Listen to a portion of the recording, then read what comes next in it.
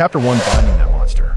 Ah, it hurts. A wave of weightlessness hit her, and a sharp pain shot through her thigh after it was scraped. She instinctively gripped the edge of the car's trunk, causing Guyu's nails to bend back, sending a piercing pain through her fingers. In her ears, there were the hoarse shouts of zombies, the stench of decay emanating from the zombies trailing closely behind the car, reaching out their hands to claw at Guyu. But Guyu felt no fear at all. In her previous life, she was pushed out of a car by her parents and sister. She struggled to survive in the apocalypse, only to end up being devoured by zombies, her bones left unrecognizable. A zombie suddenly lunged at her, grabbing her calf. In a nearly instinctive reaction, Guyu kicked the zombie's decayed skull, which had rotted down to the bone. Crack! The skull shattered, red and white brain matter splattering onto Guyu's shoes. Guyu coldly watched as the zombie released its grip, rolling on the ground a few times before becoming still. Level 1 zombie. Just the weakest level of zombies. Sister, you won't get infected, right? Luze, what should we do? Guyu covered her mouth and screamed, attracting the nearby zombies. Fool. Guyu frowned, feeling how familiar the surrounding scene was. Wait. The disgusted looks from her parents, the hateful gaze of the affair partner, and the undisguised malice in her good sister Guyun's eyes. Wasn't this when her family pushed her out of the car to draw the zombies away? Could it be a rebirth? The apocalyptic game Guyu helped design had turned into reality, bloodthirsty zombies appearing out of nowhere, plunging the world into chaos. It seemed she had been reborn to a month after the apocalypse began, when her family kicked her out of the car to attract the zombies' attention for their own escape. Luze, hearing this, gathered all his strength and kicked Guyu in the head. His strike was filled with murderous intent. It also jolted Guyu awake. What a ridiculous family. What ridiculous kinship. Let's die together. Blood flowed from her forehead and her eyes. Guyu, like a demon crawling out of hell, grabbed Luze's collar and dragged most of his body out of the car. Guyu scoffed, using her other hand to viciously grab Guyun's cheek, who tried to help Dada. Guyun screamed, covering her face. Yes, I've been infected by the zombies. You better be careful. With a fierce pull, she dragged both of them out of the car, and the three rolled on the ground for several rounds. The Guyu immediately got up, grabbing a brick and striking the approaching zombie on the head. She nimbly dodged to the side, and the zombie's highly decayed body crashed down onto Guyu and Dada. Guyu, you bitch! They had been hiding in the villa area, waiting for Guyu to go out and find food for them, never expecting to be so close to the zombies. Guyun was terrified, her legs trembling, only knowing to scream loudly with her eyes closed. The zombies in the roadside shop heard the noise and charged toward the three with a roar. Guyun tried to use the same trick again, pushing Guyu into the horde of zombies to buy herself some escape time. She searched for Guyu's figure, but didn't know when Guyu had flipped over and climbed onto the car by the roadside. She could only curse under her breath and hurriedly ran toward the sea. Guyu coldly watched the pair of dogmen and women angrily cursing each other, pulling at each other's arms, rushing toward the car. Guyu's mother hurriedly reached out to grab Guyun, but didn't notice the faint scratch on her wrist, which was starting to darken. I really look forward to watching their family act all loving. Guyu kicked over the zombie that had climbed onto the car, and with the previous dragging, her strength was almost exhausted. She half knelt on the car roof, her vision going dark. The zombies nearby roared excitedly, surrounding the car and tugging at Guyu's ankles. Was she going to die again? Suddenly, the car shook beneath her feet, as if someone had jumped onto the hood. The person was backlit by the sun, and Guyu couldn't see their face. She didn't want to die. Please save her. Guyu reached out to the tall figure. Help me. Soon, her consciousness fell into darkness, and as her hand dropped, just before she fell into the horde of corpses, a pair of arms slipped beneath her, lifting her horizontally. Guyu found herself in an embrace filled with the scent of blood. The expected pain for being bitten did not come. The surrounding horde had not yet reached the fainted Guyu when a gust of wind swept through and their heads were severed cleanly. Binding the monster strategy system, associated ability panel initializing. A cold mechanical voice echoed in Guyu's mind. Guyu suddenly opened her eyes, dazedly looking around, her limbs still in severe pain for being bitten by zombies before the reset. The dilapidated, unfinished buildings around her felt unreal. That moment, she was lying on a tattered mattress, wrapped up in bandages that had been haphazardly applied by someone. making her look like a plump mummy. The surroundings were too empty, very dangerous, and Guyu leaned against the wall to stand up. She suddenly noticed a shadow cast beside her own shadow. Someone was behind her. A long, thick iron chain was wrapped around her arm. He had a well-proportioned, muscular body, with 8 neatly defined abs, and she could faintly see 1 or 2 veins bulging on his abdomen. Guyu's thighs went weak, and she trembled backward until her back hit the cold wall. She was all too familiar with this person because he was a character she had designed herself. A month ago, the apocalypse game her company designed had somehow reflected into reality, and the monsters from the game were rampaging in the real world. Skinning monsters, zombie dogs, bloodsuckers. Among them, the most formidable was the monster before her, Ye Jin. You remembered his setting. A killing machine altered by the lab, who despised humans the most. Damn it, ding dong. Binding the strategy monster number 1, experimental subject Ye Jin. Current strategy, progress 0, favorability 0. Strategy who? Ye Jin. That was the scariest monster in the apocalypse game. How was she supposed to strategize with him? Force a kiss? Then Ye Jin would probably smash her head with the bite inhibitor he was wearing. Guyu cautiously assessed Ye Jin's expression. His face showed no emotion, quietly standing beside her. If she didn't know about his formidable attack capabilities, Guyu would even think he was just a decoration. She nervously swallowed, tentatively taking a step back. Clank, the iron chain made a noise, and Ye Jin suddenly turned his head, his misty white pupils shifting toward Guyu. That a wave of powerful pressure enveloped her. Guyu's legs were nailed to the spot, unable to move an inch. She stared intently at Ye Jin, watching as the killing machine from the game slowly took a step forward, squatting down in front of Guyu as if carefully examining her. Ye Jin's nostrils flared slightly. He caught a whiff of a very pleasant scent. Unlike those repugnant humans, so fragrant, so tempting. To take a bite. Chapter 2, Disguised Green Tea. Ye Jin has always been someone who does whatever comes to mind. He tilted his head and stared at Guyu, his deep gaze landing on her snow-white neck. Ye Jin licked his itching teeth and suddenly lunged forward, knocking her down with such speed that Guyu only caught a glimpse of shadow. The cold bite restraint pressed against Guyu's neck, preventing Ye Jin from advancing further. He impatiently bared his teeth, letting out a low growl like a large dog, seemingly warning Guyu not to move and to stay obediently by his side. He forcefully grabbed both of Guyu's hands and pressed them heavily onto the mattress. At that moment, Guyu was so tense that she could barely breathe. She was very close to Ye Jin, close enough to see the wound on his nose caused by the bite restraint. She held her breath and struggled slightly. This small action stimulated Ye Jin. Most of his body pressed down on Guyu, trapping this human beneath him. Ye Jin's fingers were rough, covered in all sorts of scars. Just brushing against Guyu's wrist drew blood from that patch of skin. Tears filled Guyu's eyes, and they were red, looking as pitiful as a rabbit trembling beneath a fierce beast. Ding dong. Gained 3 affection points. Current Kongler, Jindu 3100. The mechanical voice suddenly rang out, catching Guyu by surprise, and she widened her eyes in astonishment. Just now, she hadn't done anything except whimper softly like a little green tea and had managed to earn affection point. The Guyu even felt that Ye Jin's grip on her wrist had loosened considerably. No wonder Guyu was so popular at home, with everyone revolving around her. With your kind of bad temper, no other man in the world would like you besides me. Very well, everyone likes green tea. Huh. From today on, I, Guyu, am determined to be a green tea bitch. If Ye Jin can begung it, does that mean he can communicate with her? She would just play along for now and wait for an opportunity to escape. Who would want to galure such a terrifying monster? Ye Jin, you're hurting me. Can you loosen your grip?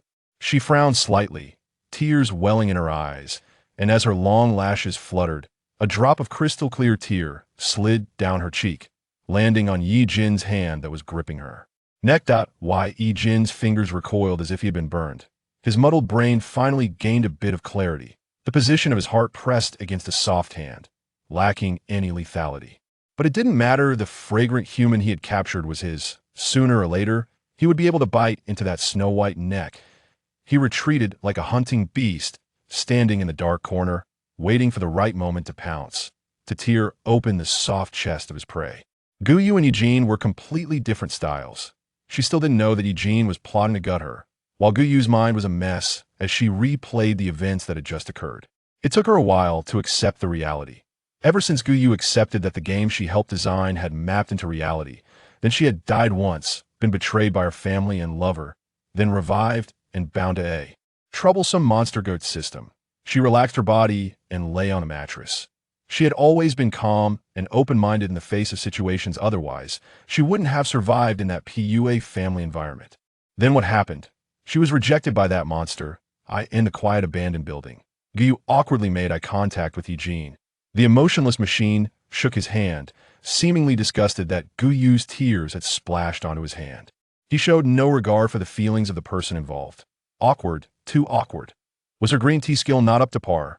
Was it necessary to stay this far away from her, like avoiding a virus? Guyu rubbed her reddened forehead and shrank into the farthest corner of the mattress from Ye Jin. The abandoned building was very quiet. Guyu buried her head in her arms, secretly peeking at Ye Jin with one eye.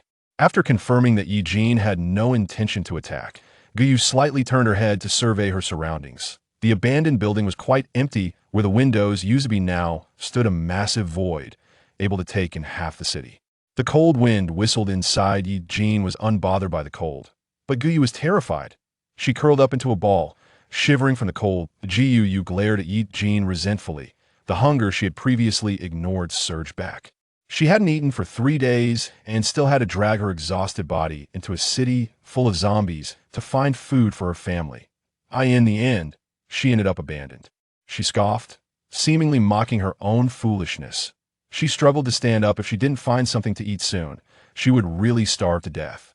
Suddenly, Ye Jin raised his hand and pressed it against Guyu's head. Guyu was startled and froze, maintaining a half-squatting position. She thought her sudden movement had angered Ye Jin, exhausting his already limited patience, and now he was finally going to attack the human he hated the most. Ye Jin wore leather gloves, which were adorned with sharp metallic ornaments that made Guyu's scalp tingle with pain. She dared not move at all, only stiffly allowing Ye Jin to act. After a while, his fingers on her head moved slightly, as if gently stroking her hair. Then Ye Jin immediately withdrew his hand and wiped it on his pants, as if he had touched something dirty. His misty white pupils coldly stared at Guyu. To Guyu felt like a stray cat that had been loved for a brief moment.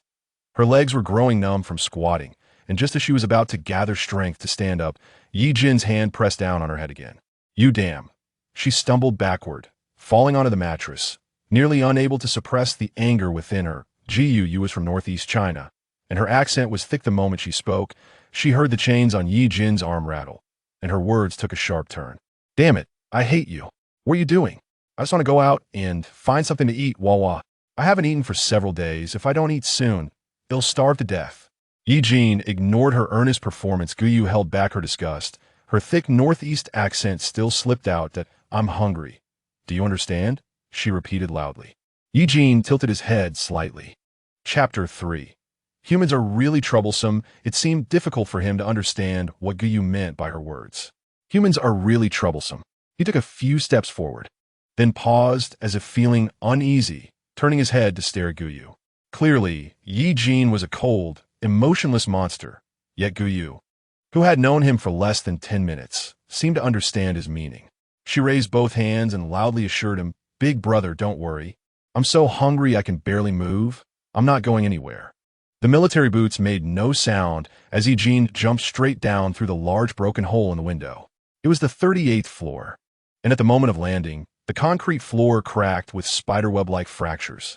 He rolled forward upon landing to dissipate the force of the fall, standing up unscathed and walking straight towards the city center. "Only a fool wouldn't run," Guyu muttered quietly. She watched Ye Jin jump down and immediately stood up, running toward the stairs. She stumbled, and the sharp pain in her ribs didn't make her slow down. The pain was a warning her that no one in this world would treat her sincerely. She could only trust herself. Gritting her teeth, she quickened her pace, the staircase spiraling endlessly. Guyu grabbed the railing and quickly spun her body, almost flinging herself from the last step of one level to the first step of the next. Guyu's pupils contracted as she saw a zombie, missing half its body, stuck in the handrail, almost face to face with her. She could smell the rancid odor emanating from it. The zombie let out a roar, its sharp teeth almost grazing Guyu's skin. Guyu pushed against the railing to slow her momentum, managing to change direction. Only then did she see that the zombie was stuck in the railing for some unknown reason, its lower half missing, intestines falling out from its abdomen. Having dropped several floors down, without any hesitation, Guyu kicked the loosened railing that the zombie had crashed into.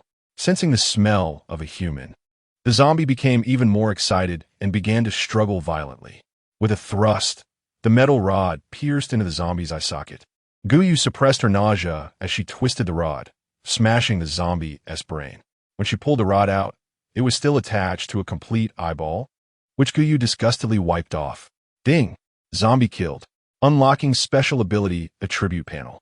A flashy and extremely tacky spinning wheel appeared before Guyu. Do you want to draw a lottery? Guyu reached out her hand, curiously touching the wheel, but her hand passed right through it. Lottery starting. Wait. I haven't confirmed yet. What are you doing confirming without my consent? The pointer spun wildly for several rounds before suddenly stopping. Congratulations. You have obtained a special ability. Space attribute, current level 1. A huge firework exploded in front of Guyu. Suddenly, an empty space of 11 appeared in her mind, surrounded by infinite darkness. This is space. Guyu immediately thought of the game she participated in, where players would unlock a lottery after killing their first zombie to determine their subsequent attributes. Enter. With that thought, the rod in her hand instantly disappeared and reappeared inside her space. A great surprise enveloped Guyu. The space attribute was the rarest among all attributes, and she finally got lucky for once. Guyu floated down the stairs, carefully looking around. It should be around noon. Zombies abhor sunlight, so they were likely curled up in dark corners. The once bustling street was now deserted. Cars collided with each other, blocking the wide road. Guyu felt the ground was a bit sticky. She looked down and saw it was covered in brown, viscous blood, the bloody smell drilling into her nostrils. Suppressing the urge to vomit, she thought that if everything followed the game's setting, stronger monsters would gradually appear later.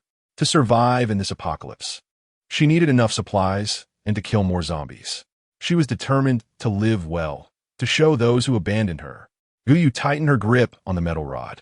It wasn't far from her home. She could temporarily use her house as a base to rest and decide what to do next. From here, she could see a corner of the convenience store sign in her community.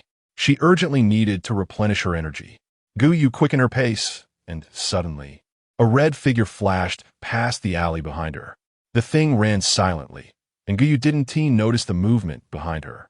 She carefully squeezed through the broken glass door of the convenience store. It seemed someone had already looted this place. The entire store was in disarray. Almost all the edible items had been taken. Guyu, not willing to give up, walked in, her feet crunching on the broken glass, making a crisp sound, causing her to freeze and immediately look around warily. It was eerily quiet, and there were no sounds of zombies roaring. Guyu let out a sigh of relief. She continued to walk deeper inside. After a month of chaos, the power and water supply systems had completely collapsed. The depths of the convenience store were pitch black, with only emergency lights emitting a faint glow. Guyu had brushed up on a lot of knowledge about apocalyptic scenarios to design the Doomsday game. She had stored everything useful in her space. A lighter on the counter, unattended liquor and cigarettes, and scattered knives on the floor. She didn't dare take too much. The space was limited to 1 square meter, and she needed to leave enough room for food. After rummaging around the convenience store for a while, she spent a lot of time finding a piece of bread, a pack of instant noodles, a pack of soda crackers, a bottle of mineral water, 3 bottles of beer, for chocolates, and a pack of compressed biscuits. Logic told her she should find a safe place, but ever since unlocking her space, she felt exceptionally hungry. Looking at the compressed biscuits in her hand, Guyu swallowed hard. She hid under the cash register and quickly stuffed an entire biscuit in her mouth. The compressed biscuit absorbed her saliva, causing her to roll her eyes. In the blink of an eye, a bottle of mineral water paired with the biscuits went down her throat. Not enough, still not enough. It felt like her stomach had turned into a bottomless pit. No matter how much she ate, she felt nothing. I'm so hungry, so hungry. If it weren't for the lingering aversion to the smell of blood, Guyu would have thought she had turned into a zombie. Crack! A crisp sound made Guyu abruptly stop chewing. With the instant noodles pressed against her lips, Guyu regained some awareness. She held her breath, pressing her back tightly against the cold edge of the cash register, not daring to make a sound. Chapter 4. Beast saves beauty. Guyu hid under the cash register, only able to see a corner of the convenience store through the reflective glass in front of her. Although the view was poor, that crisp sound of stepping on glass assured her that another creature had entered the convenience store. Then the store fell into an eerie silence, as if what had just happened was Guyu's illusion. She suppressed her fear, slowing her breathing. Guyu picked up a small mirror from the ground, raising her hand slightly to try to see what had come into the store through the reflection. First, the entrance, the disordered shelves of the convenience store. Safe, nothing there. Guyu let out a sigh of relief. Perhaps she had just been too nervous.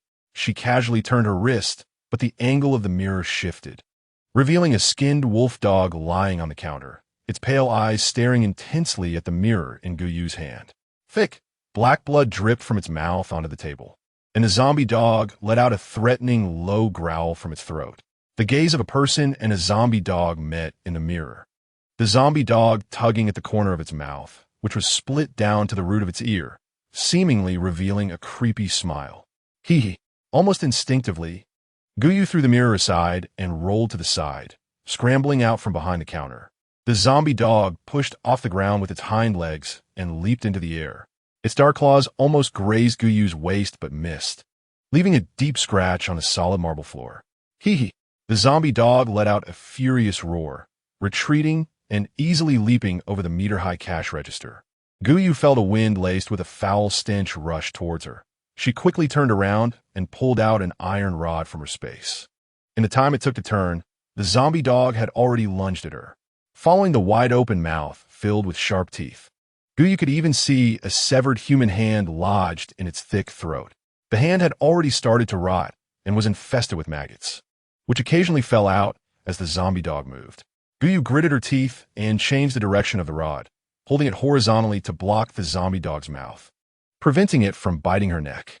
She couldn't exert much force and was quickly knocked down by the zombie dog.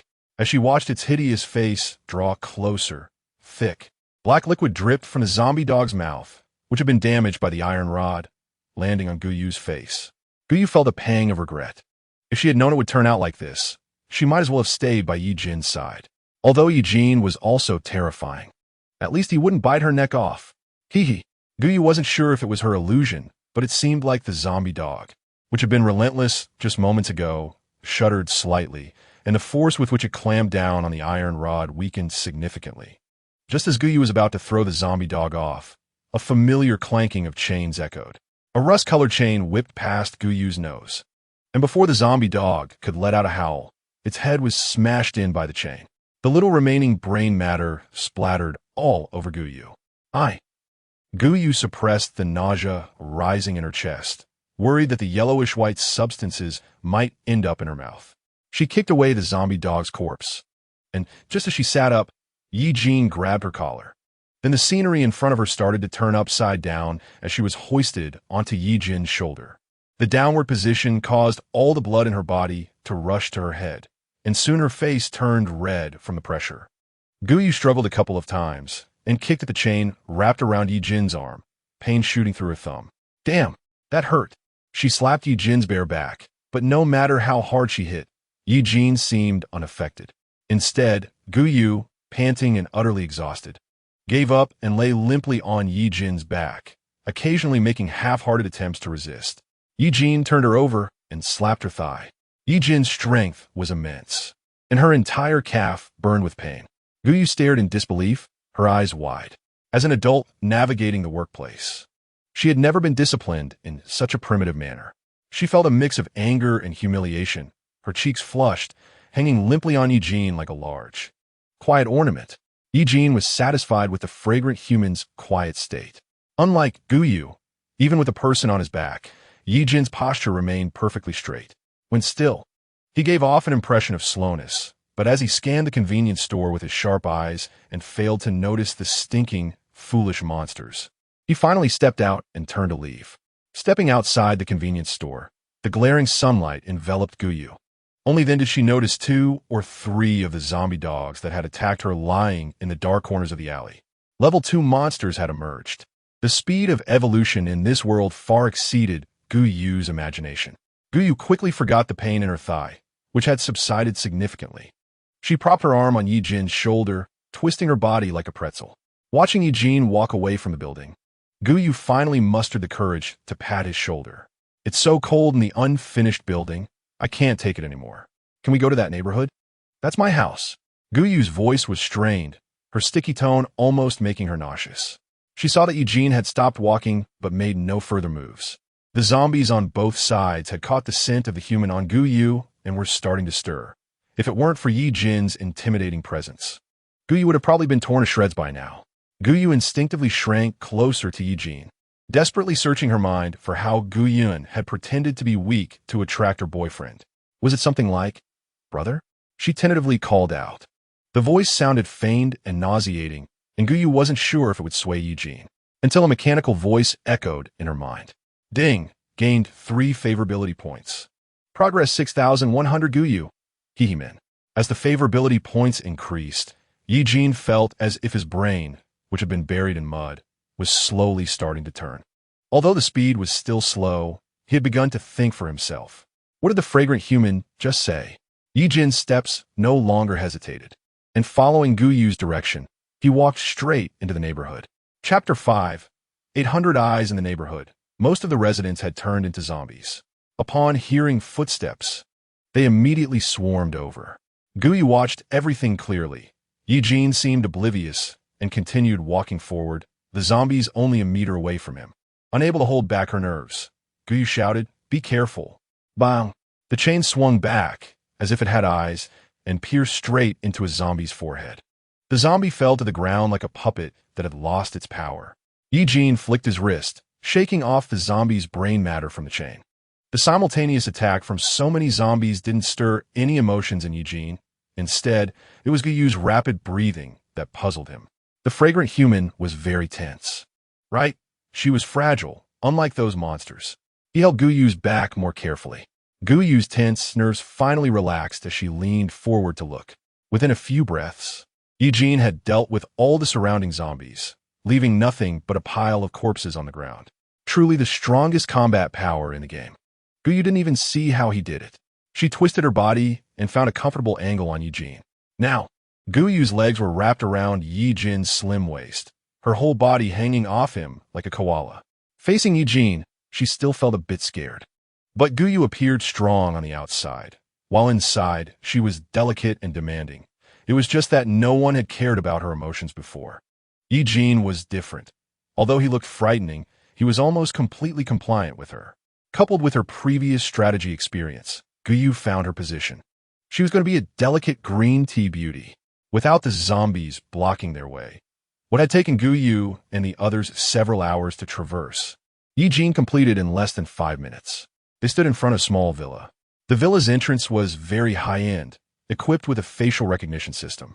However, when Guyu stood in front of it, the system continued to display facial recognition failure. This house was actually bought by Guyu, and her family had happily moved in, but in the end, her facial data had never been recorded in the door lock. Thinking back, she really was quite foolish. Her mind locked by so-called familial ties. She felt around in the flower bed beside her and found a key. Entering the small villa, Guyu finally felt less tense. She raised her hands and cheered to Ye Jin, "Welcome to my home." Ye Jin didn't show much expression, just loosened his hands. And Guyu slid down from his shoulder, standing steadily on the ground. The human beside her seemed like a little bird, always chirping nonstop. To be honest, it was a bit noisy, but it was bearable. He didn't know that the person next to him had already twisted her thoughts in many ways. Guyu quickly assessed her strength in the apocalypse, estimating it to be at level 1. To expand her space, she needed to keep killing zombies and accumulate experience points. Guyu secretly observed Ye Jin. This monster didn't show any clear signs of aggression toward her, and even saved her when she was attacked by a zombie dog. Guyu smiled at Ye Jin, thinking this was just a cheating artifact. She moved a little closer, wanting to act cute, but saw Ye Jin subtly take a step back, his face showing a rare hint of disdain. Guyu? If she remembered correctly, Ye Jin was created as a killing machine by the laboratory, and to control him, they manipulated his mind, making him only know killing and supposedly devoid of emotions. Who could tell her what Ye Jin's evident disdain meant? She stubbornly took a step forward, and Ye Jin retreated. Guyu advanced. Ye Jin backed away. After a few minutes of probing, Guyu confirmed that it seemed to be Ye Jin's overly developed sense of smell. She was tainted with the smell of zombie dog blood. The scent from other zombies made Ye Jin feel uncomfortable. Guyu murmured softly, "Why is he like a dog? Marking territory by scent?" Ignoring Ye Jin, she entered the bathroom. She tried to turn on the shower, and warm water flowed out. Guyu sighed comfortably and quickly scrubbed her skin. Suddenly, a tall shadow appeared on the glass of the bathroom window. Guyu glanced sharply and nearly had a heart attack. She hurriedly wrapped herself in a towel and took out an iron rod from her space. Although she was sure the villa had been safe before, she had been away for a whole day and wasn't certain if any zombies had sneaked in. Holding her breath, she opened the door and swung the rod, only to hear a clang as it hit Ye Jin's head. Ye Jin showed no expression, merely moving his nose, seemingly satisfied with the fragrant human before him. A human that smelled this good should stay by his side forever. The iron rod hitting his head caused no harm to Ye Jin. Upon closer inspection, it didn't even leave a red mark. Guyu worried that her actions might decrease Ye Jin's favorability. She quickly put the rod back in her space, pretending nothing had happened. Hearing no decrease in favorability, Guyu finally let out a sigh of relief. Suddenly, Ye Jin moved, stepping forward abruptly, causing the chains on his arms to clatter. "What are you doing?" Guyu pressed her hand to her chest, her voice trembling with anxiety. Ye Jin's face was filled with confusion. He only knew to follow his instincts, subconsciously wanting to approach this fragrant human. With an aggressive aura surrounding him, the small bathroom felt crowded and oppressive with the presence of the tall monster. Guyu backed away until her back hit the cold tiles, causing her to shiver. Ye Jin's fingers brushed against Guyu's cheek. His fingers were unusually rough, and just a light touch turned her face and neck red. He tilted his head, puzzled by Guyu's flushed skin, then looked down at his fingers. Humans were indeed fragile. Just a light touch made them turn red. Such weak humans could only stay by his side. Ye Jin claimed Guyu as his own, like a beast marking its territory. Ding! Gained 2 favorability points. Current progress 8,100. Guyu stared blankly at the large figure before her. She hadn't done anything. So why was Ye Jin seemingly progressing himself? Ye Jin instinctively wanted to get closer to Guyu, and they both moved, one forward, the other back, until someone accidentally bumped into the faucet. Chapter 6. Bathroom view of abs. Instantly, warm water poured down from the shower, soaking both of them. The towel wrapped around Guyu's body outlined her smooth curves. Ye Jin stood still, expressionless, staring blankly at a certain spot on the wall. Guyu pushed him with all her might, but he was like a mountain, unmoving no matter how hard she tried. Looking down, she noticed a pool of reddish-brown water gathering at Ye Jin's feet. "Dude, how long has it been since you took a shower?" "Shower?" Ye Jin's brain couldn't comprehend Guyu's words for a moment, tilting his head slightly. This was a unique action of his when he was thinking. Guyu sighed, tentatively pulling Ye Jin's hand to stand under the shower. The moment their skin touched, Ye Jin instinctively clenched his fist, showing signs of aggression. His misty white pupil scanned Guyu's eyes, forcing himself to relax. This was his raised human. Humans were weak and needed to be treated with care. If he killed her, he would never find such a fragrant human again. He let Guyu lead him, standing under the water column, allowing the warm water to wash over his body. Being washed by water was nothing. He could endure it. Ye Jin decided to indulge his raised human.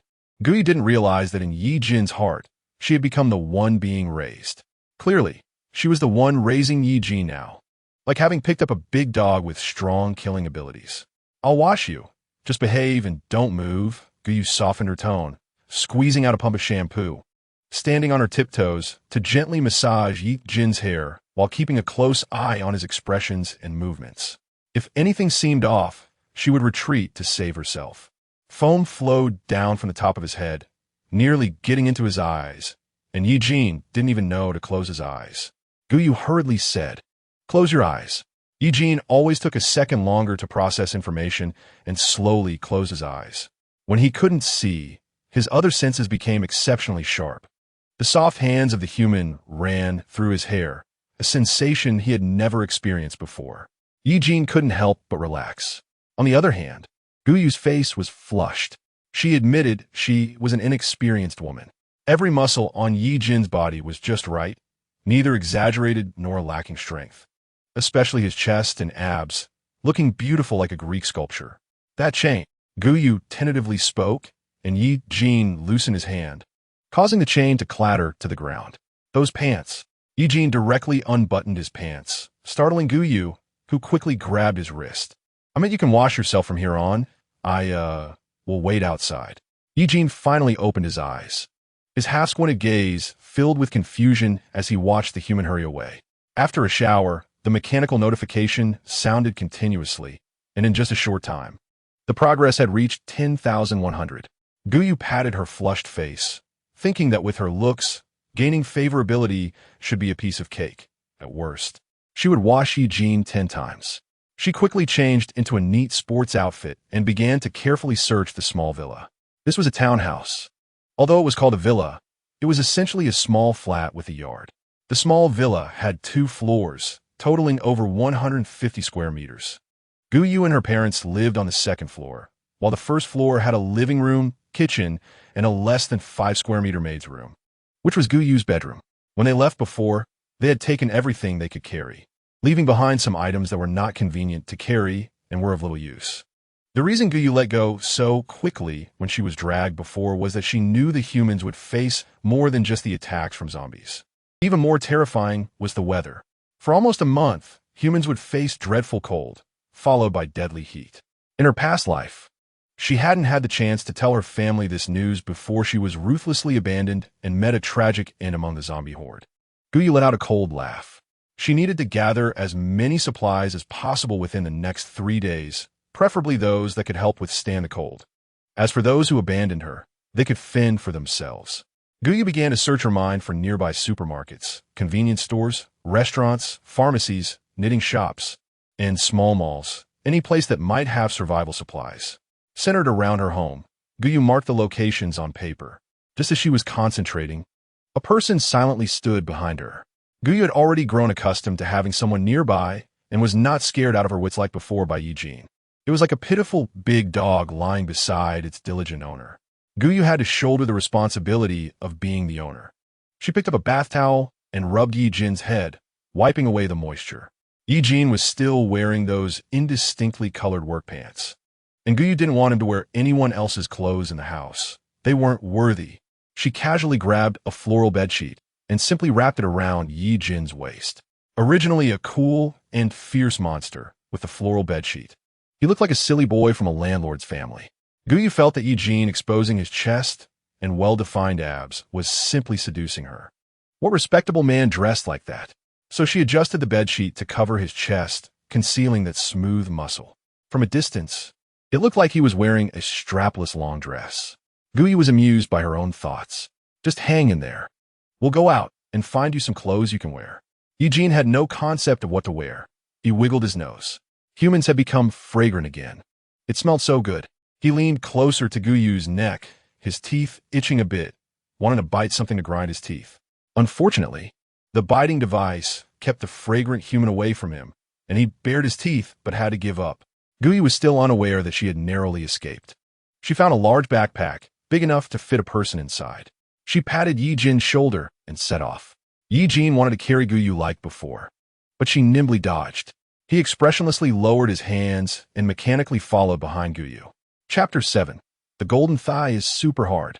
Guyu upgraded her equipment, tying a dagger to the front of her iron rod. The convenience store in the community was already out of food. Their current target was a small vegetable store supermarket outside the community. Although Ye Jin was beside her, Guyu remained very cautious, watching the surroundings carefully. A head popped out from the villain next to her, looking almost like a zombie due to long-term starvation, with murky eyes staring at Guyu. Guyu recognized this old lady. She was one of the few who had expressed goodwill toward her. She held Ye Jin, who was a bit restless, hesitated for a moment, and threw a box of biscuits from her backpack over the courtyard wall. Granny Wong's eyes were filled with worry as she reached out through the glass to touch Guyu's head. Be careful. Her lips moved silently. Ye Jin beside her was a bit impatient. The fragrant human seemed to always want to mix with those stinky humans, and his little patience was wearing thin. He wanted to kill. Guyu's heart warmed. Sensing Ye Jin's agitation, Guyu worried that he might harm the old lady, and she gently shook his hand. Let's go. Her voice was soft and gentle. Ye Jin's frown relaxed a bit. If the fragrant human could obediently stay by his side, he wouldn't mind treating her like a pet. After all, this little human was quite pleasant when she bathed him. Fine, no killing for now. Ye Jin's hand slowly loosened. Guyu was completely unaware that she and the old lady next door had slipped away from the grasp of death. They successfully arrived at the supermarket outside, where the situation was similar to the convenience store in the community. The glass door had been smashed, and the inside was a mess. Guyu carefully searched through the collapsed shelves and suddenly saw some bread and biscuits trapped at the back. She immediately grabbed the shelf and tried to lift it. With a weight of 4 or 5 shelves pressing down, Guyu's face turned a bit pale from the effort, but the shelf remained steadfastly in place, unmoving. She leaned on her knees, breathing heavily, and caught a glimpse of Ye Jin standing behind her like an old man. Guyu's lips twitched unnaturally. Just as she was about to say something sarcastic, she suddenly remembered her green tea persona. The mocking words lodged in her throat, and she suppressed her disgust. Sweetly saying, "Brother, can you help me? I can't lift it." Ye Jin's pupils shifted slightly, looking in Guyu's direction. The pupils moved, but his body did not. Seeing that she couldn't rely on Ye Jin, Guyu could only grit her teeth and move the shells layer by layer. Wait, isn't this how one should act cute? Soon, her attention was drawn to the supplies under the shelf. In the small supermarket, she collected 3 bags of biscuits, 11 small packs of bread slices, a box of crunchy sharks, 8 packs of spicy strips, and 3 large bottles of carbonated drinks. The fridge had a lot of meat, but due to the power outage, it had already begun to rot and stink. The community was still under construction, and there were very few facilities nearby. The closest pharmacy was 3 kilometers away. Guyu organized her small space, trying to fit as many supplies as possible inside. After all, in the apocalypse, it wasn't just zombies to worry about. Humans were even more terrifying. As she and Ye Jin stepped outside, looking at the empty street, she began to fret. If she relied on her own legs, how long would it take to get anywhere? If only there were a car. Her gaze fell on an old man's electric scooter charging next to the store. There was still black blood smeared on the window. When she walked in, she saw that the owner had already turned into a zombie after a month without food. He looked frail and withered. Guyu nodded in satisfaction at the scooter. It was small and nimble. The closer they got to the city center, the more people and cars there would be, and the roads would surely be congested, but the scooter could slip through the gaps. She opened the door, and the old man immediately sensed the human scent, lunging at Guyu with his toothless mouth. Almost as soon as the zombie moved, Ye Jin seemed to be activated, swiftly delivering a punch to the zombie's chest. A sound of bones shattering echoed through the quiet street. Guyu was still thinking about upgrading her space. Before Ye Jin could finish off the zombie, she thrust a knife into its eye socket. The brain was the most vulnerable part of a zombie, and as Guyu pulled out the knife, the zombie immediately fell still.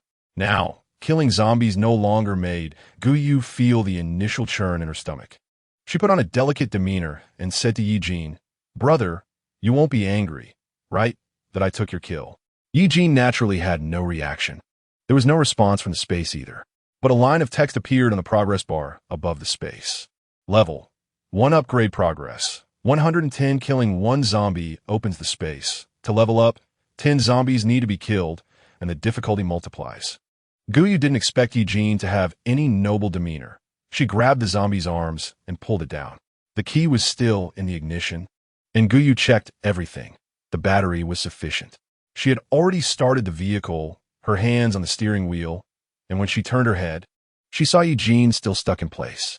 "Get in the car, Gagaga." Oops, Guyu accidentally called her brother Gagaga. Sweating profusely, she shoved Ye Jin into the old man's car, making the interior quite cramped.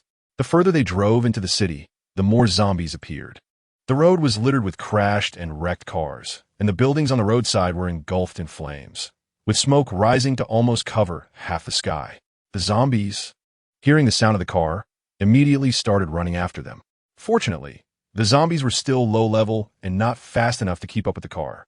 Guyu quickly shook them off. She carefully dodged the cars on the road, when suddenly, a pale-faced man lunged at them, nervously glancing around while banging on the fragile car window. "Open the door, let me in."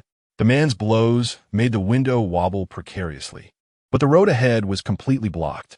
The surrounding zombies were attracted by the man's voice, letting out growls as they swayed closer. Guyu could feel Ye Jin's agitation beside her, the chains wrapped around his arms clinking against each other. She pressed down on Ye Jin's bulging arm and said, "Gagaga, I'll handle this. Don't move around."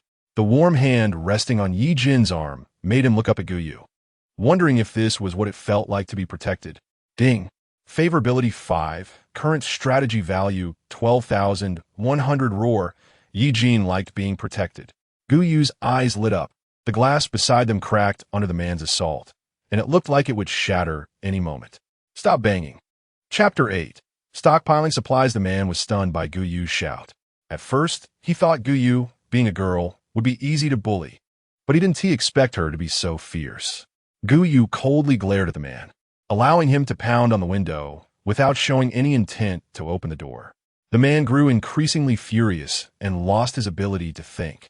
His pupils dilated, blood vessels in his eyes bulged, and his mind became foggy, leaving only the strong desire to get into the car and escape. He had been infected. "Open the door! Open the door! Open the door!"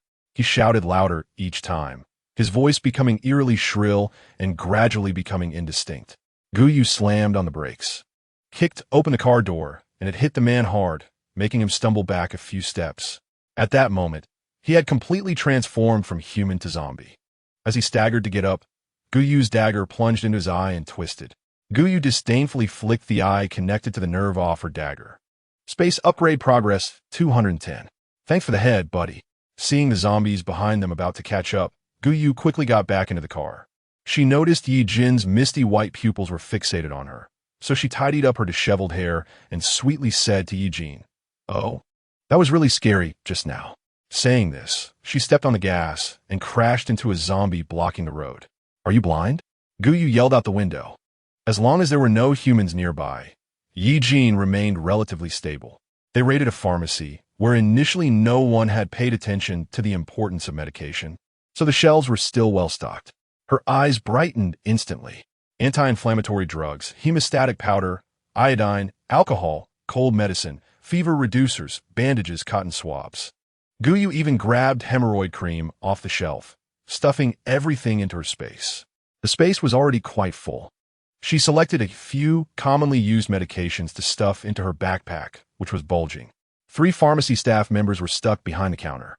The zombies, seeing humans approaching, got even more excited and moved forward with all their might, with one zombie getting stuck in the gap of the counter and breaking its waist. It let out an excited roar as its insides spilled out onto the floor. It struggled to push itself closer to Guyu. These 3 zombies were practically delivering experience points to her. Guyu swung her shovel and easily took down the 3 zombies, which offered little resistance. Space upgrade progress 510. With Ye Jin blocking the door, Guyu was worried about zombies suddenly bursting in. She carefully searched the staff lounge, finding 2 bags of sunflower seeds, 3 bottles of Red Bull, 2 chocolate bars, and a bag of small bread. Food was incredibly precious now, and Guyu didn't want to miss anything. She hoisted a large, unopened bottle of mineral water off the ground and patted Ye Jin, saying, "Gagaga, let us go." She found calling Ye Jin Gagaga easier and less embarrassing than calling a brother. Ye Jin obediently turned his body and followed Guyu as they swept through one store after another. Suddenly, they heard a chorus of zombie growls around the corner. At least 10 zombies formed a small horde chasing 5 or 6 students.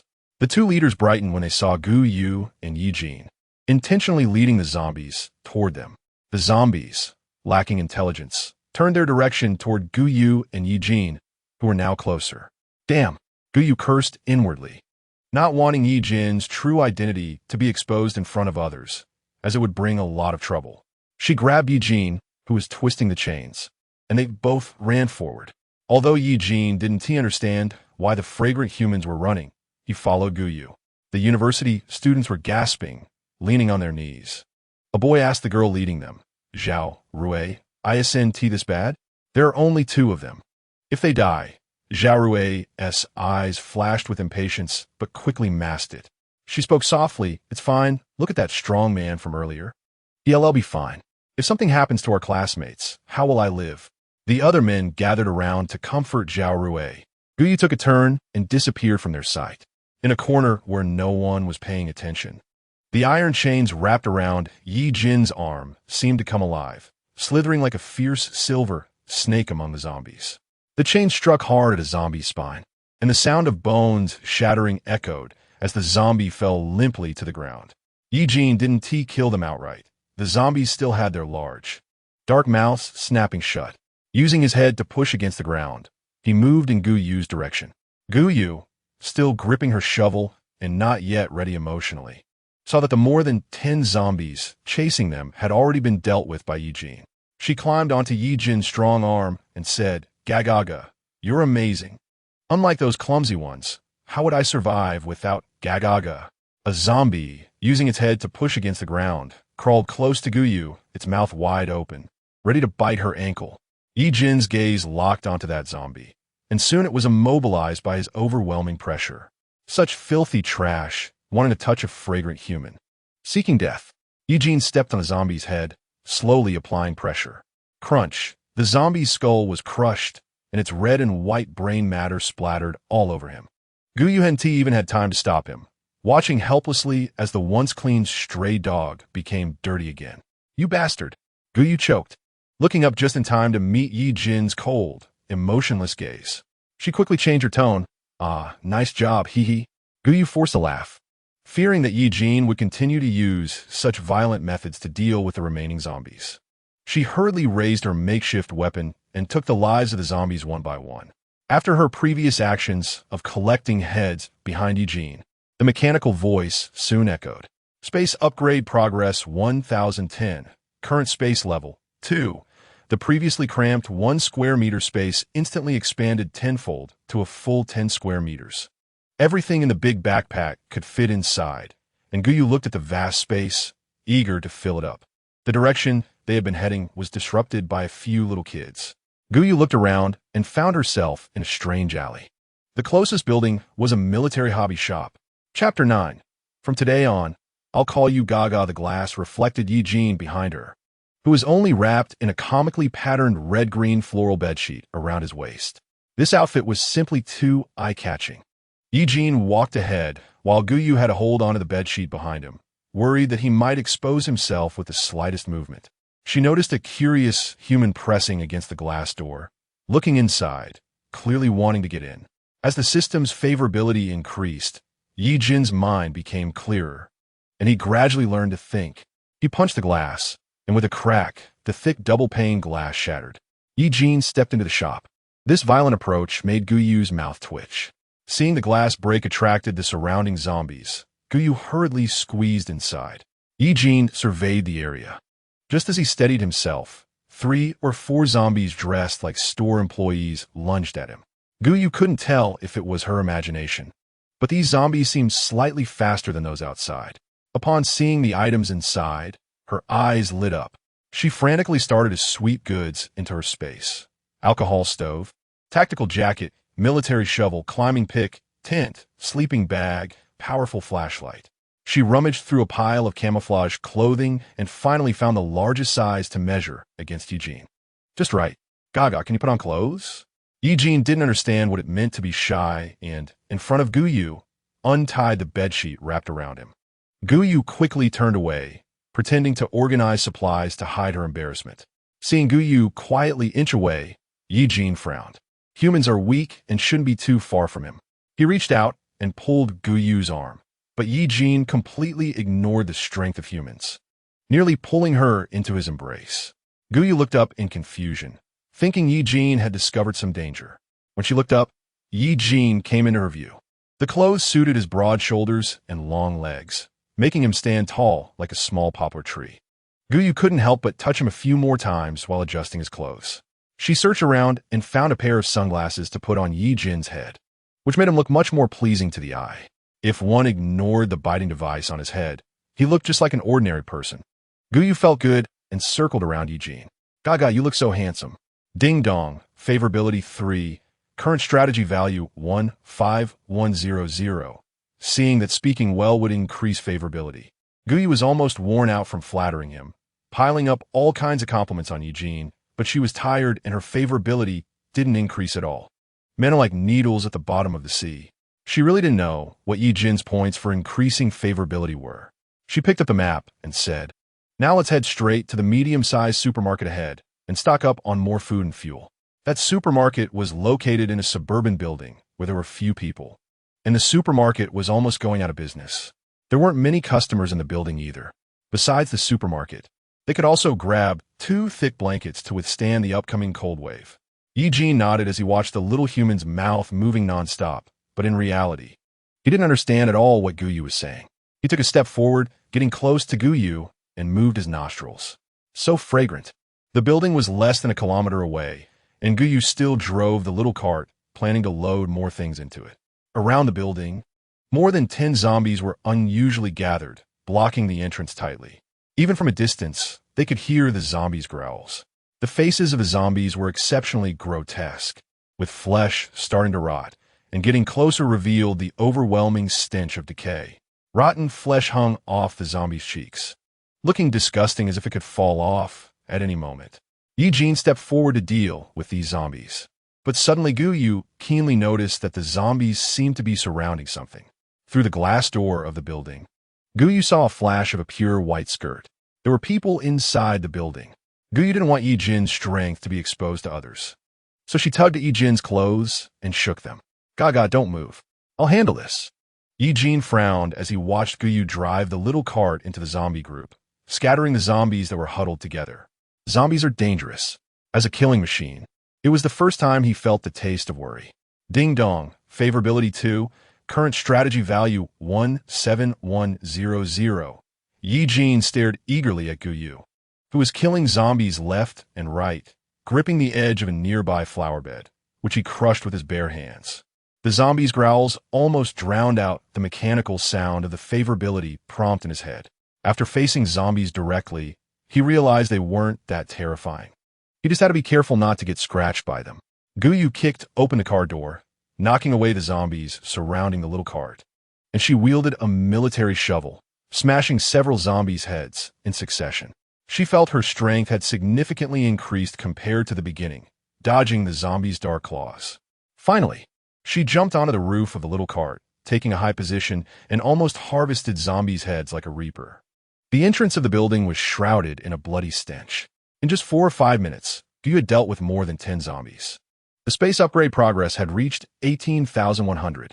Almost at the moment the last zombie fell to the ground, Ye Jin rushed over. He grabbed Guyu's calf and with a slight pull, dragged her down. Guyu thought she was going to fall to the ground, but was surprised when Ye Jin held her firmly. His misty white eyes scanned Guyu up and down through the sunglasses, and his rough fingers lifted her sleeve. Seeing that his pet human was uninjured, he returned to his usual cold demeanor. His pet was lively and disobedient. Guyu didn't know what Ye Jin was thinking. Otherwise, she would have warmly greeted his ancestors. Now time was pressing, and she was disgusted by the blood of the zombies all over the ground, so she simply wrapped her arms around Ye Jin's neck. "Gaga, my hands hurt. Can you carry me inside?" Following Guyu's finger direction, Ye Jin walked into the building. The glass door of the building seemed to have been jammed from the inside, and he impatiently kicked it, breaking the latch inside. Chapter 10. Encountering a rival hearing the crisp sound of steel breaking, Guyu was incredibly glad that Ye Jin would treat her this way, further solidifying her determination to be a big green tea. Once inside the building, the two headed straight for the underground supermarket. Nearby people were wary of the zombies inside the building. It seemed that the supplies in the supermarket hadn't been raided by many people. As the shelves were almost full, Guyu sat on Ye Jin's shoulder, surveying the area. The door to the staff lounge was tightly closed, and there was a pool of blood at the entrance, indicating that the supermarket employees had hastily hidden inside after discovering the zombies. If no one foolishly opened that door, the supermarket should still be safe. Guyu slid down from Ye Jin and rushed into the supermarket. Those who had experienced the apocalypse knew how precious food was. They had passed through so many shops, and the supplies they collected barely filled a 1 square meter space.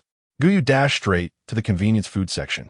She quietly transferred supplies into her space while pretending to rummage through her backpack. Various flavors of instant noodles, ham sausages, compressed biscuits, bread, chocolate, mineral water, pickled vegetables, salt, and soy sauce filled the shelves. As for chips, which took up space and couldn't fill her stomach. Guyu didn't even glance at them. She made her way to the living area, ensuring she had enough toilet paper and sanitary pads. In a couple of days, there would be a global drop in temperature, likely reaching minus 60 or 70 degrees. By then, even solar power might stop working, and without electricity, she would need more warm clothing. She grabbed 5 or 6 thick blankets, and if they weren't so bulky, she would have taken more.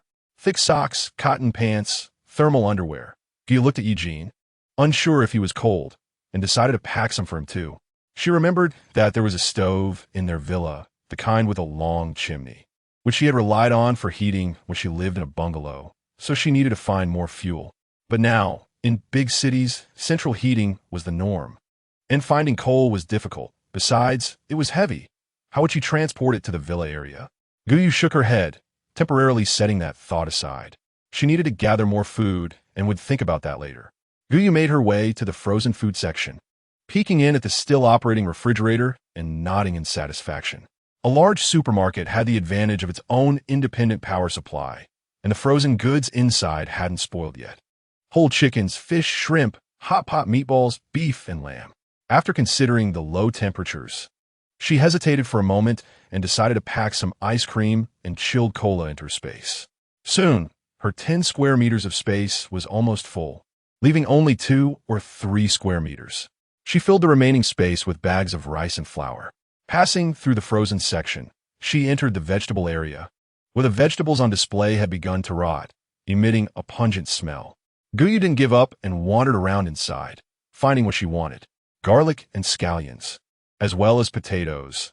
These resilient beings were sprouting even while lying in the juices of decaying plants.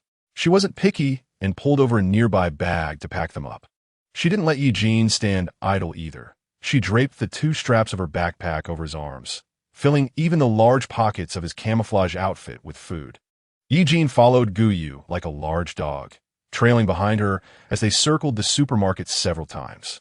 The previously calm and robot-like Ye Jin suddenly twitched his nostrils, catching a whiff of several unpleasant smells.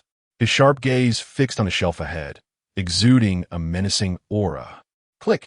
A clear sound of a lock being opened. Guyu's heart skipped a beat.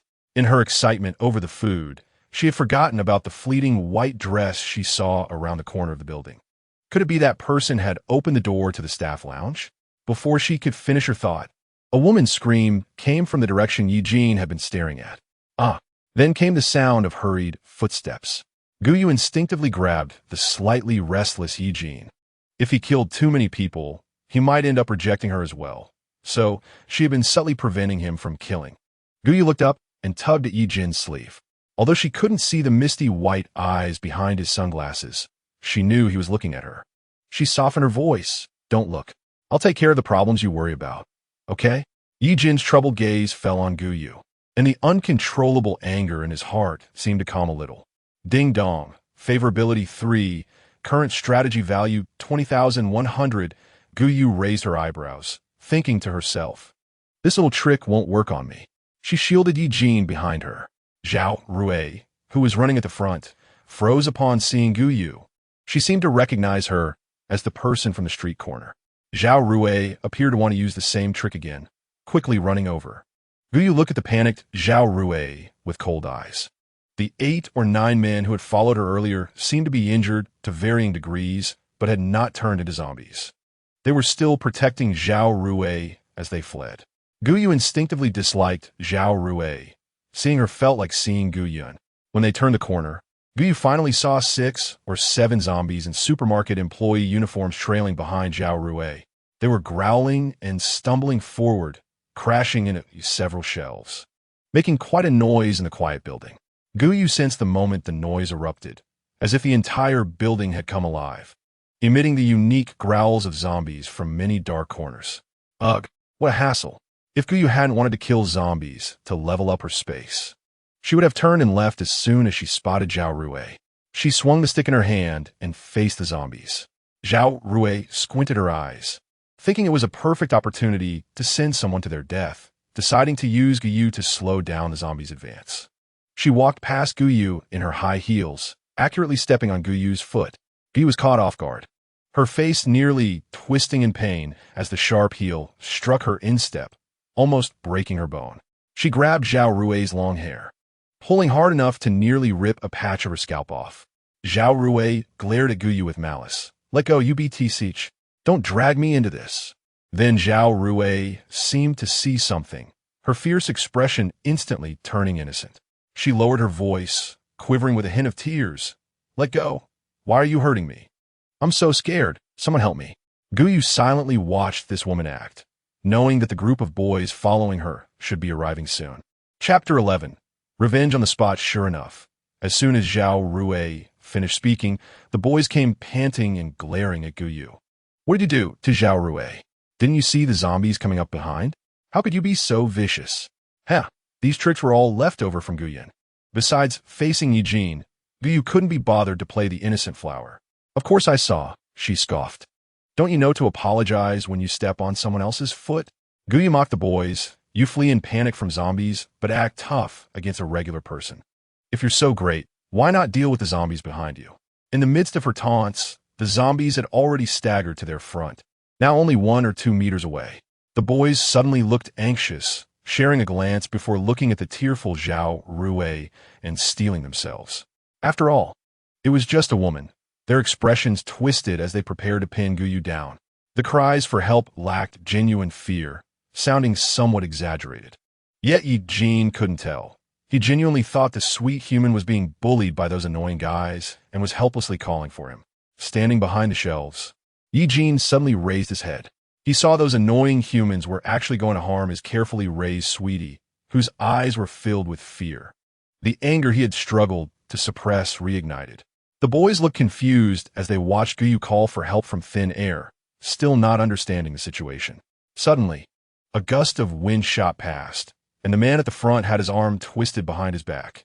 Ye Jin didn't hold back his strength, and the boy's arm bent at an unnatural angle behind him. He let out a piercing scream. The sound triggered several boys behind him, who had been bitten by zombies, beginning to mutate. Their pupils expanded, eventually merging into a white mass. Hoo-hoo. They're coming. Let go, please. Zhao Rui kept pleading, and Guyu kicked Zhao Rui hard in the thigh before letting go. The Zhao Rui, who used to always appear as a caring figure for her companions, didn't even glance at the few companions whose arms Ye Jin had broken. She rolled and crawled towards the supermarket exit. "Gaga, don't kill people, kill zombies," Guyu reminded, hopping on one foot to Ye Jin's side, using a shovel to take down a newly mutated zombie. Just like in the game, killing zombies accumulated experience points, and once she reached a certain level, she would gradually level up. Guyu felt her strength had increased significantly. Initially, she had to exert all her effort to take down a level 1 zombie, but now she could face over 10 level 1 zombies effortlessly. Guyu's speed in wielding the shovel wasn't fast. She stayed behind Ye Jin, picking off the zombies as they came. As long as she avoided being caught by the zombies' claws, she was fine. Ye Jin was agile, with the chain wrapped around his hand. With one punch, he could smash a zombie's head. Guyu clapped behind him, complimenting, "Gaga is so powerful. Wow, I really admire Gaga." Before she could finish her flattery, Ye Jin had already taken care of that group of zombies. Guyu peeked into the staff lounge, and, just as she suspected, they saw someone turn into a bloodthirsty monster. All the survivors were huddled inside the lounge, and as a result, some had already been infected by the zombie virus, turning the lounge into a hell on earth. The entire lounge was shrouded in blood, with several stark white bones lying on the ground, and the ceiling lights were adorned with who knows whose remains. The open iron door was marked with deep, bloody scratch marks. Even though Guyu was used to bloodshed, her stomach still churned with nausea. She limped while holding onto Ye Jin's arm, cursing Zhao Rui in her heart for being such a green tea bitch.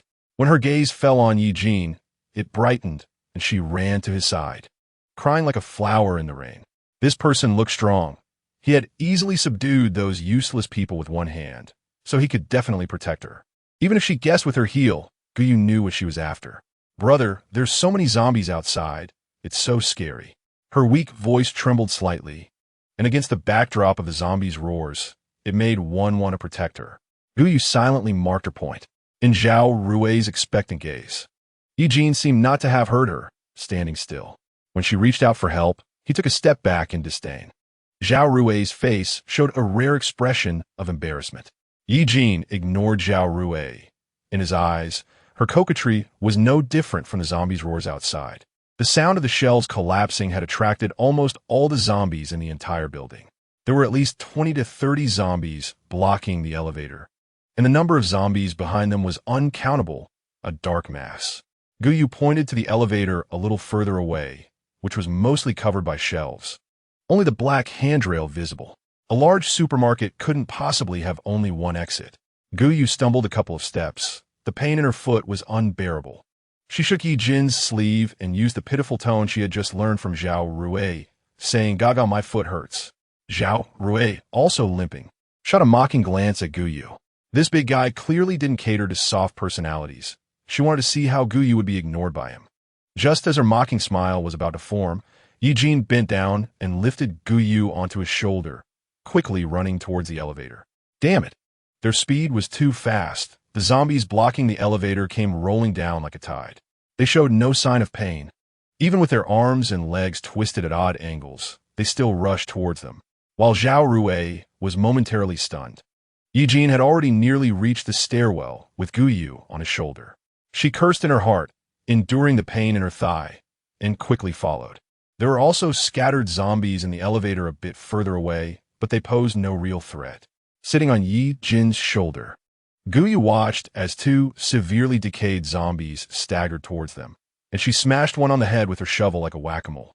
Anyone who got close to Ye Jin was dealt with by Guyu in the same manner. One shovel for one little zombie. When encountering tougher ones, she kicked the edge of the shovel, using it like a spade to separate the zombie's head from its neck, sending a half-rotten head rolling to the ground. Chapter 12.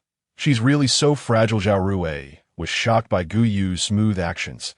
She thought Guyu was just Ye Jin's canary, but unexpectedly, she was a steel combat bird. Just as they were about to run out of the supermarket, Guyu let out a sigh of relief. Facing so many zombies, she really had no confidence. In front of the supermarket was a corner, and as Ye Jin quickly ran past, he collided head-on with a zombie. The two parties were so close they were almost nose to nose. Guyu caught a whiff of the zombie's rancid odor, and her heart raced violently. Almost instinctively, she raised her leg and kicked the zombie in the face. This zombie was unusually strong. Guyu felt her ankle ache from the impact of its body. Ye Jin used one hand to support Guyu's thigh while holding a backpack taller than a person with the other, unable to free a hand for the moment. The zombie only staggered back a step before roaring and lunging again. Its speed was significantly faster than a level 1 zombie, almost comparable to a human jog. With increased defense and speed, this was a level 2 zombie. Zhao Rui stumbled after them, suddenly spotting the troublesome zombie ahead. She stealthily hid behind a shelf, waiting for Guyu and the others to deal with it. Guyu quickly slid down from Ye Jin's shoulder and took the backpack from him. Then she patted Ye Jin's broad back, saying, "Gaga, you have to protect me." Ding dong, favorability 3. Current strategy value 23100. Ye Jin seemed to enjoy this feeling of being trusted. He tightened his grip on the chain and charged forward. The level 2 zombie had evolved slightly and didn't just stand there foolishly waiting to be hit like a level 1 zombie. The zombie lunged to the side, barely dodging Ye Jin's punch, but the chain scraped its cheek, tearing off a large piece of rotten flesh and exposing its white cheekbone. Ye Jin didn't give a second chance to dodge. His punches were fast and fierce. Before the zombie could straighten up, it was hit by Ye Jin's fist. The marble floor beneath its head cracked from the impact. Guyu looked down at the level 2 zombie's corpse. Its head was smashed like a watermelon, barely recognizable. She widened her eyes and used the shovel to dig out a shiny object. She rubbed it against the zombie's body. This is a crystal core. When zombies evolve to level 2, they produce crystal cores in their heads. After the apocalypse, all currency had become almost worthless paper, and in the future, the global currency would be crystal cores. The crystal core also had another function. Guyu's heart raced. The crystal core would elevate a person's supernatural ability level. She held the crystal core tightly in her palm, attempting to absorb its energy. In an instant, an invisible beam of light moved from the crystal core into Guyu's mind. When she opened her eyes, Her psychic level upgrade progress skyrocketed from 22,100 to 82,100. She felt a surge of joy. One level 2 zombie was worth 50 level 1 zombies. Excitedly, she looked up and met Ye Jin's gaze, his eyes sparkling like 1,000 starry rivers. With that, Ye Jin's heart, which felt as heavy as a stone, thumped hard. Gaga, I'm so happy. Guyu leaned on her knees and was about to stand up. Her legs were a bit numb from squatting for too long. Just as Guyu was about to fall onto the bloodied level 2 zombie, Ye Jin reached out his hand to her. This was the first time he had been so proactive, and Guyu didn't hesitate to grab his hand. Ye Jin's palm was scorching hot, almost making Guyu think her hand was getting burned. It was only when she felt the other's intense body heat that she realized he had once been a human too, not a monster. Ye Jin kept his gaze fixed on the ground, and Guyu curiously followed his line of sight. She soon realized that Ye Jin seemed to be staring at her injured foot. She quickly wrapped her arms around Ye Jin's arm to stabilize herself and playfully said, Gaga, you were amazing just now. I was so scared I froze. She leaned against Ye Jin's chest, transforming the fierce monster into a kangaroo mom carrying her baby. Zhao Rui, who was hiding behind a cargo container, watched as Ye Jin quickly dealt with such a formidable zombie, and her determination to stay by Ye Jin's side strengthened. With Ye Jin's protection, she was sure she could successfully enter the safe zone in the north. She quickly walked up behind Ye Jin, trying to play the role of a damsel in distress. She reached out to push Ye Jin. Brother, watch out for the zombie. Guyu could only roll her eyes at this death wish and used a shovel stained with zombie blood to push Zhao Rui's hand away. There was a loud smack. Zhao Rui's hand stung painfully, comparable to the pain she felt when Guyu had kicked her in the leg earlier. She covered her hand in grievance. Sister, why did you hit me? Did I do something wrong? You kicked my leg just now. It hurt a lot. Is it because you don't like girls getting close to your brother? I'm sorry, I won't do it again. There's no zombie behind your brother. But the one behind you is about to catch up. Guyu interrupted Zhao Rui's melodrama calmly. Zhao Rui gasped. It was then that she noticed the previously slow-moving zombie had caught up through the elevator, just a meter away from grabbing her.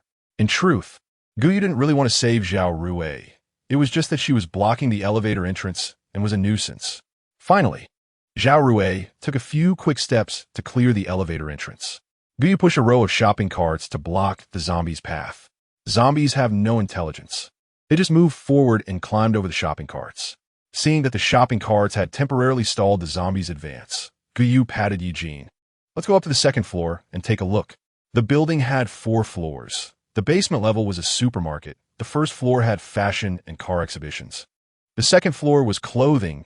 The third floor was a toy store. And the fourth floor was food. Guyu had stocked up enough food, but it would be best to find a couple of quality warm clothes. Just as she stepped onto the second floor, she faintly heard the sound of people whispering. It seemed someone downstairs led the zombies away. Should we escape? Wait a bit. Let the people downstairs die out and buy us some time. What kind of people are they?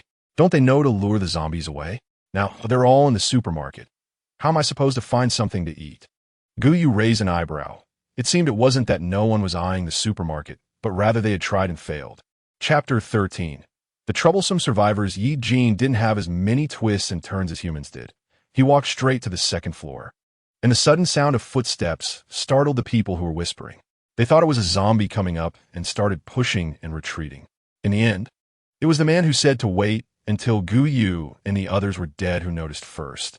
He cleared his throat and grabbed the woman who was complaining and another man dressed like an employee. It's not a zombie. The well-dressed woman clicked her tongue and frowned as she looked towards the stairway. When she saw Ye Jin's tall figure, she fell silent and hid behind the others. The situation became awkward. Guyu didn't care about that. She began to hop around the store, looking for thick, warm clothing. This building had taken a high-end route. The clothing price tags had a long string of zeros behind them. Guyu picked up the largest size and held it against Ye Jin to measure, then nodded in satisfaction. The monster beside her was, if nothing else, a perfect clothes hanger. She believed the face behind that biting device was also good-looking. The first man to react watched Guyu shopping as if it were the apocalypse's beginning, completely oblivious to her surroundings. He scanned the area, hoping to extract some information from her. If he could get in good with them, it would be best. After all, anyone who could escape from so many zombies was not to be underestimated. He automatically ignored Zhao Rui, who was trailing behind, and Guyu, who was picking clothes, thinking that women only depended on strong men. Hello, sir. My name is Zhou Qiang, a security officer. This is Rong Rong and Wang Wu, employees of the building. Now that the apocalypse has come, humans must unite to survive. I wonder if you're interested in teaming up with us? He rambled on, his mouth getting a bit dry as he greedily stared at Ye Jin's tall backpack, which definitely contained a lot of food. Rong Rong impatiently chimed in, Hey, this building belongs to my family. Who told you to take things from my home? Hand over the food. Ye Jin seemed to ignore them, following Guyu as she held up one piece of clothing after another for him to measure. As his favorability increased, Ye Jin was able to control his instincts more. If it had been earlier, he would have torn these annoying humans apart. Zhao Rui didn't speak. She surveyed the people present, quickly analyzing who was in charge. She wanted to curry favor with the seemingly wealthy Rong Rong, so she frowned and shouted, Are you deaf? I told you to hand over the food. Can't you see I'm starving? Perhaps it was Ye Jin's indifference that made her angry. She stepped forward and grabbed Ye Jin's arm, her long nails digging into his flesh. Ye Jin could no longer suppress his disgust and grabbed Rong Rong by the neck, lifting her high. The people around them stepped back in fear as they watched Ye Jin suddenly resort to violence. Seeing Rong Rong's face begin to pale, Guyu finally spoke slowly. Let her go, Gaga. Her foot hurts a lot. Ye Jin's fingers twitched. He had originally intended to kill this human, but it seemed she was feeling unwell. He released her, and Rong Rong fell to the ground with a loud thud, clearly having fallen hard. In just a short while, Guyu had already selected several lightweight yet warm jackets. Guyu unconsciously averted her gaze, her ears filled with the sound of her own heartbeat. Hearing the commotion outside, the people's ears perked up. Due to the murderous aura emanating from Ye Jin, they dared not approach, and they also had high-neck wool sweaters, wool socks, gloves, and scarves. They stuffed Ye Jin's backpack full to the brim, unable to fit anything else. Suddenly, Ye Jin pulled Guyu over and pressed her down onto a nearby sofa, taking off her shoes and socks. The originally fair tops of her feet were now swollen and red, a shocking sight. Feeling embarrassed to be treated like this in front of so many people, Guyu shrank back, but Ye Jin's strength was too great, and she could only go along with him. Guyu turned Ye Jin's face towards her, the cold biting device feeling icy against her skin. The temperature had begun to drop slowly. Ye Jin obediently turned his head to meet her gaze through the sunglasses. Ding. Favorability 3, current strategy value 26,100 thump. Thump. The surroundings swayed. As Guyu hung onto Ye Jin and walked outside, she suddenly noticed that the sky had begun to darken. The combat power of zombies during the day and at night is completely on different levels. The later it gets, the more excited they become. Gaga, don't go. It's getting dark. It might be the attraction humans have for zombies that draws the surrounding zombies closer to the building. Looking down from the window, the color of the tiles in front of the building is no longer visible. All that can be seen are the dark heads of zombies. A woman named Rong Rong clicked her tongue and quietly complained, blaming them for dawdling. Otherwise, they would have escaped by now. Her companions did not respond this time, instead carefully watching Ye Jin's expression. This made the spoiled Rong Rong even less pleased. She vented her anger on her companions, cursing them as bootlickers and cowards. The faces of the two men began to darken, but Rong Rong didn't notice at all. Guyu glanced down and could see a corner of the building's entrance from this angle. Earlier, Ye Jin had kicked down one of the doors, and now zombies were crowding at that broken entrance, completely blocking the door and isolating the zombies outside. The second floor was also not safe, so Guyu decided to go up to the rooftop. Seeing Guyu move, the others quickly followed behind them to the top floor. On the way, they encountered a few zombies, but before they could get close, Ye Jin smashed their heads with a punch, watching the ground covered in red and white. They were even more determined to stay close behind Ye Jin. The sun set below the horizon, and the building was shrouded in darkness, with only the emergency lights emitting a faint green glow. The fourth floor of the building was in disarray, with pots, bowls, and dishes scattered everywhere. A half-eaten pot sat carelessly on the table, with its ingredients starting to rot, emitting a pungent smell. They found a store that looked less dilapidated and slightly cleaner. Chapter 14. moral kidnapping. Ye Jin dragged 2 or 3 sofas to block the shop's entrance to prevent any wandering zombies from stumbling in at night. They each found a place to sit, with Guyu occupying the largest sofa. She propped her increasingly swollen foot on the sofa. With everyone watching, she couldn't take out medicine from her space and had to endure the pain. The huge backpack sat next to the sofa, and Ye Jin stood stiffly in front of Guyu. Finally settled down, Guyu sighed as her stomach began to protest. The last meal was at a convenience store, and by now had almost completely digested. Gaga, I'm hungry.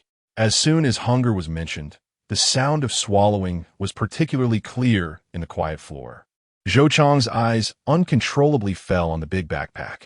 Guyu scanned the area and noticed there was gas in the kitchen. She bounced into the kitchen, and Ye Jin followed closely behind her, taking advantage of Ye Jin's size for cover. She stuffed 3 or 4 gas tanks and a gas stove into the already limited space. She wasn't too sure if Ye Jin needed food. During their time together, she had never seen him express hunger. She pulled out 3 bags of instant noodles from her backpack, and an enticing aroma wafted out. The old pickled cabbage had been a slow-moving product before the apocalypse, but now it caught the attention of several people.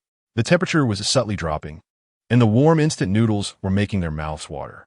Zhao Rui also wanted to eat, but didn't speak up first. Instead, she observed the other 3. Zhou Qiang nudged Wang Wu's arm and gestured towards Rongrong, and Wang Wu immediately understood. He sighed, the instant noodles smell really good. We haven't eaten in days.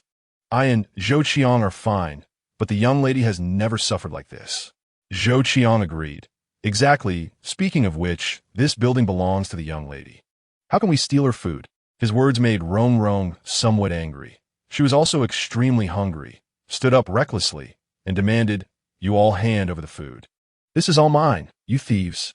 The pot was bubbling with steaming hot air, obscuring Guyu's face. The supermarket is right below. You can go get it yourself. I bought this. Is this enough money? Guyu patted her pocket and took out a wad of cash, placing it on the table. She knew that surviving in the apocalypse wasn't just about herself. She had only taken half of the supplies from the supermarket, leaving the rest for those who came after. As for the supermarket belonging to Rongrong, she would just pay for it, treating it as if she had bought these things. Rongrong probably didn't expect Guyu to handle the situation so calmly, effectively shutting her up. Zhou Qiang saw that Rongrong was at a disadvantage and walked over with a flattering smile. Miss, you misunderstand. Rongrong didn't mean it that way. She asked just straightforward.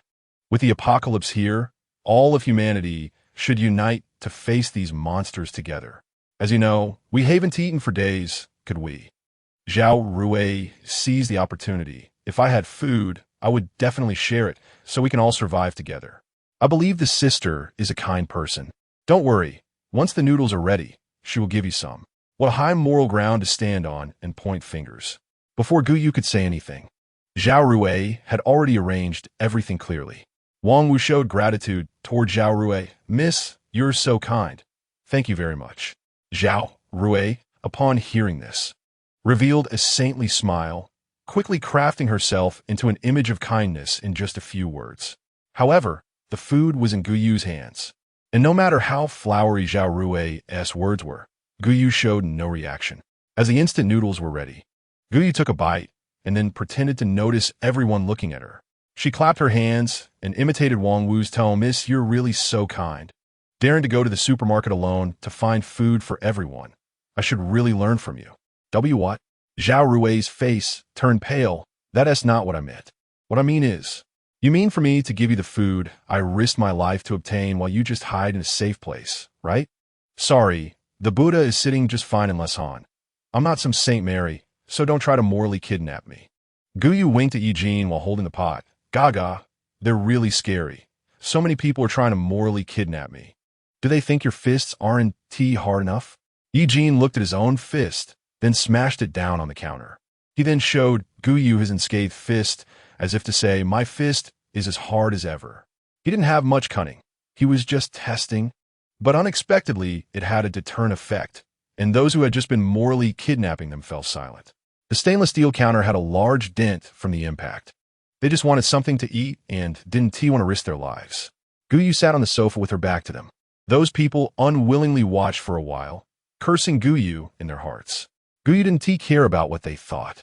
She took a big bite of the fragrant instant noodles and then realized Ye Jin was still beside her. She pushed the pot towards Ye Jin. Gaga. Can you eat this? Ye Jin had a bite guard on his head, with gaps so small that he could only get food through them. After his favorability reached 20, Ye Jin understood what Guyu meant. He looked at the pot and nodded. Guyu felt around the bite guard and found no connection points. This indicated that the device was welded directly onto Ye Jin's head, with rough steel leaving blood marks on his skin. The bridge of his nose already had scars. At this moment, Guyu held Ye Jin's bite guard with a hint of pity in her eyes. She had never imagined that a game character she created would turn into a living person. Beep. Favorability 5, current 31100. Ye Jin can no longer eat noodles. Guyu cannot randomly stuff food into the bite-proof device like feeding livestock. She pretended to rummage in her backpack, taking out milk from her space, and carefully bringing the straw to Ye Jin's lips through the gap in the device. Open your mouth. This is milk, you can drink it. This big dog had suffered outside, eating fallen leaves and gnawing on stones when hungry, not even knowing what was edible. Chapter 15. Humans really smell good listening to Guyu's gentle voice. Ye Jin slightly opened his mouth and took the straw in his mouth. His nostrils twitched.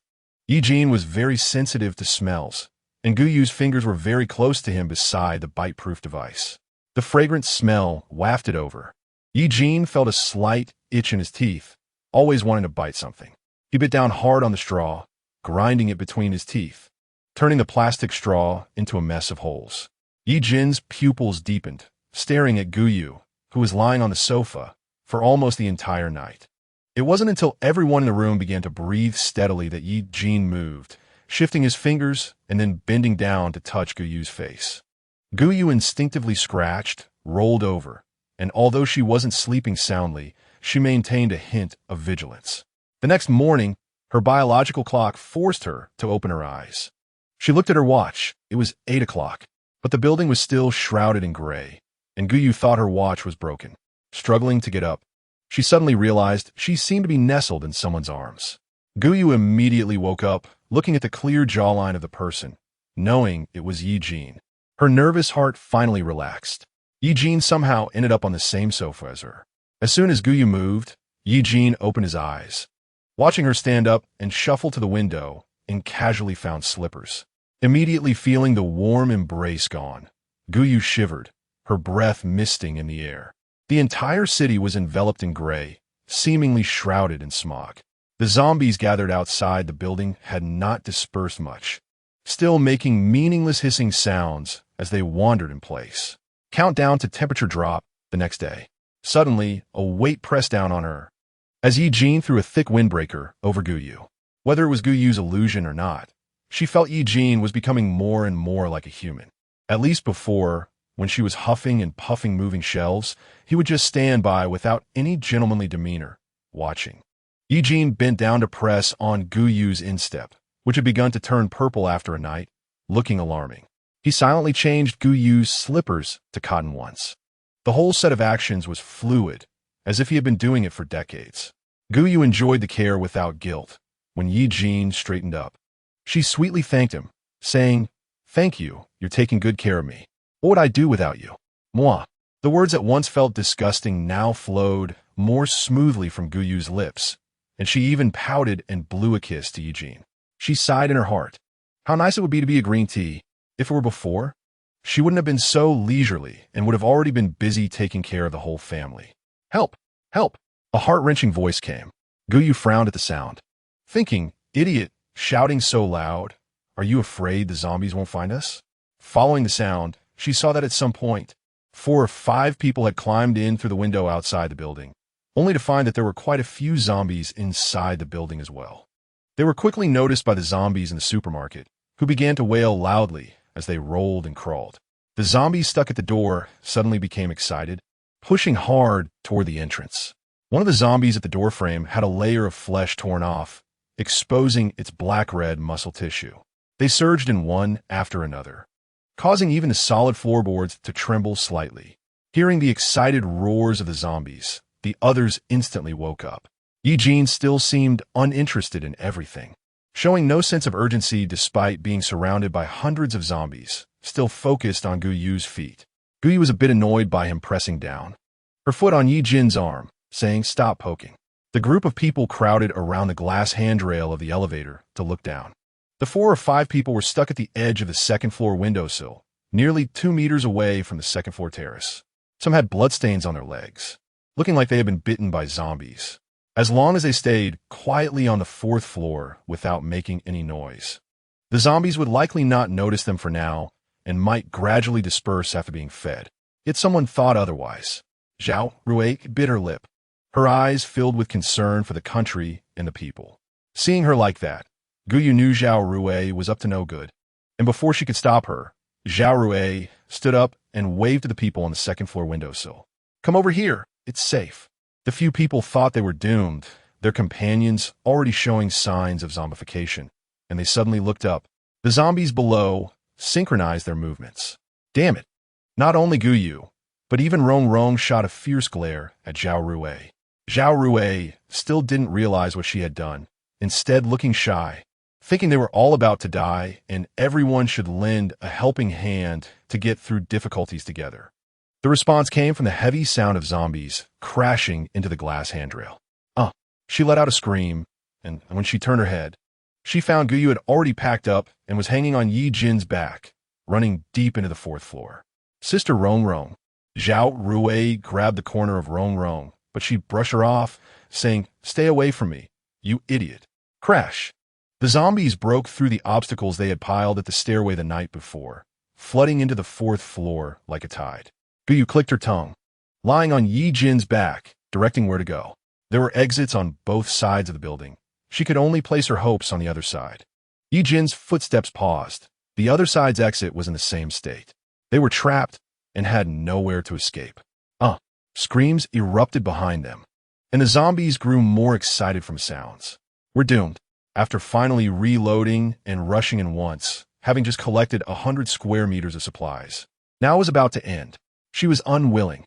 Guyu weakly hooked her arms around Ye Jin's neck, suddenly noticing Ye Jin had been looking up at the ceiling. Following Ye Jin's gaze, above them was a piece of ancient stained glass. The zombies had charged to within 10 meters of them, and in the enclosed space, Guyu could clearly smell their strong stench of decay. Ye Jin patted Guyu's thigh, signaling her to hold on tight, then took 2 steps back and began to run. He placed 1 foot on the railing, and below was more than 10 meters to the ground. Guyu felt a wave of dizziness, and her legs instinctively tightened around Ye Jin's waist.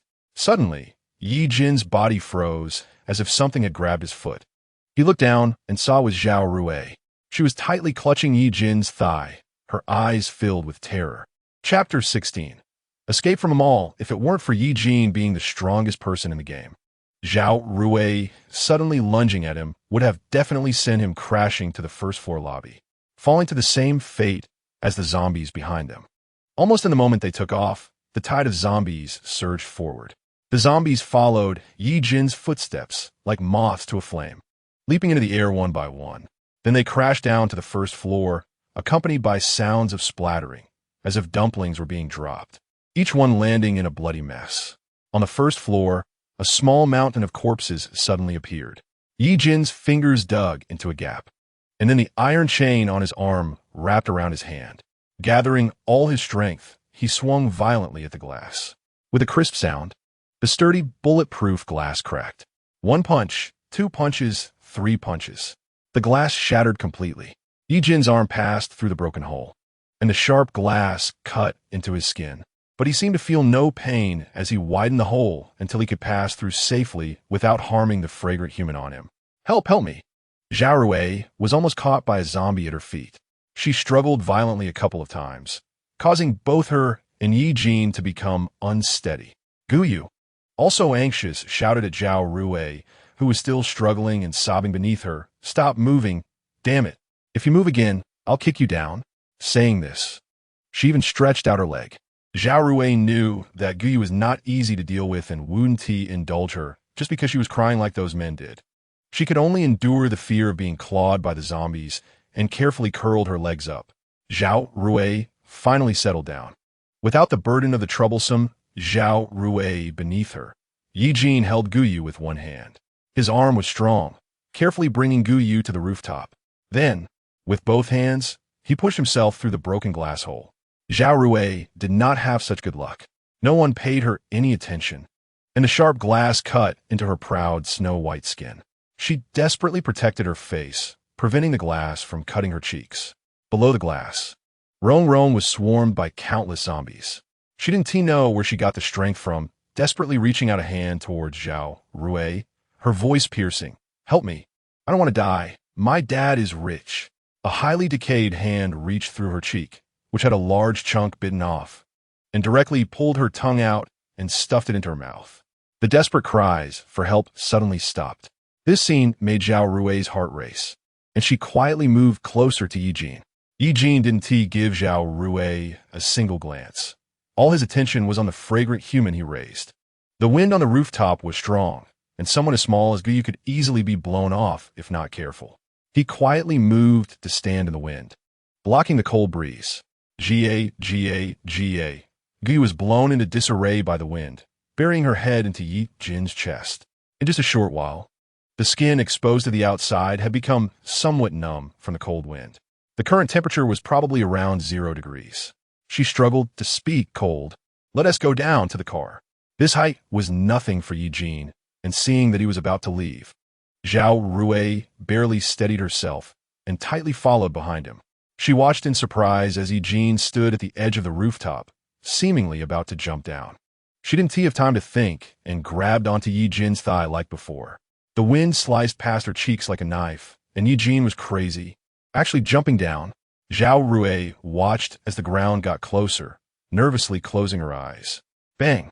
Ye Jin landed steadily on the ground, looking down at the fragrant human in his arms, who was unharmed and had no injuries. The sound came from Zhao Rui. She landed on the ground almost without any cushioning. Although most of her weight was supported by Ye Jin, her ankle still twisted painfully. It was a bit difficult to stand up. She worried that Guyu wouldn't take her along because of her injury and could only force herself to appear calm. "Sister, your brother is really nice to you, unlike me, who can only work hard not to cause trouble for him."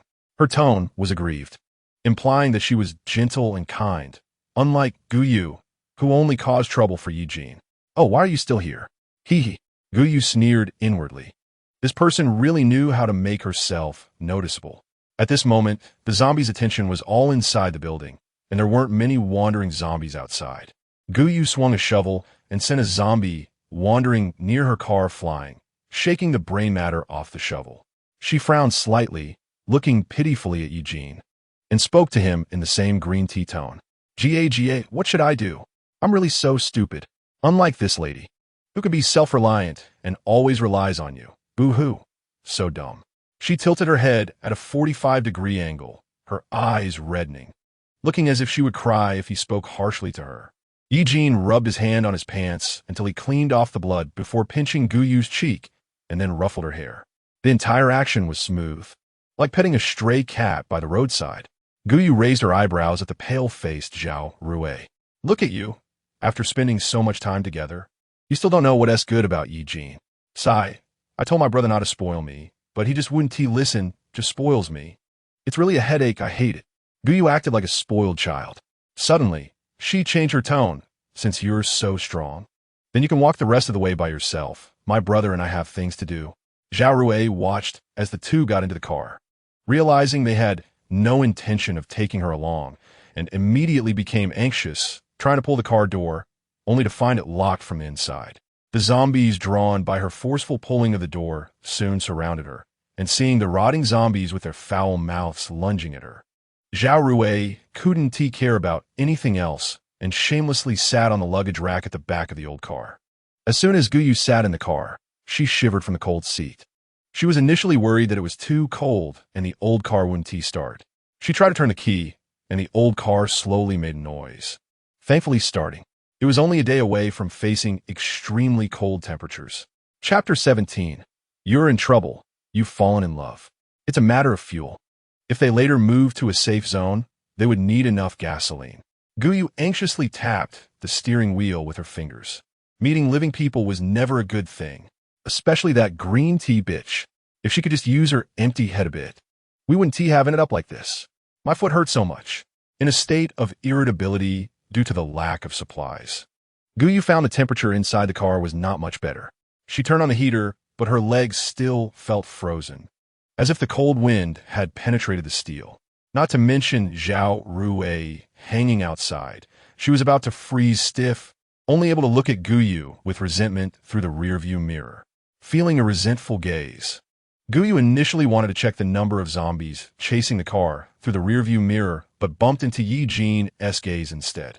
Guyu always directly exposed her nature, indirectly reminding her of her green tea attributes.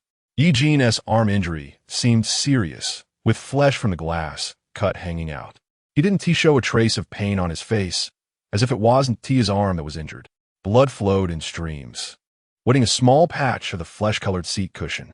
Guyu felt a strong sense of empathy. Her own arm began to ache slightly. She couldn't just watch Ye Jin bleed, especially since he had saved her before. Distracted, Guyu took out bandages and hemostatic powder from her supplies. She sprinkled the powder liberally on the wound. Ye Jin's right arm was injured, and since he didn't understand how to cooperate, Guyu had to lean over, almost pressing her whole body onto him, bending over to bandage Ye Jin. While wrapping the bandage, she secretly observed Ye Jin's expression and clumsily tied a bow with the bandage. To take revenge for Ye Jin's lack of cooperation, Guyu slapped the skin next to his wound. All done. See how much I care about you? Look at you, so fierce. Who else would care for you like this besides me? If I were you, I'd definitely feel a rising fondness for a woman who cares for me so much. Guyu was dissatisfied that her affection level was rising too slowly. After such a long time, she had only slowly progressed to level 31. At this rate, it would take forever to successfully win over her target. She began to try with Ye Jin, constantly reminding herself how much she loved him and how important he was. Suddenly, Guyu realized a problem. Despite her hard work in pursuing him, she hadn't received any rewards. The only spatial attribute had to be obtained by herself by killing zombies. Wasn't this a thankless effort? Could there be some hidden rewards at the end? Guyu's mind was racing. She sneakily observed Ye Jin through the rearview mirror, feeling the gaze of a fragrant human. Ye Jin seemed to dislike that he couldn't see clearly through his sunglasses. He shook his head and tossed the sunglasses aside, revealing misty white eyes that seriously focused on Guyu. For some reason, this gave Guyu a feeling of deep affection. Her heart raced, and her heartbeat quickened as she made eye contact with Ye Jin, reminiscent of the fast pace from when she was escaping earlier. Ding dong, affection level 1. Current pursuit value 32100. You are doomed, you have fallen in love. The originally broken radio inexplicably started playing music. Guyu slapped it hard. But the radio not only didn't stop, it began playing various love songs, making Guyu feel a mix of anger and embarrassment. While paying attention to the road ahead, she kicked the radio hard. The radio continued to play, and Guyu forgot about her injured foot, causing her to wince in pain. Damn!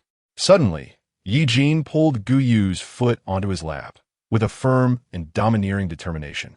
He leaned down, seriously examining the fragrant wound, which was now purple and swollen.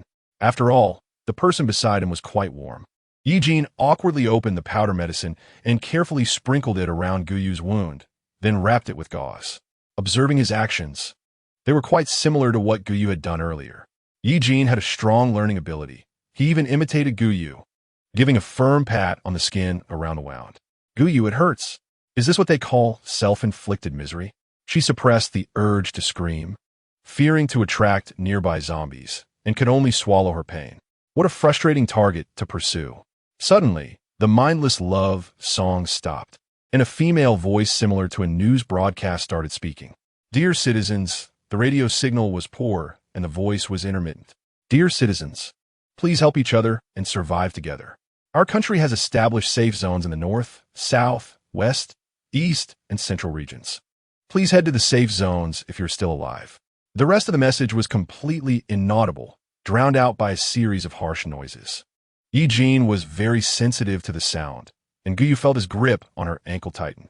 She immediately slapped the radio hard. During the zombie crisis, our country responded very swiftly, establishing 4 large safe zones as quickly as possible, and each city or town also had its own small safe zones. Guyu and her group had driven to the nearest eastern safe zone after hearing this news. This place was almost identical to the setup in Guyu's game. By the late stages of the game, various creatures began to mutate, animals and plants.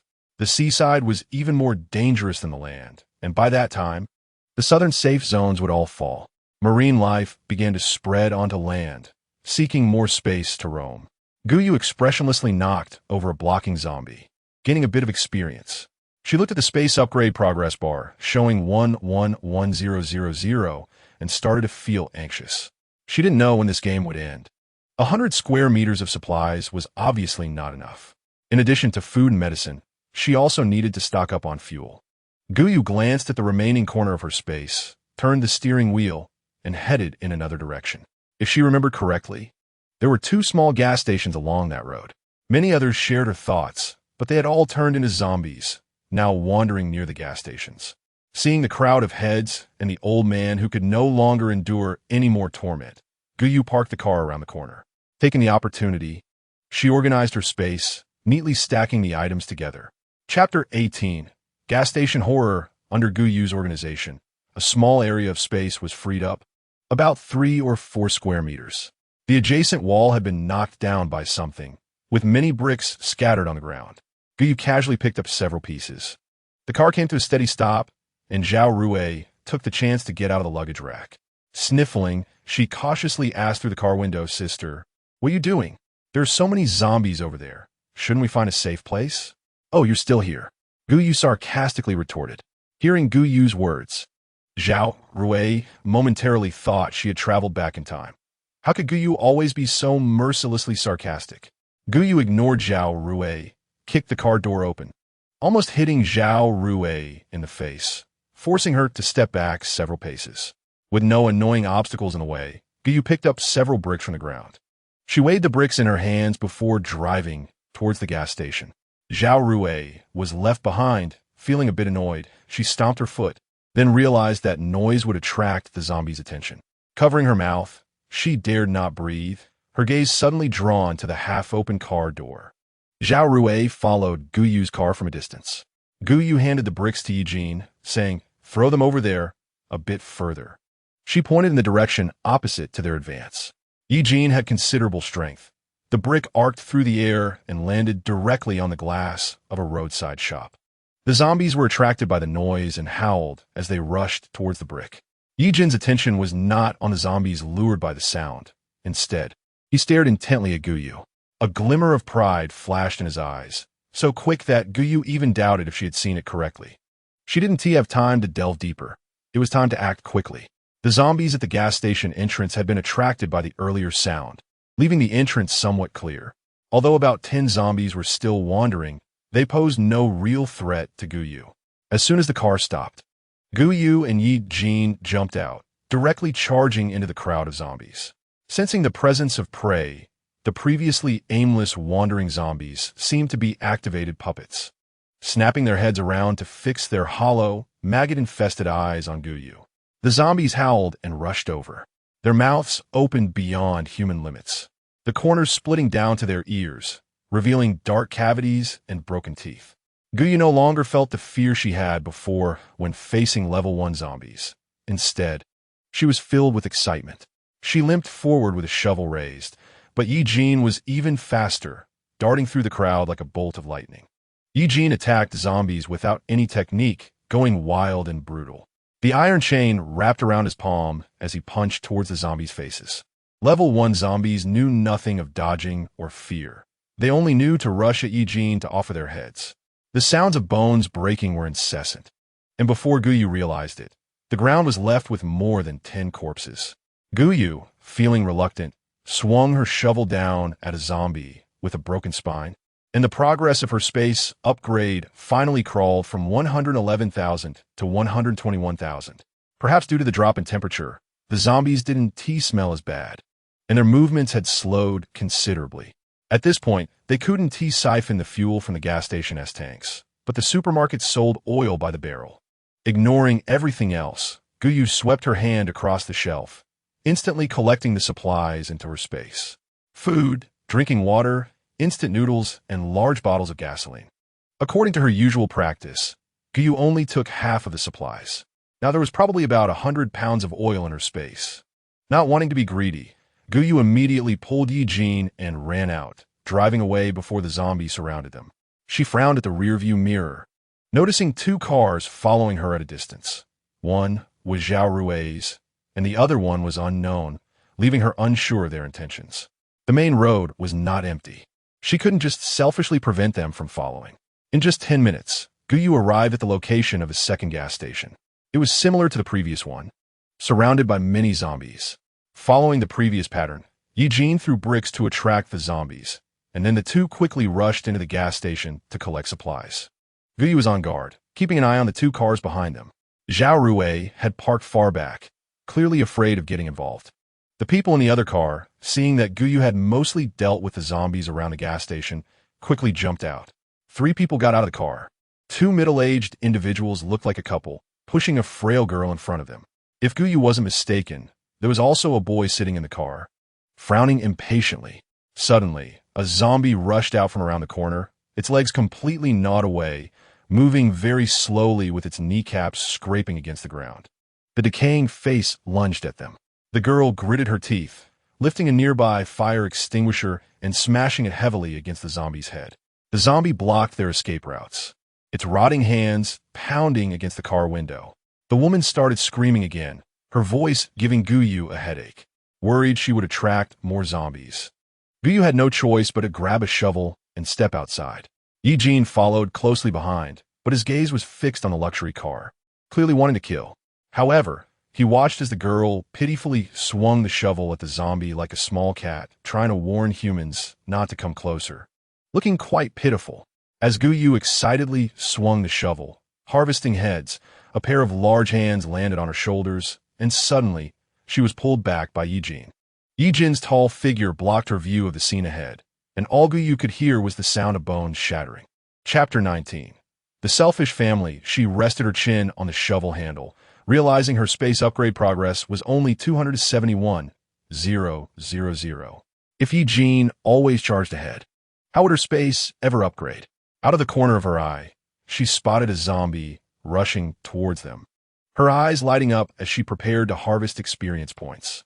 Suddenly, the trembling girl found some courage from somewhere and charged forward. She hit the zombie's head again and again, and if one ignored her still shaking hands, she had a fierceness reminiscent of Gyu. Are you okay? The girl knew that this sister and brother had saved her, and despite her fear, she still stood protectively behind Gyu. Sister, don't be afraid. I will protect you. Gyu looked at the girl, whose legs were practically shaking like a sieve, yet she was claiming to protect her. It was quite amusing. Since the apocalypse began, she hadn't encountered a good person. The zombies growling stopped nearby. It seemed Ye Jin had dealt with all of them. The family that had been focused on escaping was now sitting in their car, watching Gyu and Ye Jin clear out the surrounding zombies. Instead of being grateful for their lives being saved, the woman frowned and complained. This is too slow. My son is hungry. At this rate, when will they get my precious son something to eat?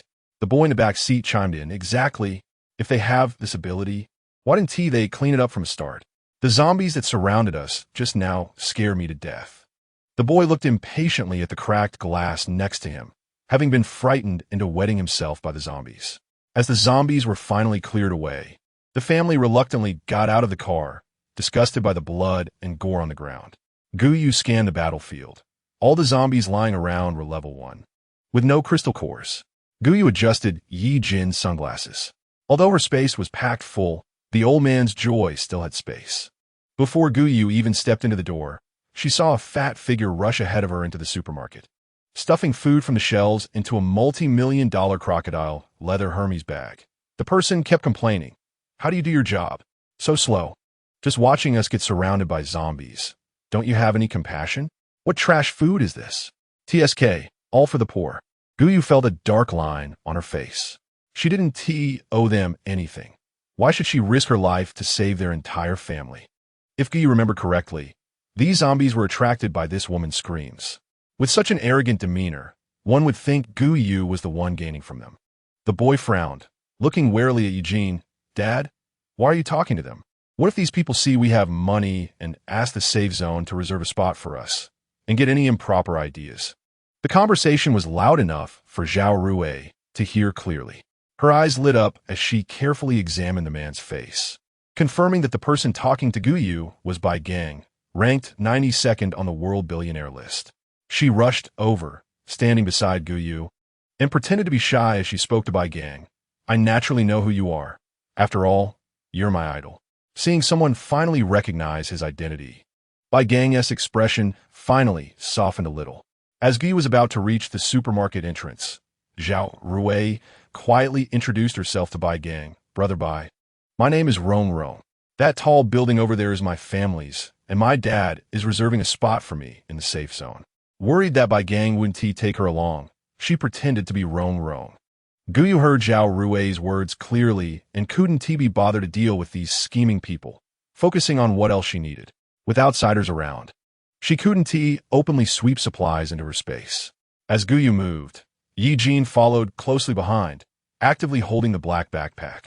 Seeing the strongest fighter Ye Jin about to leave, the previously disdainful boy glanced anxiously at Bai Gang, but Bai Gang was completely captivated by sweet-talking Zhao Rui, ignoring his son.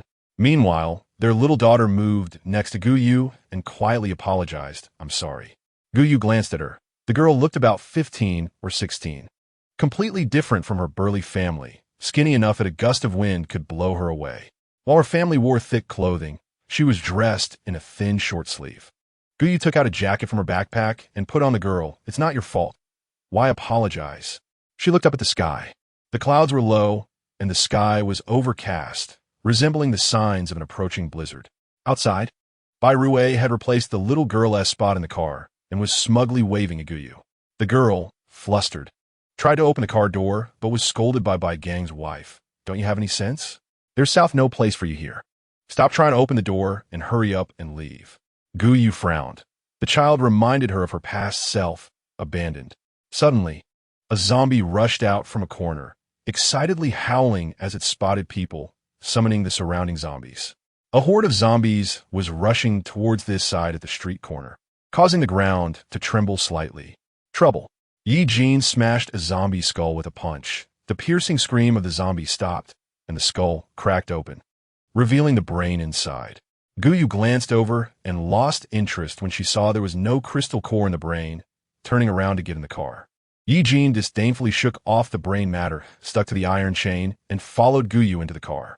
The child looked around helplessly, and seeing both cars about to leave, she mustered her courage and chased after Guyu, crying out, "Sister, let me get in the car. I'm small and won't take up space." Guyu couldn't bear to turn the child away, so she made space for her. The child quickly squeezed in, occupying just a small corner in the back seat. Chapter 20.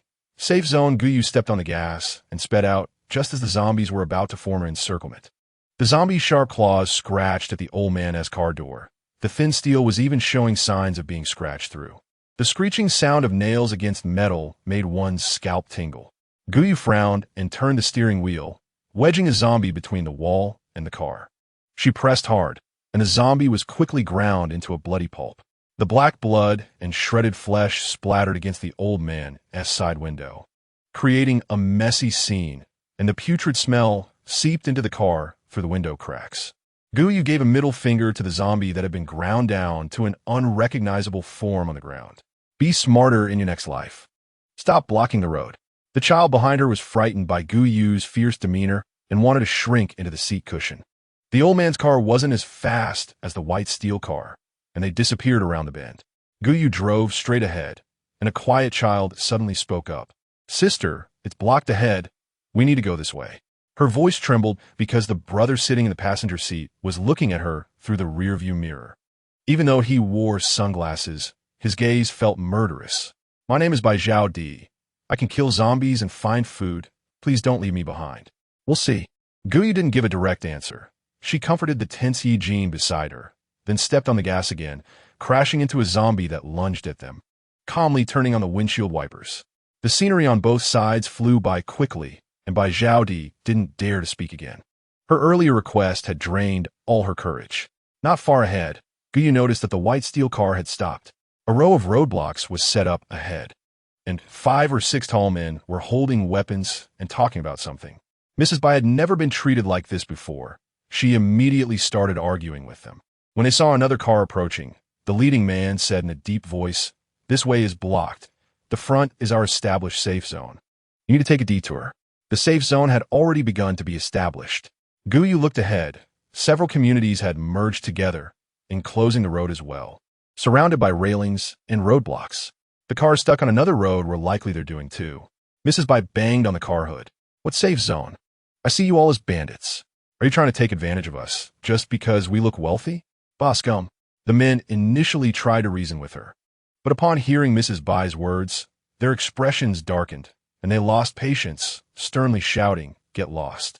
Guyu got out of the car, and the men turned their anger towards her. "Didn't you hear? Get lost."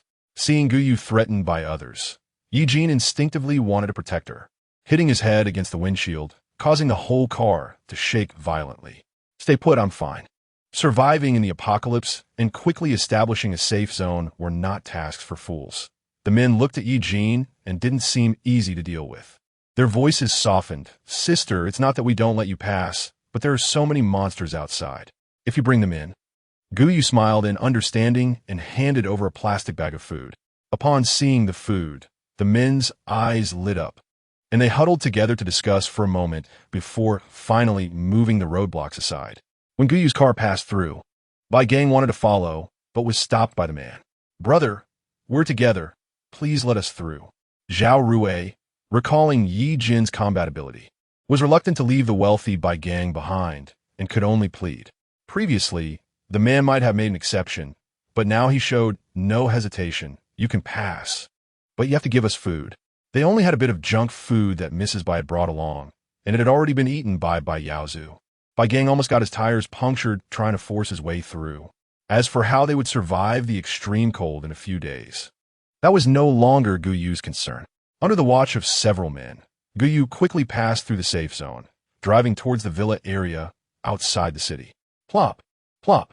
Large raindrops hammered against the car window. This downpour came quickly and heavily, causing the old car to sway left and right. Guyu didn't dare to stop. The rain hitting the ground froze instantly. The temperature had already dropped below zero. The wipers worked hard, but Guyu could barely see the scene ahead, relying on instinct to navigate. Her heart was always in her throat, but seeing Ye Jin sitting steadily beside her eased her worries. The game's ultimate weapon was right next to her. What was there to be afraid of? Noticing Guyu's gaze, Ye Jin reached out, wanted to check her injured foot, but Guyu kicked her away. She needed to focus. Ye Jin wasn't angry. After being rejected, she sat up straight in her seat. Bang! A loud noise. Guyu instinctively looked up, but Ye Jin made no move, indicating it wasn't a monster. Bai Caodi, who had been quiet in the back seat, spoke softly. "It's getting bigger." Guyu squinted at the front, a misty scene obscuring her view. How could Bai Zhaodi see clearly? Did she awaken his skill too? She nodded. "We're almost there." Ahead, she could already see the outline of the row of villas. The sound of hail continued. The car roof was pockmarked with dents, especially the front windshield, which had shattered into a spiderweb pattern. The wheels moved increasingly sluggishly. The heavy rain mixed with hail fell, and the water froze upon hitting the ground. If the speed slowed down even a bit, the wheels would freeze too. Finally, they rushed into the yard just as the old car's battery was about to die. The villa area was elevated, and the water level hadn't reached them yet. "Quick, get inside." Guyu tore off the seat cushions and held them over Ye Jin and Bai Zhaodi's heads. The three rushed into the house as fast as they could. The short distance of 3 to 4 meters felt painfully harsh. Guyu and Ye Jin were fine, both wearing waterproof jackets, while Bai Zhaodi looked like a wilted cabbage after being drenched in the rain. The cold air inside the house made her shiver uncontrollably. She sighed, feeling as if she had inexplicably taken care of 2 children. Hearing Guyu sigh, Bai Zhaodi thought she was being a nuisance and spoke softly. Chapter 21. Don't bite me, sister. Don't eat much. You don't have to worry about me. Just give me a place to stay. Guyu looked seriously at Bai Zhaodi. Have you thought this through? If you follow me, even if you see your parents in the future, you won't be able to acknowledge them. She deliberately made it sound serious, wanting to see the child's reaction. I won't acknowledge them. Bai Zhaodi wiped her teary eyes. They've abandoned me several times. Bai Yaozu is their child. I am not. Suddenly, it went dark in front of her as a bath towel fell from the sky, covering her completely.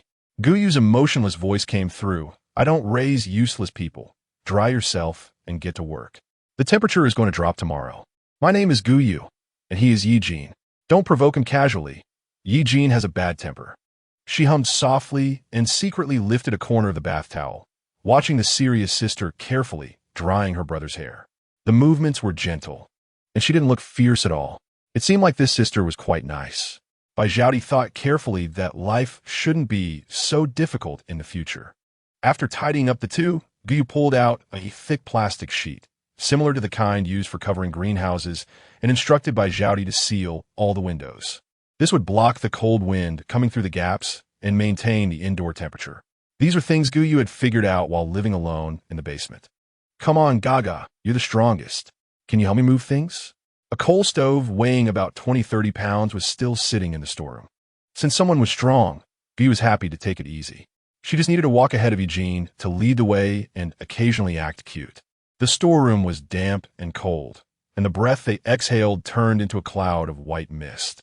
Before long, condensation formed and stuck to the fabric near her collar. The entire collar was damp. Guyu rummaged through the items inside, looking for things that could keep her warm: a car cover, the coal stove, some random pieces of wood, and the book she had bought earlier. Currently, fuel was the most scarce. Without electricity, they could only rely on burning these items for heat. Guyu gathered everything that could be used. She didn't plan to come down when the weather got colder. She intended to spend the next month on the second floor. The master bedroom on the second floor was in the middle of all the rooms, neither too big nor too small. Before long, a small mountain of items had piled up in the storeroom. Guyu packed these things up and looked at Ye Jin with her slightly cold cheeks. Gaga, these things are so heavy. Luckily, I have you to help. Otherwise, I wouldn't know how to get them to the second floor. Ye Jin lifted a large pile of items that Guyu had organized with one hand and even reached up to hook her collar, keeping her close by his side and not letting her stray too far. If Guyu disobeyed and deliberately walked a few steps ahead, Ye Jin would emit a low growl from his throat as a threat. This tactic might have frightened Guyu before, but now she wasn't scared at all. She pondered how a green tea, a type of person who pretends to be innocent, would act, and then pretended to clutch her heart. Oh, Gaga, you really scared me. You can't do that anymore. If I get scared and you get wet again, who will dry your hair? Her fragrant hands were soft and sweet. Ye Jin ground his teeth, wanting to take a bite. He moved his nostrils. The bite block stuck on his face shifted slightly, rubbing against a small patch of skin on his nose. The rough bite block seemed to threaten to break the skin. Ye Jin didn't mind the pain. He forcefully pulled Guyu's slender waist into his embrace. Guyu found herself completely enveloped in Ye Jin's arms, with no space between their bodies. This position forced Guyu to lift her head, and she reached up to touch the cold bite block. How uncomfortable it must be to wear this. I'll help you take it off, but you can't bite me afterward, you know? Guyu thought that this could be an important step to gain his favor. Ye Jin was uncomfortable wearing this thing, and if she helped him take it off, he wouldn't know how to thank her. As she imagined her favorability rising rapidly, Guyu almost couldn't help but laugh out loud. She picked up an angle grinder nearby and eagerly took Ye Jin's hand, pulling him into the bathroom. A wet towel was pressed against Ye Jin's face, and Guyu carefully shoved the damp towel into the gap of the bite block. The person who had fitted the bite block for Ye Jin was truly insane. They had only left a small gap for him, making it somewhat difficult to shove a wet towel inside. Guyu cursed silently in her heart, becoming more cautious, leaving only a small opening for Ye Jin to breathe. Don't be scared, it will get a bit loud in a moment. Worried that Ye Jin might resist, Guyu half forced him to raise his hands and tie them to the radiator, tying a secure knot. She pulled on hard to confirm that the knot was tight enough before she was satisfied and turned on the angle grinder. The buzzing sound grew closer, and Ye Jin's body swayed a few times, reminding him of the feeling of being strapped to an experimental bed while being held down for experiments. It felt as if a cold scalpel would cut open his skin at any moment. He frowned and suppressed the urge to resist. The knot binding him was weak. With just a bit of effort, he could break free. Not to mention a small knot, Ye Jin could even break the radiator. However, that would hurt the fragile human. Sensing Ye Jin's unease, Guyu gently stroked his buzz cut. It's okay, Gaga. It will be fine soon. Those hands seemed to have magic, and Ye Jin stopped struggling. As the angle grinder touched the steel, sparks flew, and the entire bite block trembled slightly. Guyu squinted and sped up. Soon, the four main steel rods were ground through.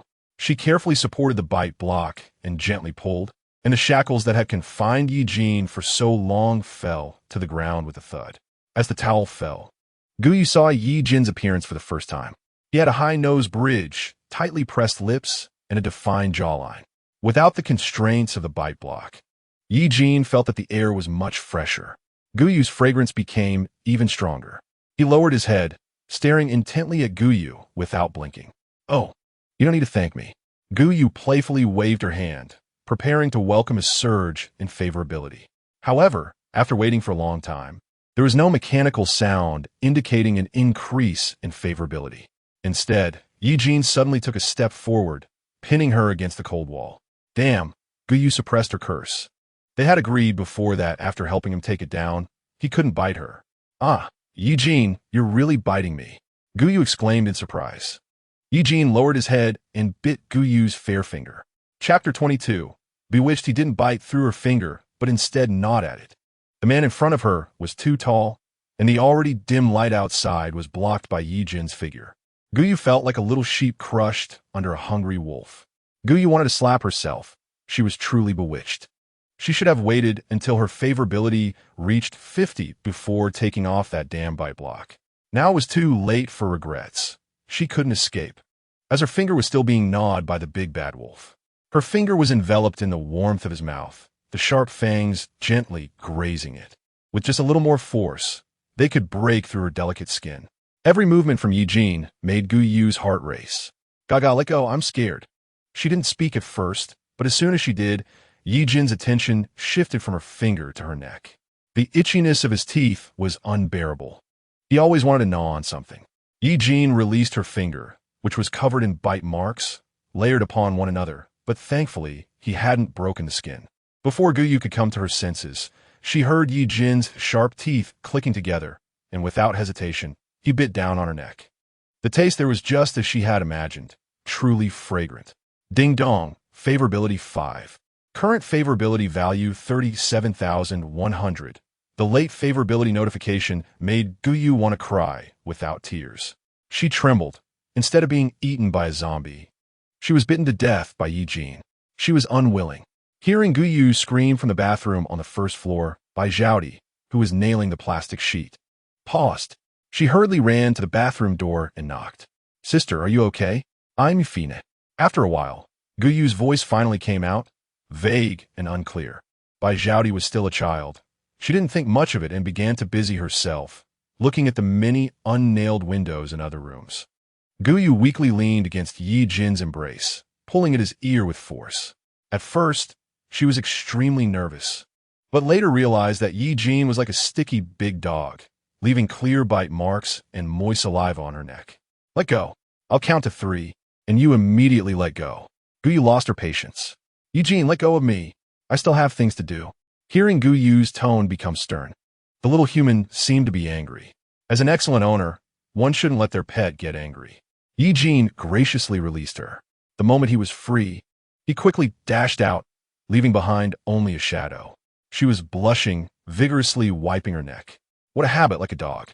From the second floor to ceiling windows, the entire city was shrouded in a curtain of rain, and the heavy downpour showed no signs of stopping. Water droplets fell on the glass, quickly freezing into clusters of ice flowers. The slow-moving zombies were also frozen. The humans hiding in the house seemed to see hope, arming themselves and cautiously stepping out to search for supplies. Some went to the supermarket for resources, while others simply entered their neighbors' homes. It seemed that someone had formed a group in the villa area, led by a man who came out of Grandma Wang's house. About 10 sturdy men gathered at the door, talking about something, then quickly dispersed. A younger man curiously observed a zombie whose legs were frozen to the ice. The zombie seemed to be frozen into an ice sculpture. Even with humans so close, it showed no reaction. The man felt a bit pleased and wanted to share the news with those behind him, but suddenly felt a chill at his neck. As the zombie's hands wrapped around his throat, its cold teeth piercing through warm flesh. In the apocalypse, humans were more terrifying than zombies. The villa was instantly plunged into darkness. Bai Zhaodi was quick with her hands and feet, having armed all the windows in the villa, with the plastic sheets blocking them. The temperature inside the house didn't drop noticeably. Guyu worried that someone might break in while they were unprepared and pointed at Ye Jin, who had just come out of the bathroom, saying, "You move the sofa to block the door." Bai Zhaodi was so frightened that she hid behind the refrigerator, feeling scared of the big brother who looked intimidating, wondering how her sister dared to speak to him like that. Instantly, Bai Zhaodi looked at Guyu with admiration. Facing the clawing little wild cat that hadn't been weaned, Ye Jin showed great indulgence. He dragged the solid wood sofa to block the villa's entrance and piled the long power-off refrigerator on top of it. He also blocked the balcony door on the first floor with a bookshelf. Seeing that there was no way for anyone to enter on the first floor, she then clapped her hands, signaling the two behind her to follow her into the master bedroom. The master bedroom had also been tidied up by Guyu. The slightly worn-out quilt was nailed to the wall, and a layer of plastic was also placed over the quilt to serve as insulation. The big bed was pushed aside, leaving two soft and comfortable mattresses on the floor. A small coal stove stood in the center of the room. A round hole had been made in the wall, with the flue leading through it to the second room next door. The door to the third room from the master bedroom was open, allowing the smoke from the burning to spread out through that room. This way, even while cooking and heating, they wouldn't attract the attention of others. The thermometer on the wall had already dropped to -10 degrees. This temperature was still acceptable, and while it was still not cold enough to hinder movement, Guyu took the opportunity to pull out a camping tent and thick quilts and clothes from the wardrobe.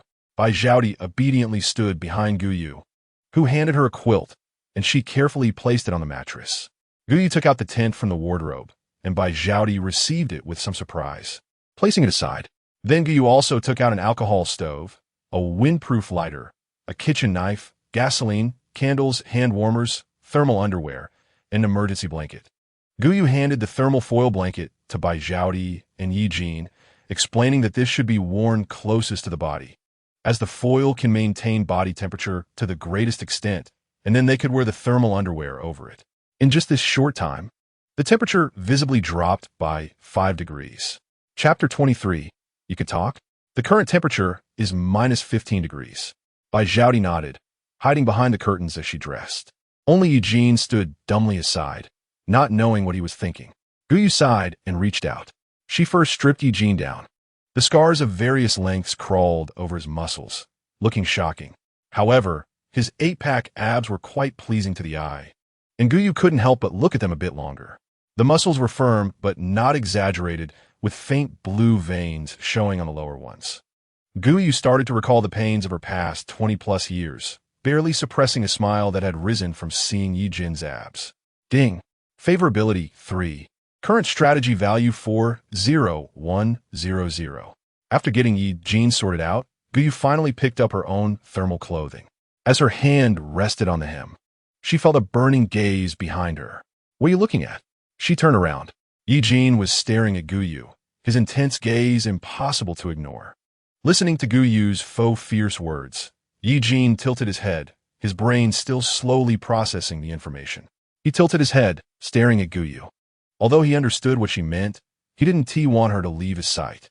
After all, she was so fragile. Without his protection, she couldn't survive in such harsh conditions. The monsters wandering outside were gradually growing stronger, and Ye Jin silently released his pressure, warning the other monsters that this was his territory and forbidding them from approaching. Seeing Ye Jin's firm attitude, Guyu could only start setting up the tent. The tent was placed on the mattress, blocking the cold from the ground as much as possible. Guyu crawled into the tent and winked at Ye Jin, saying, "Don't look, or I'll be shy." Guyu only spoke in such a sticky, cutesy tone when she needed something from Ye Jin. Bai Zhaodi had little presence, gathering the messy supplies in the room, placing wood and books near the window for burning. Ye Jin's gaze followed Bai Zhaodi. Being human, he found her quite annoying. However, as long as Bai Zhaodi didn't make any noise, with Ye Jin's current self-control, he could endure not killing her. Bai Zhaodi was particularly sensitive to the malice of others.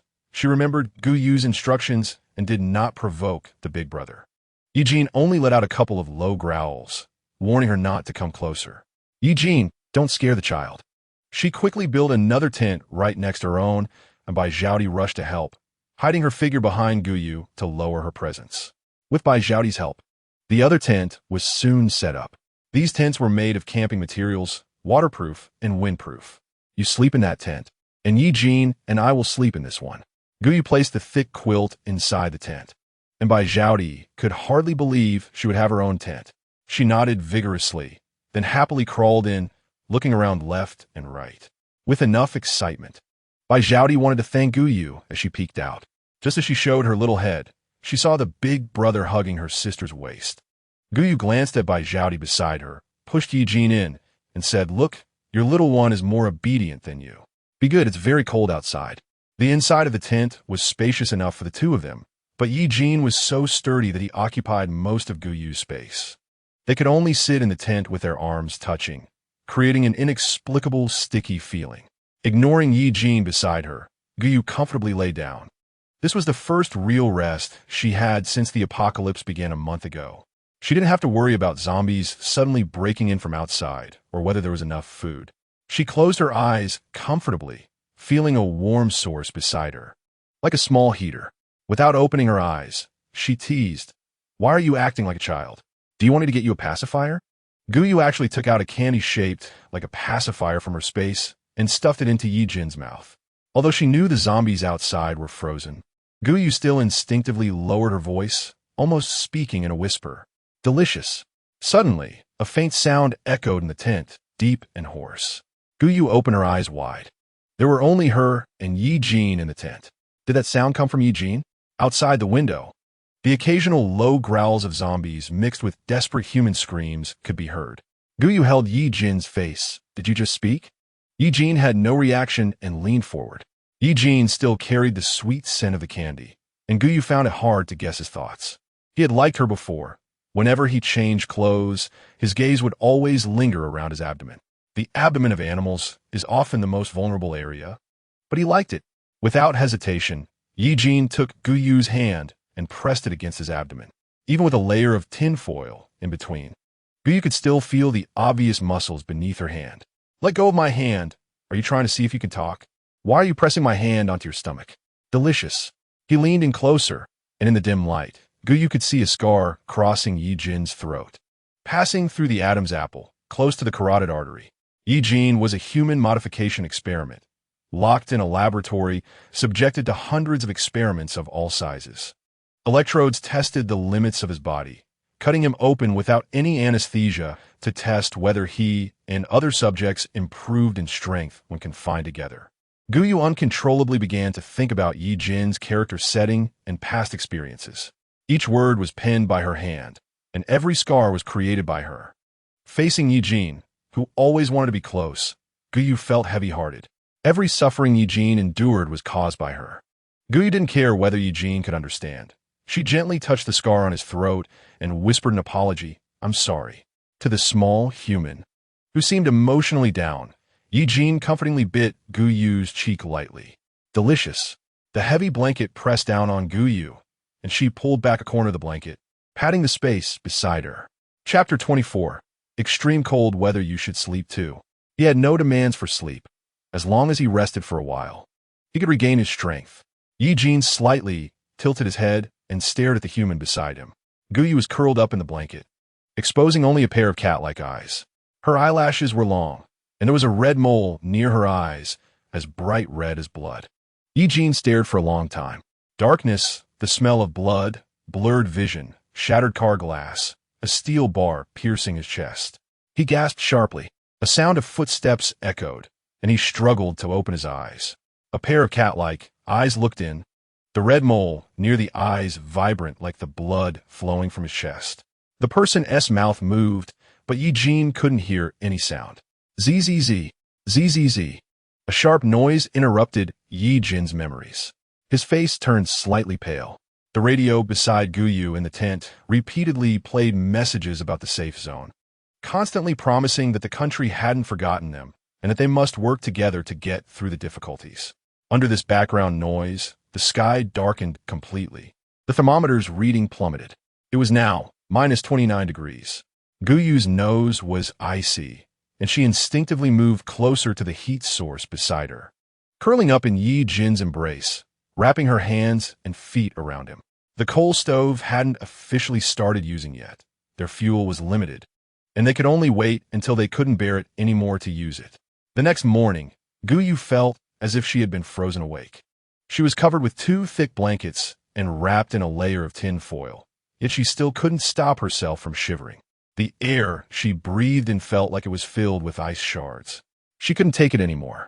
Originally, she thought she could rely on her own strength to endure the extreme cold for a week before starting the stove. But the first day of extreme cold taught Guyu a lesson. She glanced at the temperature of -41 degrees and absolutely didn't want to crawl out of bed. The weather outside was foggy. The rain had stopped at some point, and now the entire city was covered in ice. The heavy rain from yesterday had been so intense that the ice nearly reached the 3rd floor. Fortunately, Guyu's community was situated at a higher elevation, but even so, the windows on the 1st floor were frozen halfway. Just as Guyu poked her head out, she felt a rush of cold air hit her face. At that moment, she hazily thought she was frozen inside a refrigerator. Afraid that the warmth inside would escape, Guyu quickly closed the door.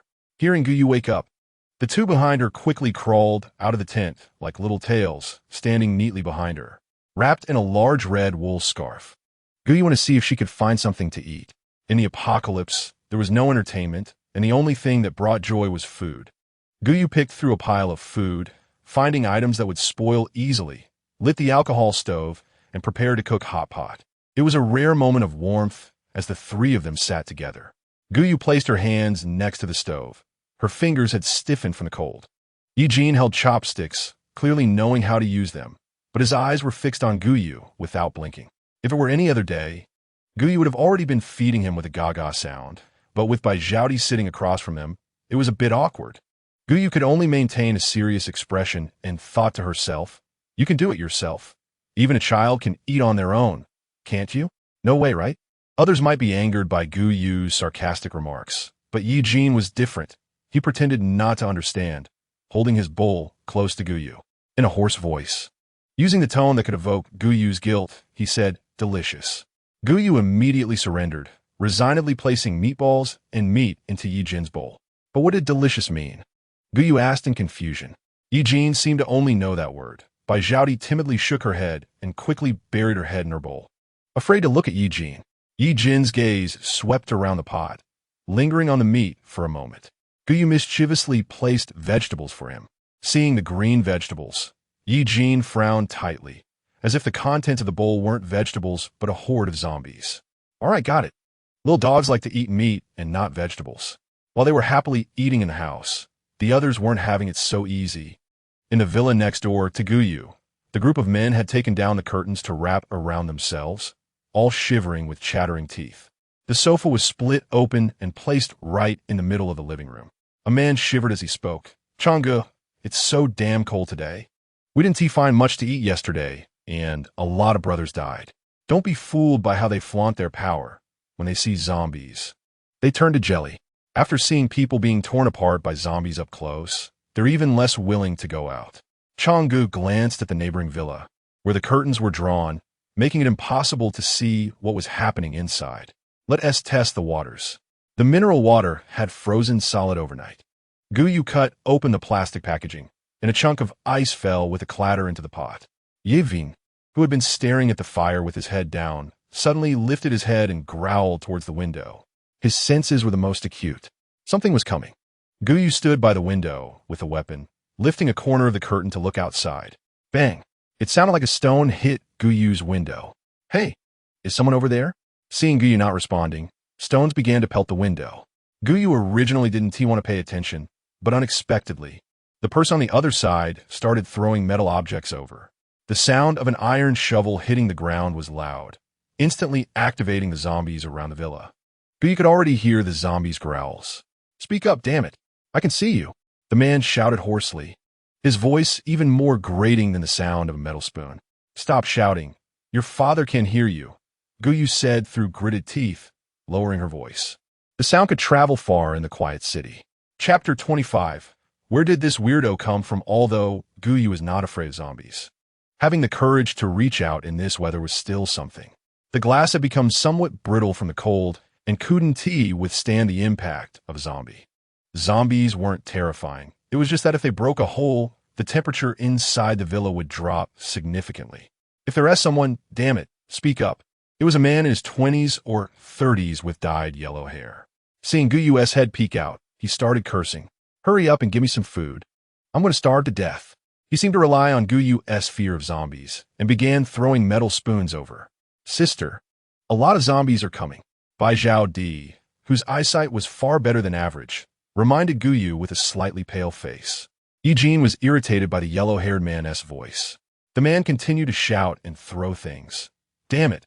Hurry up and give me food, or we'll all die together. I'm not afraid of anything anyway. Guyu clicked her tongue and could only choose a few soon-to-expire loaves of bread, sprinkling them with powdered laxative. The felt a bit heartbroken seeing such precious food being given away. Sister, are you really going to give it to him? Hurry up, what are you dilly-dallying for?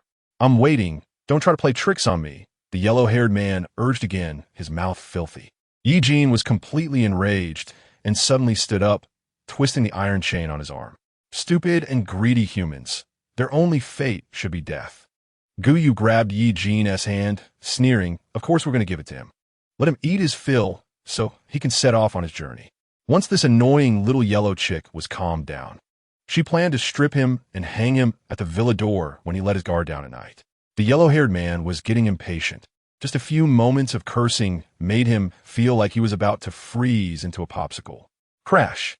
A red plastic bag was thrown into their villa yard. He reached out to grab it and quickly closed the window. Trembling, he opened the plastic bag, and inside was bread, with a beaming face. He presented the bread to Chang'e. Chang'e, you were right. There's just a woman over there, and there's food.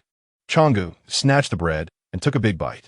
Tonight, let us break into the villa, grab supplies, and take women. The men in the room cheered, greedily staring at the neighboring villa. Guyu softly reassured Ye Jin, don't worry, we can't let them live so happily. Tonight, I promise to let you vent your anger, okay? Hee. A soft hand covered the back of Ye Jin's hand, and he relaxed his wrist, letting the iron chain clatter to the floor. Finally calming Ye Jin down, Guyu's smile grew increasingly meaningful. Just then, the ice in the pot had melted, and De served a bowl of warm water. Holding the warm water, Guyu felt like she had come back to life. Watching Ye Jin slowly take a sip, his face expressionless as he stared at the bowl. Noticing Guyu's gaze, he turned his head, his misty white pupils fixed on her eyes. Wow, Ye Jin can drink hot water by himself. That's really impressive, Guyu casually complimented. She had previously worried that Ye Jin wouldn't drink hot water. Ye Jin's brows suddenly relaxed, delicious. Guyu had never seen such a vivid expression on Ye Jin's face and unconsciously stared for a moment, until she realized her gaze was too direct. She pretended to casually say, everyone, rest well. De, tonight I'll take you to see the world. Ye Jin will stay in the villa to guard the supplies. Her eyes swept over the two faces. Guyu noticed De trembling with both hands but still nodded heavily. Ye Jin, however, seemed to not understand what she was saying, carefully finishing the warm water and then looking at her with anticipation, like a little dog that had learned to shake hands, waiting for praise from its owner. Guyu's fingers felt a bit itchy. She randomly ruffled Ye Jin's hair. Ye Jin's hair had grown quite a bit, and it was no longer so prickly to touch. It felt pretty good. The action of ruffling his hair made Ye Jin squint his eyes in pleasure. He was increasingly less resistant to Guyu's closeness. The top of his head, behind his ears, even his neck. Guyu was also immersed in the pleasure of petting him, completely unaware that Ye Jin was grinding his teeth again. Ye Jin, let go. De had curled up in the quilt, and upon hearing the sound, knew that the big brother was gnawing on the sister's hand again. What a little child. Apologize to me. Guyu glared angrily at Ye Jin, whose fingertips were covered in bite marks. Delicious. Ye Jin's pronunciation was becoming clearer, his eyes fixed on Guyu, direct to the point of being intimidating, always carrying a strong sense of possession. However, His misty white pupils made his gaze less obvious. Guyu couldn't see Ye Jin's emotions. Although he seemed harmless at the moment, the bloody scene of him tearing apart zombies lingered in her mind. Ye Jin can't eat me. I'm Guyu, not Fu, got it? She softened her voice, slowly bringing her palm to press against Ye Jin's palm. You don't eat your own hands, so you can't eat mine either. If you gnaw on my fingers again, I'll get angry and won't be nice to you anymore. Ye Jin's mouth visibly drooped downward. The little dog was sulking. Guyu found it amusing and leaned in to see Ye Jin's expression when a mechanical voice suddenly prompted. Ding, favorability 1, current 39,100 Guyu. Why is the favorability still decreasing? All this favorability was accumulated by her sweet talk and cuteness. Losing even one made her heart ache. She immediately leaned forward and wrapped her arms around Ye Jin's neck. Gaga, I love Gaga the most, but it really hurts when you gnaw on my fingers. Can you be gentler in the future? I'll leave my fingers for you to nibble on, okay? She transformed into a little hen, clucking nonstop. For the sake of an emotional value, she could do anything. It belongs to you. Don't be mad, okay? Ye Jin digested Guyu's words. Delicious was originally his. It was his pet, meant to stay by his side, obediently and softly leaning against him. He liked it very much. Ding dong, favorability 1. Current strategy value 40100. Gu Yudong shivered, curled up in Ye Jin's embrace because Ye Jin was warm all over like a small heater. It's freezing. The breath came out in white puffs. Moisture condensed inside the tent, making the whole space damp and cold. Outside, zombies were still aimlessly howling and wandering, their voices suddenly disappearing, leaving them without a direction to attack. Chapter 26. Sister won't suffer losses even if Guyu didn't open her eyes. She still tugged at Ye Jin's wrist. Bai Zhaodi was one of their own and should not always be bullied. Oomph. Ye Jin let out a sound of disapproval from his nose. This was something he learned from Guyu. Ye Jin was learning at a rapid pace, absorbing information from this world. No noise allowed. A fruit candy, emitting a sweet scent, was stuffed into Guyu's mouth. She hadn't really eaten snacks before, after all. They were both expensive and didn't fill her up. In her previous home, only Guyu could eat them while she could only watch enviously. The sweet taste filled her mouth. Oomph. She huffed like Ye Jin, as if forgiving him. Guyu spent the whole day resting with her eyes closed. Under the extreme cold, the sky quickly darkened. It was only around 4 or 5 o'clock, but the sky was as dark as ink, making it impossible to see anything. Guyu shook the sleeping Bai Zhaodi, signaling it was time to work. She handed Bai Zhaodi a child-sized shovel, and the two of them slid out of the window onto the ice surface. There were still many zombies wandering outside. Night was their stage, and the two dared not make a sound. Guyu walked behind. Just as she was about to reach out to close the window, she saw Ye Jin balancing on one leg on the window ledge, ready to jump down. Ye Jin was somewhat reluctant. Gaga, Guyu softened her voice. The supplies inside are very important. You must guard them well. Without food, we will starve to death, and you wouldn't want to see that, right? Guyu blinked against the cold wind, trying her best to act cute. In the end, Ye Jin obediently closed the window. Guyu carefully stepped onto the ice. It was very slippery, just like an ice rink, slipping with every step. She casually tore fabric to tie to the soles of her shoes, and Bai Zhaodi did the same. However, after just a short delay, both of their hands were frozen stiff, unable to bend.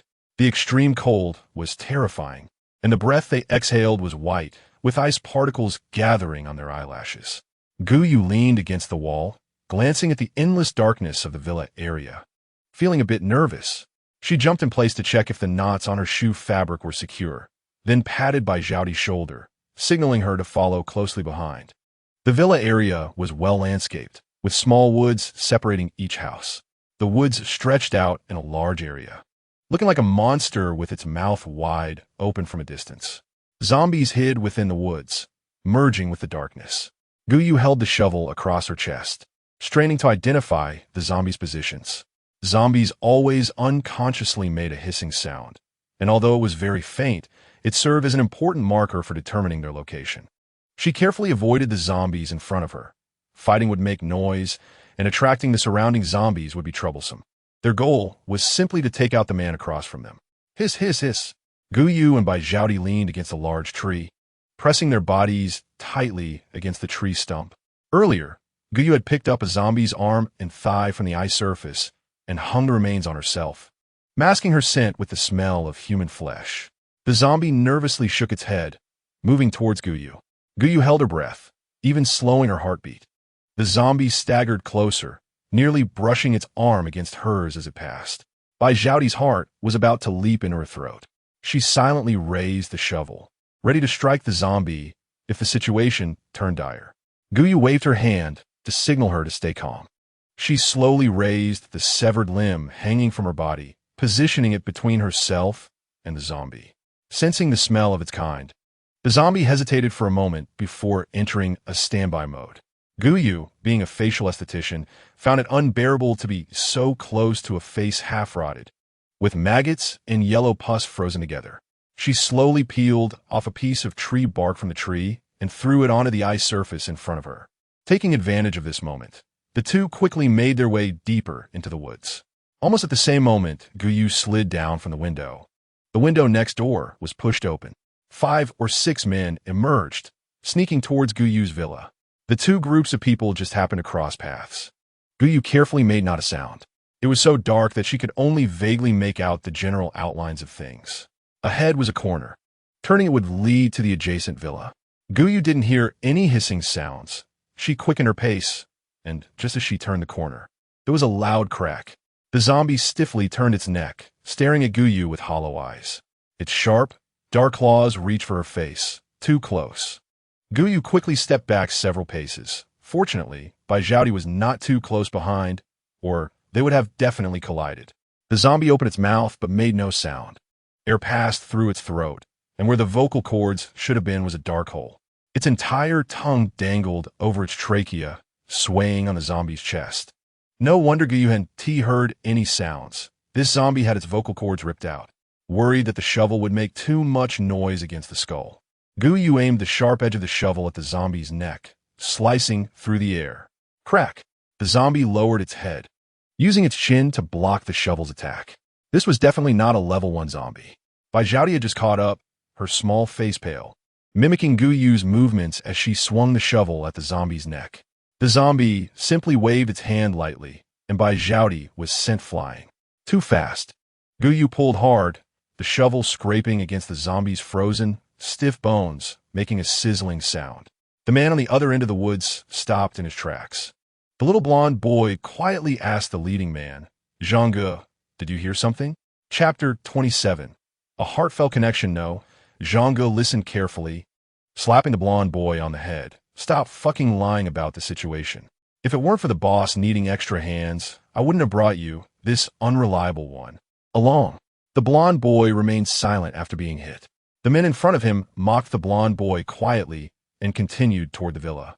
Once they were far away, the blonde boy heard a distinct knocking sound. His face turned pale. Only he could hear it. Could it be a ghost? He quickened his pace to catch up with the group. Guyu's face turned white. Earlier, seeing Ye Jin easily deal with level 2 zombies, she thought they would be easy to handle, but she didn't expect that level 1 zombies were on a completely different level. The difficulty had more than doubled. Guyu's only advantage was that the zombie's body was frozen stiff and not as agile.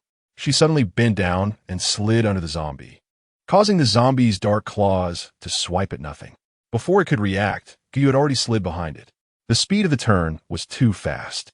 The frozen flesh couldn't withstand the force and snapped with a crack. Seizing the opportunity, Guyu quickly inserted the shovel into the zombie's neck, putting her full weight on the other end of the shovel. She forcefully tilted it, and the zombie's head flew high, landing on the ice with a loud sound. Hiss! Hiss! The sudden commotion from the zombies startled the group of men.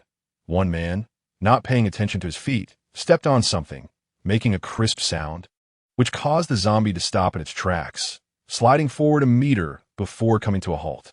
Guyu was hiding next to the pointed top of the pavilion, holding the heads of 2 zombies and Bai Zhaodi. The zombies' brains were intact, their mouths still moving. Their vocal cords had been ripped out, so they couldn't make any sounds. But the clattering of their teeth closing together was still quite noticeable in the darkness. Guyu was worried that the noise would attract the zombies in front of the pavilion. So she casually picked up a large block of ice and forcefully stuffed it into the zombie's mouth. Not feeling reassured, she also poked it with a shovel, causing the zombie's mouth to stretch into a strange arc, with the muscles at the corners of its mouth tearing slightly. Only then did Guyu feel relieved and hugged the level 2 zombie. Many zombies came running over, a large group of them. Worried that Bai Zhaodi would scream like her mother, Guyu slowly covered her mouth and nose with her hand. Bai Zhaodi rolled her eyes and nearly fainted. The zombies slipped and comically ran into the darkness. It wasn't until the zombies had run far enough that Guyu released her hand. She leaned closer to Bai Zhaodi's ear and whispered, "Zombies locate themselves by sound. You must not make a sound when you encounter danger." Guyu looked down at her hands, which had just come into close contact with the heads of the 2 zombies, and brought them to her nose to sniff. A strong, refreshing smell of decay hit her. Guyu also gagged slightly. She awkwardly slid down from the pavilion's roof and carefully pried open the zombie's head. At this point, the zombie's brain was undamaged, and its mouth was still moving, trying to tear off a piece of flesh from Guyu's hand. Guyu expressionlessly shoved the shovel into the zombie's mouth and tilted it up and down. Crack! The head was split in half, and the branches stirred through the brain matter, finding a glowing crystal. She carefully stored the crystal core in her space and gestured to Bai Zhaodi, and the 2 of them silently sneaked into the villa. The villa had no insulation measures, and the indoor temperature was about the same as outside. It was dark inside, and Bai Zhaodi looked around first. After not seeing any hidden people or zombies in the darkness, she nodded at Guyu. "Got you." Guyu revealed a cruel smile. Having seen the malice of human nature, Guyu was not so easy to deal with, especially since others knowing about her supplies would lead to more demands for food. She was not a savior here to rescue humanity. Her supplies were only enough for the 3 of them to survive. So that yellow-haired guy had to die. The soles of their shoes were wrapped in cloth, making no sound as they walked. The man in the bathroom was unaware that 2 people had infiltrated the villa. He was sitting on the toilet cursing. Damn it, that woman's bread must have been the problem today. Guyu's enhanced bread had been eaten by him alone, and he hadn't gotten off the toilet all day. His vision was blurry, and just as he was pulling up his pants, he suddenly felt a sharp pain in the back of his head. Bai Zhaodi, who had evolved senses, was very sensitive to smells. "Sister, he stinks." The villa had long stopped running water, so the smell was certainly not pleasant. It could compete with the stench of the zombies. Scared, she thought there might be zombies in the bathroom too. She began searching for supplies in the man's villa. Some items were not necessities that many people would carry, such as salt, alcohol, and cigarettes. These supplies were hard currency in the apocalypse, aside from crystal cores. Just as Guyu had space opened up, she found 4 bags of salt, 2 bags of cold medicine, 6 lighters, 2 decorative long candles, and a large pile of makeshift weapons in the villa. Could that yellow-haired guy really use so many weapons by himself? Before Guyu could figure it out, Bai Zhaodi was struggling to drag the man to the living room. A child's strength was naturally not as robust as an adult's. Just dragging the man from the bathroom to the living room had exhausted all of Bai Zhaodi's energy, not to mention enduring the stench emanating from him. Seeing Guyu rummaging through the villa, Bai Zhaodi involuntarily leaned closer. Suddenly, she froze, as if she heard a faint moan. Bai Zhaodi perked up her ears and followed the sound to the floor-to-ceiling window in the living room. Chapter 28. Directly into the enemy's lair, the entire villa was European-style architecture, with heavy and ornate curtains. 2 of the curtains had been taken down by these people for warmth, leaving only the top 2 pieces as decoration. Bai Zhaodi looked around. This didn't seem like a hiding place. Could it be her hallucination? She leaned against the fogged-up window to look outside, try to see if the sound was coming from outside. Suddenly, a loud crash echoed from above Bai Zhaodi's head. She was so startled that she stepped back several paces. A zombie with its limbs chopped off fell from above the curtains. It seemed to have been hung there with curtain cords. Sensing the smell of humans, the zombie struggled madly, which caused it to drop down. What was that sound? Guyu quickly ran down from the 2nd floor and saw the zombie swinging in front of the floor-to-ceiling window. "Sister." Bai Zhaodi was frightened and trembling, hiding behind Guyu. Guyu tapped Bai Zhaodi's forehead. "It's just a zombie. Why are you so scared?" Saying that, she picked up the shovel and walked over. Upon entering, She found that the clothes on the zombie's limbs were stained with dark red blood, as if they had been forcibly severed from a living person. Its body was covered in various wounds, with the deepest ones exposing bone through the torn clothing. Guyu furrowed her brow. The figure of this zombie looked somewhat familiar. She took a step closer, and the zombie struggled to lift its head, its rows of false teeth clattering. Aunt Wong? The zombie naturally couldn't understand Guyu's words and emitted weak hissing sounds. It opened its eyes in confusion, realizing its current situation. The man looked at Guyu and by Zhaoti's backs with hatred and quietly stood up. Those damn women, I will definitely kill them. The man, without even pulling up his pants, lunged at Guyu. Whoosh. Guyu was faster than him, the cold shovel standing upright. Ugh. He clutched his throat in pain, spitting out a mouthful of blood, the intense pain leaving him without the strength to resist. Guyu looked down at the suffering man from above, stepping on his face and forcing him to look at the floor-to-ceiling window. He seemed unaware of the seriousness of the situation and sneered. You better behave and listen to me, or my brothers will make sure you're awake while we take off your limbs. Do you know how loud that old lady screamed when her limbs were taken off? Even the thunder couldn't drown it out. Even if you die and become a zombie, I won't let you off. Guyu clenched her fists, shaking all over. Aunt Wong was the only person who had treated her well, and now she had actually been tortured to death by them. Not only had they tortured Aunt Wong to death, but they had also turned her into a zombie, hanging her in front of the window like a plaything. She felt a surge of killing intent towards this man. She sneered. The man didn't expect Guyu to still be able to laugh under such threats. He frowned and cursed. Laugh, UBTCH. Are you dumb? You better serve me well, or I might spare you. Who are you calling ABTCH? I don't have a son like you. Guyu kicked the man's groin hard. He twisted his face in pain, clutching his groin and rolling on the ground. Can't handle it. You were so arrogant when torturing others, but now you can't take it? I'll tell you, the pain is just beginning. Damn it. UF King BTCH. The man was in so much pain, yet still cursing dirty words. Suddenly, Guyu stood up, startling the man. He saw that crazy woman standing in front of the floor-to-ceiling window, not holding the usual iron shovel, but rather choosing a thin and sharp weapon from the villa's armory. The awl penetrated into Wong Popo's ear, stopping as the handle pressed against the edge of her ear, unable to advance any further. Guyu carefully untied the rope from Wong Popo's body and placed her corpse on the sofa.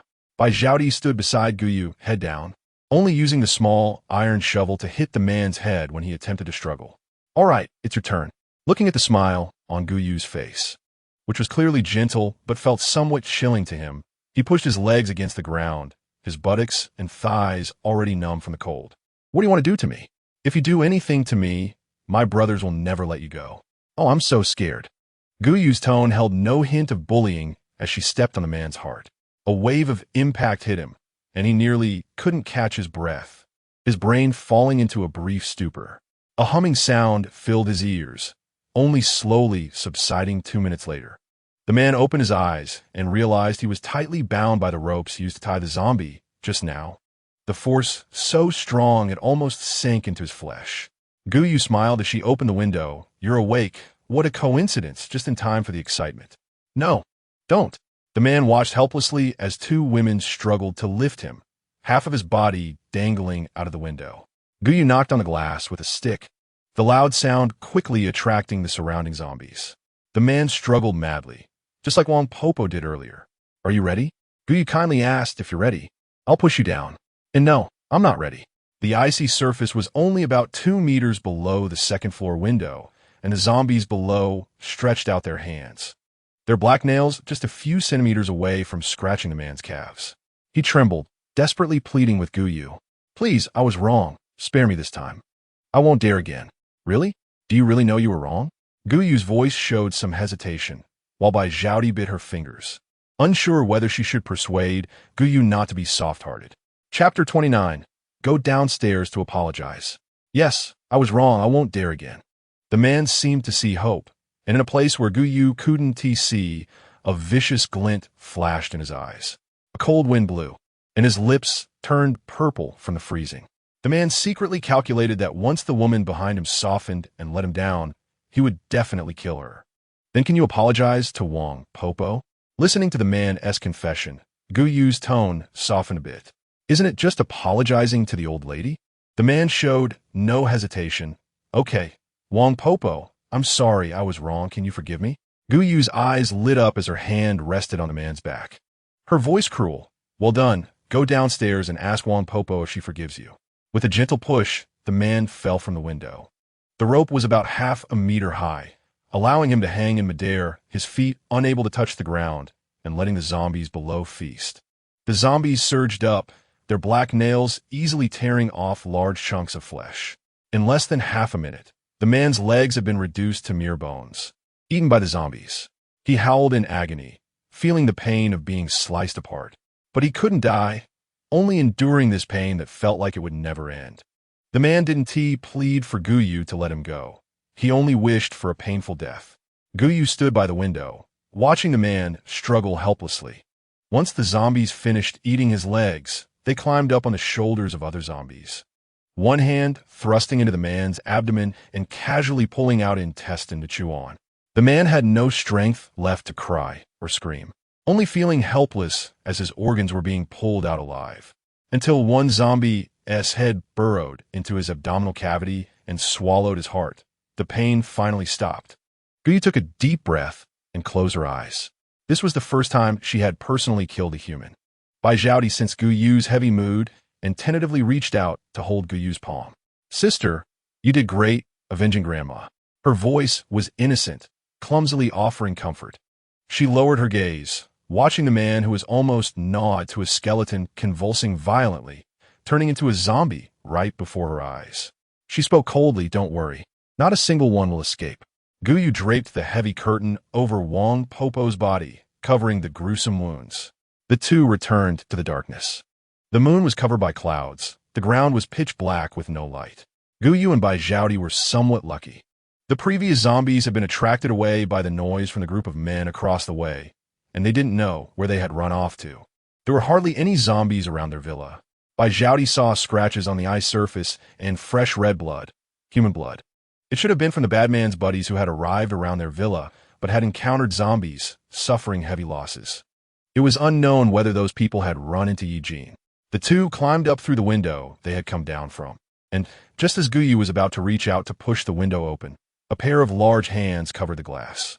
Her heart tightened, and she raised the iron shovel in defense. Suddenly, the window was pushed open, and misty white pupils were very noticeable in the darkness. Thankfully, it was Ye Jin. Gu Yu breathed a sigh of relief. Ye Jin reached out, wrapping his arms around Gu Yu's waist, and with a gentle pull, brought her inside. Bai Zhaodi, who was behind them, naturally did not receive such treatment. She had to struggle and climb up herself while braving the cold wind that could blow her away to close the window.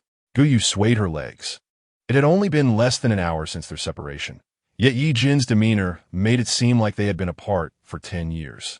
He held Gu Yu in his arms, his strength astonishing. Ye Jin's muscular arms easily carried Gu Yu on his shoulder as he walked toward the tent. Used to being a hanging ornament, Gu Yu didn't resist much. Plus, having just seen Wang Popo's brutal murder, she was in a bad mood. So she simply lay back and let Ye Jin do as he pleased. Gu Yu was almost frozen stiff. Ye Jin was warm, like a large heating pad. She relaxed her body, trying to press herself against Ye Jin. Sister, Bai Zhaodi quietly reminded from behind, asked if there are any people coming over. Gu Yu was just stuffing her frozen fingers into Ye Jin's collar, and with Bai Zhaodi's reminder, she finally thought of something serious. Gaga, when we left just now, did anyone come in? The thick quilt directly wrapped around Gu Yu, muffling her voice beneath it. Ye Jin hugged Gu Yu from behind, sniffing her intensely like a little dog checking if its owner had been mingling with other dogs while out. The scent on Gu Yu was mixed. There was the stench of zombies, Bai Zhaodi's scent, and a strange foul smell. He frowned and shook his head, indicating that no one had entered the villa. Gu Yu had to tilt her head to see Ye Jin's movements. Knowing that no one had come in, she hesitantly nodded. Gaga, that's awesome. To guard such a big villa alone, I really admire you. Gu Yu, who had previously told Bai Zhaodi not to fuss, turned around and told Ye Jin how great he was, the contrast almost leaving Bai Zhaodi unable to react. She tilted her head, watching the interaction between Gu Yu and Ye Jin, and suddenly realized, No wonder her sister could make such a terrifying brother obey her every command. Her sister really had some skills. Guyu, whose body temperature had returned to normal, took out the crystal core and washed it in the basin nearby. Upon seeing the crystal core, Ye Jin's expression improved a bit. He knew that this energy body would become powerful after absorption. He placed his finger on the crystal core, and within a few breaths, the core became dim and lifeless. Guyu stared in disbelief at the crystal core in her hand, turning to Ye Jin. You can absorb the energy from the crystal core too? Ye Jin swallowed, resting his chin on Guyu's head. Many memories were gradually returning to him, and he could remember a lot of things, such as a special ability. Suddenly, Guyu felt something slimy creeping into the blanket. It felt a bit cool, like a snake, and nimbly circled her waist. The thing was long. Gradually, the blanket was filled with that strange thing. The tentacles wrapped around Guyu's legs and arms. Ye Jin, her voice trembled, drawing the attention of everyone in the room. Chapter 30. What is wrapping around me? Something is wrapping around me. Bai Zhaodi reacted the fastest, picking up her small shovel and cautiously scanning the surroundings. There were no strange sounds or objects in the room, and she whispered, "Sister, I don't see anything. What is wrapping around you?" With her eyesight, even in the pitch black of night, she could see clearly about 20 meters ahead, let alone in a small master bedroom. Meanwhile, Ye Jin, who was wrapped around Guyu, showed no signs of movement and continued to hold her. The heartbeat of the people behind them was steady, with no signs of panic. Guyu guessed that either this thing was harmless or Ye Jin could control it. She mustered her courage and carefully moved her arm to peel back a corner of the blanket.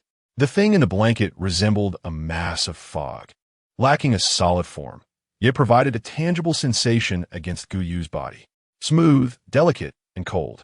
What is this? Bai Zhaodi was almost frightened.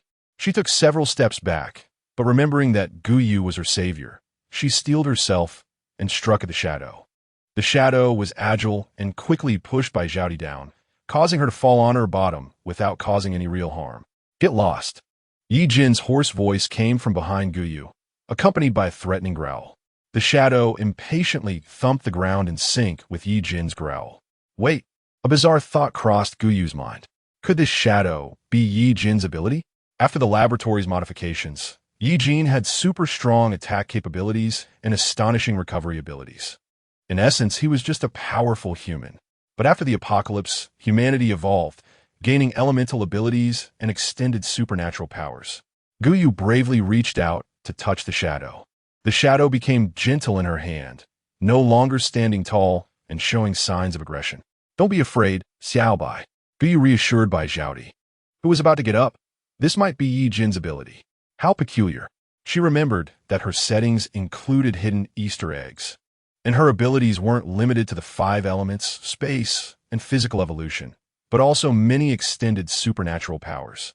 What kind of ability was Ye Jin's? Your tentacles grew out when?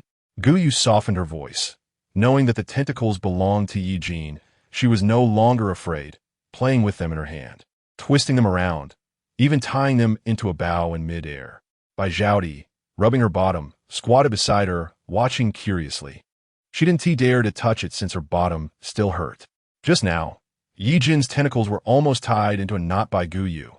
He vigorously shook them in the air, and the knot opened up automatically.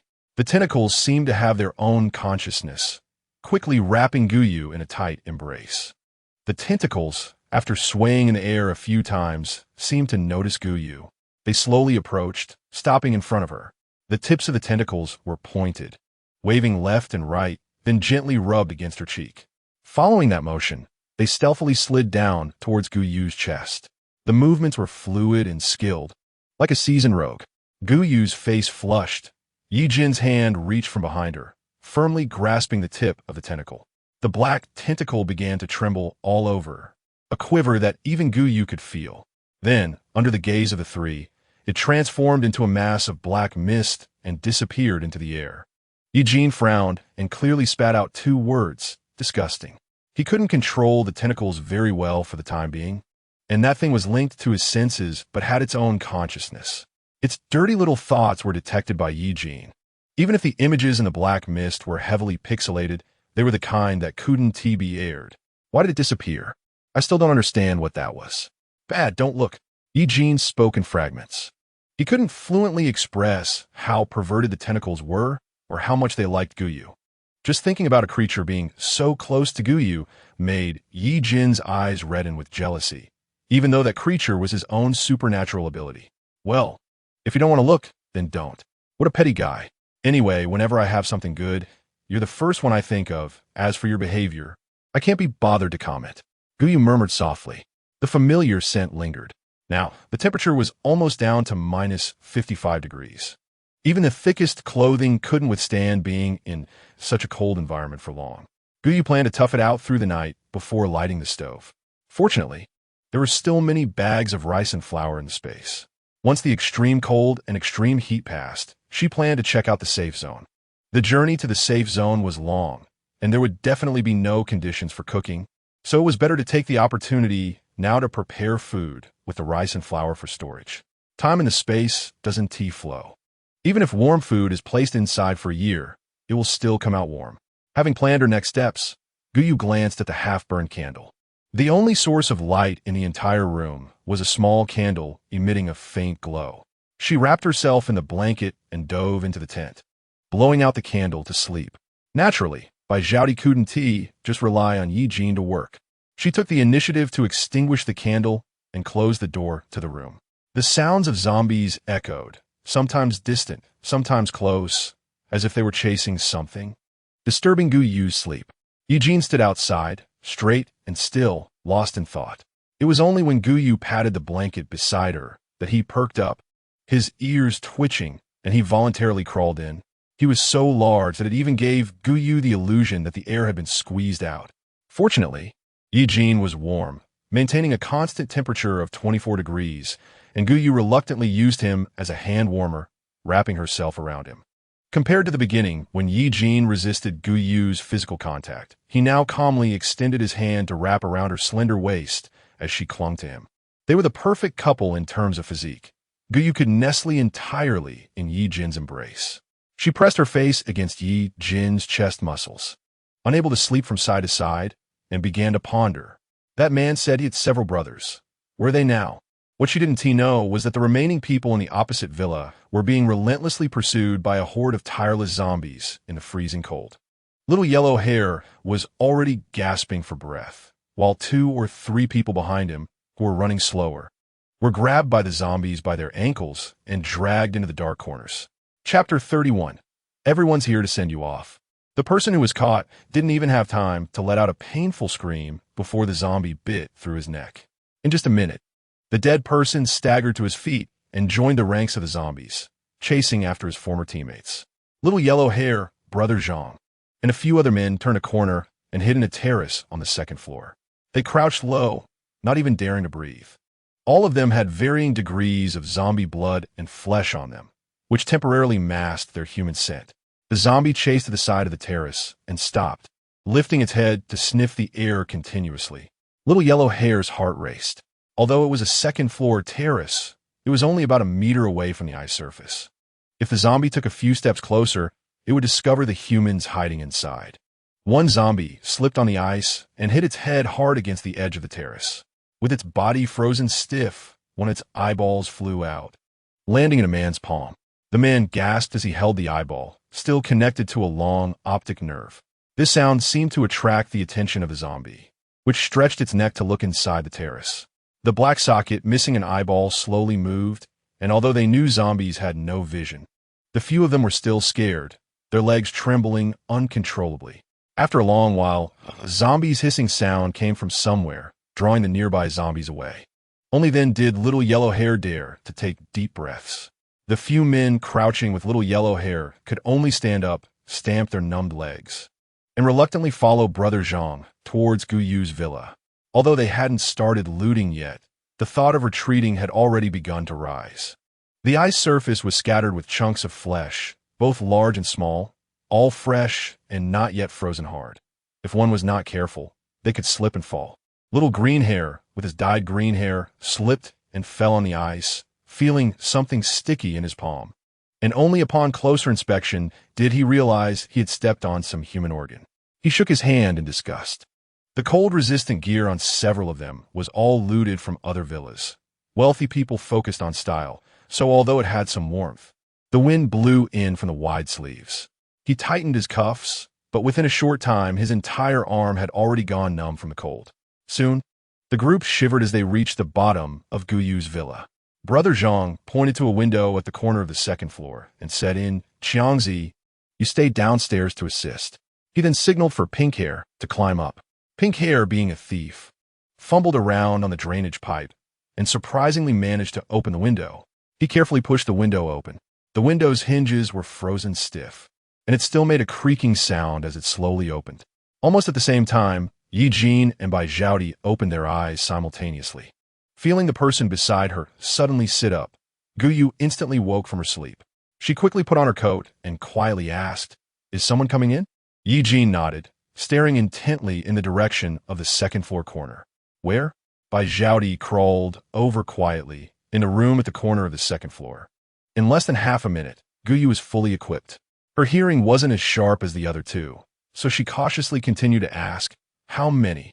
Bai Zhaodi listened carefully. The breathing sounds over there were chaotic, with one already inside and several others climbing up. 6 or 7 people. Guyu immediately ran to the next room, not forgetting to quietly remind Ye Jin behind her, "Don't come out yet. Put on your sunglasses and protect Bai Zhaodi." In the next room, Pink Hair tore through the insulating plastic sheet, climbed in, and stood still, looking around before signaling to the men downstairs. This room was much warmer than their villa, and Pink Hair rubbed his hands together. He unconsciously turned his head and saw a woman holding a shovel pointing at him. The man was startled by Guyu, who had appeared silently, and stepped back several paces, nearly falling out the window. Once he steadied himself, he realized it was just one woman. Pink Hair quickly hid his hands behind his back and gestured rapidly. The men downstairs received the signal and sped up, climbing up along the window ledge, leaving only one person downstairs to assist. "Beautiful, are you all alone? It's dangerous outside, all monsters. Why don't you let your brother come over to protect you?" Guyu's room was evidently much warmer than their villa, and with her wearing a warm-down jacket, Pink Hair felt even more tempted. He took a few steps forward, making way at the window. As he moved forward, Guyu backed away. Seeing Guyu's nervous expression, Pink Hair rubbed his hands together. "Don't be afraid. As long as you hand over the food and drink and take good care of your brothers, you will definitely live safely." After saying this, he chuckled lewdly, nearly causing Guyu to vomit the hot pot she had eaten during the day. Behind her, 5 or 6 men also climbed up, making the room feel a bit crowded. They greedily eyed Guyu's villa. "Is everyone here?" The previously scared Guyu suddenly changed her expression, raising an eyebrow at the men. "I'll give you a chance. If you leave now, you can still save your lives." The few men exchanged glances and erupted into laughter. Their voices even startled the zombies below, who struggled fiercely, and with a crack, their legs, frozen to the ground, snapped in unison. The zombies emitted hissing sounds and quickly crawled over. Although they had lost their legs, the zombies were surprisingly faster than before the extreme cold. In the blink of an eye, they were about to reach the bottom of Guyu's house. The man left downstairs to assist still had no idea what was about to happen. He coldly rubbed his hands together and looked up at the figures in front of the window. "The little girl has quite a tough mouth today. I'll let you see what it's like." Little Yellow Hair had seen that Guyu was quite attractive, so fair that she seemed to glow, and he immediately grinned wickedly. "Brother Zhang, this girl is for me to enjoy later." Brother Zhang scoffed. A woman shouldn't take more than a minute to deal with. Chapter 32. Immediate strangulation. He quickly ran towards Guyu, throwing a punch aimed at her face. Bang! Before anyone could see what happened, there was a crisp sound of a shovel striking bone. Guyu was faster than Brother Zhang. She ducked to avoid his punch, and before he could even see her move, she had already moved behind him. The shovel was raised high and swung down with full force onto the back of Brother Zhang's head. Guyu coldly retracted the shovel and stepped back several paces, cautiously watching the man across from her. Brother Zhang. Little Yellow Hair looked at Brother Zhang, who was kneeling on the ground with his face covered in blood, his eyes wide and breathing heavily. He didn't expect Guyu to be so ruthless. She clearly had some skills. Gritting his teeth, he waved his hand, and 5 or 6 men rushed over. Little yellow hair cleverly hid at the back, and through the figures of his companions, he saw a man standing at the door, who was quite tall, almost level with the door frame, wearing the same coat as the woman in front of him. Although he had sunglasses on, he felt an inexplicable chill. Ye Jin, like his ability, the black mist, if it didn't want to be noticed, he was as inconspicuous as air, and even Guyu didn't realize Ye Jin was standing behind her. Black tendrils uncontrollably emerged from his body, crawling on the ground, slowly moving forward. Guyu was dodging the man's attacks, and the space here was a bit narrow, not suitable for her to fight back vigorously. She slowly retreated, leading the men outside. Suddenly, her back bumped into a man's chest, and she was startled. When she raised her head and saw it was Ye Jin, she finally breathed a sigh of relief. The few men took advantage of Guyu's distraction and raised their wooden sticks to strike her. A whoosh of the sticks slicing through the air made Guyu's heart sink. She instinctively closed her eyes, expecting the pain, but it didn't come. Instead, there was an eerie silence around her. When Guyu opened her eyes, she saw the stick was only 10 centimeters away from her. The green-haired man opposite her had a twisted expression, veins bulging on his forehead from exertion. The men behind him were confused about what was happening.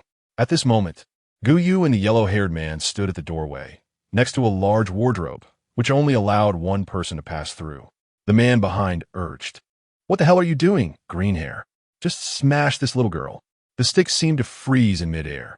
He gripped it with both hands and pushed forward with all his strength, but the stick wouldn't budge, as if something invisible was resisting him. Greenhair's face began to turn pale with fear. "No, I can't control the stick."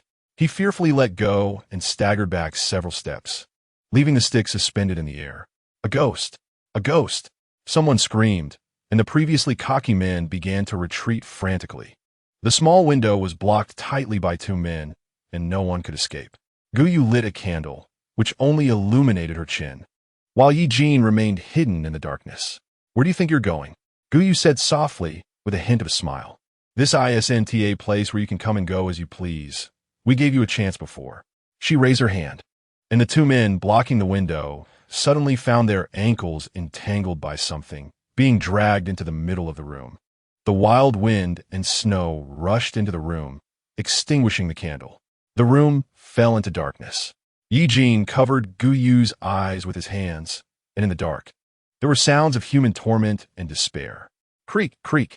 The tentacles joyfully wrapped around human bodies, tightening like a python suffocating its prey, continuously constricting. Bang. Guyu heard the loud sound of the window being slammed shut. Ye Jin was almost pressed against her back, gently wiping away the blood that had splattered on her cheek. When the candle flickered back to life, the room was empty. Even the plastic sheet on the window was still intact. If it weren't for the sound of zombies gnawing outside, Guyu might have thought it was all an illusion.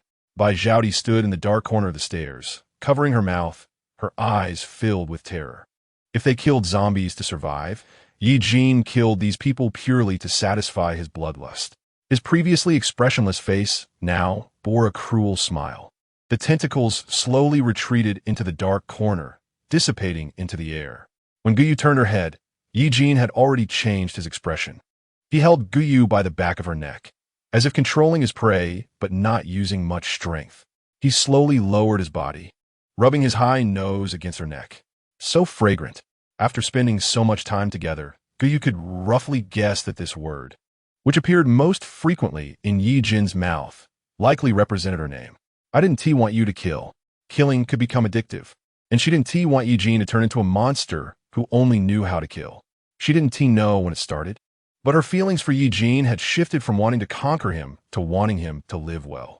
After wiping Ye Jin's claws clean, Guyu looked him up and down, his black down jacket wrapped around his body, making him appear tall and straight. If there weren't so many troublesome matters, Ye Jin would probably attract many young girls. Seeing the blood on Ye Jin's face, which was too high for her to reach, Guyu was about to tiptoe when Ye Jin suddenly bent down. He blinked.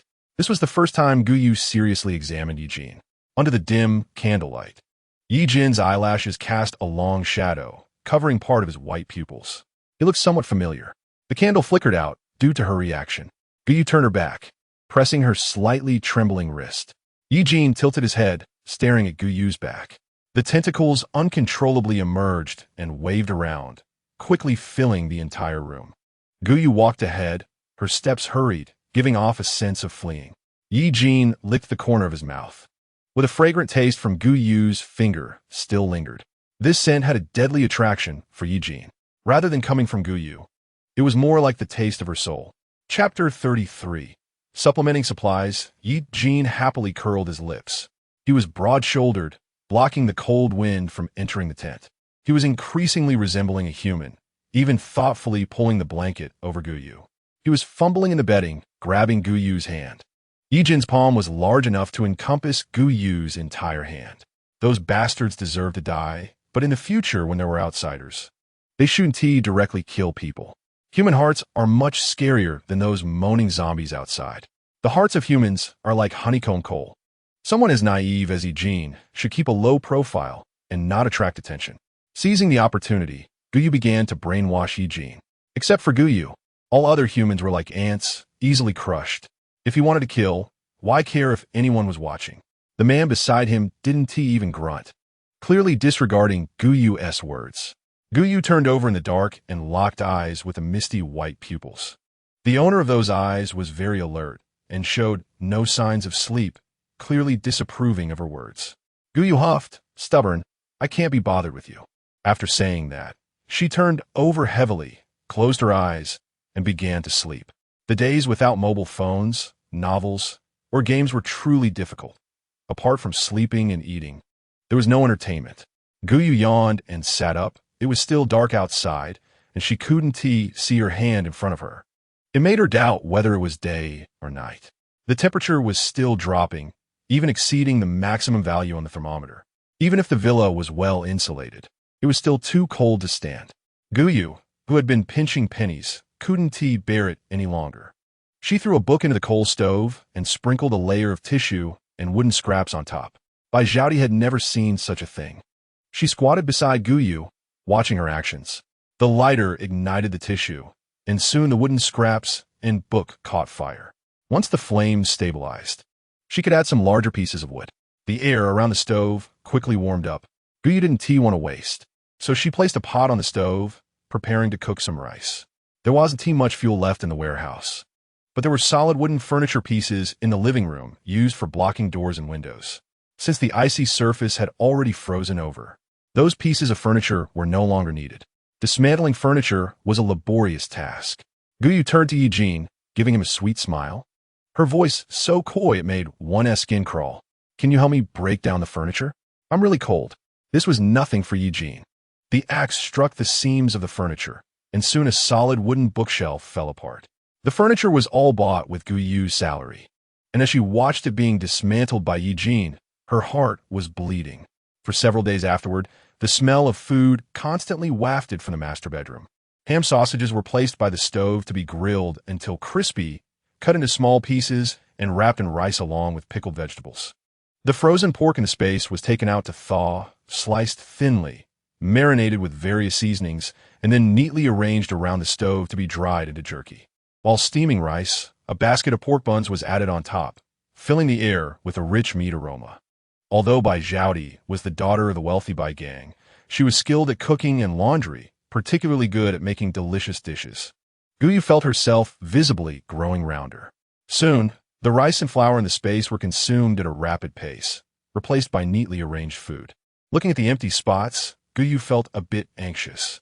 The space needed 761,000 points to upgrade next, and she wondered if she should quickly improve her strength and the level of her space before higher-level zombies appeared. The sun only briefly came out for 2 hours at noon, the warmest time in the extreme cold. Guyu observed for several days, and when noon struck, the outside world transformed from pitch black to dimly lit. Although it wasn't very bright, one could still see the outlines of objects. Guyu spread the simple map she had drawn on the mattress. The supermarket underground was no longer accessible, likely frozen solid, and there were only a few supermarkets nearby. Suddenly, Guyu had a flash of inspiration, and her gaze fell on a market not too far away. It was a high-end vegetable market, 2 stories high, known for catering to the upper class and famous for its expensive prices. Therefore, there should be fewer zombies inside, and the ingredients would be abundant. They might have a lot to gain. Ye Jin noticed Guyu's attention was captured by a piece of paper, so he crouched beside her to look closely. His serious demeanor made Guyu chuckle and tease. Can you understand it? To her surprise, Ye Jin nodded. Fewer zombies, more supplies. Guyu raised an eyebrow. Ye Jin was beginning to learn to think beyond the monster mindset. All right, let's go to the market, she decided. When Bai Zhaodi heard they could go out, she immediately stopped making dumplings and eagerly approached, her face clearly showing she wanted to join. Guyu tapped her forehead. This time it's different. The market is very dangerous. You stay at the villa to watch over it. Bai Zhaodi couldn't come this time. Guyu pinched her cheek. Ye Jin expressionlessly stepped in between them, causing Bai Zhaodi to stumble. He urged Guyu in a flat tone, let's go. With the black backpack on his back, the two jumped down from the second-floor window. A few zombies rushed over at the sound, but before they could reach Guyu, she smashed one S skull with a punch. Go. Guyu ran quickly past Ye Jin towards the street. Although she had wrapped her feet with cloth strips, she slipped with every step, significantly slowing them down. This was not going to work. They were too slow. Guyu was panting heavily. Chapter 34. Zombies pulling a cart, the cold air rushed into her lungs, making her chest ache. At their current speed, it would take hundreds of lifetimes to reach the market. In just under 15 minutes outside, the biting wind had penetrated Guyu's thick down jacket, the cold creeping up from the icy ground. Her entire foot and calf felt frozen. She stomped her feet and, enduring the numb pain, crouched with Ye Jin in the greenery outside the villa, looking out. Unlike humans, zombies had no feelings, even when the cold stiffened their limbs. They still chased their targets like they were possessed, howling. Cars were frozen and unable to start. Damn it, I'm about to freeze to death. What are you looking at? She muttered. Not only were the cars frozen, but the low temperatures were about to freeze Guyu as well, jumping back and forth between panic and frustration. Ye Jin slowly raised his hand. Following his finger, Guyu peered through the bushes across the street. She squinted for a while, and if it weren't for a zombie dog moving slightly, she might not have noticed it at all. A level 2 zombie dog. It was estimated that 30 to 40 zombies were gathered across the street, a dark mass, including several level 2 zombies. If converted to game levels, Guyu estimated she was only at level 1. Previously, she had faced a level 2 at the villa across the way purely by luck. Otherwise, she would have been done for. Guyu's gaze wandered between the zombie dog and the level 2 zombies, suddenly revealing a very mischievous smile. She leaned close to Ye Jin and asked, have you ever ridden a sled? Ye Jin slowly turned his head, looking puzzled into Guyu's eyes. The survival ability of humans was comparable to that of cockroaches. Although the city looked silent, there were many eyes watching the street. Suddenly, a tremor shook beneath their feet. A survivor peeked through a curtain and saw a horde of zombies running across the white ice. What the hell are they going crazy for on such a cold day? The man cursed under his breath. When the zombie tide approached, he noticed a bright off-road vehicle seemingly trailing behind the zombies. The off-road vehicle was obviously not running. The tires screeched against the ice, creating a sharp sound that echoed far in the quiet city. The zombies, however, seemed unaware they were dragging a vehicle behind them, running forward madly. A bamboo pole was tied to the level 2 zombie dog, with a human arm tied to the top like bait. All the zombies were drawn to the scent of the arm and rushed forward. The bamboo pole was in Guyu's hands, and a gap opened in the sunroof of the off-road vehicle. The cold wind rushed inside. Guyu rubbed her hands together. The bamboo pole shifted direction, and the zombie group nearly turned into a dead end. She hurriedly adjusted the direction. People hiding upstairs finally saw that there were 2 individuals inside the vehicle. Crazy insane. The man cursed, shocked that someone was using zombies to travel, truly bold and unafraid of being eaten if the zombies turn around. Before the people upstairs could get a good look, Guyu's vehicle made a sharp turn on the ice and disappeared from sight. Am I awesome or what? Guyu proudly strutted like a peacock, waiting for Ye Jin's praise. Ye Jin frowned at the black blood and bits of flesh on himself, impatiently gritting his teeth, clearly expressing his displeasure. Guyu was completely immersed in the thrill of driving the zombies, her adrenaline rushing. Earlier, while crouching behind the greenery, Guyu had a flash of inspiration. Since the car wouldn't start, why not make these zombies do the work for her? When Guyu approached Ye Jin holding the arm, he initially refused, but she sweetly coaxed him, "Come on, please, the best brother in the world." Ye Jin looked down at Guyu's bright red lips moving, his throat rolling. In the end, he couldn't resist his little pet's pleas. He nodded. Guyu immediately released his arm. "Then don't just stand there. Don't kill that dog. We'll tie the zombies to the car later. One dog, one tea be enough." Heartless Guyu immediately returned to her usual bossy self the moment Ye Jin agreed. She shoved her broken hand into Ye Jin's embrace, raised an eyebrow at him, and then shouted, "Grandchildren, Grandma is here to see you." The sound was like a drop of water falling into a hot oil pan, and the horde of zombies boiled up, crawling and rolling towards Guyu. Fortunately, in the face of nature, all beings are equal. Guyu slipped and slid, and the zombies behind her did the same. The distance between the two sides never closed. Guyu gasped heavily, and soon a layer of frost formed on her scarf. Running with all her strength in the cold weather, Guyu's lungs were about to give out. She breathed laboriously, as if ice shards had formed in her lungs. And each breath came with an undeniable pain. She worried that as the distance closed, Ye Jin might not have subdued that zombie dog, so she made a large detour. In the end, two zombies were only an arm's length away from her, almost able to scratch her back. Ye Jin was not far ahead. He had one foot on the zombie dog's head, forcefully rubbing it against the ground. The zombie dog struggled desperately, scratching deep grooves into the icy surface. Yet it couldn't break free from Ye Jin's foot. Seeing Guyu run in, Ye Jin suddenly raised his hand and swung it towards her. Guyu did not slow down at all. As his arm came down, she could even feel a gust of wind brushing against her neck. Crack! A sound of bones breaking echoed. The arm of the zombie behind was also smashed by Ye Jin. Ye Jin lifted his leg and kicked away the lunging zombie. Just as he was about to stomp on the zombie's spine, a bag of rotting liquid splashed all over him. Instantly, a foul stench assaulted his nostrils.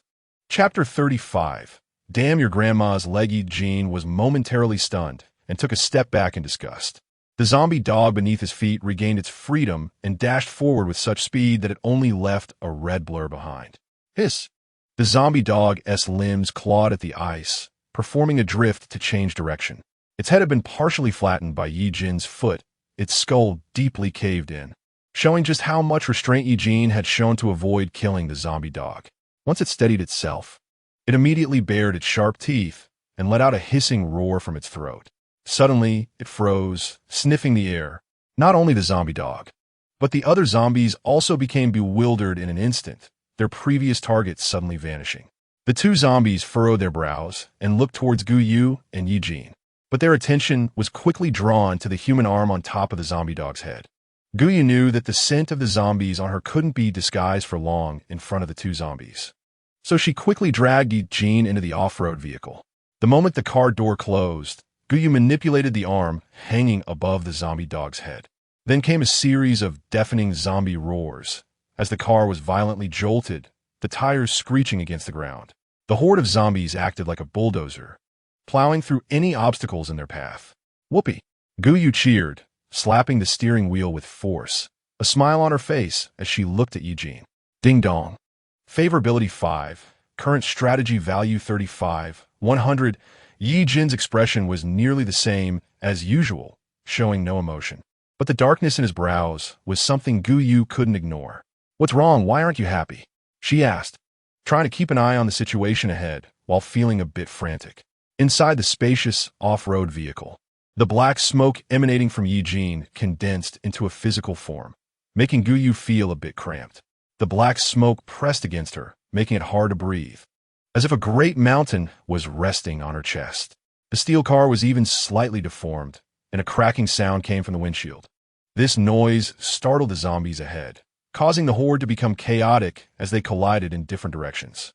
The slower zombies were crushed by the cars behind them, their brains splattering onto the tires, leaving a long drag mark on the icy surface. The car jolted several times, and without a seatbelt, Guyu nearly got thrown out. She quickly grabbed Ye Jin's arm. Brother, let's talk nicely, moi. I love you forever." The vehicle skidded, and Guyu was thrown into Ye Jin's embrace, seizing the opportunity to wrap her arms around his lean waist. After regaining her composure, she gently patted Ye Jin's chest, Don't be mad, okay? I was wrong. No matter what Ye Jin was angry about, it was best to apologize first. She looked up and saw that Ye Jin's face was smeared with zombie flesh and blood. So she dutifully took out a wet wipe to clean his cheek. Guyu wasn't sure if it was her imagination, but when she cleaned his face, Ye Jin let out a grunt. The black mist in the car no longer felt as oppressive, and Guyu breathed a sigh of relief. It seemed Ye Jin hated zombie blood and flesh so much that just getting it on him cost him 5 points of emotional value. Guyu's heart was bleeding. Not paying attention to that anymore, they could already see the outline of the market ahead. The 3-story building stood out among the taller structures. The market had its own independent power supply, and the colorful lights on the sign were still blinking. Through the glass, she could see the interior brightly lit, creating a bizarre contrast with the surrounding desolate and tragic environment. Guyu released the bamboo pole controlling the hanging arm, cutting the rope that bound the car and the zombies. The zombie dog ran far away with the bamboo pole, without Guyu pulling it back. The arm on the pole slowly fell diagonally onto the ice. The zombies surged forward, piling on top of the zombie dog, ignoring the mass of corpses over there. Guyu quickly pulled Ye Jin into the 3-story market. Her face was nearly frozen by the cold wind outside. Just as they approached the market, a fierce wind whipped up snowflakes, ravaging the city, with visibility down to about 1 meter. Guyu relied entirely on her 6th sense to find the market's entrance. The supermarket's door was almost frozen shut, leaving only a gap of about 30 centimeters. The two squeezed through the gap into the market. The first floor was frozen over, and Guyu could even see the zombies and shops trapped beneath the clear ice. She pressed her back against the ceiling, inching forward. The gap was so small that she couldn't even carry her black backpack on her back. Suddenly, she heard cracking sounds behind her. Guyu immediately retreated warily, seeing Ye Jin with a serious expression pushing forward. His build was so robust that the gap that was just barely passable for Guyu was a bit narrow for him. He was even pushing up against the ceiling. Humph, humph. That humph sounded noticeably softer, indicating he was calming down. The stairs were just a few meters ahead, and based on the number of zombies beneath the ice, Guyu estimated that the situation on the 2nd and 3rd floors might be slightly better. The higher they went, the more expensive the vegetables became, and the fewer people were buying. Guyu squeezed towards the stairs. The height of the ice surface here varied, forcing her to move her body left and right. Inching forward, suddenly she spotted a pair of legs in her line of sight, and she inwardly cursed, looking up to find herself face to face with a zombie whose face had been half-eaten. The zombie's nose twitched, clearly confused by the scent of zombie blood on Guyu. The more anxious she became, the more tightly her body got stuck, and she was sweating on her forehead. Hiss! The zombie's nose twitched, catching the scent of sweat on Guyu's face, and it excitedly let out a roar, its dark claws reaching for Guyu's face. In a moment of panic, Guyu grabbed her backpack, her shovel not even having time to be drawn from it. Hiss, hiss, hiss. The sounds of zombies echoed from all directions. Damn your grandma's leg. Guyu fumbled for her backpack, gripping the handle of the shovel through it, and swung it violently at the zombie. This zombie is clearly level 2. Guyu's shovel struck firmly on the zombie's head, but didn't cause any harm.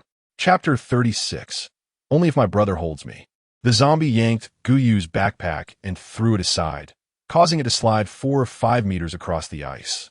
At this moment, Guyu had no weapons to defend herself. The zombie made a couple of huffing sounds, and faced with a completely defenseless prey, it wasn't in a hurry, slowly bending down as if enjoying the sight of its prey struggling before death. However, Guyu showed no signs of tension. She cradled her chin with both hands, and a black tentacle suddenly shot out from behind her, piercing straight into the zombie's head. The tentacle slowly withdrew, leaving a dark hole in the zombie's forehead. The zombie instantly lost its strength, its knees buckling as it knelt before Guyu. You're so slow, Guyu complained softly, dawdling around. And your dearest treasure almost got bitten by a zombie. Behind her, Ye Jin remained silent as the tentacle gently nudged Guyu, slowly pushing her outward. Guyu finally squeezed through the gap and took a deep breath of fresh air. Being stuck in such a small space, surrounded by endless darkness, with the ceiling and ice pressing against her chest, gave Guyu a sense of suffocation. The first thing she did upon gaining freedom was to smash the zombie's skull with her shovel, retrieving a level 2 crystal core the size of a fingertip from inside. The crystal cores were all grayish. As the zombie's level increased, the cores became more translucent and could even have various attributes. She treasured the crystal core, putting it into her pocket before turning to grab Ye Jin's hand. The commotion here was considerable, and zombies on the second floor were swaying and rushing over. Perhaps having been trapped here after turning into zombies and not having eaten humans, these zombies were unusually weak, resembling walking skeletons.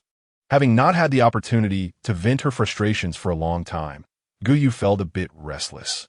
She shook her shovel playfully and said in a teasing tone, "Hee, can I protect you while you stand behind me?" Without waiting for Ye Jin's reply, Guyu charged into the horde of zombies. The staircase was narrow, only allowing 3 or 4 people to pass side by side. Guyu felt relatively little pressure.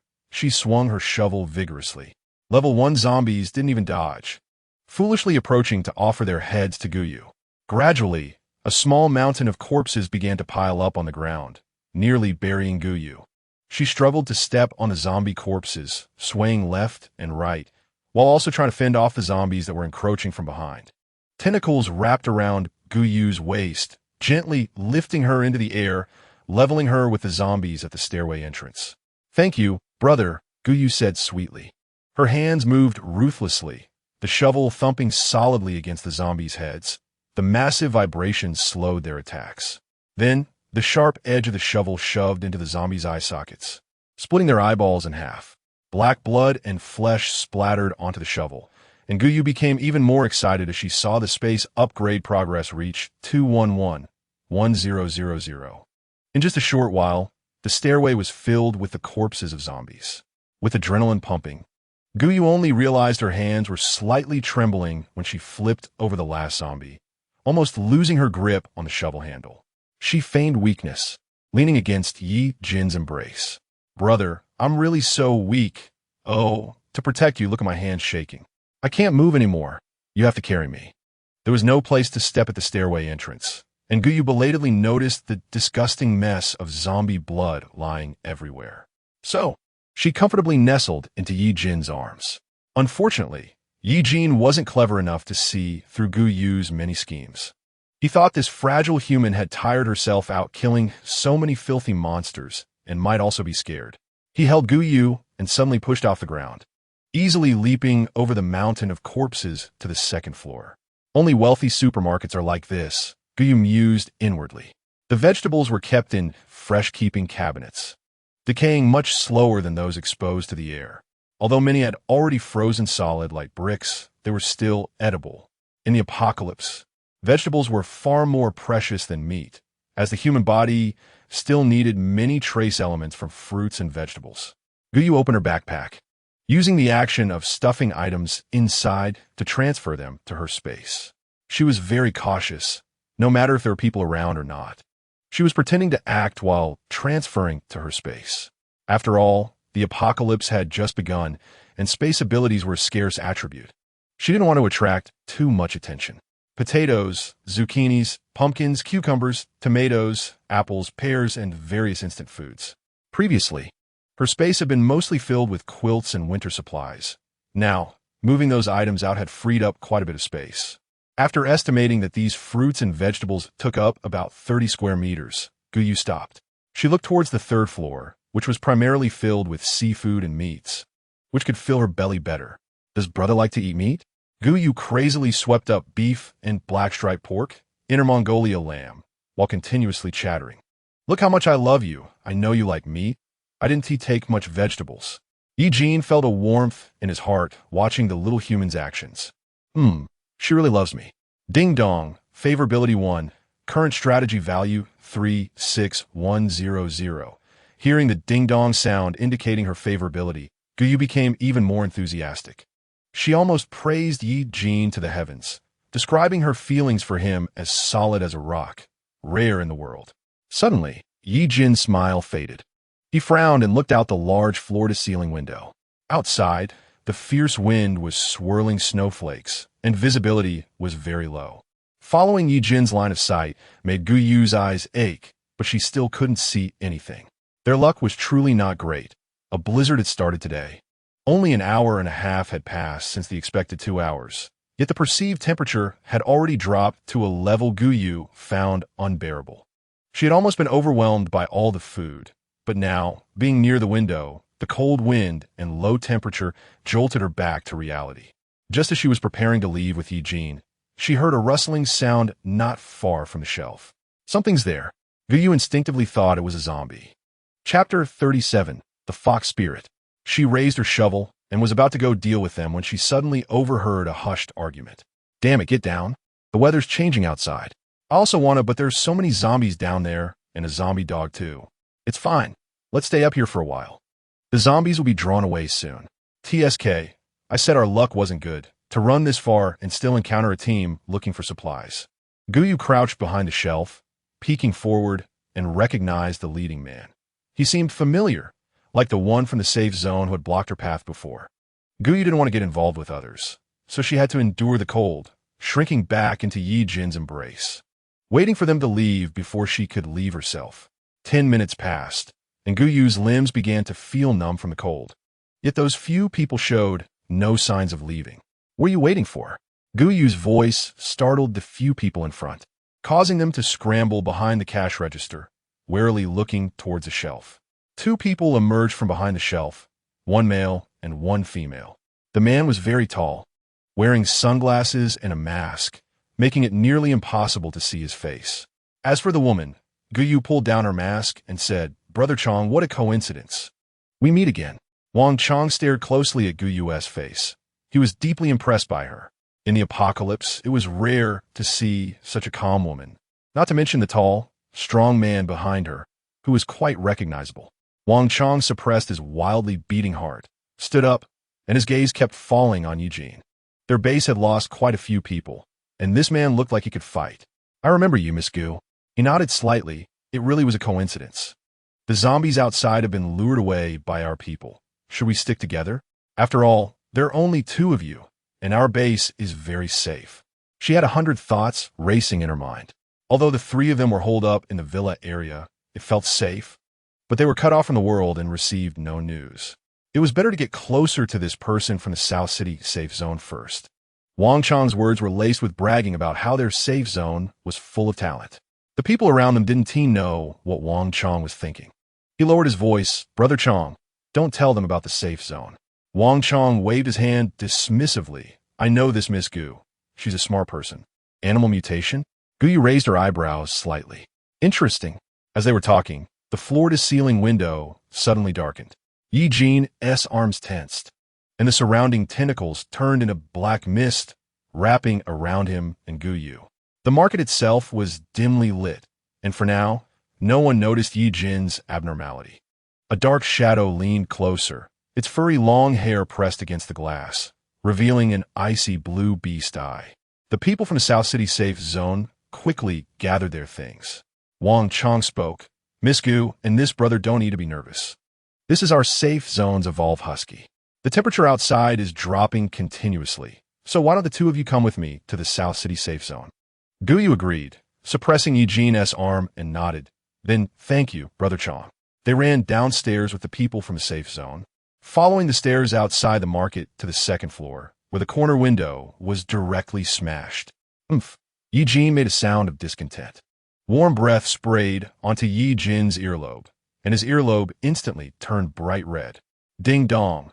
Affection level 3. Current strategy value 39,100. Is this okay? Guyu tried to peck Ye Jin's cheek, making a loud pop sound. Ding dong. Affection level 10. Current strategy value 46,100. Guyu pecked at Ye Jin's cheek like a chick pecking at rice, her lips tingling, but she didn't stop. It was still Ye Jin who crawled out of the window, worried that the little human would get hurt by the wind, and half-forced, he pulled up her scarf, hiding most of her face in it. Many people came out of the South City safe zone, both men and women. When a few women saw Guyu, such a big person, going out to find supplies without fighting zombies and hanging on a man, they immediately darkened their faces at her. Guyu hadn't noticed the expressions of the people behind her. Her attention was drawn to the nearly 2-meter-tall husky on the ice. This was her first time seeing a human evolve in the direction of animals. He was simply an enlarged version of a husky. The husky was dragging a truck behind him. Once the people and supplies were gathered, Brother Chong shouted loudly, "Let us go." Then the truck behind him shook. As a sled dog, the husky had excellent endurance and load-bearing capacity. Watching it run through most of the city without slowing down at all was impressive. Wow, amazing. Guyu couldn't help but exclaim as she watched the husky's fluffy tail through the gaps in the truck. Ye Jin tightened his grip around Guyu's waist. She nestled into Ye Jin's embrace, playfully curling her fingers around his. Of course, no one is stronger than my brother. To others, her demeanor appeared as flattery. Vixen, someone muttered under their breath. The sharp voice stimulated Ye Jin's senses, and he almost couldn't control his impulse to kill all the humans in the truck. Even the black tentacle was restless. Guyu directly collapsed into Ye Jin's arms, using the motion to pin down the tentacle that was ready to strike. Woo! I only have my brother, so I can only rely on him. My brother won't dislike me, right? The tentacle impatiently slapped the side of the truck twice, leaving a deep dent in the sturdy compartment. Guyu pressed down on the tentacle with little force. When it sensed it was its favorite human, it quickly calmed down and wrapped around Guyu's wrist. Ye Jin looked down at the fragile human in his arms, who was gazing up at him with eyes full of confusion and pity. He couldn't help but lean in closer, and finally, the stench in the truck was masked by the fragrance emanating from Guyu's soul. Ye Jin pulled down the scarf, intending to imitate Guyu's earlier pecking like a chick, but that alluring scent was too enticing, making Ye Jin's teeth itch. Chapter 38. Playing rogue will get you hit. He ground his teeth, but ultimately returned to his true self and bit down on Guyu's cheek. He didn't hold back, leaving a clear teeth mark on her face. Ouch, that hurts. Guyu almost couldn't maintain her smile, lowering her voice to plead, "Brother, let go first. There are others here. Don't make me slap you." Guyu spoke through gritted teeth. The others in the truck were unaware they had narrowly escaped death. They all shot glances at Guyu. Guyu didn't understand where all the hostility was coming from on their first meeting. The husky-evolved person ran quickly, crossing a small portion of the suburbs to reach the South City base in almost 15 minutes. The truck gradually came to a stop, and everyone stumbled a bit from the bumps, while Guyu sat steadily in Ye Jin's embrace, well protected by him. "We're here, get out."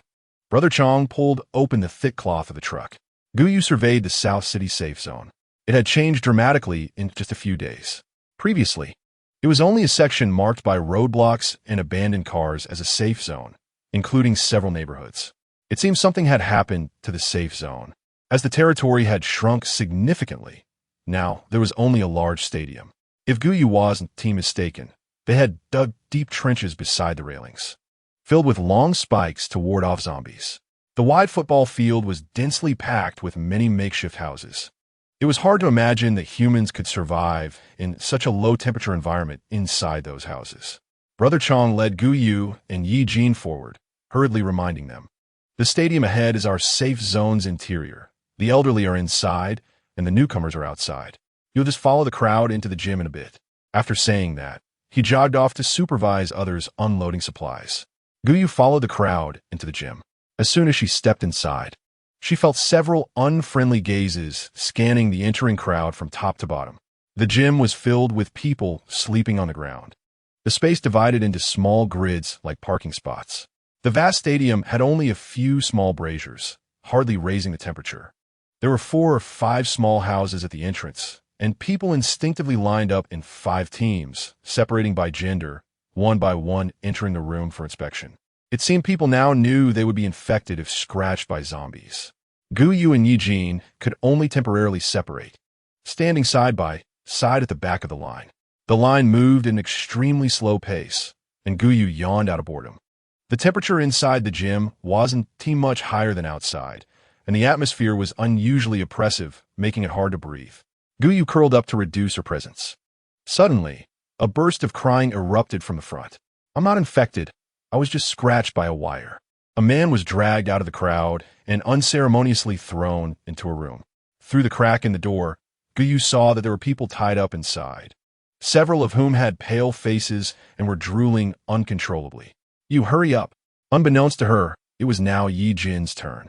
Guyu was worried that Ye Jin might lose control, so she quietly urged, just take off your clothes and turn around in a bit. Don't get angry, okay? Just think of it as a game. Ye Jin had no expression, just glanced at Guyu and walked into the small room. Soon it was Guyu's turn, and she looked around. It looked more like a changing room, and there was a man standing inside. He urged sternly, hurry up and take off your clothes. I need to check for any wounds on you. A man? Guyu frowned. She thought about how in the apocalypse, there were no distinctions between genders, and everyone was just focused on one thing, surviving. Maybe she was overthinking it. So she unfastened her outer coat and hung it aside. Under the man's urging, she was left in just her tank top and shorts. The cold air made Guyu's skin crawl. The man leisurely looked Guyu up and down, his gaze lingering on her fair chest. That kind of look made Guyu feel somewhat uncomfortable, and she took a step back. In the man's eyes, this action only made her appear weak and fearful, making him feel that Guyu was easy to manipulate. Then he actually reached out to touch Guyu. Guyu frowned and seized the man's wrist, saying, I was bitten by a zombie. I have no wounds. Whether you have wounds or not is not for you to decide. If you were bitten and got mixed in, I can't take that responsibility. He coughed, his lewd gaze still scrutinizing Guyu. In a commanding tone, he said, take off your tank top and shorts too. I need to check properly. If you don't want to, then you could just go wait to die outside.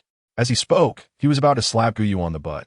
His movements were so practiced that it was clear he had done this many times before. Guyu rolled her eyes and kicked him in the knee, causing him to buckle down to the ground in pain. If you don't accept the check, then get the hell out. He was somewhat embarrassed and angry. Ye Jin, who had already been checked, stood straight at the back door of Guyu's changing room waiting. His ears perked up as he suddenly heard something was off inside. You're an orphan who popped out from between the rocks. Where did you find such a loveless idiot looking for a mother everywhere? Guyu had just cursed when suddenly a loud bang interrupted her words, shaking the small changing room. The man jumped in fright, and the back door of the changing room was almost shattered, revealing a pair of white beastly eyes through the gap. A zombie! He is a zombie. Ye Jin punched the changing room door, and with just one punch, the doorframe shook as if it would fall off. The commotion drew the attention of patrolling guards who quickly surrounded them, weapons aimed at Ye Jin. Get lost. Ye Jin growled. He no longer concealed his killing intent, and in that moment, his hatred for humanity peaked, creating an oppressive aura that made the patrollers too frightened to approach. Dig out his eyes. Ye Jin's gaze was fixed on a man on the ground, and he stepped forward with clenched fists. Guyu had quickly put on her clothes and reached out to keep Ye Jin and the patrollers apart. He is not a zombie. My boyfriend just saw that man harassing me, so he got angry. It's all a misunderstanding. Chapter 39. Leave your eyes behind now. They no longer cared about morals or rules. Once these people gained some power, they would do everything they could to make life difficult for others.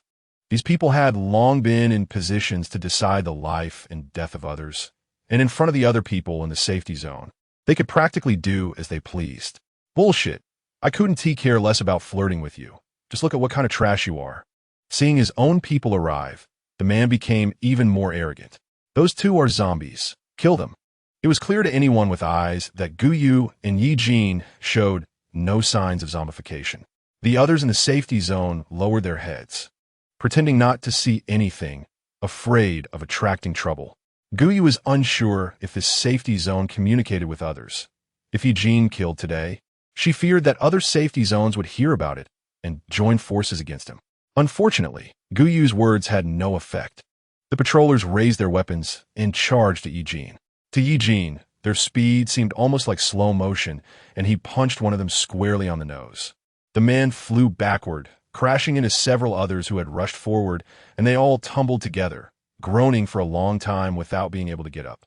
Once he started, Ye Jin found it hard to stop. The sight of the bright red blood streaming from the man's face excited him, and a hint of red crept into his otherwise white eyes. Kill, kill. His mind was filled with bloodlust. What's going on? Brother Chong arrived late, watching as the people he had just managed to gather were now fighting with the people from the safety zone.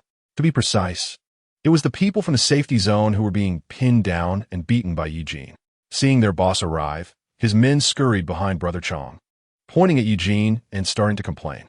Boss, this man has gone crazy. We don't even know what happened, and he just started hitting people. They were quick to wash their hands of the matter. Guyu snorted coldly. It was clear they were taking advantage of Ye Jin's poor verbal skills to blame everything on him.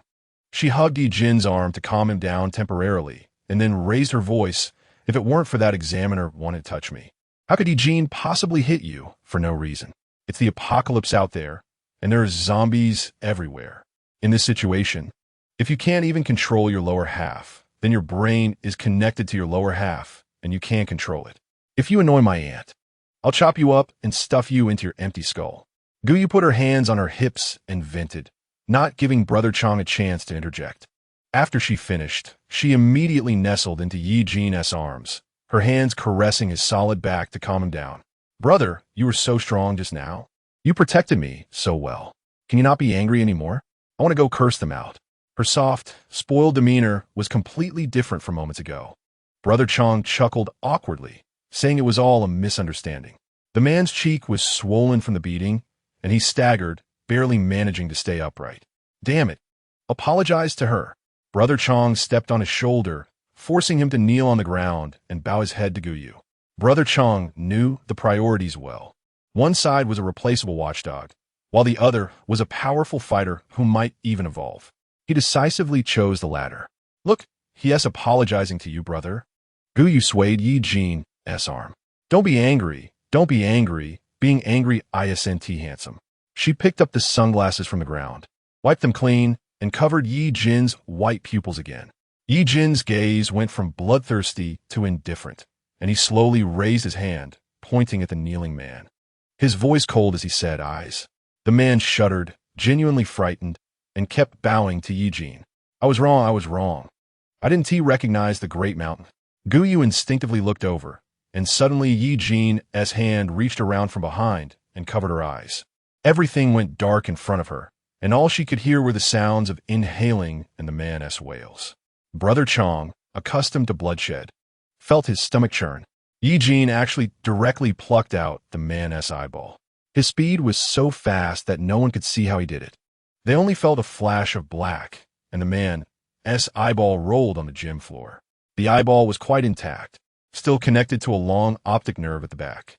The man's eye socket was pitch black, and the man who had just been boasting and shouting was now rolling on the ground, covering his bleeding eye socket and howling in agony. Stop screaming, damn it. You've attracted the zombies. Once calm, Brother Chong picked up a cloth and stuffed it in the man's mouth, then waved at the others, signaling them to drag the man away to avoid further provoking Ye Jin. Another one. Ye Jin was not convinced. He raised his hand and pointed at the man's other eye. The disgusting human had seen Guyu's body with both of his eyes, and just thinking about it made his rationality start to crumble again. Guyu should be his private possession. His little fragrant one should only be seen by him. The desire for possession began to take hold. Guyu blinked, her long eyelashes brushing against Ye Jin's palm. Ye Jin slightly lowered his head, enveloping Guyu completely in his arms. The little fragrant one was so small, just able to reach his chin. Such a fragile human must be properly guarded. He would clear away all obstacles for her, like this human in front of him. I'm tired, brother. Guyu relaxedly leaned against Ye Jin's chest. I've been through a lot today. My feet are sore. I want to rest for a while.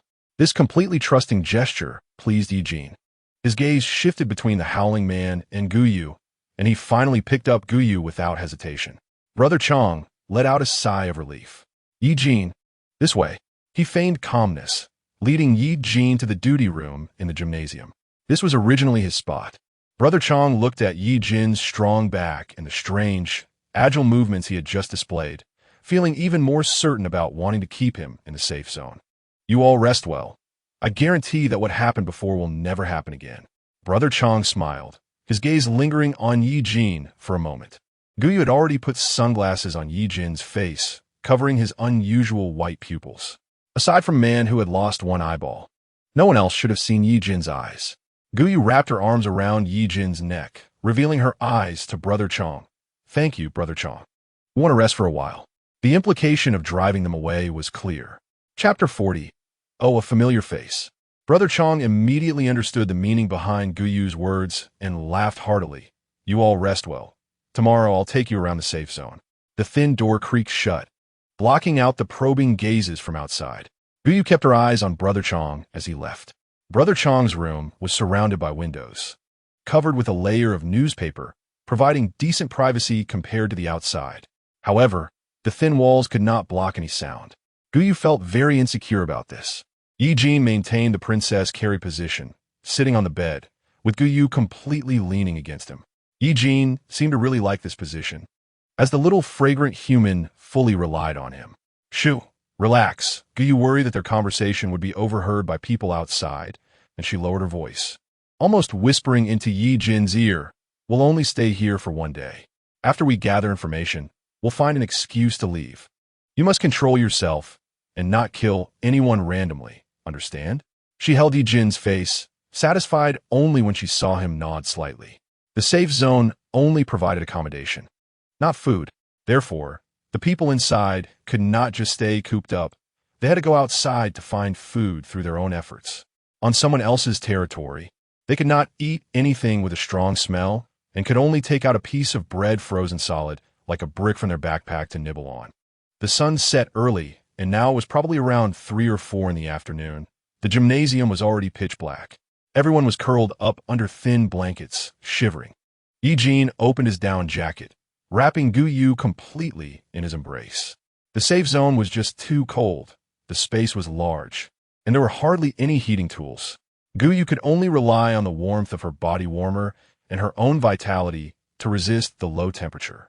She snuggled in Ye Jin's arms. His chest was warm, and she unceremoniously shoved her icy hands against his abdomen to warm them up.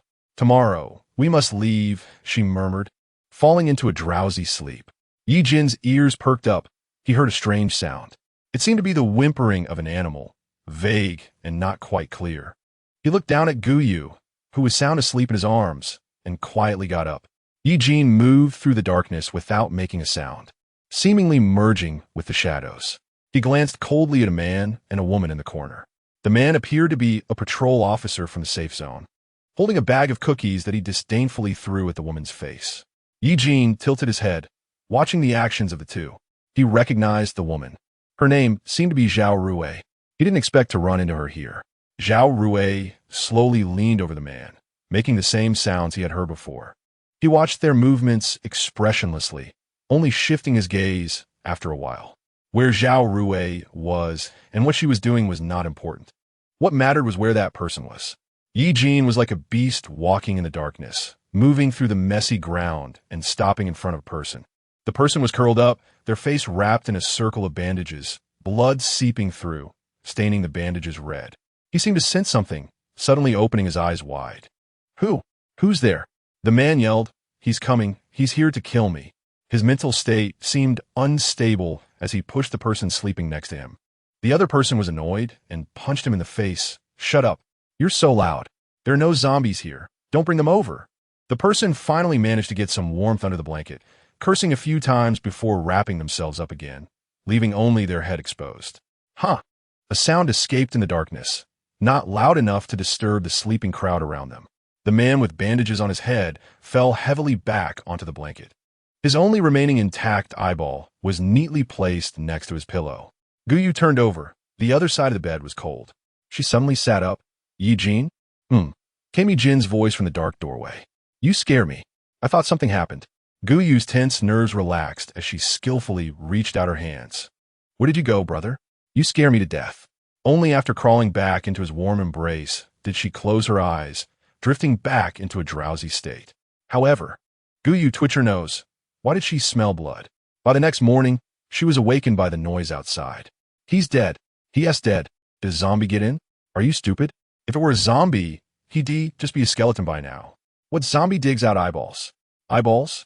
Guyu uncontrollably thought of the man who had touched her yesterday, just as she was about to tiptoe over the crowd to take a look. Brother Chong suddenly came over, greeting her enthusiastically. "Miss Gu, you're up so early. Would you like to take a stroll around the safe zone with me?" Although he was speaking to Guyu, his gaze was always on Ye Jin. "Sure." Guyu pretended to be naive and agreed. It was just like someone delivering a pillow when you were sleepy. She just happened to want to gather the latest news about the apocalypse. Brother Chong led Guyu and Ye Jin for a tour around the gymnasium. The gym had 2 floors, each crowded with people. The first floor housed ordinary people, while the second floor was divided in half. One half was piled with supplies, and the other half housed the awakened ability users. There are many directions in which humans are evolving now. One is the husky evolution from yesterday, along with strength types and speed types. Guyu occasionally nodded to show she was listening to Chang'e. Physical strength evolution is the most common evolutionary direction, which had some use in the early days of the apocalypse. But in the later stages, when all creatures began to evolve, physical evolution became somewhat inadequate. Chang'e proudly patted his chest and said, "I am a fire-type evolver. I don't feel cold, even in this chilly weather." We also have an ice-type evolver in our safe zone. Guyu cupped her cheeks and pretended to admire Chang'e, saying, "Chang'e, you are so amazing. I've never seen a fire-type evolver before. Isn't our safe zone stronger than the 4 major safe zones mentioned in the broadcasts?" No. Chang'e waved his hand.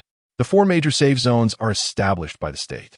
We can only be considered a city-level safe zone under the Northern Safe Zone, and we still have to follow the orders of the Northern Safe Zone. Guyu nodded, but said, "But now the signal is down. How can the 4 major safe zones manage us?" I think Chang'e is just being too modest.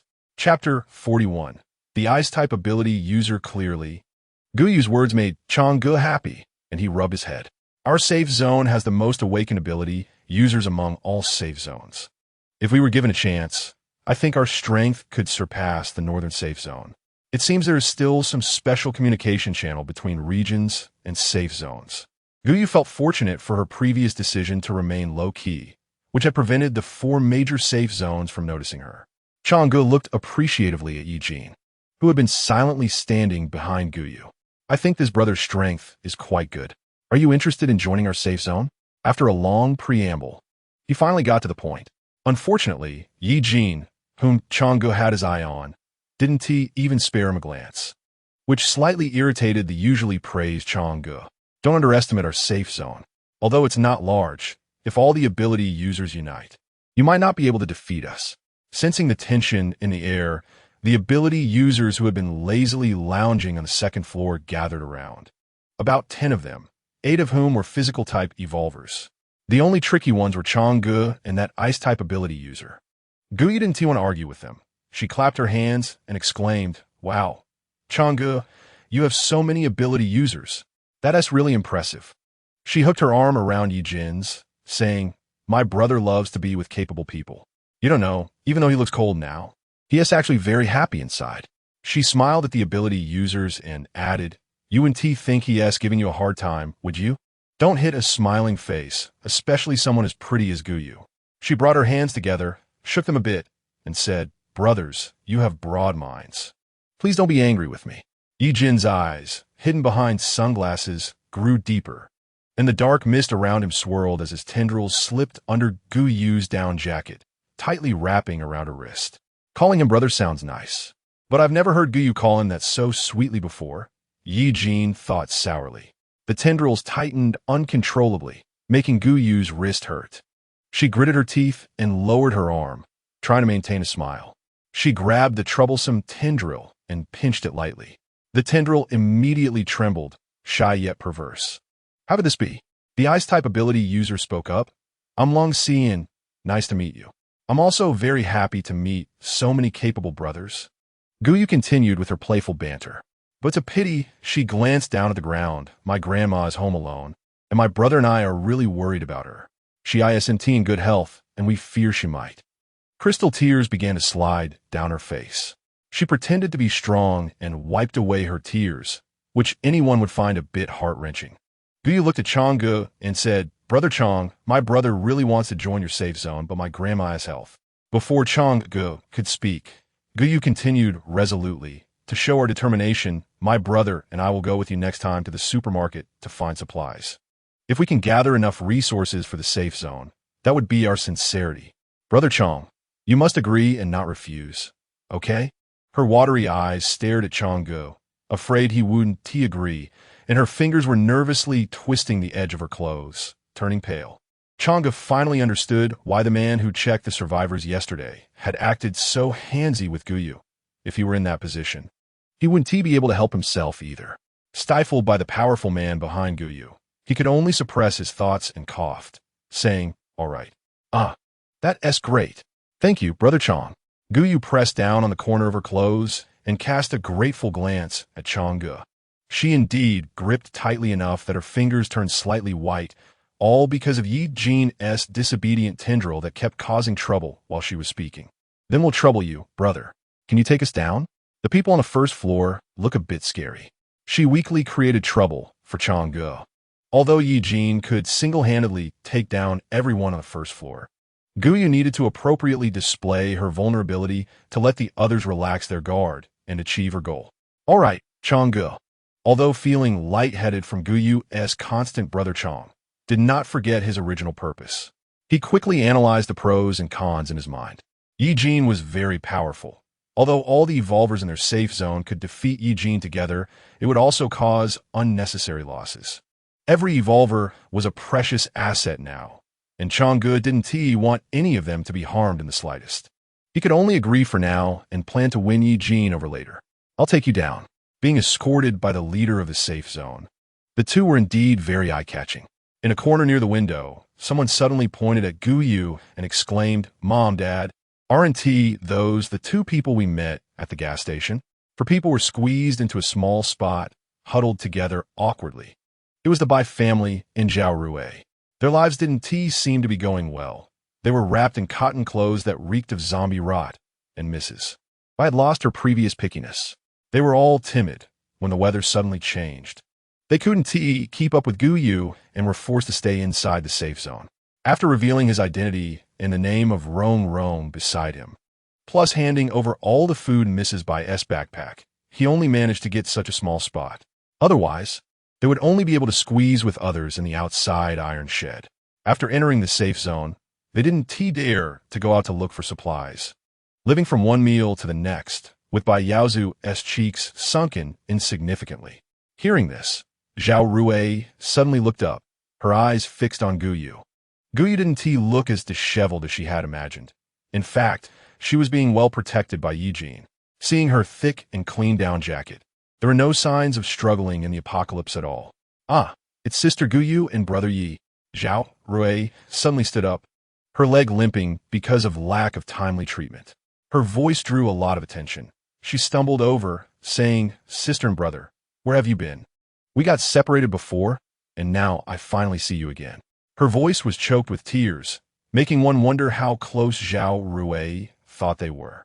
"Sister Gu Yu, Brother Yi, please don't leave me behind this time."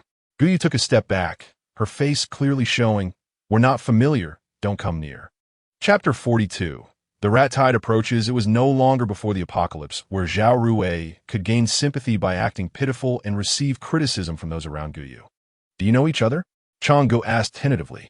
Gu Yu shook her head, just a stranger she had met once before. Her brother almost got bitten by a zombie while trying to save her. Who can't pretend to be a green tea bitch?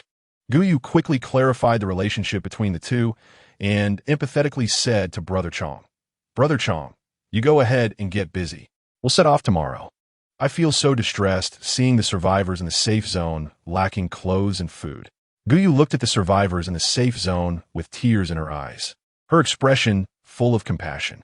Paired with her beautiful face, it was like a saint descending to the world, making anyone want to take a second look. Lung Swayan stood at the corner of the second floor, leaning against the wall with great interest, watching Gu Yu. Brother Chong, looking a bit troubled, said, "Sir, she already has someone." "Ha!" Lung Swayan sneered. "As long as I want it, I've never been unable to get it, especially since she looks to my liking." Brother Chong looked at Lung Swayan, who came from the Central, knowing well that the power behind this guy was something a small safe zone leader like him couldn't shake. All he had to do was wait for this damned extreme cold weather to pass and escort him to the central base. How strange, she thought to herself. Is it that every time I see Zhao Rui, nothing good happens? Zhao Rui revealed her delicate neck, portraying herself as a fragile flower in the storm, having suffered greatly. And seeing Ye Jin was like seeing a lifesaver. She pitifully said to Ye Jin, "Brother Yi, woo woo woo, I finally see you. I thought I would never see you again before I die." Ye Jin ignored Zhao Rui's antics and didn't even give her a glance. Zhao Rui bit her lip in anger. Bai Yaozu rushed forward, pointing at Ye Jin. "You are too much. Don't you have any manners? When someone talks to you, can't you respond?"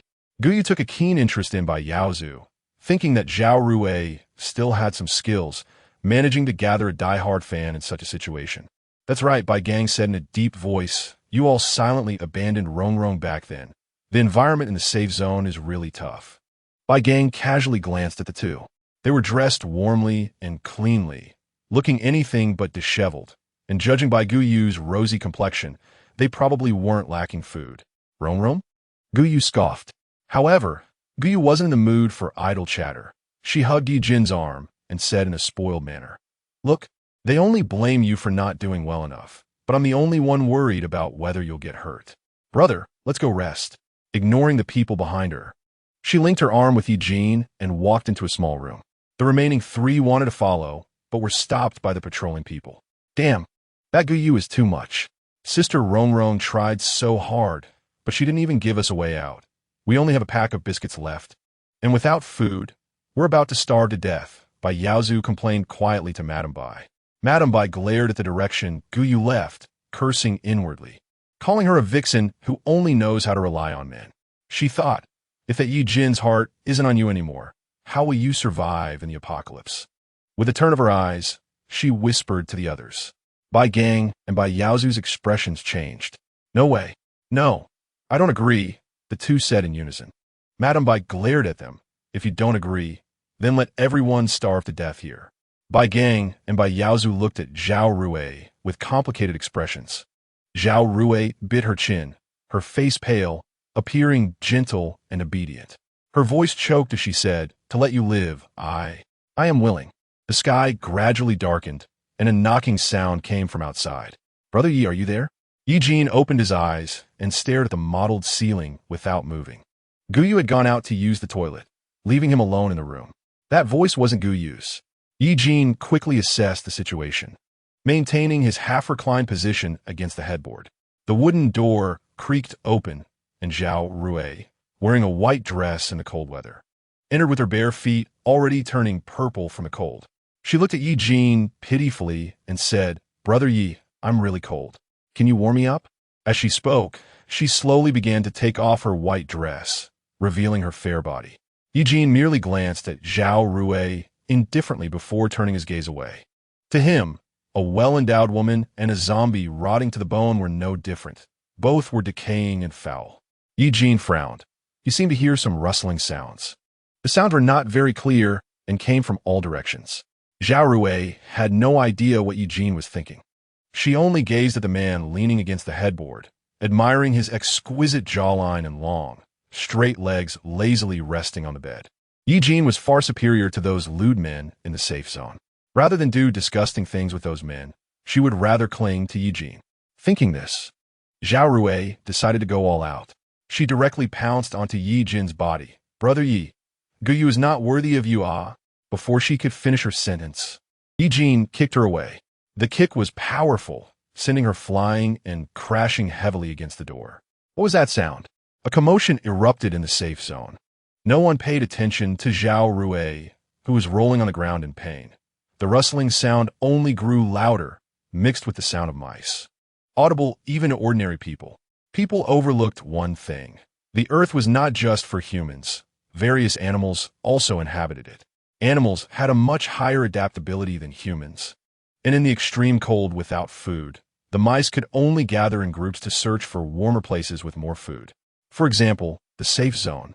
The patrolling people squinted at a mass of gray-black things rushing towards them on the icy surface, and in the blink of an eye, they were already beside the safe zone. A mouse suddenly leaped up and bit off a man's nose. He screamed and frantically waved the torch in his hand. By the faint light of the torch, the people in the gym saw a black mass of things surging towards them like a tide. The fences and trenches they built to withstand zombies were practically worthless against the mice. Chapter 43. Bloodbath in the safe zone. Countless mice crawled towards the safe zone, and the sturdy fence was pushed inward, collapsing the outermost tin house.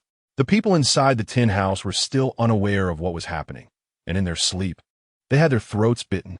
The mice, which had not eaten for a long time, were exceptionally ferocious, their eyes red, each one crazed with bloodlust.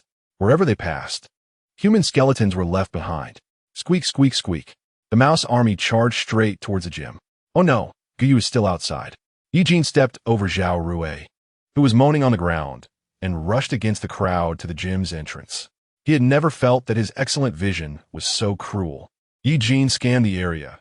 Outside the gym, there were no living beings other than the mice. Damn it! Ye Jin was surrounded by a black fog, his clenched fists trembling continuously. He fixed his gaze on the mouse swarm outside.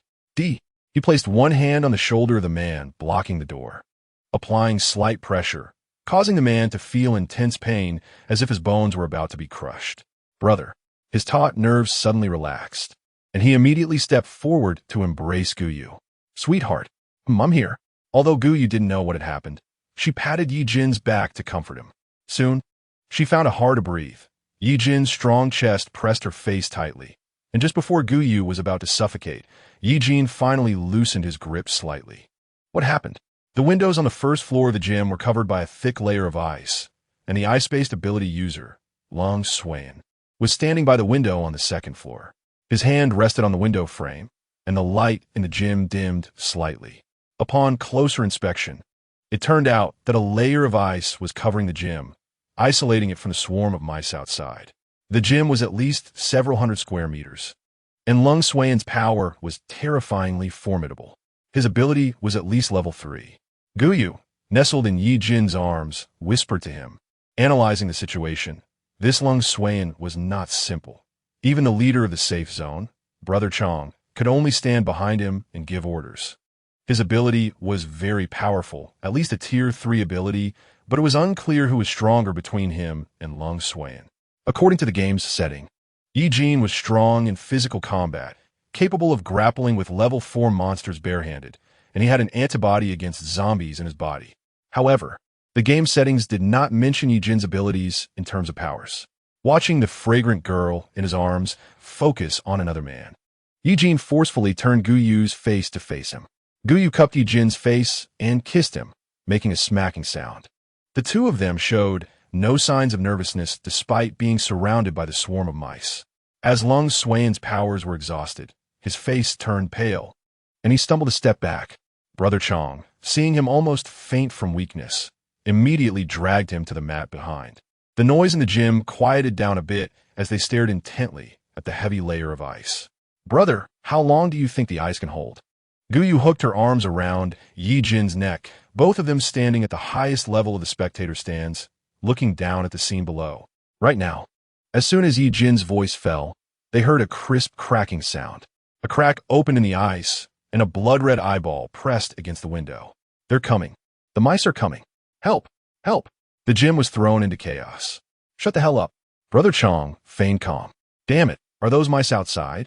Each one was as big as adult wildcats, and with their long tails, their body length was estimated to be about a meter.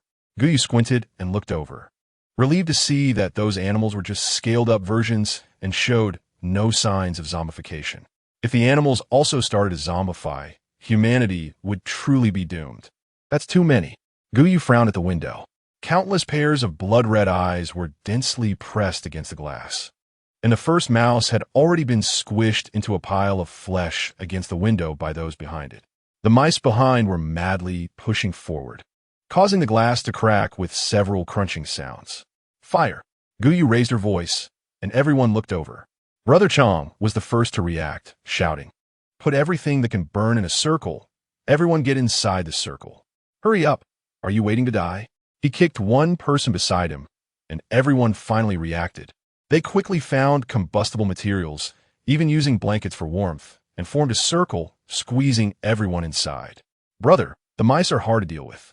Guyu lowered her voice. The mice were not like zombies. They were small, agile, and numerous.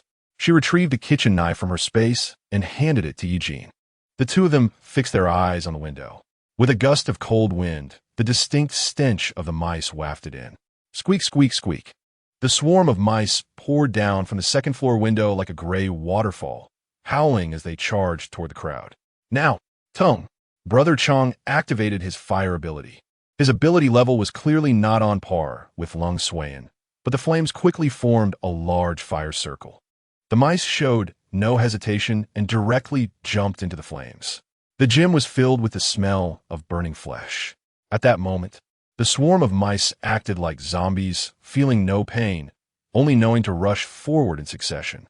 The makeshift fire line could not hold back the swarm for long. A scream pierced the air as a mouse, half its body burned, bit into a woman's calf, tearing off a chunk of flesh. This felt like the beginning. Guyu flipped the kitchen knife in her hand, familiarizing herself with its weight, and then pitifully said to Ye Jin, "Brother, you have to protect me well. I'm scared." Just then, Lung Suiyan, who had caught his breath, happened to hear this. He looked up and saw Guyu expressionlessly cut a leaping mouse in half.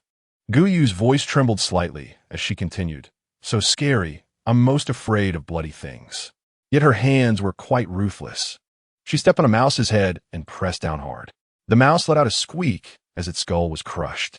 Guyu disdainfully kicked the mouse's corpse away, and as the body fell among the swarm, the mice turned their direction, devouring their companion's corpse before charging toward the fire circle again. Chapter 44. Iron couscous flour dealing with these mice was incredibly troublesome. However, Guyu was surprised to find that even while killing mice, her space upgrade progress bar kept rising, and she became more and more enthusiastic about killing the mice. Suddenly, Guyu felt that strong sense of being watched again. She wiped the sweat from her face and turned to search for the source of the gaze. She turned to see Lung Suiyan sitting steadily on the mat, watching her. Their eyes met in midair, and instead of flinching, Lung Suiyan raised an eyebrow at Guyu. If it were any other woman, she would likely blush and cover her mouth at his flirtation. But just as he was about to speak confidently, he heard Guyu's voice, which was different from her usual sweet tone. "What are you looking at? Are you glued to the mat? If you keep staring, I'll dig your eyes out." She had always been annoyed by those who hid behind others to take advantage, especially someone like Lung Suiyan. After saying that, she disdainfully rolled her eyes. Lung Suiyan was momentarily stunned. He had thought Guyu was just a flower relying on men, but unexpectedly, she was quite spirited. He licked his cracked lips, and his gaze became increasingly meaningful. One corner of the fire circle had already collapsed, and the group of mice fearlessly surged forward, the frontmost mouse already burned, filling the air with the smell of charred meat, creating a corpse bridge for those behind. The mice rushed over, stepping on the bodies of their fallen comrades, nearly extinguishing the burning wood. They were red-eyed, devoid of reason, and bit anyone they saw. The surrounding area filled with human screams and desperate cries, and the people inside the fire circle were thrown into chaos. The mice mingled among the crowd, darting around people's feet. No one could be sure which person would be bitten in the calf. Humans could not dodge in time, and when a mouse bit into someone's calf, it tore away a chunk of flesh, exposing the white bone beneath. The mice swarmed up, their squeaking growing louder, drilling into people's ears and driving them to distraction. Once bitten, the mice would not let go. In just a few breaths, a person would be covered in mice, and soon they would be left with nothing but a skeleton. The mice were not satisfied and quickly attacked the next person. The crowd was thrown into chaos as people pushed each other, and someone was shoved down, falling directly into the fire. He instantly ignited into a fiery figure, instinctively rolling to the side, and the flames caught onto the next person. This fire was not ordinary. It was Brother Chong's ability. Not easy to extinguish. That person was burned alive. The wails echoed in everyone's ears. Guyu's heart tightened. She turned her head to see how Ye Jin was doing. But in that moment of distraction, she was pushed from behind and stumbled, unable to steady her footing, just as she was about to fall headfirst into the fire. Guyu realized it was too late to change direction. The crowd surge had just pushed her away from Ye Jin, and now there were 4 or 5 people between them. "It's over. I'm going to be disfigured." Guyu closed her eyes, expecting the pain, but it didn't come. Ye Jin reached out and held Guyu's slender waist, gently pulling her toward himself. Guyu leaned against Ye Jin's chest, gasping for breath. "Stay by my side." Ye Jin's voice was hoarse, and he was breathing slightly heavily. His black tendrils were now in a state of black mist, even mimicking the movements and shapes of the rats in front of him. The black mist transformed into translucent mice, blending into the swarm, and opened its mouth to bite off the neck of a nearby rat. The dead rats were devoured by their companions, leaving no trace behind. It was unclear what exactly triggered it, But it seemed that Gu Yu's earlier compliment about the ice ability user had provoked Ye Jin. He almost forcibly used his ability, managing to discover that the black mist could change form. However, due to the frequent use of his power, the black mist was becoming a bit sluggish, and its attacks on the rats were not as decisive as before. Compared to the ice wall created by that ice ability user, his black mist had already struggled to hold up after just a short while. Ye Jin realized that his ability was indeed not as powerful as that ice ability user's. Realizing this, Ye Jin's expression turned so dark it seemed like it could drip ink. The black mist sensed Ye Jin's emotions and shivered anthropomorphically, almost forcing itself to muster its last bit of strength to pounce more fiercely on the nearby rats, fearing Ye Jin's anger. Gu Yu was still unaware of what had happened in such a short time.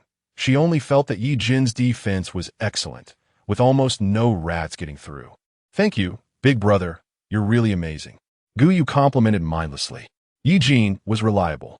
"Are you stronger than that ice ability user?" Ye Jin asked, stumbling over the words as he manipulated the black mist to kill several rats, almost soaking his clothes with sweat. Gu Yu was taken aback, immediately realizing that Ye Jin might be feeling jealous. "What to do? It's a bit cute." She nodded immediately. "Of course, big brother, you're the strongest man in the world." Gu Yu chopped the head of a rat that lunged at her with a kitchen knife still covered in bits of flesh, sweetly speaking. Her voice wasn't too loud, but it reached Ye Jin's ears through the noisy sounds. "Ding dong, favorability 2, current strategy value 48100. Ye Jin responded, his tone showing no fluctuations.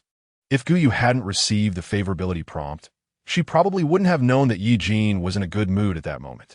The entire stadium was filled with the stench of blood, and the blood quickly spread and froze into a blood-red ice surface, with the rat skeletons and human corpses frozen together.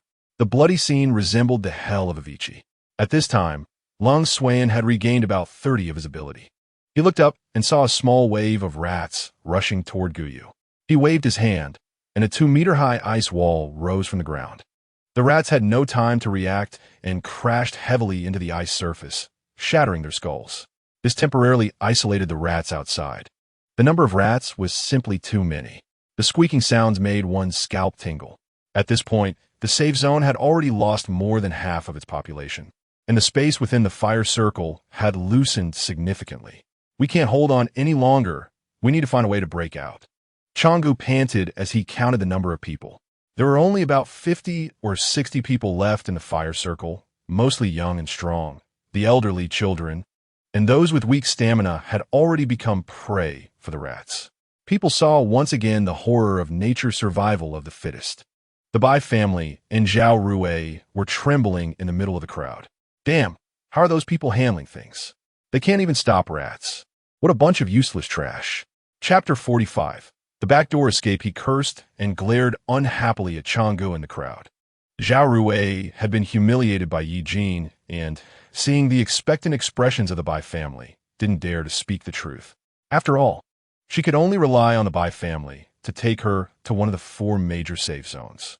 She feigned a pitiful expression and said, "I just knocked on the door and went in when those damn rats came. I didn't even have time to." Her peripheral vision caught sight of Ye Jin beside her, and her eyes brightened, forgetting the little romantic thoughts she had before. "Rong, did you go find that Ye Jin? I think his strength is pretty good. If he could take us along while escaping, we definitely won't encounter any danger." Bai Gang, ignoring his own little romantic thoughts, looked at Zhao Rui eagerly. Zhao Rui had dressed scantily to entice Ye Jin, and the outfit she wore now was one that Bai Yaozu had taken from a dead person and put on her. TSK. Lady Bai glared at Zhao Rui discontentedly, unable to believe she couldn't handle such a small matter. She couldn't help but feel a bit jealous of Gu Yu. Why did that vixen have such good luck? Zhao Rui's tears immediately flowed out. She looked at Bai Gang, but the usually biased Bai Gang didn't even speak up for her. She angrily shifted her gaze, her resentful eyes landing on Gu Yu. At this moment, Gu Yu was standing next to the leader of the safe zone, with the powerful Ye Jin behind her, and even the only 2 nature ability users in the safe zone were surrounding Gu Yu. However, the atmosphere among them was not as sordid as Lady Bai imagined. Changgu's face was serious. Dogsy, what's the situation up ahead? The young man, named Dogsy, had sky-blue eyes, exuding a hint of wisdom. He was the evolved person of the husky breed that Guyu had seen before. There are rats everywhere, the front door has been blocked, and the situation is slightly better in the back. The black mist that Ye Jin had transformed into those small rats was running rampant inside and outside the gymnasium. And everything the pairs of eyes saw was transmitted to Ye Jin's mind. The situation was indeed as Dogsy described. There were countless rats rushing toward them from outside. But the situation at the back door was somewhat better, with far fewer rats. Guyu nodded slightly at Ye Jin, believing Dogsy's words. Sir. Changgu forced a smile and respectfully addressed Lung Xuan. How much ability do you have left? Can you create an ice wall leading to the back door? All eyes turned to Lung Xuan, who had now become the hope of the safe zone. Lung Xuan didn't care about the gazes of those around him. He glanced at the distance from the back door to the fire circle, nodded, and said, I can manage, but I can't guarantee the thickness of the ice layer. You need to move a bit faster. Lung Xuan's ability could actually perfectly create an ice path that could support everyone, but that would consume all of his abilities. An ability user who had exhausted their powers was no different from an ordinary person, and they might even be overpowered by a normal person. People always had to leave a way out for themselves, didn't they? Guyu looked at the faint smile on Lung Xuan's lips, always feeling that this seemingly polite man actually had a belly full of bad ideas. The rats outside were still crazily squeezing in through the broken glass. The sharp edges of the glass cut through the rats' flesh, exposing their stark white bones. They seemed to be oblivious to the pain, their entire brains consumed by the thought of eating. They were truly comparable to zombies. The patrol personnel in the safe zone near the fire circle could no longer hold on. Boss, we can't hold on any longer. Changgu took a deep breath. Then it's up to you. Hearing that things were getting dire, the Bai family slowly moved toward Guyu from the middle of the crowd. At that moment, the ice ability user raised both hands, and two ice walls appeared out of thin air, dividing the rat swarm in half. Run, Changgu shouted, and the people in the safe zone quickly followed his lead, crossing the fire pile and moving along the ice walls. The remaining uninformed individuals exchanged bewildered glances, watching as the swarm of rats rushed through the unguarded fire line. They screamed and followed the others into the ice wall of the safe zone. Lung Xuan was true to his word. He had said they wouldn't last long, and they indeed didn't. Guyu knew this wasn't the time to create trouble for Ye Jin, so she obediently let him carry her. Ye Jin was tall and strong, his stance as steady as a mountain, making it impossible for others to push past him. The back door was wrapped in several chains, securely locked. It had been locked to prevent zombies from entering, but now it trapped their escape route. Brother Chang searched for a while, but couldn't find the key. At this moment, the rat swarm had already gnawed through the ice with their sharp teeth. They were surrounded on all sides by the rats. The person at the back let out a painful scream. Rats.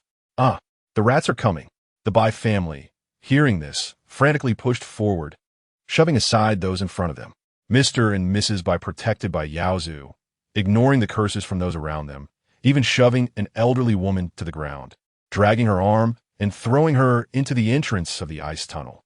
The old woman screamed and was instantly overwhelmed by the swarm of rats. This delay bought them a little more time. Mrs. Bai felt no guilt. She spat at those who criticized her. Soon, it was her turn. She twisted her ankle in her high heels, slowing her down. In panic, she called out loudly, "Husband, pull me up." Bai Gang frowned and looked over, seeing the rat swarm almost on the fat woman's heels. He reached out to pull, but instead grabbed Zhao Rui, who was in tears. Mrs. Bai's eyes widened in disbelief as she looked at her husband and child. The next moment, a rat jumped on her plump back and bit down hard.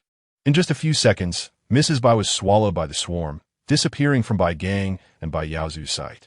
The two showed no signs of sadness, desperately pushing through the crowd, fearing that they would be next. The cries of the dying echoed, stimulating Ye Jin's already limited rationality. He grew increasingly agitated, wishing he could crush those who continued to shout and provoke the rat swarm outside. He frowned impatiently, pulled Brother Chang over, and kicked the emergency exit door. The iron door, which could withstand the violent impact of zombies, shook precariously after just one kick from Ye Jin. Brother Chong finally reacted. He activated his ability, sending 4 flames to the door hinges, instantly softening the door's bearings. With a second kick, Ye Jin broke through the iron door.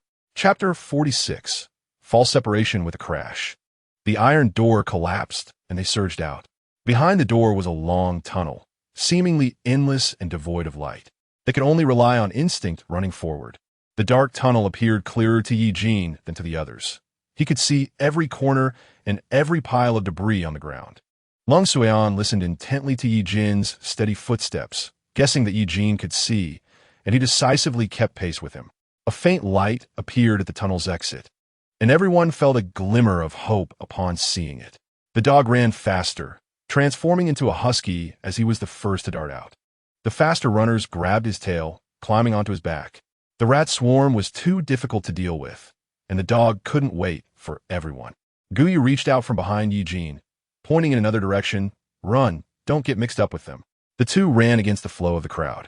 Long Suan raised an eyebrow, watching the two depart, wondering what he was thinking. His hand had already grasped the dog's tail, but suddenly let go. Brother Chong, who was scared and halfway up, also released his grip, trailing behind this ancestor. If this ancestor died, he wouldn't fare any better. Becoming a zombie seemed to be his best outcome. In the white world, 3 small dots were running swiftly through the decaying city. The abilities of the ability users allowed them to run much faster than ordinary people. The rat swarm, without hesitation, chose to pursue the larger group. They would find more food there. The midday sun was relatively warm, and the wind wasn't as biting as it was in the morning and evening. Ye Jin ran agilely through the city's streets, still carrying someone, yet his movements remained nimble. They were heading towards the suburbs. And Guyu was so focused on shaking off the group behind her that she lost track of direction. Guyu looked up at the unfamiliar surroundings, feeling a moment of confusion. Her brain quickly analyzed the situation.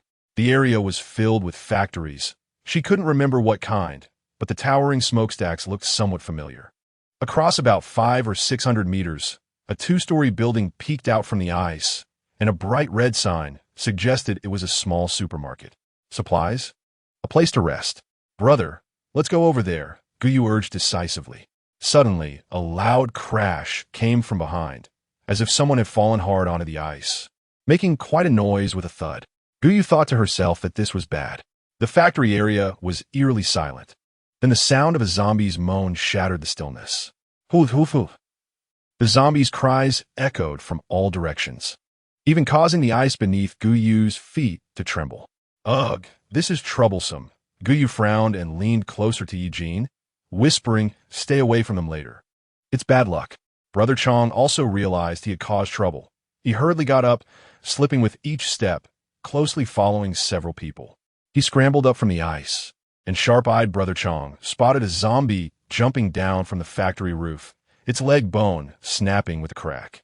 The white bone jutted out from the flesh, and it limped toward the 4 of them. Seeing this approaching zombie, they knew a fierce battle was imminent. Guyu could only slide down from Ye Jin's back since he couldn't fight while carrying someone. She took advantage of the motion of retrieving something from her black backpack to pull out a shovel. Guyu raised the shovel and brought it down with a crack on the skull of the first zombie to pounce on her, pushing the edge against its neck and forcing it back several steps. Guyu did not linger in battle. The factory area was vast, and there were countless zombies inside. Running on the ice was not easy. Guyu had to be cautious of zombies suddenly charging at her, while also watching her footing to avoid slipping. If she fell on the ice filled with zombies, she might never get up again. A gust of wind whizzed by her ear, and Guyu felt a chill on her earlobe, as if something had brushed past it. It was the sound of something piercing a zombie's eye. Long Suan surpassed Guyu, saying, no need to thank me. The zombie's claw was only a finger's distance from Guyu. No one is thanking you. Guyu thought poorly of Long Suan. These zombies were attracted by their group, and if it weren't for them, she and Ye Jin wouldn't have to deal with so many zombies. Besides, with Ye Jin by her side, he wouldn't let her get hurt. Ye Jin stood behind Guyu, coldly watching Long Suan. He had sensed the approach of that zombie earlier, and the black smoke moved slower than Long Suan's ice spike, ultimately dissipating reluctantly into the air. Ye Jin pulled Guyu, saying, stay by my side. His speech had become much smoother. Guyu nodded repeatedly, feeling a bit overwhelmed as she swung a shovel down onto the head of the zombie in front of her, kicking it onto the ice. Wait, look ahead. The zombies are coming. Brother, protect me. The zombies were faster than Guyu had anticipated, as if they had taken stimulants, rushing forward recklessly. If she had had this kind of energy back in university during her physical assessments, she wouldn't have failed every time. A group of 20 to 30 zombies charged at them from the front, forcing Guyu and Ye Jin to temporarily separate. Guyu swung her shovel with great force, almost hitting Chang'e, who was following closely behind her.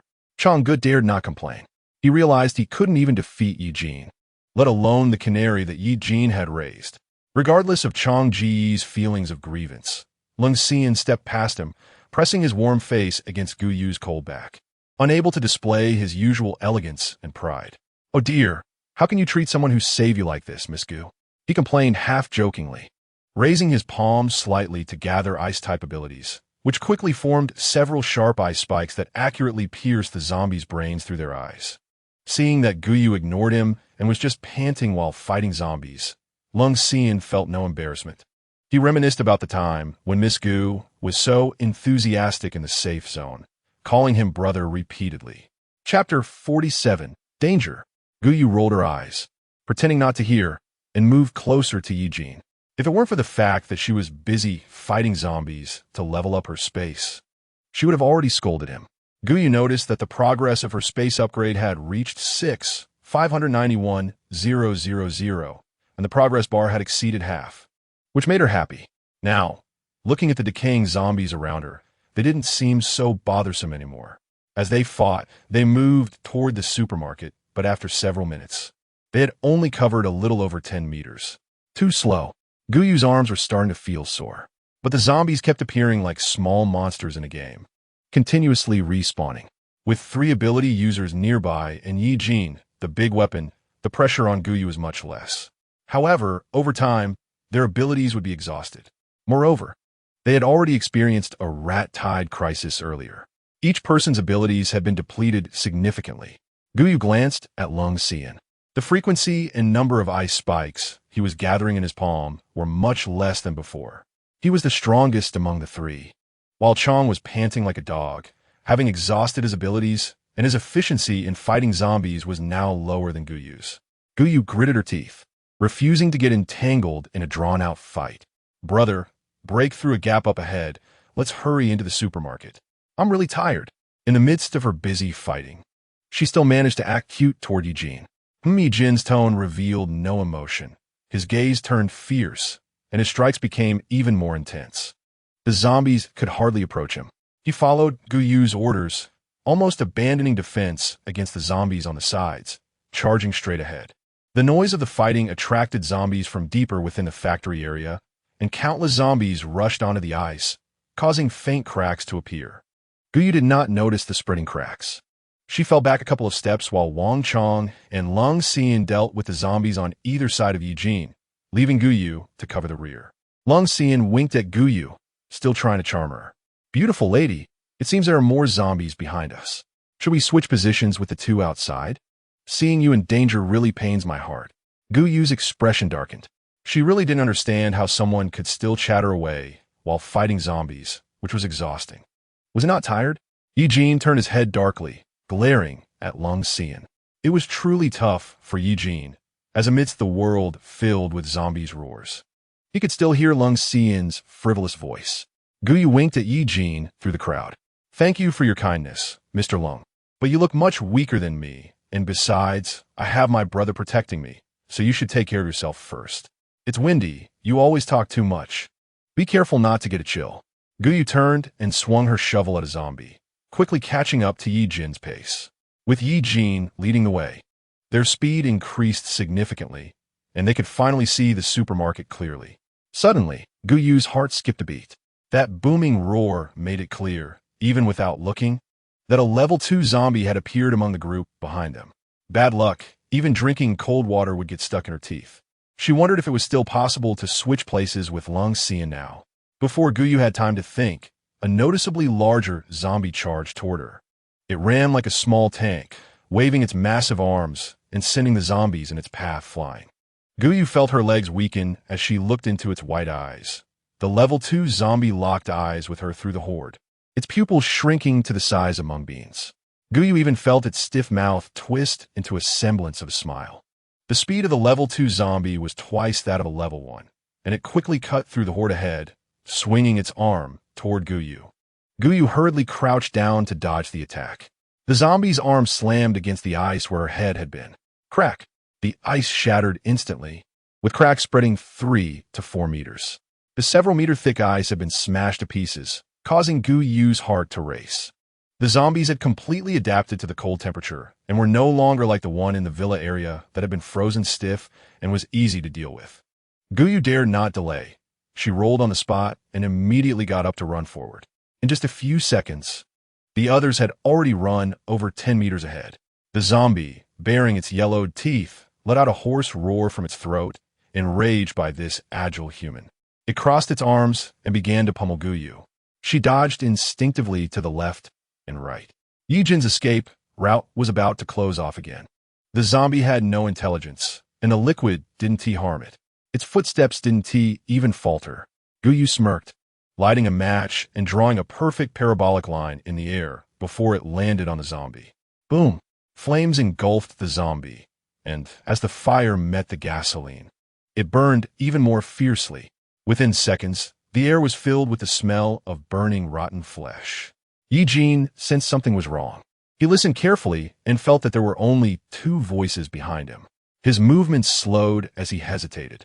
Wang Chong immediately noticed that the number of zombies on his side had increased significantly and shouted, "You don't daze. Hurry, Guyu." Ye Jin's lips moved silently. He immediately abandoned his breakthrough and turned to charge back toward Guyu. Damn it! Wang Chong was startled by Ye Jin's reckless action and cursed, having no choice but to step forward and shield Lung Xian.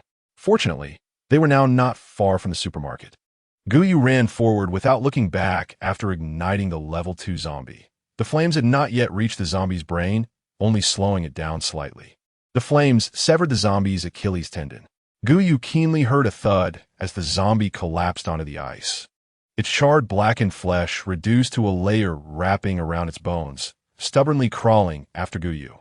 With the biggest crisis averted, Guyu finally realized that she was soaked in cold sweat. She couldn't even wipe the sweat that had dripped into her eyes. Chapter 48. Your little baby is offline. The sweat irritated her eyes, causing them to redden. In her blurred vision, it seemed like Ye Jin was running towards her against the crowd. Guyu immediately felt a bit aggrieved. All she wanted was for Ye Jin to carry her and then eliminate those zombies that had bullied her. Being pampered and saved by someone really made her unable to tolerate any grievances. Brother, Guyu called out pitifully, hearing the grievance in her soft human voice. Ye Jin irritably summoned his tentacles, the black mist condensing as if tainted by his annoyance. The tentacles swept from side to side, clearing a path for Guyu. Guyu opened her arms from a distance, but suddenly felt resistance under her feet. She looked down and saw a zombie, half its body remaining, clinging tightly to her ankle. Guyu's anger flared up. Did they think she was a fool just because she didn't get angry? She angrily lifted her foot and kicked the zombie, sending it tumbling away. The zombie landed directly on the ice, its broken bones sharp enough to pierce into the surface. Crack! The sound made Guyu widen her eyes. The ice was cracking at an alarming speed. Oh no! Guyu thought to herself, turning to run forward quickly. But the zombie she had kicked overreached out its long arm and grabbed her ankle tightly. Damn it! The sharp shovel plunged down suddenly, and the zombie's frozen wrist snapped under the force. Although she had dealt with the zombie quickly, it still wasted her best chance to escape. The ice beneath her shattered, leaving her with no foothold. She watched helplessly as her body sank slowly, the cold water enveloping her mouth and nose. She couldn't swim. Instinctively opening her mouth to call for help, the icy water rushed down her throat and choked her lungs. Pain shot through her lungs. Her remaining vision showed countless zombies pursuing them from behind. Everything was happening too fast. Guyu! Splash! The water stirred violently as Guyu was on the verge of losing consciousness, the zombie's hand tugging at her ankle, trying to drag her into the abyss below. She didn't die. If she died, who would inherit the over 100 square meters of supplies in the space. The thought amused her.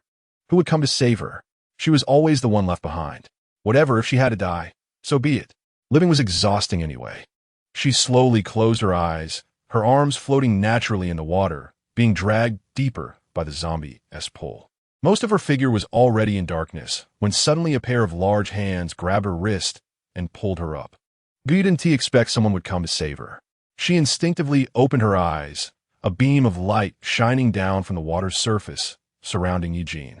One hand broke through the thin layer of ice that had frozen over, and with a strong pull of his arm, he sent Guyu back to the ice surface. The zombies behind them couldn't swim. They sank to the bottom of the water. Cough, cough, cough. Guyu gasped for fresh air, her entire airway burning painfully as if someone had scraped her throat with a knife. Her consciousness was fading, but she still stubbornly removed her wet clothes. The down jacket was heavy with water. If it weren't for Ye Jin, an ordinary person probably wouldn't be able to pull her up. In just a moment, her clothes had completely frozen, making her feel like a freshly made popsicle, shivering all over. Fortunately, the layer of tin foil that she and Ye Jin had wrapped around themselves earlier helped maintain their body temperature. Extreme cold could take a person's life. Guyu forced herself to pull out clean clothes from the space and cover both of them. After doing all this, she exhausted all her strength, and darkness engulfed her as she lost consciousness. Ye Jin's face was pale as he hurriedly dressed Guyu in warm clothes and ran towards the second floor of the supermarket. The two people in front had already pried open the supermarket's main door and dealt with the on-duty staff. The rolling shutter door was closed more than halfway, and the zombies were almost upon them. Wang Chong anxiously spoke up, "Sir, close the door. They definitely won't make it through." Before Lung Xuan could respond, Wang Chong had already pulled down the rolling shutter. Although Lung Xuan didn't say anything, he too was convinced that Guyu and Ye Jin were dead. It was indeed a bit of a pity. He hadn't seen such an interesting woman in a long time, and it would be a shame if she died. Bang! A loud crash echoed, and the rolling shutter shook violently several times. The force was terrifying, even greater than the impact of two zombies. Wang Chong stepped back in fright, feeling utterly hopeless. The zombies were evolving too quickly, leaving no chance for humans to survive. "Open the door." The voice was low and cold, sounding somewhat familiar. Outside, Ye Jin frowned impatiently, activating his abilities as the tentacles danced in the air, sometimes gentle and sometimes fierce. As the swaying zombies approached, the tentacles struck fiercely at the zombies' heads. A large hole was pierced through the zombie's forehead before it could even let out a roar, collapsing straight to the ground. Ye Jin's patience was wearing thin.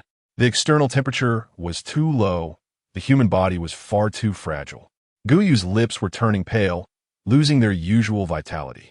Her life was slipping away little by little. "Ye Jin?" A tentative voice called from inside. The response to Wang Chong was another loud crash. Wang Chong had no doubt that if he didn't open the rolling shutter soon, Ye Jin would literally smash through it. After Lung Xuan nodded, Wang Chong quickly pulled up the rolling shutter. He cautiously glanced back, seeing about 10 zombie corpses on the ice surface. Lung Xuan saw it too, his expression slightly surprised as he looked at Ye Jin. To be able to carry someone and still kill so many zombies was truly fascinating. There were just too many zombies in the factory area. The sound of the rolling shutter being struck attracted them over.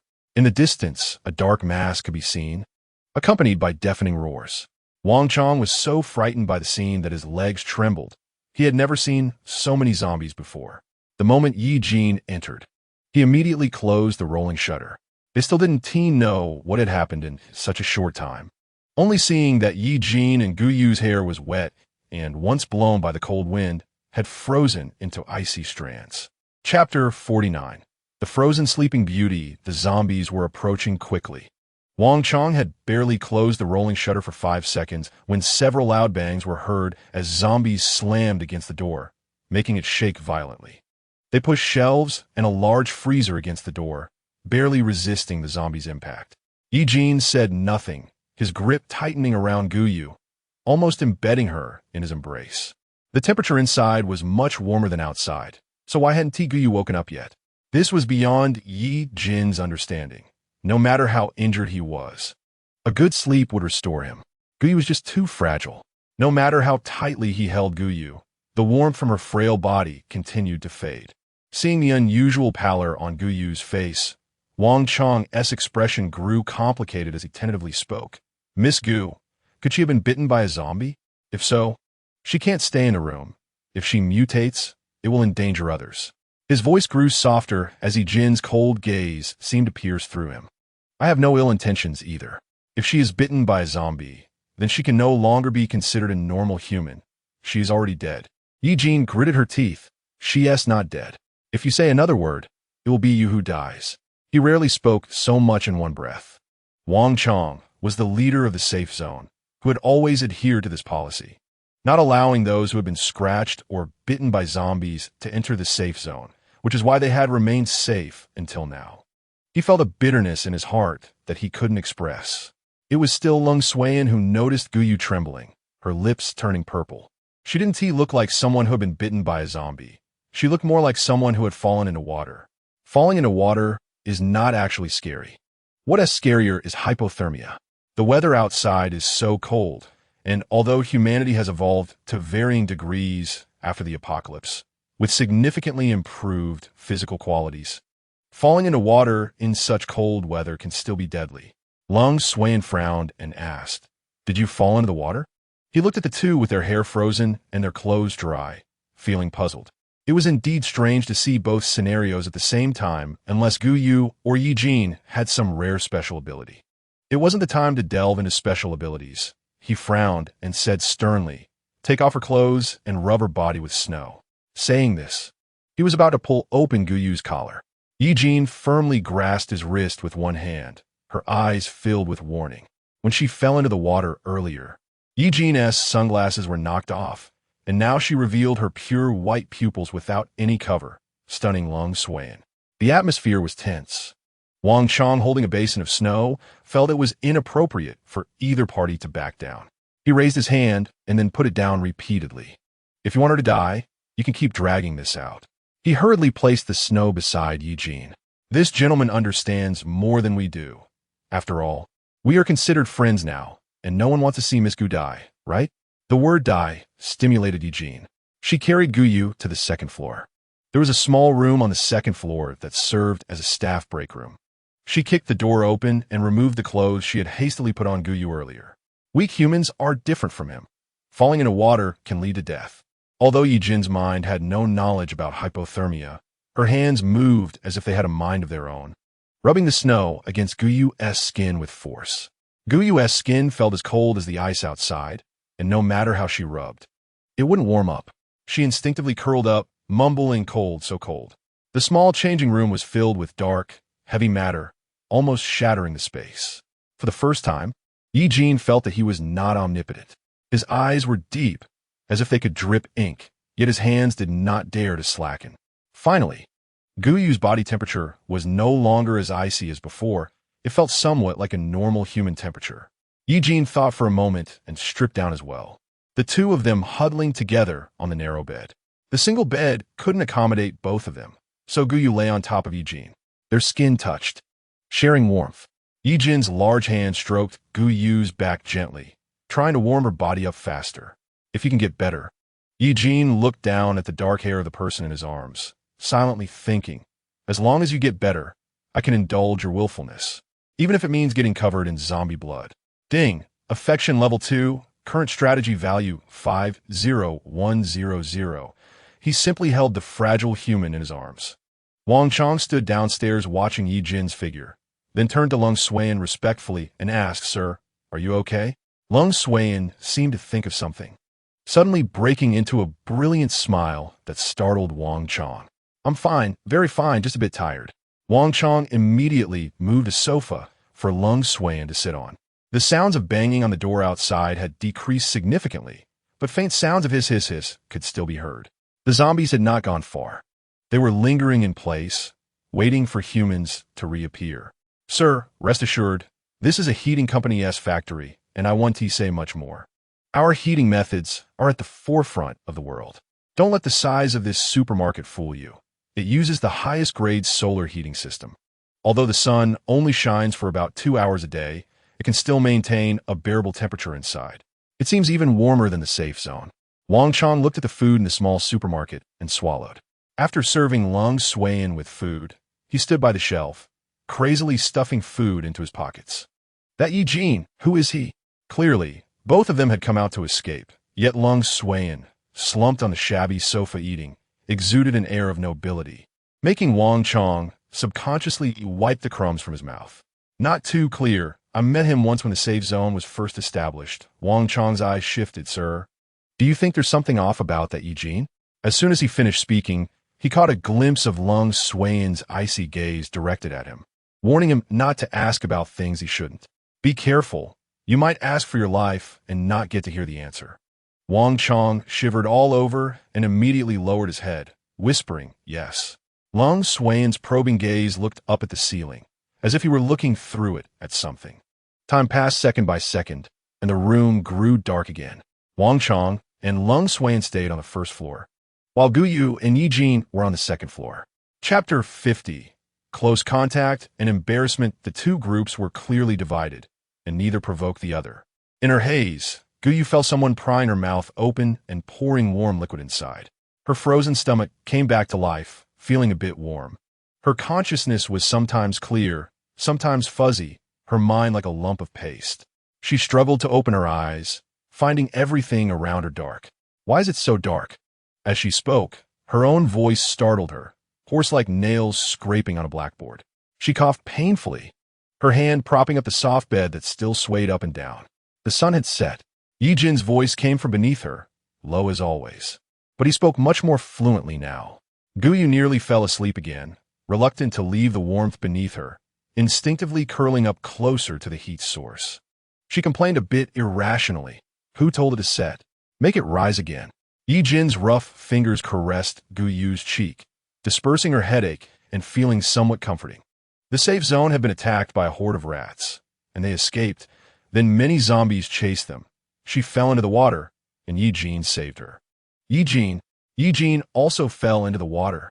She suddenly opened her eyes wide, realizing how intimate their position was. She was lying on top of Ye Jin, his large hand enveloping her back, holding her in a dominating embrace. Her face turned red instantly, even her earlobes flushing with color. Gu Yu's head rested against Ye Jin's chin, their faces very close. When she looked up, Ye Jin saw Gu Yu's flushed cheeks and misty eyes. Thinking she might be feverish again, Ye Jin brushed Gu Yu's hair aside. Still uncomfortable? No, golf. Just as Gu Yu was about to get up from Ye Jin, the blanket was lifted and cold air rushed in, making her shiver again. Don't move. Ye Jin pressed down on the back of Gu Yu's neck with a force that left no room for argument, pulling her back into his embrace. His strong arms held her tightly. Although Gu Yu wouldn't admit it, Ye Jin was indeed very warm. The only remaining bit of rationality made Gu Yu try to push Ye Jin's hand off her waist, doing it quite naturally. Did she agree to this? Gu Yu felt a little embarrassed as she slid down from Ye Jin's body, curling up into a ball to keep a distance from him. Neither of them was wearing much clothing, and Gu Yu felt somewhat shy. She hid under the blanket and took out a windproof blanket from her space. The blanket was made of aluminum foil and could maintain body heat to the greatest extent. She had fallen into the water earlier, and it was this blanket that had prevented her from freezing into a popsicle. Gu Yu wrapped herself in the foil blanket again, getting dressed properly. She had thought Ye Jin was asleep with his eyes closed, but as soon as she looked up, she met his misty white eyes. The white was too conspicuous in the night, making Ye Jin's eyes appear even brighter against the surrounding darkness. Like a beast, when Ye Jin blinked, the previous illusion disappeared. Gu Yu covered her mouth and coughed quietly, her lungs still aching. Moreover, she had been in the water with the zombies and had even swallowed some water while falling in. She wondered if the water could transmit the zombie virus. Feeling a bit down, she rubbed her chin against Ye Jin's and pulled his clothes into the blanket, her hands trembling as she tried to dress him. What happened afterward? Ye Jin felt his mind clearing up a bit. He sorted through the events in his head and told Gu Yu. Gu Yu gritted her teeth, cursing Wang Chong. That bastard, as if his short legs couldn't keep up. If it weren't for him falling, they wouldn't have attracted so many zombies. While cursing Wang Chong, she turned to see Ye Jin's handsome face and vented her anger on him as well. You too? jumping into such cold water. Do you know how many zombies are down there? Damn it. Losing one person wasn't enough. Now, there had to be a second. What do you think I want to do with all the supplies in the villa? As her affection for him increased, Ye Jin now looked completely human at first glance. Even when he wasn't making any expressions, there was no trace of that bloodthirsty terror on his face, which made him seem even more handsome. When Guyu woke up and started scolding him, Ye Jin looked at her as if she were a little cat finally recovering from an illness, playfully swatting at him. He held Guyu's finger that was poking his chest and said, Guyu snorted coldly, looking out the window at the towering chimney silhouette, suddenly realizing why this place looked familiar. Wasn't this a thermal power plant? No wonder the water where she fell wasn't particularly cold, and the ice surface wasn't solid. A pipe must have burst somewhere, gushing out hot water. Damn, she didn't know if her luck was good or bad. Guyu's throat started to itch again, so she covered her mouth with the blanket, muffling her coughs. Zombies were very sensitive to sound. If she kept coughing, it would probably hinder her movements later. Ye Jin pulled the blanket away and used his hand instead. Guyu buried her face in his hand. After a while, the heart-wrenching cough finally subsided. This won't do. Do you realize your mistake? Guyu took out some medicine from her space and stuffed it into her mouth. Life was hard for everyone. It wasn't worth taking risks for others. Guyu uncontrollably thought of the days Ye Jin spent in the lab, a wave of bitterness rising in her heart. Ye Jin had managed to get through such difficult times. If she died because of her, it would truly be not worth it. Guyu regarded Ye Jin as one of her own, but Ye Jin beside her didn't seem to reciprocate. Guyu was amused by Ye Jin's actions. She coughed and mustered her courage to pinch the soft flesh of his cheek. Your temper has gotten a lot bigger. What? Am I wrong? Yes. This gave Guyu the illusion that she was conversing with a rebellious puppy. Then tell me, where did I go wrong? You're not anyone else. Thump, thump. Guyu covered her chest. Her heart had just raced violently, making her eardrums buzz. She was being treated with such care for the first time in her life. And for a moment, she didn't know what to say. She desperately thought about what Guyun, the green tea version of herself, would say in this situation. For some reason, Guyu's mind was filled with lines from domineering CEO dramas. Chapter 51. I clearly have no feelings for that man, but why? Clearly, I have no feelings for men, but when I meet this man, my heart. Guyu shook her head vigorously, trying to drive away this absurd thought. Her subconscious told her that now was the time to raise her affection level. She quickly thought of a strategy. The more she thought, the more her mind went blank. Her head began to ache again. Seeing Guyu's pale face, Ye Jin gently placed his large hand on her forehead. What's wrong? Guyu whimpered a few times, feeling pain all over and also hungry. She blinked her eyes pitifully, and Ye Jin quickly crawled out of the blanket to find her a pack of instant noodles. Guyu propped her chin up and surveyed the room. Ye Jin had somehow managed to get a stainless steel basin, lighting a fire. He found a food container and expertly placed it over the fire, and soon the aroma of instant noodles wafted through the air. Guyu used the firelight to examine the room. Outside, there were rows of shelves, and just as she had guessed, it was a small supermarket. Looking at the tempting food, Guyu, despite her aching body, made her way around the second-floor shelves, collecting half of the food into her space. She felt like a little hamster without security, unable to resist dragging food into her little nest, fearing she would go hungry again. Seeing Guyu looking a bit more lively, Ye Jin didn't stop her actions. Wow, there are quite a few zombies outside. Guyu stood by the window, looking out. Almost all the zombies in the factory area were downstairs.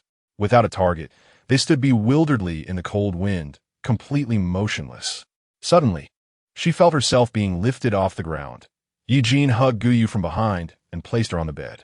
He stuffed the warm, instant noodles into her hands. And Guyu forced herself to eat a few bites despite her upset stomach before putting down the chopsticks. Ye Jin naturally took the remaining noodles and cleaned up. Guyu felt hot all over, probably running a fever. Her head began to feel heavy again, and her consciousness blurred. The next few days passed in a half-conscious, half-awake state for Guyu. It wasn't until her body had mostly recovered that she went downstairs. The first floor was in disarray, looking as if zombies had broken in. In the center of the first floor was a fire pit, with two men lounging on the sofa, one on the left and one on the right. However, They had organized the supplies neatly, even packing the easily portable items into backpacks. When they saw Guyu come down, Long Xian whistled. Miss Gu seems to have her covered. Thanks to them, Guyu dragged a chair to sit across from Long Xian and Chang Gu, wondering what the two brothers were planning. Ye Jin stood half in the shadows, unwilling to step forward, and Guyu didn't press him. Although the question was directed at the two men, Chang Gu remained silent, clearly waiting for Long Xian's lead. We'll just eat and wait to die. At least we can make plans after this cold weather passes. Guyu coughed twice, looking at the brother. Do you really think this cold weather will pass? Long Xian raised his head to meet Guyu's gaze. Miss Gu is this sick. There's no need to test me anymore.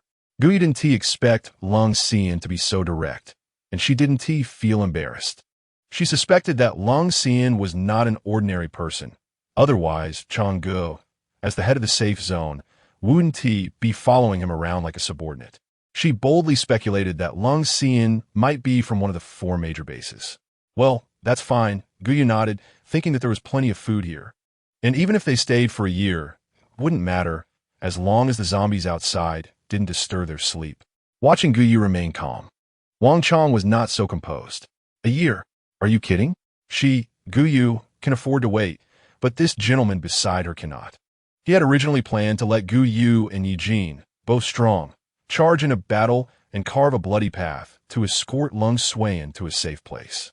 Wang Chong immediately spoke up. It's too dangerous here. I have contacts in the military district.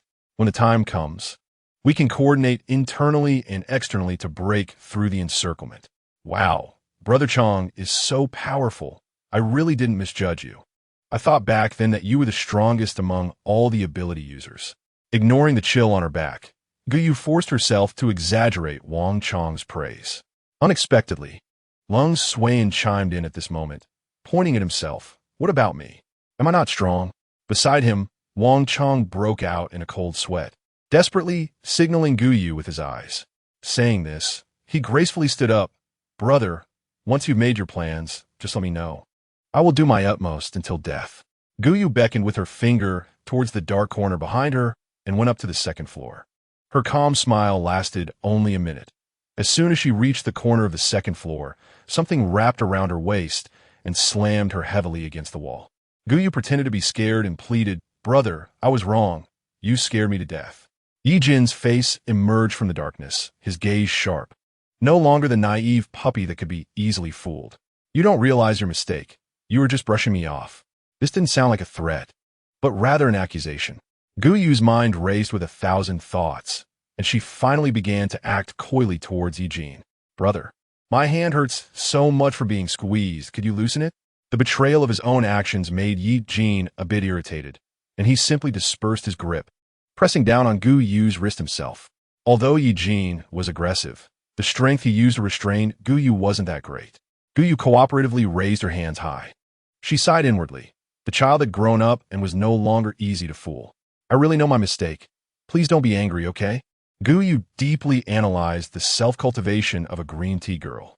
As a green tea girl, one must know how to use one's advantages, such as appearing most innocent when she slightly raises her head, especially that call of brother, which was not loud but carried a sense of grievance. Ye Jin was most susceptible to this.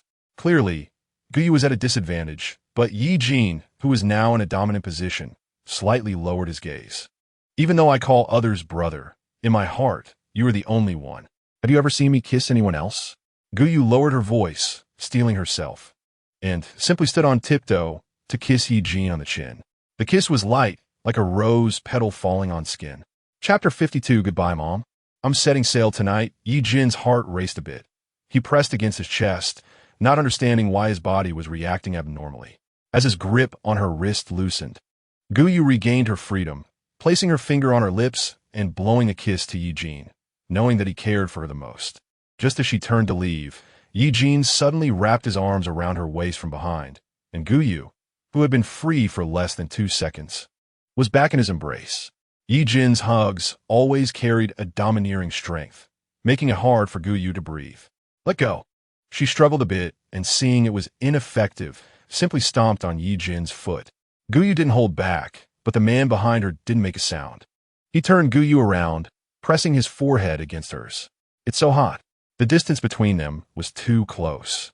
Guyu could clearly see Ye Jin's long eyelashes and the scar on his nose. She inexplicably reached out to touch the scar on Ye Jin's nose. The wound from the biting device had been very deep back then, and now it felt a bit rough to the touch. Does it hurt? Guyu suddenly asked out of the blue. Ye Jin tilted his head, slowly processing Guyu's words. After a while, he shook his head. It doesn't hurt, you do. Ding! Favorability 1, current strategy value 51100. Guyu was taken aback, then laughed out loud. She wrapped her arms around Ye Jin's neck, burying herself in his embrace. Guyu's voice was a bit hoarse, her intermittent laughter ringing in Ye Jin's ears. Silly. Ye Jin didn't get angry at Guyu's words. He reached out to support her, afraid she would fall from him. Guyu's breath was still a bit warm, spraying against Ye Jin's neck, causing his ears to flush slightly. After a while, Guyu grew a bit tired from laughing, and only then did she release Ye Jin, waving at him. While Ye Jin was lost in thoughts of love, Guyu stood in front of the second-floor window, watching the situation outside with the zombies. The current situation was unfavorable for them. The small supermarket was almost surrounded by zombies on all sides. Several windows on the first floor had been smashed, and it was still Wang Chong and Lung Suan who had moved the shelves to block the windows. Even the sturdy roller shutter door had been dented in multiple places. Given the situation, they definitely wouldn't last for many days. And that Lung Suan. Guyu had good reason to suspect that Wang Chong's ability to contact the military district completely depended on that Lung Suan. Otherwise, why wouldn't he directly go to the military district? Having the military as a backing would be much safer than being in a city full of zombies. Ye Jin silently stood behind Guyu, listening to her cough softly, draping a blanket over her. Guyu's forehead was still a bit hot. If it weren't for the medicines in the space, she probably wouldn't even be able to stand. Are we leaving? Ye Jin looked at Guyu's worried expression, thinking she wanted to shake off those annoying humans behind her, just like she did in the safe zone. Her initial plan was to wait for the weather to clear up, and then go see the safe zone. In the late apocalypse, survival difficulty would increase, with zombies unconsciously gathering together, launching attacks on humans like previous swarms of rats. Even if an individual's strength was great, they couldn't withstand thousands of zombies. Let's find a chance to take Bai Zhaodi with us. We can go with Brother Chong to see the 4 major safe zones. For Guyu's decision, Ye Jin had always just followed through, never asking why.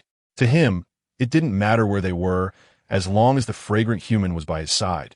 Around 11 o'clock the next morning, Brother Chong steeled himself and walked up to the second floor. Almost as soon as his foot touched the floor of the second floor, a knife flew over at an angle, embedding itself in the floor right next to his toes. Had he taken another half step forward, Ye Jin might have cut off his big toe. Brother Chong's heart raced, and it took him a while to calm down. He knocked on the railing of the second floor, his voice trembling. Miss Gu and Brother Yi, are you there? As if just realizing that Brother Chong had come up to the second floor, Guyu finally appeared from behind the shelf. Brother Chong, is there something? Brother Chong swallowed hard, looking somewhat apprehensively at Ye Jin behind Guyu. It's nothing, just to inform you that we are preparing to take action at noon today. Please discuss the specific matters when you both come down. Downstairs, Lung Suan still sat leisurely on the sofa, as if the roller shutter door that was about to be smashed had nothing to do with him. The tall glass held a clear liquid, and upon entering, one could smell the scent of white liquor. Lung Suan slightly curled his lips, nodding at Guyu and Ye Jin, and spoke directly. We have special fireworks as a signal to communicate with the military, but it will take some time for the military to arrive here. So we only have 2 hours to break through the zombies outside and find a high ground. After setting off the fireworks, we will look for a safe place to wait for rescue. As for where to choose the high ground, Guyu frowned slightly, and Brother Chong cooperatively supplemented Lung Suan's explanation. The heating factory is in the low-lying area of the city, and the nearest high ground is on the opposite hill. Our 2-story supermarket isn't just 2 stories. It only shows 2 stories above the ice surface. The 3 floors below are the factory's small cafeteria. Due to the large balconies outside each floor, it gives the illusion that a supermarket is located on the first floor. It seems Mr. Lung's decision was well thought out. We just need to serve him well and hope that once everything is settled, he remembers that we risked our lives for him and grants us a way out. Guyu is trying to secure a safe zone for Ye Jin and Bai Zhaodi. The space within the safe zone is limited, but the number of survivors seeking refuge from outside is unlimited. A large safe zone will certainly take in the survivors from this area first, while those of uncertain origin will have a harder time getting in. Lung Swain looked at Guyu with increasingly meaningful eyes. He nodded slightly, saying he liked talking to smart people, and told them to pack their things and depart in half an hour. Watching the two ascend the stairs, Changgu rubbed his head in confusion. Sir, we didn't force them to death. Why would you say to give her a way out? Lung Swain lazily leaned back on the sofa. Are the things packed? Changgu didn't pay attention to the supplies first. Instead, he looked at the small bag beside him. The bag wasn't too big, just the size of a regular waste bag, and he carried it close to him. Don't worry, it's secured. Half an hour later, the four were fully equipped. They silently slid down the drainage pipe from the second floor onto the ice surface. Changgu launched a fireball at a zombie's head, igniting a large fire on top of it. Chapter 53. Victory. Meeting Changji's first-tier fire ability couldn't directly harm zombies. It only burned their outer flesh and didn't damage the brain to stop them, merely slowing down their attack speed. The air was filled with the pungent smell of burning rotten flesh. Guyu used a shovel to knock the burning zombie over, causing it to stumble back a few steps and fall onto other zombies, igniting their clothing and setting 4 or 5 of them ablaze. The crackling sound attracted the attention of other zombies.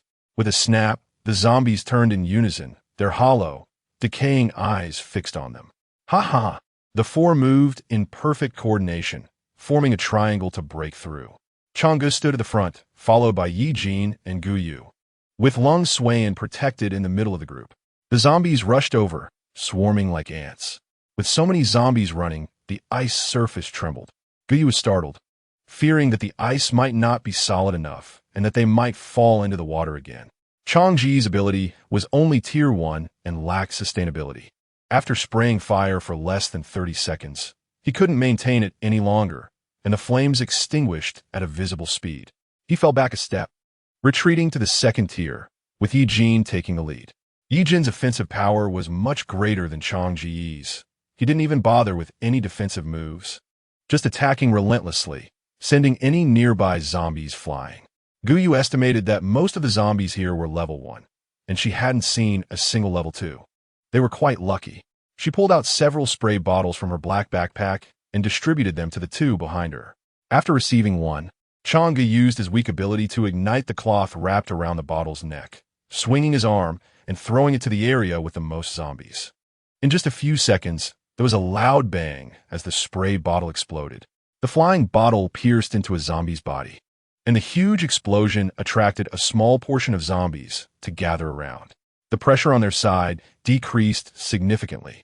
Seeing it was effective, Ye Jin and Lung Swain lit their spray bottles with lighters and forcefully threw them into the area with the most zombies.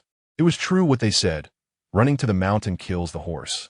In such extreme cold weather, cars couldn't start at all, and without any means of transportation, they had to rely on their legs. Guyu felt her lungs starting to ache again from running. They couldn't afford to stop. The zombies were pursuing them tirelessly from behind, and they had no idea what lay ahead, so they could only maintain vigilance and speed. She covered her mouth with her scarf, trying to suppress her cough. Guyu shook her head and spoke intermittently. I'm fine, just watch out ahead. Ye Jin punched a level 1 zombie's skull, shaking his hand in disgust. Brother Yi, your strength is impressive. I wonder if you've awakened any abilities. Changgu, panting heavily, couldn't help but inquire about Ye Jin. Ye Jin didn't spare even a glance for Changgu. He had always despised humans, and standing with them was already a concession. Feeling ignored, Changgu felt a bit awkward, and Guyu helped him out, saying, Changgu, don't always talk to Ye Jin. Be careful he gets distracted. If you want to say something, just talk to me. Changgu chuckled awkwardly. Forget it. Let's just watch the road. Once they burst out of the factory, the pressure on them decreased significantly. The factory was located in the suburbs, and aside from the workers inside, there weren't many people around. Suddenly, they heard a series of panting sounds behind them, and Ye Jin immediately stopped, watching warily behind.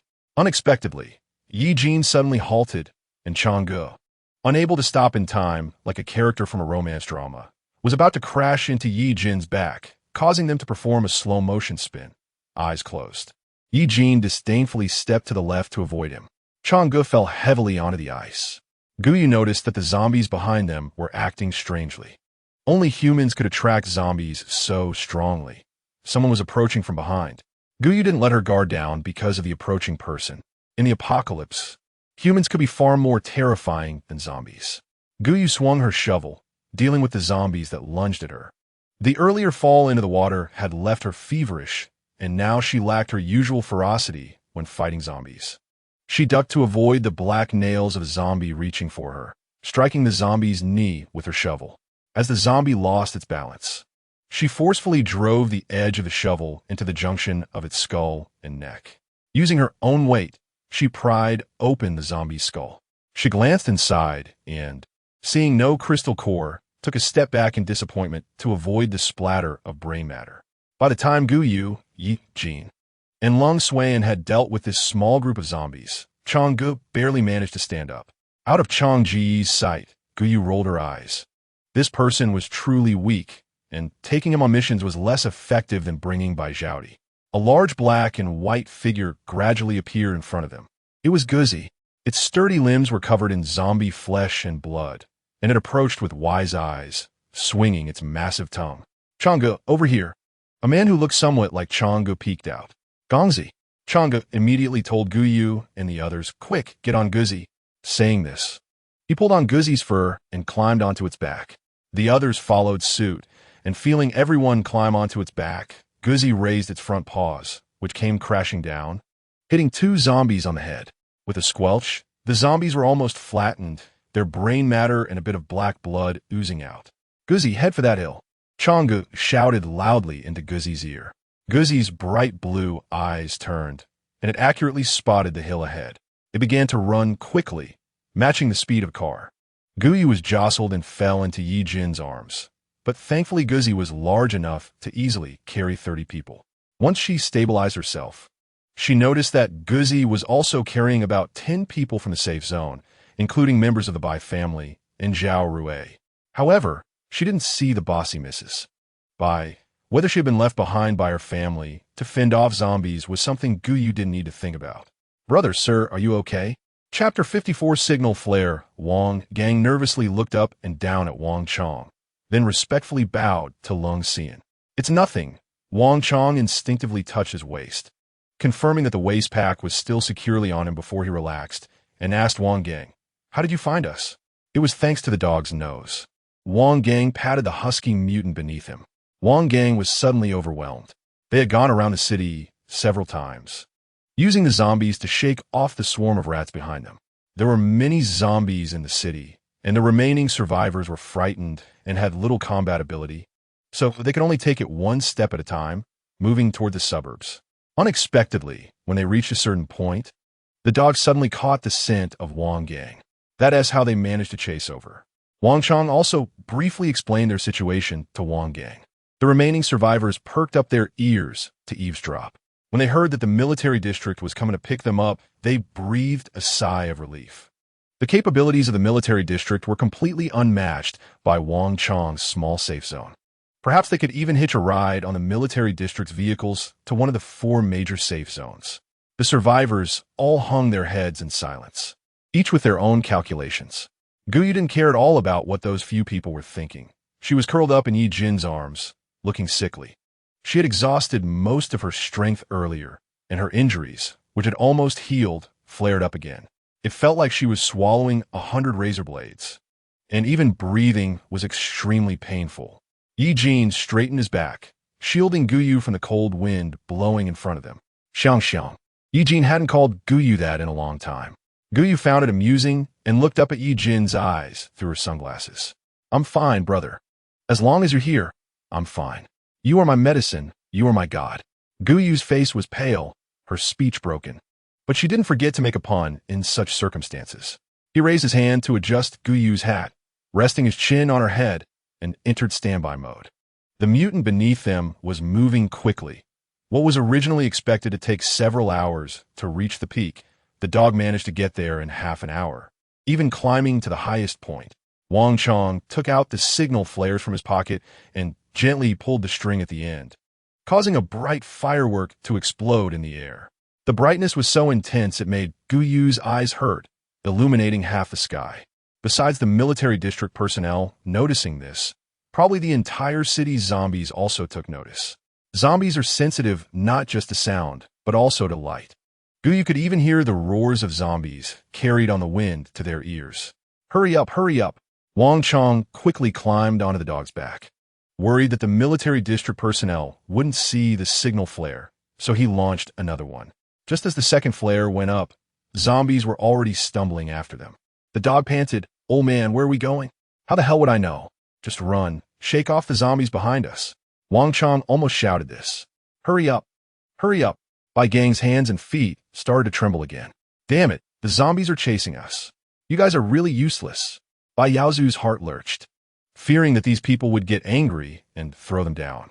He immediately spoke unhappily. Stop talking, just stay quiet. Zhao Fei subtly distanced herself from Bai Gang, afraid that others would hold a grudge against her too. The dog picked up speed, its hind legs suddenly pushing off the ground, and the entire husky jumped over the surrounding zombies. Guyu gasped, grabbing onto the dog's long fur and poking her head out. This perspective felt like being on a roller coaster, very thrilling. The dog led the group around the suburbs for several laps before they finally settled on a half-finished building. The building was dozens of stories high, with very few people around. They went straight to the top floor and found a corner sheltered from the wind. The other survivors from the safe zone spontaneously began searching for burnable wood and other materials. The half-finished building didn't even have windows, and if they couldn't find something to burn quickly, they might freeze to death at night. Wang Gang's gaze never left the mountaintop, constantly watching for movements from the military district. Guyu and Ye Jin did nothing, simply slumping in the corner. Guyu covered her mouth and nose with a scarf, occasionally coughing softly, presenting the delicate appearance of someone in poor health. Zhao Rui shot Guyu a glance, as she and several other women who survived from the safe zone wandered around the half-finished building. She spoke casually, "Oh, I really envy Guyu. Her luck is just so good." She only opened the conversation, and the other women began to chatter complaints. Exactly. We're all struggling to find wood. And she just leans into a man's arms and does nothing. What a seductive vixen, taking up one man and even trying to seduce a nature-type mutant. So shameless. Zhao Rui smiled at one of the women who had been in the safe zone the longest. Even Sister Zhang, an elder of the safe zone, has to work. Why is she the only one just lounging around? Really makes me feel sorry for her.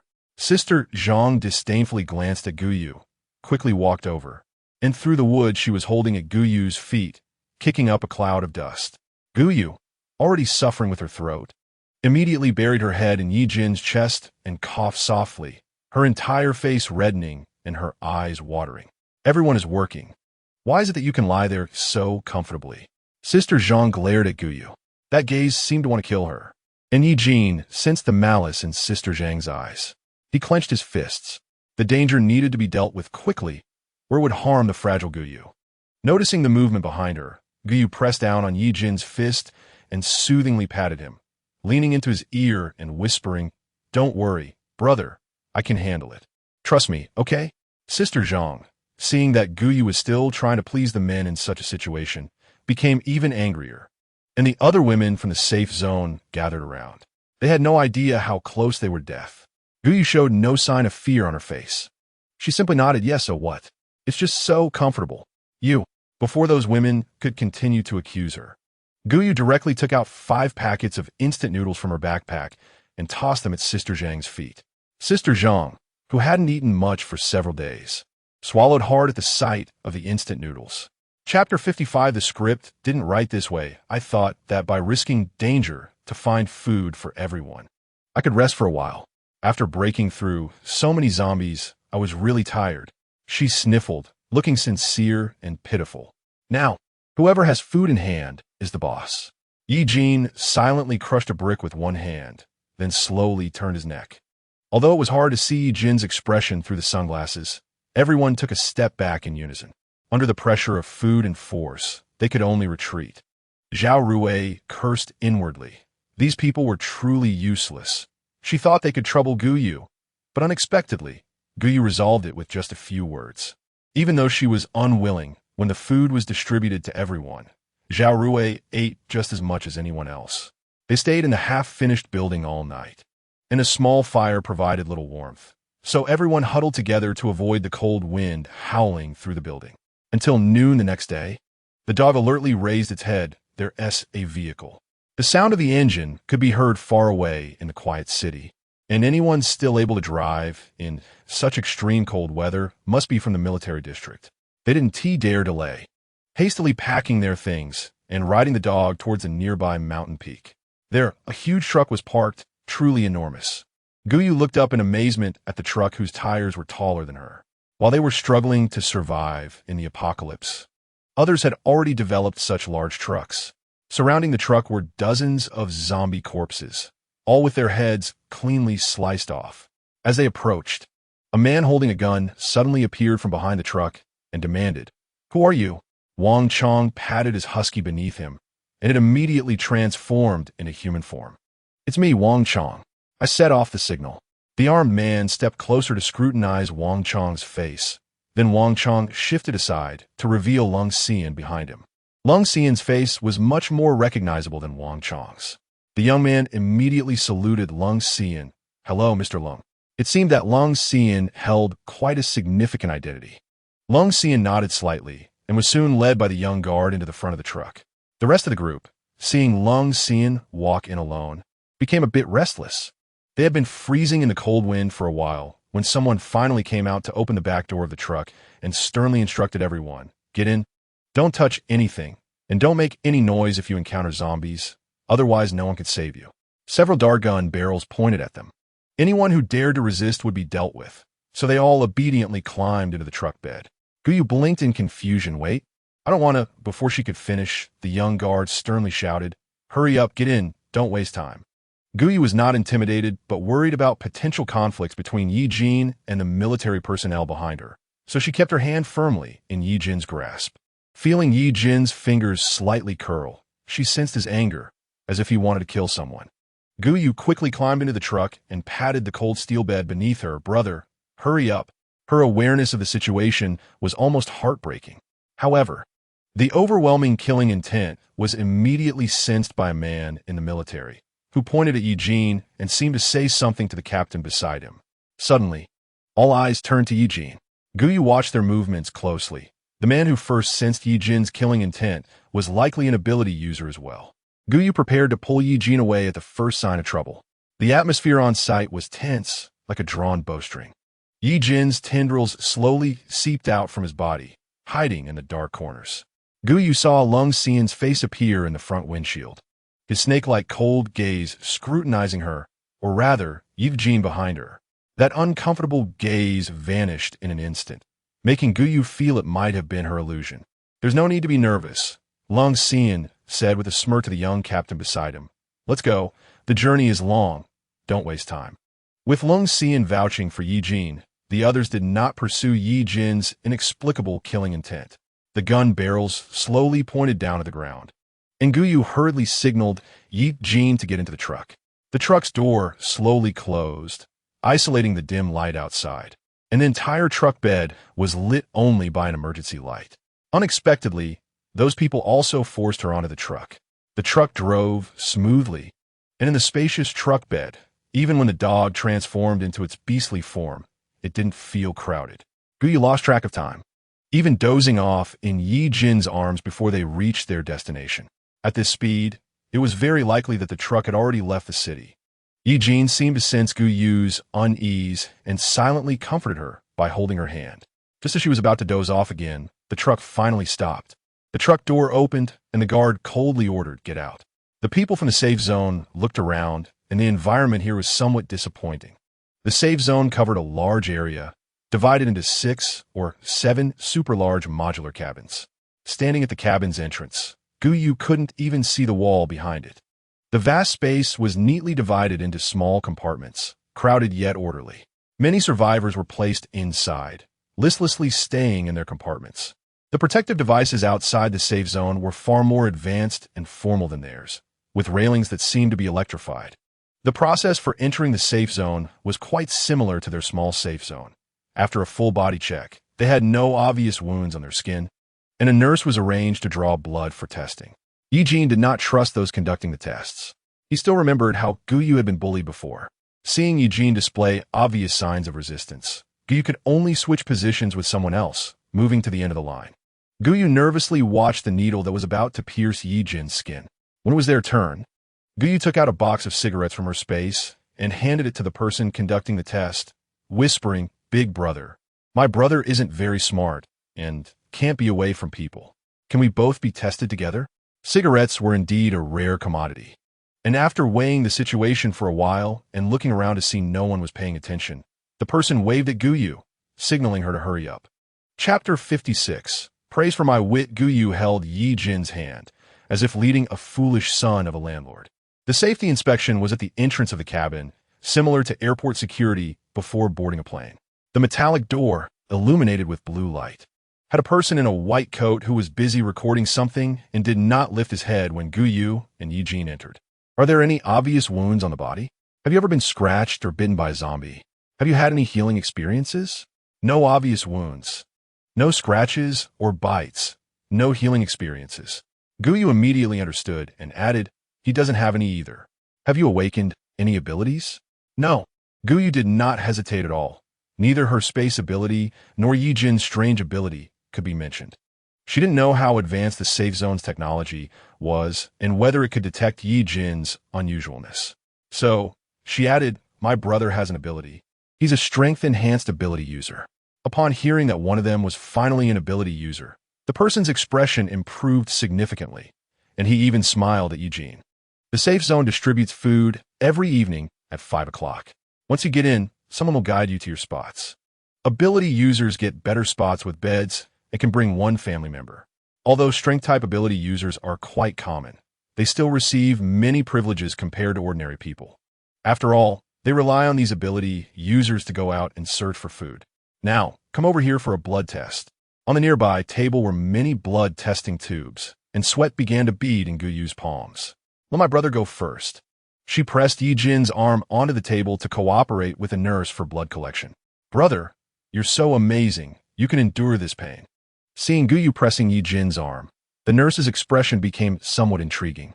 The long needle pierced the skin, and Ye Jin showed no expression, only a slight frown revealing his disgust. Guyu's gaze followed the nurse's actions, watching the tube of blood labeled with Ye Jin's name placed into a box. She then sat on Ye Jin's lap, placing her arm on the table to cooperate with the nurse's actions. The cold long needle pierced Guyu's arm, and blood flowed through the tube into the collection container. The red was so glaring. Clearly, Ye Jin could endure the pain caused by various experiments and could withstand others cutting open his abdomen without anesthesia. But watching the needle pierce Guyu's arm was truly unbearable for him. He slammed the table heavily, causing the blood collection box to tremble and slide off the table, scattering blood tubes everywhere. Guyu curled her lips, fully anticipating Ye Jin's actions. As she looked at the blood collection tubes scattered on the ground, the nurse suddenly exclaimed, "What are you doing? Be careful, you've spilled everything. Can you afford to pay for this?" She rolled her eyes in annoyance. But when she realized that the man opposite her was an ability user, she immediately shut up, suppressing her displeasure. Guyu covered her mouth and exclaimed, "Brother, what are you doing?" Saying this, she quickly bent down to help the nurse pick up the test tubes. She tore off the label from Ye Jin's blood tube and stood on her own tube, inadvertently stepping on Ye Jin's blood collection tube and crushing it. "Oh dear, I'm so sorry. I'm just too clumsy. What should I do if I break my own tube?" She raised her head and looked at the nurse with a pitiful expression, then held the nurse's hand and discreetly shoved a bar of chocolate into it. The nurse glanced down, coughed lightly, and said, "It's okay since you broke your own. It's not a big deal. I could just take another tube from you." Worried that Ye Jin would be stimulated by seeing her blood collection, Guyu simply covered Ye Jin's eyes and waited until the blood collection was finished before releasing her hands. Guyu covered her arms where she had received 2 injections and squeezed Ye Jin's hand tightly, saying, "I really worry about you. How are you going to thank me, brother?" Ye Jin, of course, couldn't think of how to thank Guyu. He didn't even understand why she had acted that way earlier. Sticking to his usual decision of carefully nurturing the weak human, Ye Jin nodded and repeated Guyu's words, "Thank you." As an ability user, he indeed enjoyed certain privileges. The position assigned to them was far better than those lying on the ground in the outermost area of the cabin. Climbing up to the second floor via the stairs, they entered a semi-open space. The total area of the second floor was half that of the first, and it seemed to be filled with ability users and their families. Previously, there were only a dozen or so ability users in Wang Chong's safe zone, which was still relatively strong, but now it seemed insufficient in comparison. Due to the strength-enhancing ability assigned to Ye Jin, his position was not very favorable, located right by the stairway. People were coming and going, and the wind was quite strong. Guyu was not picky. This environment was much better than being in a half-finished building. She placed her large black backpack on her spot, where a thin blanket distributed by the safe zone was also laid out on the ground. She tidied up her spot and then took out a tent from her backpack and set it up. Such actions were indeed eye-catching, and Guyu sensitively noticed several pairs of ill-intentioned eyes focusing on her. Guyu turned her head, pulled down her scarf, revealing her fair and delicate face. She playfully complained to Ye Jin, her voice sweet enough to melt bones. "Brother, you have to protect me, well later." Ye Jin's fingers hanging at his side moved slightly, and he couldn't help but gently pinch Guyu's cheek. He was very careful with fragile humans, not as rough as before when he left marks on her face. Almost as soon as Guyu finished speaking, several burly men walked over. The people around them stood up, immediately curling into a ball, fearing that they would attract the attention of these men. "Hey, get your tents and food out here," the leading man in a ragged cotton-padded jacket shouted, with his followers echoing him. "This girl is quite pretty. If you follow our brother long, you won't go hungry." They laughed loudly after saying this. "Ha ha." A few of them stopped laughing, looking at Guyu, who was smiling even more wildly than they were. "TSK, TSK, TSK. What a pity she's a fool." Brother Long looked at Guyu's beautiful face and shook his head regretfully. "So what if she's a fool? She can still serve Brother Long."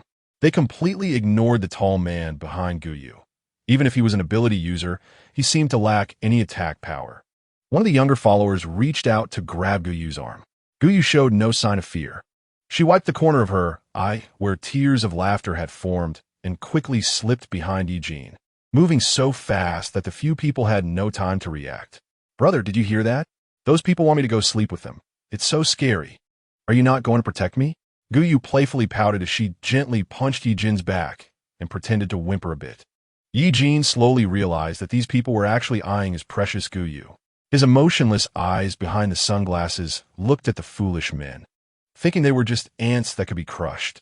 He grabbed the wrist of the younger follower and slowly tightened his grip. With a crunch, the young follower let out a miserable scream. "Ah!"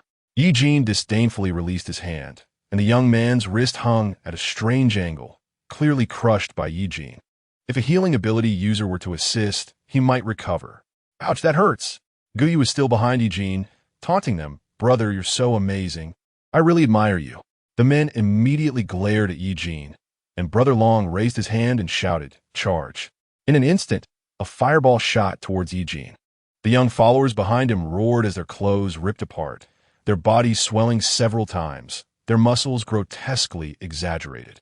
Guyu coldly watched their movements, quickly analyzing in her mind. Fire ability user, second tier. Body enhancement ability users, first tier. They were all small fry and no match for Ye Jin. Although this safe zone was under military jurisdiction, no one had come to check despite the commotion, indicating that they adhered to the principle of strength above all else. Stealing supplies from others was considered a skill. Guyu, being new here, thought it was necessary to cause a scene to let others know they were not to be bullied. Although the second floor appeared calm, countless eyes were secretly watching this side. Ye Jin slightly bent down to dodge the fire dragon that was spewing towards him, then pushed off the ground and quickly charged at Brother Long. Ability users might have stronger abilities, but in close combat, they were all weaklings. Ye Jin didn't even bother to use his abilities. He relied solely on his formidable physique to engage in close combat with these men. He gathered his strength and threw a punch at Brother Long's abdomen. Puff! Brother Long spat out a mouthful of blood, interrupting his ability attack, and the fire ability dissipated into the air. He felt as if he had been hit by a truck, his body flying horizontally and crashing heavily against the wall of the cargo cabin. Seeing their leader, Brother Long, being so easily defeated by Ye Jin. The remaining body enhancement ability, users hesitated to charge forward. Guyu saw that her goal had been achieved and immediately clapped her hands, sweetly acting coy with Ye Jin. "Brother, you're so amazing. Can you help me check the tent? I'm really clumsy and can't set it up properly." Ye Jin seemed to have lost his temper, his fragile rationality preventing him from transferring his anger onto the surrounding people. The managers of the safe zone had already noticed the commotion. After all, they were newcomers and couldn't let things escalate to a deadly level. Thanks to Ye Jin's fists, they received decent treatment. And even the men occupying the best spots voluntarily gave up their positions. Guyu and the others were now positioned against the wall, which provided her with a considerable sense of security. During the tent setup, several people came over to recruit Ye Jin. "Brother, I see you're quite strong. Are you interested in joining our team? When we go out to search for supplies, you can keep 30 of what the team earns after handing in to the safe zone." Guyu continued to set up the tent, but in reality, she was all ears, carefully listening to what the man was saying. After all, the safe zone has its own rules. In fact, there are quite a few gangs within this mixed safe zone with many unspoken rules. The man looked very honest. He saw that Ye Jin was ignoring him. He didn't get angry, but scratched the back of his head foolishly. "Well, think about it. This is my sincerity." He handed over 2 bags of chips. Surprisingly not to Ye Jin, but to Guyu. "I see the girls like eating this. You can have some too." It was rare for someone to bypass Ye Jin to please Guyu, and she couldn't help but look up at the man. He was smart enough to know that being strong wasn't the only way to be a leader among the two. "My name is Sunya. The safe zone is interested in a large generator in the city area, but we've lost quite a few people. If you're interested, we'll set off in 3 days." His gaze fell on Ye Jin, who didn't even lift his head, and with a single palm, he drove a nail deep into the ground to secure the tent. Knowing this was Ye Jin's silent threat, Sunya just smiled foolishly and turned to leave. The people on the second floor looked at Guyu's tent with envy, but no one dared to rush forward to snatch it. Guyu crawled into the tent. The small space isolated her from the prying eyes of others, and she could finally lie comfortably under the thick down blanket while eating the boxed meal inside. Ye Jin, on the other hand, seemed a bit anxious. The mixed odors here were overwhelming. Although he could now control his emotions well, he still instinctively felt disgusted by humans. Guyu sensed this and put down her boxed meal, climbing into Ye Jin's arms, finding a comfortable position to nestle in. "Brother, just bear with it for a while. You need to adapt to being with people. This world isn't static. Even the zombies are getting stronger. Although we can handle it now. One person can't face a horde of zombies alone."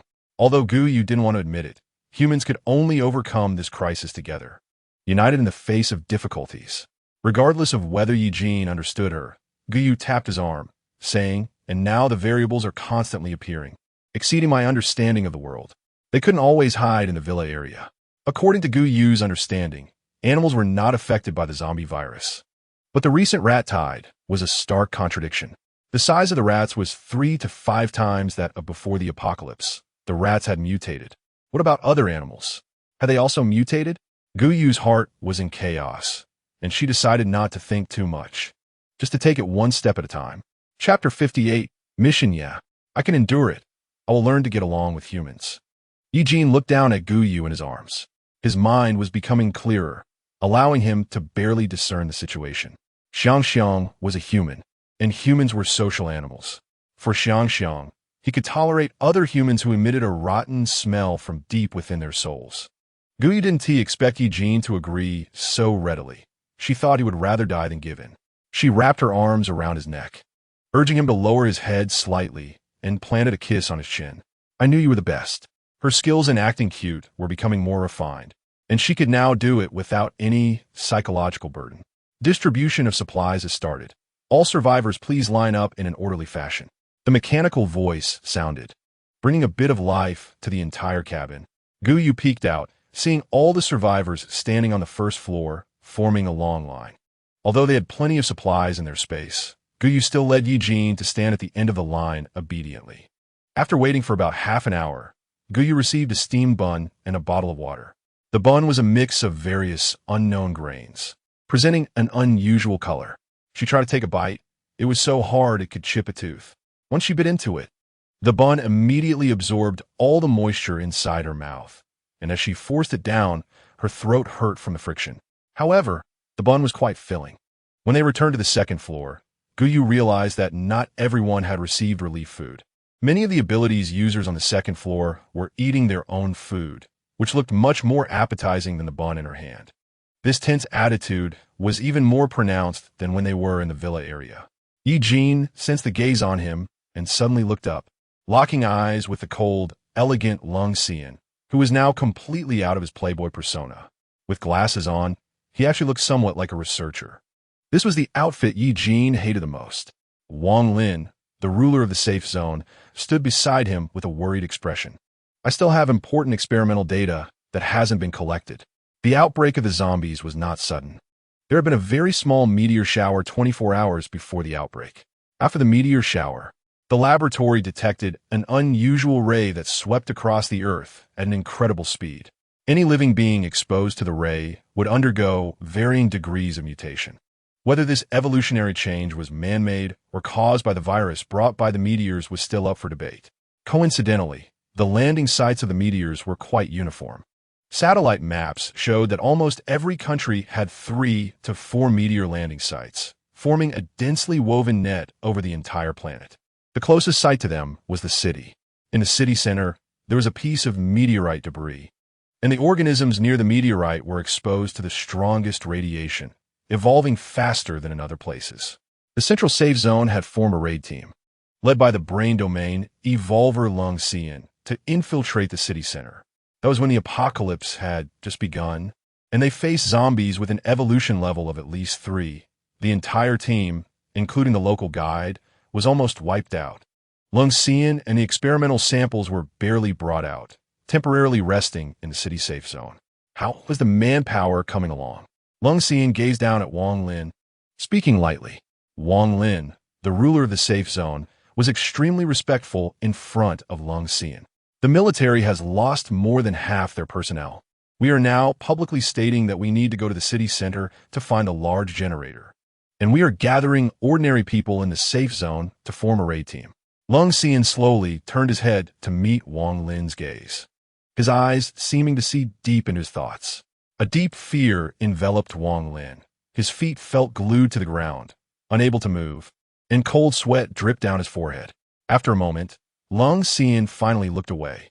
He patted Wang Lin on the shoulder, saying, "The central safe zone remembers your contributions. If the experiment goes smoothly, you will be the biggest hero. Perhaps General Wang will even form his own team of ability users." Wang Lin looked up at Lung Xian in disbelief, tentatively asking, "Sir, can abilities really be artificially intervened?"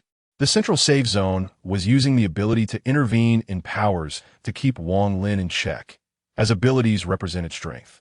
Only with enough strength would Wang Lin have a voice among the 4 major bases. Of course, Lung Xian stretched out his arm in front of Wang Lin and turned around, saying, "Aren't I an example? Ice and brain domain abilities, double abilities." The joy on Wang Lin's face was almost uncontrollable as he nodded repeatedly. "Sir, don't worry. At the latest in 3 days, we will ensure the raid team is assembled." Lung Xian curled his lips into a sarcastic smile, quickly masking it, pretending to be satisfied as he nodded and turned to leave. Wang Lin stood where Lung Xian had just been, looking into the cabin. It was a chaotic mess inside.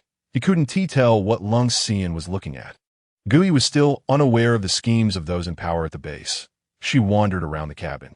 The cabin was extremely large, and in the center was a big screen that displayed tasks issued by the safe zone. Each task corresponded to contribution points, which could be exchanged for supplies. Kill the zombies around the safe zone and repair the walls of the safe zone. Survivors are not forced to go out to find food and work. If they do nothing, they can only receive 1 steamed bun and 1 bottle of water each day. "Brother, it seems we have no choice but to accept that team mission from Sanya." Guyu pointed to the task at the top of the big screen and spoke. Task 1. Go to the city center to look for a large generator. Task difficulty 5 stars. Task reward 500 contribution points. This task currently has the highest contribution points among all tasks. Ye Jin didn't care about contribution points or generators. He just nodded in agreement, because it was what Guyu wanted to do.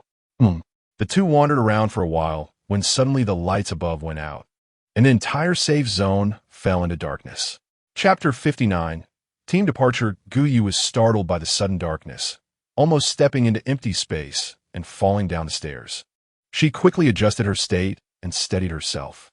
Before she could stand firm, Ye Jin's tentacles immediately wrapped around her waist, helping her stabilize. In the dark, human eyes could only make out the general outline of objects. Guyu blinked in confusion and placed her hands on the handrail beside her. Ye Jin's tentacles brushed against her waist. "Be careful," he said in a deep, hoarse voice. "Got it," Guyu murmured softly, feeling secure now. As expected, there were signs that someone had entered the tent, but when they went to collect food, they had already stored everything inside the tent into their space. After staying in the safe zone for a few days, Guyu had roughly figured out the situation. The safe zone relied on solar and wind power.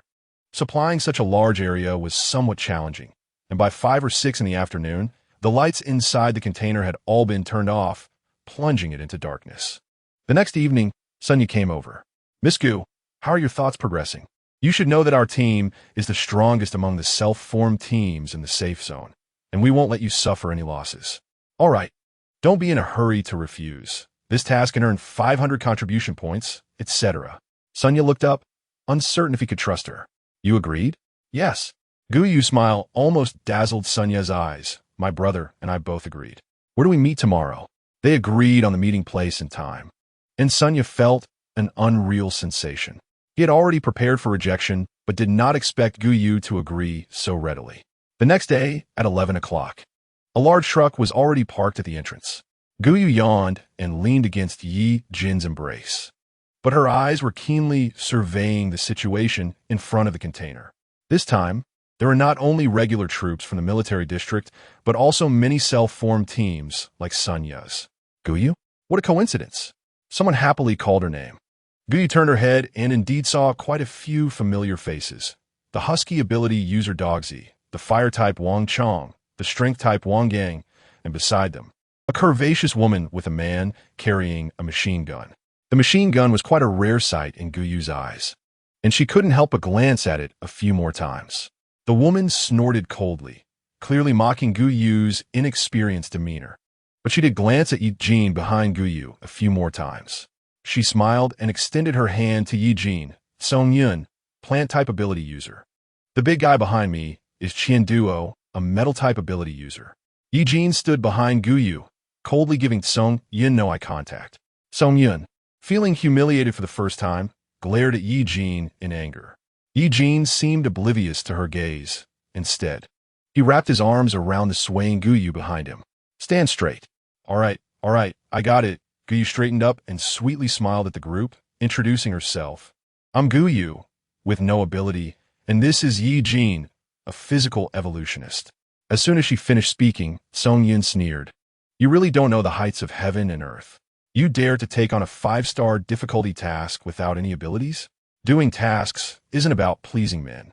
Keep your distance from me to avoid dragging me down." She crossed her arms, her eyes filled with disdain. Oh, Guyu clearly didn't take her words to heart. Instead, she hugged Ye Jin's arm and began to act sweetly. "Brother, did you hear? It's really dangerous outside. You must protect me." Although this statement was directed at Ye Jin, Song Yun felt provoked. Gathering her abilities, green vines shot up from the ground, directly attacking Guyu. Guyu seemed to be particularly sensitive to abilities. She immediately noticed the wood-type ability gathering at her feet. She jumped onto Ye Jin's body, feigning fear and patting her chest. "How unfriendly. You scared me." Ye Jin seemed to have anticipated Guyu's action. He reached out and embraced her. He didn't move, simply stepping on the vine and applying slight pressure, causing it to break, with green juice spreading across the icy surface. Song Yun looked at Ye Jin's actions in disbelief. "How is that possible?" she exclaimed. "How can my vines be so easily broken?" Unwilling to back down, she stared at Ye Jin, and several vines emerged from beneath the ice, each as thick as a cup. "All right." Sunya, who had been watching the whole scene, finally spoke up, reassessing Ye Jin's strength before stopping Song Yun. "Don't waste time. Save your strength to deal with the zombies later." Several small teams had already entered the truck, and they didn't dare delay, squeezing inside. Guyu and Ye Jin were supposed to be at the back, but they happened to see Long Xian surrounded by several ability users, directly walking into the middle of the truck. He met Gu Yu's gaze, maintaining an expressionless face, as if they didn't know each other at all. As Long Xian brushed past Gu Yu's shoulder, he slyly winked at her. Before Gu Yu could ponder Long Xian's gaze, Ye Jin pressed a large hand on her head, gently turning her to face away. What a sour smell, brother. Gu Yu wrinkled her nose, seriously sniffing the air. Do you smell that? Such a strong vinegar scent. This action drew a scoff from Song Yun, who snorted coldly. The large truck was now filled with ability users. Outside, people counted the number and confirmed it was accurate before closing the truck doors. Gu Yu blinked.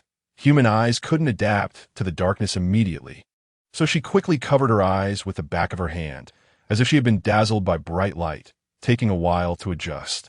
Although she couldn't see the faces of the people in the truck, there were colorful lights swirling around the bodies in the darkness. Song Yun's body glowed green, Qian Duo, who had been silent, glowed gold, and Sun Yu glowed yellow. She instantly understood what those lights were: abilities. Green for wood type, gold for metal type. What about Ye Jin's? Gu Yu couldn't help but feel curious and lifted her head to look at Ye Jin's handsome profile. Ye Jin seemed to be shrouded in a mass of black, swirling around him, obscuring his entire figure. Chapter 60. I'm not afraid of zombies. Gu Yu couldn't see clearly. Interesting. Noticing Gu Yu's gaze, Ye Jin asked what's wrong. The truck was too quiet. Everyone was worried about the 5-star task in the city center. When someone suddenly spoke, all attention shifted to Ye Jin. Gu Yu naturally wouldn't foolishly reveal her discovery. She maintained her position nestled in Ye Jin's embrace, wrapping her arm around his neck, displaying a close and trusting demeanor. Nothing. Just the more I look at you, the more handsome you seem. I really like it. Rainbow farts are freely directed at Ye Jin, but the goodwill meter hasn't moved for a long time. The two of them are feeding each other dog food without a care, naturally attracting quite a few eye rolls. Sun Yu seems oblivious to the conflicts within the team, chuckling a few times. The massive tires crush obstacles in the city, and the huge front shovel of the truck sends obstructing cars flying. The truck is like a steel monster, charging forward without hesitation. In just half an hour, the truck has penetrated deep into the city. It stops a street away from the city center. There are people from a military district in the truck, and he briefly introduces the mission. On the 18th floor of the shopping building in the city center, there's a giant generator. The team's task is to find the generator and disassemble and transport it in the shortest time possible. The truck will wait for you for an hour and a half at this location and leave promptly at 1:30, without waiting for anyone. Information about the generator is written on a thin piece of paper, detailing how to disassemble it, along with simple tools and usage methods. No one questions the man's words. Sun Yu's gaze sweeps over the team members as he takes out and distributes 8 watches. These watches have basic communication functions. We need to act quickly. If we can get the generator parts, we can earn extra contribution points. As soon as the truck door opens, all the ability users rush out, diving into the streets. The city center is bustling, and there are quite a few infected people turned into zombies. From a street away, Gu Yu can hear the deafening roars. Stay away from me for a bit. If you foolish woman, drag me down, I'll push you out to feed the zombies. She waves her hand at Song Yun, indicating that she understands. Her candid gesture angers Song Yun even more. She mutters under her breath, "Green tea bitch." Wang Chong and Wang Gang dare not get involved in the women's battle. They're only here to score points. Wang Chong knows Ye Jin's strength and has been subtly pulling Wang Gang and Dogsy closer to Ye Jin. He listens to Ye Jin and Gu Yu whispering to each other. Ye Jin speaks without lowering his voice. That person is so annoying. Can we kill them? His sinister gaze, hidden behind sunglasses, falls on Song Yun. Such blunt words make Wang Chong shiver. He has no doubt Ye Jin could do it. No need. Gu Yu jumps in place to adjust her cold, slightly numb feet to the icy surface. Don't mind the others. Just focus on me, brother. She hooks her arms around Ye Jin's neck, forcing him to lower his head, and rubs his slightly long hair into a mess. Let's get moving. With Sun Yu's command, the 8 people immediately sprint toward the city center. As Gu Yu runs past the convoy, she notices Lung Swain still sitting in the truck board, resting his chin on his hand, watching their movements, and the military personnel haven't moved either. She wonders if they have another task. Whoosh. An eye spike flies past her face, piercing the eye socket of a zombie that lunges at her. Black blood splatters on Guyu's scarf, the foul smell making her dizzy. Lung Swain smirks, moving his lips silently. Be careful. The speed of zombies in the city center seems much faster than in the suburbs. And Guyu dares not let her guard down. She pulls out a shovel from her backpack, focusing on the zombies charging at her. The zombies are dense, and the sounds of the ability users fighting attract even more zombies. Guyu ducks under a zombie's dark claws, jumps high with the shovel raised, and uses her weight to smash the shovel deep into the zombie's head. Dogsy transforms into his beast form, and the giant husky can stomp several zombies flat with a single step. Flames flicker, mixed with the green vines that Song Yun sends flying. The destructive power of the ability users makes Guyu feel a bit envious. Quick and decisive, don't get into prolonged battles. Sunya, panting, raises a dirt wall, jumps onto it, and advances over 10 meters along the wall. Seeing this, Song Yun also drives his vines deep into the wall of a nearby high-rise building, swinging over the zombies like Spider-Man. The ability users showcase their skills, and Guyu decides to use her own ability. She shouts, Ye Jin. Boom! The 5 or 6 zombies in front are sent flying, crashing heavily against the wall, and Ye Jin comes rushing over, covered in black zombie blood. Guyu? Let's go. Guyu jumps onto Ye Jin's back, pointing at the tall building ahead. Ye Jin supports Guyu's thigh and leaps high, using the cars in the alley as a springboard, crushing the roof of one car deeply into a dent. Wang Chong and Wang Gang are like deflated lighters. Their fire abilities have been completely exhausted, and they can only hold on a Dogsy's tail. Dogsy, filled with excitement, charges after Ye Jin, nearly flinging the two of them away. The zombies attracted by them move toward the building, clearing the area around the parked truck. Only then does Lung Swain get out of the truck, carrying a huge backpack containing a glass jar. Move out. The direction of the safe zone team is opposite to theirs. Taking advantage of the zombies being drawn to them, the team delves deeper into the city center square. Damn it, these zombies just keep coming. Sunya's team has fallen far behind other teams, and at this moment, the ground of the building is littered with numerous zombie corpses. Yet the number of zombies they face is still overwhelming, making one's scalp tingle. More bullets. Sunya snorts softly.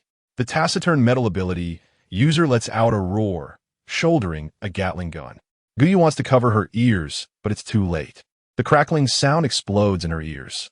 Chapter 61. The space ability is super powerful. The noise shakes Guyu so hard that she nearly spits out a mouthful of blood, not to mention the sound-sensitive Ye Jin. In battle, even a moment of distraction can allow the enemy to gain the upper hand. Bullets seem to be in infinite supply, and the explosive sounds last for a full half-minute. On the 3rd floor, there is not a single standing zombie in sight. Quick! Qian Duo's face turns pale as he runs toward the 4th floor. His attack is powerful, but the sound is also loud. It can only temporarily repel the zombies, but more zombies have already been attracted. Guyu feels the ground trembling and jumps onto Ye Jin's back, finally taking a moment to look outside. The entire block is filled with zombies, and they are now charging toward the building, stepping on the corpses of their companions. Ye Jin allows Guyu to hang on him, and with his hands wrapped in chains, he strikes down on the zombies that come at them. His strength is immense, and the zombies' heads visibly cave in. The zombies are incredibly foolish, swarming in, and if they don't use their abilities, even Ye Jin finds it somewhat challenging. Seeing that no one is paying attention, black tendrils extend from his body. The tendrils are smooth, turning sharp when facing zombies. Like a dark blade, they swing straight toward the zombies' heads, penetrating even the hardest skulls. The fracture of the skull is clear, showcasing the force of the tendrils' attack. Ye Jin skillfully controls the tendrils, as if they are part of his body.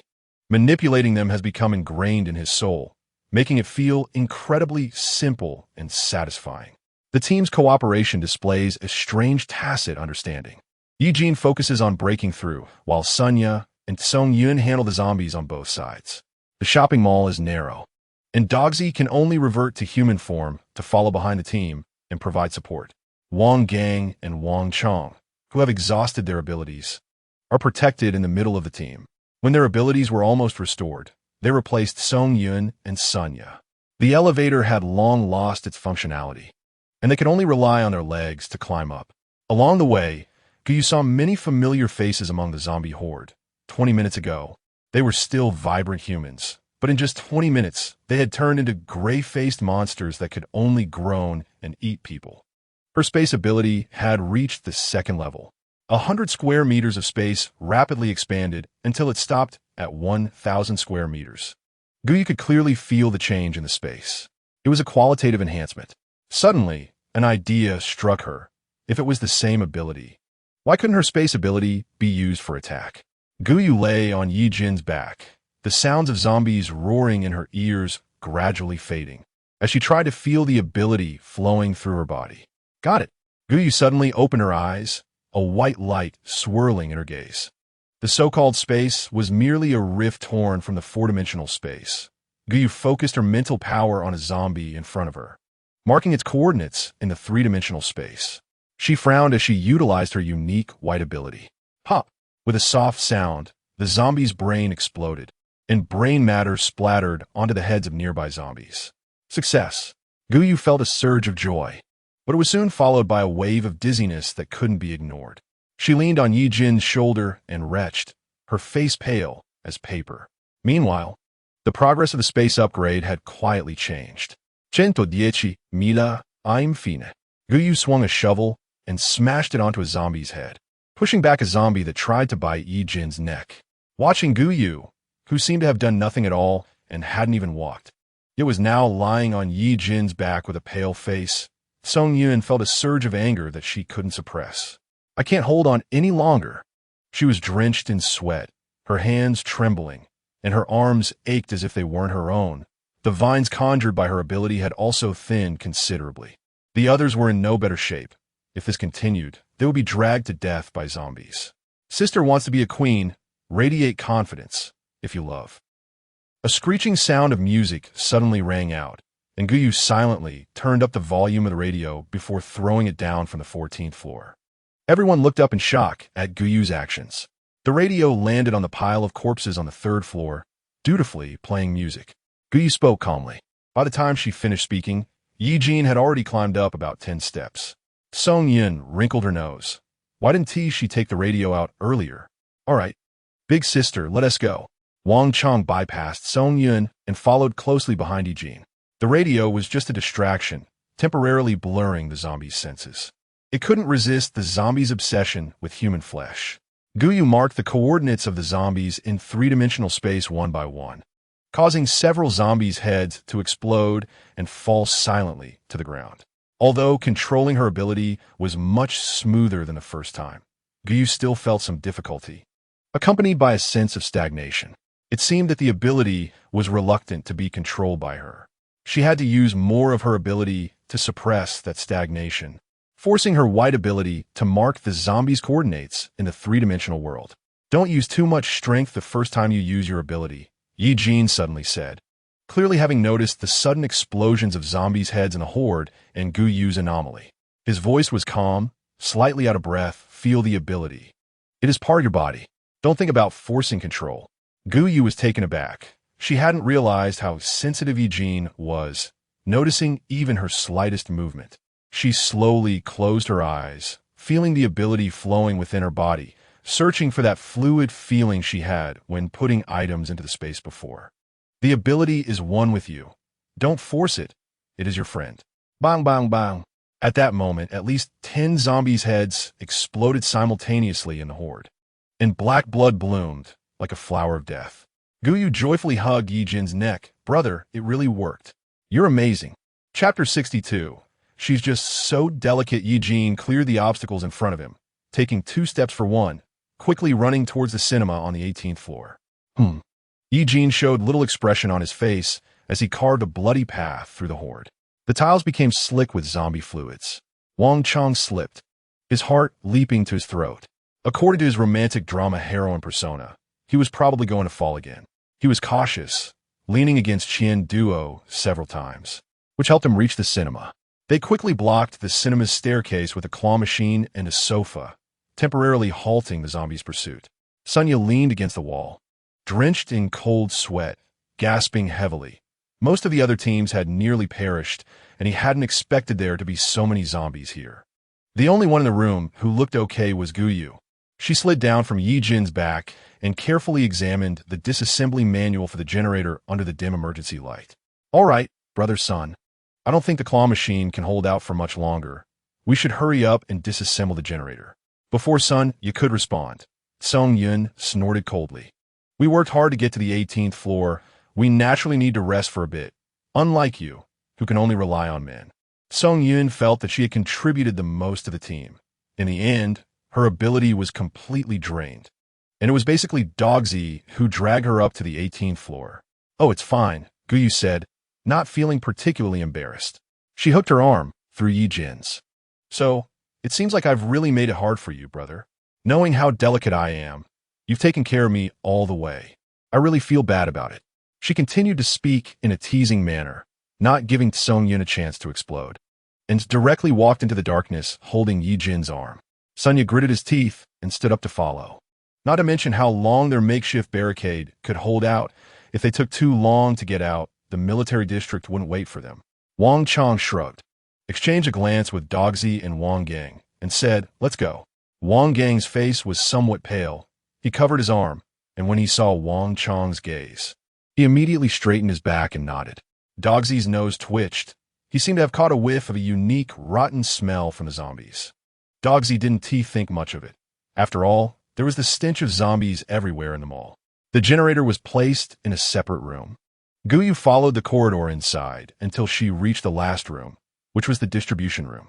No matter how detailed the paper description was, only seeing it in person made Guyu realize the shock of a large generator. A 30-square-meter room was nearly filled with the generator. This is too complicated. Looking at all the wires made Guyu feel a headache. Wow. Dogzy, who followed in, also exclaimed in surprise, ruffling his hair. What do we do? What's all this? Brother Sun, this task is yours. You must know a lot about machines, right? Hearing Guyu's question, Sunya's expression showed a hint of awkwardness. Crack. While everyone in the room was confused and anxious, Ye Jin had already disassembled part. He looked puzzled at the part on the ground, not understanding what the difficulty was. If you can read the diagram, just disassemble it. If you break it, can you afford to cover the contribution value? Song Yun said anxiously, snapping at him. Previously, Song Yun had teased Guyu, and Guyu took it as the little girl speaking her mind. But now that Song Yun was indiscriminately criticizing Ye Jin, Guyu felt somewhat unwilling. If you're so capable, you do it. If it breaks, I want to say a word, but what a pity it would be. It seems you can't disassemble it after all. While Song Yun was complaining, Ye Jin had already dismantled the second part of the machine. Her movements were swift, and it seemed like she understood the machine well. Wang Chong and Guzi immediately stepped forward to pack the dismantled parts. The window was taken down, and the vines from Song Yun wrapped around the machine, transporting it downwards. Qian Duo went down with the machine to assist them on the ground. The group worked together quite well. But the claw machine at the stairway was nearly toppled by the zombies crashing into it. Bang! A loud noise erupted. Hurry! Sunya glanced outside and saw the zombies had knocked over the claw machine, swarming through the tunnel towards them. Everyone accelerated their actions, except for Wang Gang, who leaned against the wall, motionless. You go block the zombies. Sunya shoved a long knife into Wang Gang's hands. Seeing his brother about to go out, Wang Chong felt anxious. As a power enhancer, he couldn't do much. He couldn't care less about helping to pack, and stood in front of Wang Gang, saying, I'm a fire ability user. I'll go. Sunya didn't care about their brotherly bond. As long as someone could hold off the zombies' attack and buy them some time, that was enough. The sound of zombies rushing was loud, shaking the ground. Ye Jin moved quickly, and the last part was already dismantled. Go down with the vines, hurry. Sunya was drenched in sweat. The zombies' assault was too fast and fierce. Wang Chong, as a fire ability user, couldn't hold out for long. He fought while retreating, already pushed to the door of the distribution room. The flames in his palm had dimmed significantly. Sunya and Qian Duo stepped forward to assist Wang Chong, barely managing to close the door. Bang, bang, bang. The zombies slammed against the door, nearly breaking it off the hinges, their grotesque faces visible through the large gap.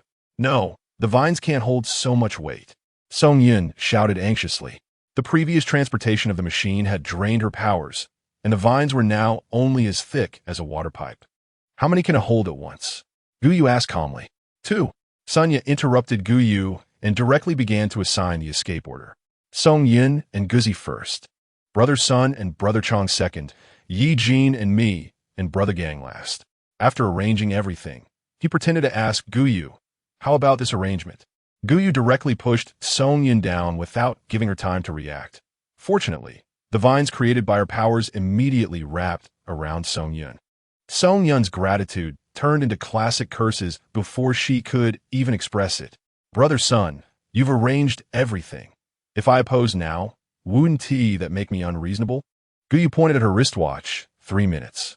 It takes 3 minutes to get from the 18th floor to the first floor. They need at least 5 more minutes to land safely. She nervously watched the door that was about to be breached, manipulating her still unfamiliar powers to lock onto the coordinates of the zombies crashing against the door. Bang, bang, bang. The brains of 3 zombies exploded, their bodies falling at the door, while the zombies behind stepped over them to continue slamming into the door. Even Sunya, who had been on many missions, turned pale. Chapter 63. A betrayal you should go down first.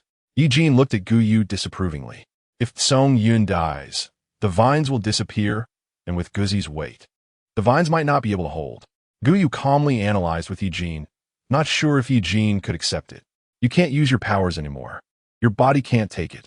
Ye Jin coldly watched as Sunya and Wang Chong crawled out of the window, wriggling down the vines. Covertly humans. The inherent flaws of biological instincts. Guyu felt there was no need to put herself in danger for these humans. Her gaze fell on Wang Gang, who was leaning against the wall, not moving at all, and sensed something was off about him. Before Ye Jin could investigate further, Guyu peeked out and saw Wang Chong and Sunya had already climbed to the 5th floor.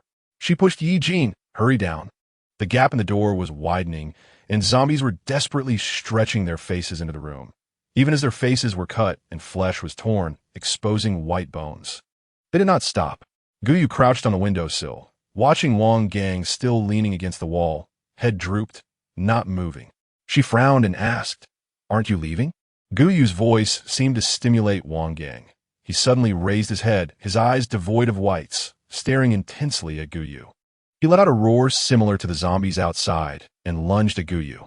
His speed was so fast that Guyu barely had time to react. Hearing the strange noise above, Ye Jin looked up and saw Wang Gang, teeth bared, charging at Guyu. Ye Jin's heart skipped a beat. Black tendrils and white powers instantly locked onto the zombie's head, and just as Wang Gang's nails were about to touch Guyu's skin, his brain exploded. His body, still driven by the desire from before death, staggered forward 2 steps before falling straight out the window onto the ice below. The corpse hit the ice, oozing a pool of dark red blood. The blood splattered onto Wang Chong's face. Though Wang Gang's head had been blown apart, Wang Chong instantly recognized the corpse as his twin brother. His legs went weak as he turned Wang Gang over, incredulous, and looked up at the 2 people rapidly descending the vines. Wang Gang had been bitten by a zombie at some point and had already turned. Guyu didn't have time to ponder, quickly moving down, her gloves almost worn through by the vines. The zombies in the corridor broke down the door and lunged at the window. They had no thoughts. Seeing 2 humans hanging outside, they simply jumped down from the windowsill.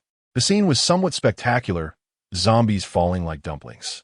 Guyu hung on the vines, dodging left and right to avoid being grabbed by the zombies in midair. She had used too many powers to kill zombies earlier, leaving her limbs somewhat weak. Hanging on the vines had drained all her strength. Suddenly, a shadow loomed over her head, and even though the zombies fell right above her, it was as if they hit an invisible barrier and slid off to the sides. Seeing this, Guyu quickened her pace and fell straight into an embrace. She spoke with a slight breathlessness, her heart racing, unable to hold back. She buried her head in Ye Jin's neck and coughed softly. "Thank you, brother. You protected me so well." Guyu's face was still pale from the exhaustion of her powers. Ye Jin frowned tightly. "No more risking like this in the future." "Got it," Guyu replied with a bitter smile.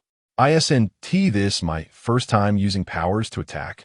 I still can't grasp the degree, and besides, we don't know what is happening in the safe zone. If everyone in the squad dies, it would be a problem for us too. After spending so much time together, Guyu felt the people in the squad were decent. At least they didn't openly harm her. Still, the same saying applies. Humans are social animals, and Guyu was willing to do her best to save those around her. With a zombie tide approaching, only humans could help humans. She detached herself from her thoughts and glanced around. The first ones to come down had already transported the dismantled generator to the truck. And for a moment, there were only the two of them nearby. Guyu thought for a moment and was about to say they should leave. Bai Zhao was still waiting in the villa area. He was hiding behind the tree canopy, waving at the two and pointed at his wristwatch, signaling them to move quickly. It was almost time. Their escape plan was temporarily interrupted, and Guyu could only slide down from Ye Jin and follow Sunya toward the truck. The zombies in the city center have been dealt with by the ability user team, and the streets are now desolate and empty. As long as they don't make noise to attract nearby zombies, there's no danger. The alleys around are still unusually quiet. Wang Chong is confronting the person guarding the convoy while holding Wang Gang's corpse. "This is my brother. Why can't I bring him on the truck?" The man seems to be accustomed to death, his expression indifferent. He has obvious signs of mutation and can't be brought on the truck. Wang Chong's body trembles, a layer of flames quickly covering his surface. The man takes a step back, pointing his dark gun at Wang Chong. "You can't get on the truck. If you insist on bringing this infected corpse, you won't be allowed on either." Seeing the conflict between the person he brought and the other side, Sunya steps forward and offers the man a cigarette. Don't be angry, let me talk to him." Saying this, he pats Wang Chong's shoulder and with just one motion, extinguishes the flames burning on Wang Chong. The suppression of ability levels brings Wang Chong back to his senses. Compensation? He scoffs. "My brother is dead. What compensation can bring him back to life?" Although this statement is directed at Sunya, his gaze is fixed on Guyu. The resentment in Wang Chong's eyes cannot be concealed, or rather, he doesn't even care to hide it. He stares into Guyu's eyes and speaks word by word. After all, no one knows what happened up there before. Guyu sighs, not wanting to argue with Wang Chong, who has lost a loved one. She looks down at Wang Chong's red eyes. "Don't vent your irrational anger on me. Your brother was bitten and infected by a zombie before. Just now he was going to attack me. That's why we acted." "Huh." Ye Jin furrows his brow, looking at Wang Chong's cold smile. He doesn't understand why Wang Chong always holds resentment toward someone.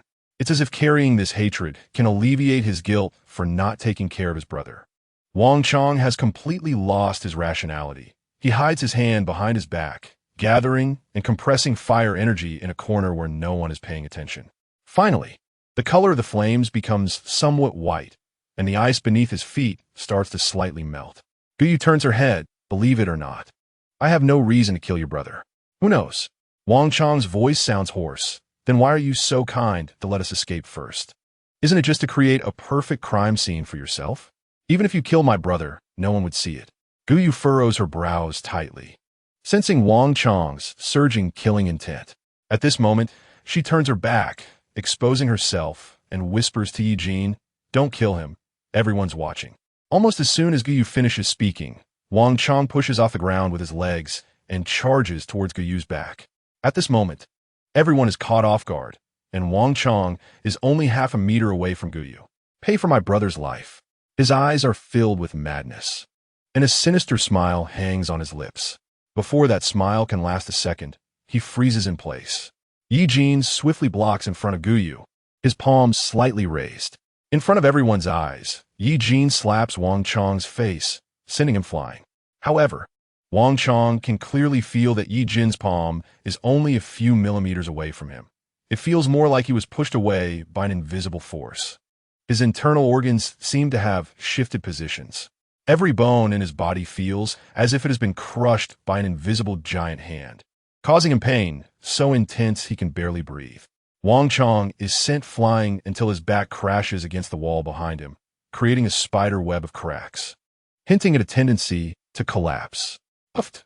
Wang Chong feels a sharp pain in his chest and spits out a mouthful of blood. Before he can lift his head, he sees Ye Jin quickly approaching, teleporting in the blink of an eye to stand in front of Wang Chong, grabbing his head and smashing it hard against the ice. Once, twice, 3 times, stop.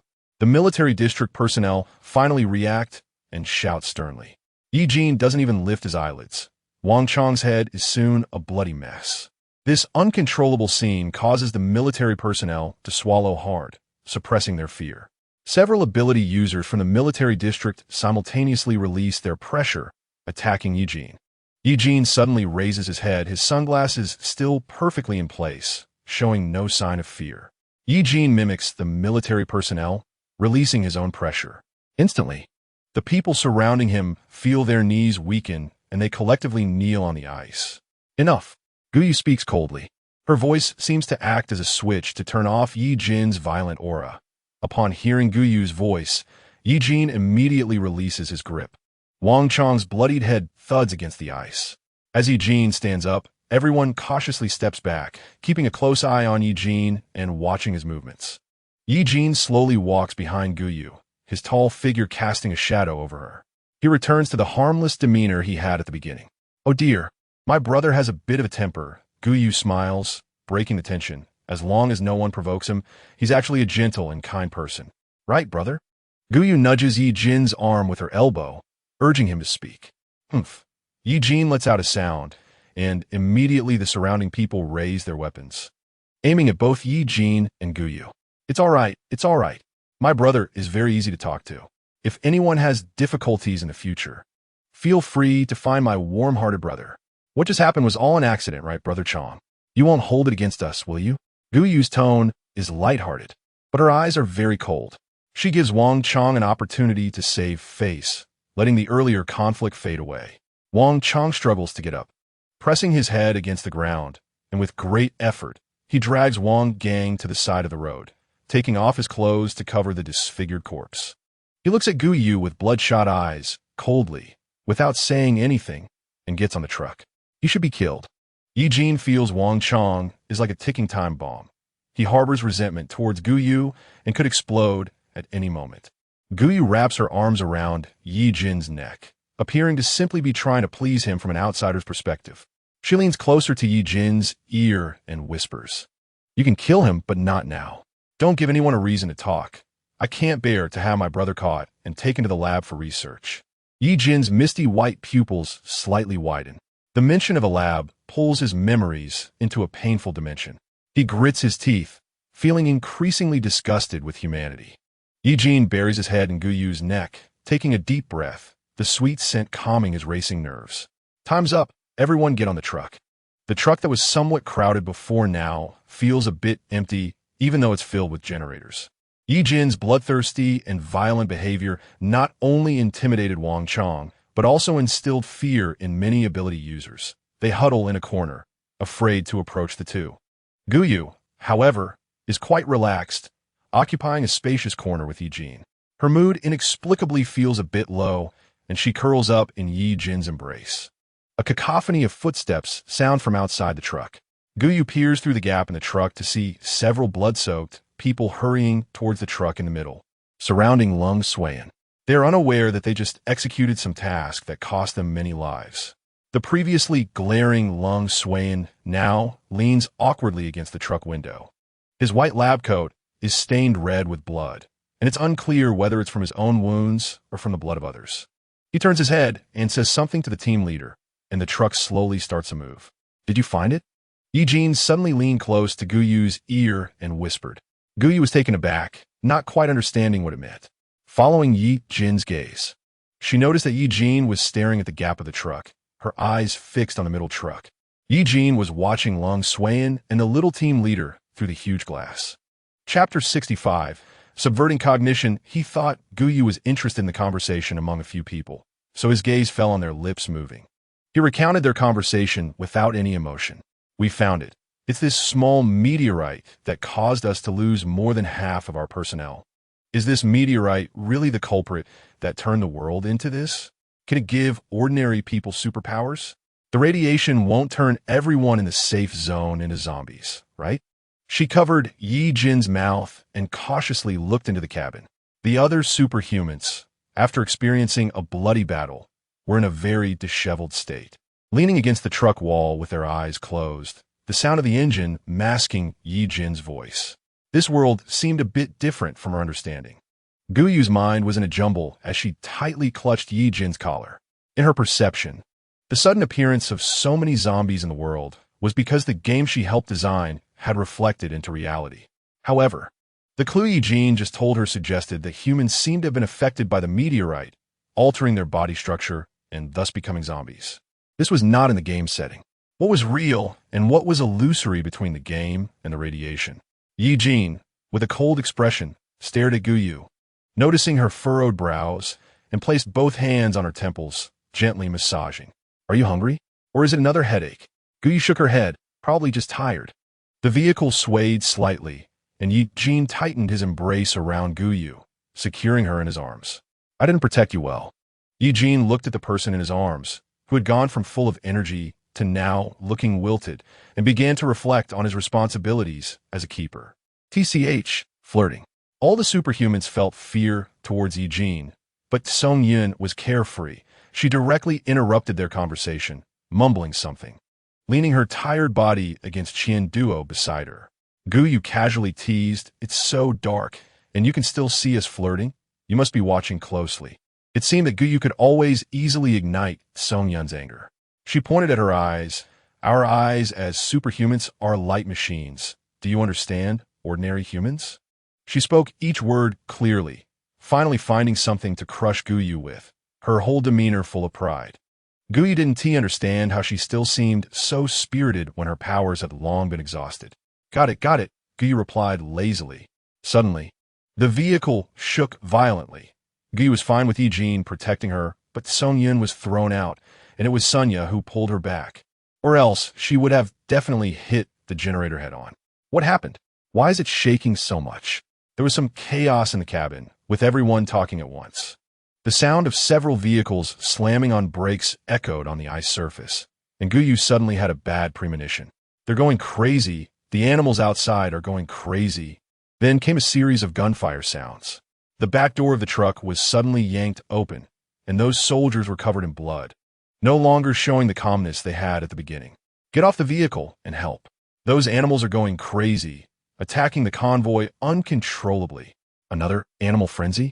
Guyu and Ye Jin exchanged glances, being hurriedly pushed off the vehicle. On the icy surface, many stray cats and dogs had grown several times in size. Standing on all fours at knee height, they were now lying on the ice, baring their teeth and attacking the convoy. Guyu instinctively swung the shovel, knocking a dry-furred wildcat away.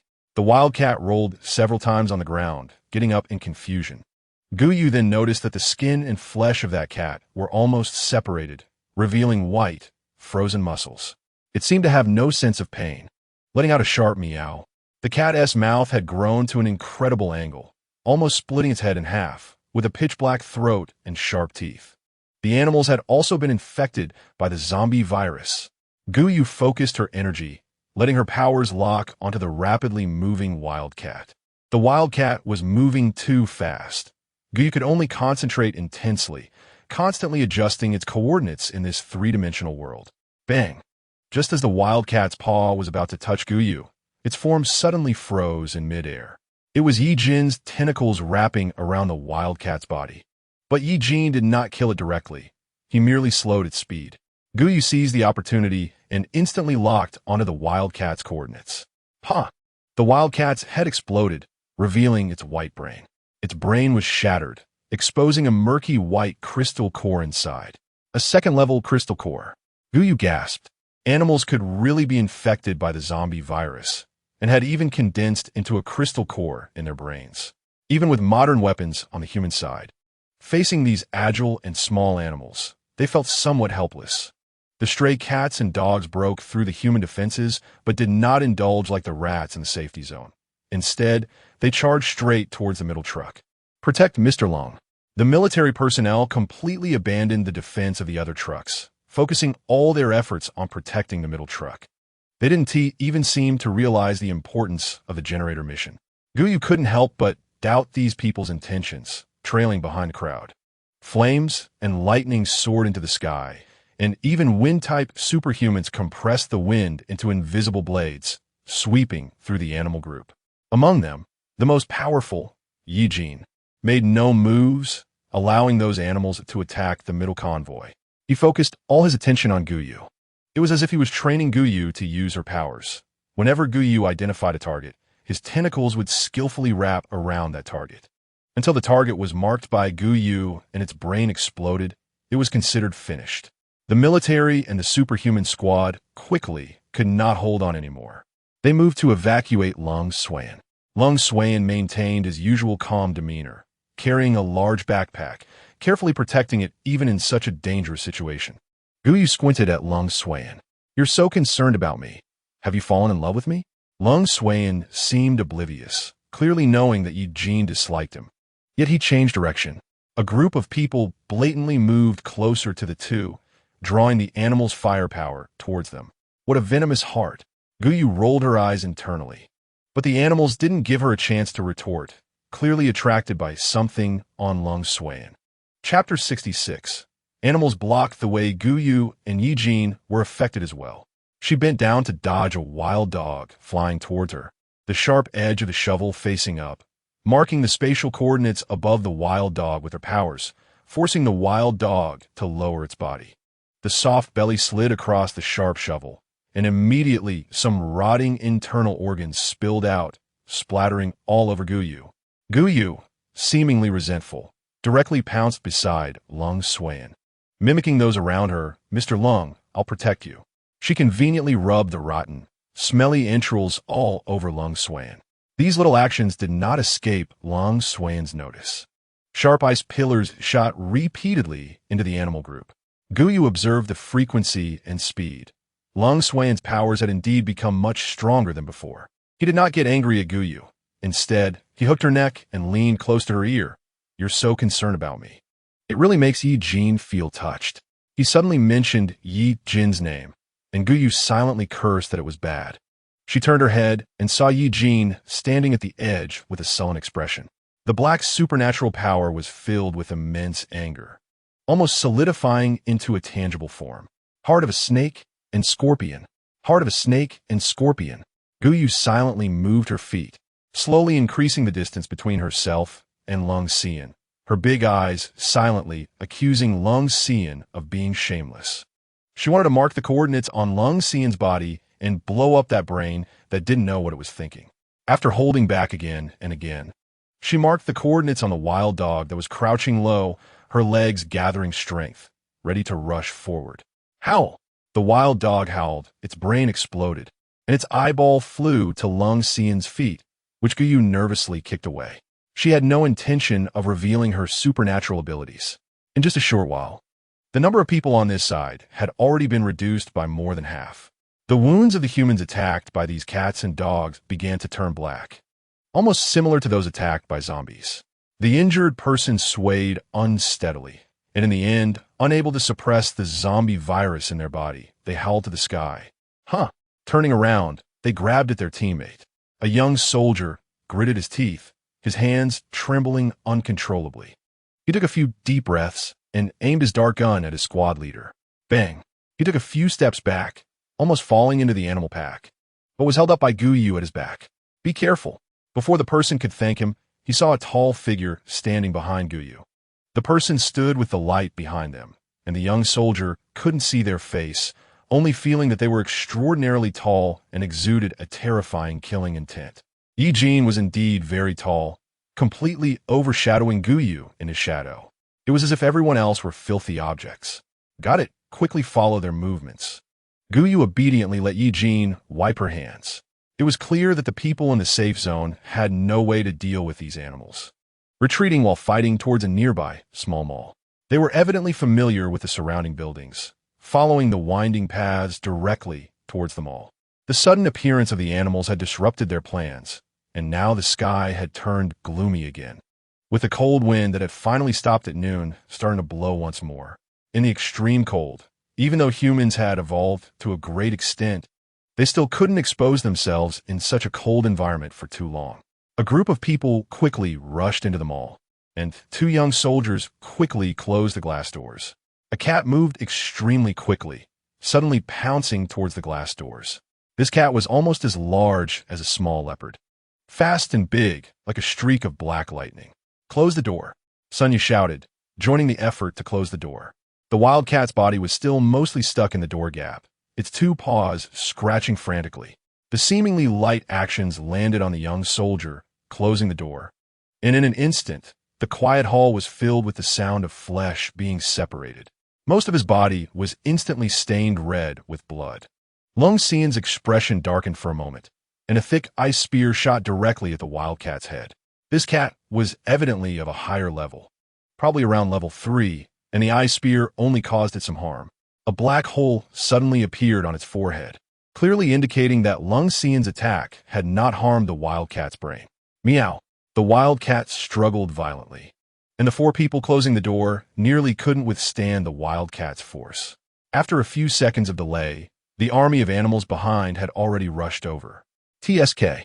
Sanya activated his supernatural ability, raising a tall earth wall at the door to temporarily block the animals outside.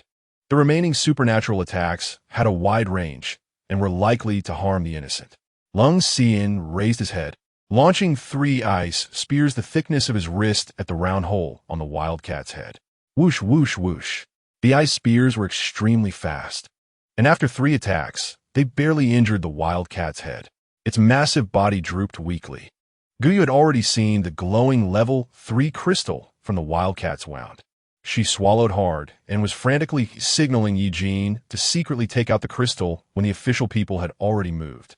They skillfully peeled away the wildcat's brain tissue and extracted the crystal core, handing it to Lung Xian. Disaster. Guyu silently cursed. Ye Jin, slow to pick up on Guyu's signal, quietly asked, "What's wrong?" Nothing much. Guyu couldn't hold back her frustration, her northeastern accent coming out. She watched as the military personnel pushed the wildcat's corpse outside, allowing a gold-type supernatural user to melt the door into a thick iron gate. The light in the room instantly dimmed, with only the crystal core in Lung Xian's hand emitting a faint white glow. The crystal core swayed a couple of times, and Guyu couldn't resist the temptation of the level 3 crystal core, inexplicably following behind Lung Xian. "What do you want? Or do you know what the crystal core does? How did you find out?" Lung Xian's voice was cold, and Guyu felt as if she was being stared at by a snake. She shivered and spoke while looking at Lung Xian's back. "What is a crystal core? Is it the thing you have in your hand? I just thought it looked nice and looked at it a few more times." Guyu pretended to be curious about the crystal core in Lung Xian's hand and asked, "What is it useful for?" "Just looks good. I'll have my brother help me get one later." Chapter 67. A sour smell of jealousy. Guyu's words made the people around Lung Xian snort coldly, looking at Guyu with disdain. A crystal core produced by a level 3 zombie is something you can just get if you want. In short, they thought she should consider what kind of person she was before making such bold claims. "Shut up. Miss Gu is not someone you can question." Lung Xian and Ye Jin shot icy glares. The man who was about to speak nearby froze, immediately shutting his mouth and decisively bowing his head to apologize to Guyu. "Sorry, Miss Gu, I was wrong." The speed of the apology shocked Guyu. Lung Xian rotated the level 3 crystal core in his hand, and his subordinates immediately rushed into the mall, quickly dealing with the zombies hidden inside. The crystal core contained energy, and this type of energy produced from a zombie's brain could also be absorbed by humans. The higher the level of the crystal core, the more energy it contained. Lung Xian lowered his voice, mysteriously leaning closer to Guyu. Ye Jin extended his arm to block Lung Xian's movement, and the two men exchanged glances, the tension between them almost overwhelming those following behind. All the zombies have been cleared out. Everyone is tired from a day of work. So how about we find a safe place to rest for a while? Guyu tentatively suggested. In her mind, a groundhog was screaming madly, telling them to stop fighting and go practice in the dance studio instead. It would be my utmost honor to find a resting place that Miss Gu is satisfied with. Yet it was Lung Xian who backed down first. He slightly nodded to Guyu and handed the crystal core in his hand to her. The level 3 crystal core that Guyu had previously coveted so much was now so easily in her hands. Just as Guyu was about to feel happy, suddenly her hand was empty. Ye Jin, with a cold expression, snatched the crystal core from her hand, and with a wave of his hands, the energy in the crystal core was instantly absorbed by him. "You really like the level 3 crystal core?" Ye Jin raised the powdered crystal core in his hand and asked coldly. Guyu instinctively nodded. Who would tea like something that could make them stronger? The previous level 2 crystal core could be worth 50 zombie heads. Who knows how much experience the level 3 crystal core could provide? I'll get it for you. No need for others to show goodwill. Guyu sensed a hint of jealousy in Ye Jin's words. In the end, everyone chose to rest in the bedding area on the 4th floor. They hadn't slept on such a soft bed for a long time, so no one declined. After confirming who would keep watch, they climbed onto the bed to rest. Guyu glanced around. There were 13 people from the military district and 15 from the ability team among the 4 floors, totaling 28 people. They had lost nearly 100 people on this mission, each one a precious ability user. Guyu's gaze inadvertently fell on Lung Xian's backpack, wondering if it contained the meteorite fragments they had mentioned. Could that thing really be the culprit that turned the world into this? Lung Xian noticed the gaze on him and turned his sharp eyes in that direction. Upon realizing it was Guyu, his expression transformed into the familiar flirtatious look that Guyu recognized. He winked at her, his gaze ambiguous. An arm reached around Guyu from behind. Ye Jin enveloped her possessively in his embrace. He was entirely in shadow, only his sunglasses visible. Although the sunglasses concealed Ye Jin's eyes well, Lung Xian could still sense the killing intent behind them. He carelessly licked his lips, looking sinister and twisted. Interesting, very interesting. Guyu was interesting. Ye Jin was also interesting. Lung Xian quickly typed on the computer, the screen illuminating his face. The screen showed numerous small windows, displaying the city's surveillance footage. He wore a faint smile as he watched Guyu and Ye Jin attacking zombies on the screen. Several times, Lung Xian noticed that Ye Jin didn't actually strike. Yet the zombies within a meter of him seemed to be attacked invisibly, with a round black hole appearing on their foreheads. And Guyu, Lung Xian's smile widened. The recent footage clearly showed Ye Jin carrying Guyu on the 14th floor of a mall. Guyu looked pale for some reason, while the zombies' heads exploded silently, collapsing to the ground. It seemed both of them had their little secrets. Lung Xian input Ye Jin's profile into the system, and a large exclamation mark appeared on the screen. His authority was insufficient to view Ye Jin's file. You keep looking at him, Ye Jin seemed to complain. Me? Guyu pointed at herself in surprise. I'm not always looking at him. Don't you think Lung Xian looks just like a snake? I always feel like he's got his eyes on me. The two of them hid under the covers like little girls sneaking a peek at a romance novel during puberty. Ye Jin ignored Guyu's words and repeated. You keep looking at him. I'm not. I don't. Don't say such nonsense. I just think that guy is definitely hiding something bad. We should be careful, especially with your abilities. Don't show off in front of people and control your temper. Killing is fine, just don't get caught. Do you like him? Guyu responded, You're not listening to me at all. She pinched Ye Jin's cold, handsome face hard. I wanted to ask you earlier, since you're so concerned about whether I look at other men, have you fallen for me? Ye Jin fell silent, tilting his head as he contemplated what liking someone meant. Meanwhile, Guyu's heart gradually cooled during his hesitation. At some point, her mindset shifted from wanting to pursue Ye Jin to being constantly aware of this man beside her, her heart racing with his every move. She even worried about Ye Jin's safety like a mother, always nagging him. Yet, Ye Jin's feelings for her remained at a mere 51%. Forget it. Guyu sat up in frustration, turning her back to Ye Jin. I was just asking. There are plenty of people who like me. I could line them up to France, you know. Ye Jin hadn't figured out the relationship between liking someone and France when Guyu struggled out of his embrace. She shot him a glare and suddenly noticed Lung Xian sitting in front of the computer screen, seemingly engrossed in something. She tiptoed, thinking of probing Lung Xian about the meteorite. Lung Xian wasn't surprised by the exclamation mark on the screen. He simply uploaded the surveillance footage to the cloud. Sensing footsteps behind him, he quickly switched the screen. It rapidly changed from surveillance footage to a bunch of charts. Guyu, being a liberal arts student, felt her head spinning at the sight of the charts. Chapter 68. The beautiful woman's probe Mr. Lung. Why aren't you resting at this late hour? Ye Jin, who appeared fierce in front of others, could only sit reluctantly on the bed, his eyes fixed on the interaction between Guyu and Lung Xian. Perhaps it's my unique charm that has captivated you. Guyu smiled sweetly. After all, I'm so kind-hearted, putting myself last even when fleeing. Her brain raced. thinking about how a green tea bitch should speak at this moment. She picked up a piece of clothing nearby and draped it over Lung Xian's shoulders, hearing the sound of Ye Jin clenching his fists even from a distance. Guyu pretended not to hear, speaking sweetly to Lung Xian. "Mr. Lung, what are you doing?" "So many charts. It's so complicated that I can't understand it." "It's really impressive that you can comprehend such complex charts." Guyu began showering him with flattery, propping her chin with her hands and trying to appear pitiful, creating an image of a clueless little girl. Lung Xian, seeing Ye Jin's expression, mischievously leaned closer to Guyu, appearing as if the two were intimately close.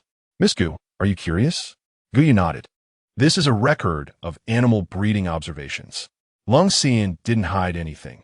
Instead, he turned the screen towards Guyu, allowing her to see it more clearly. He pointed at the rising lines on the screen and spoke. "The breeding cycles of animals have shortened, and the number of offspring has increased. Here, we have comparisons between mammals and oviparous animals and among fish in the ocean." With Lung Xian's explanation, the previously headache-inducing charts gradually became clearer. Observing the lines that showed the breeding cycles shortening and the number of offspring skyrocketing, Guyu couldn't help but feel a headache coming on. If things continued at this rate, the entire planet would be overrun by other animals, drastically reducing the living space for humans. Moreover, from Guyu's observations, there were still animals that had not been infected by the zombie virus among the ones that attacked them. It seemed that infected animals did not attack others. Noticing Guyu's serious expression, Lung Xian glanced at the already sleeping ability users. The small safe zones may not hold out much longer. "So, I wonder if Miss Gu would be interested in joining me to the central safe zone?" "Me?" Guyu hadn't forgotten her persona. She forced a bitter smile. "I'm just an ordinary human, not an ability user. Can someone as ordinary as me really go to the safe zone? If I can't awaken any abilities, I'd just be a burden following you." Her big, watery eyes looked timidly at Lung Xian. Guyu sneered inwardly, thinking to herself, "This is easy. Ye Jin falls for this every time." Unfortunately, Lung Xian was not Ye Jin and did not divulge the meteorite's secrets in line with Guyu's intentions. He only half-jokingly replied, "Who knows?" It was unclear whether he meant Guyu had the qualifications to accompany him to the safe zone or if she would awaken abilities. Suddenly, a loud thud echoed in the quiet mall as something heavy fell to the ground. The person struggling on the brink of life and death immediately sprang up from the bed, alertly looking in the direction of the sound. "Protect Mr. Long." The survivors inside the fourth floor quickly divided into two groups.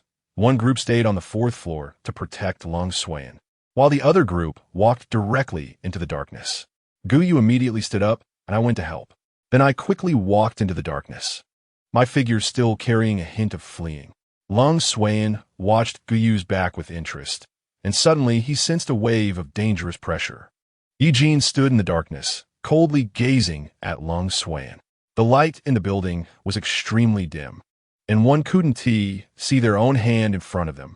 Guyu looked into the darkness, seemingly realizing that the people from the safe zone hadn't cleared out the zombies inside the building.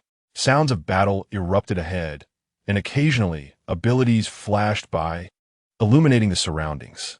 You talked to him for a long time. Seizing the opportunity, Ye Jin leaned closer, relying on the surrounding darkness, his body almost pressed against Guyu's. "What does it have to do with you?" Guyu's tone remained calm. "After all, you don't like me. So why should you care who I'm with and what I say?" Again with the liking. What is liking? Ye Jin's level of emotional development was still insufficient to think too much about feelings.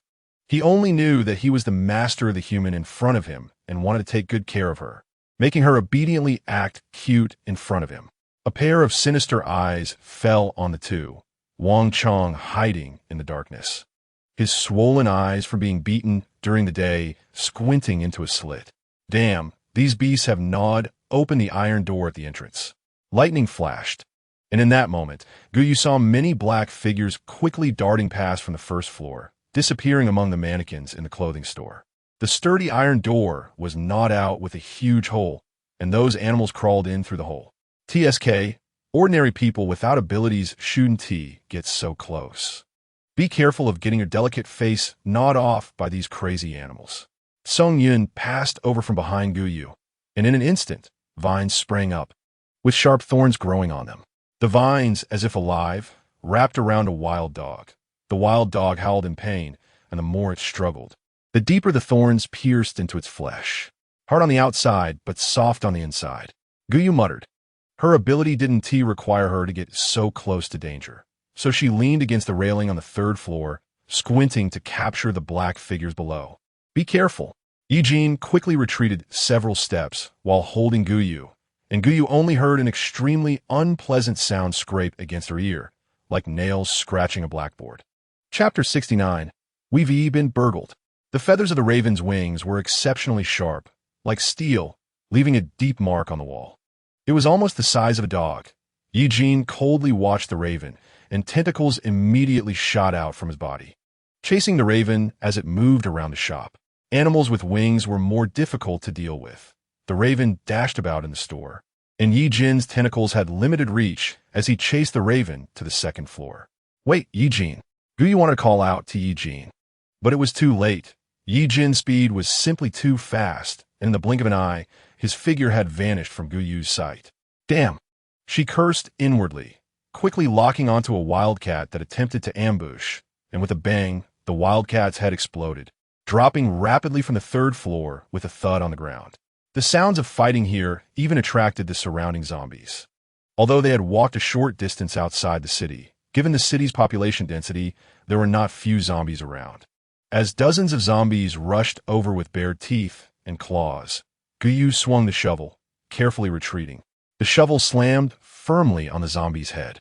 Guyu had grown much stronger, and at that moment, didn't need any technique, just swung her arm to bring the shovel down heavily onto the zombie's head, instantly caving in a section of its skull. With its brain injured, the zombie immediately lost all its strength and collapsed to the ground, completely dead. The information about abilities around was too chaotic. Guyu had yet to see Ye Jin's black ability. Breathing slightly heavily, she leaned on her knees, and 12 zombie corpses already lay in front of her. Godi. He was covered in red flames, the flames attacking Guyu, and she instinctively dodged back. However, Guyu didn't notice that behind her was the staircase. One misstep, and she fell from the stairs, landing in the battlefield of zombies and animals. Awoo! Wang Chong went all out, and Guyu even caught a whiff of roasted meat. Her arm was charred and bloody from the fire abilities. The fabric of her jacket burned and stuck to her wound. She didn't have time to worry about the injury on her arm and immediately rolled on the spot to dodge the wildcat's claws. The wildcat's claws scratched a mark on the marble beneath Guyu.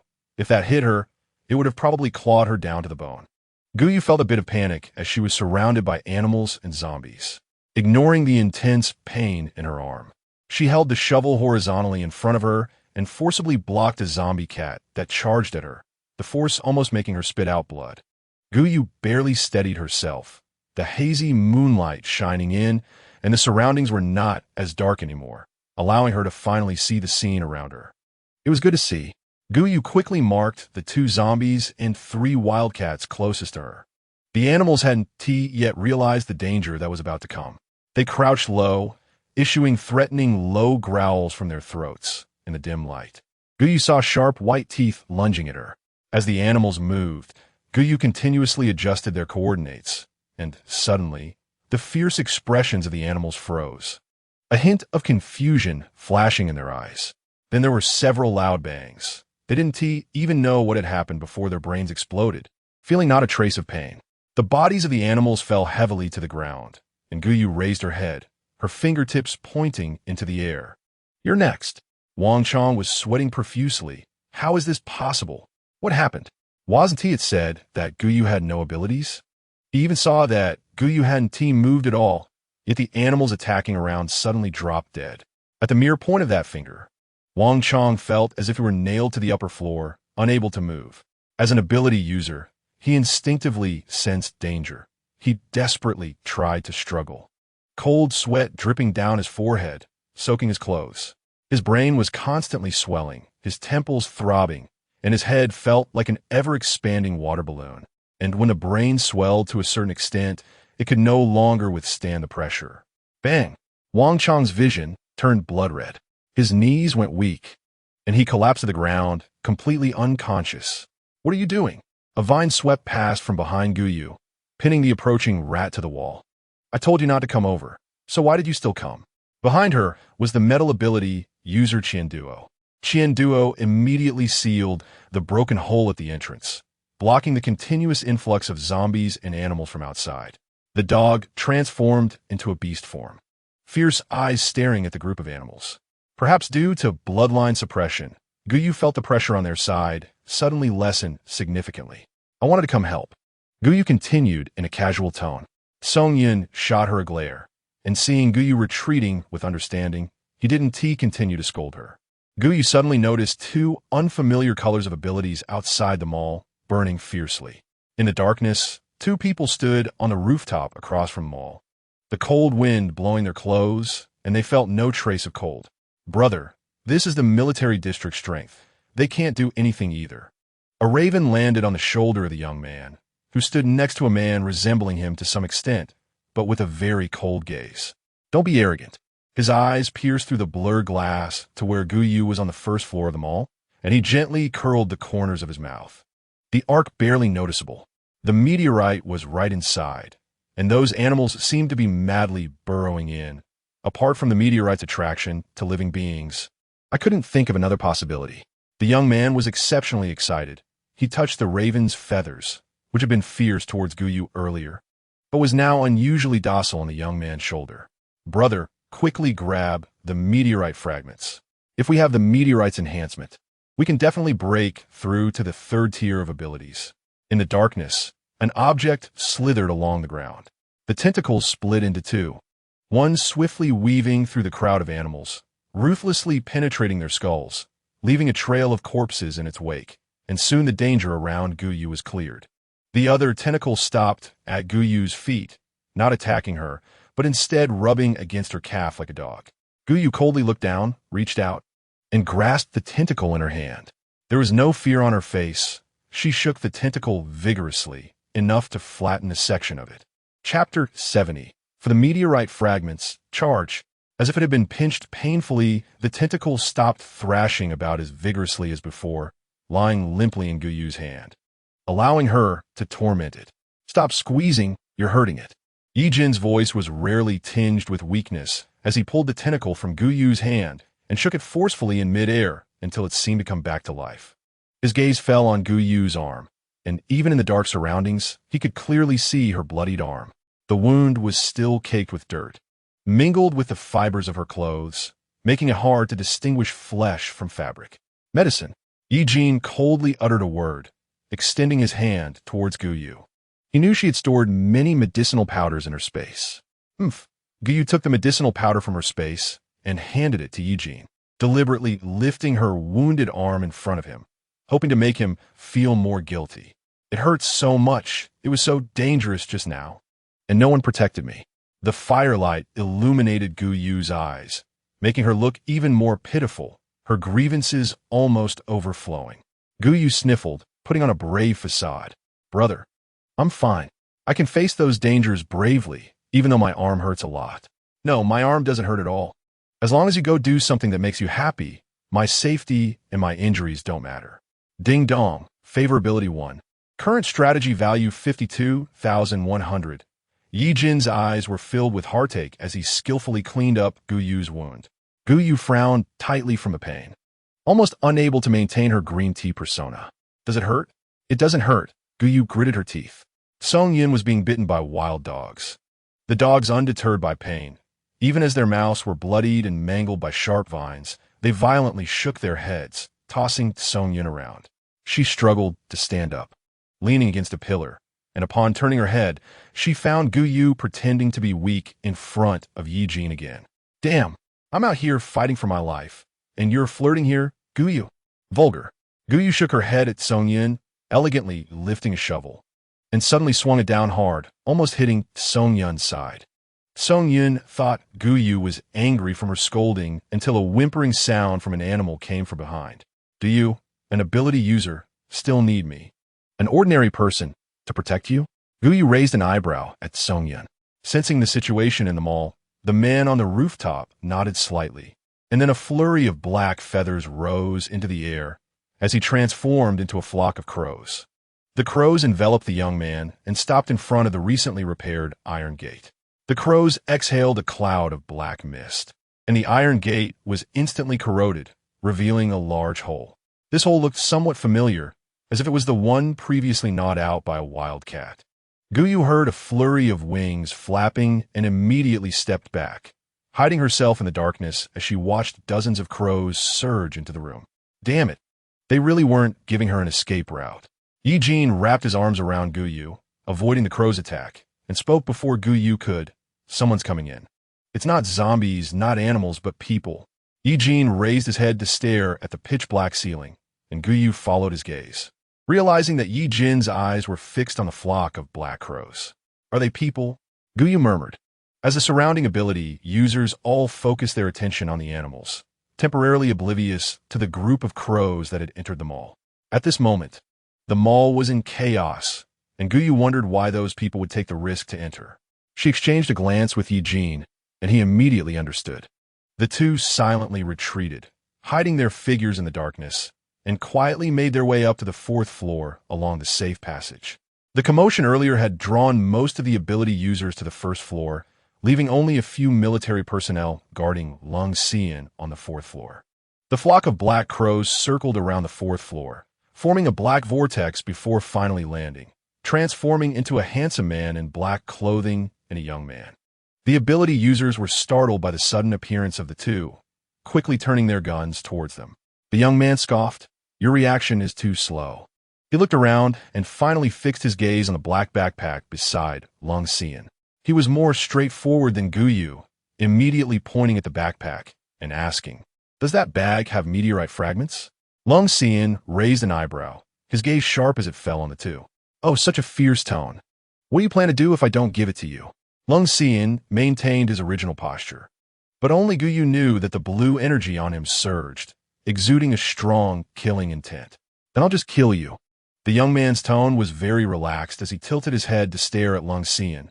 Suddenly, the animals that were aimlessly attacking others came to a halt, their beastly eyes fixated on the 4th floor. "What's going on?" The crowd was startled by the animals' unusual behavior, and then, to their astonishment, these animals abandoned their attack and ran toward the 4th floor. What a peculiar ability. You can control animals.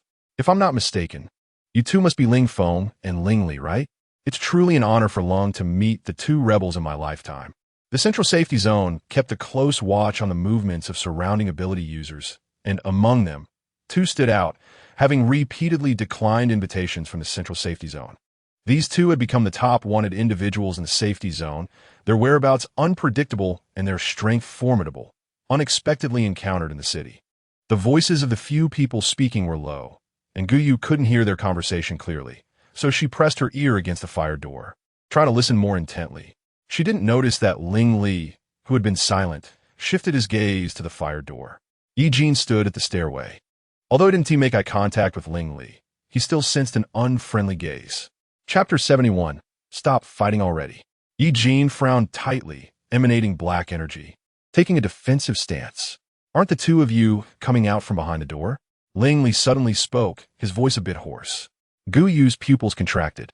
Surprised that in the chaotic atmosphere of the 4th floor, the man could still keenly sense their presence behind the fire door. During the conversation, the ability users who had previously scattered in the mall gathered on the 4th floor, surrounding Ling Feng and Ling Li. Although their abilities were completely drained by those animals, the aura they emitted was still somewhat intimidating. The two people surrounded, however, showed no signs of panic or desire to escape. Instead, they seemed as comfortable as if they were in their own home. Guyu, accustomed to assessing the situation, noticed that their side had a slight advantage in strength, so she didn't hold back.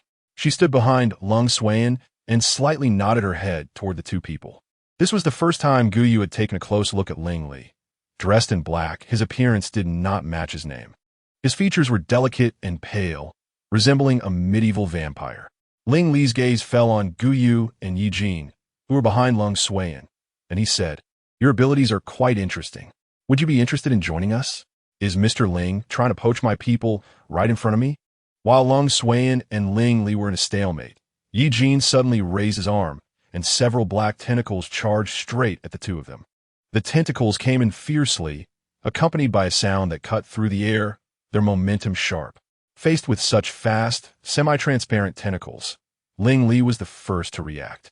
He raised his arm to shield himself, instantly phasing it out, turning it into a swarm of crows that blocked the way between him and Ling Feng. "Oh dear, you really are ungrateful," launching a sneak attack. Ling Feng, wrapped in crows, was unaware of the power of Ye Jin's tentacles. Sweat appeared on Ling Li's forehead. For the first time, he found the ability users difficult to deal with. The tentacles wove through the crows, and although they had no eyes, they seemed to have a built-in locator, accurately determining the position of each crow, then coiling around them like a python, slowly tightening. These crows were all transformed by Ling Li's abilities. In simple terms, they were all a part of his body. With Ye Jin's fierce assault, Ling Li struggled to hold on, and his already pale face looked as if it belonged to a corpse. Ling Feng finally noticed something was off with his brother, his eyes reddening. "Bro, are you okay?" Ling Li shook his head, indicating for a quick resolution.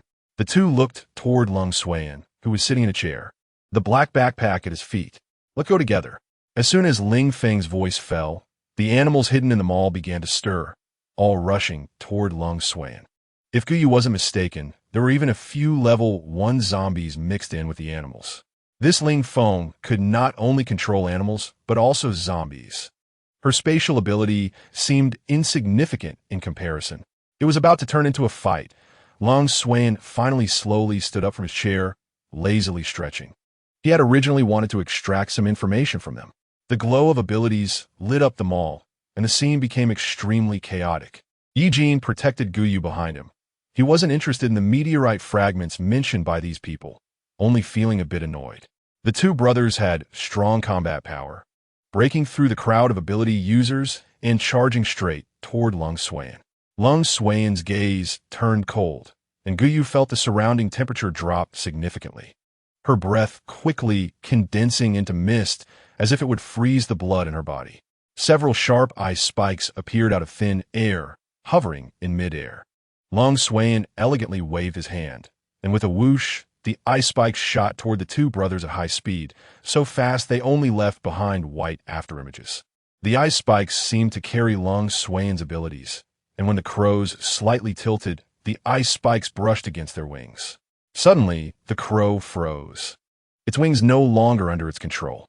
With a vigorous flap, there was a crack, and the entire wing fell off the crow's body, crashing to the ground and breaking into several pieces. "Oh no!" Guyu gasped inwardly, not expecting Lung Suan to have such a skill, looking incredibly flashy. "Watch out!" Guyu shouted in alarm as Ling Li's controlled crow was suddenly enveloped by a mass of black mist. A second later, the massive crow was decomposed into tiny crows, each no larger than a human finger. Like a gust of black wind, they swept toward this side.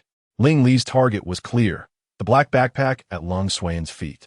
Ye Jin had seen the crow's abilities before and immediately activated his own powers, the tentacles extending infinitely and transforming. Eventually, they became a transparent black, protective membrane, wrapping around the two of them. Even so, the sharp wings of the crows could still cut through Ye Jin's tentacles. "Ugh!" Ye Jin groaned, his face looking somewhat pale. Although he had extremely strong physical qualities, he was still not as skilled in controlling abilities as these few people. Guyu frowned at the group of crows, closing her eyes to carefully sense Ling Li's location. No matter how flashy Ling Li's abilities were, they still required his physical presence to create those crows that blotted out the sky. Got it. In one area, the glow of abilities was slightly stronger than elsewhere, continuously emitting a soft light. Found it. Guyu immediately locked onto Ling Li's three-dimensional spatial coordinates and began compressing the space in her mind. Ling Li froze, as if an invisible hand had tightened around his brain, causing the swarm of crows to go berserk, attacking all the humans in front of them wildly. "Damn it, bro. What's wrong with you?" Ling Feng wobbled, nearly being thrown off balance by Ling Li. "That woman is not right." Ling Feng gritted his teeth, pointing at Guyu. "Bro, quickly suppress that woman." Even though Ling Li was reluctant to expose his trump card, he still gritted his teeth and controlled the crows to recklessly sweep forward. The scene looked similar to when the rat swarm attacked the safety zone that day. Guyu cursed inwardly, concentrating her mind and using all her abilities to compress Ling Li's brain space. The powers flowed out continuously, as if sinking into the sea. And Guyu received no feedback at all. Retreat, something's wrong. As soon as she voiced her thoughts, the crows directly broke through Ye Jin's protective shield and swept toward her. Chapter 72, Pure Boy, Online Temptation. Damn it. Guyu stared at the crows that tore through Ye Jin's protective shield, cursing inwardly, locking onto the crow that broke through Ye Jin's tentacle defense. The leading crow was instantly shot in the head, and a cloud of red mist spread through the air. Unfortunately, the demise of 3 crows did not cause any significant loss to the dark mass of crows. Guyu felt her abilities suddenly drain.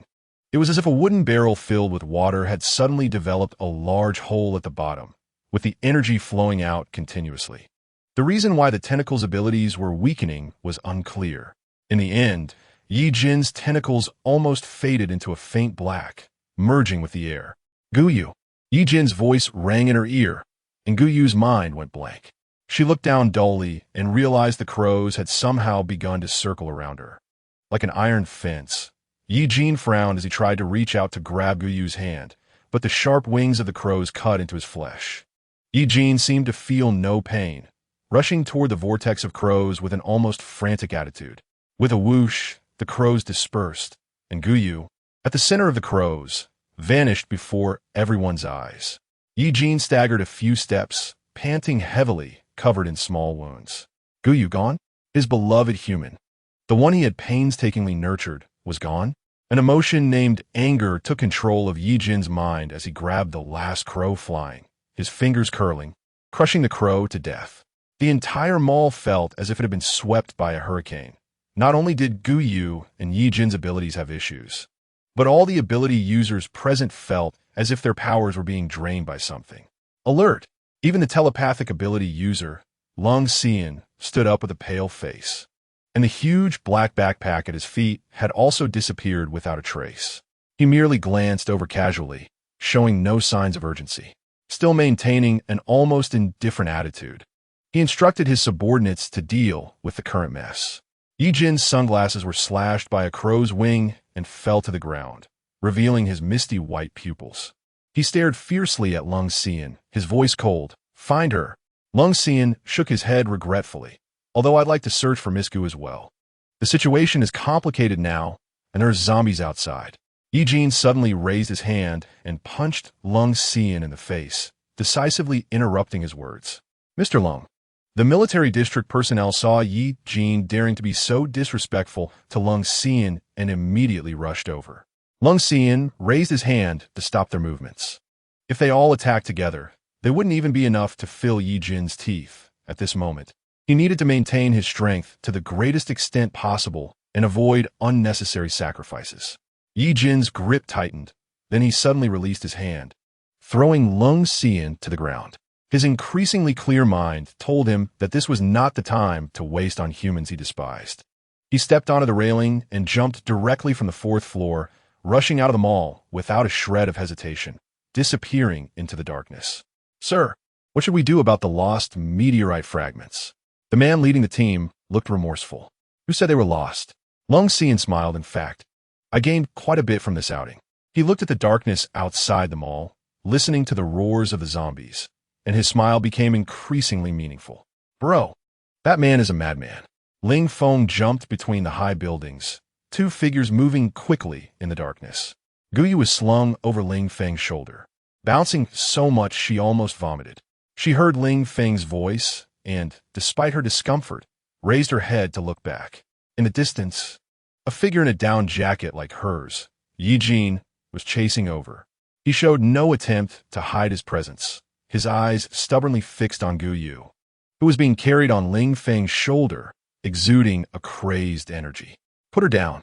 Ling Feng read Ye Jin's lips and involuntarily shivered, then began to seek confirmation from Ling Li. Bro, didn't we completely suppress his abilities with the meteorite fragments? How can he still chase us? It's not an ability. Ling Li pressed Guyu's neck, applying a slight force that knocked her unconscious. The fewer people who knew about the meteorite fragments, the better. What? He's not relying on abilities. Madman? Yes, just a madman. Relying entirely on human physical abilities, he could keep up with the speed of a third-tier ability user. Langley had never seen such a crazed human. Even cold sweat broke out on his forehead. Put Guyu down. Before Guyu completely lost consciousness. She only heard Ye Jin's roar in her ears, and then she fell into a deep slumber. Ye Jin unleashed all his power, appearing beside the two in a flash. His speed was so fast that they didn't even have time to react. He grabbed Ling Feng's arm and yanked it down sharply. Ling Feng immediately lost his balance and fell from the high rooftop to the ground. As the cold wind blew, Langley took a deep breath, the icy air filling his nostrils, helping him become a bit more rational. He touched the pendant around his neck, a stone the size of a thumb emitting a pale, white glow. Energy invisible to the naked eye surged from the stone, rushing into Ling Li's body. In just a few seconds, the previously depleted abilities were replenished. In front of Ye Jin, he transformed back into a flock of crows. As they scattered, Guyu and Ling Li disappeared from sight, including Ling Feng, who had fallen to the ground less than 10 meters away. The flock of crows scattered and fled in all directions, vanishing into the city. No! Ye Jin watched helplessly as Guyu disappeared in front of him for the second time, his eyes bloodshot. The ability suppressed by the meteorite fragments broke free from control, and countless black tentacles erupted from his body, writhing in the air. All the buildings in sight were smashed and destroyed by the frenzied tentacles. Ding! Favorability 10. Current strategy value 62100. Only when one loses can they understand the value of what they had. An emotion called loss controlled Ye Jin's mind. A monster filled with fear had fallen into humanity. Ugh! Guyu didn't know how much time had passed. She frowned and whimpered, struggling to open her eyes, only to see a man in a baseball jacket squatting in front of her. The man was handsome, with a clear and foolish look in his eyes, like a beautiful yet dim-witted male college student. Is it Ye Jin you speak of, that madman? He leaned in close to Guyu, so close that she could see his long eyelashes and innocent, watery eyes, his high nose almost poking her face. Guyu observed her surroundings with a calm demeanor. It seemed to be an underground air raid shelter, the entire space enclosed, with only a dim yellow light hanging from the ceiling. She turned her eyes and met the man's gaze. He was like a big golden retriever, boundlessly enthusiastic. But this person happened to hit Guyu's sweet spot. What a clever beauty trap. Chapter 73. Wah, I'm just a little white flower. Guyu quickly guessed what the group that had abducted her was thinking. They just wanted to entice her to extract the information she knew. Heh, these are all leftovers from my sister. Guyu's eyes subtly shifted, and in the blink of an eye, she transformed into a pitiful little green tea girl, curling herself up and looking timidly at Ling Feng. Where is this? Who are you? Why did you kidnap me? Wah, I'm so scared. Crystal tears slid down her cheeks, the corners of her eyes tinged with red as she sniffled. So scary, Wah. Hey, don't cry. If my brother sees this, he'll think I bullied you. Ling Feng, somewhat flustered, used his sleeve to wipe Guyu's tears. As his rough sleeve brushed against his face, it turned red, making Guyu look even more pitiful. I didn't mean to. Her demeanor didn't seem fake at all, truly resembling a dejected golden retriever. I'm fine, brother. I'm not hurt. Guyu pretended to be strong and wiped away the tears at the corners of her eyes. Don't feel guilty. I'm just too scared. Guyu portrayed a little white flower perfectly, timidly raising her head to look at the dim underground shelter. Don't be afraid. Ling Feng guessed he rarely interacted with girls, after spending too long with the crazy monsters in the apocalypse. Suddenly seeing such a weak girl made him unsure where to place his hands and feet. This is our base. It's very safe, so don't worry. The people in our base are very strong. The monsters outside can't get in. Really? Guyu's eyes lit up. You guys are really amazing. Able to establish such a safe base in the city. Brother, you're really impressive. Seeing Guyu's smiling eyes, Ling Feng's face turned red. He had never seen such a beautiful girl, like a star from before the apocalypse. Even in such dim light, her fair skin and doe-like eyes couldn't be concealed. I will definitely protect you. You, shut up. A gloomy voice suddenly interrupted Ling Feng's words. Guyu's heart skipped a beat as she looked up. A tall figure slowly walked out of the darkness. It was Ling Li. When did this man appear? She and T noticed it all. Guyu tried to use her abilities to lock onto Ling Li's three-dimensional coordinates, but found that her abilities seemed to have severed their connection. No matter how she tried to mobilize them, there was still no response. There's no need to waste time. Ling Li is different from Ling Feng, although they are brothers. He appears much more astute than that big golden hair brother. His sharp eyes are fixed on Guyu, as if he could penetrate her soul. Guyu felt a chill from that cold gaze, and she vaguely recalled hearing the two of them mention meteorite fragments. The commotion was clearly to snatch the fragments from Lung Xian. What exactly are these frequently mentioned meteorite fragments? Guyu furrowed her brows in deep thought, as if she had never heard of them before. This act of Ling Li is completely ineffective on her. There's no need for the young lady to pretend. Being able to join Lung Xian's team to search for meteorite fragments, you must not be an ordinary person. What meteorite fragments? I really haven't heard of them. She shrank back, hiding behind Ling Feng. Ling Feng's chivalrous instincts were immediately provoked by Gu Yu's demeanor. He mustered his courage, brother, but was directly interrupted by Ling Li. Shut up. The heroism that had finally ignited in Ling Feng was extinguished by Ling Li's words. And Gu Yu felt that Ling Feng's expression was even more pitiful than hers. My name is Ling Li, and this is my younger brother.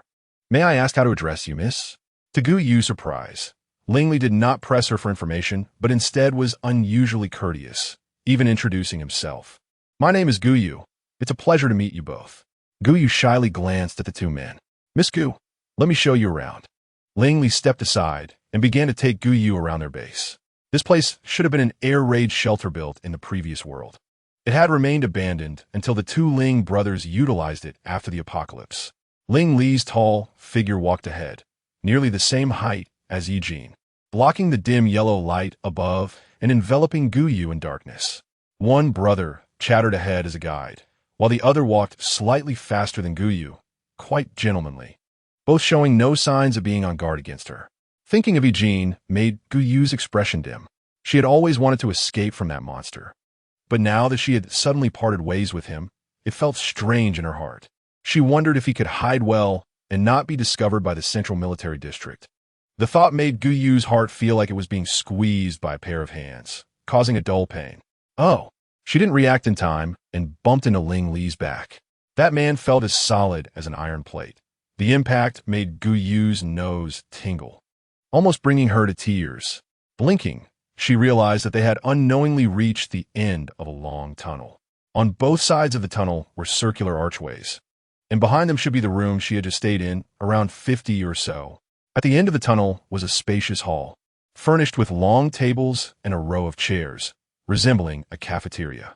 The lighting here was somewhat better than inside the rooms, at least allowing one to see the general outline of objects. There were quite a few people in the hall. Upon seeing the two Ling brothers enter, they immediately greeted them warmly. Did you find anything this time, second brother? They dared not be presumptuous with Ling Li, but felt free to hug Ling Feng and pat his back heavily. Ling Feng struggled to extricate himself from the arms of a nearly 2.5-meter tall man. Of course, there were gains. He moved aside, allowing everyone to see a girl standing behind the Ling brothers. She was slender, resembling a delicate flower that would bend with the wind. Zhou Sheng, don't scare Miss Gu, Ling Li said coldly, and the group immediately dispersed, clearing a table for the three of them to sit at. Gu sat down beside Ling Li, feeling the curious gazes of the others probing her. Miss Gu, please don't mind. It's been a long time since we've had newcomers at the base, so they're a bit curious. Chapter 74.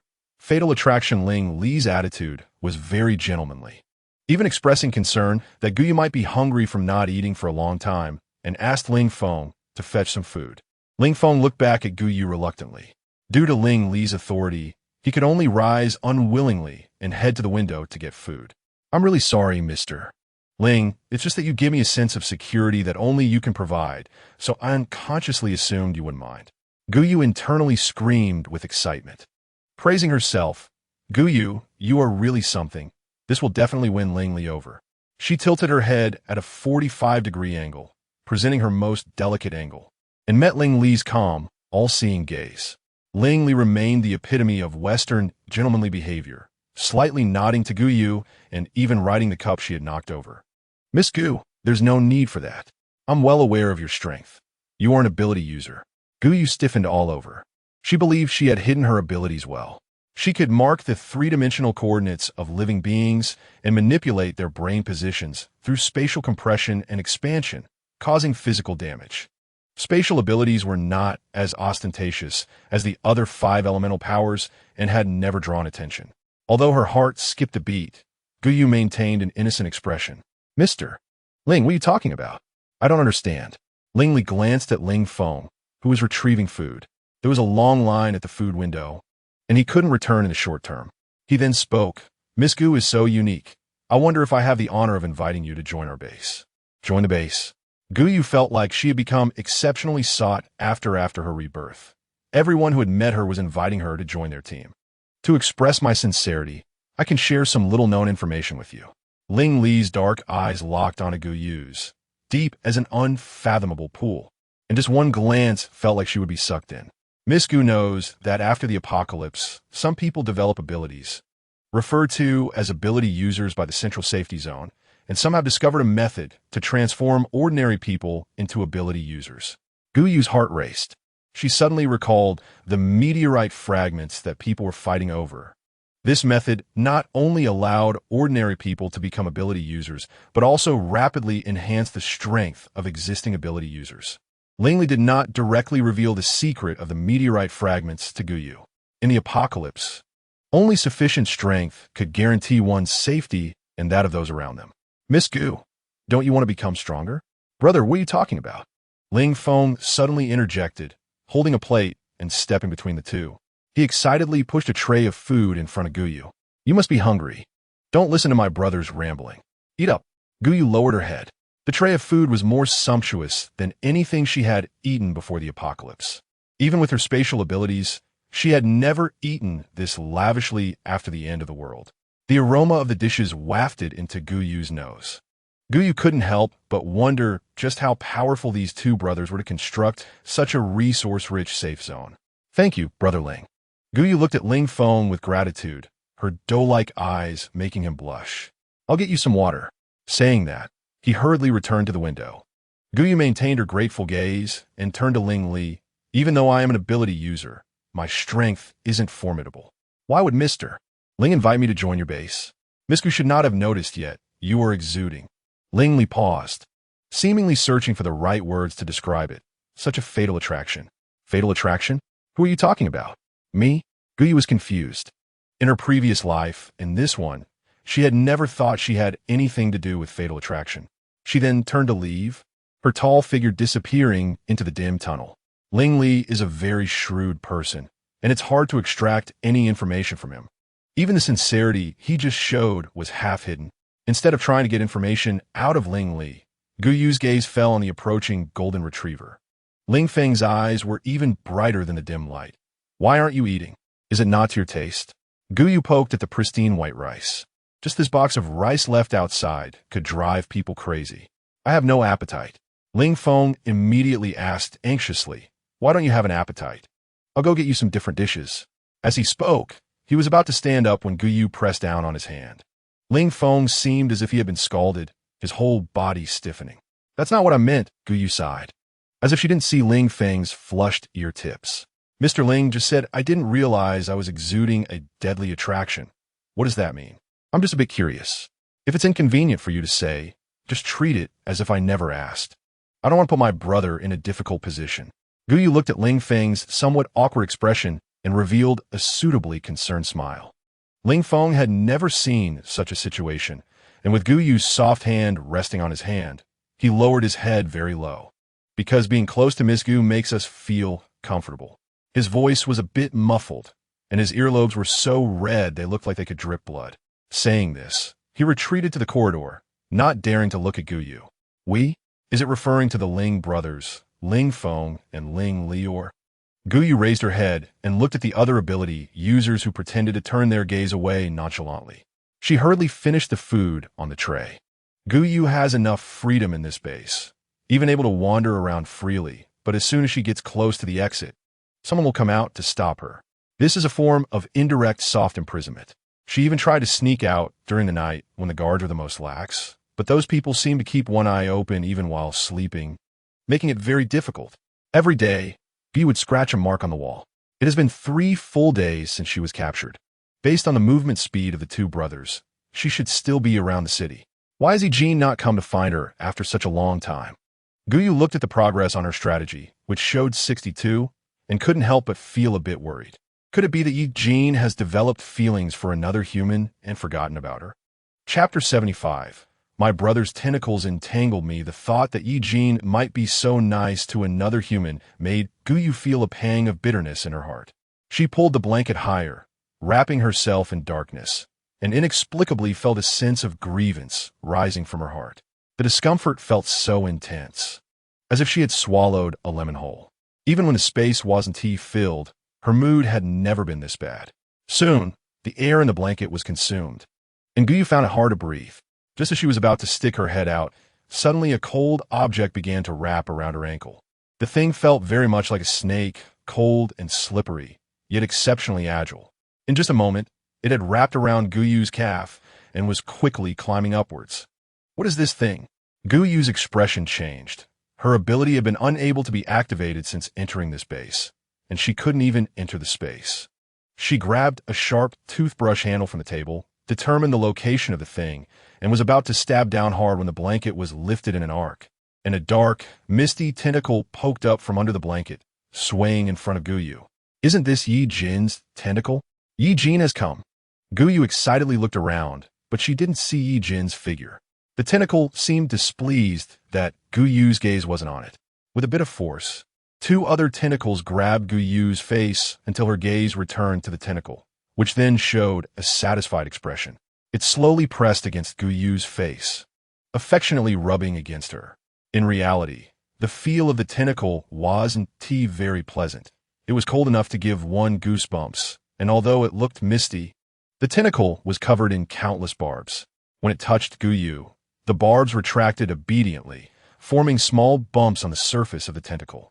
Rubbing against Guyu's delicate skin, it instantly turned red. Why are you here? Where's Ye Jin?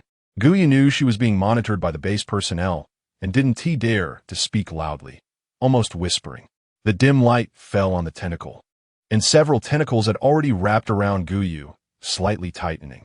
It didn't hurt, but there was a somewhat uncomfortable feeling of confinement. Guyu could only continue to ask, is Ye Jin nearby? The tentacle hesitated, nodding and then shaking its head. Then has he discovered my location, but can't come for some reason? The tentacle nodded. Has Ye Jin never given up on looking for me? This was a statement. Guyu stared at the tentacle in front of her, which seemed to express its emotions with a frenzied nod. The nodding was so fast that Guyu could only catch glimpses of black shadows. Can Ye Jin see me now? Can he feel me?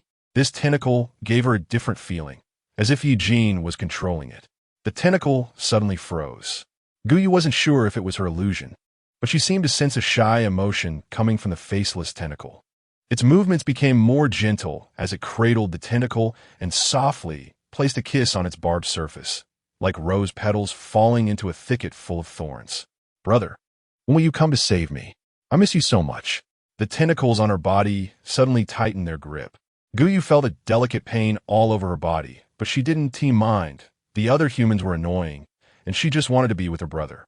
The tentacle seemed unable to resist Guyu's flirtatious tone, diving into the crook of her shoulder and no longer moving. She chuckled softly, having teased Ye Jin enough. Guyu suddenly thought of something serious. Brother, do you remember that day when our abilities suddenly became uncontrollable? I suspect the 2 brothers of the Ling family have meteorite fragments, similar to the one Cold Swayan has. They went to such great lengths to grab the meteorite fragments. That thing is definitely very important. Maybe the meteorite fragments can suppress the abilities within an ability user's body and can also transform ordinary people into ability users, temporarily raising the ability levels of ability users. Guyu carefully sorted through everything that had happened recently. Although Ling Li had never explicitly stated the abilities of the meteorite fragments, she could infer them from his words. However, Guyu did not understand what Ling Li meant when he said in the hall that she didn't realize her deadly allure. While Guyu was lost in thought, her hand gently stroked the tentacle. Suddenly, the tentacle shot up, and the barb scraped harshly against Guyu's neck, leaving 2 small blood holes. Hiss! Guyu frowned slightly, and suddenly her body felt lighter.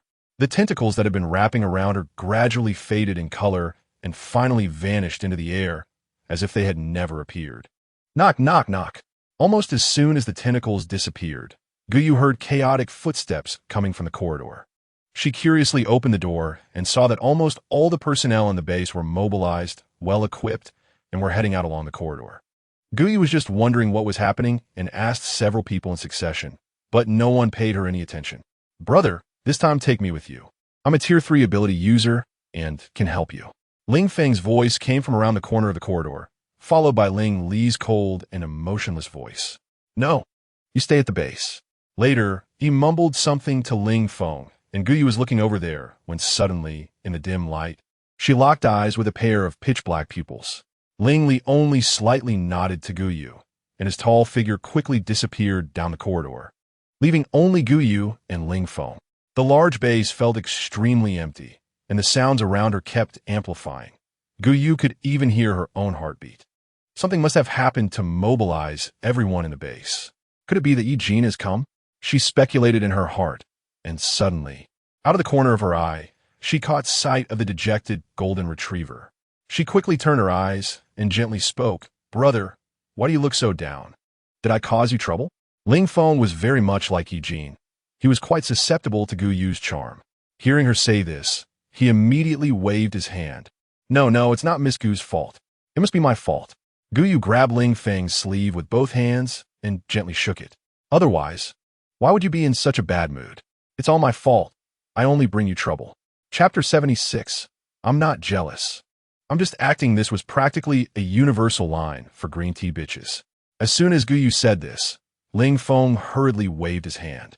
It's not Miss Gu's business. It's our own incompetence that allowed that cunning person, Lung Xian, to deceive us. He gritted his teeth as he spat out Lung Xian's name, wishing he could chew him to pieces. I see. Guyu nodded and echoed. I also think that person is really bad. How could he deceive others? Indeed, Ling Feng was quite naive. He practically jumped into the trap set for him. What a foolish, handsome guy. Guyu looked at Ling Feng with a smile in her eyes, listening to him indignantly say, who would have thought that Lung Xian had so many tricks? That backpack. His voice suddenly stopped, as if he realized something and chose not to continue. The backpack was the one that the 2 brothers had worked hard to snatch away, which didn't contain any meteorite fragments. No wonder the base was so noisy today. Almost everyone in the base was mobilized. Guyu smiled knowingly. As long as I'm okay, that's good.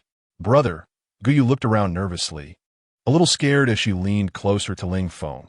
It's so quiet in the base. I'm a bit scared. Can you stay with me for a while? Ling Feng's face turned red. His body stiffened, not knowing where to place his hands and feet. Then let's go to the hall. I'll find something for you to eat. He didn't even dare to look at Guyu's face, awkwardly walking ahead. Thank you, brother. Guyu's voice was so sweet, it seemed like it could drip honey. The 2 walked toward the hall, the dim ceiling lights stretching their shadows long, casting slanted silhouettes on the ground. Rustle, rustle. A tentacle slithered like a venomous snake lurking in the darkness, making a rustling sound as it brushed against the tiles. It lifted its faceless head, tilting it as it stared at Guyu's back. Only its tail, constantly slapping the ground, expressed the jealousy and anger it felt inside. Hiss, hiss, hiss. The tentacle wanted to follow, but suddenly it halted, an invisible pressure stopping its advance. It was as if an unseen wall pressed down from above, slowly squashing the tentacle, flattening it, crushing it, until it finally disappeared into the air. Huh! Ye Jin suddenly opened his eyes wide, gasping for breath, his face exceptionally pale. As the strongest combat power, Ye Jin had never encountered such a suppressive situation. He clenched his fists tightly, the veins on the back of his hands bulging. What's going on at the base? Even in a dilapidated, unfinished building, Lung Xian casually sat on a discarded sofa, looking as elegant as if he were in a 5-star hotel. Ye Jin shot him a cold glance. You deceive the Ling brothers. This was a statement. Lung Xian showed no embarrassment at being exposed. Oh dear, it seems I've been discovered. Their reaction is indeed quite slow. Ye Jin suppressed the impulse to kill him. Guyu was still in their hands. The atmosphere in the unfinished building was extremely oppressive. In just 3 days, they didn't know what had happened. Almost all the ability users in the base had died. Song Yun and the others had gotten separated from Ye Jin, and now the empty, unfinished building only had military personnel. They watched Ye Jin warily, afraid he might suddenly go berserk and harm Long Xian. No need to be nervous. Long Xian seemed oblivious to the tense atmosphere. Wearing a polite smile, Miss Gu will be fine. Ling Li wasn't a fool either. He should have realized Gu Yu's uniqueness by now, and until he figured out what was special about her, he wouldn't act against her. Moreover, if he were Ling Li, he would also hold on to Gu Yu tightly, as she could restrain this mad monster in front of him. Long Xian always looked like he had the upper hand, his sharp gaze sweeping over Ye Jin. His breathing quickened, and his pupils constricted, a sign of anger. I'm a brain domain evolver. My previous judgments have never been wrong. I hope Mr. Yi can trust me more, as only the plan I devised can rescue Miss Gu. His expression became more serious as he repeated, only I can do it. Ye Jin's mind was now working much faster, and he could sense emotions and observe the expressions of others. Unfortunately, even with his brain developed to this extent, he was still no match for a brain domain evolver. Previously, it was Long Xian who analyzed the terrain, the distribution of city buildings, and the movement speed of the Ling brothers, determining the rough range of the base. Long Xian then had Ye Jin place his mental energy within his tentacles to control them to infiltrate the base. Long Xian somehow got a bottle of red wine. Gently swirling it, the red wine swirled in the crystal glass, the color deepening, looking more like blood.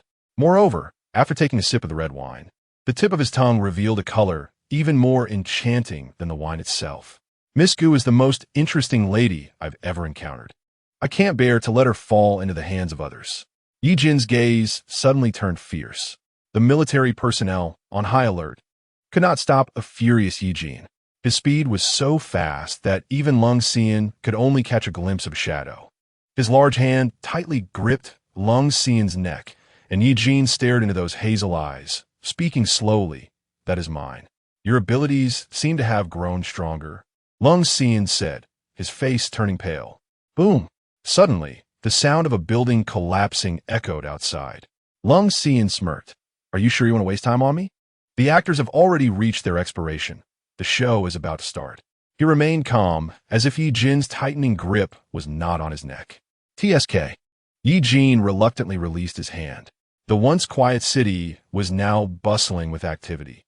From this angle, countless teams were gathering toward the unfinished building. The face of the team leader looked somewhat familiar. It was actually Sunya and the others who had gotten separated from them. Sunya spoke. "Big brother, Ling Li has meteorite fragments. They're right ahead." Song Yun added, "The Ling brothers snatched the meteorite fragments from us. You must help me take revenge." They're in the unfinished building ahead. In a very short time, Long Xian spread the news that the Ling brothers had meteorite fragments, and almost all forces were rushing over.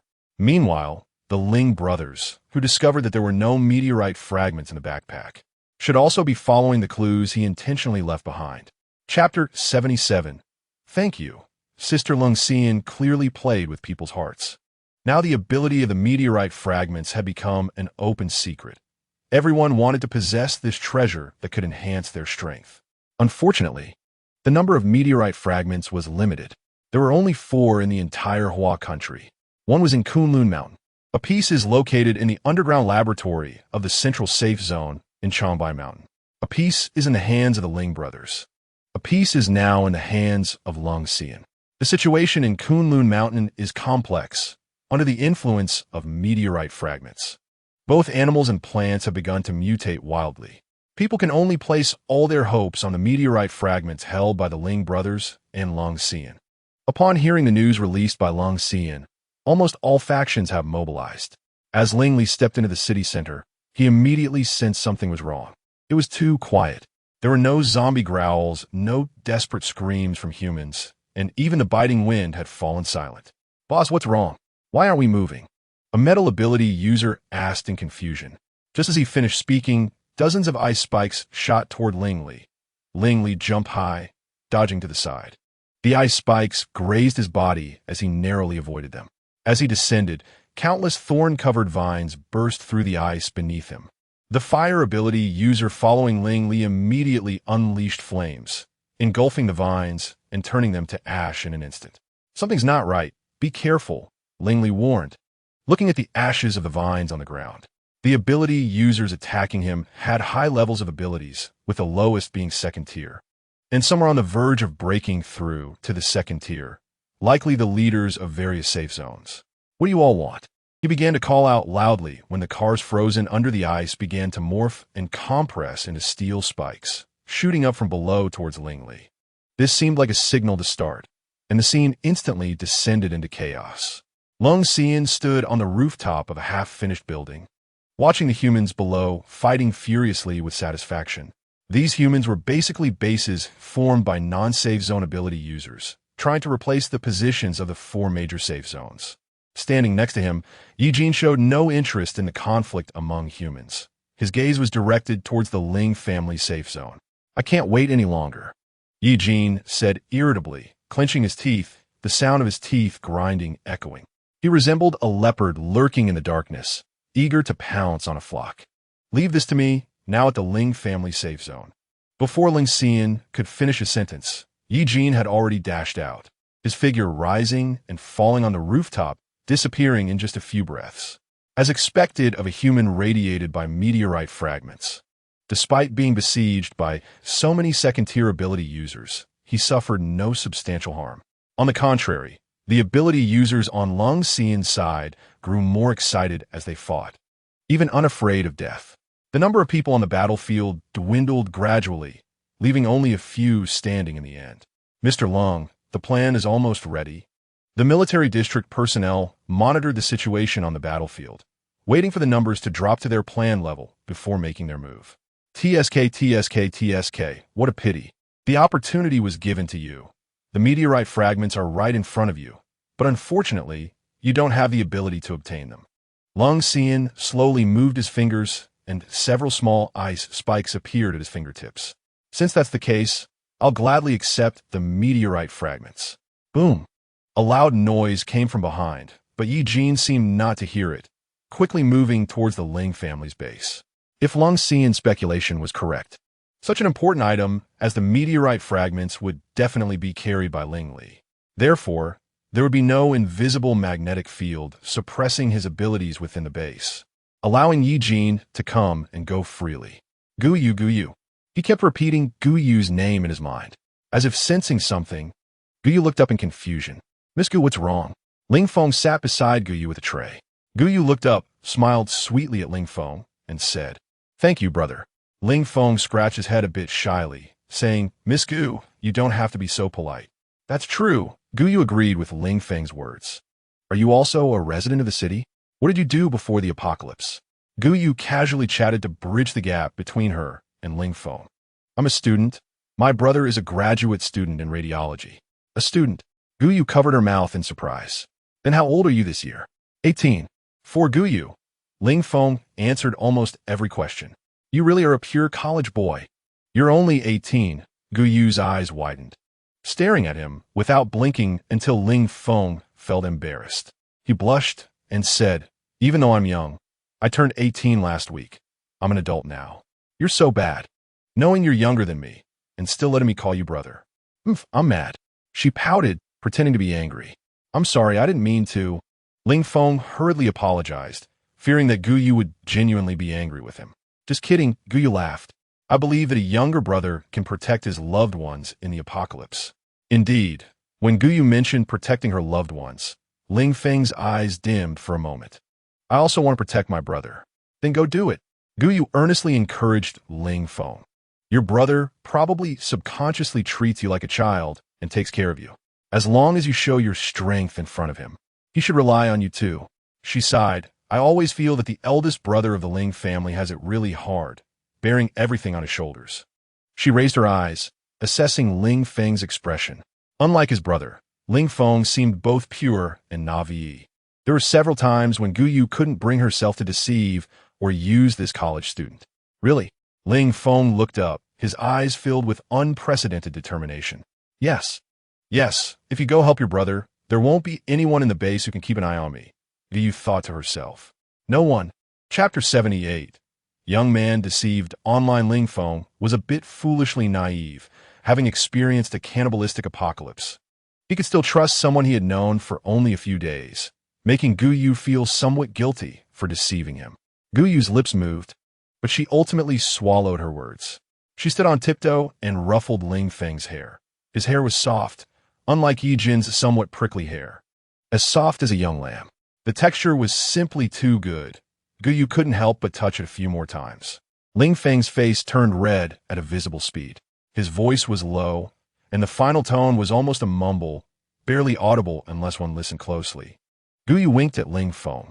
Just then, she felt the surrounding air turn cold for a moment. By the time she noticed, the temperature had returned to normal. Gu Yu didn't know what the anomaly was, so she hastily tried to send Ling Feng away. Once she was alone in the base, she could come and go freely. She couldn't wait to see Ye Jin. Thinking about that tentacle that would get jealous even in the dark, Gu Yu couldn't help but smile faintly. That smile, in Ling Feng's eyes, conveyed that Gu Yu had feelings for him too. The young man, experiencing his first feelings of love, expressed his emotions seriously yet shyly. He feared he would be reluctant to let the girl before him leave, so he resolutely turned around and rushed towards the base exit. His heart raced wildly, and for a moment, all he could hear was the sound of his own heartbeat. Humph. That somewhat awkward back view was exceptionally glaring in Ye Jin's eyes. The tentacles he released did not feel the previous oppression of abilities from the meteorite fragments, as Ye Jin was about to enter the base. Ling Feng's emotional confession fell into the eyes of the tentacles. The tentacles stood tall, their faceless heads fixated on the direction Ling Feng had left, uncontrollably radiating a strong, killing intent. Here we go again. The familiar cold temperature. Gu Yu shivered and looked around, in the deep and dim underground base. She was the only one present. If she didn't leave now, when would she? Her steps became much lighter as she moved in the direction she had previously scouted. Boom! A strong tremor shook the entire underground base, and debris fell from above. Gu Yu steadied herself, immediately pressing against the wall and waiting for the tremor to pass before continuing forward. The sound seemed to be coming from the direction of the exit ahead. Suddenly faced with danger, Gu Yu hesitated for a moment. Gritting her teeth, she made her way toward the exit. Who are you? A low voice echoed. You don't belong to our base. Gu Yu slowly moved forward, keeping close to the wall. Ahead was a corner, and she cautiously peeked around it, only to see a tree blocking the exit. That was a wood-type ability user. The massive tree canopy obstructed Gu Yu's view, and it seemed there was a person standing at the exit, but she couldn't see their face. Beside the wood-type ability user was a fire-type ability user, hiding among the dense branches, obscured from view. Boom! Another familiar loud sound. The branches suddenly surged, intertwining and attacking the person at the entrance. The spikes at the edges of the leaves stood upright, the branches and leaves cutting through the air with a rustling sound. As the fire-type ability user joined the assault toward the exit, a massive fireball struck something, instantly exploding. Debris flew everywhere. The two loud tremors from the base even caught the attention of Ling Feng, who had already run a mile away. Get out of the way. Gu Yu's eyes widened. That voice was eerily familiar, filled with disdain and contempt for humanity. It was Ye Jin. Ha! Seeking death, the wood-type ability user snorted coldly, their roots digging deep into the ground, breaking through the tiles and wrapping around toward Ye Jin. The black roots were covered in ugly barbs. A light scrape could tear away a large piece of flesh. The fire-type ability user lay in the darkness, compressing his abilities and gathering them into a fire arrow in his hand. The arrowhead glimmered with white fire, shooting toward Ye Jin. Puffed. It was the sound of flesh being pierced by a sharp blade. A figure fell heavily, but it wasn't Ye Jin. The fire-type ability user felt as if his body was frozen in place, a sudden pain in his head, as if an invisible hand was squeezing his brain. Then, a tentacle made of black mist pierced through his chest. The fire-type ability user's body seemed to be torn apart by a beast, one half lying on the ground, and the other half hanging on the branches of the wood-type ability user, still dripping fresh blood, filling the entire base with a pungent smell of blood. Old Wong. The wood-type ability user cried out in pain, their roots wildly thrashing and slamming against the walls. Guyu exhaled a breath of foul air, barely managing to control the fire-type ability user with her powers. Her abilities were completely depleted, and her soul ached. Guyu collapsed weakly to the ground. Ye Jin coldly watched the frenzied wood-type ability user. At this moment, their attacks were full of openings. His foggy white pupils, however, passed through the wildly thrashing roots and landed on Guyu behind the wall, a pleased arc forming on his lips. His sweet human. He could already smell the sweet scent emanating from Guyu's soul. He couldn't wait to take a bite.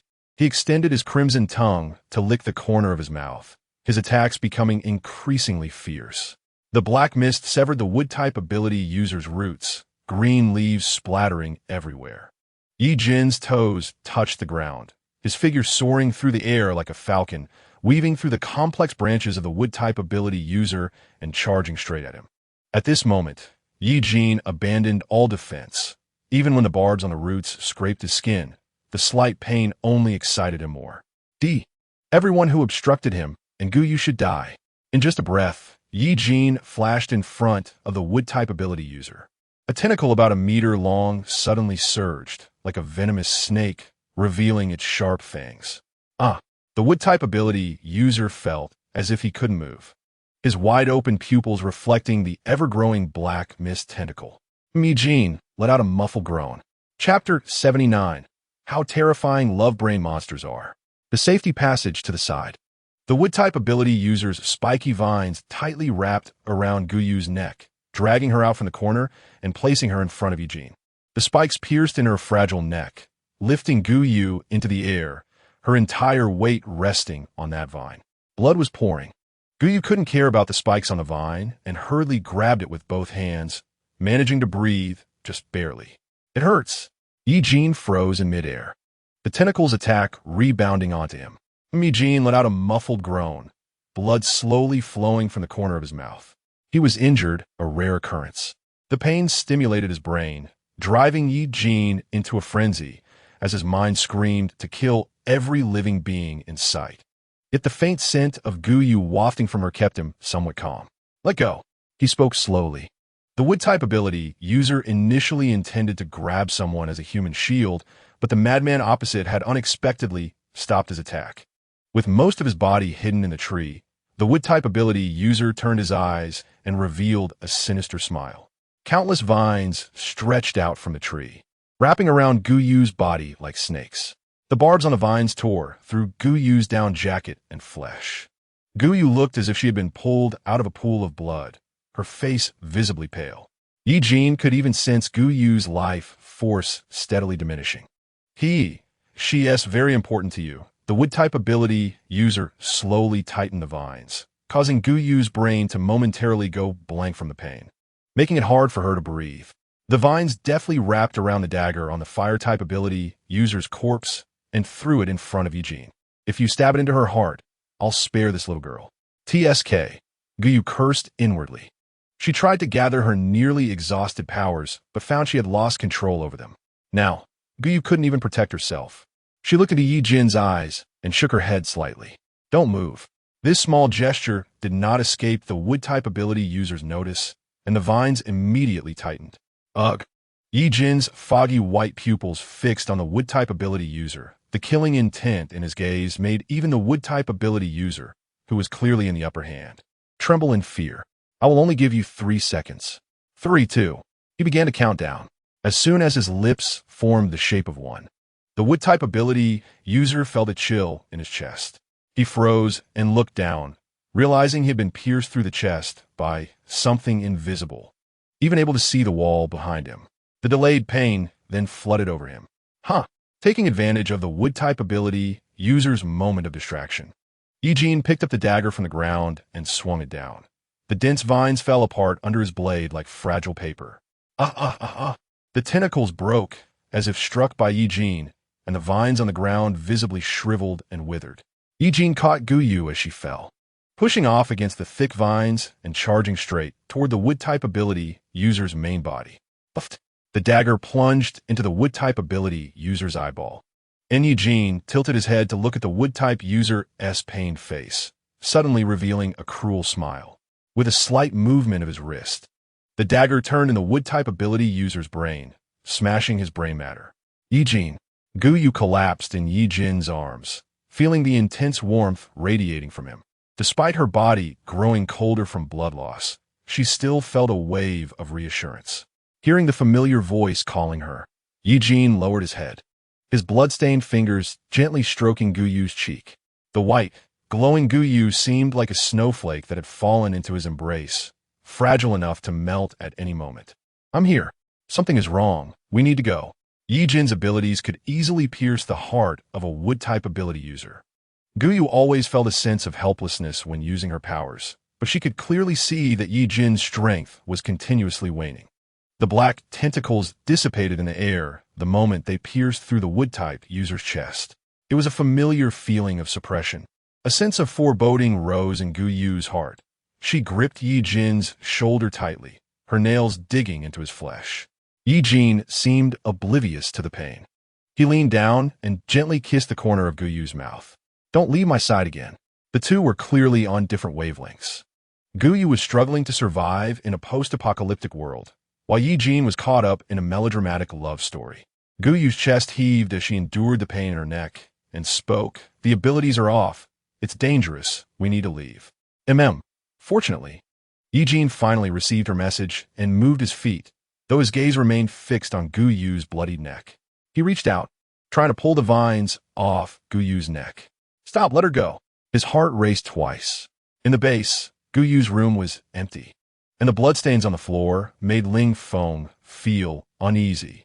The scene of Ye Jin tending to Yu's wounds turned into a picture of Yu refusing to submit to the man in Ling Feng's eyes. The man, furious and humiliated, turned to torment Yu, who was covered in blood and pale, on the verge of death.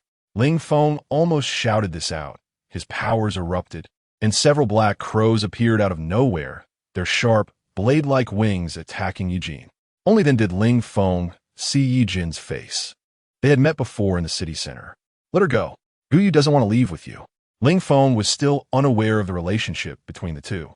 Yu didn't want to leave with Ye Jin. She desperately wanted to be with him. Ye Jin's eyes slightly moved, and he spat out one word, "Get lost."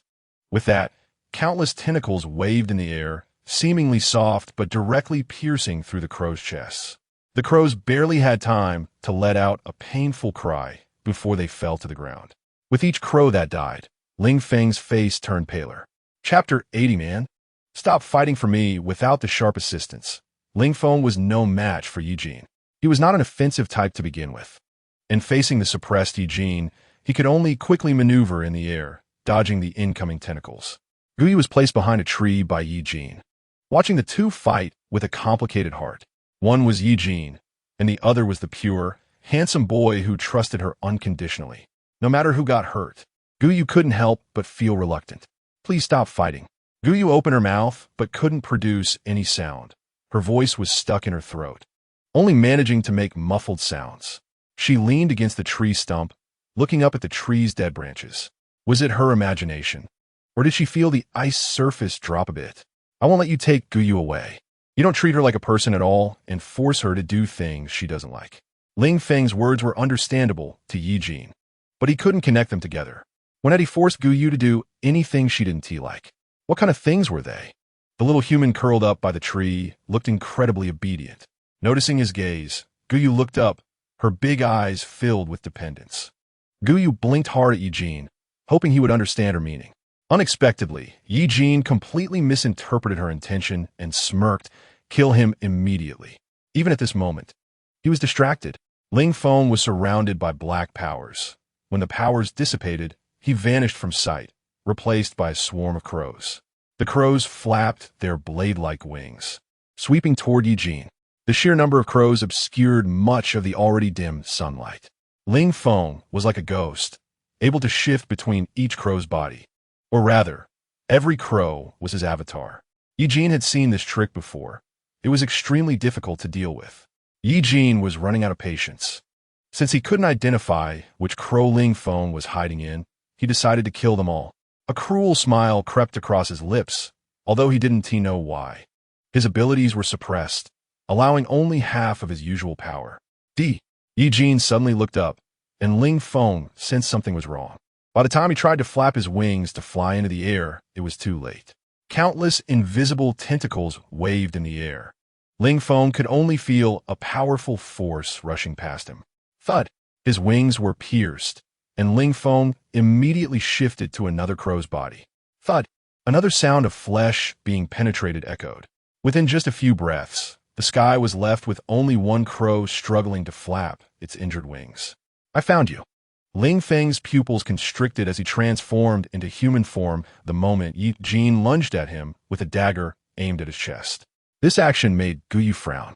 Logically, the body of a crow should be more agile than that of a human, making it easier to dodge. Why did Ling Feng choose to change into human form?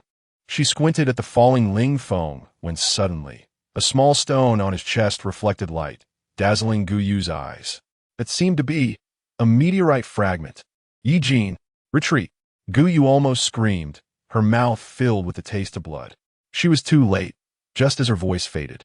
Ling Feng's hand reached for the meteorite fragment on his chest. A wave of transparent energy flashed by, and the already suppressed abilities were instantly severed from his body. The ability user, irradiated by the meteorite fragment, was completely reduced to an ordinary person, without the support of the tentacles. Ye Jin felt a sudden emptiness beneath him and began to uncontrollably fall to the ground. A glint flashed in Ling Feng's eyes. The meteorite fragment seemingly had no effect on him. He changed direction and charged toward Ye Jin. Guyu's heart tightened, and she could barely breathe. She could only watch helplessly as Ling Feng drew closer to Ye Jin, a hand reaching toward Ye Jin's chest, glowing with power. Bang! Ling Feng's eyes widened in disbelief as he looked at Ye Jin. This was someone who should have become an ordinary person. Yet Ye Jin raised his hand and caught Ling Feng's fist with one hand. Everyone thought Ye Jin was just an ability user, not realizing that without his powers, his own strength was still terrifyingly formidable. As Ling Feng's powers eroded his palm, Ye Jin seemed to feel no pain as he slowly closed his hands. With a crisp sound of bones cracking, Ye Jin crushed Ling Feng's hand bone. Ling Feng grimaced in pain, transforming into a giant crow before Ye Jin. The crow's feathers seemed to fall lightly, but the sharp edges of the feathers cut through Ye Jin's flesh like a meat grinder. Guyu's heart ached, and she didn't care about her already injured body as she propped herself up against the tree, holding her breath and focusing. She was different from other superpowered individuals. Her ability was a reward from the system and should not be affected by meteorite fragments. Guyu took a deep breath, forcing herself to calm down. She felt the flow of power within her body. Hurry up! Hurry! Guyu suddenly opened her eyes, a glint of determination flashing in them. Suddenly, Ling Feng felt as if he was entangled by countless fine threads, his movements becoming stiff like a marionette. Even a movement of his eyes was sluggish.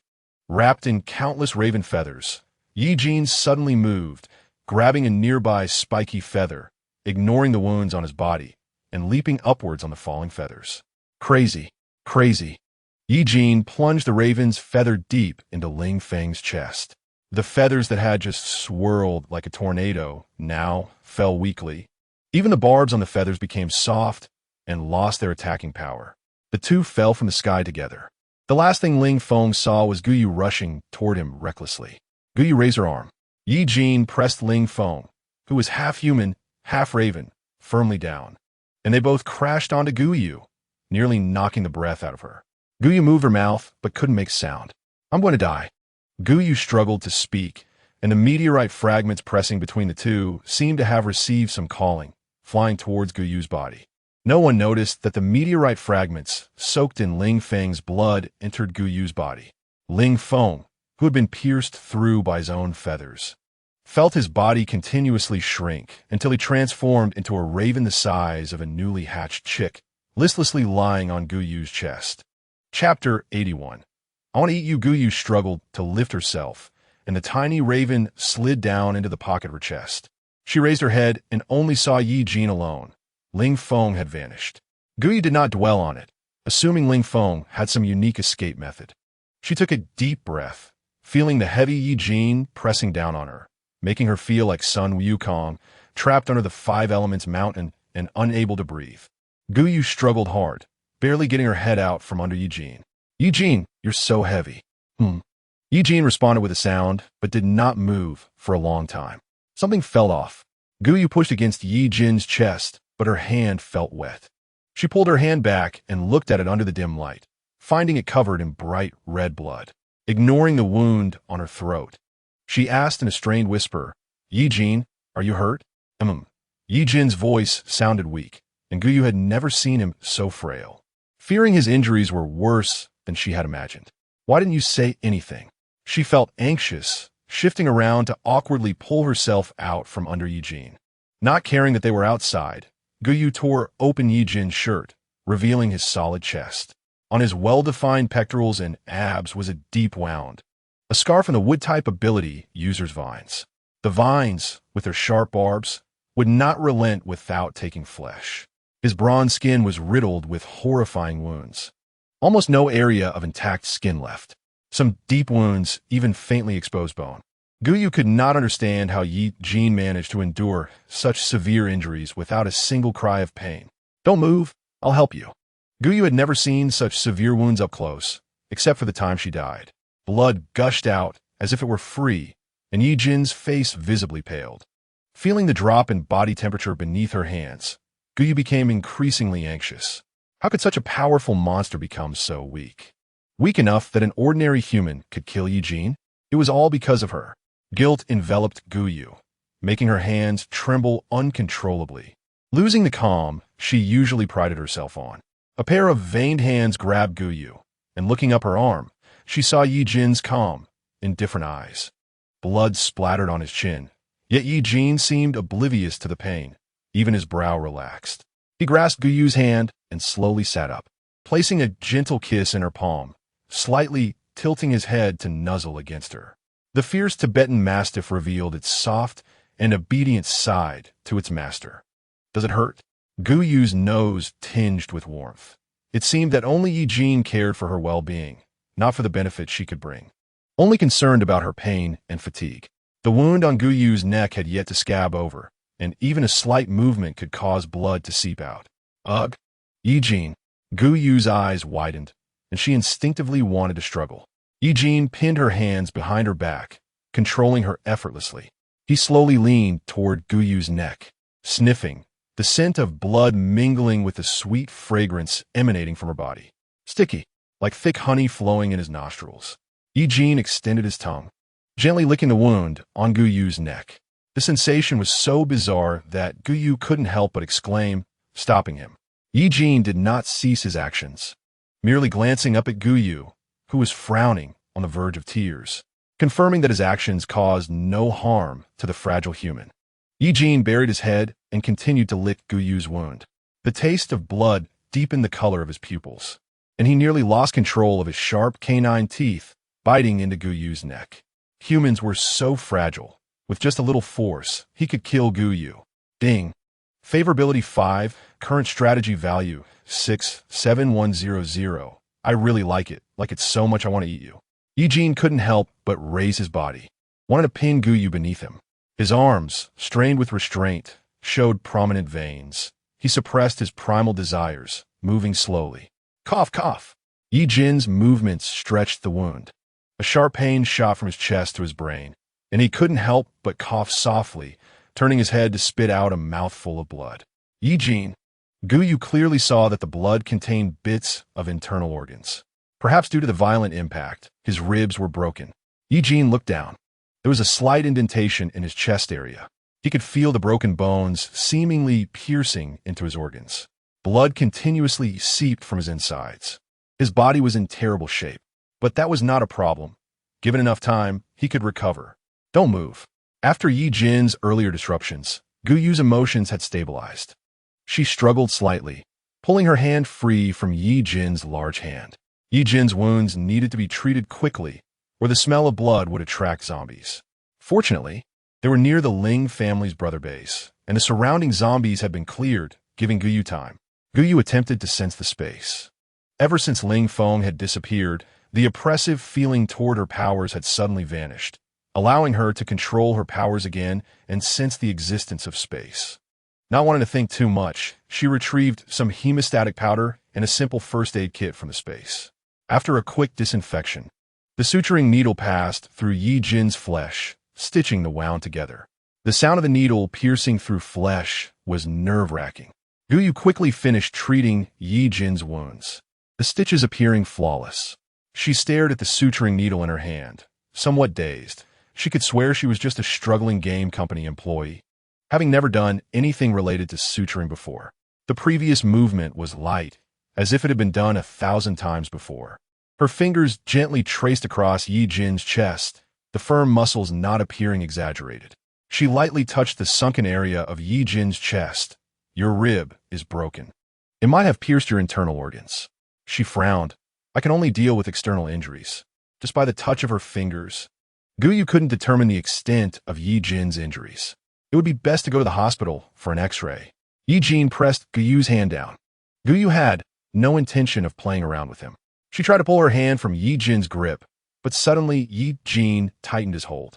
Guyu looked at Ye Jin's serious expression and suddenly realized something was wrong. Chapter 82. Don't Move. The creature had no facial features, only a massive mouth that split down to its ears. The nose area was 2 black voids. It raised its head, sniffing the air, and a long black tongue drooped out, dripping with viscous liquid. As if it had locked onto its target, its head suddenly turned to look at Guyu. Guyu helped Ye Jin to stand up. In just the brief moment of looking down, those creatures had already moved about 50 meters closer with astonishing speed, their inverted triangular limbs silently piercing the ice surface. Guyu inhaled sharply. In just a few days, had the originally level 1 zombie dogs evolved to this extent? At this moment, there were 2 injured people on the scene, with her and the severely injured Ye Jin combined. They were merely a meal for the level 3 zombie dogs. Hurry up. Guyu initially wanted to support Ye Jin's arm to shift his weight onto her. But after running 2 steps forward, it turned into Ye Jin slightly tightening his arm, trapping her beneath him. Guyu felt her body suspended in midair, a wave of weightlessness washing over her. The scenery on either side flew back quickly, accompanied by the howls of the zombie dogs. Ye Jin's running speed was not slow, but the wounds were dripping blood, and the scent of blood attracted the zombie dogs, making it impossible to shake them off. Guyu clearly sensed that Ye Jin's speed was decreasing, not as fast as it had been at the beginning, with the heavy sound of his breathing filling her ears. She simply moved slowly, clinging onto Ye Jin's body like a koala, wrapping her legs around his slim waist. There were 7 zombie dogs. Guyu scanned her surroundings. Behind them stood a zombie dog nearly as tall as a person, relentlessly pursuing them. Guyu took a deep breath, attempting to lock its 3-dimensional spatial coordinates. However, when she used her ability to lock onto the zombie dog's position, they seemed to sense it immediately and darted to the side. Guyu tried to lock onto them several times, but the zombie dogs dodged just before she could compress the space. TSK, my ability level isn't as high as theirs. I can't lock onto them. Guyu hung onto Ye Jin, resembling a pendant, her arms and legs tightly wrapping around him to avoid falling off. Ye Jin merely responded, feeling the broken bones jostling his internal organs with his constant movement. He dared not speak much, fearing that if he opened his mouth, blood would flow from the corners. Despite enduring such intense pain, Ye Jin's footing remained steady. He had already exhausted most of his energy dealing with Ling Feng and the ability users in the base. And now the range of his tentacle attacks had shrunk to about a meter around him, the color of the tentacles also dimming significantly. "Watch out!" Guyu cried out. A zombie dog suddenly leaped up, using the walls of nearby buildings to pounce towards them. Ye Jin abruptly halted, stopping in his tracks. Even with the weight of a person on him, he remained agile. The zombie dog did not expect Ye Jin to stop suddenly. It rushed past him, unable to change direction in midair. The dagger in Ye Jin's hand spun around, and he crouched down before leaping up. The already shrunken black tentacles tightly wrapped around the zombie dog's limbs. The zombie dog thrashed violently, breaking several tentacles. Taking advantage of the moment, the zombie dog was entangled. Guyu focused her attention and quickly locked onto its 3-dimensional coordinates. For a brief moment, it seemed as if an invisible hand had controlled the zombie dog, rendering it immobile. This situation lasted only 3 seconds. Ye Jin seized the opportunity, landing on the zombie dog's body and plunged the dagger into its skull, twisting it forcefully. As the zombie dog collapsed and ceased moving, Ye Jin's tentacles also dissipated into the air due to the lack of energy supply. Cough, cough. As he landed, his body shook, and the broken bones trembled within his internal organs, causing him to spit out another mouthful of blood. Seeing Ye Jin's pale face, Guyu's heart ached. Ye Jin did not stop despite spitting out blood. He maintained a crouched position, took a deep breath, and immediately stood up to continue running forward. Guyu glanced back inadvertently. The zombie dogs that had been following them had now stopped beside the corpses of their kind. With a gaping mouth, they began to consume the dead zombie dogs, crunching down with a bone-chilling sound. Although these zombie dogs had powerful offensive capabilities, their intelligence was low, completely controlled by their instinct to feed. They were so hungry that they would even eat their own kind. Let's head towards the city. Guyu quickly made a judgment. Using the zombies in the city to distract the zombie dogs would be effective. Most of the city zombies were level 1 or 2 and were not as troublesome as the level 3 zombie dogs. As long as they could hold them off, Ye Jin could easily shake them off. Ye Jin turned sharply and ran straight towards the city. In just a few months, the once prosperous city had fallen into ruins. The streets were littered with severed limbs, and the blood had frozen into the ice, emitting a strong metallic scent. The further they went into the city, the more zombies wandered the streets. Guyu and Ye Jin did not lighten their footsteps. They even made noise to attract the surrounding zombies. Ye Jin deftly dodged among the horde of zombies, and the Black Claws did not scratch the Guyu he was protecting. The zombies that got too close were temporarily immobilized by Guyu's ability, but her power level was still quite low, and soon she was drenched in cold sweat, nearly slipping off Ye Jin. In just a short while, they had attracted all the nearby zombies. That's enough. Ye Jin, let's go. Guyu nestled in Ye Jin's embrace, able to see the scene behind them. The zombie dogs indeed acted as she had anticipated. Upon encountering wandering objects, they did not differentiate between humans or zombies, immediately pouncing and biting down on a zombie's face, chewing eagerly. The zombie dogs were held up, and these low-level zombies posed no real threat to them. Just a bit of hassle. As Ye Jin turned a corner, he lightened his footfalls, and his figure quickly disappeared into the steel forest. Once they shook off the zombies behind them, Ye Jin slowed down. He was breathing heavily, blood uncontrollably flowing from the corners of his mouth. Put me down. Your body can't handle such intense activity. Ye Jin did not speak, merely extending his hand to support Guyu's waist. Don't move. His sharp gaze swept over the seemingly calm city. The sky was gradually darkening. Perhaps the extreme cold was about to pass. The recent temperatures were not as unbearable, and even the duration of sunlight during the day was slowly increasing. The ice beneath their feet showed signs of melting. Chapter 83. Fiery Ye Jin, the ice melted into a small puddle, which soon froze again into a thin layer of ice due to the dropping temperature. Stepping on it immediately caused a small splash. Water splashed onto Ye Jin's pants, quickly soaking a patch. He looked up at the dim sky, remaining motionless for a long time. Guyu curiously raised her head, seeing only the cold, ruined buildings of the city, nothing else in sight. What's wrong? Guyu rubbed her slightly numb hands and whispered question. No, even though the temperature wasn't as cold as it had been at the beginning. Guyu's skin had already turned red from the frost. He supported Guyu's bottom with one hand and used the other to put a hat on her, telling her not to move. Ye Jin's tone was devoid of emotion, yet his actions were very gentle. After confirming that Guyu was securely clinging to him, he took long strides into the building next to them. As the last rays of sunlight disappeared, the entire city fell into darkness. The emergency lights in the building went out, leaving only a sea of black. Guyu could see nothing and had to rely solely on her hearing. The only sounds in the corridor were Ye Jin's footsteps and their breathing.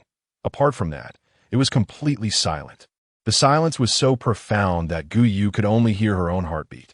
Ye Jin continued up the emergency exit until he reached the top floor, where he finally stopped. He found a clean room to place Guyu down and then blocked the door with a heavy sofa. After confirming that the door could not be pushed open, he slumped down onto the sofa. Guyu drew the curtains in the room. It appeared to be an office, with a layer of darkened blood on the floor and a pile of broken organs, sticky and decaying, beside the desk, emitting a foul odor. After cleaning up the office, Guyu finally took out a low-wattage flashlight. Light would not only attract the zombies' attention, but also that of other people. Humans in the apocalypse were far more terrifying than zombies. Ye Jin was seriously injured at this moment, and Guyu didn't dare to gamble with his life. "Lift your shirt, let me see." After catching his breath, Ye Jin lifted his shirt with one hand, revealing a body covered in scars. The previous wounds had slightly opened, and the medicine powder had been washed away by blood, staining his entire chest a deep red. Guyu's breath hitched, but she quickly took out medicine and bandages from her space and carefully treated Ye Jin's wounds, then immediately turned off the flashlight. As her eyes adjusted to the darkness, her fingers brushed over Ye Jin's chest muscles. Her fingers were icy cold, sending shivers down Ye Jin's spine. He maintained his sitting position, not flinching, allowing Guyu to continue. Following the contours of his firm chest downwards, Guyu felt a depression beside his rectus abdominis. Gently pressing down, she heard a muffled groan from beneath her. Ye Jin had never made a sound from his injuries before, so it was clear this time that he was in significant pain. A broken bone might have pierced an internal organ. Guyu feared that Ye Jin might be bleeding internally. For most people, internal bleeding would mean the body had stiffened, but Ye Jin, modified by laboratory experiments, was still able to breathe. "No, your injury is quite severe. You need surgery." Guyu knew this was wishful thinking. If it were before the apocalypse, a single call could have gotten Ye Jin to the emergency room. But now, in this world, it was uncertain if there were even medical conditions available. Even in the base of Lung Swan, there were no such medical facilities. Guyu looked out at the dark city, where red lights flickered not far away. That was the hospital. The hospital had operating rooms, tools, and medicine, if she could find a doctor. But the zombie outbreak had been sudden, and a crowded hospital was undoubtedly the place with the most zombies in the city. Ye Jin sensed Guyu's unease and grasped her hand, applying slight pressure. The warmth of his body was conveyed to her, and Guyu sat beside him. She took out hand warmers and food from her space. Grateful that she had prepared several ready-made meals beforehand, they could still eat something warm. Guyu took a mouthful of rice, and the warmth filled her stomach, making her feel alive again. "How did you find me?" Finally having a moment to speak quietly, Guyu suddenly asked. Ye Jin quickly swallowed his food. He still had the instincts of a beast. When a beast is injured in the forest, it needs a quiet environment, enough food, and sleep. After a good sleep, everything will be better. As Guyu asked her question, Ye Jin had already finished his meal, and in just a short while, many empty containers had piled up beside him. He briefly explained his cooperation with Lung Swan, how Lung Swan had released news that Lingli had obtained his meteorite fragments, attracting other factions to come and fight amongst themselves. Ye Jin had taken the opportunity to attack while the Lingli base was in chaos, rescuing Guyu. He hadn't expected Ling Feng to appear halfway through. What about Lingli? Guyu uncontrollably thought of that tall figure. I don't know. He is probably dead. Ye Jin didn't care about the lives of others. Lung Swan had created a huge commotion, and with so many factions targeting Lingli, even if his abilities were enhanced by the meteorite fragments, it would be impossible for him to defeat so many people. Neither of them noticed that the little raven in Guyu's pocket was struggling to open its eyes, its once pure and clear gaze now filled with pain. Ling Feng weakly closed its eyes, its senses fading as it fell into a deep coma. Guyu felt a pang in her heart, unable to articulate the emotions. She simply covered both of them with a thick blanket. "Rest. Tomorrow we'll go find Lung Swan." "Why?" Ye Jin asked. He didn't like Guyu interacting too much with other humans. He preferred her to stay by his side, smiling only at him, only speaking to him. He rested his arm on Guyu's shoulder, casually playing with a strand of her hair. "You have internal bleeding. Your body can't heal itself. It's best to find him and have Lung Swan help you find an internist." Guyu yawned, exhaustion washing over her. So much had happened that day. She carefully leaned against Ye Jin and fell asleep while talking. Ye Jin's body was like a small furnace, continuously radiating warmth. The temperature kept rising. If Ye Jin weren't injured, Guyu would have wanted to lie completely on him. "It's too hot. Why is it so hot?" Guyu suddenly opened her eyes. Beside her, Ye Jin's face was unusually red, and his breath was hot. Chapter 84. Manual Exorcism. Guyu placed her hand on Ye Jin's forehead, startled by the scorching temperature. Ye Jin, brother? Can you hear me? Guyu gently patted Ye Jin's cheek, calling softly. After a while, Ye Jin finally half lifted his eyelids. He was always alert. Every time there was even a slight movement nearby, he would wake up like a hunting dog. Yet he had never reacted to Guyu calling him softly for so long. Is there danger? Ye Jin thought Guyu had discovered something dangerous. Pushing himself up from the sofa, his foggy eyes quickly scanned the room, his expression shifting from confusion to sharp focus. It's nothing. Guyu hurriedly pressed down on Ye Jin's arm, realizing that his muscles were bulging with tension. You're not in danger. You have fever. Guyu fumbled to put anti-inflammatory medicine into Ye Jin's mouth. His mouth was unusually hot as well. Ye Jin didn't ask what Guyu had given him, obediently swallowing it down. I'm fine, he coughed softly.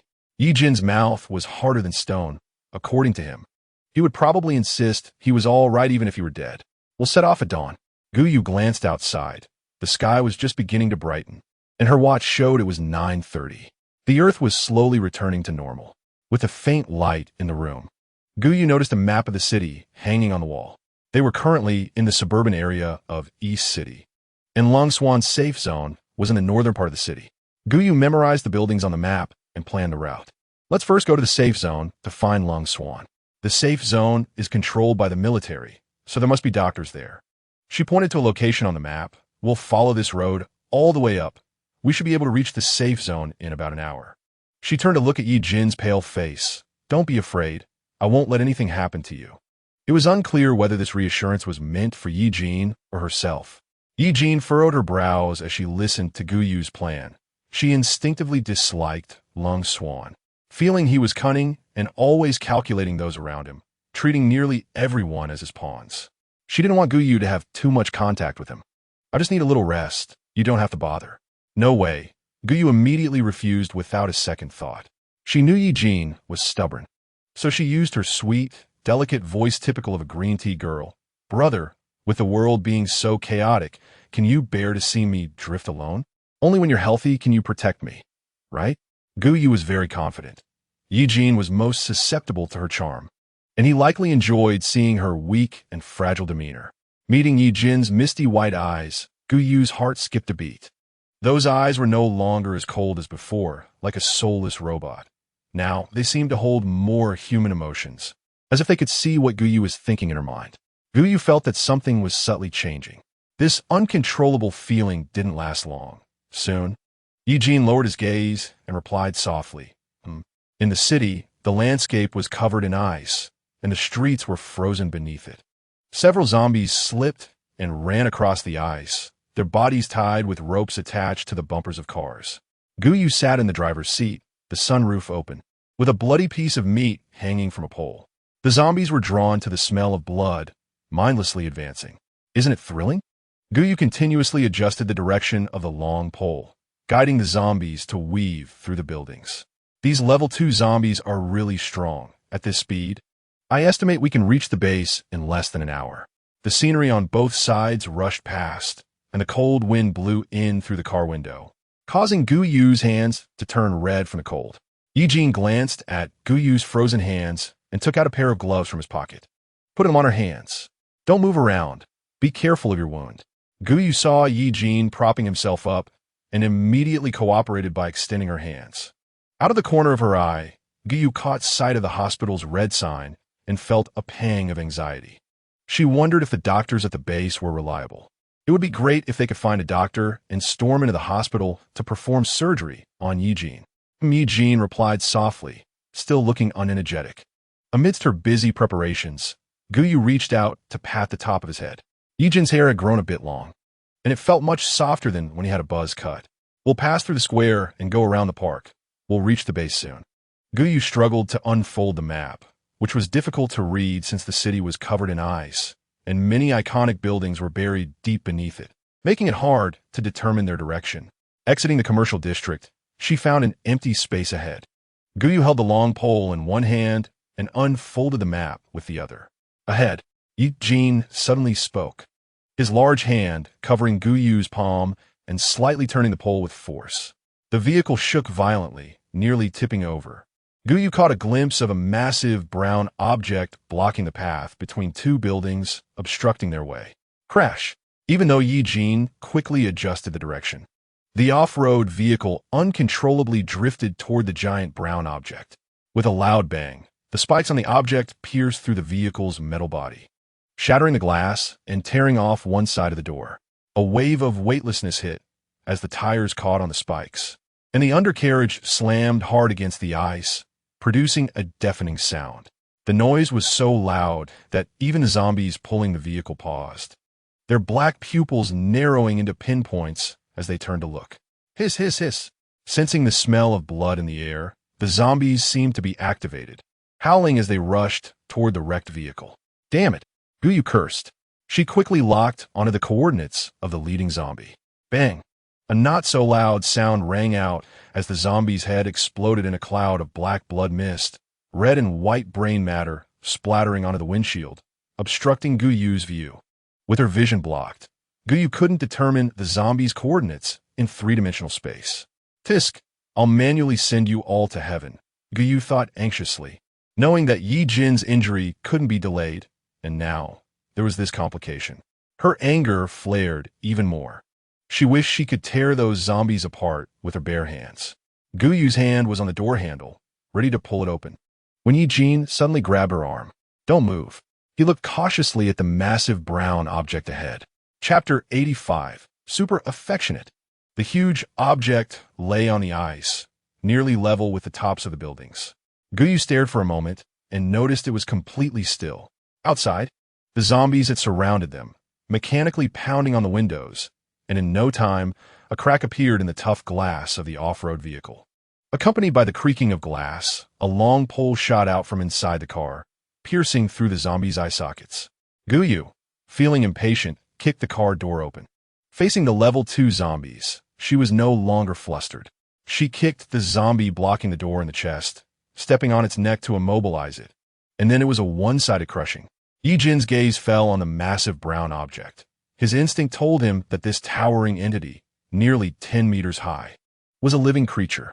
However, this creature showed no obvious signs of aggression. The sound of zombies howling distracted Ye Jin's attention from the giant creature. Right? The humans he had been raising were still outside. Humans were so fragile. He shifted his body, wanting to get out of the car to help Guyu, but as soon as he moved, Guyu noticed. Don't move. The fragile human Guyu's pants were splattered with the black blood of the zombies, and she raised her foot to crush a zombie's decayed head. With a squelch, it was like smashing a watermelon. Black and white juices splattered everywhere. Guyu's sharp gaze scanned the area, confirming there were no zombies left, and her facial expression immediately softened as she spoke in a high-pitched voice. Brother, that was really scary just now. Let's hurry and go. I'm really scared. Her tone was sweet, like a delicate flower unable to take care of itself. However, Guyu's eyes were fixed on Ye Jin, looking through the window at the massive brown object behind them. She wasn't sure if it was her imagination, but she thought she saw the spikes on the creature undulating slightly, as if a living being covered in spikes was breathing. It's alive, Ye Jin said. Guyu cursed inwardly. Why didn't he say so earlier? This creature was extremely close to them, probably only about a meter away. If it turned over, it could squash them like bugs, and then there would be no need to worry about finding a reliable doctor for Ye Jin. It seemed that the creature could sense Guyu's thoughts, almost as soon as she finished her internal complaint and hadn't had time to pull Ye Jin to escape. The creature moved. Guyu felt unsteady on her feet as the ice trembled violently. Chirp, chirp, chirp. Ye Jin's expression turned serious as he activated his ability. Two tentacles appeared out of nowhere, one wrapping around Guyu's waist while the other propped up the car, causing the undercarriage to dent into a deep pit. When Guyu opened her eyes again, she and Ye Jin had already appeared more than 10 meters away. With a clearer view, Guyu looked up and finally saw the full figure of the gigantic creature. It was a hedgehog magnified thousands of times. It moved very slowly. Since the moment Guyu felt the tremor, it had been trying to stand up, but by the time they were more than 10 meters away, the hedgehog still hadn't fully risen. Its huge, shiny black eyes slowly scanned the surroundings, showing no concern for the two wary individuals. It blocked their path. Guyu frowned. Let's go around. Ye Jin glanced at a distant intersection. TSK, this is wasting too much time. Guyu was slowly pulled back by Ye Jin by her collar. Suddenly, the hedgehog's head quickly turned, and its basketball-sized eyes fixed directly on Guyu and Ye Jin. Damn! Did it hear the loud thoughts in her mind?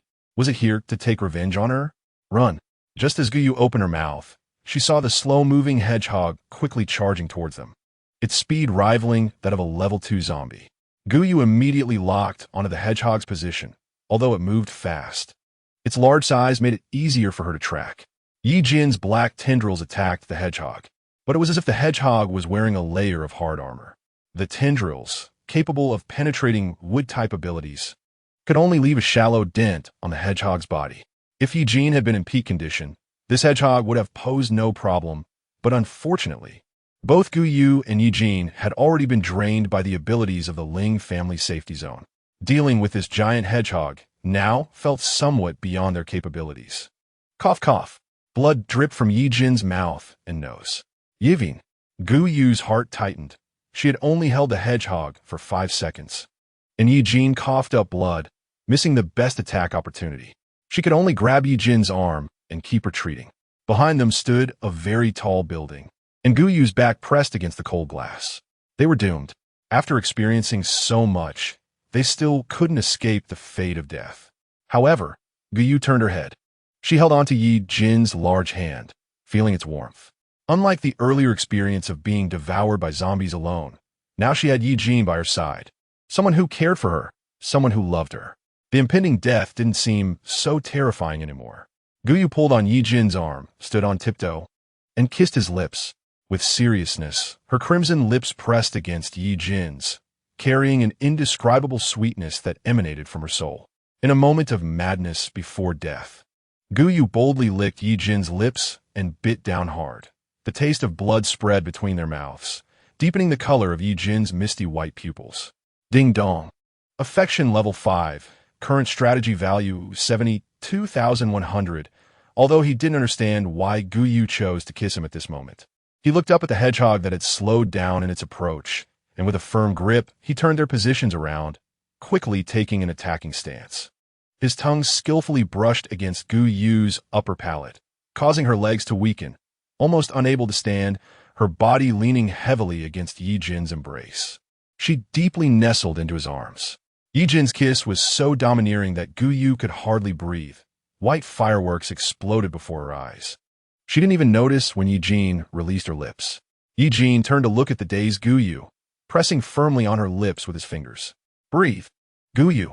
Ye Jin's eyes fixed intensely on Guyu, his fingers not leaving her lips, but instead exploring in her mouth, pressing against her teeth and capturing her tongue. Have you washed your hands? You youngsters can kiss anywhere, can't you? A voice with a northeastern accent suddenly came from behind them. Chapter 86. Rob, Rob. Rob chirp chirp chirp, followed by a somewhat piercing call. Guyu's hair was blown up. She opened her eyes to meet a pair of basketball-sized pupils.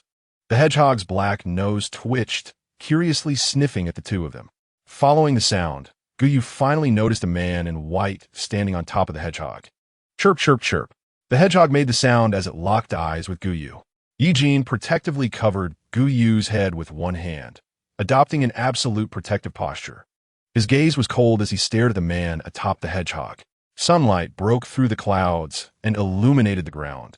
As the light shifted, Guyu noticed that Ye Jin's black mist-like tendrils had enveloped both of them. The hedgehog stepped forward, its nose pressing against the tendrils, slightly deforming them. Fortunately, the gigantic hedgehog showed no obvious intent to attack.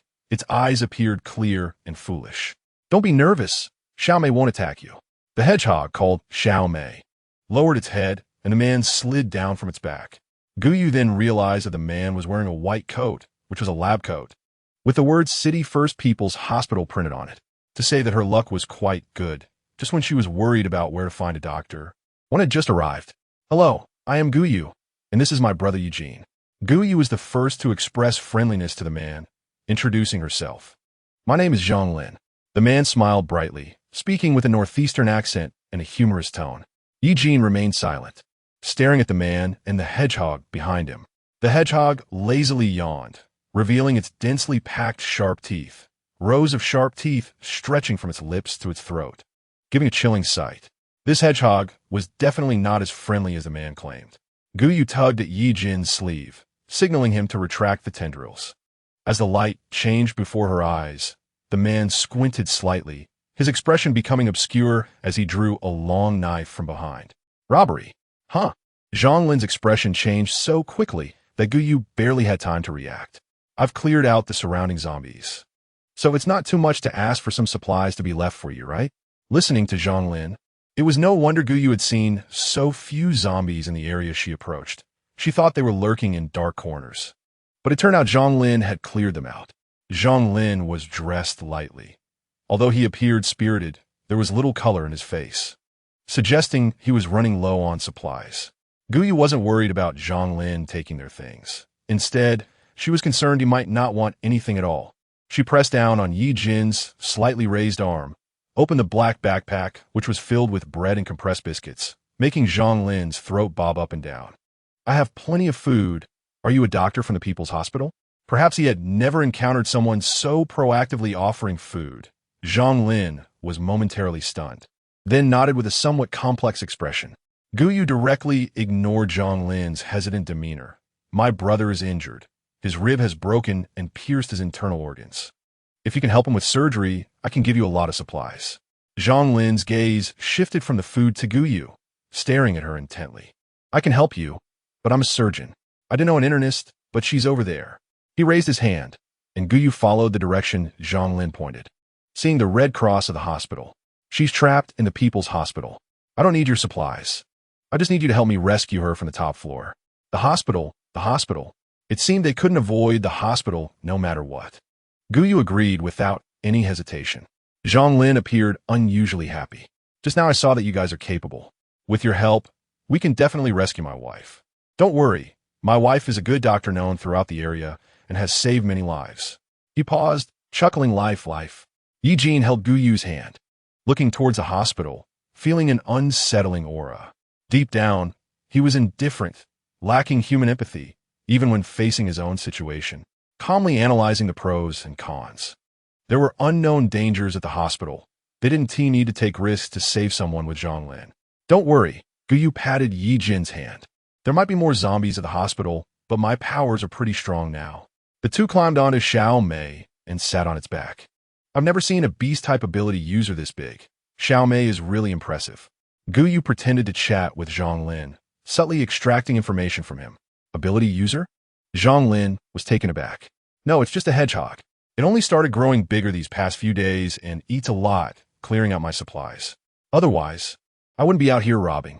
But don't worry, I've never harmed anyone. I'm a good citizen. Animal mutation? Guyu frowned.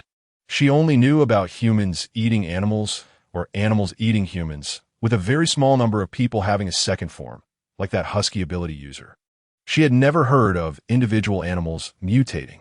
But if Xiao Mei is so powerful, why does Brother Zhang still want us to help rescue people? Guyu asked.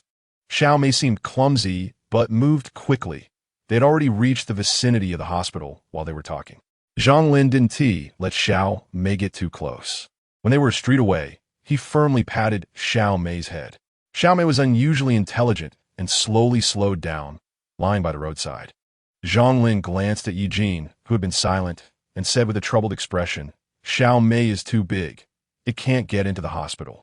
Buildings were tightly packed, and the routes were complicated, with Zhonglin's wife trapped in the innermost building. Guyu felt a headache coming on. My brother has been injured for almost 24 hours. We need to act quickly, and he can't go in. Zhonglin looked worriedly at Ye Jin, as he appeared tall and strong compared to Guyu, who was small and slender. I'll go, Ye Jin said. You can't go. How many lives do you have? If a bone pierces your organs, a regular person would already be dead. Chapter 87. Sister is the queen. Confidence shining bright, Guyu had to be careful with what she said with Zhonglin nearby. She softened her voice. It's just about bringing one person out from the hospital. It's not that dangerous. Brother, can you wait for me here? She hooked her fingers with Ye Jin's and gently shook them. Zhonglin watched the two start getting close again, opening his mouth but stopping short. If something goes wrong later, you can support us from outside. Besides, if there's real danger, we still have Brother Zhang, right? Gu Yu smiled at Zhang Lin. Brother Zhang, am I right? Gu Yu's voice softened, making her sound delicate and cute, making it hard for anyone to refuse her. Zhang Lin scratched the back of his head. Don't worry, I've got your back. Hearing that, Gu Yu lifted her head with a look that said, see? Ye Jin tilted his head, looking towards the hospital through Gu Yu's figure. Above the hospital seemed to be shrouded in a vague aura, invisible to the naked eye. But Ye Jin could vaguely sense its presence. As a monster created in a laboratory, he instinctively sensed danger but didn't know how to express it. While Ye Jin was in a daze, Gu had already heavily patted his shoulder and slid down with Zhang Lin. Brother, tell me everything you know. Gu Yu looked at the hospital, taking a deep breath. The situation there was far from what she had described. As the city's best hospital, it was almost always packed. And now it had likely become a stronghold for zombies. Through the windows, Gu Yu could see many figures standing inside the low-rise floors, motionless, maintaining a slumped standing posture, which was chilling to behold. I know the layout inside. We need to go to room 3204 on the top floor of the inpatient department. Zhang Lin drew the hospital's layout in the snow and pointed to a building. This building was surrounded by others, making it the most dangerous. Gu Yu felt a headache coming on. I went there before the apocalypse, but I'm not sure what the situation is now. Zhang Lin had even tried to get in a few times after the apocalypse started, but he had to give up right at the entrance. Gu Yu nodded. Brother Zhang, what is your ability? Ability? Zhang Lin scratched his head. Does being able to communicate with animals count? Gu Yu? What kind of princess skill is that? Communicating with animals? If you could communicate with zombies, that would be somewhat useful. You can't just rush into the hospital and have Zhang Lin summon a bunch of larks and squirrels to perform a play for the zombies. Hee. My ability seems pretty useless, Zhang Lin said bashfully. Not just useless. Gu Yu hesitated before speaking, trying to maintain her green tea persona. She could only show a comforting smile. Brother Zhang, don't say that. Everyone's ability must have its use. You can do it. Hey, Zhang Lin responded excitedly. You're really pumping me up. Don't worry, I'll cover you. Thank you. Gu Yu's accent inexplicably shifted toward Zhang Lin's, and she ended up speaking with a thick accent. But there are just too many zombies inside. It's a bit difficult for just the two of us to break in. Zhang Lin's gaze occasionally drifted towards Ye Jin. He didn't know when Ye Jin had slid down from Xiao Mei, crouching down to poke at his wound, standing straight behind Gu Yu. If it weren't for the zombies' poor eyesight, they would have spotted the tall figure behind her immediately. He can't go in. My brother is injured, and going in would only slow us down. Gu Yu refused to back down when it came to Ye Jin. Ye Jin pressed his lips together, remaining silent. Besides, it's just zombies. Gu Yu's overly relaxed tone ignited hope in Zhang Lin. Do you have a plan? Well, of course. The city was silent. Only the sound of the wind blowing could be heard when suddenly a loud voice rang out. Sister is the queen, confidence shining bright. If you love, come. If you don't, hee. Almost at the same moment, all the zombies in the city suddenly raised their heads and looked towards the sound. Hey. The zombies' roars shattered the silence. Zhang Lin's legs trembled as he hid behind a sign, watching countless zombies pass right in front of him. The entire street was filled with moving heads of zombies, pressing against each other. The ground trembled slightly. He held his mouth tightly, afraid of making a sound that would attract the zombies' attention. The sound near the hospital drew the zombies' attention first, and they surged out of the hospital like a tide. A cacophony of noise ensued. Some zombies crashed through the glass and fell from the heights, hitting the ground hard, lying still for a long time before finally getting up with flattened faces that showed no features and running forward. At the front of the horde, a massive hedgehog, nearly 10 meters long, was moving quickly, with Ye Jin standing on its back, carrying a huge loudspeaker meant for square dancing. Once the shaking underfoot stopped, Gu Yu patted Zhang Lin's shoulder, and he finally dared to lift his head. What? Zhang Lin seemed to hear someone vaguely say something, and he thought it was Gu Yu speaking.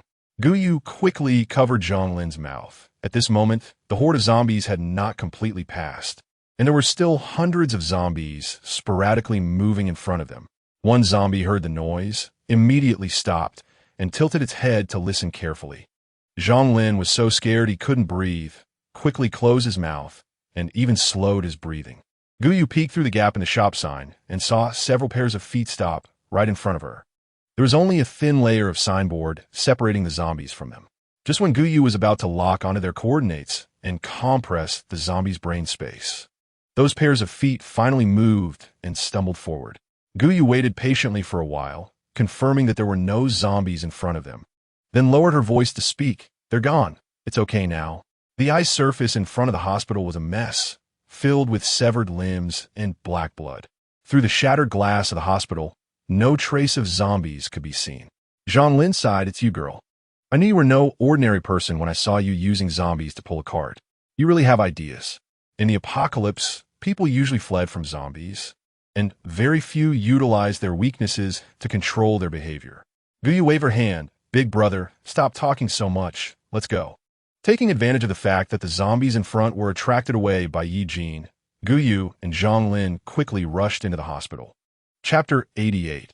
If I were a mantis, would you love me? Guyu glanced in the direction Ye Jin had gone, then plunged into the hospital.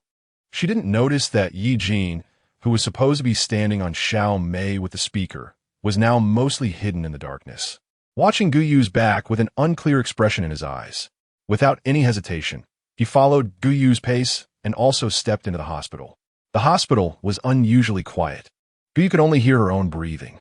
She cautiously surveyed her surroundings, and it seemed that the moment she stepped into the hospital, she sensed a strong feeling of being watched, as if something was hiding in the corners, observing her every move. "Quickly, girl." Zhonglin tugged at Guyu's sleeve. His sixth sense wasn't as strong as Guyu's. He was just relieved that the hospital, previously filled with zombies, was now empty, making their mission to rescue his wife much easier. Yeah, Guyu could only suppress the unease in her heart and followed Zhonglin deeper into the hospital. Everything went surprisingly smoothly. They didn't encounter a single zombie. In just 2 minutes, they were already standing at the entrance of the inpatient department. The inpatient department had a total of 23 floors, and Zhonglin's wife was on the top floor. At this height, they could directly climb in through the third-floor window. Once inside the inpatient department, the lights suddenly dimmed. The brightness inside was more than twice as dark as outside, as if someone had draped a layer of black veil over everything, making everything around look less real. "Brother Zhong, have you noticed something seems off?" Zhonglin looked around and lowered his voice, clicking his tongue. "Isn't everything going well? You little girl, you don't know how to appreciate your fortune." He had tried for a long time, but hadn't even entered the hospital's door. While he was speaking, Zhonglin had already pushed open the iron door of the emergency exit. Both of them paused. Guyu cautiously scanned the surroundings. After a while, not hearing the slightest sound, she patted Zhonglin's arm, signaling him to go upstairs. The emergency exit was even darker, and Guyu could barely see Zhonglin's figure in front of her. She couldn't see anything else. "What did you say?" Zhonglin suddenly stopped, and Guyu nearly bumped into him. "Huh? I didn't say anything." Guyu irritably poked Zhonglin's, but with the fire axe handle she had picked up from the corridor. Zhonglin covered his butt and jumped up several steps. Since they started at the hospital entrance, he had always heard someone speaking. The voices were vague and unclear. He thought it was Guyu talking. "Am I seeing ghosts?" He shivered and looked around in fear. Guyu was speechless at these men. It seemed that only Ye Jin was reliable among the people he had encountered. The other men had the attributes of a drama's female lead, always failing at critical moments, waiting for the male lead to descend from the heavens to save them. Guyu took a deep breath, forced her mind not to think about these absurd things, and focused on the movements in front of the corridor. As she stepped onto a stair, Guyu suddenly felt something sticky under her feet, as if she had stepped in a glue, and there was obvious resistance when she lifted her leg. She pretended to put her hands in her pockets, using this action to take out a low-wattage flashlight from her space. With a click, she turned on the flashlight and shone it at her feet. Indeed, as she felt, a puddle of thick white liquid was underfoot, and as Guyu lifted her foot, sticky strands stretched out.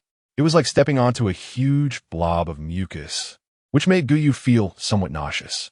Zhonglin was suddenly attracted by the light and turned his head to look at the flashlight in Guyu's hand. His eyes adjusted to the darkness, and he squinted at the sudden light. "I say, girl, why didn't you take out the flashlight earlier? Look at me stumbling around in the dark for so long. You really have a heart of stone." Zhonglin still didn't know what was happening. He had relaxed his guard, hands on his hips. "I say a couple of words to you, and you're not happy. Huh? I know, you're wary of me, right? I admit I was wrong for robbing you before. After spending so much time together, you should know what kind of person I am, right? Gu Yu winked at Zhang Lin. Zhang Lin misunderstood Gu Yu's hint, covering his chest with both hands, acting like a delicate little wife. I tell you, don't seduce me. I'm a taken man.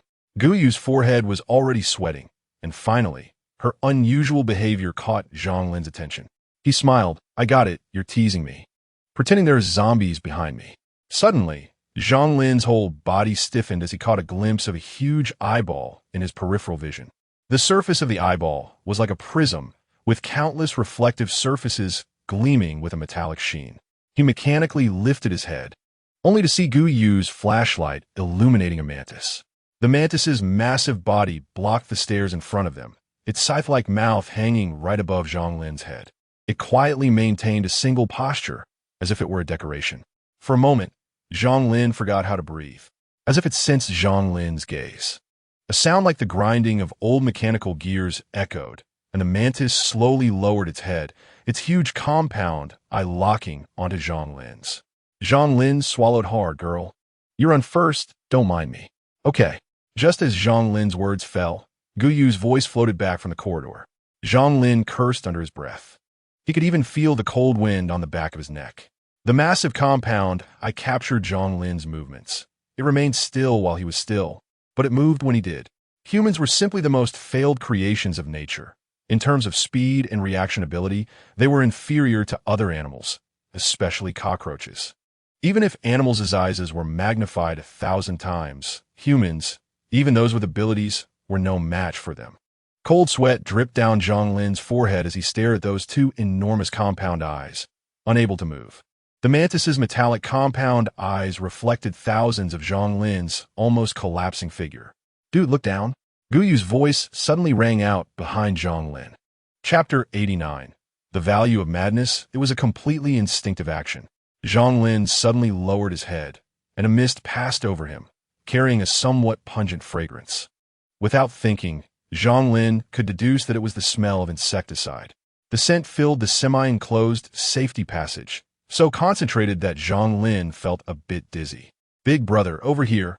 Gu Yu's voice came through the thick mist. Zhang Lin covered his mouth and nose, staggering to stand behind Gu Yu. At her feet lay dozens of empty insecticide bottles, and Zhang Lin had no time to ponder how Gu Yu had found so many in the hospital. The two doors slowly closed together with a sharp creaking sound, echoing through the quiet inpatient department. In that instant, it seemed countless creatures were activated by the noise.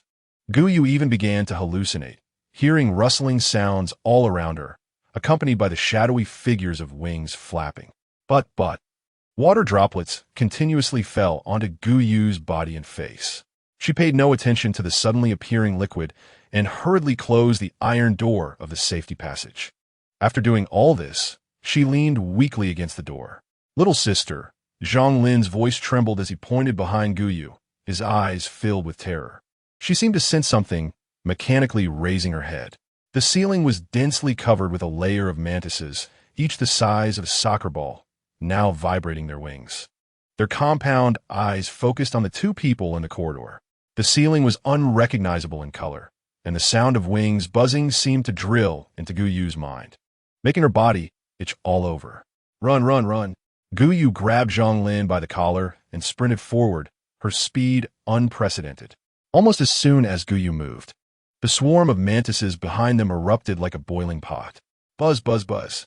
A mantis the size of a soccer ball slammed into Gu Yu's back. Even without its sharp sickles, it knocked the breath out of her, making her feel as if she'd been hit by a car. She stumbled several steps, quickly zeroing in on a mantis waving its sickle. Bang! A crisp sound erupted.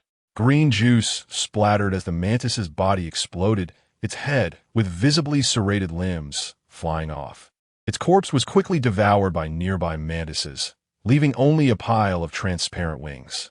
Exhausted from fleeing, Gu Yu was oblivious to the fact that after the mantis's body was cleaned up, a roughly 1-meter-long flesh worm rolled on the ground, quickly crawling into the body of one mantis through its mouth parts. Thump, thump, thump. It seemed there was an invisible barrier behind Gu Yu that shattered anything getting too close. However, the sheer number of mantises was overwhelming, Guyu's speed and locking onto targets couldn't keep up with the rate at which mantises rushed to their deaths. A cockroach flew past Guyu's ear. Its buzzing sound and eerie sensation sent chills down her spine, making her wish she could chop off the skin touched by the mantises. Guyu swung her axe wildly in the air with one hand. She was almost hacking randomly, but with each swing, she could feel the axe hitting something. Zhonglin followed suit, mimicking her actions.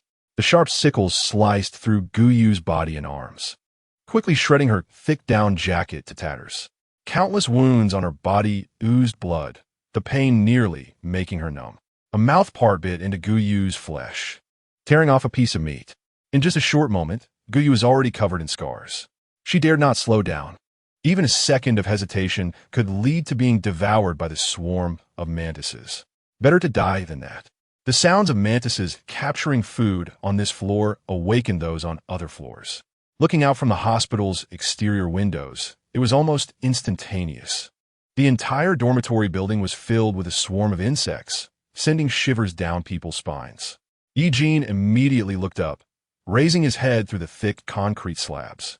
The doors of the safety passage were all closed. Following the footprints on the stairs, he continued upward, his nose twitching as he caught a strong scent in the air.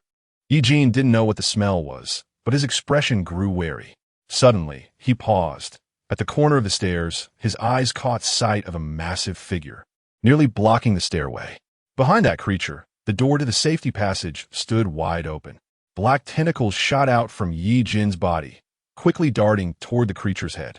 With a squelch, without much effort, the creature's head was split in half by the tentacles, revealing its brain's internal structure. Ye Jin expressionlessly stepped over the huge head. It was too smooth, almost eerily so.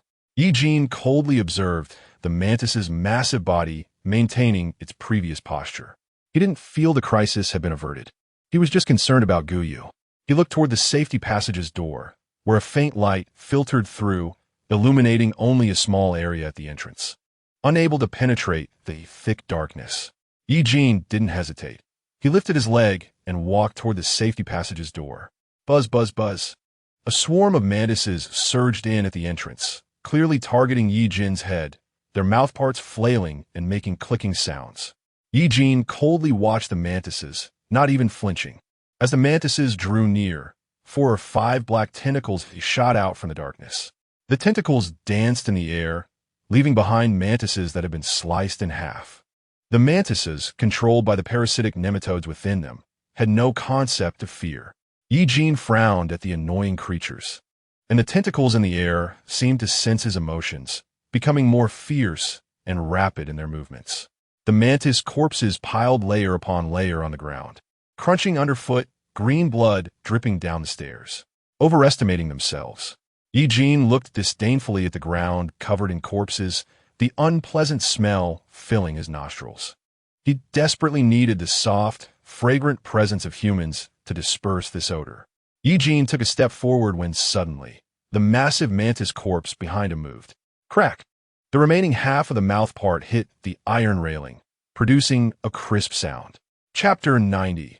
The Invasion of the Nematode, a Deluge. In just a breath, it submerged the entire safety passage. Ye Jin's pupils constricted. This swarm of mantises was even more challenging to deal with than zombies. Guyu dragged Zhonglin and quickly turned a corner. The mantises behind them didn't react in time.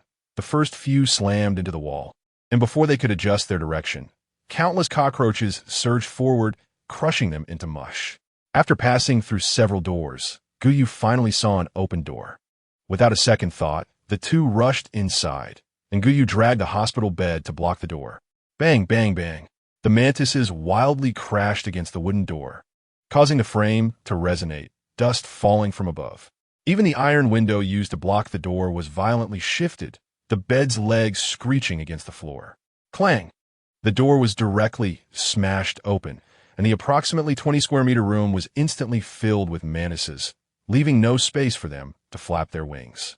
The metallic-like compound eyes rotated mechanically and slowly, exuding an indescribable eeriness. The insect's enormous compound eyes scanned the room, but found no trace of prey. The entire room was eerily quiet, save for the sound of wings vibrating. Did they leave? Zhang Lin spoke in a hushed tone. He and Guyu were crammed into a small metal cabinet.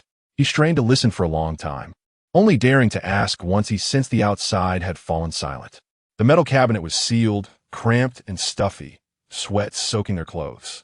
Guyu shook her head uncertainly. Can't you understand animals? With so many insects in the hospital ward, haven't you heard a single sound? Zhang Lin's voice was becoming increasingly lacking in confidence. Logically, he should be able to hear the voices of animals. The wild dogs passing by, the birds in the sky. His mind was usually a chaotic mess of sounds. However, when he stepped in a hospital, he indeed only heard one or two vague sounds. Those mantises seemed more like lifeless puppets, maintaining their hunting instincts but lacking any thought. This was merely Zhang Lin's speculation. The pressing matter was how to reach the top level and rescue his wife amidst so many mantises. The space inside the metal cabinet was too cramped.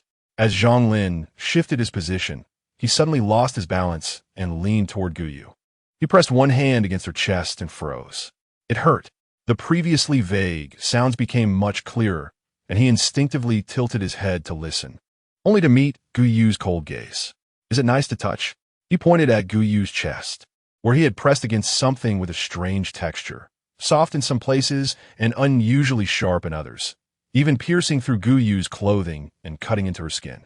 Guyu followed Zhang Lin's finger and looked down at her chest. There was a small bulge in the pocket area that was hardly noticeable unless one looked closely. Could it be that a bug got in? She felt a chill run down her spine and, using the faint light filtering through the gaps in the metal cabinet, slowly opened the pocket.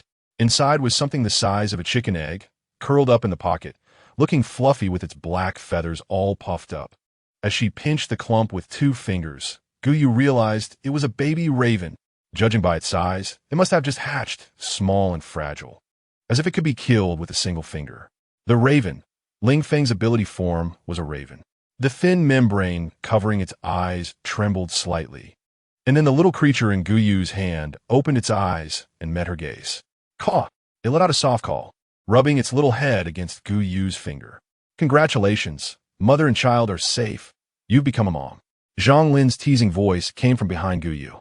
Birds imprint on the first creature they see when they open their eyes, treating it as their mother. The raven's dark, shiny eyes resembled Ling Feng's, exuding a sense of innocence and foolishness.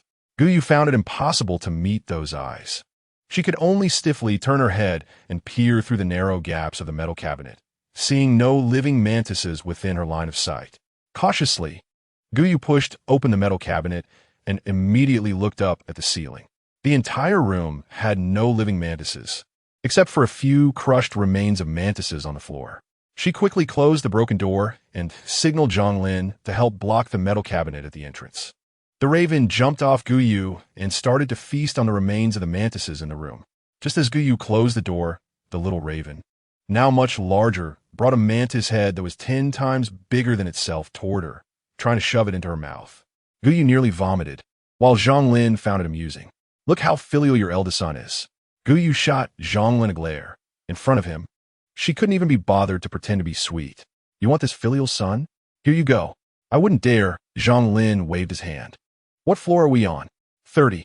Guyu replied irritably. The building had a total of 32 floors, and they had already climbed more than half, soon reaching the top. Guyu looked up at the ceiling splattered with green mantis liquid. In this situation, was Zhang Lin's wife still alive? If she was dead, what would Ye Jin do? She rubbed her temples in frustration and casually glanced at the floor, where the raven was hopping around, occasionally pecking at something on the ground. Guyu frowned and looked closely, seeing a pure white flesh worm that seemed to be merging with the floor. It was wriggling on the ground, even crawling into the mouth parts of a mantis head that was left behind. The mantis had only its head left, and the flesh worm crawled out of the mouth parts and fell onto the floor. Guyu quickly stopped the little raven from eating the worm. Don't eat that, back off. The little raven seemed to understand Guyu's words, stopping its pecking and hopping back, wanting to perch on Guyu's shoulder affectionately, but she pushed it away in disgust. What is that thing? Zhang Lin's chest churned with nausea. Hairworm. Guyu's gaze fell on the mantis's head as she frowned and spoke. Chapter 91. Please don't love me. The hairworms control the actions of the mantises, making them stiff and strange, devoid of their own thoughts, merely submitting to the worm inside their bodies and following its commands. No wonder the floor of the entire hospital ward was so damp. Many water droplets had gathered on the ceiling. This also explained why Zhang Lin hadn't heard any animal voices, because those mantises had no thought capacity at all. The worm on the floor sensed danger, propping itself up with both ends against the floor, its body arching, standing tall enough to be level with Guyu. A chill ran down her spine. As the worm enlarged, every fold on its body became exceptionally clear. She took several steps back, trying to keep her distance from the hairworm that had magnified 1,000 times. Zhang Lin picked up a stool and smashed it down on the hairworm. Seeing it had no real attack capabilities, it was soon smashed into a mushy puddle of flesh. Yet its body continued to twitch, wriggling for a while before finally going still. That's terrifying. Do you think such a big worm could burrow into a person's body and control their thoughts and actions? Zhang Lin stared at the hairworm on the ground and suddenly spoke. Not impossible. Guyu averted her gaze. Her heart raced. Now, apocalyptic animals were beginning to mutate, rapidly evolving to adapt to a harsh environment. If animals continued to evolve endlessly, could humanity still survive on Earth? She took a step back and stepped on a small metal object. Guyu didn't think much of it and kicked it away. The metal brooch reflected the sunlight, catching the little raven's attention. It tilted its head, looking at the shiny metal, growing more excited, flapping its newly grown wings and stumbling over to pick up the brooch. Its thought process was now entirely that of a raven. Whether in human form or now as a raven, Ling Feng genuinely liked Guyu. He felt joy whenever he looked at her. He brought the metal badge close to Guyu, caw, his eyes exceptionally bright, even through his fluffy face. One could see his expression pleading for praise. However, Ling Feng's beak was still smeared with the mantis's severed limbs, causing Guyu to feel nauseous instinctively. She couldn't accept even the cutest little animal right after eating bugs. Just as she was about to step back, suddenly the metal badge caught her attention. The badge had a mountain peak design that looked somewhat familiar, as if she had seen it somewhere before. Just as Guyu was trying to recall where she had seen it, Zhang Lin stepped forward, unusually pushing the raven form of Ling Feng aside. It seemed he was trying to divert Guyu's attention. We can't stay trapped here. How do we get out? He looked up at the ceiling. Guyu followed Zhang Lin's gaze upward. 3 hours had already passed, and they had wasted too much time. Ye Jin was still waiting below, and they couldn't delay his injury any longer. The raven's body was still too small and was directly knocked back by Zhang Lin, causing it to stagger. The shiny badge in its mouth was nowhere to be found. It shook its head in regret and flapped its wings to Guyu's side. Guyu peered through the gap created by the mantises on the door, looking outside. There were still many mantises clinging to the ceiling of the corridor, but their numbers had visibly decreased. Even with fewer mantises, Guyu and the others were still no match for them. One was a space ability user. The other had a princess attribute and could talk to small animals. Neither were combat types. If they recklessly went out, they would only become food for those mantises. Do you still have any insecticide? Zhang Lin suddenly thought of something and asked Guyu. No, I found a box of it in the office before. Who would have thought insecticide would be useful in the apocalypse? It was accidentally packed into the space along with food, she replied. She had already consumed most of her ability on the way up, and if she wanted to rush out with full force, she would have to wait for her ability to recover. How about drilling through the ceiling? Zhang Lin said, turning around in the room several times before boldly pointing at the ceiling. Guyu rolled her eyes inwardly, thinking, great idea, Brother Zhang. Go ahead and drill while I cheer you on from below. Zhang Lin seemed oblivious to the sarcasm in Guyu's words and eagerly looked for a pipe, starting to poke at the ceiling. Guyu glanced up, and in that moment, the small raven squeezed through the door's gap. Its tiny figure was quickly overwhelmed by the mantises. Caw. Just as Guyu leaned out to see the chances of climbing up the drainage pipe outside. The corridor suddenly echoed with the raven's calls. Unlike its earlier weak cries, this time it was high-pitched and clear. Oh no, little raven. When Guyu rushed to the door, she only saw a huge black shadow flash by.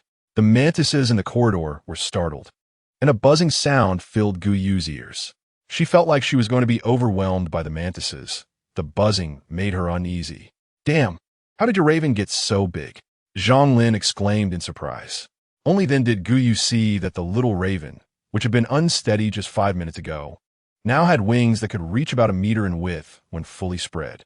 It pressed down on a basketball-sized mantis with one claw, showing no interest in the mantis's other body parts, and bit off its head. The headless mantis's body continued to twitch, and within a minute, a long wireworm emerged from the severed neck. Now's our chance, let's go. Guyu's eyes lit up. The little raven seemed to be a natural enemy of the mantises, completely suppressing them. Guyu grabbed Zhang Lin's collar with one hand, and the two quickly ran towards the direction of the safe passage in the corridor. Seeing that its favorite human had abandoned it, the raven let out a few mournful cries and flapped its wings to catch up with Guyu. The feathers on its wings had become sharp, scraping against the walls and leaving deep scratches. With its massive wings flapping like a meat grinder, it sliced through the mantis bodies. Guyu felt a chill on her head, looked up, and saw countless shattered mantis limbs and green blood raining down. Ugh! Guyu wanted to shout to stop the raven, but was afraid that if she opened her mouth, those things would fall into it. She could only scream silently in her heart, quickening her pace and instantly surpassing Zhang Lin. As Guyu accelerated, the raven also sped up. Zhang Lin was still unaware of what was happening behind him until the sound of mantis limbs falling on him made his face show a look of terror, prompting him to quicken his steps. Chapter 92. Don't exclude me. Guyu, who was leading the way, suddenly stopped. She stood upright at the entrance of the safe passage, ignoring the increasingly loud buzzing of wings behind her. Why aren't you moving? Zhang Lin bumped into Guyu's back. If it weren't for the raven above pulling her back, she would have likely fallen head first into the safe passage. The passage looked different from when they walked in. The closed door had been opened by someone unknown. The huge mantis was already standing on the stairs, most of its head chopped off. Guyu's gaze slowly turned, and she saw a layer of thick white liquid evenly spread across the floor, with fast-moving white chunks of meat floating inside, indistinguishable from the liquid's color unless looked at closely. Ugh, what is this stuff? Zhang Lin felt like this liquid was what the wireworms had been chewed up and spat out. He couldn't suppress the churn in his stomach, even ignoring the mantis that lunged at him from behind and bit his arm. Ugh, I don't know, ugh. The two of them almost spoke the same word, ugh. At the same time, Brother Zhang, let's go up. Even if I die, I don't want you to wade through this, ugh. Guyu thought she must be the most hard-working green tea. At such a time, she still remembered to tease. That's right. How these bugs had their body hardness increased. That noise wasn't small. Even Guyu, who was dry heaving against the wall, could hear it. Yes, we need to hurry. Otherwise, if we delay any longer, the whole hospital will turn into a bug nest. You're right, Brother Zhang. Guyu followed behind Zhang Lin, thinking how cool he was at such a time. Just being behind him gave her a full sense of security. Zhang Lin scratched his head, feeling a bit shy. All right, stay behind me. Brother Zhang will protect you. MHM, you're really great, brother. Just as Guyu finished her inner monologue about how great green tea was, a sound suddenly came from the safe passage behind them. She paused and exchanged glances with Zhang Lin. They had both checked earlier, and the safe passage was just disgusting. They hadn't seen any living dangerous creatures. What was that sound? Guyu showed a hint of fear, which stirred Zhang Lin's masculinity. He gestured for Guyu to stay behind him, then cautiously peeked his head into the safe passage. A vague humanoid figure stood next to the mantis, blending into the darkness. Zhang Lin was sure that the person had definitely noticed their presence. He even felt an illusion that he had made eye contact with that person earlier, and now his legs couldn't stop shaking. Guyu frowned, inwardly cursing that this man was truly unreliable. Brother, don't worry, it might be an illusion. I think there's nothing in the building that could be stronger than you. Maybe we just saw it wrong? The massive raven stopped behind Guyu. Its eyes had turned sharp, and it was staring intently at Zhang Lin. Do as she says, or I'll gouge your eyes out. A clear male voice echoed in Zhang Lin's ear, making him stare at the raven in terror. What's wrong? Guyu asked. Do you want to die? The raven tilted its head, its gaze fixed on Zhang Lin's eyes. Zhang Lin, sandwiched between the two, immediately poked his head out, only to meet a pair of misty white eyes in the darkness. He was so frightened that he couldn't catch his breath, instinctively swinging the axe in his hand at the shadow. Bang! The axe hit nothing, and Zhonglin was struck in the abdomen as if hit by a truck, flying through the air and crashing heavily against the wall, unable to get up for a long time. Guyu immediately became alert, watching the entrance of the safe passage. Ling Feng sensed the danger, cawing twice to protect Guyu behind him. With a slight flap of its wings, a gust of wind swept through the corridor. Its sharp eyes focused on the safe passage. It swung its wings, and the sharp edges of its feathers swiftly struck down into the darkness. The solid iron door was torn apart like thin paper. Guyu only saw a bronze-colored arm extending from the passage, the forearm covered with a layer of dark scales. The nail sharp like a beast with a slight downward curve. It grasped the crow by the neck, and with a sudden force, the veined arm pressed the crow down. Ye Jin? Guyu looked at the muscular curve of that arm, uncertainly speaking. The hands that had been choking Ling Feng, almost making him unable to breathe, loosened slightly. Ling Feng struggled on the ground, trying to get up, flapping his large wings several times, but failing to stand. Guyu, it's me. As soon as Ye Jin's voice came out, Guyu recognized it and joyfully took 2 steps forward, about to leap into Ye Jin's arms. But when she saw Ye Jin's appearance, her foot halted. Ye Jin's limbs were covered with that kind of non-reflective, fine scales, the nails sharp, and 2 black antennae had grown on top of his head, not large, resembling 2 small lumps at first glance. A thick tail hung down beside him, and upon seeing Guyu approach, the tail began to sway slightly, slapping the ground and splashing those white sticky substances. Oh brother, I miss you so much. How did you get up here? Is the wound still painful? Guyu swore she was not acting like a green tea girl. She genuinely cared about Ye Jin. But with Ye Jin standing in that puddle of white liquid, she couldn't help but resist her instinct to pounce. The tail that had been swaying stopped at Guyu's retching sound. Guyu? He always called her by her full name, which held a special kind of magic in his heart. You are rejecting me.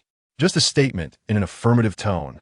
Ye Jin didn't even explain to Guyu why he had followed her, didn't say what had happened to him in the safety passage, nor why fine scales had grown on his body. What he first needed to confirm was why Guyu would reject his approach. I don't. Guyu tried to calm her heaving chest. No. Ye Jin's voice was domineering, ignoring the mantises flying out from various hidden corners. Black, mist-like tentacles emerged from behind him, swirling in the air. The blunt tentacles did not seem as harmless as they appeared. They quickly split into many smaller tentacles, wrapping around the mantis's head. And with a slight force, a snap sounded as the mantis's head was severed. Do not reject me. Chapter 93. I did not, brother misunderstood. I did not, brother misunderstood. Guyu directly denied 3 times, trying her best to focus her gaze on Ye Jin while ignoring the sticky white liquid beneath his feet. The crow was still being stepped on by Ye Jin, desperately flapping its wings, its sharp feathers capable of easily slicing through metal, yet it couldn't leave a single mark on Ye Jin's leg. Ye Jin remained silent, his eyes scanning Guyu up and down, as if trying to determine the truth of her words. That gaze made Guyu feel completely exposed. She realized that Ye Jin seemed increasingly difficult to deceive. If before he was a pitiful stray dog, now he was a fully grown Doberman, exuding an aura of slaughter. Come here. Ye Jin beckoned to Guyu, as if to say, if you are not deceiving me, then come to my side. Guyu glanced around for help at Zhonglin and the crow. Both were lying limply on the ground, not moving for a long time. Just having a brief encounter with Ye Jin had left them utterly incapacitated. Now, apart from Ye Jin, the human-killing machine, Guyu was the only one standing in the corridor. She nervously swallowed, feeling tense in the face of Ye Jin's new skin. She could only step 1 foot on the doorframe and reach out her hand to Ye Jin. Come over. Ye Jin did not hesitate, walking straight over and pulling Guyu into his embrace. His strength was immense, as if imprisoning Guyu within his flesh and bones.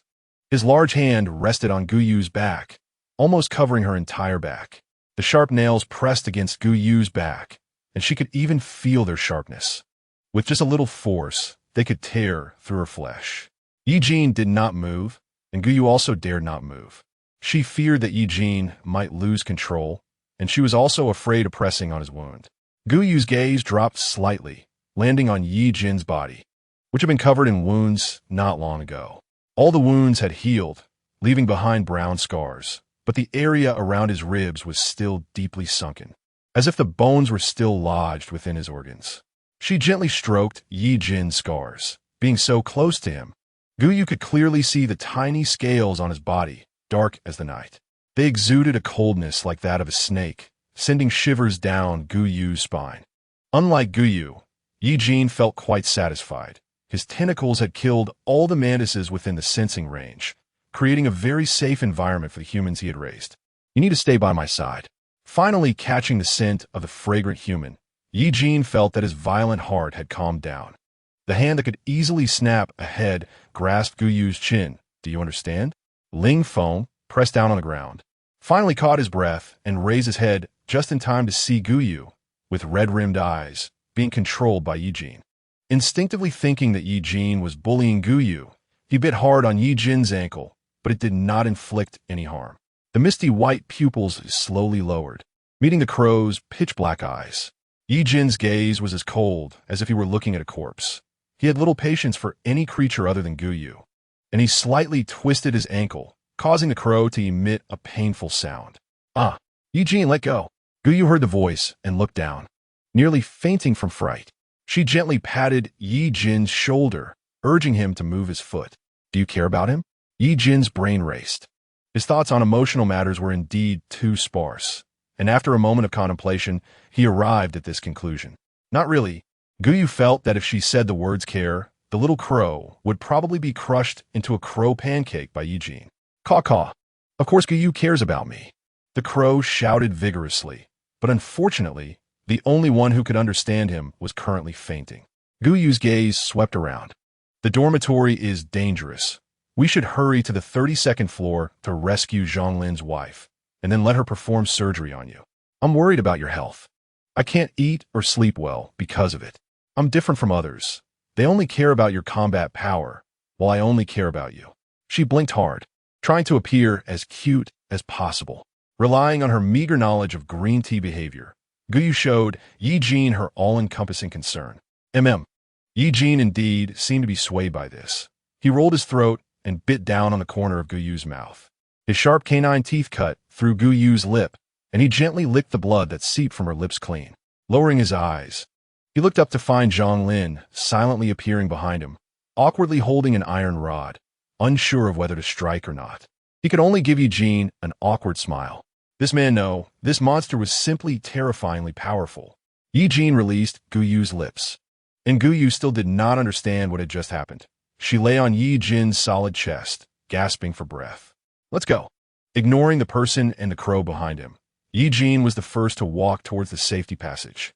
Zhonglin looked at the number 32 at the corner, steeled himself, and stepped into the sticky liquid, closely following Ye Jin's footsteps. As they headed to the 32nd floor, Guyu finally realized what Ye Jin had gone through. The stairs were full of flesh chunks and entrails, making it impossible to tell what species they belonged to in life. And the entire corridor was permeated with a bloody smell. Guyu guessed that Ye Jin must have faced a large number of animals or zombies, which triggered his potential and forced him into his second form. In Guyu's memory, the laboratory conducted many inhumane experiments on Ye Jin to test his potential. Even when Ye Jin was pushed to the brink of death, experiencing cardiac arrest multiple times, he never showed any signs of his second form. She didn't know what Ye Jin had gone through just now. Suddenly, Guyu felt a twinge of pain in her heart.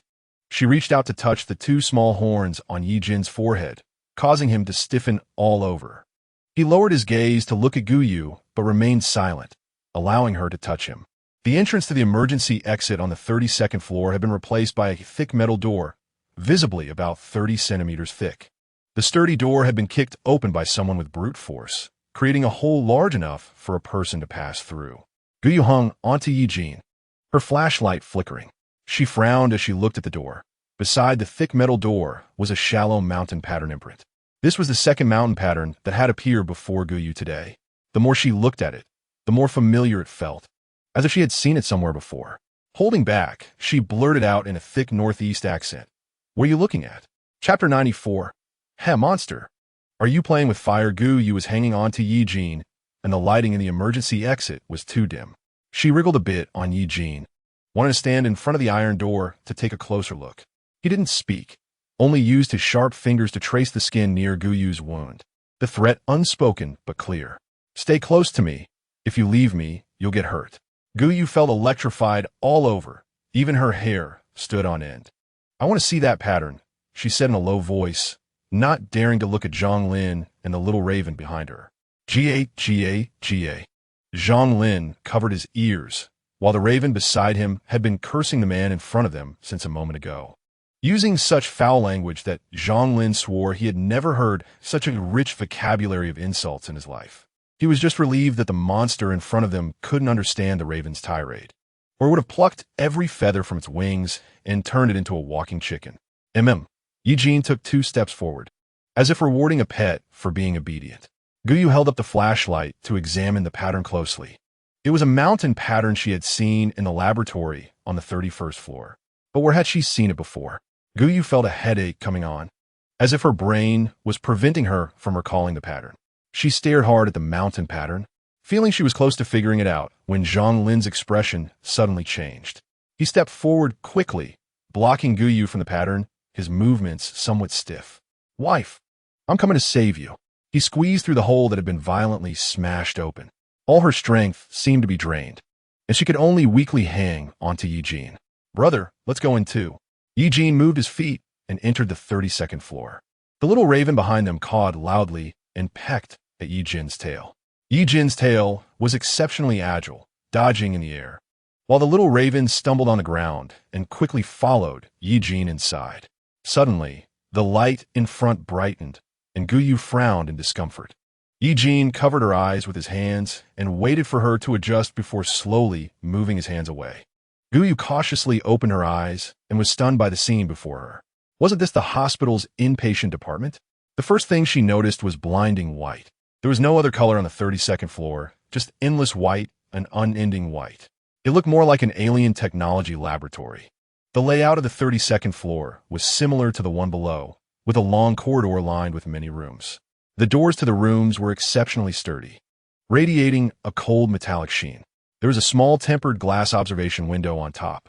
Ye Jin held Guyu with one hand, and she could see inside room 001 through the observation window as soon as she looked up. White, still white. Inside the white room, there was something indescribable lying inside, its size enormous, not resembling any animal on Earth, but rather a patchwork of several animals. The space of about 3 square meters couldn't accommodate it standing up entirely, so it could only maintain one position. Guyu's brows knitted tightly. Every subsequent room seemed to be a copy of the first, with hundreds of rooms lining the corridor, each imprisoning hundreds of monsters. It was truly chilling. Zhang, are you sure your wife is here? Guyu couldn't help but ask. Wife? What wife? I'm still a young bachelor. He turned his head and was startled by the monster's face pressed against the observation window. Where is this? Why am I here? He looked around in panic, much like the female lead in a romance novel who had lost her memory after a car accident.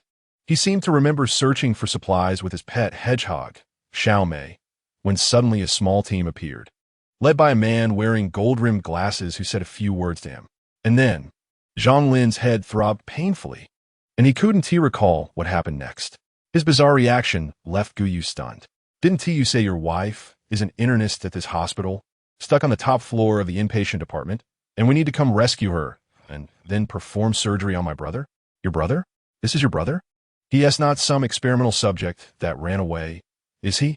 Zhang Lin looked uncertainly at Ye Jin, lowering his voice. Did you not notice that the door to room 508 is open? Don't let this monster trick you. Guyu's mind exploded with a loud bang.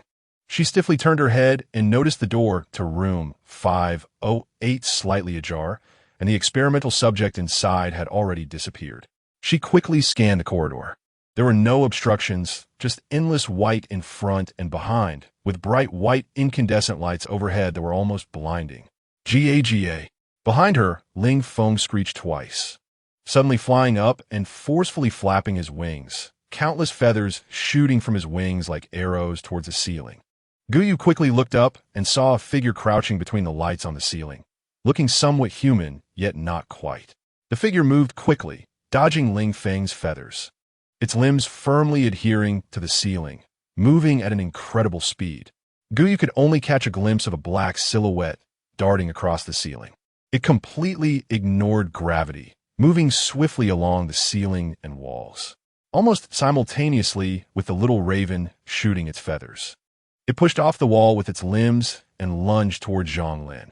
Zhang Lin's heart raced, and he burst forth with unprecedented speed, bending down and rolling to narrowly avoid the monster's attack.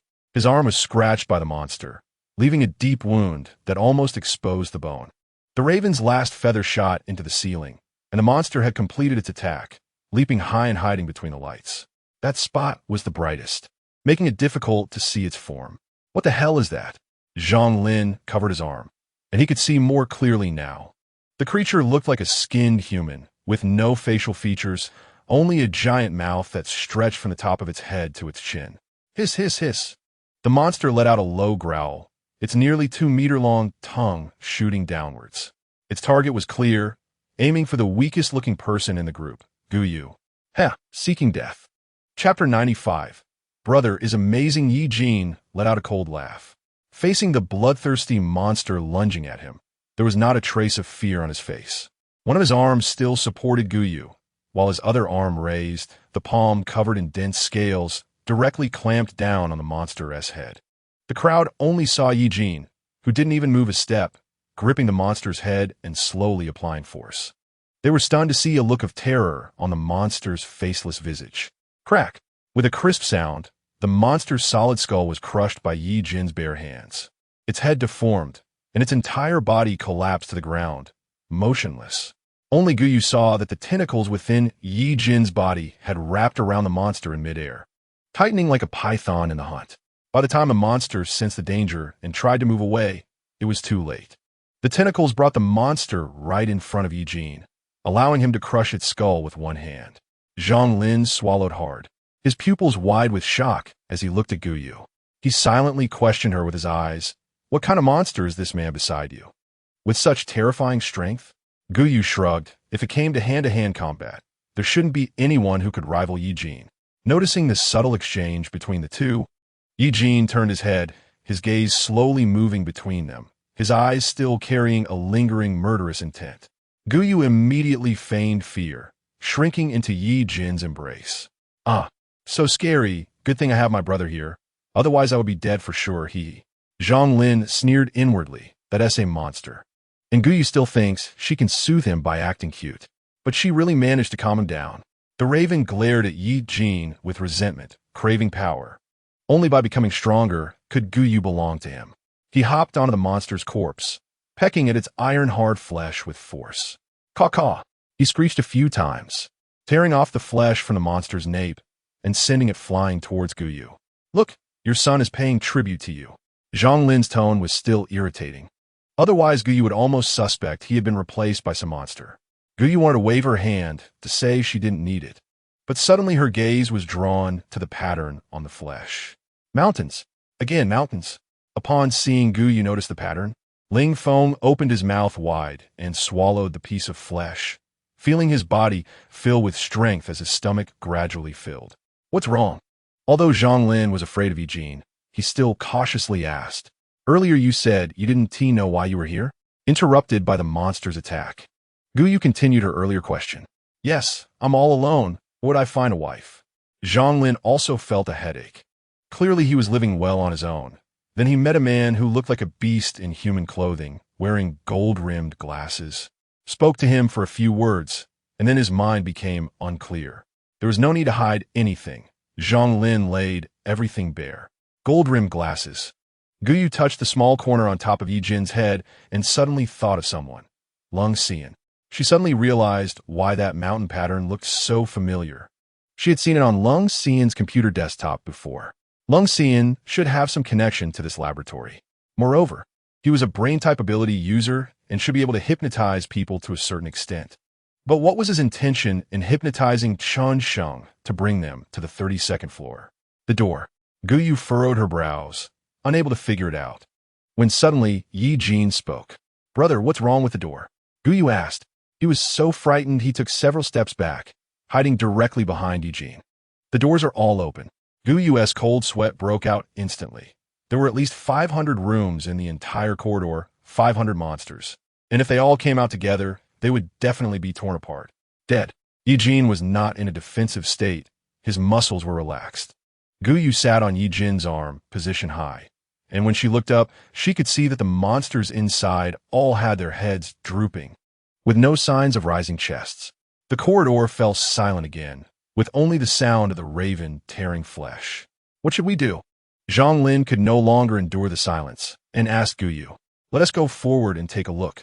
As soon as Guyu finished speaking, as if receiving a command from his master, Ye Jin, who had been standing still, began to walk forward.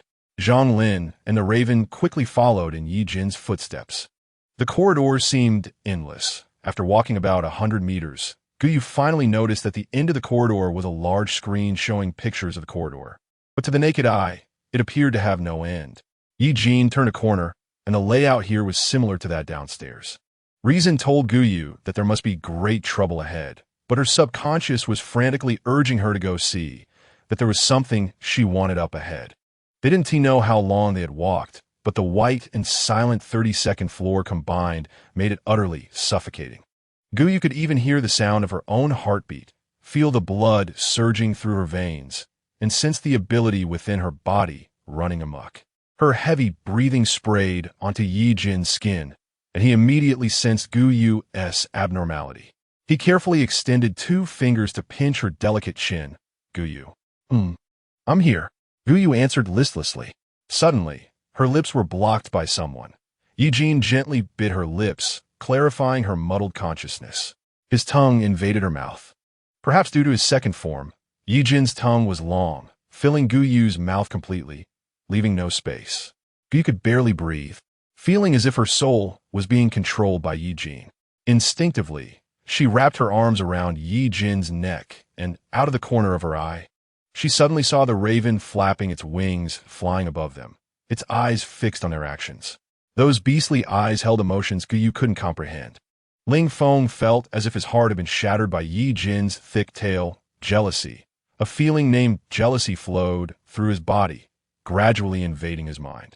Ling Feng began to have emotions, his mind flashing with many blurry images. The base, Guyu, Lung Li. Finally, Ling Feng's gaze fell back on Guyu's face.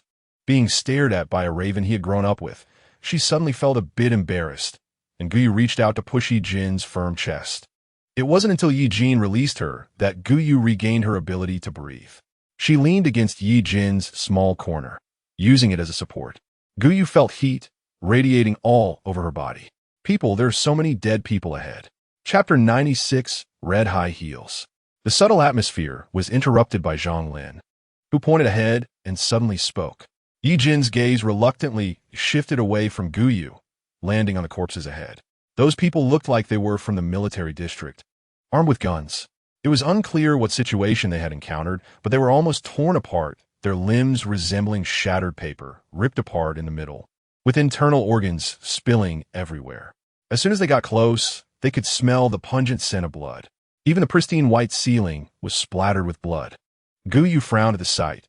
No matter how much she had seen, she couldn't suppress her physiological disgust. Don't look. Ye Jin covered Guyu's eyes, his tone devoid of emotion. He seemed to ignore the corpses on the ground and stepped over them.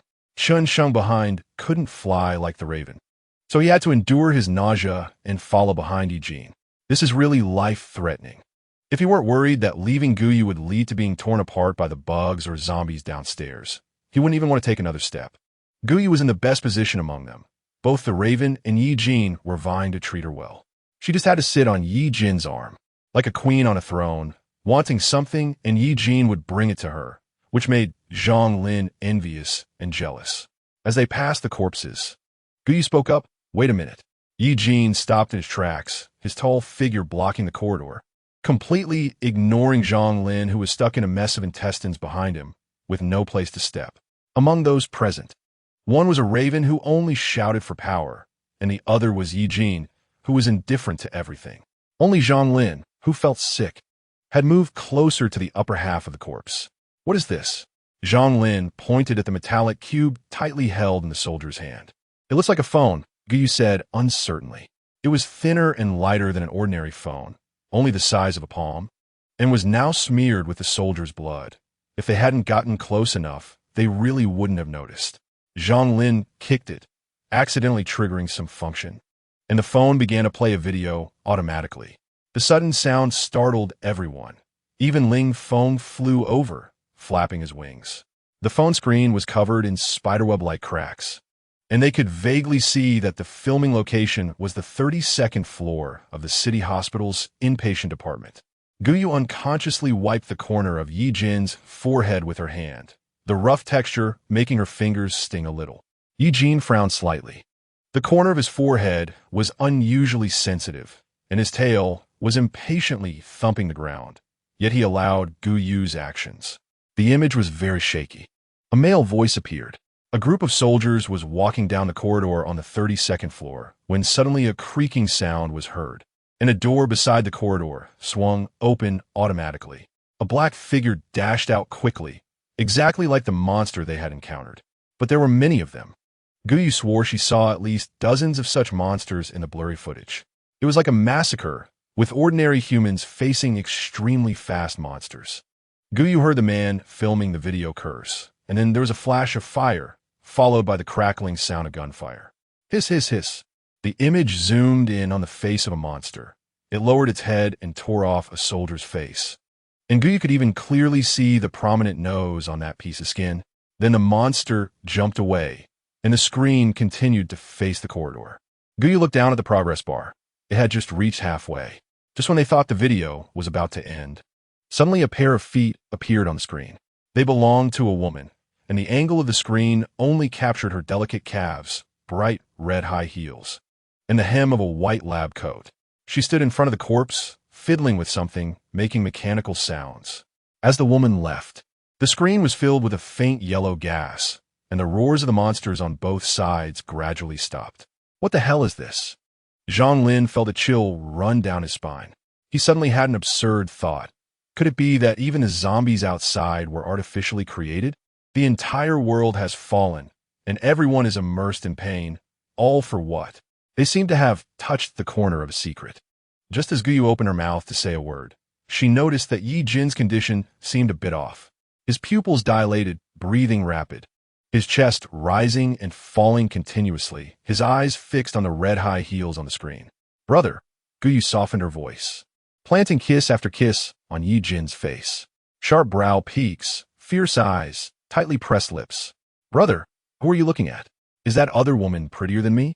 Of course. I only cling to you, giving you warmth, unlike others. He took a step forward, continuing to walk ahead. Ye Jin's speed was fast. In the blink of an eye, he had already put distance between himself and Zhang Lin and the Raven. Guyu waved to the back, and Zhang Lin couldn't help but feel a bit moved. Having grown accustomed to the intrigues of the apocalypse, Guyu had never abandoned him from the start. Now that Ye Jin had merely pulled a few steps ahead, Guyu was still worried and urged him to keep up. His feelings of being touched lasted until the raven flapped its wings, soared over him, and lightly landed on Guyu's arm. The raven grew rapidly. It was only the size of a quail before, but now, just a few hours later, it had reached the size of a medium-sized dog. Ling Feng affectionately wanted to nuzzle Guyu, but Ye Jin seemed to have eyes in the back of his head, grabbing the raven by the head and tossing it aside. What a bunch of ungrateful ones. Caw-caw. Ye Jin, you really should die.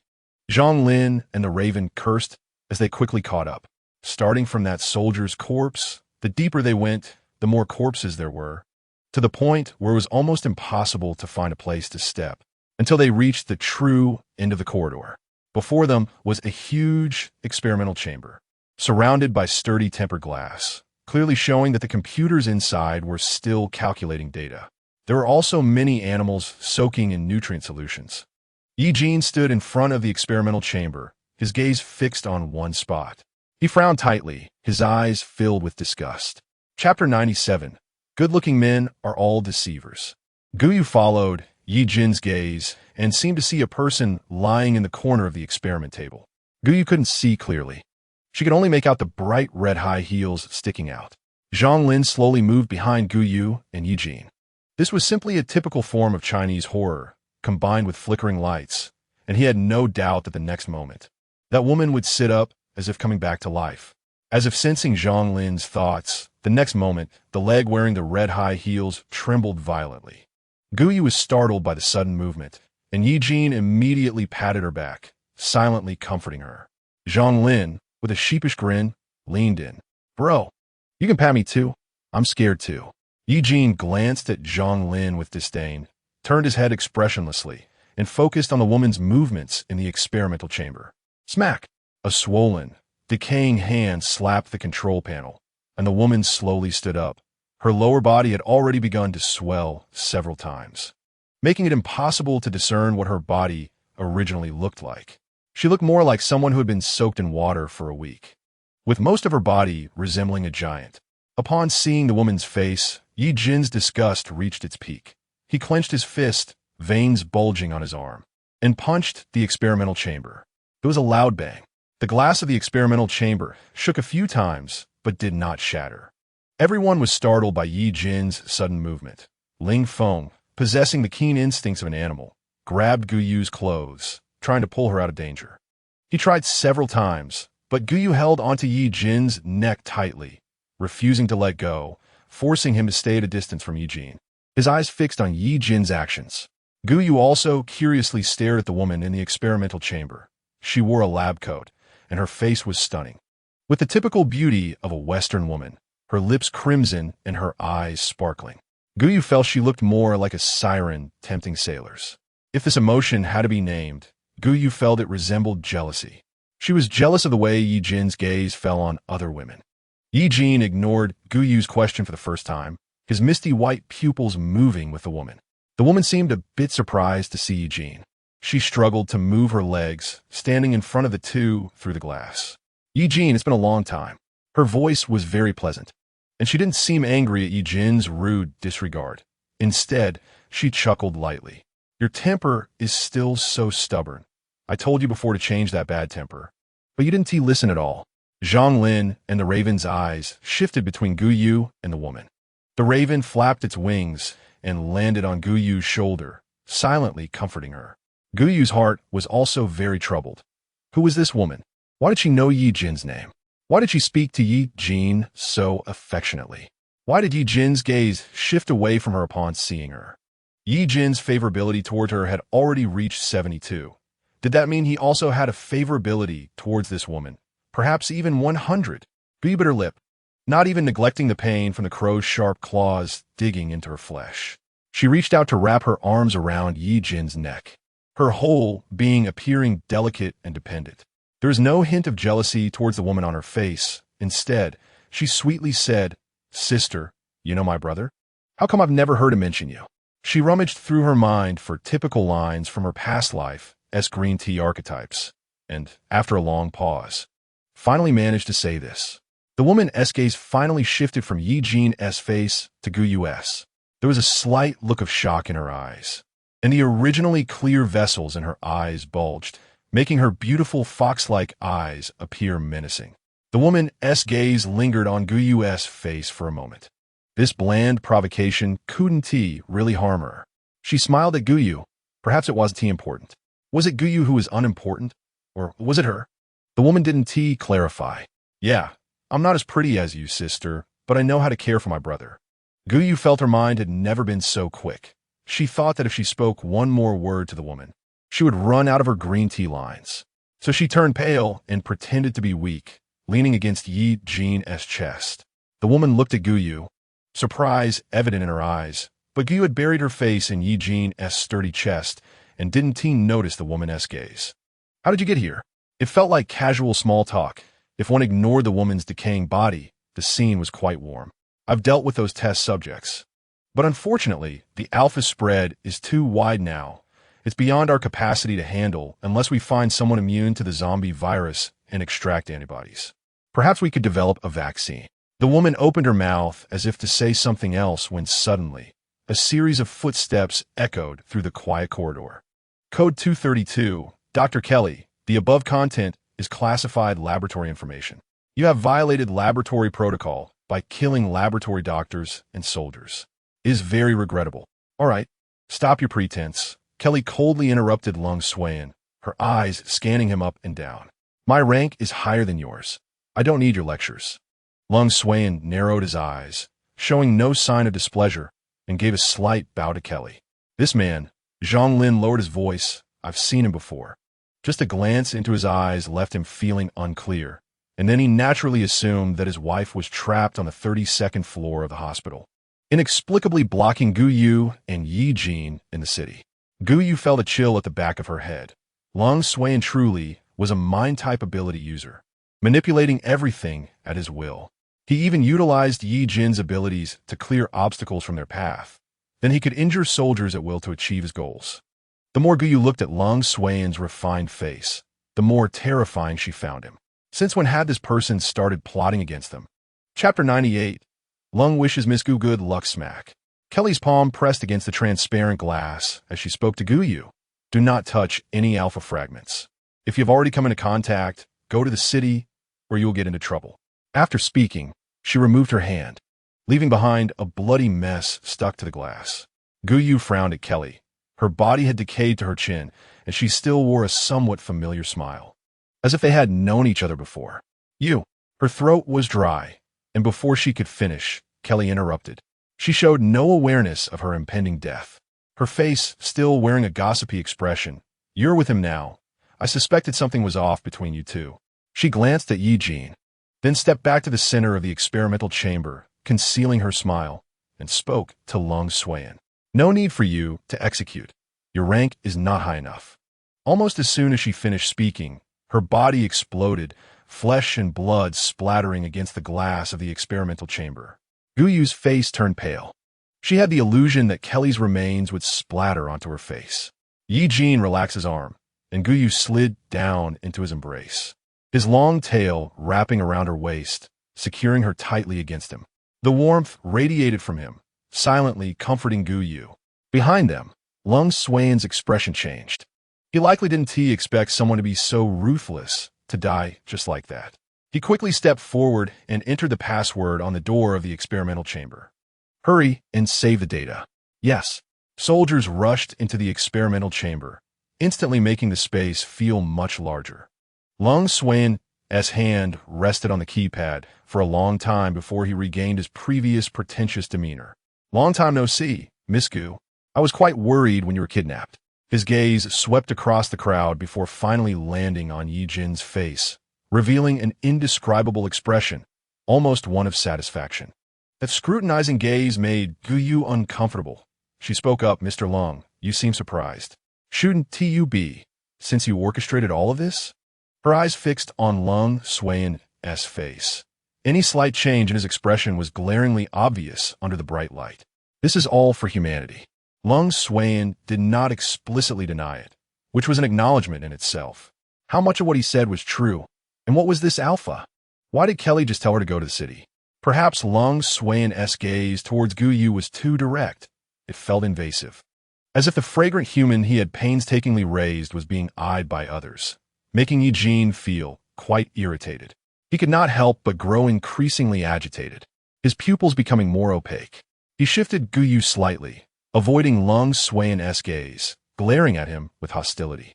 Although he didn't speak, Lung Swain could still sense Ye Jin's thoughts from those eyes. What are you looking at? She asked mine. The possessiveness was truly terrifying. Gu Yu's view was completely blocked by Ye Jin. All she could see were the muscles on his chest and arms. Let me talk to him, Gu Yu said in a soft voice to Ye Jin. She wanted to extract some information from Lung Swain. Although the chances of her being led into a trap were high, but since the apocalypse began, mysteries had multiplied like weeds, entangling her and making it hard to breathe. No, Ye Jin almost instantly rejected her without thinking, his face turning cold enough to freeze. TSK. It was clear that Ye Jin was starting to be stubborn again. Gu Yu took a deep breath, originally planning to struggle free from Ye Jin, but suddenly realized she was a green tea. She smiled, extending a finger to slowly trace over Ye Jin's chest, growing bolder as she felt that others couldn't see her. Brother, just say one thing. Tell him not to bother us. I just want to be with you, okay? Let me drive them all away. Others could only see her fair hands resting on Ye Jin's neck, while only the crow perched high above, coldly observing the interaction between the two. Jealousy, jealousy, jealousy. Zhang Lin raised his head thoughtfully to glance at the crow, saying nothing, then lowered his head again. Guyu was unsure of what she had said to Ye Jin. The previously fierce Ye Jin, who had refused to communicate, surprisingly turned around and embraced Guyu. Mr. Lung is truly noble. We are ashamed of ourselves. It's our honor to contribute a little to humanity. Now that the contribution is done, Mr. Lung, won't he mind if we leave first, right? Ye Jin endured until Guyu finished speaking, then lifted his leg to leave. Zhang Lin and the crow followed behind him. Wait. As Lung Suan began to speak, the guard behind him raised their dark guns, aiming at everyone. Seeing that Guyu was in danger, Ling Feng acted faster than anyone else. He waved his wings, and countless sharp feathers flew out from them.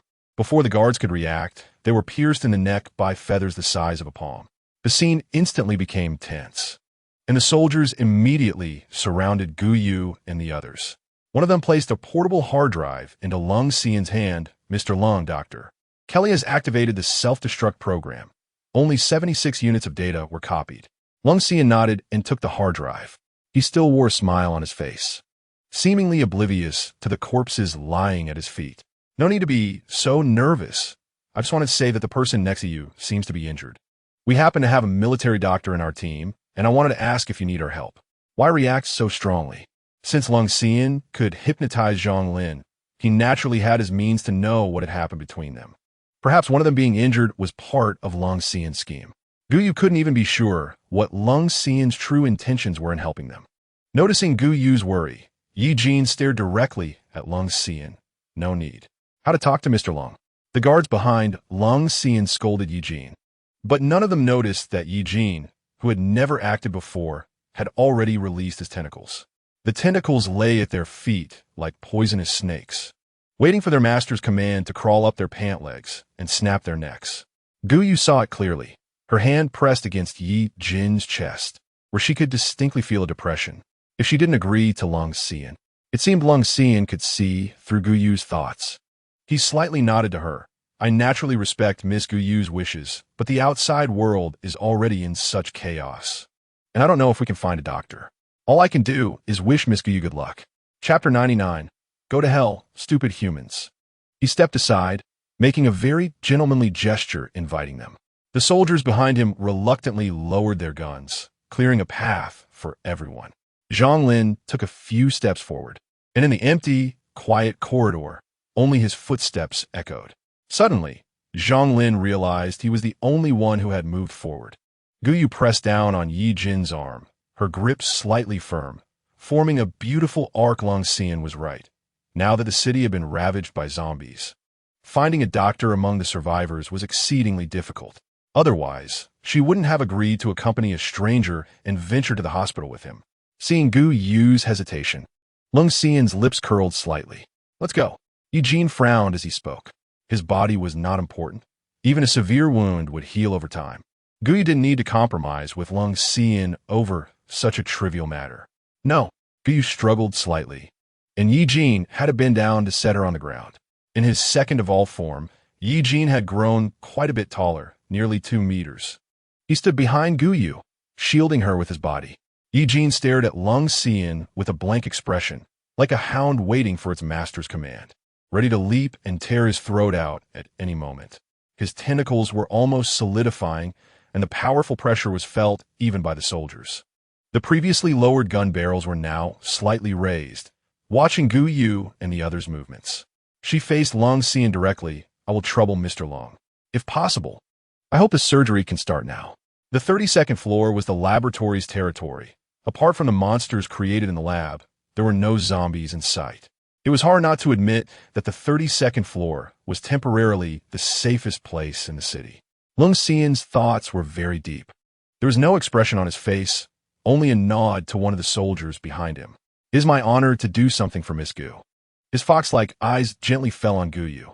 If one didn't know his character, they might really drown in that gentleness.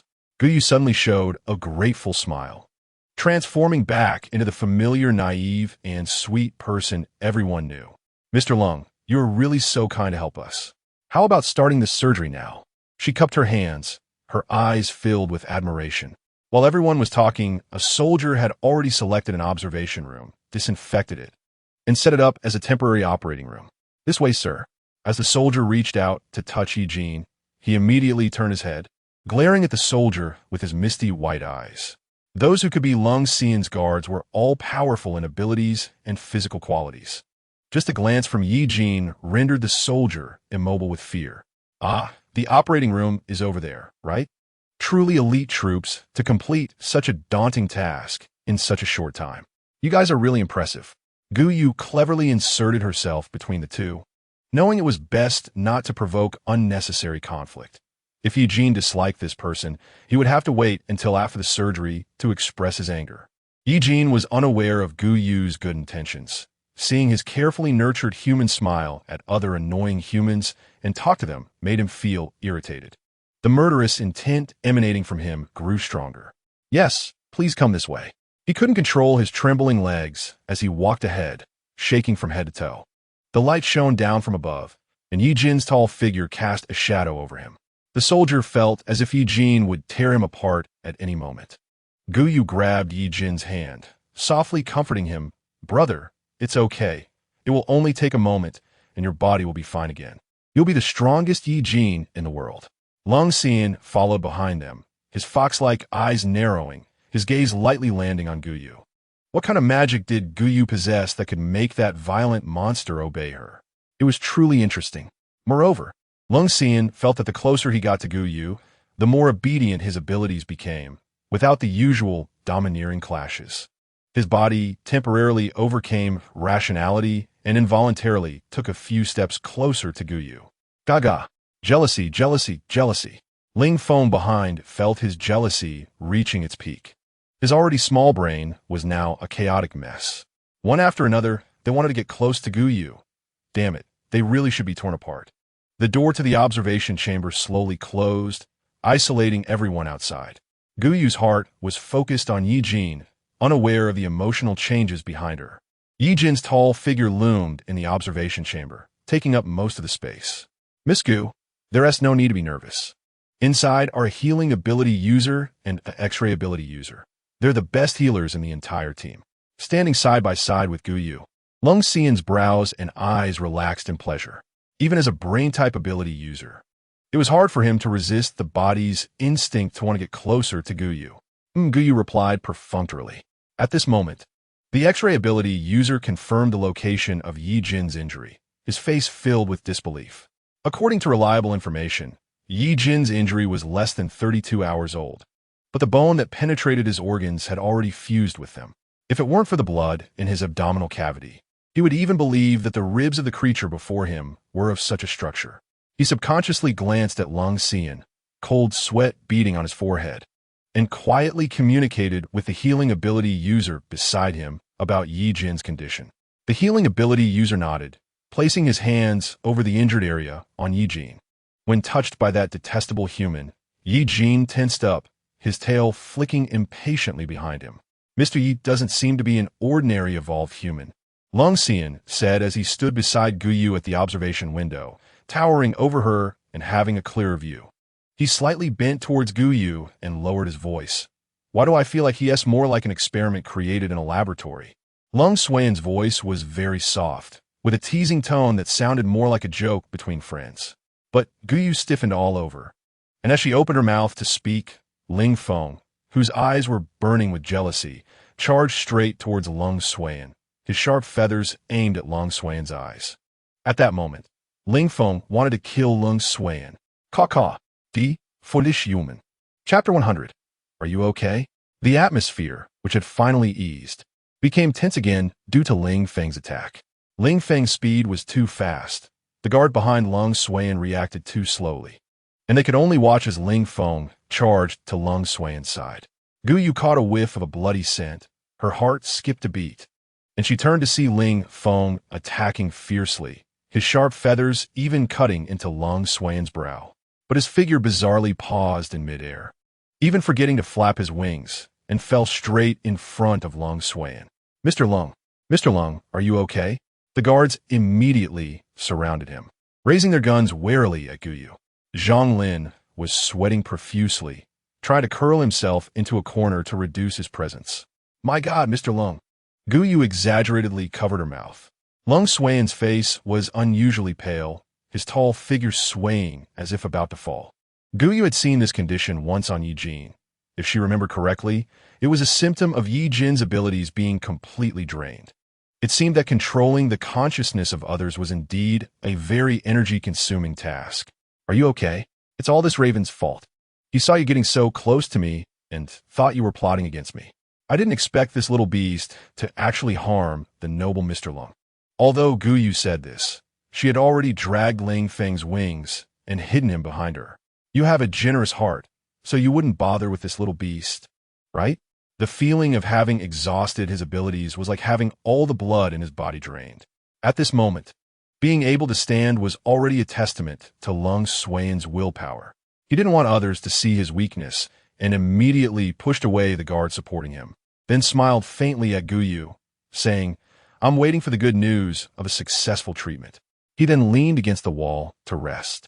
Guyu no longer paid much attention to Lung Suan. She picked up Ling Feng, absent-mindedly stroking his furry head. The observation window was too narrow, and most of her view was blocked by the two ability users, only able to see Ye Jin's tail rhythmically slapping the ground. Every part of it was extremely painful, and an ordinary person would have fainted. The three of them present had no confidence in controlling the monster that might go mad from the pain. Until the scalpel cut open Ye Jin's abdomen, he showed no signs of abnormality, aside from a furrowed brow and a hostile gaze fixed on them. Guyu saw Ye Jin's blood flowing from the wound, and within a few breaths, a puddle of bright red blood had already formed on the pristine white floor of the observation room. The vivid color stung Guyu's eyes, and as she stroked Ling Feng's head, she paused, even feeling a dull pain in her own abdomen. She apologetically kissed the top of Ling Feng's head, but her gaze never shifted from Ye Jin. Mr. Lung, the soldiers have lowered their voices and have checked the entire observation room.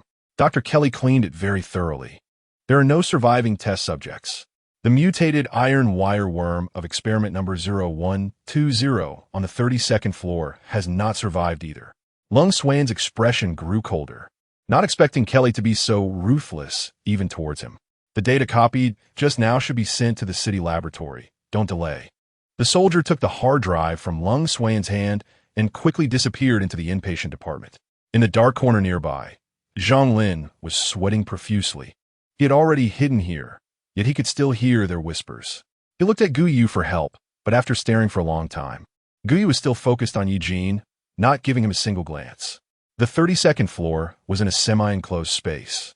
Ever since the self-destruction program was activated, the exhaust fans in the building had gradually stopped working and the air started to feel stuffy. The soldier closest to Guyu suddenly felt an indescribable sensation. All his abilities began to activate, the flow speed gradually increasing, putting his mind in a state of exhilaration. This feeling was incredibly good. He had never experienced such a delightful sensation before. Gradually, it wasn't just this soldier. It seemed that something in the air was gradually spreading, and everyone's state was off, as if they were under some sort of pleasurable illusion. Their eyes turned red, and they scanned around with fierce gazes. Finally settling on Guyu, the one with the lowest ability level could no longer resist. The gun in his hand fell to the ground with a clatter, his eyes turning red, and his limbs stiffened as he walked towards Guyu. Lung Suan was the first to sense that something was wrong. The situation was now out of control. The ability users had surrounded Guyu like hungry wolves encircling their prey, drooling with greed, wanting to devour her completely. What are you doing? Guyu felt the darkness in front of her. When she looked up, all the men were staring at her with greedy eyes, making her feel a sense of foreboding. Back off, she shouted, but it was completely ineffective. Those people seemed not to hear her words, reaching out to grab her shoulders and pushing her hard against the door of the observation room. Guyu felt a sharp pain in her back. The wound that had just scabbed over tore open again. The strength of these people was terrifying, and some were greedily buried in Guyu's neck, breathing heavily. Soldier, I command you to let go. Lung Suan's voice was buried in the low growls, and the obedient soldiers from before seemed not to hear him now. Guyu furrowed her brows tightly. The Ling Feng, who had not regained consciousness, was knocked to the ground. She quickly locked onto a soldier, biting her shoulder. He looked very young, barely 20, with youthful vigor in his eyes. This is a person, not a monster, not a zombie. Guyu's hand paused, and just as she was about to harden her heart and compress the space in the boy's brain, a loud crash came from the iron door of the observation room behind her. Boom! Ye Jin, who had been unknown behind her, suddenly stood up, and with a punch, he smashed the steel door, deforming it. His abdominal wound had not yet been stitched up by the healing ability user, but he hurriedly stood up. Bang, bang, bang. With 3 punches, Ye Jin broke through the iron door, and a large hand covered in black scales reached out from behind Guyu, grabbing the boy's head. Chapter 101. Rose with a slight increase in strength. There was a squelching sound as the boy's head was crushed by Ye Jin. Blood spraying onto Guyu's face, hot to the touch. She was momentarily stunned. Death was different from being a zombie. She could clearly feel the flow of life slipping away. Suddenly, her back was pressed against a warm embrace, and through the fabric, she could feel the muscular contours of Ye Jin's body. A powerful pressure from his abilities emanated from him, making the air feel oppressive and intimidating them into not daring to approach. It seemed that the suppression from Ye Jin's ability level caused the red hue in the soldiers' eyes to gradually fade, replaced by blank expressions, as if they didn't know what they had just done. Ye Jin looked down at Guyu, noticing the red liquid seeping from her body, and frowned. He felt a surge of killing intent. Invisible black tendrils lay on the floor, quickly crawling up the soldiers' calves and slowly wrapping around their necks. They suddenly felt a momentary pause in their breath and instinctively reached for their necks, only to find nothing there. They couldn't see or feel it, but the mind domain ability user, Lung Xian, could sense the danger approaching. Soldiers retreat. Lung Xian stepped forward, his eyes fixed firmly on Ye Jin's. Suddenly, Ye Jin felt his body go numb for a moment, and even his abilities seemed to slip out of his control. Everything in front of him turned pitch black, and a buzzing sound filled his ears. In just 5 seconds, everything returned to normal.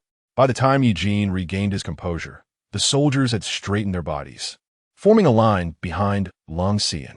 The attack was interrupted, and Ye Jin looked at Lung Xian with dissatisfaction. Oh dear, Mr. Lung, you can't repay kindness with enmity. We just helped you deal with the wounds in your body, and now you want to kill us? That's truly ungracious.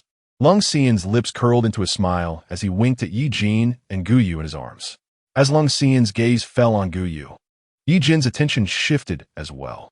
He extended his veined arm to block Guyu's eyes, preventing any eye contact between the two. You want to kill Guyu? Ye Jin's words were not as sharp as Lung Xian's. After all, the fox opposite him could turn black into white. I'm very sorry, but this is a misunderstanding. Why not ask Miss Gu what she has done? Lung Xian waved his hand, and the soldiers behind him did not hesitate, taking up positions at the 30-second safety corridor entrance. The corridor was eerily quiet, with Zhang Lin nowhere to be seen, and the raven, Ling Feng, was paralyzed on the ground by Lung Xian's ability. What have I done? Guyu's eyes were blocked by Ye Jin, unable to see anything, revealing only her red lips. Mr. Lung, what are you talking about? I don't understand. If I remember correctly, I am the victim here. Lung Xian stared at the back of Ye Jin's hand, as if he could see Guyu's eyes through Ye Jin's flesh. Miss Gu, you must come with us to the city. Lung Xian did not continue on with Guyu's line of questioning, but instead instructed her to go to the city. The city is the location of the central safety base. Even if Lung Xian didn't insist she go to the city, Guyu was already prepared to leave once the ice melted. Why? Guyu grasped Ye Jin's hand tightly, revealing only one pitiful eye. Her face was splattered with blood, making her look like a helpless kitten caught in a stormy night. Alphas have a deadly attraction to ability users. They will feel crazy about you and subconsciously want to approach you. I think only the central base can help you resolve this trouble. Deadly attraction? Guyu had already witnessed the madness of those ability users earlier, as if they wanted to tear her apart, their eyes filled with madness. She pondered for a moment. What is an alpha? Lung Xian sighed. You could say it's the core of a meteorite. A laboratory discovered a meteorite that emits a strange radiation, ignoring geographical restrictions and not weakening over time. We named it Alpha. The meteorite fragments scattered, and the core was lost for some reason, and it has yet to be found. He narrowed his eyes slightly. Alpha is solid, but can dissolve in living organisms, treating the organism as a host. Based on the reactions just now, it could be roughly judged that alpha fragments are likely in your body. Guyu frowned. She had never heard of what alpha was, nor did she know how it ended up in her body. As for the so-called deadly attraction, that should have been when she met Ling Li, who wanted to keep Guyu in his base. To show his sincerity, he had once revealed that Guyu has a deadly attraction to ability users. She unconsciously tightened her grip on Ye Jin's hand, which could basically be inferred that at least when she met Ling Li, alpha had already entered her body. I won't go. Sensing the unease of the person in his arms, Ye Jin lowered his head to sniff the sweet scent emanating from Guyu. He held her in a possessive manner, his cold gaze directed at Long Xian. I can protect Guyu. He lowered his head, planting a kiss on Guyu's head. I naturally trust Mr. Ye's abilities, Long Xian said in a calm tone, even placing himself in Ye Jin's position to think about the problem. With a coaxing tone, he added, but there are too many ability users coveting this attraction. The lower the level, the harder it is to resist alpha's allure. A few can be dealt with by Mr. Yi, but what about global ability users? They swarm like ants to candy. In the end, only Miss Gu will be hurt, and that outcome would be heartbreaking. Guyu watched as Long Xian extended an arm toward Ye Jin. His theatrical performance was too strong, almost like he was acting in a play. And you? Guyu spoke. What? Long Xian was taken aback. Will you also be tempted by this deadly attraction? Long Xian looked at Guyu and suddenly felt like laughing. Guyu was truly beyond his expectations, calm, fragile, and sharp, combined like a rose full of thorns in a garden.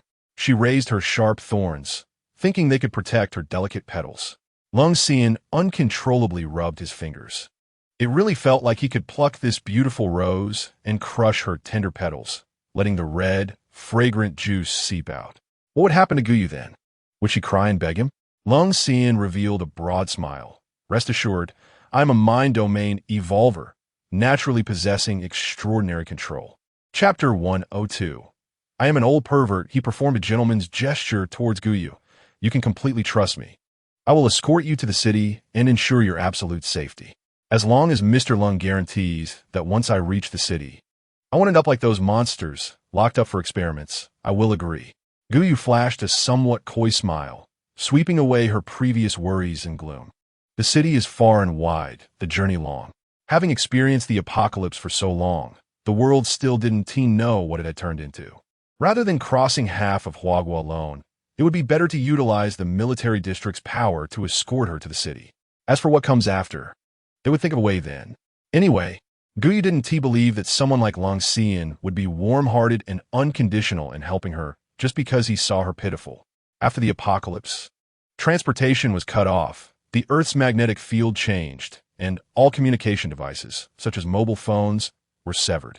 The military district relied on satellites developed by the central base, communicating through unique channels. Traveling from the city to the city was quite a distant journey. Guyu nodded in understanding. Then I'll trouble Mr. Long. It's good to have you with me. Guyu looked at Long Xian with starry eyes. If it weren't for you, I really wouldn't know what to do. Behind her, Ye Jin snorted in displeasure, gripping Guyu's shoulder slightly harder, causing her to almost lose her smile. Long Xian pretended not to notice anything as the car stopped downstairs. Mr. Long is waiting for the two of you at the hospital entrance. Okay, thank you, Mr. Long.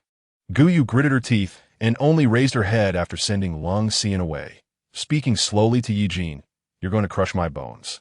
Only then did Ye Jin release his grip, having almost forgotten that the human body is extremely fragile and requires careful handling. Why do you want to go to the city with him? Ye Jin's voice was devoid of any inflection, sounding cold like a robot. It was quite terrifying to hear, but Guyu was not afraid. She mimicked Ye Jin's earlier tone and snorted. Even if Long Xian doesn't say so, we must go to the city. Zombies will evolve. If a large tide of zombies forms, small and medium-sized safe zones won't be able to resist. And that damn alpha, Guyu frowned, her hands hanging around Ye Jin's neck. At this moment, Ye Jin was estimated to be over 2 meters tall, and Guyu could only tiptoe, her whole body hanging on him. I have no idea how that thing got into my body. The attribute of deadly attraction is simply lethal. I really don't want to encounter a superpowered individual outside who would want to tear me apart. She looked into Ye Jin's eyes and pitifully said, I just want to be with my brother. I don't want others to have their eyes on me. Let's go to the city together, okay? She swayed her body, her voice becoming softer. Ye Jin frowned, using his not-so-smart brain to weigh the pros and cons, and reluctantly nodded in agreement. I knew my brother was the best for me. Gu Yu's eyes sparkled with joy, but suddenly her exposed arm brushed against Ye Jin's cold scales. She caressed the fine black scales and asked, "But brother, can you transform into a human form? It would attract too much attention to go out like this." Ye Jin must have sensed the threat to his life and was forced to display his second form. Logically, the two forms could be transformed into each other. Ye Jin turned to look at Gu Yu, and suddenly Gu Yu found herself empty-handed as Ye Jin's body slowly shrank, the black scales disappearing into his skin. In front of Gu Yu, a 2-meter monster gradually transformed into a human shape. Ye Jin's clothes were damaged in battle, and now he was naked, showing his whole body to Gu Yu without any modesty. Even after seeing it countless times, Gu Yu still felt shy about the perfect body before her, resembling a Western sculpture. She took out a set of clothes identical to the previous ones from her space and tossed them to Ye Jin. "Hurry and put it on." "I can't," Ye Jin said confidently. "What do you mean you can't? Didn't I teach you before?" Gu Yu widened her eyes, her gaze inadvertently glued to Ye Jin's chest, her vision fixated on his perfect abs and the V-line. Looking further down, Gu Yu quickly closed her eyes, cursing herself in her heart. "You old pervert. What time is it now? How can you still be staring at a man's perfect body?" There were still many zombies in the city, and they couldn't afford to waste too much time. Gu Yu could only focus on the reflections of light bulbs on the ground while rubbing Ye Jin's body, helping him put on the clothes. By the end, Gu Yu's cheeks were uncontrollably flushed. After putting the last piece of clothing on Ye Jin, she finally breathed a sigh of relief. "All right, brother, let's go down." Until now, Gu Yu still felt shy to look up at Ye Jin's deep eyes. Ye Jin's expressionless face had a slight curve at the corners of his mouth. He finally understood why Gu Yu liked to tease him before. Watching her shy little expressions was one of the few interesting things in Ye Jin's long and boring life.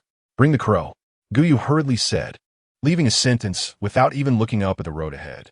Ye Jin frowned as he looked at the crow lying on the ground, rolling its eyes, and somewhat disdainfully grabbed its feet, shaking Lin Feng upside down. Lin Feng flapped its wings and broke free from Ye Jin's grip. "Caw-caw, stupid human.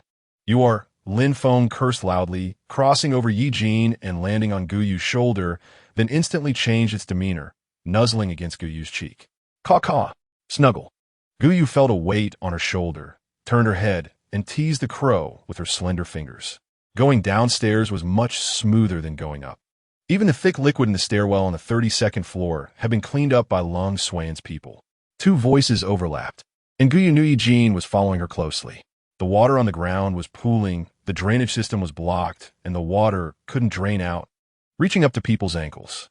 The extreme cold weather had passed, and the temperature was rising. Chapter 103. Look at me, the melted ice water was bone-chilling, and Gu Yu seemed to be in a daze, staring down at the melting ice surface. She didn't expect the extreme cold temperatures to pass so quickly, which gave her a sense of unreality. "Put me down. So many people are watching." Gu Yu looked up. The soldiers had long been waiting at the hospital's entrance, with quite a few zombie corpses on the ground, clearly having waited for a while. Hearing the sound of water splashing behind her, all the soldiers turned back in unison, locking eyes with Gu Yu. Gu Yu inexplicably felt embarrassed, gently patting Ye Jin's chest, wanting him to let her down. Ye Jin didn't loosen his grip. His strength was immense, and as long as he didn't want to do something, no one could force him to do it with brute force. "It's cold, you'll get sick," Ye Jin said stiffly. "Behave." His voice was low as he leaned closer to Gu Yu's ear, accompanied by the shrieks of zombies outside, making Gu Yu's ears slightly redden. Gu Yu knew she couldn't win against Ye Jin, so it was better to go along with him this time and take the initiative next time. Even though Ye Jin's mind was much clearer, it was only at the level of a normal person's thinking, far inferior to Gu Yu's cunning. Gu Yu had tricked him, and Ye Jin felt quite comfortable about it, not forgetting to sigh, "Humans are really nice." He quickly walked forward, his strong hands cradling Gu Yu, holding her tightly in his embrace. Humans are too fragile. Ye Jin still remembered how Gu Yu had fallen into the water before, nearly dying from illness. He wasn't sure if this water would make Gu Yu sick, so he decided to protect her well. Ye Jin walked into the soldier's protective circle as if no one was there, single-handedly lifting Guyu and placing her in the vehicle before he climbed onto the vehicle himself. After a few days, the base had actually produced a vehicle with tires over a meter high. The tires were not made of ordinary rubber and were covered with spikes, clearly designed for icy surfaces. A soldier glanced at Guyu through the rear-view mirror. He was the one with the highest superpower level in the group. And even facing Guyu, he found it hard to control his emotions, red veins creeping up at his eyes, and his hands holding the steering wheel trembled uncontrollably. He gripped his palms tightly, the excruciating pain jolting him back to his senses. The soldier unsteadily asked Lung Suan, "Mr. Lung, the personnel are in position. May we depart?" Lung Suan sat in the back seat, seemingly not hearing the soldier's trembling voice.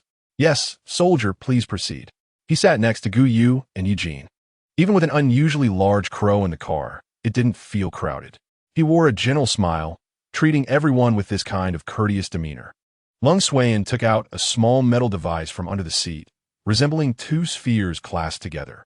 He gently twisted it, emitting a faint blue light barely visible to the naked eye, enveloping the entire vehicle. This blue light temporarily suppressed the Alpha's rays, briefly shielding Guyu from the allure of superpowered individuals. It wasn't until the allure faded that the soldiers dared to breathe deeply.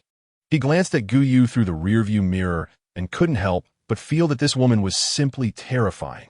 Suddenly, a cold gaze shot over, carrying a powerful pressure. It was a monster beside Guyu.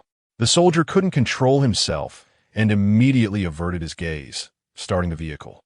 A total of 5 vehicles were driving on the icy surface, with 4 in front and 1 behind, sandwiching their vehicle in the middle. The ice surface was mixed with water, making it extremely slippery. The vehicle slowly started, the speed not fast but exceptionally steady, showing no signs of skidding on the icy surface.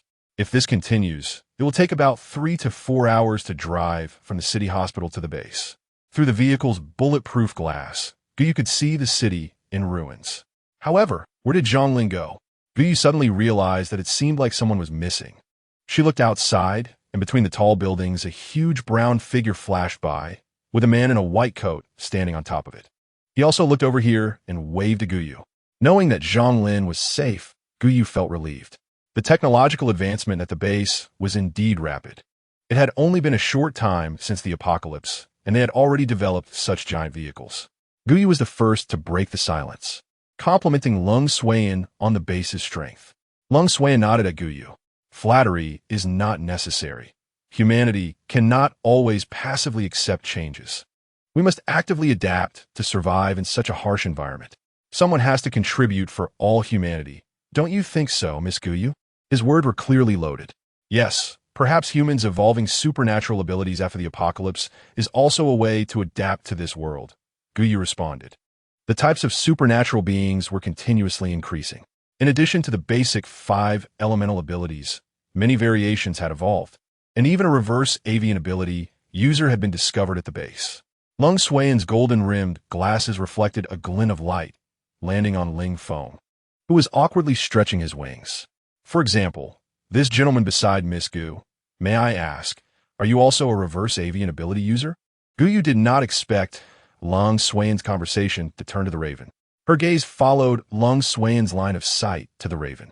Feeling Guyu's gaze, the raven nuzzled Guyu's palm and cawed twice. How could that be?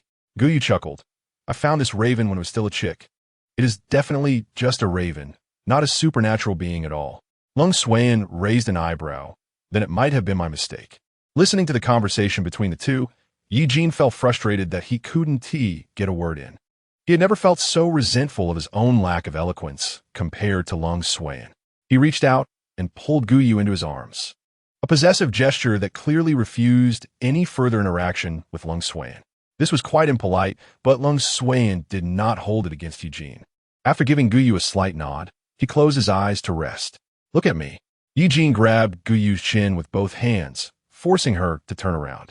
Initially, Ye Jin's brow was tightly furrowed, but when he met Guyu's gaze, he instinctively relaxed. Look at me. Chapter 104. The phenomenon of large-scale attraction. Guyu sighed inwardly. Ye Jin was becoming increasingly difficult to deal with, constantly sulking and jealous, showing no awareness of being a powerful monster. With others around, she had to give Ye Jin some face. His obedient demeanor made Ye Jin like her even more. His hands caressed Guyu's cheeks, starting to attract her. Ye Jin rubbed his high nose against the side of Guyu's face and neck, effortlessly pinning the raven under the seat without even looking up.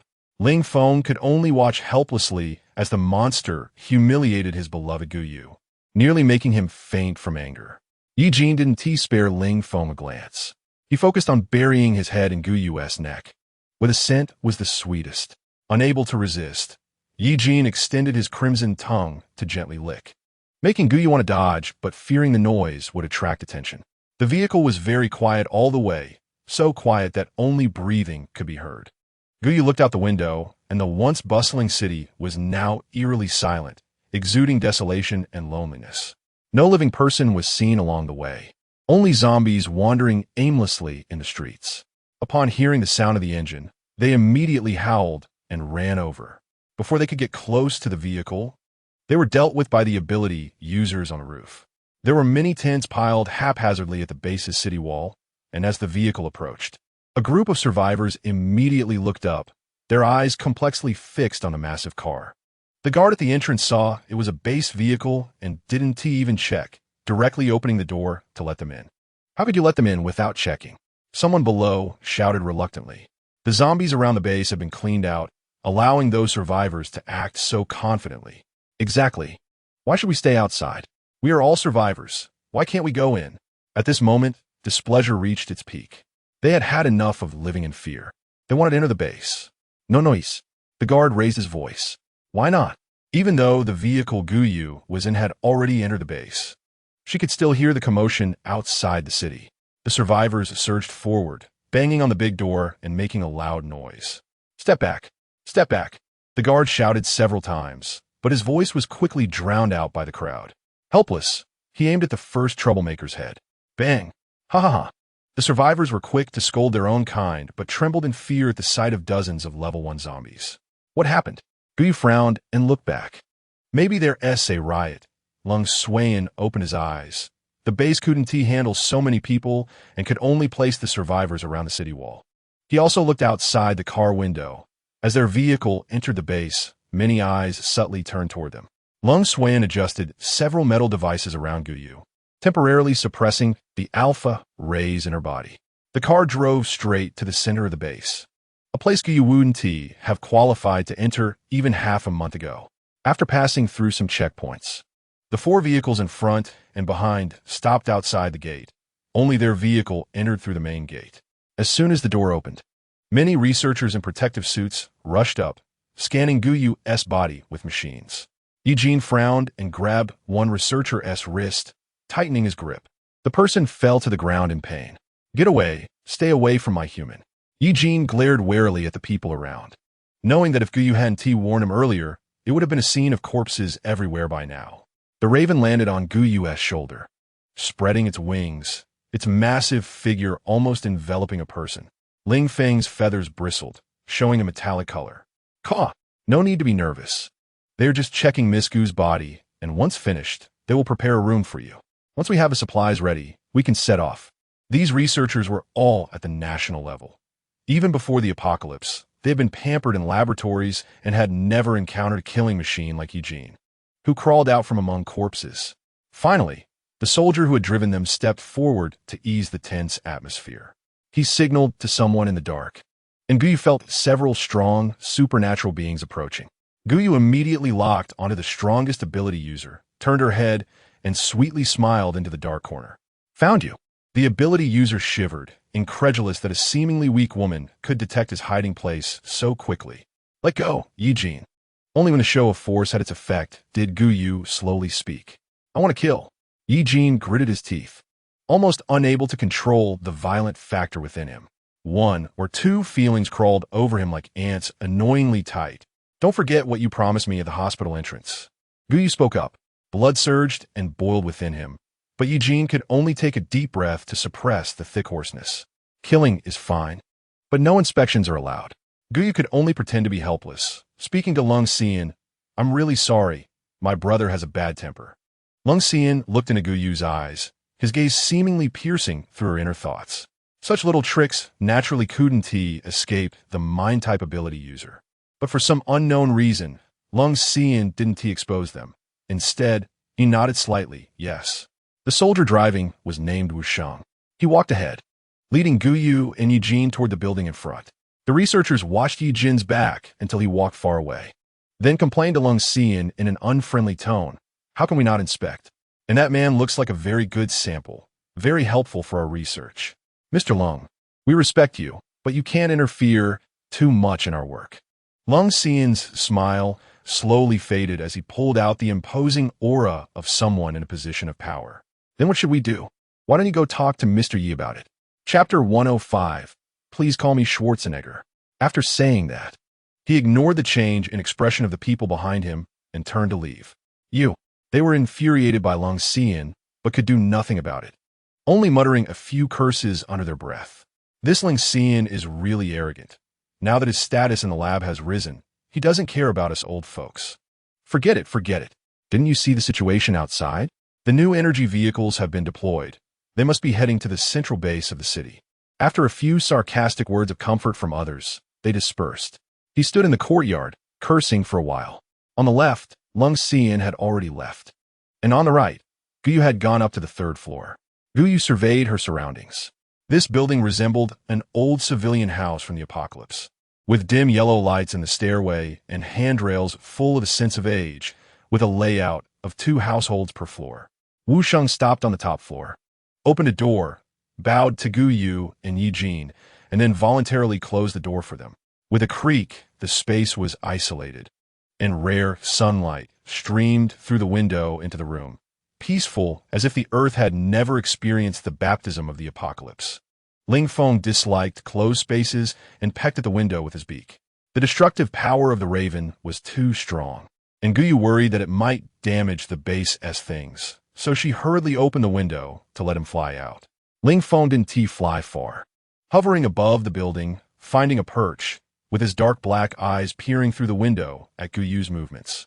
Gu Yu cautiously glanced around the room. The space was about 80 to 90 square meters, with a kitchen, bathroom, and even a solar water heater. Heaven knows how long it had been since Gu Yu had taken a proper bath. After fighting zombies all day, she felt like she was marinating in the stench of their blood, and she couldn't understand how Ye Jin could bear to kiss her. Gu Yu felt an overwhelming sense of affection for the water heater. Ordinary home appliances before the apocalypse were now irreplaceable, even with money. Who would care about the water temperature while bathing when they couldn't even get enough to eat? Gu Yu wanted to close the door and take a good bath. But as she stepped back, she accidentally stepped on Ye Jin's foot. Given Ye Jin's reaction speed, if he didn't want her to touch him, she wouldn't have been able to. What are you doing?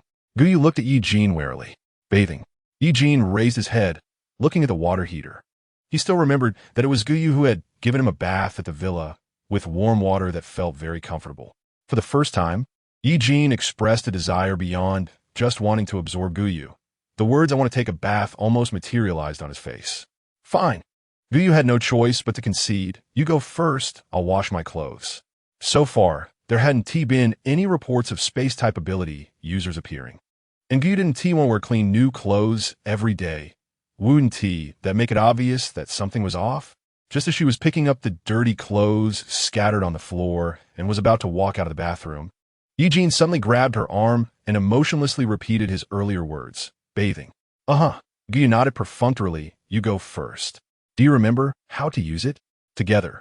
Ye Jin emphasized, bathing. Gu Yu. Ye Jin, do you know what men and women have their differences means? It's about us.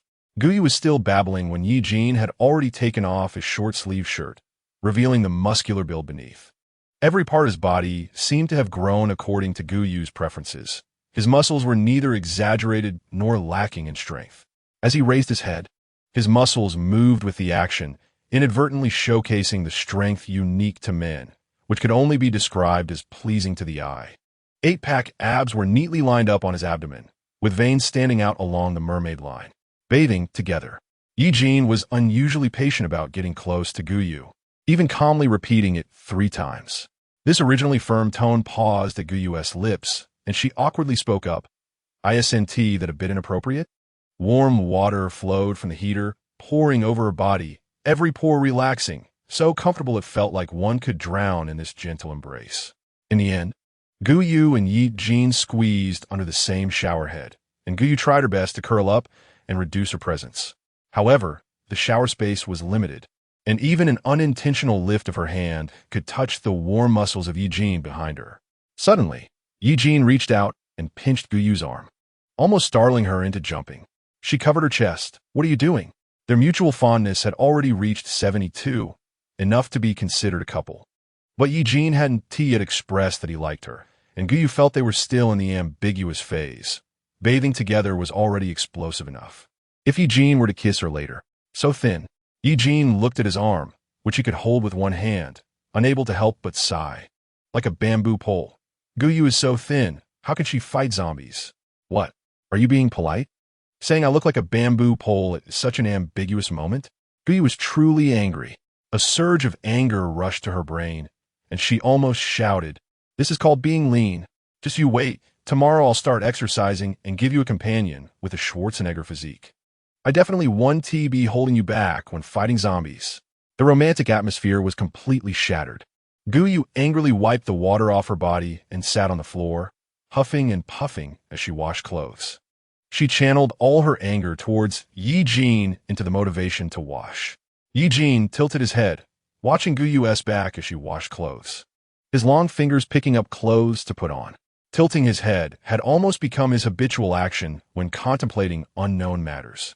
After a while, as Guyu was about to finish washing her clothes, Ye Jin suddenly realized, "Are you angry because of Schwarzenegger?" "Damn Schwarzenegger." Guyu shook the clothes vigorously, splashing droplets onto Ye Jin. She kept a cold face. "I'm not angry. Just let me finish quickly so I can exercise." The monster couldn't discern the sarcasm in human speech, and Ye Jin nodded. "Okay, I'll help you exercise. It will make you stronger." Suddenly, the base became busy. With huge vehicles driving out of the warehouse and the material supply, warehouses hadn't been idle all day. But all this had nothing to do with Guyu and Ye Jin. Taking advantage of the comfortable environment, Guyu began to take stock of the supplies in the space.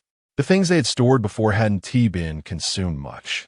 It only seemed empty because the space had leveled up once. If it weren't for the annoying people, they could have gone to the city to collect a bit more supplies. Guyu organized the items neatly according to their needs. Clothes occupied one corner, with underwear and outerwear stacked separately into two piles. Chapter 106. Destiny made me like you. I listened to Destiny. Food took up most of the space with King Goods. Instant foods, a small amount of vegetables, fruits, and a stack of prepackaged meals. There were 3 stacks of mineral water, cola, and large bottles of drinking water. A small stack of chili, pepper, soy sauce, vinegar, and salt was set aside. A stack of frozen beef, lamb, pork, ham, and frozen fish was also present. A small stack of sleeping bags, tents, and outdoor gear was included. 50 packs of cigarettes from various brands. Nearly 100 bottles of liquor, beer, and foreign wine were gathered.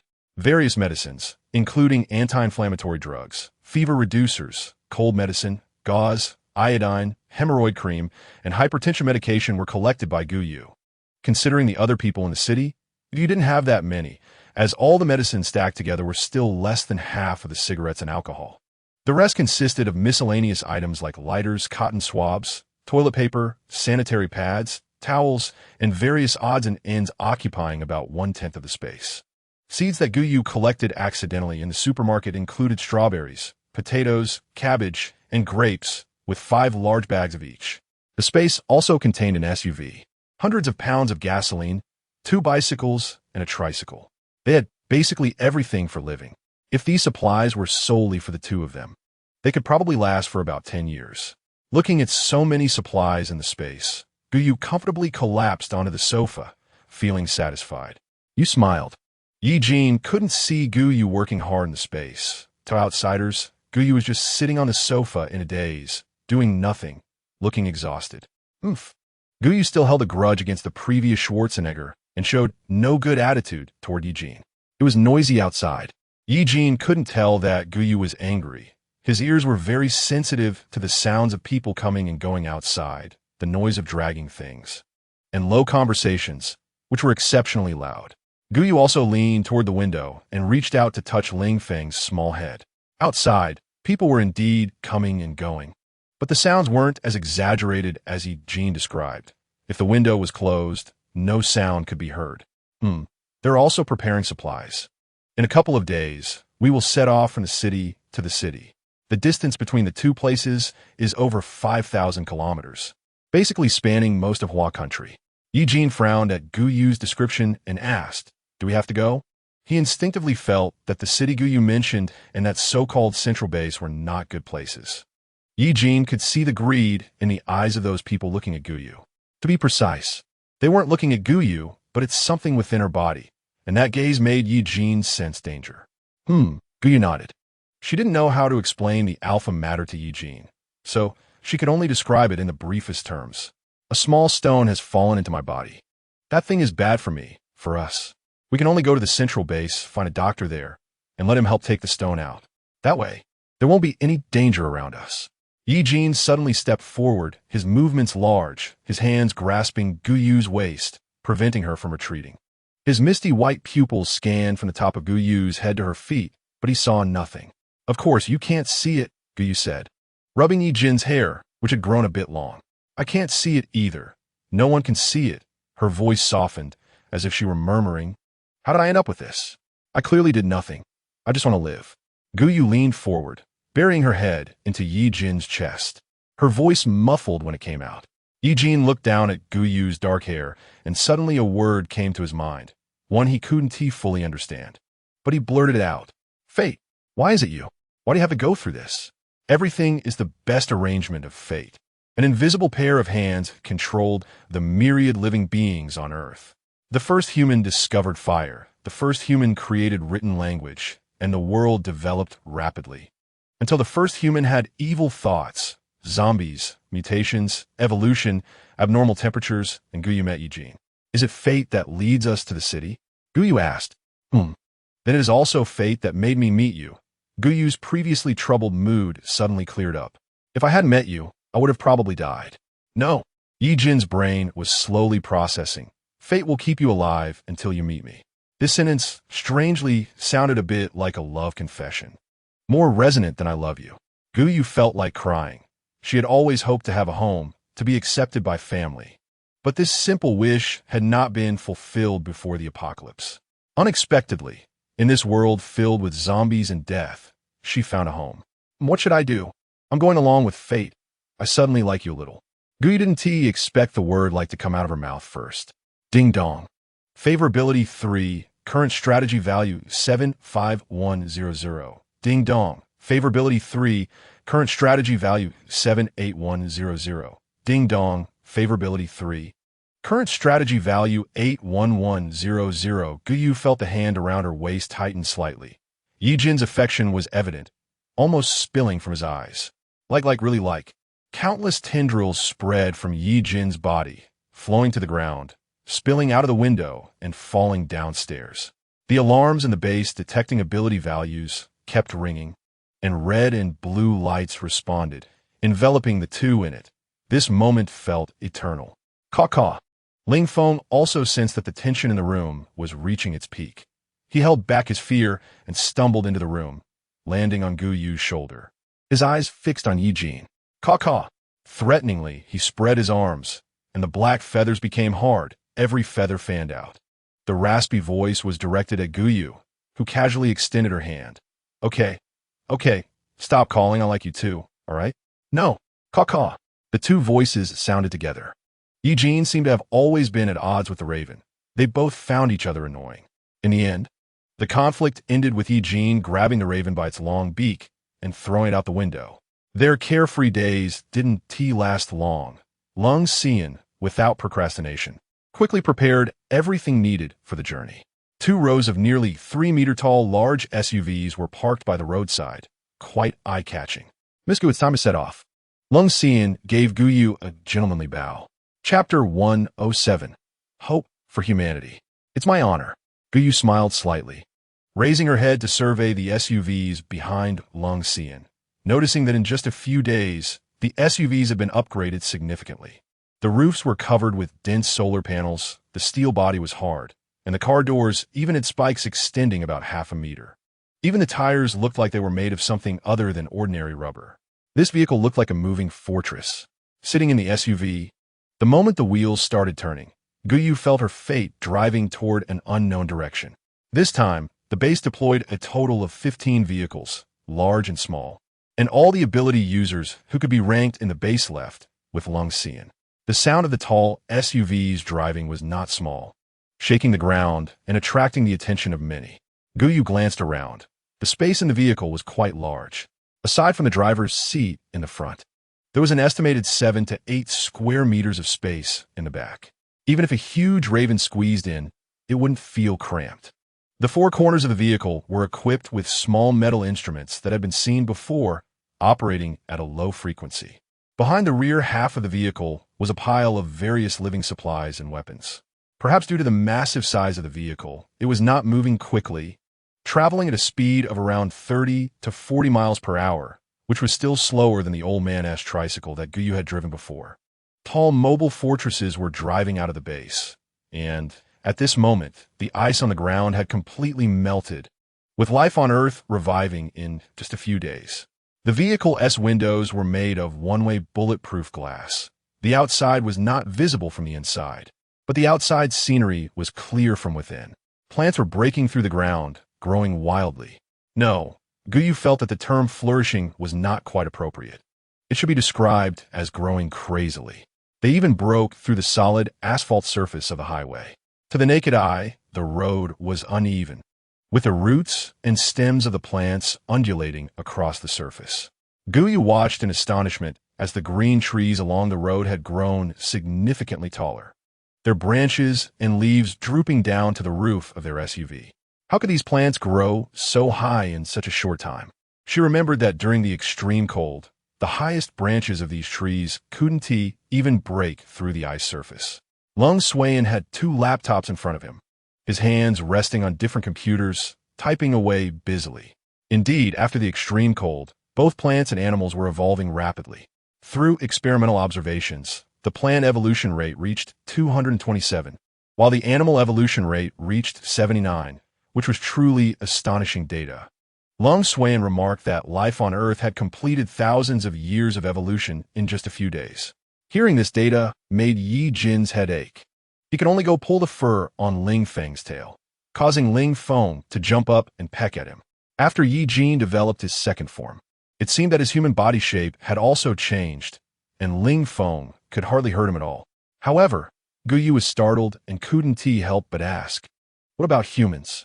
If this continues, the Earth will soon be taken over by animals and plants, and humans will fall from their dominant position to the bottom of the food chain, leading to extinction." Lung Xuan looked up, the golden-rimmed glasses reflecting the dense experimental charts on the computer. "So, it is very likely, Miss Gu, that you are the only hope for humanity to survive in this harsh environment." The title of the only hope was too heavy. Just hearing it made Guyu feel breathless. Can't humans evolve themselves? If eliminated, it only means that this species cannot adapt to survive in this environment. Ye Jin suddenly spoke up. It was rare for Ye Jin to say so much in one breath, and Guyu was still processing his words. On the contrary, Lung Xuan smiled. This can also be considered a form of evolution. For the sake of humanity, we must try. Clearly disagreeing with Lung Xuan's statement. The convoy of 15 massive SUVs was exceptionally eye-catching, even in an environment where plants were rapidly growing after the apocalypse. After about 4 or 5 hours, the outline of the base behind them was no longer visible. Driver Wu Sheng suddenly made a sharp turn, causing their vehicle to split from the convoy at a fork in the road, while the other vehicles continued to drive forward as if they hadn't seen them. Ye Jin kept a vigilant eye on Lung Xuan.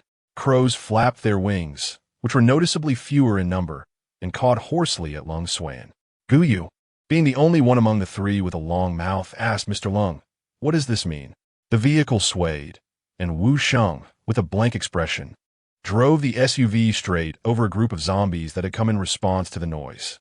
There was a sound of bones cracking as the level 1 zombies were crushed into pulp. So many vehicles are too conspicuous. Lung wants to send Miss Gu to the base unharmed. If Miss Gu were to get hurt because of Lung's decision, that would truly be Lung's regret. Lung Xuan looked at Guyu, who was sitting in Ye Jin's arms, feeling somewhat regretful. How could someone with so many secrets be so closely guarded by this monster?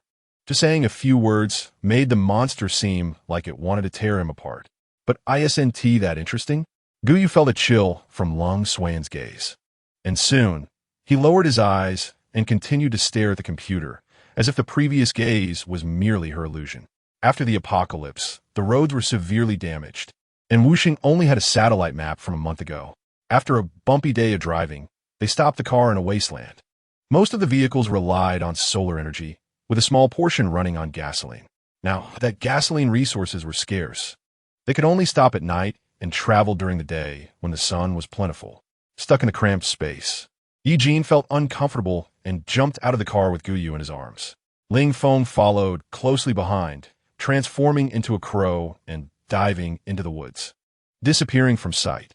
Compared to this unreliable group, Wusheng seemed much more dependable. He took out tools from the vehicle, picked up branches from the ground, set up a pot, and began cooking. As night fell, light illuminated the dim surroundings.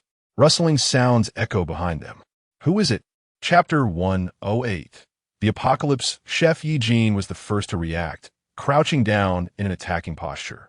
The grass behind them shook, and Wusheng quickly drew his gun, aiming the dark muzzle at the rustling grass.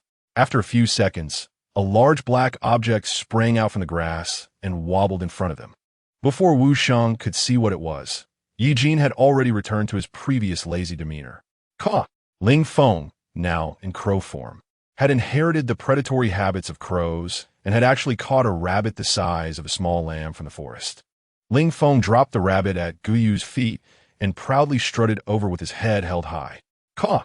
Guyu felt that the crow's expression was shouting praise me. She reached out to rub the top of the crow's head. Wow, you're amazing. You caught such a big rabbit. Just as Ling Feng was enjoying Guyu's affection, Ye Jin suddenly came over, grabbing the rabbit by its ears and walking towards the riverbank. He revealed his sharp claws and made a quick incision in the rabbit's abdomen, gutting it, and threw the bloody rabbit meat in front of Wusheng. Eat rabbit. This is meat. Wusheng swallowed hard. After the apocalypse, he had only been eating instant food and compressed biscuits with a bland, bird-like taste in his mouth. He directly scooped out a pile of brown, unidentifiable substance from the pot, which sat in the bowl like a sticky lump. The liquid was like mucus, with the head submerged in the bowl and the tail still in the pot. Wait, Wusheng, can you cook? Hearing Guyu call out to him, Wusheng's hand paused. He looked up, frozen in place, as the previous incident where Guyu made him lose control still haunted him. No, he absolutely could not let him waste food. Let me do it, Guyu said with a sweet smile. You've worked hard driving all day. I'll take care of cooking from now on, for the sake of her own health and to avoid food poisoning in the apocalypse. She resolutely took on the responsibility of cooking. Wusheng instinctively looked up at the SUV, where the window was slightly opened, and Lung Xuan nodded at him. Only then did Wusheng hand over the pot and straighten up to patrol around the SUV. What a blockhead, right? Guyu whispered to Ye Jin. My brother is the best, listens to me, and treats me kindly, not wanting me to suffer. Last time, her favorability increased by 9 points, reaching 81. And Ye Jin could already tell that Guyu had something to say. He lowered his head and pinched Guyu's chin, staring at her deer-like eyes, applying a little pressure that made Guyu's cheeks flush. Just say it. Ye Jin's fingers slowly moved, pinching Guyu's lips into a pout. Guyu moved her lips and said, Thank you, brother, kiss. This was the tone Guyu used when she learned to act cute like a green tea girl. But unexpectedly, Ye Jin really leaned down and kissed Guyu on the lips. Her pouted lips made it easier for Ye Jin's actions, and his sharp canine teeth gently bit Guyu's lips. Good. Ye Jin finally released Guyu, glancing at the car with a possessive gaze. Lung Xuan coldly turned his eyes away, focusing on his computer. Guyu's cooking skills weren't particularly good. She simply added some seasoning. And while it wasn't a feast for the senses, it was still infinitely better than the pot of snot that Wusheng made. Looking at the rabbit, she couldn't resist the appetites of this group of people, not to mention the abilities users. Even Ye Jin and the raven wouldn't be satisfied with just this rabbit. As the sun completely sank below the horizon, Long Suan spoke up. Wu Sheng extinguished the fire. Wu Sheng was very efficient, and soon the fire's soft glow disappeared from Guyu's sight. Outside was different from the base. Everyone would take turns on night duty tonight. Long Suan quickly arranged the personnel. By deep night, the creatures would become more active, and Guyu could even feel many black shadows darting through the jungle. She wondered if Long Suan's off-road vehicle could withstand the attacks of wild animals. Ye Jin rolled over a blanket, wrapping Guyu in it, saying, "Sleep. If there's danger, wake me." After she forced herself to say this, she fell into darkness. Guyu felt someone gently patting her arm in her dream. She suddenly opened her eyes, just about to ask what was happening when a large hand suddenly covered her mouth. Ye Jin covered Guyu's mouth while Long Suan pinched Raven's sharp beak, and the entire vehicle fell into a dead silence. Not even a breath could be heard. Guyu then noticed a pair of eyes pressed against the glass, staring directly inside. Although she knew the glass was one way, she was still frightened into holding her breath by those eerie eyes. After a while, the eyes slowly moved, seemingly realizing that they couldn't see anything from this side, and left the side window of the vehicle. "What is going on?" Guyu leaned close to Ye Jin and almost whispered, "People." The one answering Guyu was Long Suan, motioning for her to lean by the window and look down. Below the car were many people, their flashlights emitting weak beams of light. These people were likely villagers from nearby, as survival chances in villages were much higher than in cities during the apocalypse. One person below was stabbing the off-road vehicle's tire with a knife, producing a metallic clashing sound in the darkness. Immediately, someone stopped him. "Are you stupid? What the people inside here?" "Bro, this time we're definitely after a big fish. Look at this off-road vehicle, so impressive." Greed glinted in the man's eyes. Long Suan and Ye Jin made a gesture to Wu Sheng, who pulled open a handle under the vehicle. The underside was dark, leading directly to the ground. Wu Sheng jumped down first, but Ye Jin irritably thumped the blanket with his tail, throwing a mocking glance at Long Suan. Stupid humans still think they can lead him. Long Suan's eyes suddenly turned cold. He didn't like the feeling of things being out of his control, but that displeasure was quickly suppressed. He gave Guyu a helpless smile. Chapter 109. I am ruthless. The people below hadn't noticed that Wu Sheng had already slid down through the secret passage.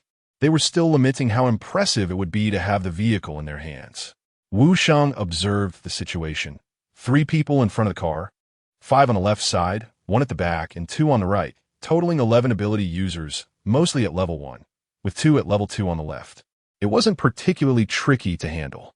Wu Sheng took a deep breath and suddenly slid out from the left side of the vehicle, his target clear as he charged directly at the 2 highest level ability users. He moved extremely quickly, and Guyu could see a red ability covering Wu Sheng. Moving swiftly in the darkness, a flash of fire appeared in the dark. The flames of ability users were different from regular fire. Once they clung to a person's flesh, they burned fiercely, unable to be extinguished. Those people had no idea what was happening when they suddenly heard someone scream in agony, followed by the heavy sound of a body hitting the ground. "Who? There's someone here." Even through the car door, Guyu could smell the scent of burnt flesh. In just a few breaths, Wu Sheng had already dealt with all the people below. After confirming there were no enemies left, he saluted in Long Suan's direction. "Mr. Long, all taken care of." The car door opened, and the people below had lost their ability to attack, only able to moan while covering the wounds Wu Sheng inflicted on them. Long Suan jumped down from the car, and Guyu hadn't seen so many wild humans outside for a long time. Feeling curious about how they survived in such a brutal environment, she patted Ye Jin's arm, signaling him to follow Long Suan out of the car. Long Suan walked straight to the highest level ability user, dropping any previous subtle probing. He directly asked, "Who sent you here?" "No one sent us. I just thought your car looked good and wanted to take it." The man was tough, initially provoking Long Suan, but suddenly his expression changed as he saw something. His pupils constricted sharply. A giant crow. Ling Feng was very interested in powerful prey. Devouring their flesh would also elevate his strength, allowing him to keep what he liked close when he became strong. He excitedly spread his wings, and his sharp feathers sliced through the man's neck. The smell of blood filling the forest. Long Suan curled his lips, the cruel look in his golden eyes not concealed. My poor child, you haven't eaten enough today. Go ahead. The raven's pitch-black eyes stared at the man without any emotion, while Ling Feng was particularly interested in shiny things, pecking directly at the man's eyes. Ah! The man was terrified. At such a close distance, he could clearly see Ling Feng's evolved sharp teeth. I'll talk. Don't kill me. It was Tang Yu who sent us. He screamed in panic. Stop. Lung Xuan spoke lightly. Ling Feng completely ignored Lung Xuan's words, opening his mouth wide, heading straight for the man's eyeball. The man struggled wildly, turning his head forcefully, and Ling Feng tore off a large piece of his face. Sir, it's truly unfortunate. It seems he doesn't listen to me. I deeply regret your situation. The raven pinned down the struggling prey with one claw, about to peck out the eyeball. Stop. Guyu frowned and spoke. Ling Feng, hearing the familiar voice, reluctantly stopped, flapping his wings to land on Guyu's shoulder. Don't eat any dirty things. Guyu disdainfully wiped the blood off Ling Feng's mouth and feathers with a cloth. The man had already fainted from fear of Ling Feng. His eyes rolled back. Lung Xuan didn't mind that Guyu interrupted his display of power. He maintained a faint smile on his face and turned to the second level 2 ability user. Next question is for you, sir. Who is Tang Yu, and what is his ability? Just now, he saw his companion being torn apart by a raven. When he turned his head, he could even see the skull through the bloody wound on his companion's face. Trembling, he spoke up. It's the village bully from a nearby village. He can temporarily block the senses of ability users. After the apocalypse, several villages banded together, and we survived by robbing and killing for supplies. I really don't know anything else. Oh, that's quite an impressive ability. Lung Xuan responded off-topic, instead praising Tang Yu's ability. Listening to their descriptions, Wu Sheng pulled up a satellite map. The small road ahead was their only way to the city, flanked by farmland. And they were unfamiliar with the terrain, not knowing what dangers lay in the fields on either side, so they could only proceed along the asphalt road. Taking advantage of the two looking at the map, the villagers quickly exchanged glances. Suddenly, one person charged forward, wielding a machete. With a clear target, he aimed directly at Guyu, who appeared the weakest in the group. He was a speed-type ability user, the least injured among them, able to cover the 13-meter distance in just a second. Guyu sensed someone rushing towards her, but her ability was of no use against speed. By the time she locked onto the man's position, he was already within 2 meters. Don't move, or I'll kill this little girl. He wore a sneer, and even before the long knife touched Guyu's neck, he had already issued his threat. Suddenly, he felt a chill in his chest, and his speed slowed considerably. He looked down in shock to find a large hole had been pierced through his chest, through which he could see the astonished expression of his companion behind him. The man collapsed to the ground, clutching his chest and gasping for breath. No, don't kill me. I have kids at home. My child is only 3 months old. Ye Jin emerged from the darkness, placing a hand in front of Guyu, shielding her in his embrace. Guyu's gaze was cold, showing no emotion, and even the mention of the man's child did not sway her heart to spare him. Raven, kill him. Ling Feng let out a strange cry, and every feather on his body spread out to its fullest. The man felt a chill in his throat, blood gushing out as he fell heavily to the ground, never to make another sound. What kind of ability is this? They still thought it was Guyu who killed him. Guyu, pretending to be fierce, petted the ruffled raven, saying, Don't ask what shouldn't be asked. We're just passing through and have no interest in you. Chapter 110. Sister's cake is super big with Ye Jin, who is tall and strong, leaning behind Guyu, and a fierce raven perched on his shoulder. She felt much more confident speaking. Lung Xuan glanced at his arm. It was getting late, so they should rest and deal with tomorrow's matters tomorrow. As soon as he finished speaking, everyone immediately looked up at Lung Xuan, eager to hear his decision, but he remained silent, leaving them restless all night. Wu Sheng, tie them up, Lung Xuan commanded, then opened the car door, politely inviting Guyu to enter first. Ye Jin lifted Guyu effortlessly, and just as he was about to leap into the car, Lung Xuan suddenly spoke in his ear. Everyone's goal is to safely get Miss Gu to the city. I hope Mr. Yi won't hold such hostility towards me. After all, no one wants to see something happen to Miss Gu, right? Now we're all tied together like grasshoppers on the same rope. Ye Jin seemed to understand the hidden meaning in Lung Xuan's words, but he dismissed it with a scoff. His strength had been forged in battles against monsters, and he was confident in his ability to protect the human he cared for. He was self-assured and arrogant. Everything in the world is constantly evolving. Mr. Yi, do you think you, who possess human genes, can evolve faster than those plants and animals? Lung Sui's smile faded. Guyu waited for a long time, feeling the cold wind blowing in through the car door, but the two behind her still hadn't gotten in. She hugged the raven to shield herself from the chill and stuck her head out, asking, "Why aren't you coming up?" "I'm here." Lung Sui's expression changed quickly. He smiled and said to Ye Jin, "Please, Mr. Yi." Ye Jin expressionlessly walked past Lung Sui and sat on the blanket, staring silently at him. "What happened?" Guyu asked tentatively. "Nothing." Ye Jin's voice sounded stiff. Guyu clearly didn't believe him and turned to Lung Sui. "We just talked about some matters regarding ability levels." Guyu looked at the standard smile on Lung Sui's face and began to doubt. Was this person always so insincerely smiling? Wasn't it exhausting? Their relationship was merely one of mutual use, and Guyu maintained a distant politeness. However, when it came to the issue of ability levels, she was genuinely curious about the promotion mechanisms for abilities, wondering if other ability users had the same system as her space-type ability. Seeing Guyu's interest in the topic, Lung Sui began to explain, there are many ways to trigger abilities. It could be through evolution that aligns with the times, by being scratched by zombies, or by viruses activating the body's abilities, or even influenced by alpha rays. Lung Sui did not mention the third possibility, as that experiment wasn't particularly successful. The lab's artificial replication of alpha rays could only create various strange monsters.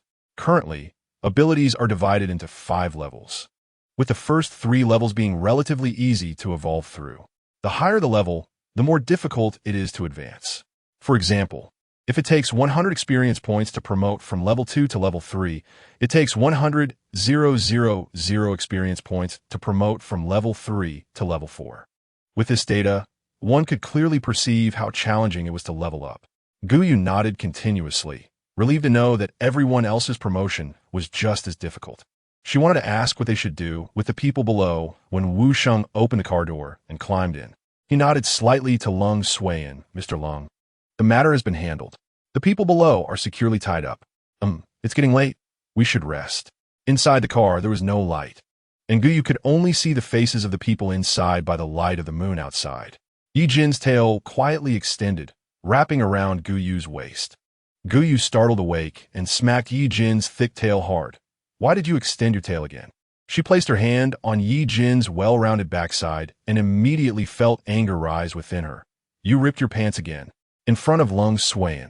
Guyu couldn't expose her space-type ability, so she had to nibble on dry rations every day, only able to enjoy a warm meal at night, and couldn't talk about always changing clothes. Ye Jin, however, was carefree, exposing his tail every few days. And now 3 pairs of pants had tears at the base of his tailbone. Ye Jin tightened his tail, causing Guyu to feel the pressure. "I will promote to level 4. He suddenly said this out of the blue, leaving Guyu stunned. No wonder Lung Sui talked so much with her tonight. It turned out Ye Jin had something on his mind. Guyu stepped on the tip of Ye Jin's tail, applying slight pressure. Ye Jin clearly froze, but he obediently placed his tail at Guyu's feet, allowing her to play with it. "Promoting to level 4 isn't that easy," Guyu said coldly, looking into Ye Jin's misty white eyes. Her tone carried a hint of a smile. "But if it's you, I think you should be the first level 4 ability user on the entire planet." A classic case of giving a stick and a sweet date. This sweet date made Ye Jin dizzy with happiness. He wrapped Guyu in his arms, resting his chin on her head, and his breathing gradually became steady. Almost early the next morning, the car started moving again, this time at slower speed, estimated to be around 10 miles per hour. A long line of people was tied to the back of the vehicle, moving slowly forward. It wasn't until noon, at the hottest point of the sun, that Guyu finally saw the outline of the village ahead. The village chief's area was surrounded by a long trench, and wooden walls had been built around it. When a huge off-road vehicle approached, the patrollers immediately scrambled into the most luxurious house in the village. A man who looked to be around 30 was embracing 2 women intimately when the door was pushed open. "Boss, it's not good." Tang Yu glared angrily. "Get lost. Can't you knock? Who gave you the guts to barge in here?" The man trembled, pointing towards the village entrance. Boss, a particularly tall off-road vehicle is coming towards our village. Hearing this, Tang Yu furrowed his brow. Why the hell didn't T.U. say so earlier? Last night, he had sent over a dozen people to kill and steal cars, and he hadn't heard any noise all night, thinking that they were used to acting recklessly in this area and that no one dared to resist. Now, upon hearing this, he immediately realized they were facing a tough opponent. While running and putting on his clothes, he reached the village entrance just as Lung Swain's off-road vehicle arrived at the wooden gate. The vehicle came to a stop just before crashing into the door. The sound of the tires scraping against the ground sent a jolt through everyone's hearts. Chapter 111. Hypocritical affection. Tang Yu had to lift his neck to see the full view of the off-road vehicle. Words could hardly describe it. One had to see it to truly understand the shock it brought. He felt a surge of nervousness. In front of his subordinates, Tang Yu didn't want to show weakness, and even though his legs trembled beneath his pants, he maintained a calm expression. Who are you? What are you doing at the entrance of our village? Tang Yu nearly broke his voice and paused before loudly shouting towards the driver's seat. Inside the vehicle, there was silence, and no one responded to Tang Yu's words. Lung Swain looked down at the village and at the leading Tang Yu. He spoke to Gu Yu. Miss Gu, could you please step forward and represent us in talking to Tang Yu? Before Gu Yu could respond, Ye Jin frowned disapprovingly. Why don't you go? Facing an unknown enemy, we should try to conserve our strength. Lung Swain's explanation seemed reasonable, but Gu Yu noticed that he was the weakest in the entire team. And her only ability, the space type, was well hidden. Everyone thought she was just a parasitic flower wrapped around Ye Jin's thigh. Mr. Lung is right. It would be my honor to do something for you. Gu Yu pressed down on Ye Jin's arm, reminding him that the journey to the city was still long, and there was no need to fall out with Lung Swain over a trivial matter. Besides, she wasn't just an ordinary human without abilities. Thank you for your understanding. Miss Gu. Lung Swain maintained a noble gentleman's demeanor at all times. Even while on the road, his clothes were impeccably neat, without a single crease. Gu Yu climbed onto the front of the car through the passenger window, and Ye Jin followed closely behind, using his invisible tentacles to support Gu Yu's body. I'll go with you. No need. My brother will wait for me in the car. After all, I want to protect him this time. Gu Yu's voice was sweet enough to drip honey, and she turned her head to wink at Ye Jin. Ye Jin's eyes remained fixed on Gu Yu, displaying a defensive posture. If he sensed something was wrong, he would tear apart all attackers. During their conversation, they didn't notice that Lung Swain had turned off the device that shielded against alpha rays. As soon as the device was deactivated, the ability users in the village suddenly found it hard to breathe. Gu Yu stood on the front of the car, unwilling to carry the hovering Ling Feng in the vehicle. His size had grown significantly, with his wings fully spread out, reaching about 2 meters. The massive shadow swept over the village, a silent threat. Ling Feng landed at Gu Yu's feet, spreading his wings and threateningly squawking at the people below. Boss, that woman doesn't look like an ability user. There must be more powerful companions in the car. Get lost, I'm not blind. Tang Yu kicked the talking subordinate away, deliberately showing his violent and hard-to-deal-with side to the opponent. Lung Swain took in everything before him. Tang Yu secretly glanced at Gu Yu on the front of the car, and seeing she showed no signs of fear, he spoke to her. What are you all doing in our village? Perhaps it's fate. Gu Yu raised her hand, and 10 people walked out from behind the car. Almost every one of them injured, blood staining their clothes a deep red. Old Zhang, husband, dad. As soon as those people appeared, some recognized them immediately. Although she said this, Gu Yu didn't loosen the ropes binding the people. This was the first time Tang Yu encountered such a tricky situation, and Gu Yu's arrogant tone reminded him of the arrogant white-collar workers he dealt with when he was a security guard in an office building. Anger surged within him, his abilities clashing violently in his body, clamoring to be unleashed. His eyes inadvertently fell on Gu Yu. I really want to get close to that woman. As a level 3 ability user, Tang Yu shook his head vigorously, trying to maintain a sliver of rationality and clarity. Suddenly, the subordinate he had just kicked away crashed into him hard. Tang Yu stumbled back a step, frowning and cursing. Are you crazy? You even crashed into me. The previously timid subordinate didn't even give Tang Yu a glance. He moved stiffly towards the gate like a zombie from outside the village. Only then did Tang Yu realize something was wrong. He looked back, and everyone in the village had a dazed expression, their eyes filled with red veins, all staring blankly in one direction. Following their gaze, he raised his head. Chapter 112. Impossible, absolutely impossible. Everyone's gaze suddenly fell on Gu Yu. This woman is not right. Tang Yu tried to shout loudly to awaken everyone's senses. They seemed to be trapped in some strange environment, completely unable to hear Tang Yu's words.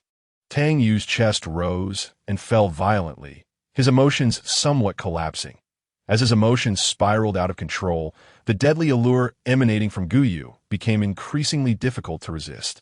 What kind of supernatural ability does this woman possess? This was the only thought Tang Yu had before losing his rationality. Gu Yu frowned as she observed the commotion in the village below. The villagers, who had been speaking normally just moments ago, now resembled zombies. If it weren't for their pupils not having turned into the dead fish eyes characteristic of zombies, Gu Yu would have suspected they had been bitten. She instinctively stepped back. The scene inexplicably reminded her of that day on the 32nd floor, when the soldiers of Lung Xian lost control of their emotions. She still felt a lingering fear from that day when suddenly arms reached out from behind her and wrapped around her body. She stiffened, and just as she opened her mouth, she heard a familiar voice. "Don't be afraid, it's me." It was Ye Jin. Ye Jin had come. Gu Yu forced herself to hold on. "I'm not scared. I'm just a bit overwhelmed." That feeling of being enveloped by paranoid emotions was like being wrapped in plastic wrap, pulling her into a bottomless pool. Ling Feng was still flapping his wings, demonstrating against the villagers below, and when he turned his head, he saw his favorite Gu Yu being held in Ye Jin's arms at that moment, causing him to lose 2 more feathers in anger. "Caw-caw." Ye Jin shot a cold glance at Ling Feng. "Stupid crow." Ling Feng was instantly enraged by Ye Jin. Lung Xian merely looked at the 2 people at the front of the vehicle. He felt a different kind of sensation towards Gu Yu, but did not let her unique influence alter his data records. He just felt that the figures of the 2 were somewhat obstructive, and he pressed the wrong buttons several times in a row. Wu Sheng leaned against the steering wheel, biting his palm hard, blood dripping from his wrist onto his pants. Wu Sheng was exerting all his strength to resist Gu Yu's allure, and he struggled to speak. "Sir." Lung Xian looked at the supernatural ability detection software. If it weren't for Ye Jin at the front of the vehicle, using some unknown supernatural ability to suppress the people in the village, they would have already climbed onto the roof of the car, nearly taking Gu Yu away. Only then did Lung Xian's long fingers hook onto the metal instrument, giving it a slight turn, and the instrument began to work, disrupting the alpha rays within Gu Yu's body. Tang Yu was the highest level supernatural ability user in the entire village. He was the first to react, shaking his somewhat dazed head. "What has happened to me?" This large village was a merger of 2 neighboring villages, and if they wanted to pass along the asphalt road, they had to go through the village. "Huh, do you think we're all fools? Why should we let you pass through our village?" Tang Yu clearly wasn't very smart and still thought he occupied an absolute geographical position, expecting Gu Yu to comply with him 100. "What about your companions?" "Not important, just a few supernatural ability users." Tang Yu spread his arms. "Everyone in our village is a supernatural ability user." Gu Yu then noticed that behind Tang Yu, regardless of age or gender, everyone was flickering with the colors of supernatural abilities to varying degrees. Tang Yu was not lying. Everyone in this village was indeed a supernatural ability user. Gu Yu pondered. Their goal was to reach the city as quickly as possible, and all fighting was unnecessary. Although the opponents were mostly 1st and 2nd tier supernatural ability users, and very few reached the 3rd tier, the sheer number of supernatural ability users could still cause them a lot of trouble. "May I ask how we can pass through the middle of the village?" "How about I give you 100 jin of rice as a toll?" 100 jin. As soon as Gu Yu's words came out, the crowd behind Tang Yu began to stir. That was a full 100 jin of rice. "Exactly. We killed so many people before and still couldn't gather 100 jin of food." "Shut up," Tang Yu impatiently interrupted. He was the small leader of this village, and as soon as he spoke, everyone immediately fell silent. However, Gu Yu saw fear and reverence on their faces. "No." Surprisingly, Tang Yu instinctively rejected Gu Yu's enticing offer. "Ask him what he wants." Lung Xian's voice came through Gu Yu's earpiece. Every word Gu Yu had said earlier had been prompted by the brain-type supernatural ability user. Lung Xian had deliberately mentioned the 100 gene of rice as a bait to entice Tang Yu to continue. "I want a car." Tang Yu did not disappoint Lung Xian. He directly asked for the huge off-road vehicle. "And you?" Tang Yu greedily licked his lips, clearly aware that everything that had just happened was not his illusion. Gu Yu really could emit a deadly allure. As long as he got close to Gu Yu, he could feel a wave of comfort in his body, and even the operation of his supernatural ability became much smoother. If he could obtain the woman before him, he might become the first fourth-tier supernatural ability user on this land. "Kill him." Ye Jin directly pushed Lung Xian aside. His voice transmitted through the earpiece to Gu Yu's ear. "Wait." Just as the words fell, Ye Jin had already dashed out. Tang Yu only saw a figure flash by. The fence built to defend against zombies seemed insignificant under this figure. Ye Jin directly leaped over the fence, his black figure weaving through the crowd like the Grim Reaper. Wait. By the time Lung Xian wanted to stop Ye Jin, it was already too late. His actions were far more ruthless than Wushang's. He swung his arms wildly in the crowd, sending people flying, crashing into the wooden fence before finally stopping. Lung Xian watched as a supernatural reaction with strong intensity disappeared from his field of vision on the screen. Damn it, he got away. Tang Yu, who had just been showing off, realized the difference in strength when faced with Ye Jin, who was many times stronger than him. And he finally understood the perception between the two, even if he forced himself to activate his supernatural ability. Almost exhausting all the energy in his body to seal Ye Jin's senses, he watched as Ye Jin momentarily froze, a sinister smile appearing on his face. Can't hear, can't see, can't smell. Even his brain turned into a chaotic mess. The moment Ye Jin felt his supernatural ability was restricted, he chose to give up using it. The black tendrils dissipated in an instant. He slowly rotated his pupils, landing on a position. Tang Yu looked at Ye Jin in disbelief. Even with his senses sealed, this man could still lock onto his location. Impossible. Absolutely impossible. Chapter 113. I'm dead. I'm acting. He stared wide-eyed in disbelief. The man before him had hollow eyes, indicating that his supernatural ability had still taken effect, yet he could accurately identify Tang Yu's location. "Boss, get out of the way," someone shouted. To the onlookers, Tang Yu stood frozen in place, watching Ye Jin charge towards him. Cold sweat trickled down his forehead. In that moment, he felt as if his brain and heart were being squeezed by an invisible hand, his eardrums filled with the sound of his heart pounding violently, blood surging through his veins. His eyes began to bleed, with 2 streams of blood tears flowing down his cheeks. This feeling only lasted for 5 seconds. When Tang Yu resumed normal breathing, the Ye Jin he had blocked from sensing was already charging right in front of him. Without a moment's hesitation, driven purely by instinct, Ye Jin raised his hand and struck down fiercely. In the instant his palm came down, his nails sharpened, and a layer of fine black scales covered the bronze skin on the back of his hand. With a puff, Tang Yu's head was smashed in front of everyone. Like a watermelon hitting the ground, white brain matter splattering everywhere. When the ability user died, the shielding ability he had placed on Ye Jin instantly crumbled. The moment Ye Jin could see her surroundings, everyone felt a powerful sense of intimidation, as if a fierce tiger had been unleashed.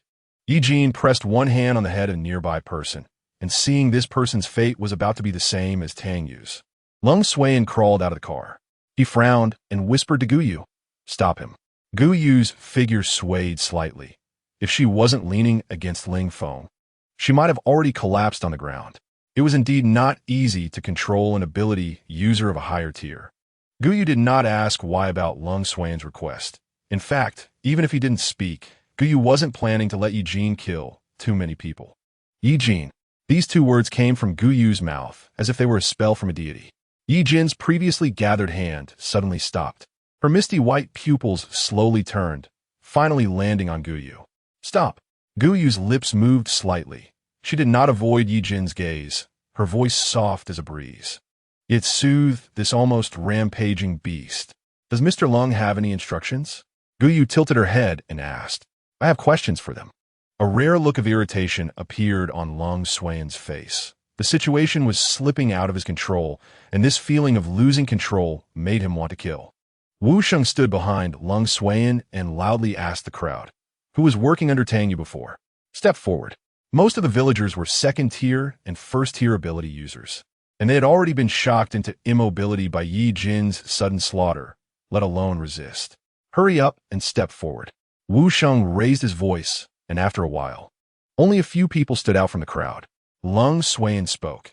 "Is your entire village made up of ability users?" The subordinate who had been kicked away by Tangyu nodded timidly. "Yes." "All of you?" Lung Suan asked. "Yes." The probability of ability awakening is 100, indicating a high likelihood of artificial intervention. The probability of natural evolution is 0. "How did you evolve? Have you seen any strangers in the village?" The subordinate thought for a moment. Lung Suan judged the man's words in his mind. "What characteristics did the man have?" "He was wearing a cloak. We couldn't see anything." The subordinate said, looking troubled. Seeing Wu Sheng pull out a gun, he hurriedly added, "Had a mountain-shaped badge, blue." Lung Suan nodded. Wu Sheng pressed the gun's muzzle against the man's head. "Open the door. Let us through." "Okay, I promise, don't kill me." The man kept nodding and rolled to open the gate. Guyu waved at Ye Jin, who lifted her with one hand and placed her in the car. "We should kill them all." Ye Jin looked down through the one-way glass, revealing her sharp canine teeth as she spoke. To eradicate the potential threats of those who had murderous intent was necessary. Otherwise, they would lurk in the darkness, recuperate, and wait for their strength to return, ready to bite off their own necks. This was the survival rule of beasts. In the apocalypse, humans were precious. Lung Suan looked at the villages on both sides of the road. They indeed followed the rules and cleared a path, allowing their off-road vehicle to safely pass through the entire village. Only by reaching a certain number could humanity have infinite possibilities. As Lung Suan spoke, he glanced in the rearview mirror at the village. Those people stood in the open, their eyes fixed on the vehicle. "Mr. Lung, are they telling the truth?" If what that person said was true, it seemed that the ideas of those in the laboratory were different. Perhaps it was true, perhaps it was false. Lung Suan replied indifferently, leaving the rest to Guyu's questioning, refusing to speak further. As the off-road vehicle drove out of sight, someone rubbed their hands and approached the previously answering subordinate. He respectfully asked, "Brother Tang, you truly have foresight. What should we do next?"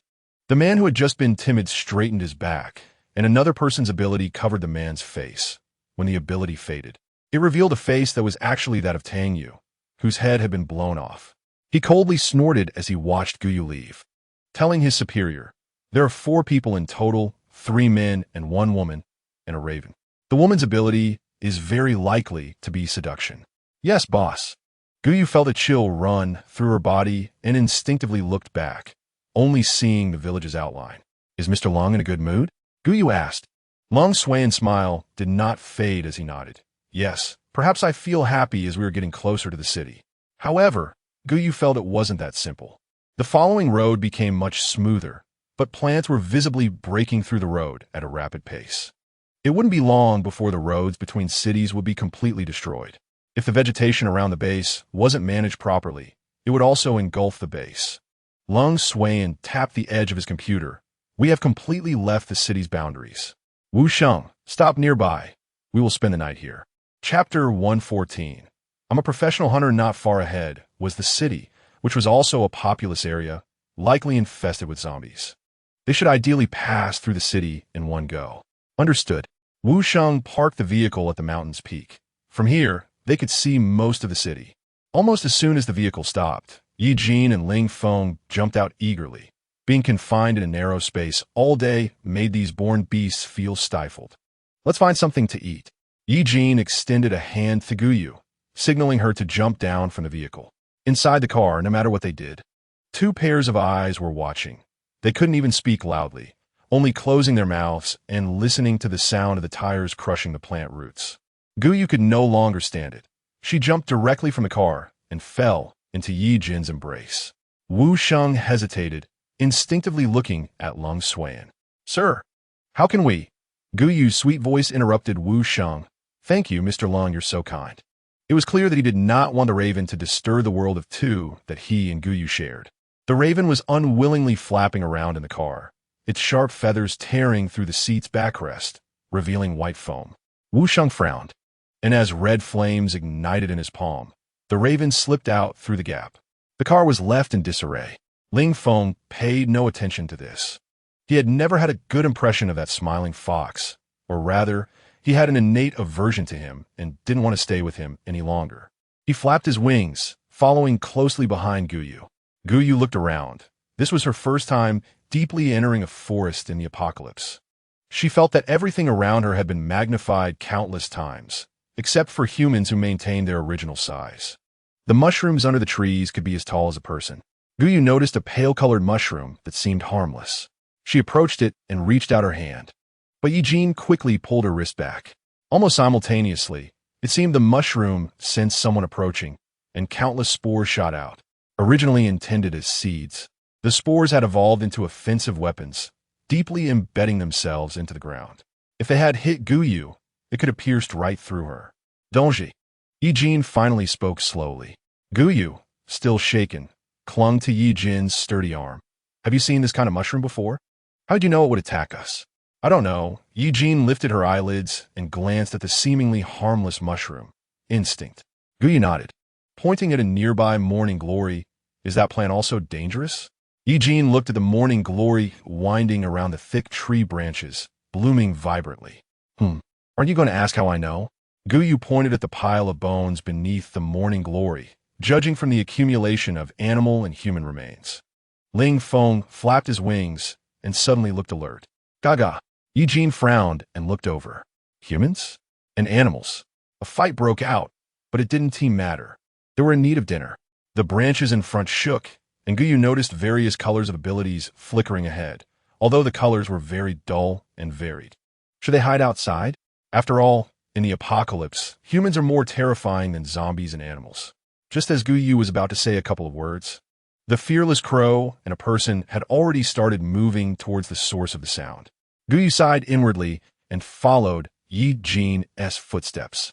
After all, they were too close to the off-road vehicle. If someone discovered their car, it was inevitable that someone would get ideas. Let's go. Guyu lagged behind a step, and Ye Jin thought she was tired, reflecting that humans were indeed a fragile species. If he left her, it wouldn't be 10 minutes before Guyu, who exuded fragrance, would be torn apart. He extended his tentacles and wrapped them around Guyu's waist. Guyu was almost lifted off her feet, being supported in midair as they moved forward. She took out the device that Lung Swain had given her earlier from her pocket and raised its level. Ensuring that her charming physique wouldn't have an effect, Guyu finally lifted her head to look at the scene ahead. Not far away, in an open area, more than 20 people had surrounded a mountain chicken, which looked 3 stories high, its long tail feathers beautifully trailing on the ground. However, it didn't look harmless. Its claws were sharp and glinted with a metallic coldness, and even its feathers were abnormally hard. When a knife was plunged into it, there was a clanging sound, and the tip of the knife bent. The slight pain enraged the mountain chicken, which suddenly pecked down and crushed the head of an ability user. It then lowered its head to devour the brain matter cleanly, its eyes turning blood red, filled with a bloodthirsty killing intent. Run. Even after noticing 2 unfamiliar faces behind them, no one had the heart to ask where they came from. Ling Feng was very excited to see the prey. The wild chicken contained a vast amount of energy. Gaga. Those people finally noticed Ling Feng's figure, and upon seeing him circling in midair, their hearts sank further into despair. We're doomed. Ling Feng didn't care about the feelings of the people below. He saw Guyu signaling to him and immediately dove down from the air. His steel-like claws grabbed the wild chicken's chest, and with a downward glance, he pecked off the neck of his prey. The entire motion was smooth and decisive. The wild chicken struggled madly, and in its dying moments, it unleashed a tremendous force. Breaking free from Ling Feng's claws, Ye Jin scoffed, useless. His voice wasn't quiet, and many people heard it. Ling Feng, filled with anger from being humiliated by Ye Jin, tore off the wild chicken's head and swallowed it in frustration. Blood gushed from the wild chicken's severed neck, resembling a fountain in the park. Well done, good boy. Guyu raised her hand. At this point, Ling Feng couldn't stand on her shoulder anymore. He had to lean his whole body against her side, nudging her palm with his furry head. the surrounding people, seeing that there was no danger and that the crow seemed to be the girl's pet, slowly gathered closer. Chapter 115. Hunting to feed you. Ye Jin quickly scanned the people present. The highest ability among them was only at the second level, and many didn't even have offensive abilities. He didn't take these people seriously, and one person approached the still bleeding wild chicken. They hadn't seen Ye Jin act, thinking he was entirely relying on the woman beside him who could control animals. Someone shouted, "Stop! We found this chicken first. You can't take it." Ye Jin didn't even listen to that person and held the chicken's claw, ready to leave. "Put it down." A fire-type ability user stood in front of Ye Jin, arms wide open to block him. "Didn't you hear me? I said to put it down. Don't invite trouble." "You're right, we did see it first," Guyu said, stroking Ling Feng's head, and then looked up at the fire-type ability user at a 45-degree angle. "But if I remember correctly, when we killed the wild chicken, you weren't around. After the chicken was killed, you came over instead." Guyu covered her mouth. "You wouldn't be powerless against the wild chicken and just spoke up, because you think we're easy to bully, would you?" The world now had no rules, especially when people's stomachs weren't full. However, considering they were all humans, Guyu said to Ye Jin, "Let us give them the chicken's neck and feet. We'll take the rest." Such a huge wild chicken, even just the 2 feet and neck could provide nearly 100 pounds of meat, enough for them to share. Those people, however, were not satisfied and closed in on them. Ye Jin looked at them coldly, snapping the chicken's neck and feet with one hand and throwing them on the ground. The fire-type ability user snorted coldly and stepped forward, suddenly feeling as if his heart was being squeezed by a pair of hands, drenched in cold sweat in an instant. In just a few seconds, his heart lost all function. "I advise you to back off. If you dare to take another step, I'll kill you." Guyu lowered her voice, still wearing a smile. The ability was released, and the fire-type ability user gasped for air, looking at Guyu with fear in his eyes. "Do you understand?" Guyu appeared calm on the surface, but her fingers were trembling under her sleeve. Compressing the heart's position while ensuring the biological entity could continue to survive was much more difficult than compressing a zombie's brain.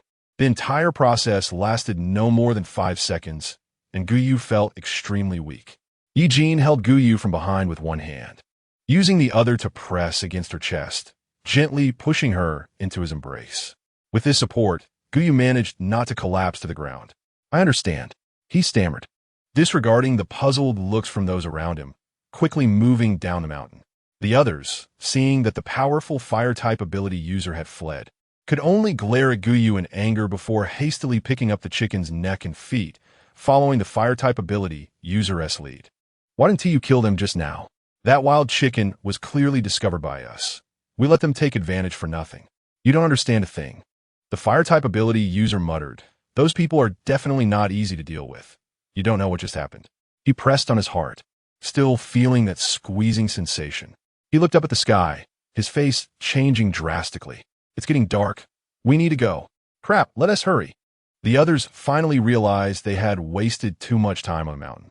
Seeing the already darkening sky, they hurriedly followed the fire-type ability user. They quickly walked towards a dilapidated temple in the suburbs, the solid wooden door creaking loudly as it was firmly shut. Guyu kept watching them disappear from her sight before lowering her gaze to the wild chicken's body, which was bleeding profusely. The wild chicken was covered in blood, and the stench spread through the forest, quickly attracting other animals. "We should leave quickly. The bloody smell will draw many things here, like zombies, evolved animals, or other humans." Ye Jin nodded. He tilted his head to listen to the sound of water, dragging the huge wild chicken to the water's edge. His sharp claws ripped through the chicken's abdomen, cleaning out the insides. Ling Feng was starving. If it weren't for Guyu's disallowance, he would have already pounced to finish off the wild chicken. With someone working, Ye Jin didn't hesitate, directly letting go and sitting aside to wait for dinner. Wu Sheng looked at the wild chicken in his hand, feeling a bit troubled. "Miss Gu, how do we handle this chicken's feathers?" The chickens he had seen before at the base or before the apocalypse were all cleaned up. "Then it's up to you, Mr. Wu. Use your abilities to burn off the feathers of the wild chicken. Without your fire abilities, I really wouldn't know what to do," Guyu said sweetly. Meeting a sweet-talking girl who also looked good in the apocalypse made Wu Sheng's ears turn red. He shifted his gaze and raised his hand, aiming at Ye Jin. Yes, there was no custom of boiling water or plucking feathers in the wild, so Wu Sheng had to burn off the wild chicken's feathers directly. As the flames flared up, the feathers in the path of his fire abilities were burned black and curled up, eventually turning into a pile of ashes. Brother, you're amazing. Guyu clapped her hands, appreciating that Wu Sheng saved her a lot of trouble. Plus, the equipment couldn't completely shield Guyu from the alpha site in her body, causing Wu Sheng's mental and physiological state to waver. He couldn't help but gaze at Guyu with a bit of infatuation. Suddenly, Wu Sheng sensed a powerful, murderous gaze that made him shudder, and his body instinctively adjusted to a state of alert, following the source of the gaze. He saw the man who had been following Guyu, staring at him with a cold, icy look that seemed capable of tearing him apart. Meeting Ye Jin's emotionless eyes, Wu Sheng finally understood the realistic portrayal in novels about being stared at with a cold gaze, as if being looked at like a lifeless object. A powerful fear invaded his rationality. No matter how many times he faced it, he still felt terrified in front of Ye Jin. It's almost evening. Wu Sheng, speed up. Yes. Miss Gu, please don't let your people scare my people. If they get frightened, it would be our loss. Lung Xian jumped down from the car and landed steadily beside Guyu. Oomph. Ye Jin snorted coldly and averted his gaze. Chapter 116. The green tea technique is great. The tail stretched out from the previous hole in the pants, possessively wrapping around Guyu's ankle. Guyu's tone held little reproach, and she quickly changed the subject. It's getting dark. If Mr. Lung can help, we can definitely finish quickly. After all, with so much meat, it's really hard for an ordinary person like me to handle. Guyu frowned, looking distressed. Lung Xian looked at Guyu with his fox-like eyes full of smiles. The performance of the person in front of him was a bit clumsy, which made Lung Xian feel a rare urge to tease. Then I wonder what my ice abilities can do for you. Damn it, Guyu cursed inwardly. Lung Xian was indeed quite slick. Please help me cut the meat into pieces and then skewer them together. Guyu smiled. Lung Xian raised an eyebrow, thinking he shouldn't let himself be teased too much. He took out a dagger and quickly dismembered the wild chicken. The seasonings they brought were very scarce, so Guyu just spread a thin layer of salt on the chicken as seasoning. The chicken was charred on the outside and still a bit raw on the inside. At this moment, no one criticized the taste. As long as it filled their stomachs, it felt like living in paradise. You found wild chickens. That's quite a harvest. Lung Xian sat beside Guyu, speaking with a tone of praise. They had carefully saved the rabbit skins they had hunted earlier, washed them, and tied them to the roof of the car to dry. Simple labor wasn't as good as Mr. Lung using his brain. Guyu focused on the chicken, using a small knife to score the meat, allowing the heat to penetrate deeper. There was no hospital in this wilderness, and food poisoning would be too costly. Guyu sniffed and caught a whiff of the meaty aroma. She peeled off the charred skin, revealing the white chicken meat inside. The chicken was tough and had only a faint salty taste. With a hint of courtesy, Guyu served the first bowl of meat to Lung Xian. Mr. Lung, you eat first. He did nothing, but Ye Jin, staring at the chicken in Guyu's hand, said, you eat first. Wu Sheng could no longer tolerate Ye Jin's tone and coldly said, how can you speak to Mr. Lung like that? His voice was a bit loud, causing the feathers on Ling Feng to stand up, staring intensely at Wu Sheng, just as it seemed a fight was about to break out. Lung Xian made a shushing gesture to Wu Sheng. I really haven't contributed anything to the hunt, so naturally, the food should be distributed to those who work the hardest. Wu Sheng, hearing this, angrily sat on the ground, glaring at Ye Jin. Previously, Ye Jin didn't understand the twists and turns in human hearts. But now he did, but didn't want to bother with it. Guyu could only hold the bowl out toward Ye Jin. You eat, don't be angry. She didn't understand why Ye Jin had such a strong reaction just over the order of eating, like coaxing a child. As long as it made Ye Jin less awkward, there was no need to fuss about it. Ye Jin didn't refuse. He took the bowl for himself, followed by Lung Xian and Wu Sheng. The meat didn't taste very good, but the protein comforted their stomachs. After eating nothing but biscuits for a long time, suddenly eating meat was an exquisite enjoyment. At this moment, Wu Sheng couldn't wait for Ye Jin anymore. His head was buried in the bowl, chewing vigorously. The appetite of abilities users was enormous, astonishingly so, and soon the meat was divided up. Only the bony skeleton remained beside them. Guyu looked at Ye Jin and the crow with a maternal gaze. The two finished eating and just tossed the scraps aside, leaving Guyu to deal with the fire and garbage. Guyu, a frail human, struggled to drag the huge chicken skeleton, clearly finding it very difficult. Wu Sheng, seeing Guyu's struggle, couldn't help but speak up for her. It's okay, you're all abilities users, fighting monsters. I don't mind doing some work. I'm happy to contribute a little for my brothers. Wu Sheng took the chicken skeleton from Guyu's hands. The skeleton, which had seemed heavy for Guyu, felt light in Wu Sheng's hands. Ye Jin coldly watched Guyu smile so sweetly at other annoying humans and said in a low voice, I can also move the bones. I know. Guyu lowered her voice. You're my little treasure. I don't want you to do such heavy work. Ye Jin glanced at Guyu. Her eyes were like stars in the sky. Guyu always looked at him with those shining eyes, making Ye Jin feel a sense of pride as a caretaker. Look, my human relies on me so much. But as time passed, Ye Jin realized that Guyu wasn't just relying on him. She was simply dependent on the strong. This judgment made Ye Jin feel a bit uncomfortable. Ye Vi nodded. When getting into the car, he deliberately stepped wrong and heavily stepped on Wu Sheng's head. Wu Sheng felt a pain in his head and instinctively ignited flames in his hand. What happened? I thought I heard Wu Ji's voice. Guyu felt a flash before she got into the car. Hearing the name Wu Gu made Ye Jin feel increasingly unhappy. He said lightly, it's nothing, then closed the car door, leaving Wu Sheng outside. Childish. Such a stable person as Wu Sheng couldn't help but roll his eyes. If it weren't for Mr.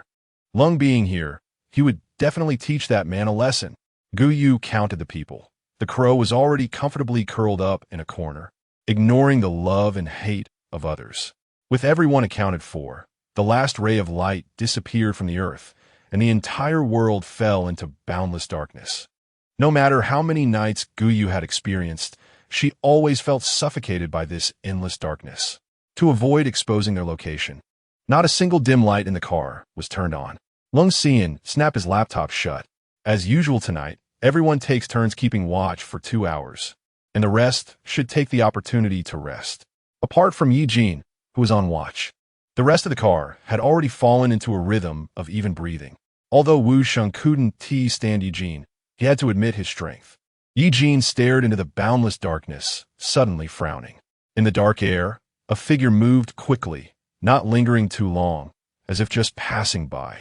It flew over the off-road vehicle, and Ye Jin followed its movement with his gaze until it disappeared from his line of sight, at which point the crisis was considered averted. However, Ye Jin did not relax. Instead, he adopted a defensive posture. Chapter 1:17 Buzzing. Wake up! Ye Jin lowered his voice, and everyone immediately opened their eyes. What's wrong? Guyu frowned and looked outside the vehicle. It was pitch black, and she heard no noise or saw anyone. Wu Sheng frowned. You didn't wake everyone up on purpose, did you? Impossible. Ye Jin did not speak, but Guyu quickly denied it, pointing to the raven in the corner. Ling Feng had also woken up at some point, his small black eyes filled with vigilance. He stared intently out the window, his eyeballs rolling around. What's going on? People? Animals? Lung Xuan asked. Ye Jin did not answer, only pointed to the roof. Lung Xuan furrowed his brow, gathering his abilities around his eyes to enhance his vision significantly, but still saw nothing but darkness. After about 4 or 5 minutes, when they were about to relax their vigilance, Guyu suddenly whispered, listen, buzzing. The low-frequency sound of vibrating wings echoed in everyone's ears. It's mosquitoes. The low-frequency vibrating sound was indeed that of mosquitoes, but it had been amplified many times compared to the sound of mosquito wings before the apocalypse. In an instant, everyone felt goosebumps all over. Guyu had developed an inexplicable fear of insects after encountering countless giant mantises in the hospital. She mustered her courage to look outside the car window, but found she could only hear the rhythmic buzzing and see only blackness. Suddenly, under the moonlight, the blackness shimmered with a different glow. Guyu then realized that it wasn't an endless darkness outside, but was filled with countless black mosquitoes. Countless mosquitoes tightly wrapped around their vehicle, leaving no gaps. Their long mouth parts pecked forcefully at the steel off-road vehicle, trying to create a gap to suck the blood of the prey inside. Just thinking about the dense compound eyes, transparent wings, and the long hairs on the mosquitoes made Guyu feel itchy all over. Too many. Too many. Guyu was on the verge of breaking down. A crisp sound came from the sturdy tempered glass. Guyu's head buzzed, and she disregarded her fear, directly locking onto the mosquitoes outside the window, crushing their brains. The pecking sound on the window paused, but soon a second mosquito took its place. Before long, Guyu was sweating all over, weakly collapsing into Ye Jin's arms. "Sir, what should we do?" Wu Sheng asked anxiously. If a fierce beast charged at them from outside, he could muster the courage to fight, even knowing he might die. Unfortunately, outside were countless mosquitoes. As soon as he dared to open a gap in the car, those mosquitoes would rush in and suck them dry in an instant. Countless pieces of information about mosquitoes flashed through Lung Xuan's mind. Mosquitoes lock onto their prey by detecting the carbon dioxide exhaled by humans. They are sensitive to odors and dislike bright lights. There are no tools around to create a strong odor, so the only option was light. He crawled to the front row of the car and selected one from a pile of buttons. In almost an instant, blinding light illuminated the area around the off-road vehicle. Guyu felt as if it was already dawn. The light from the off-road vehicle lit up the mountain. The moment the light turned on, the scene around made Guyu's scalp tingle. The visual was more direct than the illusions in her mind. Surrounding the off-road vehicle, mosquitoes densely hovered in the air, so numerous that Guyu could not see the woods outside through the gaps between them. Under the bright light, the mosquitoes fell to the ground, seeking dark corners to shield themselves from the brightness. "Sir, should we leave?" Wu Sheng's voice trembled. A mosquito about 50 centimeters long was perched on the front window, its body dark with thin limbs and head, but its belly was frighteningly swollen. Its body was magnified countless times, appearing even more terrifying and ugly. Ye Jin looked around and said, "We can't leave." His vision was superior to everyone else's, not just this mountain, but the entire city was a domain of mosquitoes. No matter where they fled, it would be filled with mosquitoes. Fortunately, solar panels surrounded the vehicle, and the stored electricity could support the headlights for an entire night. Almost the moment the sun rose, the mosquitoes, suppressing their aversion to the light of the off-road vehicle, flapped their wings and disappeared somewhere. Have they all left? Guyu still felt apprehensive. Ye Jin squeezed Guyu's palm. Although she had been curled up under a blanket all night, her hand felt a bit frighteningly cold. "Yes, they're all gone." Hearing Ye Jin say this, Guyu finally breathed a sigh of relief. She would rather fight zombies for 3 days and nights than face evolved insects. Everyone had remained vigilant all night and was somewhat sluggish. "Let us wait a bit longer, save some more electricity before we set off." Lung Xuan looked at the stored electricity, which had been completely depleted, and they had only a small amount of gasoline. The road ahead was long, and they did not know what variables lay ahead. It was best to conserve energy. The others had no objection to Lung Xuan's suggestion. Taking advantage of the time, while the solar panels were working, they hurried to rest. Just as Guyu closed her eyes, she heard a sound of footsteps. They were definitely doomed. Exactly, no one can survive in the wild. Those mosquitoes are simply deadly. They had stolen such a large chicken yesterday. If only they had some chicken meat left. Guyu sighed, realizing it was destined that they could not rest well. Corpses, mosquito corpses. They entered and did not first notice the extremely tall off-road vehicle, but saw the mosquito corpses on the ground. It was the 7 or 8 giant mosquitoes that Guyu had dealt with last night. "Yes, we killed them. What is the problem?" While everyone was still surprised that someone could kill such large mosquitoes under the attack of a swarm, a somewhat mournful voice suddenly sounded beside them. One person turned around and saw that, at some point, a woman and 2 men had appeared behind them, especially the woman, who was so close that he could see her long eyelashes blinking. "You!" He took a step back in shock, knocking his companion down onto the mosquito corpses. "Linhua, are you crazy?" Guyu recognized the man named Wang Hu. He seemed to be the fire ability user from yesterday. "I recognize you." "What? Here to rob us?" No. As soon as Linhua saw Guyu, his heart began to ache. "We're good people, really good people." Chapter 118, That Foul-Faced Pretty Boy. While everyone was still in shock, the fire ability user suddenly weakly knelt on the ground, tears streaming down his face. The speed of his mood change astonished Guyu. He looked to be in his early 20s. We are survivors from the city. My name is Linhua. We are really good people. We haven't killed anyone since the apocalypse began. As Linhua continued to cry about how difficult the journey had been and how he struggled to survive daily amid zombies, Lung Xuan smiled and interrupted his lengthy monologue. A standard smile hung on his face like a template, making Linhua swallow hard. With a biological intuition, Linhua felt that the smiling man in front of him was not as kind and simple as he appeared. He exchanged a glance with a few survivors who came with him. You must have just arrived in the city, right? He asked tentatively. Cold Swain did not hide it. Yes, we passed through the city. That explains it. No wonder you dare to stay outside at night. It's really lucky that you haven't died. Linhua clapped his hands. The city has the largest inland freshwater lake, originally a tourist city. Even after the apocalypse, our lives aren't too difficult. Then, suddenly one day, his eyes turned fearful as he recalled the countless mosquitoes that had appeared, growing larger and capable of draining a person dry in one bite, not sparing even animals. Fortunately, they only came out at night, and by mastering their habits, they managed to survive for a while. Cold Swain was not interested in how they had survived. The administrative area was vast, and it would take them half a month to completely drive out of the province's jurisdiction to reach another province. Were the mosquitoes' activities confined to the city or spread throughout the province? They're all over the province, overwhelming. Linhua shuddered, picturing the endless black tornado of mosquitoes mercilessly harvesting all life on the surface of the province. Wu Sheng seemed to sense the seriousness of the situation. He lowered his voice. Mr. Cold, what should we do? First, we need to solve the mosquito problem. At that moment, Cold Swain turned his head, his smile vanishing, and he whispered to Wu Sheng. Guyu had already moved closer to Linhua. So where did you hide at night?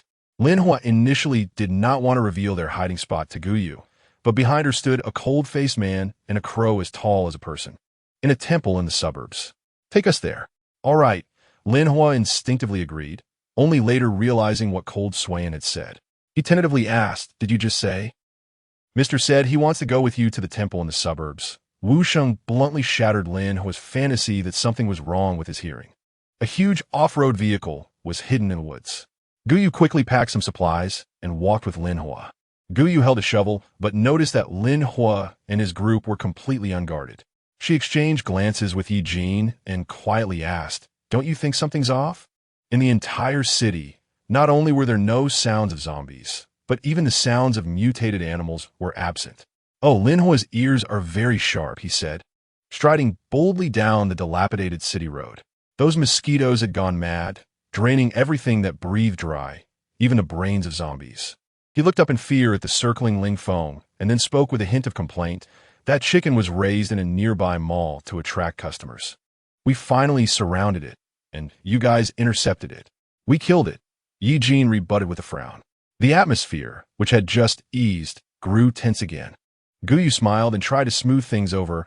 We don't know the situation in the city, so don't be angry. My brother is quite capable. When the time comes, I'll have him compensate you with a chicken. Guyu was sweet-looking and spoke in a way that considered others' feelings, making people feel good. Linhua looked at Ye Jin and pouted. How can you be with this pretty boy? He eats your food and drinks your drinks, yet speaks so harshly, not caring about anyone at all. Ye Jin had never shown his abilities in front of them, so Linhua thought he was just a person with strength-based evolution. Speed and strength-evolved people were quite popular at the beginning of the apocalypse, but unfortunately, as various elements and diverse evolution attributes emerged, they seemed somewhat useless. In Linhua's view, only Wu Sheng and Guyu in their group had some skills. One was a fire element ability user, and the other was an animal element ability user, capable of controlling such a large crow. When dealing with strong individuals, Linhua unconsciously spoke with a hint of flattery. Ye Jin watched Linhua getting closer to Guyu, almost shoulder to shoulder, and his heavy hand fell on Linhua's shoulder, exuding a silent killing intent. Linhua shivered, having no abilities but a bad temper. Throughout the journey, Cold Swain remained silent, able to minimize his presence whenever he wished. He observed the surroundings of the city, which indeed resembled what Linhua had described. the city had the world's largest inland freshwater lake. And even standing on the outskirts of the city, one could glimpse the shimmering water surface. "We're almost there." Ye Jin wrinkled his nose and said, "There are so many people since." As soon as Ye Jin's words fell, Guyu looked up and saw the outline of a temple. Perhaps due to the abundance of incense, even after such a long time since the apocalypse, the scent of burnt incense still lingered in the air. A crow. There's an evolved crow in the sky. The temple immediately fell into chaos, and some people shot arrows into the air. Ling Feng skillfully turned. Ordinary bows and arrows posed no threat to him. "Ah!" Guyu exclaimed loudly. Ling Feng tucked away his raised feathers and circled above Guyu's head. "It's our people! It's our people!" Lin Hua hurriedly shouted. "It's Lin Hua." When they saw Lin Hua walking in front, their emotions calmed down somewhat. But they still did not lower their weapons, watching Guyu and her group warily. Who are they? Chapter 119. Oh my head hurts. The people in the temple did not relax their vigilance because of Lin Hua's words. They focused on the strongest among them, Ye Jin and Wu Sheng. Cold Swain approached Guyu and whispered, "Tell Ye Jin not to act impulsively." Ye Jin snorted coldly, but still reached out to protect Guyu behind him. "We are indeed our people." Lin Hua, seeing that everyone did not believe him, felt a bit anxious and nudged the person next to him who had come out with him, hoping he could help explain. Wu Sheng spoke up loudly. "What if we have a way to help you solve the mosquito problem outside?" Not only did the people inside the temple not believe them, but Guyu also widened her eyes. Weren't they supposed to be acting together? When did they decide to help the people of the city solve the mosquito problem? Really?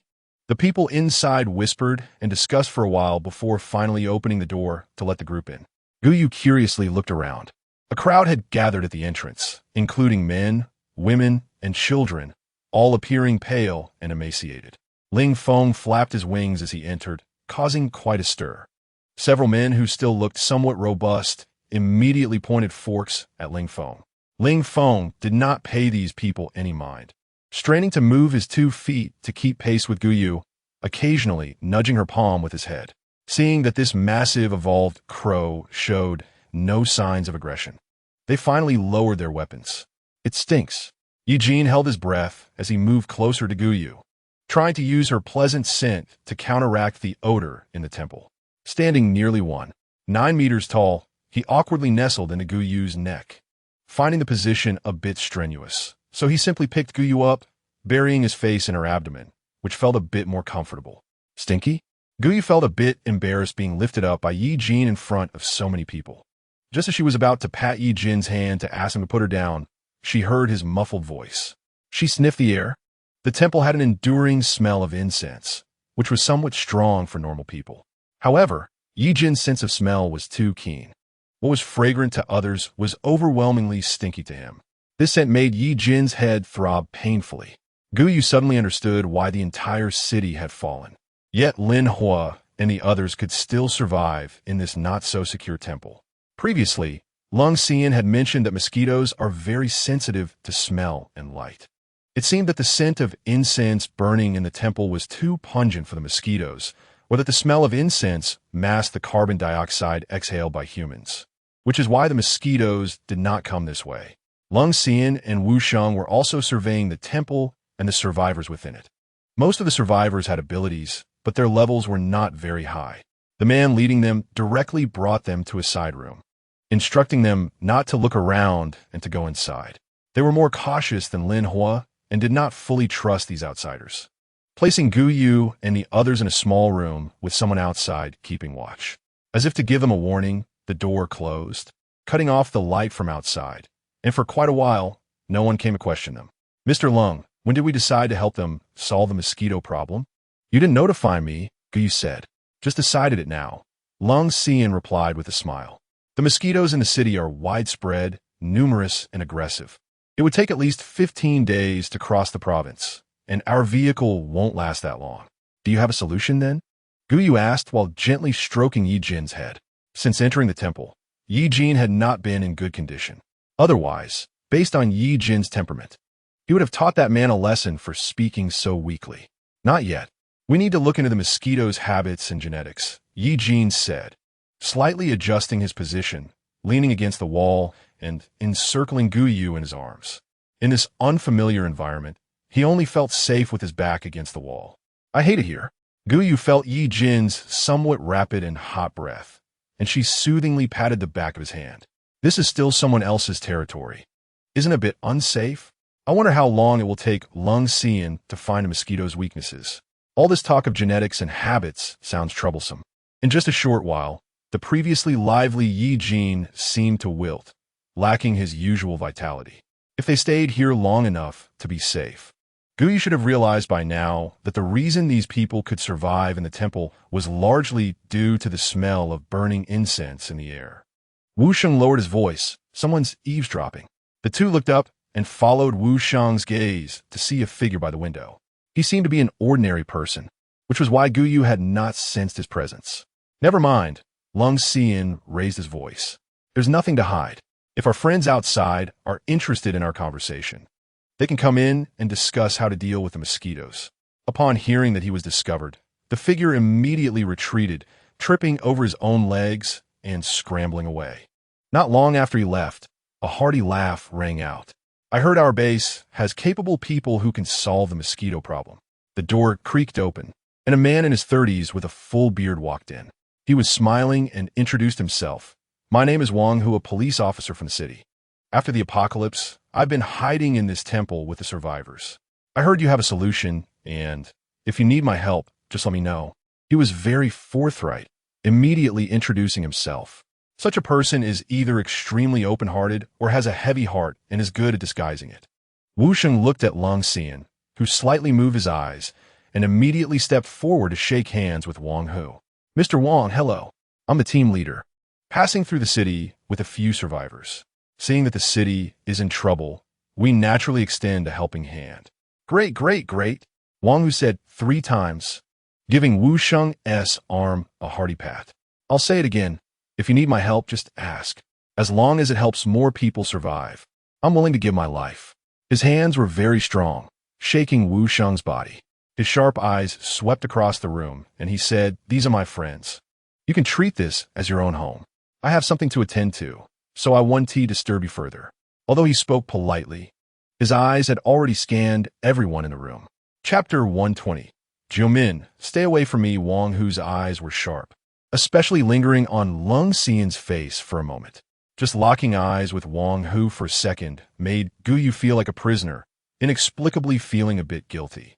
Wang Hu laughed heartily as he walked out, loudly instructing those around him, "Be sure to cooperate with my friends, 100% cooperation." Yes, the people outside replied. A familiar face walked in.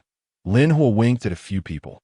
"Since I've spent more time with you, let me come over to assist you," he whispered. "Do you really have a solution for the mosquitoes?" The city survivors were nearly driven mad by the mosquitoes, and Gu Yu and the others had given them hope. If they succeeded, they would be grateful. If they failed, who knows if these outsiders could withstand their disappointed anger. Lin Hua made faces at them for a while, but no one paid him any attention, so he awkwardly rubbed his nose.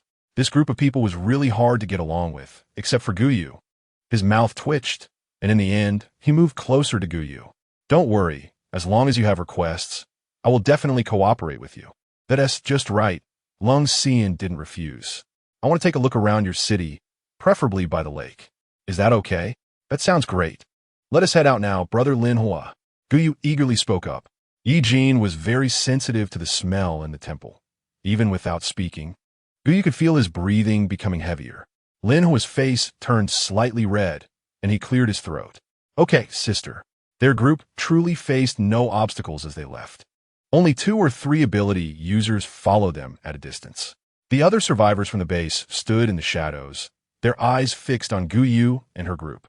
Those probing gazes made Gu Yu uncomfortable, while Lung Xian seemed oblivious, even smiling and nodding at the people beside him. They quickly averted their eyes. But looking at the circling Ling Feng in the sky, they couldn't help but grip their weapons tightly. "Everyone, follow me," Lin Hua said as if he were a tour guide, leading Gu Yu and the others toward a nearby lake. Ahead was the nationally renowned largest inland lake in the world. Gu Yu held Ye Jin's hand. He still had his head down, eyes fixed on the ground, his lips pressed tightly together. Even his fingers that held Gu Yu's felt weak. Unlike the subdued Ye Jin behind, Long Xian and Wu Sheng in front looked like real tourists, continuously taking pictures with their cameras. While Wu Sheng recorded something behind Long Xian, Guyu also raised her head to survey the city. It was entirely different from the previous city. The entire city was unusually quiet, like an abandoned city, with only some dilapidation and plants taking over, devoid of any apocalyptic thrill or terror. Here, aside from plants, there was not a single living creature, and it was lifeless. Even with Lin Hua speaking loudly to them, there was no sign of an attack. Soon they arrived at the lakeside, which truly deserved its title as the largest freshwater lake in the country, stretching endlessly. The surface shimmering in the sunlight like a gigantic silver mirror, exuding a sense of tranquility. Are there boats? Lung Xian asked with a smile. There are. The boat has no paddles, and its structure is similar to that of a bicycle, allowing it to move through human power. The weather is nice today. Let's go for a lake trip. Lung Xian's words surprised Lin Hua a bit. They had been struggling, running around just to get something to eat, while this smiling fox seemed to have the leisure to enjoy the mountains and waters. He felt a lump in his throat and recalled Wang Hu's advice before leaving. Forcing a smile, of course we can go. The boat is big enough to hold us all. Their group really looked like they were out for a weekend trip. Lung Xian tossed his camera into the water and then aimlessly drifted around the lake. The main labor force for moving the boat was still Lin Hua and Wu Sheng, along with the 4 ability users who had followed them for protection or surveillance. The Raven was unwilling to come down, circling above the lake surface. It felt like being low on blood sugar after going too long without food. Guyu didn't pay much attention to this feeling, thinking it was just because they rushed out in the morning without eating. This feeling grew stronger, and she leaned against Ye Jin's shoulder, feeling dizzy. Ling Feng suddenly called out, causing everyone to tense up. They stood up and looked around. The lake's surface was still calm, without any ripples. Ling Feng landed in front of Guyu, and the small boat immediately swayed from side to side. Ling Feng, enduring the raven's natural aversion to water, pecked hard at Guyu's calf, causing her to wake up immediately from the pain. What happened? She asked. Pants. The usually listless Ye Jin suddenly straightened up and pulled up Guyu's pant leg, revealing her fair calf underneath. If there were 2 finger-thick worms crawling on her calf, this scene would still be quite beautiful. The enlarged mosquito larvae were clinging to Guyu's leg, sucking her blood. Guyu, who was already terrified of insects, nearly fainted. Get off. Wu Sheng frowned and handed over a dagger. Ye Jin took the dagger and gently flicked it, causing the larvae to fall onto the boat's floor. He stepped down hard, and with a sound like a balloon popping, blood splattered out in a large area. Everyone check yourselves, Lung Xian said coldly. The group checked themselves and found several larvae trying to crawl into the gaps of their clothes. Guyu was a bit unlucky. Her pants were loose, which conveniently allowed the larvae to burrow into her clothes. In the wild, clothes should be secured. Otherwise, insects would crawl in and suck blood. Lung Xian frowned. You shouldn't wear such loose clothing. Chapter 121. Severing mother-son relations, how was I supposed to know? Guyu felt bitter, but couldn't express it. She had always worked in an office, and didn't know that clothes should be secured in the wild. I won't do it again next time. Her voice was noticeably tearful, and she didn't even dare to sit on the bed, slowly moving over to Ye Jin. Fortunately, Ye Jin was big enough to accommodate her completely. Ye Jin pressed his lips together. It's my fault. Perhaps due to his physical constitution or the suppression of his racial strength, almost no insects crawled onto Ye Jin's body. He instinctively thought Guyu had the same constitution, so he had never paid attention. Guyu seemed to find a reason for herself, speaking with a strong sense of justification. It's all your fault for not reminding me. Ye Jin didn't feel angry about Guyu's attempt to shift responsibility. Instead, he readily accepted it, showing a complete lack of principle in his indulgence. Unknowingly, Guyu, who had been disheartened by humanity, began to act a bit unreasonable and spoiled towards Ye Jin. Lung Xian glanced at the time. They had come out just to investigate the breeding environment of mosquito larvae and had only brought an alpha signal jammer. The alpha rays were domineering, and over time, the jammer would become useless. He suggested, let's head back. Okay. Lin Hua breathed a sigh of relief in his heart. He readily agreed, turning the swan boat towards the shore. Wu Sheng pulled up the waterproof camera, wiped off the water droplets, and then handed it to Lung Xian. Lung Xian didn't check it immediately. He just put it in his bag and waited until they reached the temple room before taking it out to play. Guyu had calmed down after a while and saw Lung Xian and Wu Sheng huddled together, not knowing what they were doing. She moved closer to them. They were surrounding the waterproof camera from earlier. The video started with severe shaking and the sound of flowing water before settling on the lake bottom. The lighting was dim at the bottom of the lake, making the whole scene somewhat unclear, possibly due to signal issues, with the image flickering. The entire video lasted almost half an hour, with no abnormalities. Guyu couldn't figure anything out. Lung Xian frowned, and Guyu tentatively asked, "Mr. Lung, did you find something?" The larvae were the larval form of mosquitoes growing in the water, and only after undergoing metamorphosis would they grow wings and become the mosquitoes they saw. Guyu had observed them closely that afternoon. A lot. Ye Jin's voice came from behind, and without knowing when he had stood behind Guyu, he glanced at the camera and spoke coldly. Guyu exchanged a confused look with Wu Sheng, who also looked confused. Clearly, neither of them had figured anything out. Right? Lung Xian's gaze remained fixed on the camera, his finger pointing at several locations on the screen. Some spots were pitch black, resembling piles of rocks, while others showed fleeting floating objects in the water. Guyu leaned in closely and noticed that one of the floating objects nearly collided with the screen. She then realized it was a large mass of insects, dense and intertwined. At this moment, the video was nearing its end, and the camera was being slowly pulled up. The camera kept rotating, illuminating the bottom of the swan boat they rode in the morning. The bottom, which should have been blue, was now covered in dark gas, with countless larvae clinging to the bottom, slowly trying to crawl into the cracks of the boat. Guyu felt a chill run down her spine. Suddenly, her vision went dark as a warm hand covered her eyes. "Don't look." Ye Jin pressed the camera down with one hand, ensuring Guyu couldn't see anything that frightened her before moving his hand away. Guyu's throat tightened. Insects, so many insects. The frightening images were exactly what he wanted to see. Biological evolution was ongoing. Even the evolved mosquitoes spent most of their time in their larval form in the water. As long as the insects gathered together, they could be caught all at once, couldn't they? Guyu looked at Lung Xian smirk and asked Mr. Lung, "Do you have a plan?" Seeing Lung Xian smile, Guyu suddenly felt a shiver run through her body. "What kind of observation specimen do you need?" Larvae in complete metamorphosis, he enunciated, "Mosquitoes. Crazy. This is really crazy." Linhua's eyes widened upon hearing Lung Xian's request, and he anxiously paced around the room. While others were trying to avoid mosquitoes, this person actually wanted to catch mosquitoes, and live ones at that. Impossible, absolutely impossible. No one can catch live mosquitoes at night, in such a swarm of them. He spoke with conviction and fervor, only to be ruthlessly interrupted by Wu Sheng. "We don't need you. We already have a plan." Lung Xian, an evolved brain domain user, used the available tools at hand to create a simple carbon dioxide emission device. This device simulates a human's breathing frequency, releasing carbon dioxide into the air to confuse the mosquitoes. He pushed the device forward. "We just need to set up the device in a scattered manner and wait until dawn, when the sun is about to rise, to activate the device.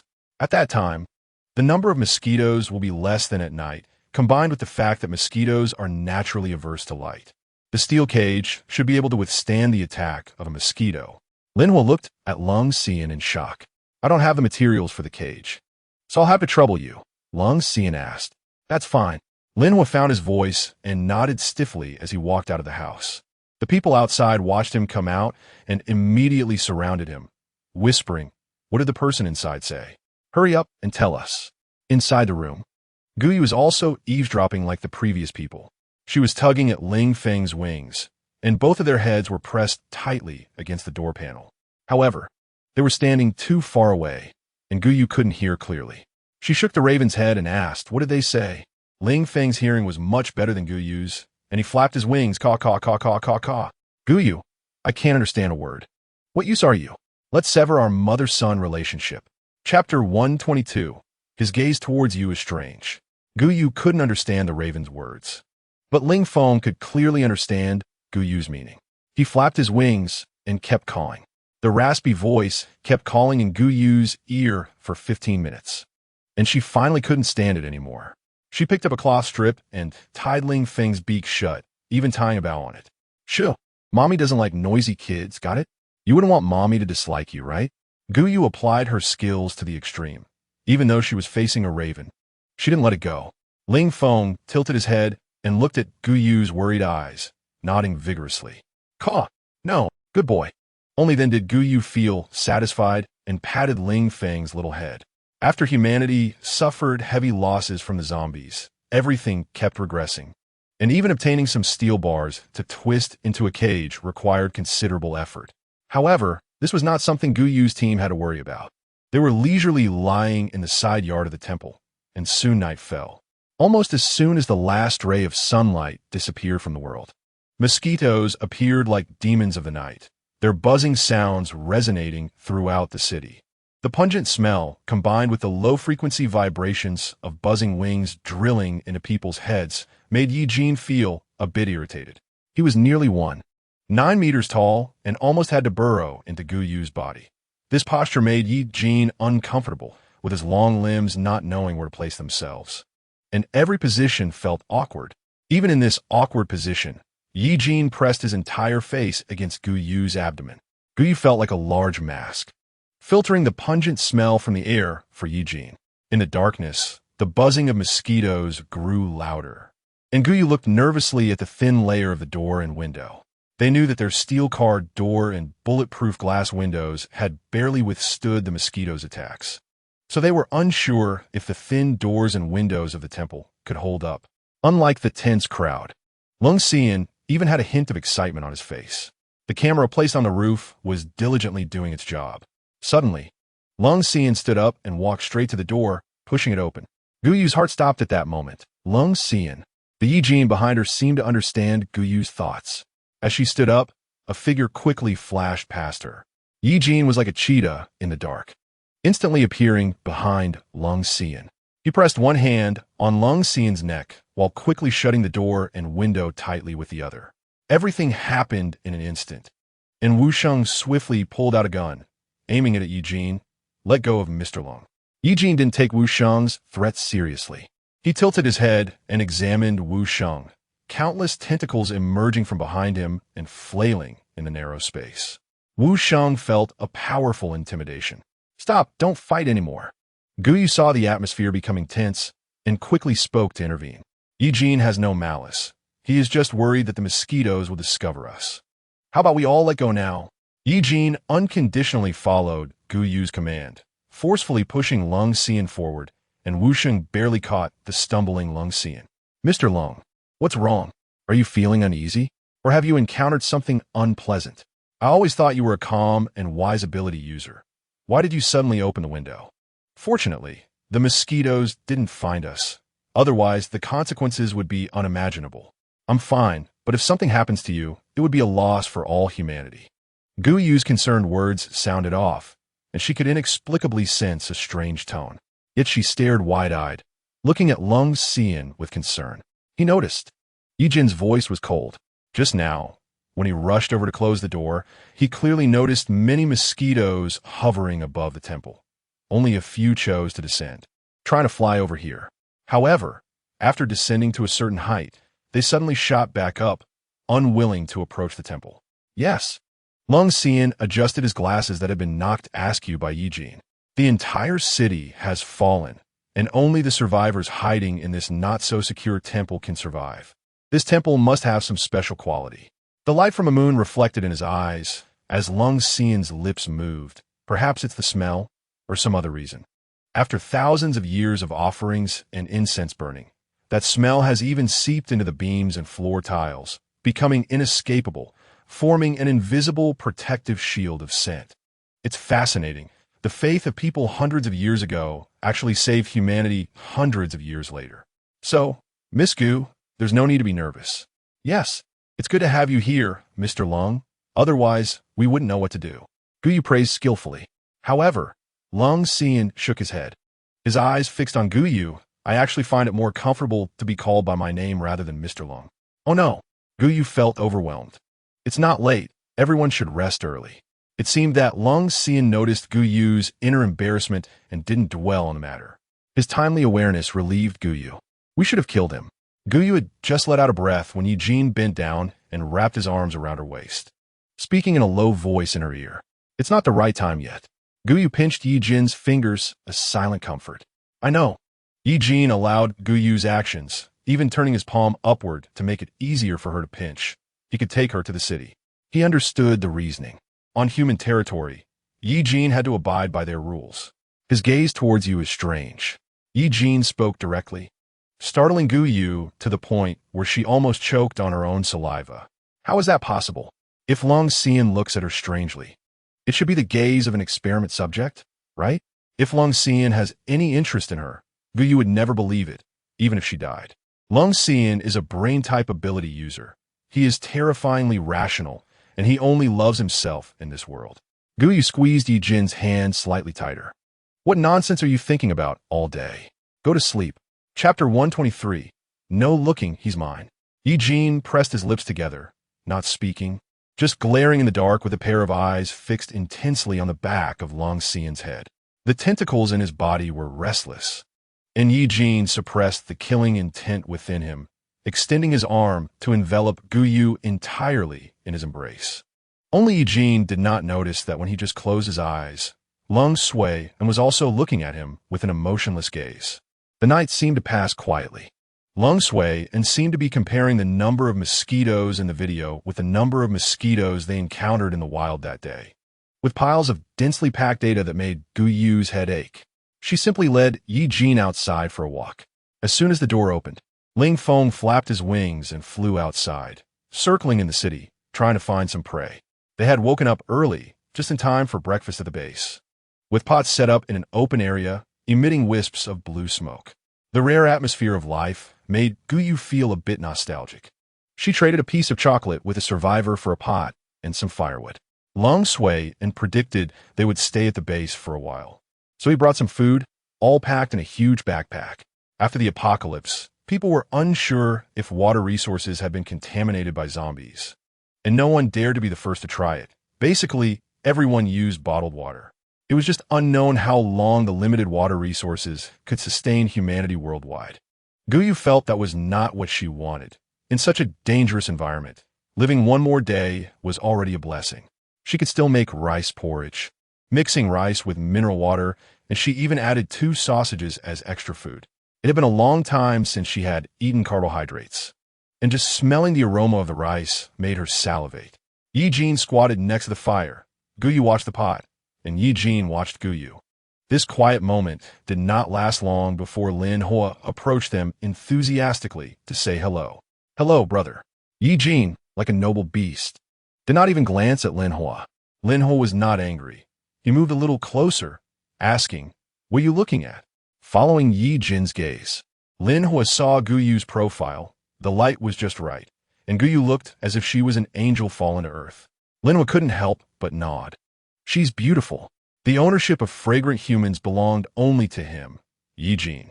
From the beginning, Ye Jin had spoiled Guyu, this delicate human, making her fair and soft. Yet there were constantly others eyeing his possession. This feeling made Ye Jin very uncomfortable. TCH, Lin Hua scoffed, "We can't talk on the same wavelength." He called out loudly to Guyu, "We have prepared everything Mr. Lung instructed. It's all piled up at the door. Let me know when you go to set up the traps, and I'll go with you." Guyu didn't expect the base to be so efficient. Watching several people carrying a huge cage outside. The cage looked solid, with steel bars twisted together, and even 3 people lifting it struggled a bit. "All right, I'll let Mr. Lung know later. Thank you so much. Your base's efficiency is really high. If it were others, it would probably take a week to put together this cage."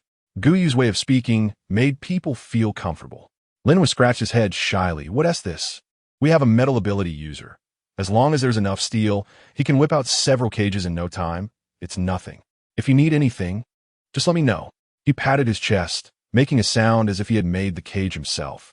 "Just don't complain that I'm troublesome when the time comes." Guyu took a piece of chocolate from her pocket and tossed it into Lin Hua's arms.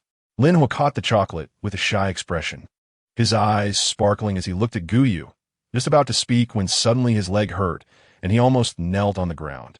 He bent down slightly and heard Ye Jin's low voice. "I said, don't look." "Fine, I won't look," No need be so fierce. Lin Hua grumbled as he limped away toward the survivors at the base, though his gaze still occasionally drifted back this way. The porridge in the pot was almost done when Wu Sheng came out as if timing his exit. "Where's Mr. Lung?" Gu Yu asked, still inside watching the video. The video had been running all night at 10 times the speed, and Lung Sui had watched it several times. Wu Sheng initially accompanied him until his eyes started to see stars, moving his gaze away from the screen to stare at the wall, his eyes filled with darkness. Gu Yu nodded and served a bowl of porridge to Ye Jin.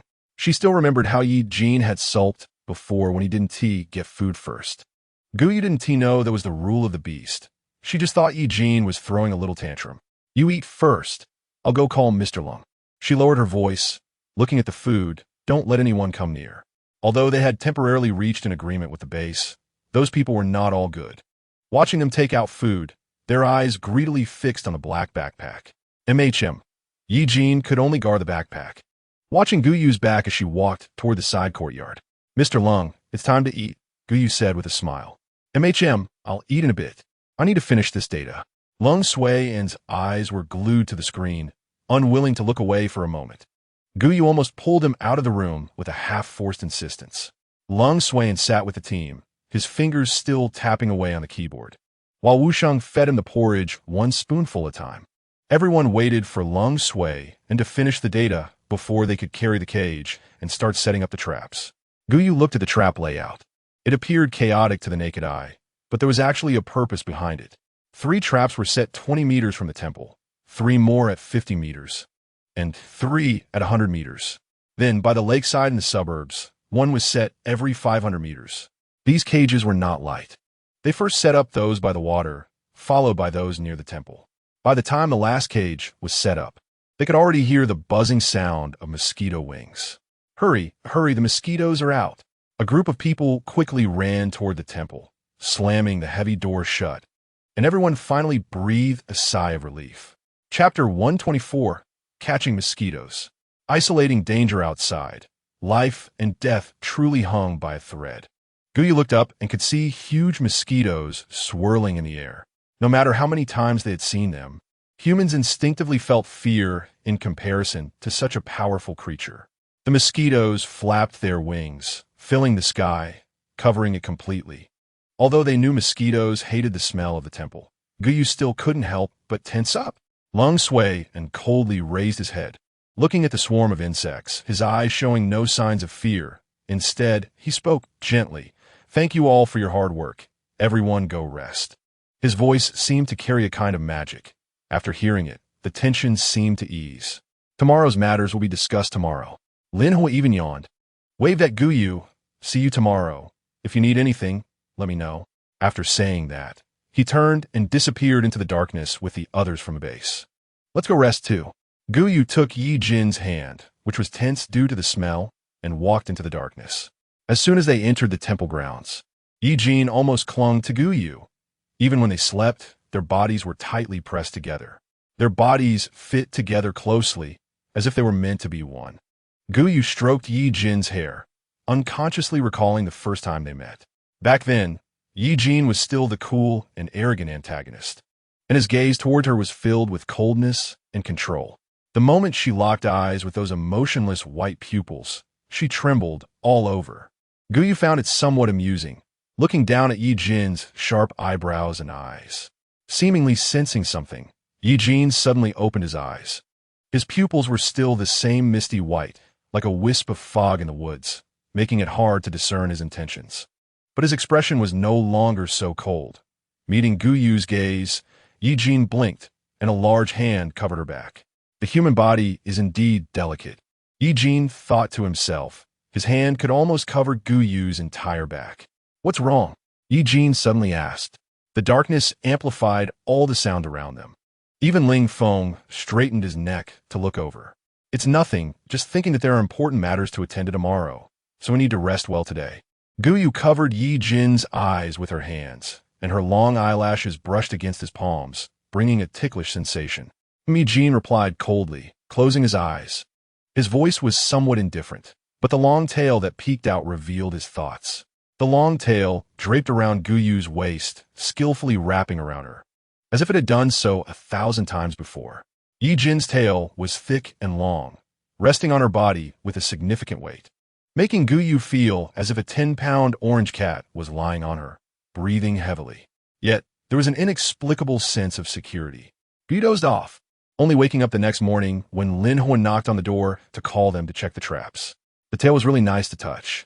Miss Gu? Lung Xian had already packed his things and turned to see Guyu staring blankly at her hands.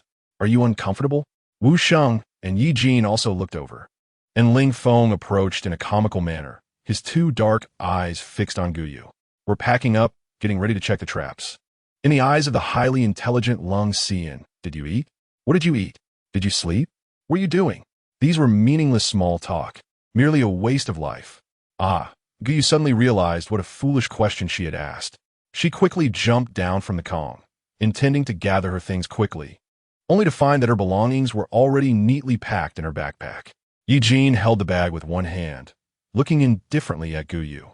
He had already packed everything, just waiting for Guyu to wake up. Wow, brother is so amazing. He packed everything up. Guyu hurriedly put on her shoes and followed everyone out. A total of 18 traps were set yesterday, and Lung Xian walked in front, checking one by one.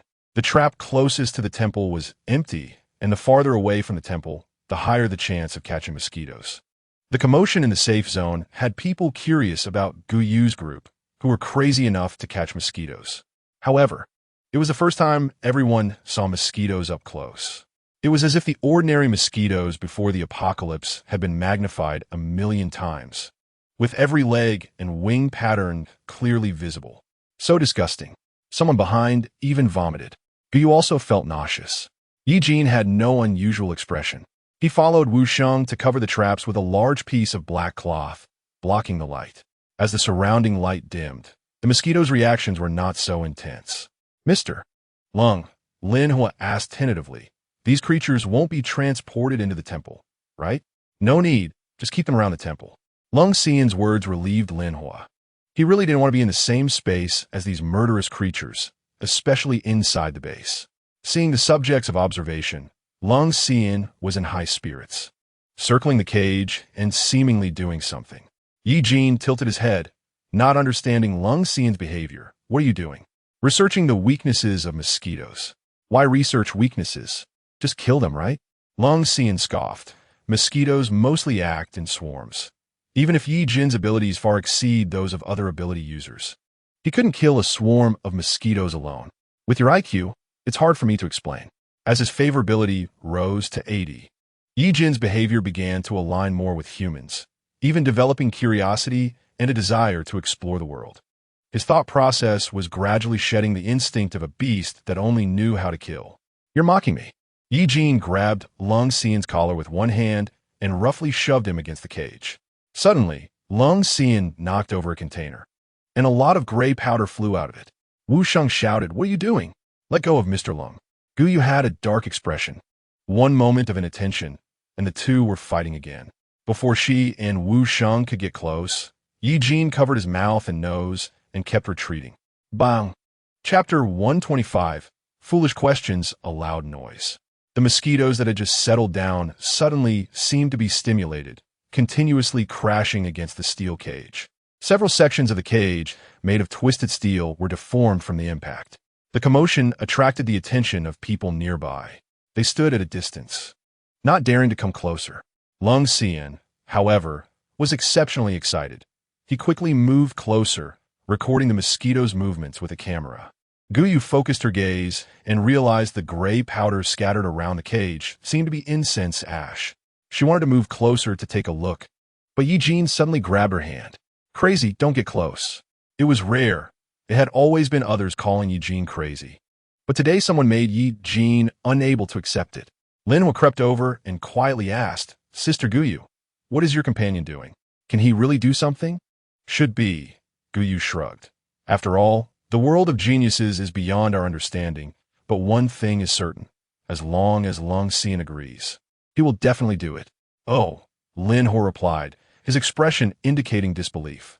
Guyu noticed Lin Hua was holding a weapon and asked, what are you going to do? He made a face at Guyu. If it weren't for the unfriendly-looking Ye Jin standing behind her, One of his hands would have already rested on Guyu's shoulder. Speaking in a tempting tone, "Since you have nothing to do today, do you want to go out and take a stroll with me?" This was exactly what Guyu wanted. The incense in the temple was too overwhelming for Ye Jin, and he couldn't stay inside for long. Even if Lin Hua didn't invite her, she wanted to suggest going along. However, Guyu turned to look at Lung Xian with a somewhat troubled expression. "If it's inconvenient for you."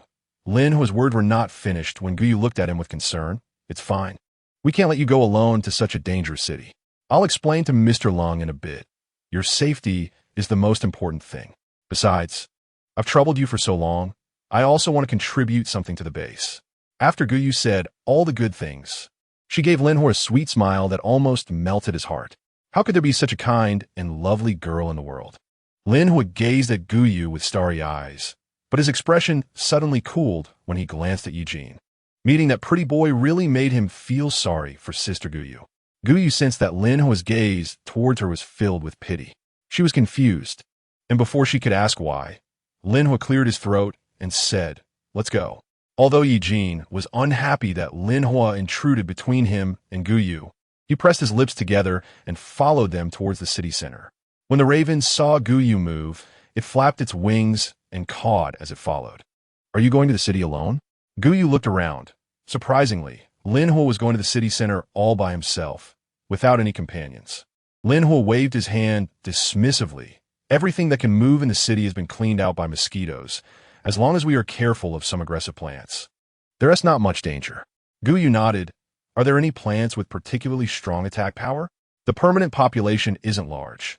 The city's main industry is tourism, and the most common shops in the entire city are hotels and restaurants." Guyu and Ye Jin walked side by side, exchanging glances. Ye Jin felt the city and did not detect any significant energy fluctuations, so she nodded at Guyu. With Ye Jin's nod, Guyu finally felt relieved. She had never encountered such a peaceful city before. If it weren't for the mosquitoes, and if the city built walls and defenses, it would indeed be a good safe base. Lin Hua led them to a food street. "Can you gather supplies?" Ye Jin snorted, finding it a foolish question. Lin Hua took a deep breath, stifled by her response, but didn't hold it against the pretty boy for Guyu's sake. "Don't go to dark and damp places. There might be mosquitoes. Everyone spread out to collect food, and if anything happens, shout for me. I can't hear you." "Okay." Guyu was eager to collect more items while no one was paying attention, wanting to fill her upgraded space. Just as she was dozing off, someone brought her a pillow. She hurriedly agreed and pulled Ye Jin's wrist to rush into a nearby grilled fish restaurant. Inside the shop, traces of a past zombie crisis were still faintly visible.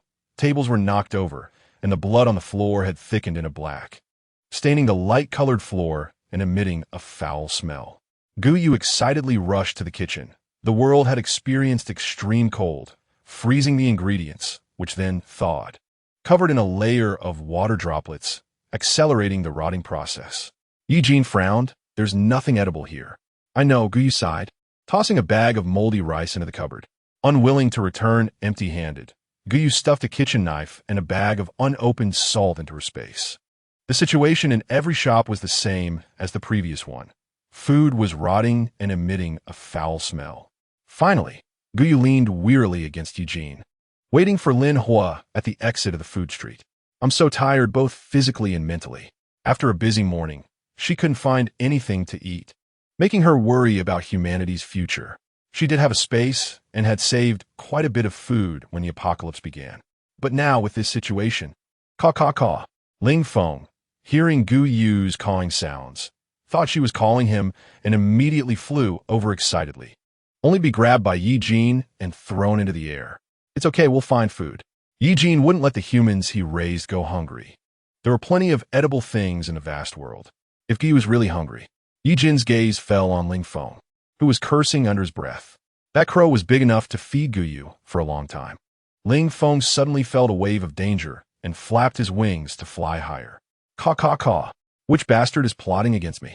Chapter 126. Wow, such a big sunflower. Guyu was still unaware of what was happening between Ye Jin and Ling Feng. She nodded, indicating that she felt comforted by Ye Jin's words. Leaning against Ye Jin, Guyu boredly picked at her fingers. She glanced at the alpha shielding device's time until failure, There were 3 hours left. Why is Lin was still not out? They had been waiting at the food street's exit for about half an hour, but there was still no sign of Lin Hua. And Guyu muttered softly. Guyu looked towards the food street. The originally marble floor was now pushed up by wild grass, and she could only vaguely see the former prosperity through the gaps in the plants.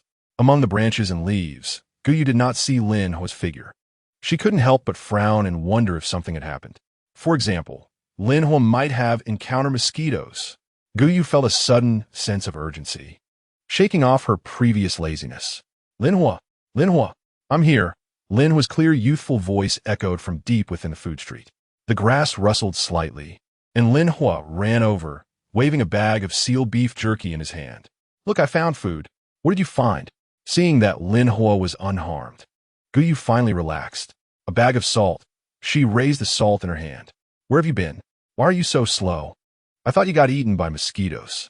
Well, Lin Hua scratched his head a bit embarrassedly. Most of the stuff in the city has been scavenged already. I just wanted to look a bit more carefully. The total amount of food is limited. Every bite counts. A rare look of worry appeared on Lin Hua's face. The nearby shops had been mostly searched, leaving only the large underground supermarket in the city center untouched. Large supermarket? Guyu spoke up.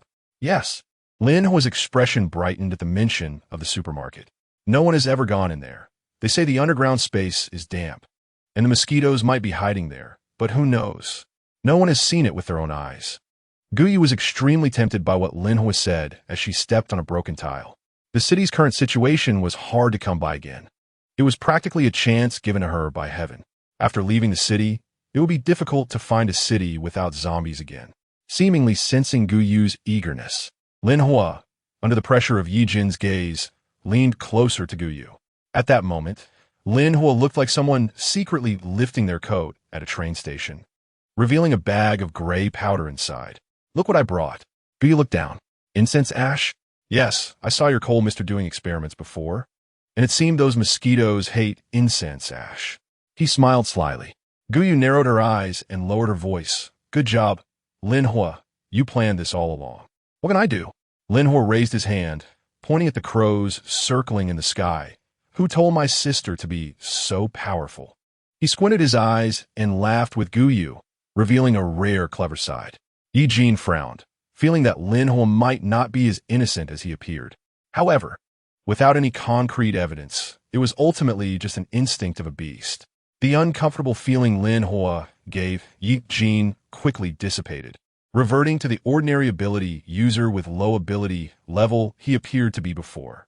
Ye Jin had no interest in who was with whom or where they were going. Anyway, wherever Guyu went, he would go too. Although Guyu asked like this, her footsteps had already caught up with Lin Hua, walking towards the city center. She seemed to see a lot of food laid out in front of her, and she excitedly rubbed her hands. Guyu watched Lin Hua bounce along, lightly tugging at Ye Jin's sleeve. We still have to be careful. Don't trust Lin Hua too much. They hadn't interacted with Lin Hua many times, and moreover, the few of them had only come together out of mutual benefit. Naturally, Guyu couldn't trust Lin Hua like she trusted Ye Jin. Then why are you following him to the underground supermarket? Ye Jin asked. Food, Guyu blurted out. Food is too important. I always want to stock up more. In the end, it's still human desire. Looking carefully at the supplies in her space, if it were just her and Ye Jin eating, they could last about 5 years without a problem. But what about 5 years later? If things continued like this, if humanity didn't regain its production capacity in 5 years, obtaining food would become even more difficult. Then go with peace of mind. Ye Jin looked down at Guyu's dark hair. I'm strong. I can protect you. The worried look in Guyu's eyes suddenly brightened, and she immediately clung to Ye Jin's arm. I knew my brother was the strongest, much stronger than Lin Hua, or even Lung Xuan. As long as I have my brother, I'm not afraid of any difficulties. Guyu felt her ability to flatter had improved. The compliments came out without her having to think. Guyu carefully avoided the sunflowers, which seemed to sense prey passing by and suddenly raised their sunflower heads, aiming towards Guyu. With a few whooshing sounds, the sunflower seeds shot out like bullets from the sunflower head. Guyu became aware of the impending crisis, but her physical condition couldn't keep up. Her mind screamed to dodge quickly, but her legs were a step slower. Ye Jin pulled Guyu back. and the two quickly retreated about a meter. Guyu only felt the cold, murderous intent of the seeds shooting towards her. She looked down and saw more than 10 seeds, each as thick as a finger, deeply embedded in the asphalt road next to her feet. Most of the seeds were buried in the ground. If they had struck her, they would have probably turned her into a sieve. Didn't they say the range was 5 meters? Guyu opened her mouth, feeling a bit overwhelmed. Lin Hua heard the sound and turned in fear, seeing Guyu still had the energy to speak loudly to him. He scratched his head and chuckled awkwardly. Perhaps it had evolved again. Chapter 127. Isn't this Plants vs. Zombies? He looked at Guyu with deep guilt. I'm sorry, Sister Guyu. I really didn't know the plants could evolve so quickly. It was clearly 5 meters before. If Lin Hua had been stubborn and tried to argue, it would have been better, but his attitude was very sincere, and it looked like he was about to kneel before Guyu from weakness. If Guyu continued to press the issue, it would make her seem petty. It's fine, it's all my fault. If I had sensed it earlier, I wouldn't have almost gotten hurt. You don't need to apologize. The more you apologize, the worse I feel, Guyu said with a smile. She pressed down on Ye Jin's hand beside her and said to Lin Hua, let us continue our journey. Don't delay because I almost got hurt. Okay. Ye Jin looked at Lin Hua's back with red eyes. Something was off with him. He was a city person and knew every plant on the road like the back of his hand. How could he have made a mistake about the plant's attack range? Let us hold off for now and observe. Guyu looked down at the seeds, which were about the size of a thumb, and with some effort, she pulled one out from the ground. Her fingers turned a bit pale from the strain, but she managed to extract the deeply embedded seed. The outer shell of the seed was cold and metallic, but she didn't know if the metallic-like exterior contained sunflower seeds. Do you want it? Ye Jin asked as he watched Guyu struggle to collect the seed from the ground. Humans were weak. It took her a lot of effort to pull out just 2 seeds. Yes, I want them, Guyu nodded, naturally making way for him. Over a dozen seeds could fill a large handful. He handed all the seeds to Guyu. Guyu's fingers were pressed together, and she almost couldn't gather all the seeds. What are you collecting these seeds for? Ye Jin asked. I want to see if I can plant them.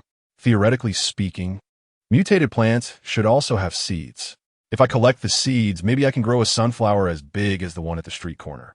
Wouldn't that mean free seeds? Guyu's imagination ran wild as she put the seeds into her backpack, envisioning that if she tied these sunflowers to the car roof, they could automatically attack zombies when they got too close. Isn't this Plants vs. Zombies? Guyu was amazed by her own ridiculous idea when suddenly Lin Hua stopped in his tracks. He pointed at the tallest building in the city and said, We've arrived. Ye Jin continued to protect Guyu, his sharp gaze scanning the building. The exterior of the building was covered in vegetation, making it look like a giant tree reaching into the clouds from a distance. Ye Jin didn't sense any powerful abilities, so he nodded to Guyu. Lin Hua suppressed his excitement and introduced the building to Guyu and Ye Jin. Guyu was equally excited. There were so many supplies inside that if they just took a small portion, it could fill her upgraded space. Shall we go? Lin Hua asked. Guyu gestured to Ling Feng, who was circling in the sky, and he lowered his flying altitude, following Guyu into the building. The 3 of them disappeared into the entrance of the building. As soon as they stepped into the building, Guyu felt a chill. The temperature inside was completely different from outside. The outer walls were covered in vegetation, blocking the light and casting the interior into darkness. No wonder the people from the base didn't come here. With this temperature and humidity, mosquitoes were likely to thrive here. Guyu couldn't help but lean against Ye Jin. Ye Jin's eyes still shone brightly in the darkness, like a beast lurking in the woods, ready to spring into action. His pupils scanned the building. There were no mosquitoes. That's good, Lin Hua thought, although he still put mosquito repellent into the building's air circulation system. The high-end building had its own power system, capable of maintaining basic operations. Within 5 minutes, Ye Jin frowned. Seeing his disgusted expression, it was clear that the repellent had been evenly distributed throughout every corner of the building. Lin Hua rolled on the ground and dashed to the side of the elevator. It was just like a military drama before the apocalypse. He leaned against the elevator, vigilantly looking down to the next floor. Inside, it was pitch black, and human eyes could not discern what was inside or what creatures might be lurking. Ye Jin coldly stepped onto the elevator, heading directly to the lower level. Wait, brother. Be careful of danger, Lin Hua whispered, but the darkness amplified his voice, making it sound a bit harsh. It's fine. Guyu patted Lin Hua's shoulder. Ye Jin's senses are much sharper than ours. If he says there's no danger, then there's definitely no danger. This statement sounded like blind obedience to Lin Hua, lacking any judgment. What if? By the time Guyu and Ye Jin reached the first floor, they had found a flashlight. The beam of light from the flashlight cut through the darkness of the building like a sword. Lin Hua was still rolling and slowly advancing, just making it to the first floor. The underground supermarket had also been overtaken by plants, with climbing vines winding up the shelves. A unique, fragrant scent of plants filled the entire underground space. As soon as Lin Hua saw the shelves full of goods, he forgot the vigilance he had been trying to maintain and dove into the shelves. His movements were agile, and he turned left and right until he disappeared. Guyu winked at Ye Jin, urging him to take the backpack and pretend to collect supplies. Meanwhile, Guyu was searching for the supermarket's warehouse. In such a large supermarket, there must be a temporary storage area for goods. Guyu quickly found the temporary warehouse, where the goods were neatly stacked, one box on top of another. Guyu had no time to check what was in each box. She quickly weaved through the boxes, and wherever her fingers touched, the large boxes suddenly vanished. This was a massive undertaking for Guyu, and soon she was on the verge of exhausting both her stamina and abilities. You're tired. Ye Jin's voice suddenly rang out beside Guyu, startling her. How did you get over here? She had been counting on Ye Jin to distract Lin Hua outside, but unexpectedly, he had followed her in. Guyu lightly pushed him. Chapter 128, The Deadly Willow Tree. Ye Jin followed Guyu's push to the entrance of the temporary warehouse, standing by the shelves and pretending to collect supplies. If it weren't for his glaring eyes that were very noticeable and impossible to ignore, it would have been more convincing. Guyu looked at the remaining space of about 10 square meters and prepared to fill it up in one go. Just as her hand was about to land on a box, she suddenly heard a scream. I'll help. The voice sounded somewhat familiar. It seemed to be Lin Hua. Guyu could not care about pretending to collect supplies anymore and quickly ran out of the temporary warehouse. Following Ye Jin's gaze, Lin Hua was seen entangled by a branch, hanging upside down in midair. The branch was gradually tightening, and Lin Hua's face was visibly turning pale. His waist and chest were close to being crushed, and in his peripheral vision, he caught sight of Guyu and Ye Jin. He summoned the last bit of strength to cry for help. Help! Save me! TSK.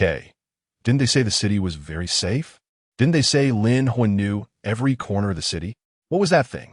Guyu casually grabbed a kitchen knife from the shelf and quickly moved toward the center of the supermarket, with Ye Jin and Ling Feng following closely behind. Ye Jin's eyes fell on the branch entangling Lin Hua. A willow tree. It was a giant willow tree occupying the exhibition area of the supermarket. Its branches and leaves spread out wide enough to almost block the entire ceiling of the underground supermarket. Guyu was so focused on looking up at Lin Hua's position that she suddenly tripped over something on the ground. Ye Jin quickly reached out and grabbed her collar, stabilizing her.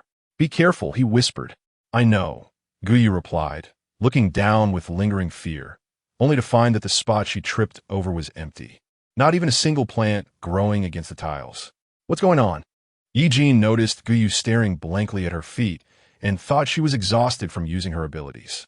He wrapped his arm around her waist and lifted her onto his shoulder. Ye Jin was already tall, and being on his shoulder gave Guyu a wider view. She shone the flashlight ahead, illuminating almost half of the supermarket. Ye Jin moved quickly, the flashlight beam swaying up and down. Suddenly, out of the corner of her eye, Guyu seemed to catch sight of a long object slithering through the darkness like a snake. She thought she must have seen it wrong, but the next moment, the object emerged from the shadows, rapidly wrapping around Ye Jin's feet. Watch your feet, Guyu shouted.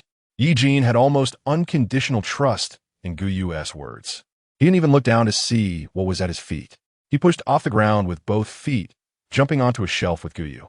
The thing missed its attack and, somewhat unwillingly, reared up, lunging towards Ye Jin.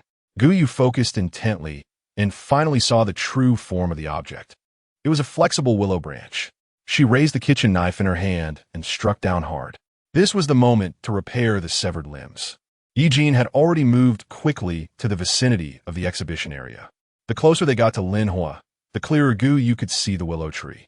The tree stump was extremely thick, with developed roots disappearing into the ground, extending far in all directions. As if sensing someone approaching, the branches of the willow tree seemed to come alive in an instant. Dense willow branches rushed toward the two, making a whooshing sound.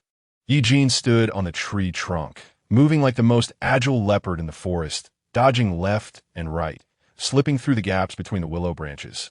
And suddenly leaping 5 or 6 meters upward, he released all the tentacles from his body, entangling with the willow branches, and fought for a little space to maneuver.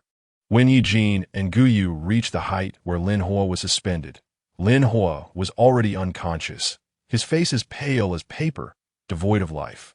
Lin Hua, Gu Yu called out, but Lin Hua didn't seem to hear her voice.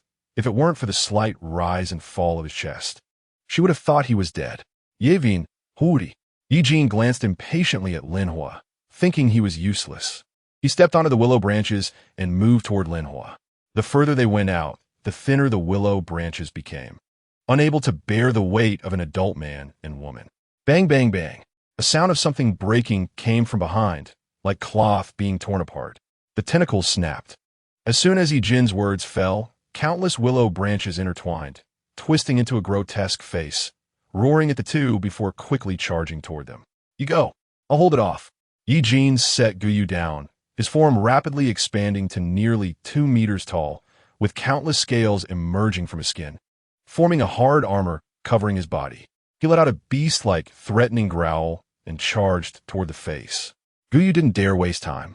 She gripped the willow branch with both hands and pulled toward Lin Hua. Her palms stung as the branch's fine thorns pierced her hand, continuously sucking her blood. Gu Yu cursed inwardly, finally understanding why Lin Hua looked so pale. The willow branch had blood-sucking thorns deeply embedded in his flesh. At this rate, it wouldn't be long before Lin Hua was drained to a husk. Enduring the sharp pain in her palm, Gu Yu gritted her teeth and moved to Lin Hua's side, raising the kitchen knife to chop at the willow branch, entangling him. Seeing this, Ling Feng also came over to help, with the sharp claws of the raven. He quickly slashed a few times, and Lin Hua fell from the air. He groggily opened his eyes and instinctively grabbed Gu Yu. From a height of over 10 to nearly 20 meters, if he fell to the ground, Ling Feng cawed loudly, desperately flapping his wings, pulling at Gu Yu's collar to slow their descent. Gu Yu rolled as she hit the ground, dissipating some of the impact. She looked up to see the willow branches had tightly entangled Ye Jin. The sheer number of these branches was overwhelming, like fierce pythons, wrapping their prey tightly. Ye Jin slashed through a willow branch with his sharp nails, but another branch quickly wrapped around him. Ye Jin, Chapter 129. The human in front of me loves me so much. Gu Yu watched helplessly as countless willow branches attacked Ye Jin, wrapping around him from head to toe without leaving a single gap. Her heart twisted in fear, nearly unable to breathe. Seeing Ye Jin in danger, Gu Yu had only one thought. Ye Jin must be okay. Ye Jin's strength was supposed to be formidable. Although the rate of evolution of plants and animals after the apocalypse far exceeded that of humans, he shouldn't be immobilized by the willow tree. Gu Yu looked at the immobile mass of willow branches, disregarding the Lin who was still unconscious on the ground, and swiftly took out gasoline from her space, pouring it around the willow tree without concern for cost. As the lighter flickered to life, the entire underground supermarket was instantly illuminated. Gu Yu seemed to hear a deep, painful roar from something. She didn't care about anything else and was about to climb up along the willow tree's branches like Ye Jin when suddenly a figure dropped from above, grabbing her waist. Before Gu Yu could see the person's face, she was taken down from the tall tree. Yet the anticipated pain didn't come. The person protected her well, and Gu Yu didn't even feel the impact of falling from a height. Ye Jin, go! Ye Jin's long tail coiled around Gu Yu, securing her to his back, and he swiftly grabbed Ling Feng, who was struggling with the willow tree, and Lin Hua, who was barely able to stand. The willow tree behind them was on fire, writhing in agony, causing the ground to tremble.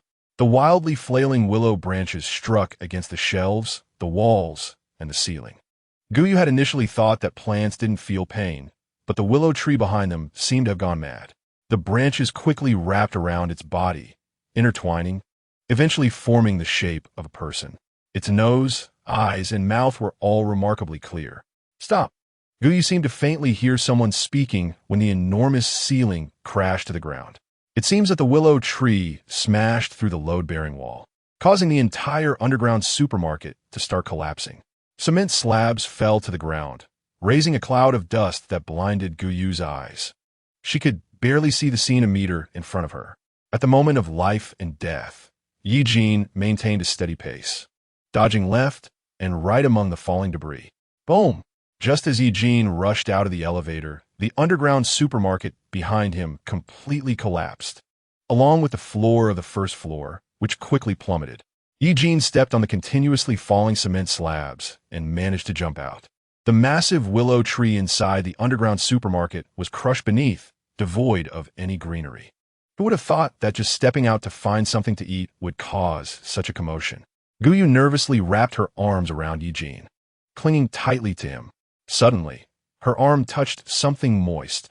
She raised her hand to the sunlight and saw a patch of red on her arm. Ye Jin, are you hurt? No. He squinted his eyes and took a while before speaking. Guyu finally relaxed, giving Ye Jin's chest a strong pat. You scared me. Why didn't you say so earlier? Although I know my brother is very capable, if you get hurt, it would be so distressing. Guyu looked up, her eyes glistening like a deer's, filled with concern for Ye Jin.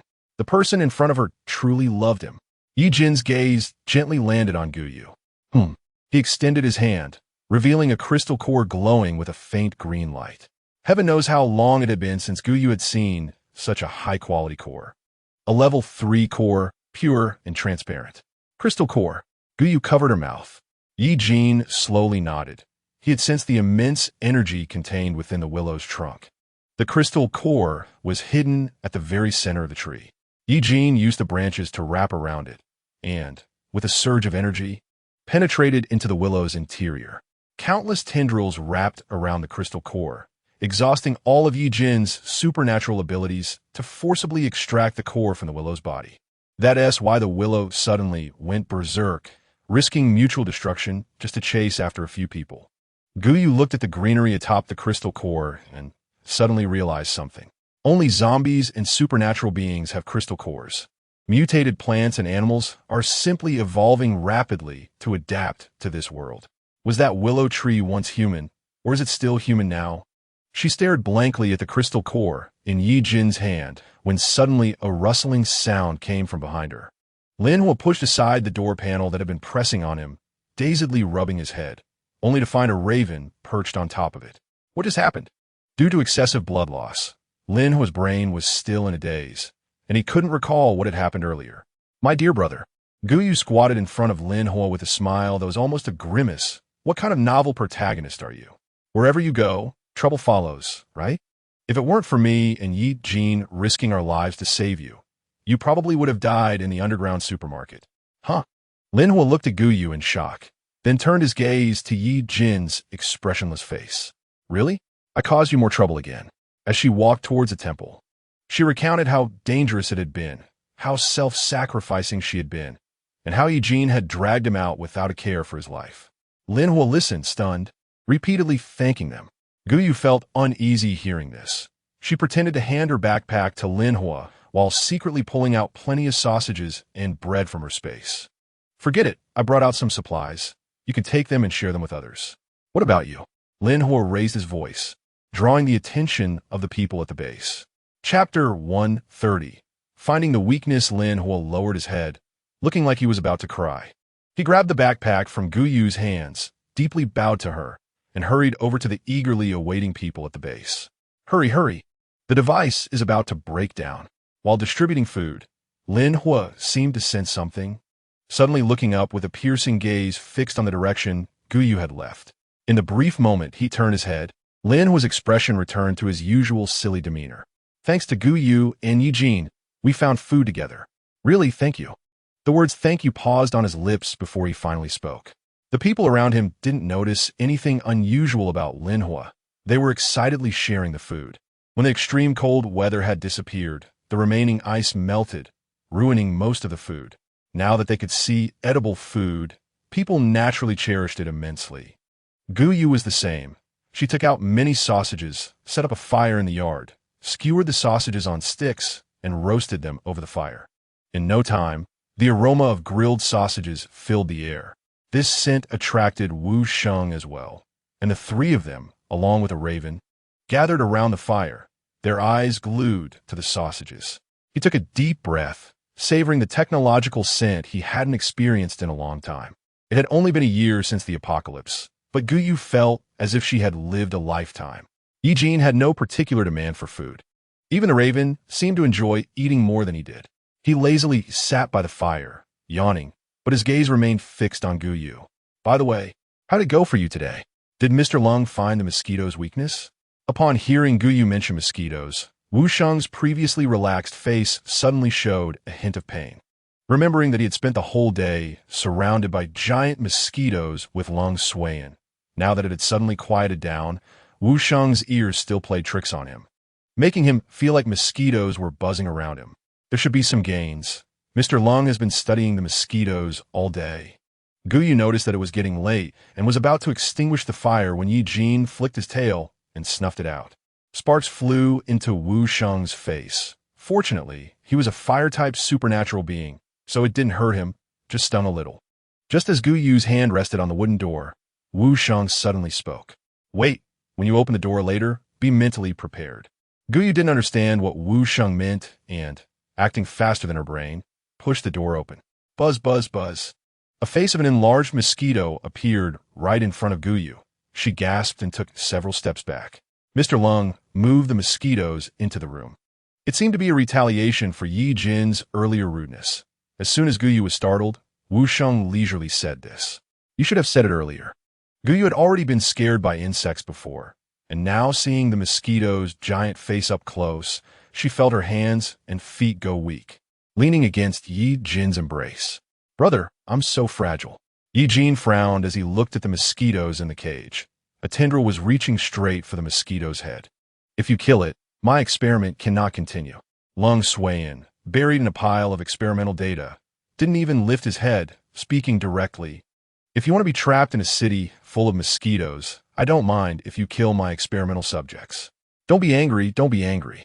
Guyu clung to Ye Jin's sturdy arm, almost hanging on him. What is Mr. Ling saying? How could Ye Jin possibly kill your experimental subjects? We're doing our best to help you. The room was filled with the low-frequency vibrations of mosquito wings, the buzzing sound drilling into people's heads. After a while, Guyu could even hear phantom sounds in her ears. For 3 consecutive days, she suffered this kind of punishment. On the morning of the 4th day, Lung Xian suddenly stood up straight and said, It's done. He hadn't slept for 4 whole days, yet he looked more energetic than Guyu, showing no signs of fatigue at all. Really? Guyu, who was slumped against Ye Jin, immediately perked up upon hearing Lung Xian's words. Can we kill the mosquitoes? Ye Jin asked expressionlessly. It's done. Lung Xian organized the data neatly and nodded slightly at Ye Jin. Almost at the moment Lung Xian nodded, the head of the mosquito in the cage was almost simultaneously and forcefully severed by something, and the whole world fell silent. Guyu patted her ears hard and uncertainly asked Ye Jin, Brother, are you sure all the mosquitoes are dead? Wu Sheng, wiping his gun with a bitter smile, pointed to his own ears. I'm having hallucinations too. The only one excited among them was Ling Feng, who rushed towards the cage, landing on the mosquito. Usually, Guyu found the food of the raven a bit disgusting, but today, upon closer inspection, she realized that the raven was not eating the mosquito's corpse, but was rummaging through the mosquito's head, eventually seeming to pick up a round little thing and swallow it whole. Guyu felt puzzled and was about to frown and look closer when suddenly, Lung Xian's figure blocked her view of the raven. All right, let's go to the freshwater lake. The people from the base had been paying attention to the movements here. Seeing Lung Xian suddenly appear in the yard, they pulled Lin Hua over and gathered around. Mr. Lung will help too. From a moment Lung Xian suggested going to the freshwater lake until now, it had only been 10 minutes and Guyu was already standing by the lake. Mr. Lung, what are we doing at the freshwater lake? Aren't we supposed to kill mosquitoes? At the other's urging, Lin Hua was pushed forward, smiling ingratiatingly. As the size of the mosquitoes increases, their lifespan continuously decreases, Lung Xian said, looking at the calm surface of the lake. In normal circumstances, the lifespan of male mosquitoes is about 14 to 24 days, while female mosquitoes live for 37 to 74 days. If the temperature is suitable, their lifespan can reach 4 to 5 months. Ye Jin raised an eyebrow at everyone. Do you know how long the lifespan of mosquitoes after evolution is? Under the puzzled gazes, Long Xian slowly spoke 7 days. In 1 week, mosquitoes transition from larvae to fully metamorphosed adults, from their peak to extinction, taking a total of 7 days. 7 days? Guyu was somewhat shocked. It seemed the world was fair. When it grants you immense power, it also takes away your lifespan. Thus, Guyu had already guessed Long Xian's thoughts. You want to target the larvae. Mosquitoes have a short lifespan, relying on high-efficiency reproduction to ensure the continuation of their species. Humans, on the other hand, almost need to do nothing. Just by reducing the number of larvae, the entire race will naturally head towards extinction. This is something humans can do with ease. Without much thought, in front of everyone, Long Xian simply poured a large bottle of murky liquid into the freshwater lake. Wu Sheng brought out many identical bottles from behind and distributed them, pouring the liquid into the lake water, making sure not to miss any corners. Hey, Lin Hua, what do you think is in these things? Why doesn't Mr. Lung have any by his side? And how did he get these? Lin Hua shook his head. I don't know. As the cap opened, his nostrils twitched as he caught a faint fragrance in the air. It was exactly like the scent left in the air after incense was burned in a temple, just much lighter. The corners of his mouth curled up slightly. Lin Hua, what are you laughing at? Someone beside him asked. Nothing, just happy. If this stuff is useful, we won't have to worry about mosquitoes anymore. They poured the liquid into the freshwater lake, and the water's surface remained calm, as if nothing had happened. Mr. Lung, what do we do next? The people from the base had already started respectfully addressing Long Xian as Mr. Lung. They stood stiffly in front of the small team, waiting for Long Xian to speak. Wait. Everyone exchanged glances, ready to follow Long Xian's instructions. After all, they had survived under the pressure of mosquitoes for so long and didn't mind waiting a little longer. Perhaps it was their illusion, but the people at the base felt that the number of mosquitoes seemed to be decreasing sharply lately, and even the deafening buzzing at night had lessened considerably. I say Mr. Lung is impressive. Guyu didn't care about her flattery, showering Long Xian with praise after praise, causing Ye Jin behind her to frown. Guyu's mind buzzed. Very few people knew about her and Ye Jin's and Lin Hua's expedition for supplies. Moreover, Ye Jin wouldn't be foolish enough to flaunt the third-level crystal cores around. So how did Long Xian know? Guyu laughed awkwardly. The people at the base say there are fewer mosquitoes lately, but I'm not sure if it's true. Mr. Lung, do you still need test subjects? No need. Long Xian raised his head. Haven't you noticed the changes in the surrounding environment of the city? At first, Guyu hadn't noticed, but once Long Xian mentioned it, she began to pay attention to the environment around her. It's the sound of birds. Ye Jin, who had not spoken, suddenly said. The city, which had originally been silent like a ghost town, was now filled with the crisp sounds of birds chirping in the sky. I think we'll be able to leave the city soon. Long Xian's words seemed like the start of something. From then on, the environment of the city changed day by day. Guyu even vaguely heard the roars of zombies once. The presence of animals entering the city was a good thing. At least the people at the base no longer had to rely on fast food to fill their stomachs. The temple was bustling every day, and some people even made a few bows and arrows, looking like ancient heroes when they slung them over their shoulders. Guyu was a bit curious about the bows and arrows and went over to watch the excitement. Coincidentally, Lin Hua was also there, and he enthusiastically greeted Guyu and Ye Jin. What a coincidence! Do you want to go hunting? Guyu felt a bit hesitant about Lin Hua's invitation, but since they were about to set off again, they should stock up on food. Thinking this way, she nodded in agreement. Guyu turned to Long Xian and asked, Mr. Lung, are you coming with us? Although they were talking about hunting, everyone's faces were filled with excitement, more like children going on a spring outing.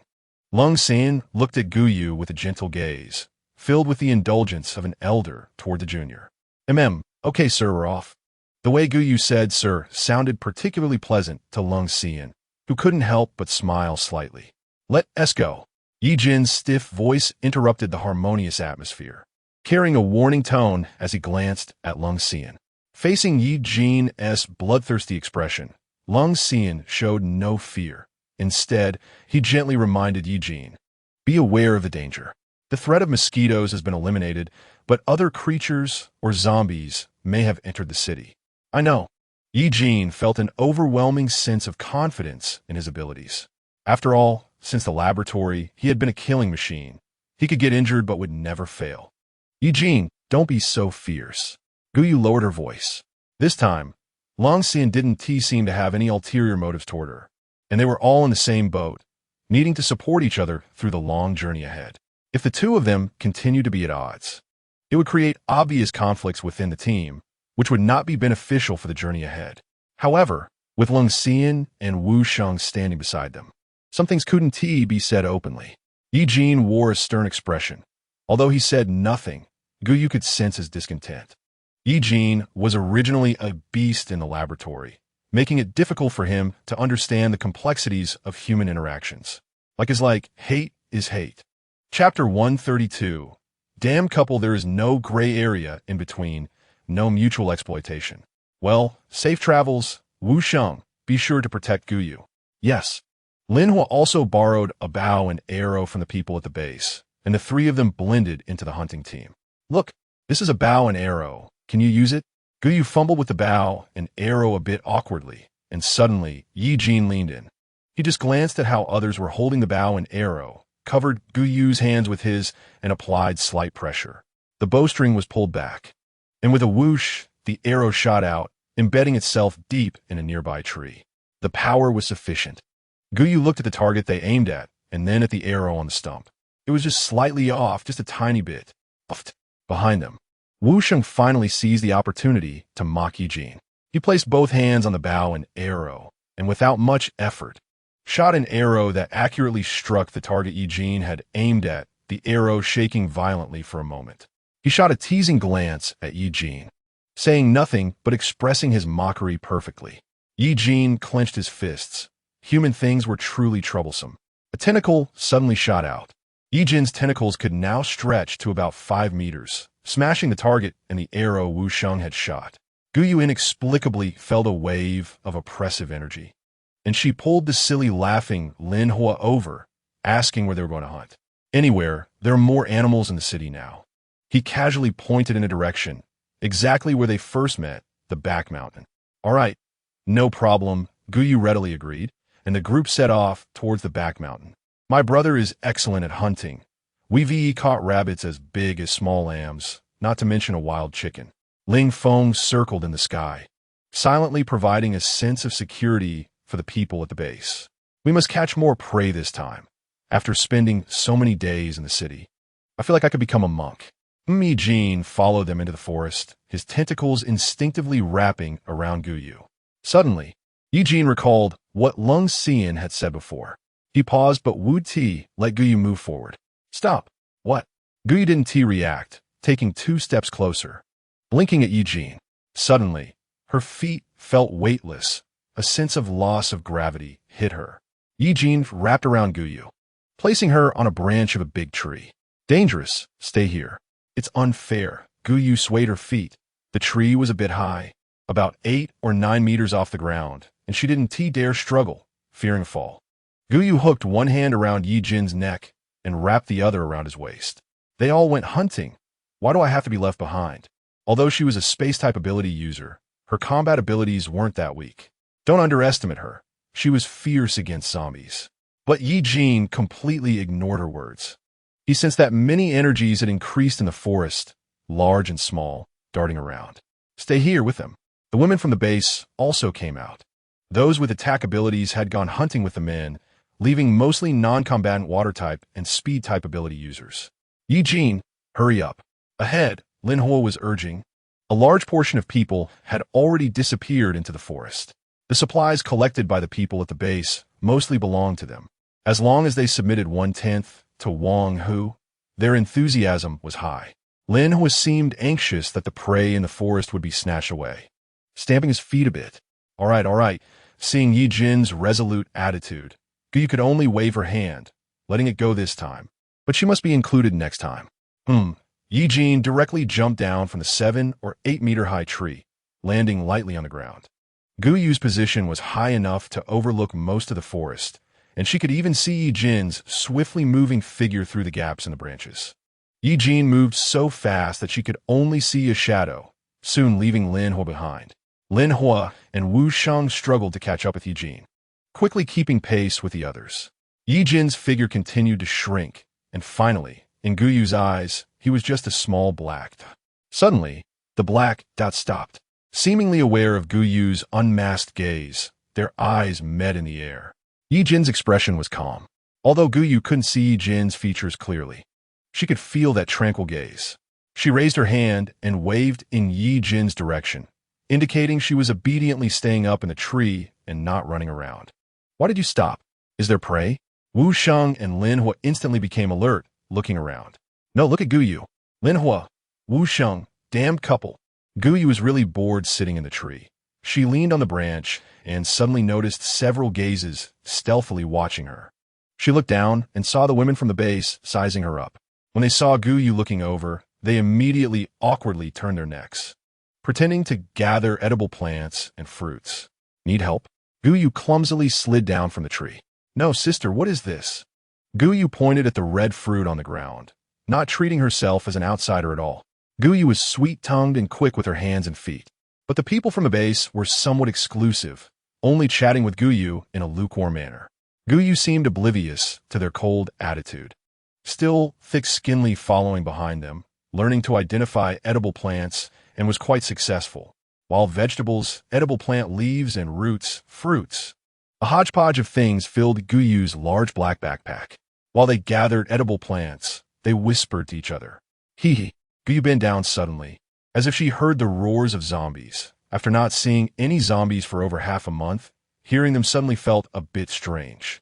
Worried she might be overreacting, Guyu tilted her head to listen for a bit. Chapter 133.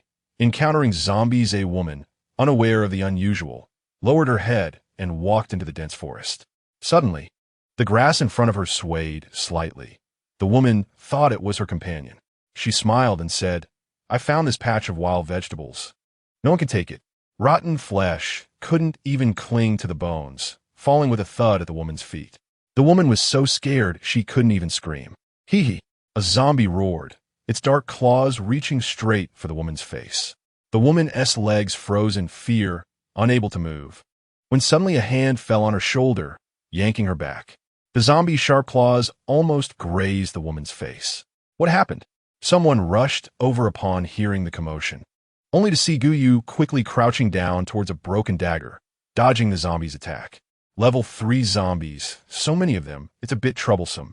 What's more troublesome is that behind that zombie were more than 20 others, forming a super small horde. The claw of the zombie, carrying a gust of wind, swiped over Guyu's head, and taking advantage of the zombie's moment of inattention, Guyu plunged her dagger into the zombie's eye socket and twisted it hard.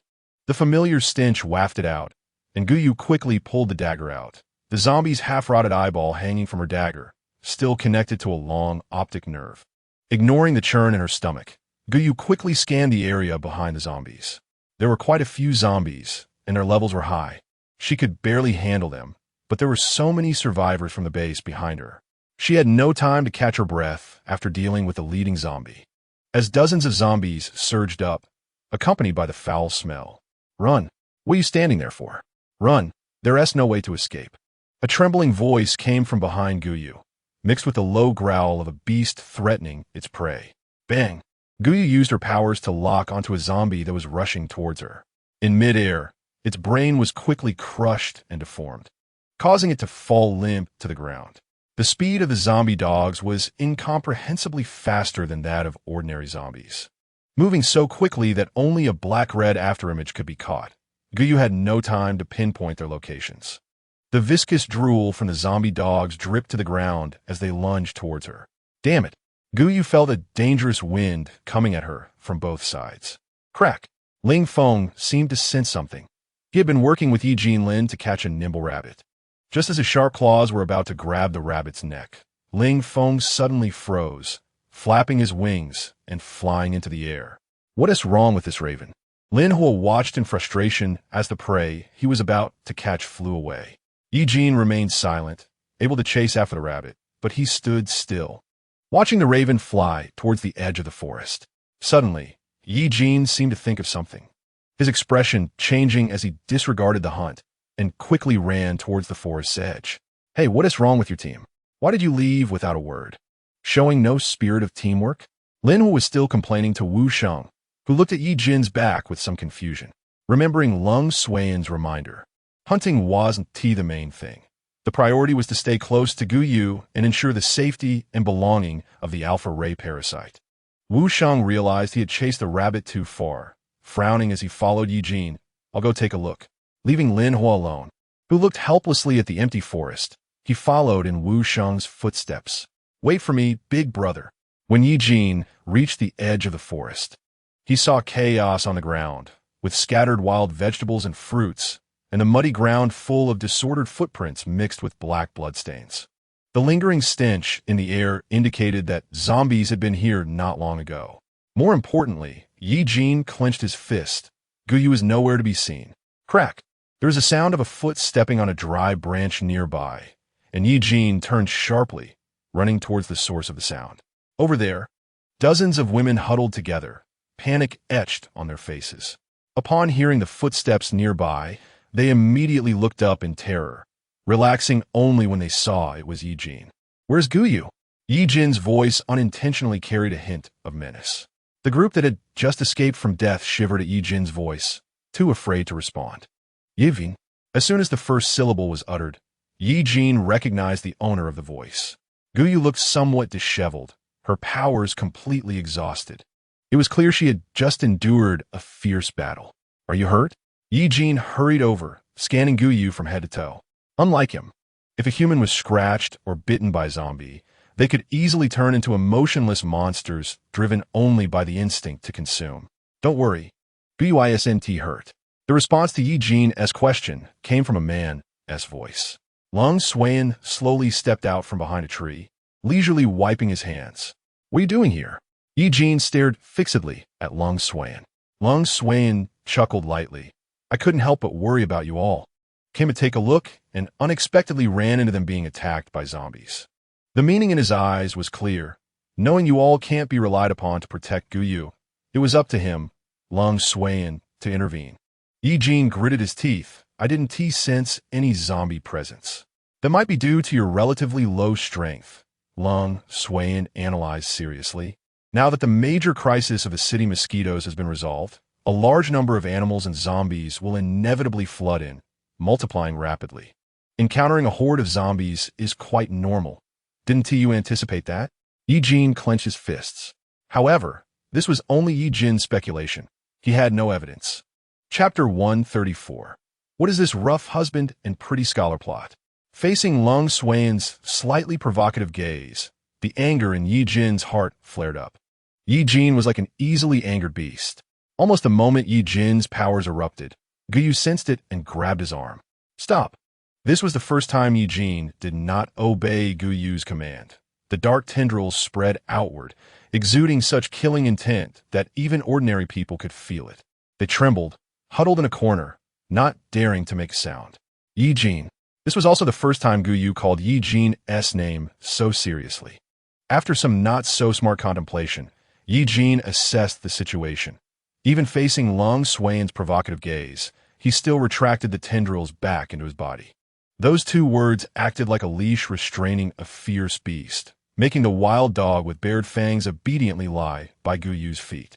Although Ling Feng despised Ye Jin, compared to Lung Suiyan, the two not-so-bright minds clearly stood on the same side. The peaceful days had lasted too long. The people of the city had nearly forgotten the fear of being dominated by zombies. "Zombies, a lot of zombies, everyone be careful." The call of a companion echoed from the back mountain. Upon hearing the voice, those nearby immediately descended the mountain, gathering in an open area at its foot. Someone shouted, vigilantly paying attention to their surroundings. Being bitten or scratched by a zombie could lead to becoming a monster. "Hurry, hurry. Wang Fun, you don't look so good." Gu Yu heard someone speaking beside her and turned to look. It was the woman from before. Her face was pale, and her forehead was covered in cold sweat. Seeing Gu Yu's gaze, she somewhat defensively snapped, "What are you looking at?" "I'm just scared." Unlike some women who only rely on men, I have to bear it myself when danger comes. Guyu found the woman a bit strange, but didn't dwell on it. She hooked her arm around Ye Jin's. His muscles weren't exaggerated, but they conveyed a sense of great strength. Brother, what should we do? I can only rely on you. I'm not as strong as my sister, who can handle things on her own, woo-woo. Guyu had mastered the essence of the green tea behavior, especially that woo-woo sound, which was no longer stiff, evoking a sense of protectiveness. It made the already pale-faced woman look even worse. Wang Fun, how can you talk like that? A girl who had come out with them was somewhat displeased. Guyu saved you earlier. When you encountered the zombies, you ran the fastest. Why didn't you help us? You. All right. Let us not argue because of me. Guyu interrupted Wang Fun, then winked at the woman who had stood up for her earlier. Thank you, sister. After all, I have a man to rely on, unlike Sister Wang Fun, who has to rely on herself. You're so strong. Lung Xuan lowered his voice. He had previously seen Miss Guyu as a warrior from ancient Greece, but didn't he expect such a vivid side to her? Guyu had previously been the kind to stand on Lung Xuan's chest, loudly asking what he was looking at. Fortunately, Lung Xuan was considerate enough not to shout out loud, tearing apart her fragile little flower image. Guyu pressed her lips together, about to say, Mr. Lung, you are really interesting, when Ye Jin suddenly quickened his pace. Guyu had been hanging onto Ye Jin to act like a clingy vine, and now that Ye Jin accelerated, she was forced to keep up, pushing through the crowd and moving to the front. In an instant, she left Lung Xuan and Wu Sheng behind. Ye Jin. Guyu stumbled a step, tightly clutching Ye Jin's arm. Ye Jin had no expression on his face, but Guyu could sense that he was angry. Was he intentionally yelling at you just now? She looked at her favorability rating with a hint of guilt, but thankfully, Ye Jin's favorability towards her hadn't decreased. Just now, Ye Jin suddenly spoke, saying that the zombies had appeared unexpectedly, and it wasn't her fault. Someone had caused it. Ye Jin spoke in a fragmented manner. Even his word order was a bit off. When his mind got chaotic, he didn't know how to express himself. Guyu thought it was because Ye Jin was unable to accept the consequences of the situation developing beyond his expectations. It was like a top student who misread a question in an exam and ended up with the lowest score. It's okay, I'm also amazing. Maybe I'll be better than you in the future, and then I'll protect my brother. The way she painted a bright picture for herself was quite perfect, and Guyu silently praised herself for being a qualified little green tea today. No, Ye Jin frowned slightly. He still wanted to explain something, but the crowd had already reached the temple entrance, eagerly squeezing inside and interrupting Ye Jin's words. Guyu couldn't tell if it was her illusion, but Wang Fun's face seemed even paler. Damn it, his feeling was really strange. Lung Xian's fox-like eyes were too captivating among the crowd. One could immediately see those affectionate eyes, as if it were a scene from a movie, very alluring. Especially when Guyu turned her head and looked at Ye Jin's misty white pupils. That gaze was pure and naive, staring at her without any defenses. It felt like having a rough husband by her side, while she was cheating with a charming scholar. The two exchanged ambiguous glances in front of everyone, putting a green hat on the rough husband. Guyu shook her head several times, finally shaking off this absurd thought. The thick solid wooden door slowly closed, and the sound of the latch made everyone's hearts finally settle down. Boss Wang came out. Boss Wang, what should we do? A tall, strong man with a serious expression quickly walked into the courtyard, visibly carrying a pistol that gleamed in the light. Chapter 135. It's chaotic. This was Guyu's second time seeing Wang Hu from the city base. He sat casually in a chair, showing no rejection towards Guyu's team being present. Instead, he even brought them chairs. Mr. Lung is a high IQ person, different from us rough folks. I wonder if he can offer some suggestions for the base. Guyu sat next to Lung Xian, clearly seeing the calculation in Wang Hu's eyes. Wasn't this just getting something for free? Suggestions are not necessary. After all, we are not part of the base, just borrowing a place. You could discuss it among yourselves. With a light touch, she tossed Wang Hu's question back at him. Ye Jin and Ling Feng were feeling drowsy, and the huge raven collapsed unceremoniously onto Guyu.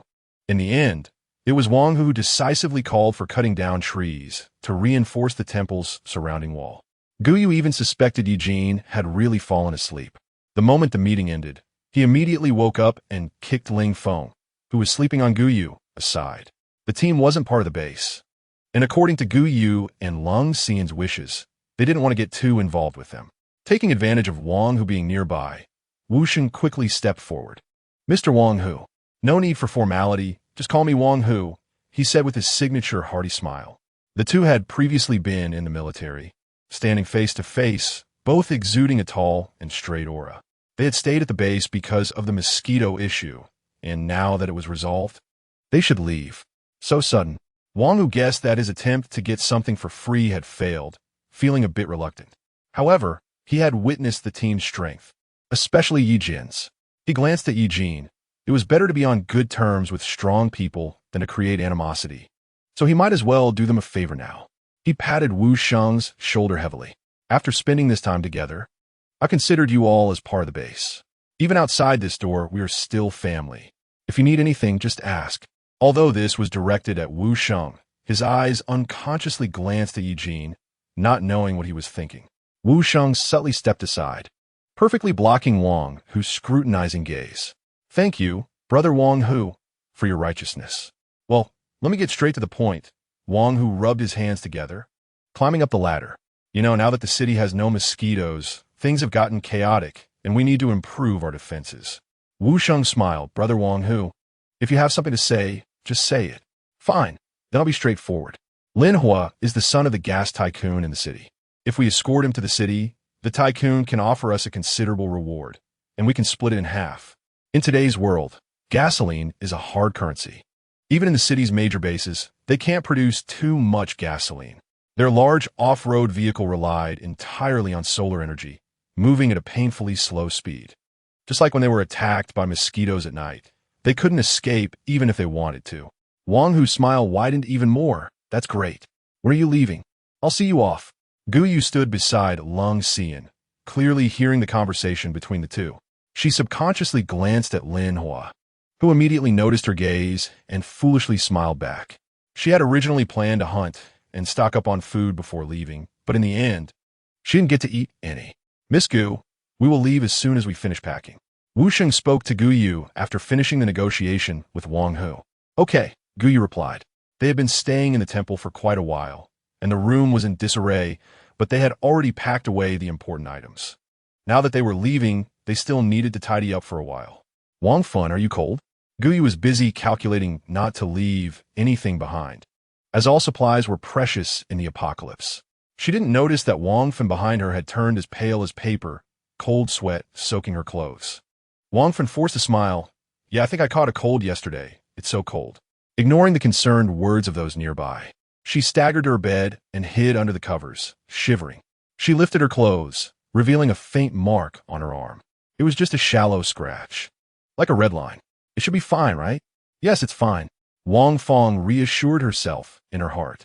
But the things in front of her were becoming increasingly blurry, and she felt thirstier. Guyu and Ling Feng sat in the courtyard basking in the sun, leaving the packing duties to Ye Jin. She only needed to say, "Ye Jin, don't forget anything." A low voice came from inside the room. Ye Jin's hands, capable of tearing apart a zombie's body, were now carefully picking up Guyu's things, awkwardly controlling his fingers to fold items neatly and place them in the backpack. Ye Jin was a bit petty. Anything that belonged to him, he marked it in his heart with his own brand. Guyu felt completely at ease, leaving the packing to Ye Jin. 3 big men were squeezed in the room. Turning around was a bit difficult. Guyu was still enjoying the rare sunshine today, her fingers resting on Ling Feng's head, absent-mindedly stroking the black feathers on the raven's head. Suddenly, a heart-wrenching scream rang out from the direction of the temple. Then came a commotion of voices. Guyu vaguely heard cries of help. "Someone has turned into a zombie," and similar exclamations. Her heart tightened, and just as she stood up, she saw the entire temple in chaos. Everyone was running around like headless chickens. Friends who had just been supporting each other to escape a moment ago were now trembling all over, suddenly lunging at each other and biting each other's necks. Blood sprayed like a fountain of death, and the air was filled with the choking smell of blood. Linhua didn't know what had happened and was knocked to the ground. "Linhua, come here!" Guyu shouted. Linhua seemed to have found her backbone, quickly running towards the side courtyard where Guyu was. A newly infected zombie pounced on her, knocking Lin Hua to the ground. Her pupils didn't even fully constrict, still retaining a trace of human rationality, hovering over Lin Hua, debating whether to bite or not. Instinctively, Lin Hua gathered her powers, the flames in her palm scorching the woman's hair. When she saw the woman's pained expression, Lin Hua hesitated. Lin Hua, kill her. Guyu was anxious. The woman was now beyond her attack range, as she pressed her hands against the door, leaving only a narrow gap. She couldn't afford to wait long for Lin Hua. Chapter 136. Isn't this the farmer and the snake, Mr. Donghua and the wolf? Someone had already noticed the commotion and was pushing through the crowd, quickly running towards the remote courtyard. Lin Hua's hand trembled, and finally, she steeled her heart and slapped the woman's head. In an instant, a huge fireball erupted, flames engulfing the woman. She hadn't been completely consumed by the zombie virus and could still feel pain. The woman screamed for 3 seconds before suddenly going silent. Her body began to shake violently, completely turning into a zombie. Lin Hua dashed in sideways, and the moment she stepped into the courtyard, Guyu quickly closed the door. Open the door. Save me, I don't want to die. The fear of death loomed over the people outside, and they used all their strength to crash against the door. Guyu pressed all her weight against the door, nearly being toppled by them. Bang! A hand reached out from Guyu's side, pressing against the door. Guyu instantly felt the force of the impact lessen significantly. Seizing the opportunity, she quickly locked the door. After doing all this, Guyu realized with a start that her limbs were somewhat weak, and her body fell back, crashing into a warm chest. Ye Jin reached out to support her.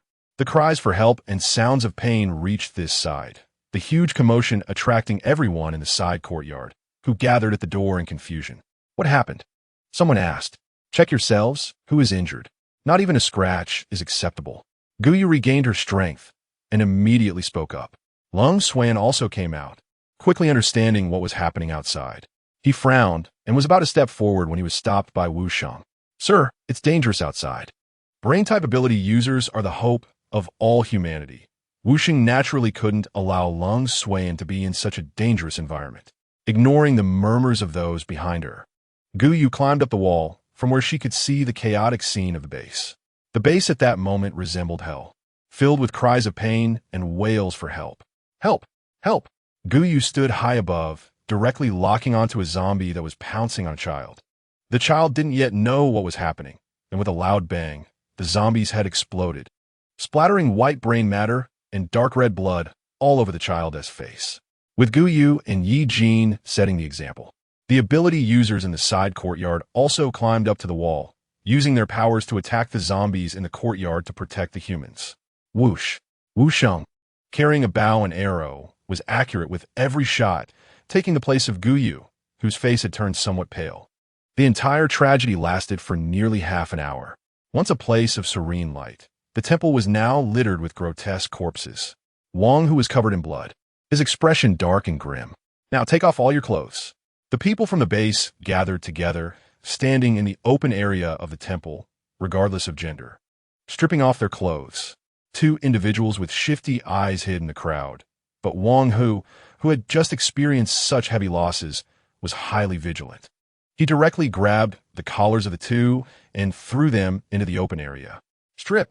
The 2 dared not defy the fierce Wang, who and could only tremble as they removed their clothes. Kill them. Wang, who stared at the scratches on their arms and calves, speaking coldly without any emotion. No one in the crowd moved. The 2 knelt at Wang Hu's feet, crying and pleading. Boss Wang, these are just scratches, not bites from zombies. Wang Hu showed no hesitation, pulling out his gun. After 2 shots, 2 corpses lay on the ground. Someone couldn't hold back and cried out loud. Guyu was not concerned with Wang Hu's display of power. She exchanged glances with her team and prepared to leave. At that moment, Wang Hu's gaze landed on a man. He kicked the man's knee and was about to shoot again. The woman next to the man struggled fiercely, pointing at Guyu and loudly questioning why they weren't stripping. They must have been bitten by zombies too. Why weren't they dead? And why did her man have to die? Guyu also calmed down. The reason these people were alive was that her team reacted quickly and organized a counterattack. Unexpectedly, instead of being grateful, they turned hostile. We're not from the base. And please rest assured, We will leave soon and won't cause you any losses. Wang, who had previously witnessed the strength of Gu Yu's team. The base had suffered severe damage, losing 2/3 of its population.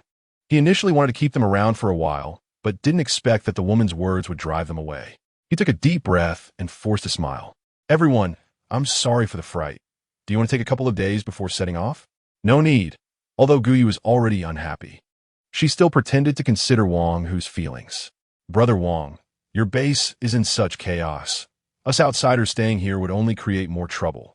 If any of our team members were infected earlier, it would be bad if we cause a riot. But rest assured, just as Wang Hu was about to speak, Gu Yu continued, we will definitely fulfill our previous promise to you. After all, we are not the kind of people who turn their backs on others. This statement was sharp, but Wang Hu had to maintain a harmonious facade. I know you all well.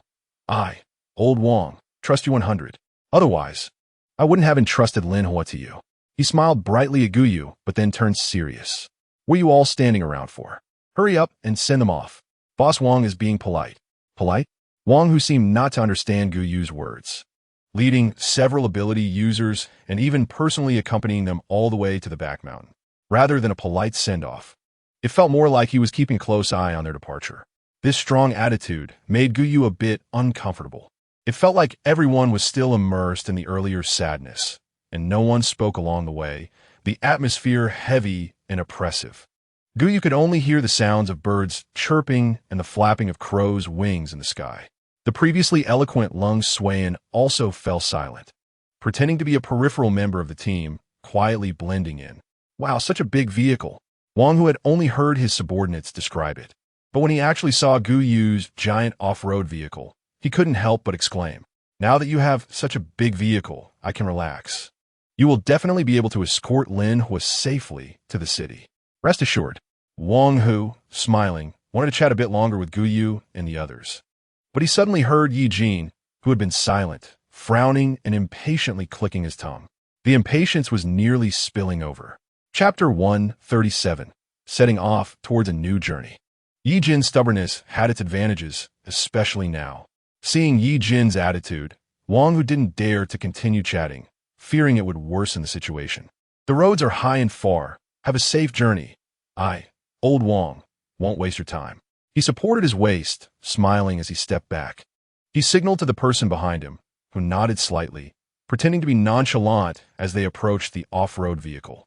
Fingers holding a small, shiny object that seemed to be a tracker, just as his fingers were about to touch the car's undercarriage. Ye Jin thrust a dagger into the ground beside the man's foot, startling him to retreat several steps, causing the locator in his hand to fall into the dirt. He looked at Ye Jin with a racing heart. Don't move. Ye Jin coldly uttered those two words, not bothering to explain the man's little actions to the others. He turned around, supporting Gu Yu with one hand, and helped her into the off-road vehicle. Wang Hu's expression darkened immediately. Gu Yu poked her head out of the car window and smiled sweetly at Wang Hu. Sorry, Brother Wang. My brother has a bad temper. You should understand. I understand. Wang Hu, who valued appearances, couldn't scold or hit Ye Jin at this moment, as it would ruin his plans. He could only suppress his anger and spoke generously to Gu Yu.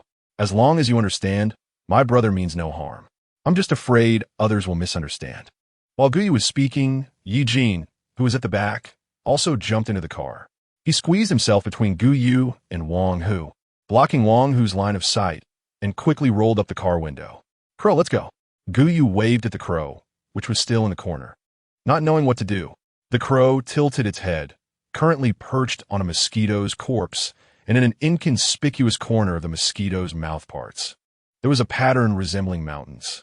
Before it could take a closer look, it heard Gu Yu calling its name. The crow flapped its wings and flew past Wang Hu's head, its sharp feathers grazing the top of Wang Hu's head. Caw! The massive off-road vehicle started moving, and the wheels, taller than a person, rolled over the locator on the ground, shattering it into pieces instantly. Useless. Wang Hu slapped the man from earlier, casting a fierce glare at the off-road vehicle until it disappeared from his sight.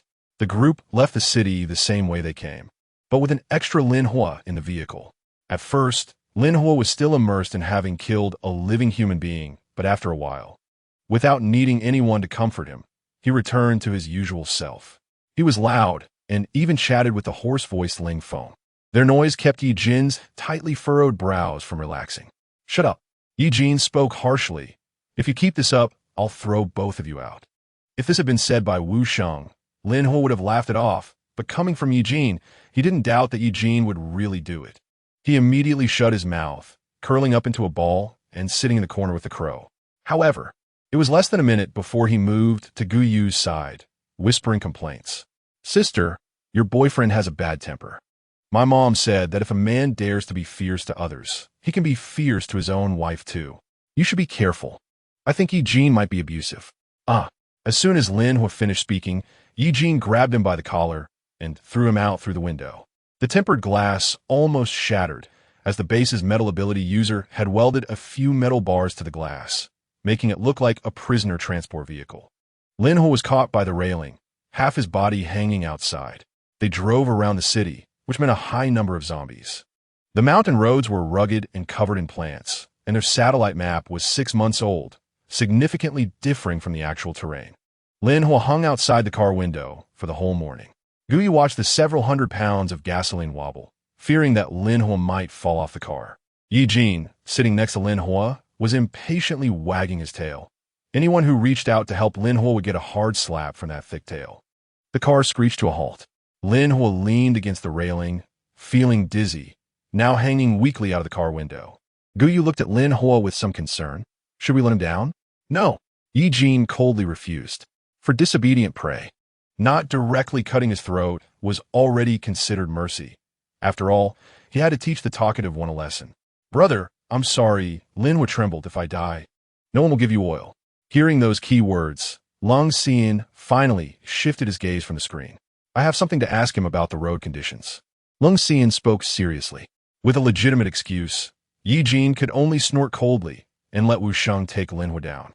Gu Yu watched Lin He stand on the ground, still a bit unsteady, and he staggered to support the car, barely managing to stand firm.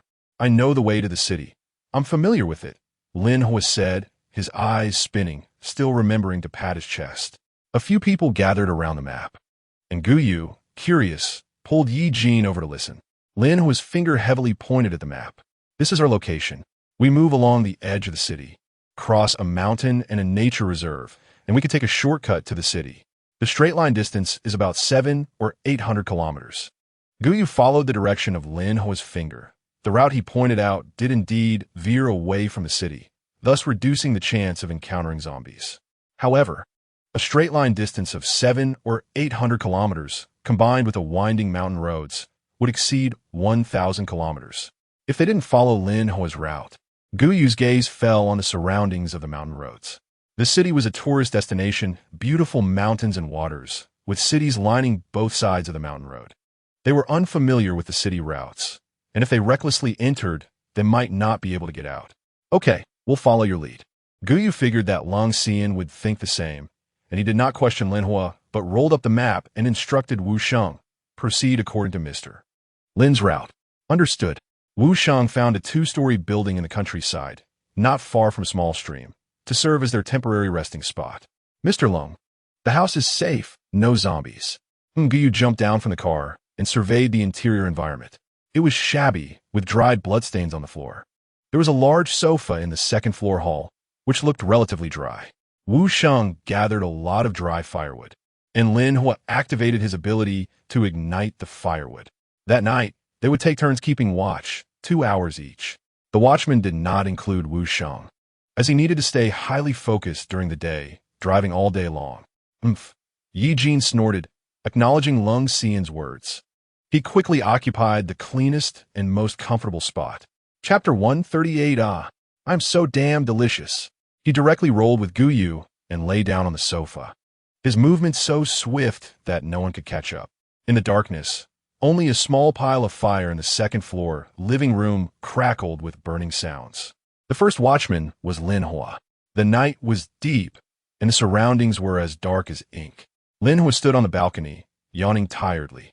He muttered to himself, "Can't see anything. What can I keep watch for?" Suddenly, Ye Jin's eyes snapped open, and he sat up from the sofa with a big movement. At the same time Ye Jin opened his eyes, Ling Feng also flapped his wings, his black bean-like eyes vigilantly watching outside the window. The commotion from one person and one crow startled the others who were lightly sleeping. Is there danger? Guyu, still somewhat dazed from sleep, asked in a low voice. Lin He was scared into a squat on the ground by Ye Jin's reaction, and after a while, the surroundings remained quiet. Wu Sheng frowned. I didn't hear anything. Lung Xian opened the surveillance on the off-road vehicle, maneuvering the camera around but saw nothing. Hearing this, Lin He finally relaxed, slumping on the ground. Brother, I was just complaining a little. Do you have to be so sharp-eared? Regarding what Ye Jin had done to him earlier by hanging him outside the car, Lin He still held a grudge. Among the whole team, the only ones Lin He feared were the smiling fox, Lung Xian, and the quiet Ye Jin. During the period of silence, it made everyone else feel anxious. Ye Jin, did you hear something? Guyu lay on Ye Jin, her hand resting on his solid chest, able to hear the steady beating of his heart. When Guyu asked, Ye Jin replied emotionlessly, not sure. It seems like a large animal passed by. Just passed by. Wu Sheng scoffed, seemingly mocking Ye Jin's alertness. Ye Jin ignored Wu Sheng and closed his eyes. Crack. Shoo. Guyu didn't even open her eyes, staying quiet. In the darkness, sounds could be amplified countless times and travel far. Sleep. We have to set off early tomorrow. Guyu closed her eyes and fell into a state of sleep. Wu Sheng, although complaining about Ye Jin being overly vigilant, stood faithfully by the window, his eyes scanning the surrounding darkness for a long time. Sir, there's nothing, he whispered to Lung Xian. Don't let your guard down. It's a two-person watch tonight. But after the faint noise earlier, nothing else happened, and the night passed peacefully. The next morning, Lin He opened his eyes, which were rimmed with dark circles, feeling as if the sun in the sky was mocking them. When the light improved a bit, Guyu saw a small stream not far from the second floor. She shook Ye Jin's hand, her eyes full of unspoken anticipation. Ye Jin instantly understood what Guyu meant. The little human had been trapped in the steel cage for too long and longed for the outside world. Want to go out and play. He agreed and stood up from the sofa, ready to walk with Guyu to the small stream outside. Suddenly, it seemed like something was thrown from behind, and Ye Jin instinctively reached out, catching it in midair. Activate the shielding device and pay attention to safety.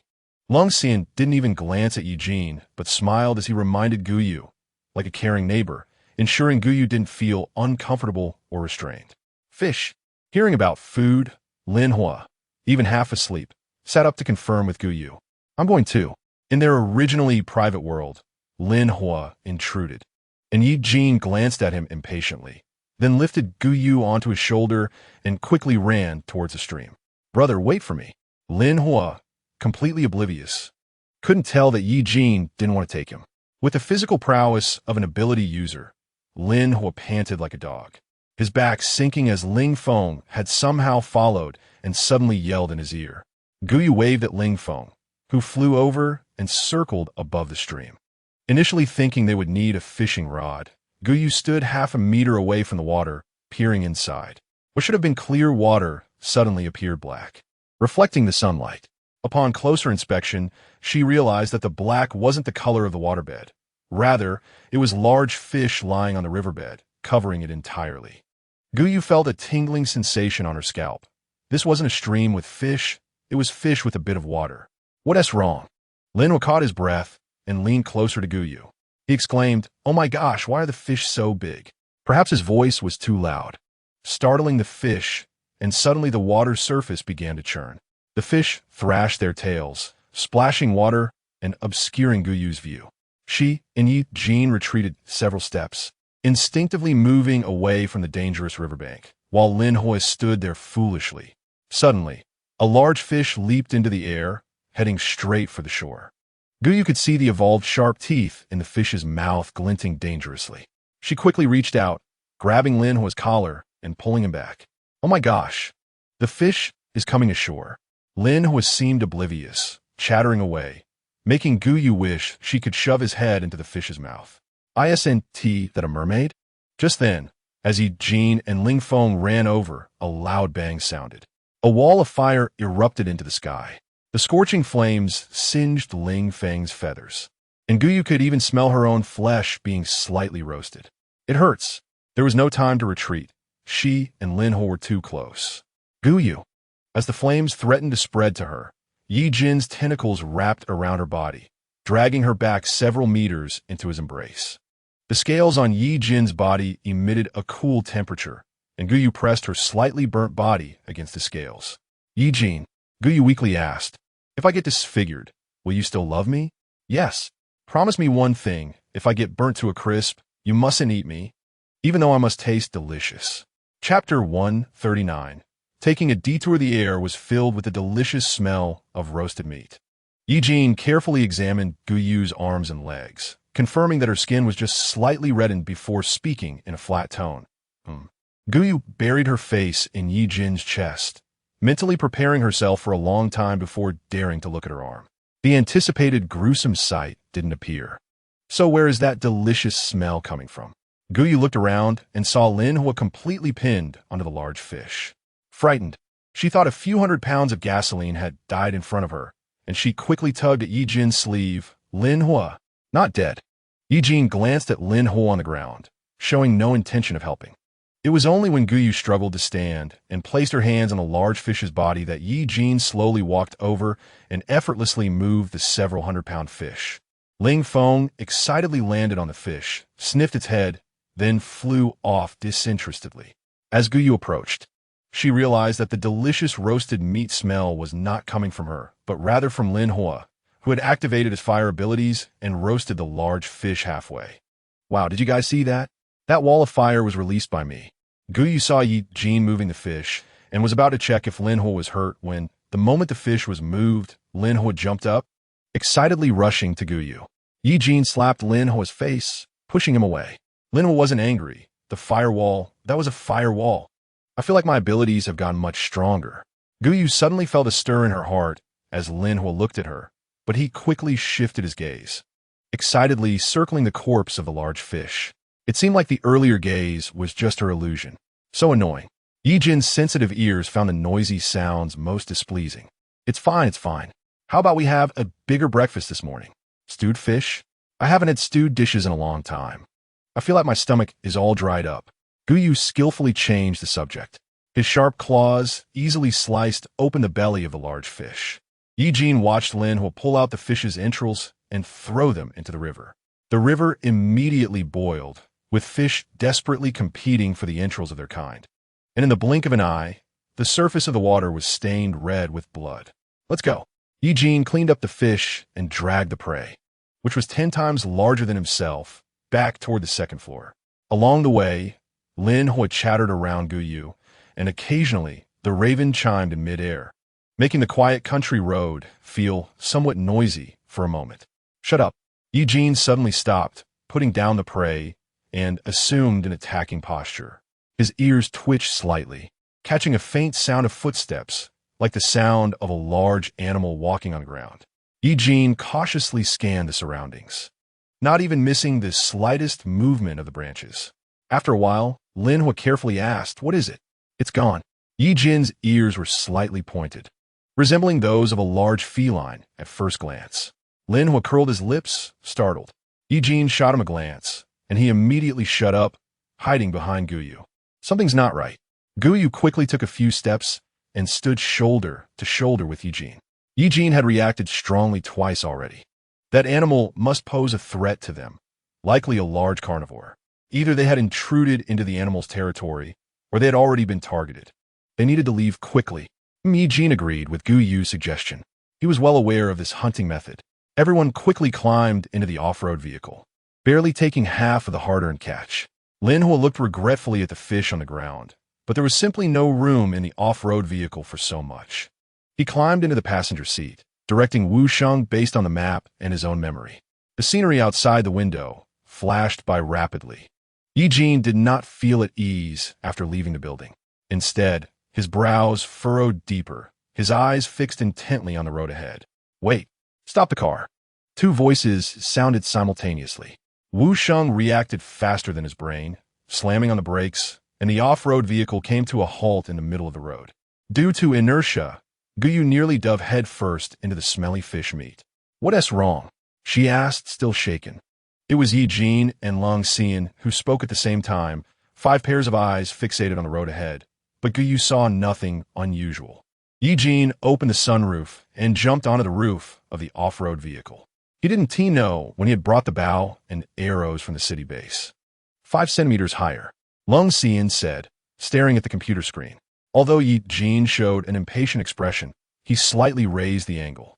The arrow struck a large tree, and Gu Yu only heard a loud thud as a solid piece of wood slammed heavily to the ground, with many sharp wooden spikes inserted into it.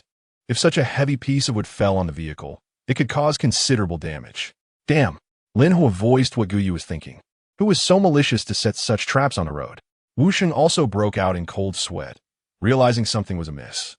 There were still quite a few traps ahead. This should be within the range of a survivor base. Gu Yu looked at Lung Xian. Should we take a detour? Lung Xian stared at the map.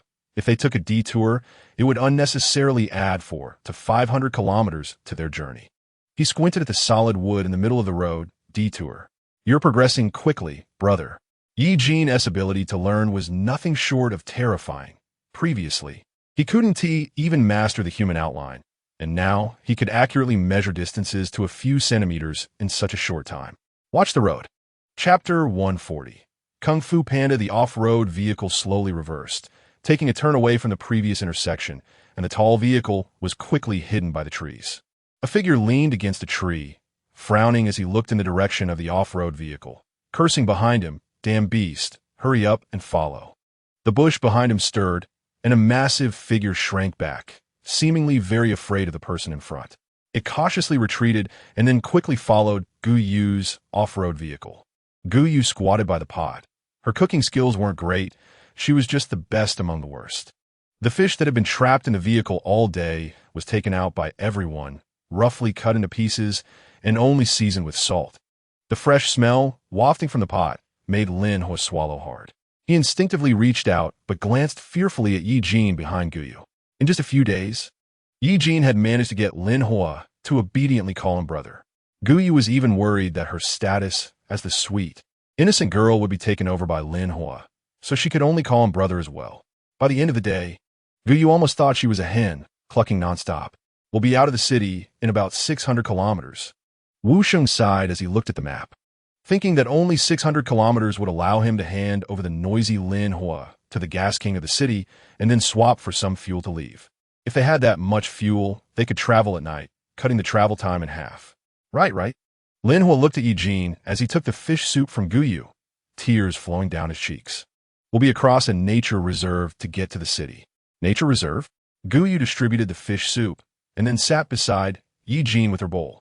Is it that flora and fauna nature reserve? I remember it's also the largest panda reserve in the country. Previously, Gu Yu's family had gone to the city for a trip. Gu Yun excitedly talked about it for several days, saying that her parents were taking her to see pandas. Gu Yu was also looking forward to it, but on the eve of their departure, Gu Yun played a prank and pushed her into the pond at the entrance, causing her to run a high fever. Her parents didn't even look at her and left her alone at home while she had pneumonia, nearly dying alone in the cold nanny's room. Right. Besides the largest inland lake in the world, this reserve is also famous. Lin Hua buried his head in the bowl, mumbling indistinctly. Pandas? Lung Xian shifted his gaze from the computer. Yes, giant pandas. Gu Yu had previously lamented not being able to see a giant panda in person. Pandas. Ye Jin suddenly spoke up. Gu Yu thought Ye Jin was also curious about the animal he had never seen before. She was just about to describe the cuteness of pandas to him when Ye Jin suddenly threw his bowl to the ground. Black scales quickly covered his body, and Ye Jin's entire figure swelled several times, completely transforming into the form he had in the hospital. His throat rolled, emitting a threatening low growl. Lin Hua looked regretfully at the fish on the ground. Brother, if you're not eating, give it to me. It's such a waste. He reluctantly looked up but saw that the group, who had just been sitting around the campfire in a relaxed atmosphere, were now on high alert, weapons drawn. What is going on? He stood up and followed Ye Jin's gaze. Behind the trees, he could vaguely see a black and white figure moving swiftly, causing the ground to tremble slightly with its movements. Roar! The giant figure stood up, snapping a tree as thick as a water bucket. Gu Yu's heart trembled as she looked at the giant creature across from them. The panda, standing up, must have been 10 meters tall and weighed over 100 tons. With a low growl, Guyu's ears rang, drowning out all other sounds, as if her soul had been shaken out by the panda's roar. Seeing the panda's sharp teeth and massive paws, it was hard to associate it with the word cute that Guyun had used. Be careful, Lung Xian warned the group in a low voice. Pandas are omnivorous and do not only eat bamboo. They have strong attack and destructive capabilities and move incredibly fast. The panda roared and charged at them. In an instant, a wall of fire ignited out of nowhere, but the panda seemed undeterred, charging straight through the firewall without a scratch. Damn it! Guyu locked onto the panda's coordinates, trying to crush its brain, but realized that using her powers to control this beast for just 2 seconds had already drained her completely. Her knees buckled, nearly collapsing to the ground. Taking advantage of the 2 seconds Guyu controlled the panda, Ye Jin rushed forward and bit down on the panda's trachea. The two were locked in a fierce struggle, and Ling Feng also charged forward, shooting sharp feathers at the panda. Wu Sheng quickly climbed up a tall tree, choosing the highest position, with his bow and arrows ignited in flames, swiftly slicing through the air. At almost the same time, everyone launched an attack together. Just when Guyu thought it was secure, Lung Xian's pupils constricted, and he quickly pulled Guyu back, retreating dozens of meters. Boom! A loud sound echoed. Ye Jin was violently thrown aside by the panda, and his body crashed down where Guyu and Ye Jin had just been standing, creating a deep pit in the ground as the dust settled. Watch out! Guyu's pupils tightened as she activated her remaining powers to hold up the panda's paw that was crashing down. Ye Jin's tentacles immediately wrapped around it. The previously invincible tentacles gradually stretched and deformed, and then Guyu even heard a tearing sound like fabric ripping apart. Ye Jin's face turned pale in an instant. Yivin. Lung Xian felt empty-handed as Guyu unexpectedly broke free from his grasp and quickly ran towards Ye Jin. She grabbed Ye Jin's thick tail, pulling back. Suddenly, her vision darkened, and the panda's paw was almost upon them, the immense pressure emanating from it palpable. Ye Jin flipped over, pressing Guyu beneath him. His ears were sensitive. He heard Lung Xian's impatient click of the tongue. Then, a chill ran down his spine as a massive ice ball enveloped both of them. Wu Sheng, hurry! Lung Xian had never been this frantic. He couldn't just stand by and watch an alpha bear die in front of him. By the time Wu Sheng rushed over, it was too late. The panda's paw slammed heavily onto the ground, sending a shockwave that knocked Wu Sheng flying. He stood up, looking at the swirling dust in front of him, spitting out blood. Guyu! Lung Xian gritted his teeth, nearly grinding the name Guyu to pieces, struggling to maintain his composure as a mind power user. Cough cough. Chapter 141. The abused panda amid the dust. A weak cough was heard, along with some rustling sounds. Guyu sat up in confusion, first checking her body from top to bottom. Her arms were still there, and her legs too. Then she felt around Ye Jin. Apart from his pale face and various wounds, at least his arms and legs were intact. Only then did she slump down onto the ground. For some reason, the panda's paw hadn't struck them, but instead smashed against the ground next to the ice ball, which shattered from the impact. As the dust settled, Guyu suddenly looked up. Damn it, someone is stealing our stuff. In a moment of urgency, she forgot to disguise her intentions, speaking up loudly. Everyone had just relaxed, relieved that Guyu was still alive, and followed her pointing finger. They saw several small, scraggly pandas crouched on their vehicle, with one already climbing inside and pulling out their black backpack. Lung Xian quickly scanned the giant panda and swiftly assessed the situation. Capture those panda cubs. Roar. Seeing the little pandas being controlled by humans, the giant panda became agitated again. It wanted to charge forward, but hesitated, fearing that the little pandas would be harmed by the humans. Guyu felt a blur in front of her as Ye Jin, with Guyu in tow, appeared behind Lung Xian. Don't move, or I'll kill them. Ye Jin did not back away from the frantic panda less than 10 meters away. Instead, he used his tail to wrap around a half-human tall panda cub, lifting it into the air. The tip of Ye Jin's tail was sharp as a dagger, pressed against the cub's neck. The little panda seemed to understand Ye Jin's words, barking continuously and struggling, just as the ice dagger was about to pierce its neck. The previously rampaging giant panda immediately stopped destroying the forest, kneeling on the ground, its head repeatedly knocking against the earth. Is it bowing? Guyu asked uncertainly. Stop. Lung Xian suddenly spoke up. The panda indeed halted its bowing, tears streaming from its black bean-like eyes, looking at the humans before it with utter despair. Yes for nodding. No for shaking your head. Lung Xian spoke calmly. You can understand my words. Under the astonished gazes of everyone, the panda nodded. You are a panda from the protection center, and these are your cubs. The panda nodded again. You attacked us under someone's orders. If you don't follow their commands, they will kill your cubs. The panda nodded heavily. Damn. Guyu was shocked. She looked up at the panda cubs hanging in the air, realizing that their mother could reach about 10 meters tall, meaning they must have been controlled shortly after birth. Unlike the pandas Guyu had seen on television, they had rough fur, with patches missing, revealing gruesome wounds beneath. Lin Hua and Wu Sheng also noticed this. Lin Hua clenched his fists, furious at the inhumane treatment of the animals. Unconsciously, he loosened his hold on the panda and even patted its head. Guyu's expression darkened significantly. Was the order given to kill us? The panda nodded without hesitation. Its eyes were filled with apprehension. Despite being harmed by humans, it would not harm them in return. If we want to reach the city, the nature reserve is an unavoidable route, right? Guyu suddenly asked Lin Hua. Lin Hua was momentarily stunned, then nodded affirmatively, yes. It's unavoidable. That's very unfortunate. Guyu sighed, her tone half serious, half joking. To get Lin Hua to the city as soon as possible and obtain gasoline. We can only use these pandas to trip up the humans controlling the nature reserve. She shook her head at Lung Xian, expressing regret. This is troublesome. But isn't it something we have to do, Mr. Lung? Like just now, like now. He stepped forward, lowering his voice.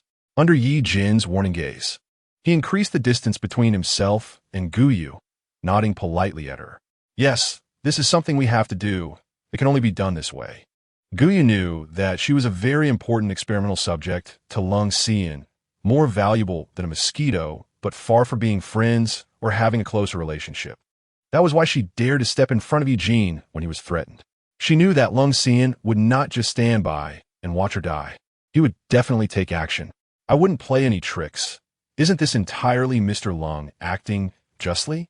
Guyu blinked innocently, complimenting Lung Xian without any psychological burden. We can help you rescue your companions, but you must not harm us. Lung Xian stared into the panda's eyes, silently activating his powers. He would not easily trust others. He needed to add a layer of insurance for himself. Imposing psychological suggestions on a panda, especially one that had evolved, was indeed a difficult task. Lung Xian felt his temples throbbing, his entire head aching. The panda tilted its head and then nodded heavily, revealing a very human-like smile. Seeing the panda agree, everyone finally relaxed. They truly did not want to harm the little pandas. Guyu spoke to Ye Jin. Let it go. Ye Jin looked at the cub clinging to his tail, aware that the panda opposite them was dangerous, and the cub was the only thing that could restrain it. Despite his instincts telling him to keep this variable under control, he slightly loosened his tail, placing the little panda on the ground. In an instant of freedom, 3 or 4 little pandas quickly ran towards their mother, hiding behind her and looking timidly at the humans in front of them. What should we do now? Lin Hua rubbed his fists together, eager to deal with those scoundrels. Lung Xian slowly began to speak. Huh? Lin Hua was unloading supplies from the vehicle and handing them to Wu Sheng on the ground while quietly asking Guyu, are we really just giving them this? Aren't we going to rush into the protection area to rescue the pandas? Chapter 142. Humans are scarier than zombies. Were not familiar with the situation in the protection area. Rushing in would be a death wish. The supplies they had were stacked high on the open ground, resembling a small hill. They only took out the food, while the precision instruments and maps were carefully stored away. You all take this food and don't act suspiciously. Do whatever they ask you to do. Cold Swain instructed along with the giant panda. The panda listened attentively and nodded seriously. It then shook off the supplies on its back and nudged the little panda with its head. A big panda and 4 or 5 little pandas slowly walked to the front. Guyu and the others followed far behind the pandas. They traversed mountains and rivers, heading straight towards the deepest part of the forest. Guyu wiped the sweat from his face. The plants were growing wildly, adding considerable resistance to their progress. The dense branches overhead obscured the sky, making the air feel stagnant, hot, and suffocating. The mountain path was steep. If it weren't for Ye Jin pushing Guyu from behind, he might have slipped back 3 steps for everyone he climbed. Just as Guyu wondered if they were being deceived by the pandas, Ye Jin suddenly whispered, "Up ahead." Guyu gasped for air and looked up to see a building resembling a prison in a flat area, with the words City Nature Animal and Plant Protection Area written on it. The little panda, who had been nibbling on wild grass along the way, suddenly sat down with a whimper upon seeing the building, refusing to move a step further and hiding behind the big panda. The big panda licked the little panda affectionately, silently urging it forward, while the big panda and the 4 or 5 little ones slowed their pace and walked towards the entrance. At the entrance stood a man and a woman, both looking impatient. They held something the size of an arm in their hands. When they saw the pandas approaching, they abruptly shoved it against them. Damn it, animals are just animals, so slow. The stick immediately crackled with electricity, causing the 5 or 6 meter tall panda to convulse, let alone the 2-month-old little pandas. Even from a distance, the painful cries of the pandas could be heard clearly. Guyu clenched his fists. The ever-impulsive Lin, who couldn't hold back, and muttered a curse. Damn it, I think they're the real animals.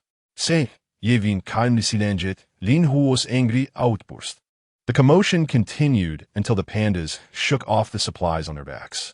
The woman gleefully kicked the little panda in front of her, rummaging through her backpack. Food. So much food. The man snorted coldly, his vision short-sighted. Where's the vehicle? That big vehicle. The off-road vehicle was indeed eye-catching. The man spotted it as soon as it entered the protection area, its tires as tall as a person. If they could steal that vehicle, they would be invincible. Woo woo woo. The panda lowered its voice, pleading. It looked sorrowfully at the little panda that had been electrocuted, even smelling the scent of burnt flesh. Forget it, Brother Chien. The woman softened her tone, sounding even more affected. Let's look for it tomorrow. My legs are already sore from standing. If we wait for these animals, who knows how late it will be? Even if the ability users are strong, they are no match for you. The man, referred to as Brother Chien, wrapped his arm around the woman's waist, grinning disgustingly. Only your little mouth can talk. Tonight, I'll let you experience my power.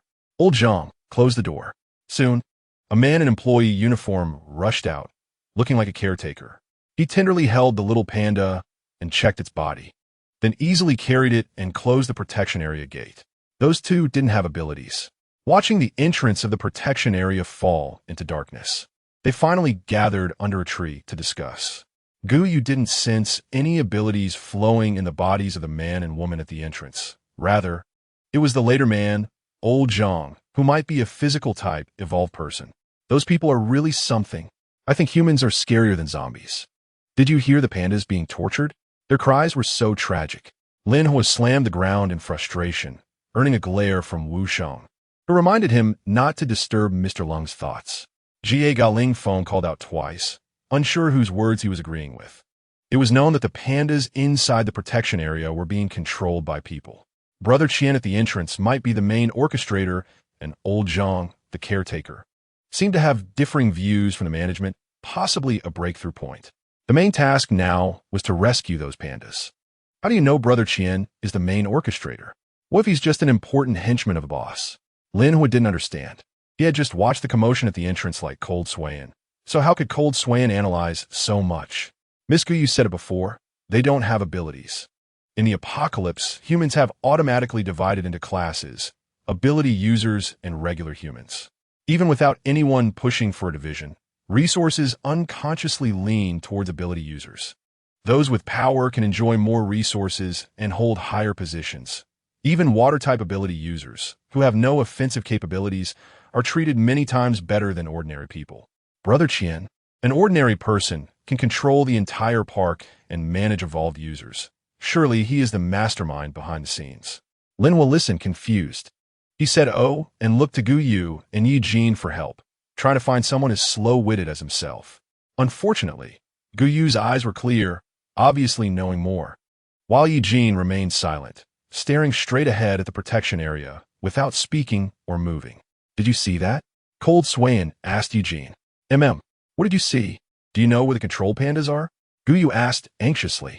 Since just now, Ye Jin had neither spoken nor moved, minimizing his presence. He wasn't daydreaming. He was focusing all his mental energy on his tentacles.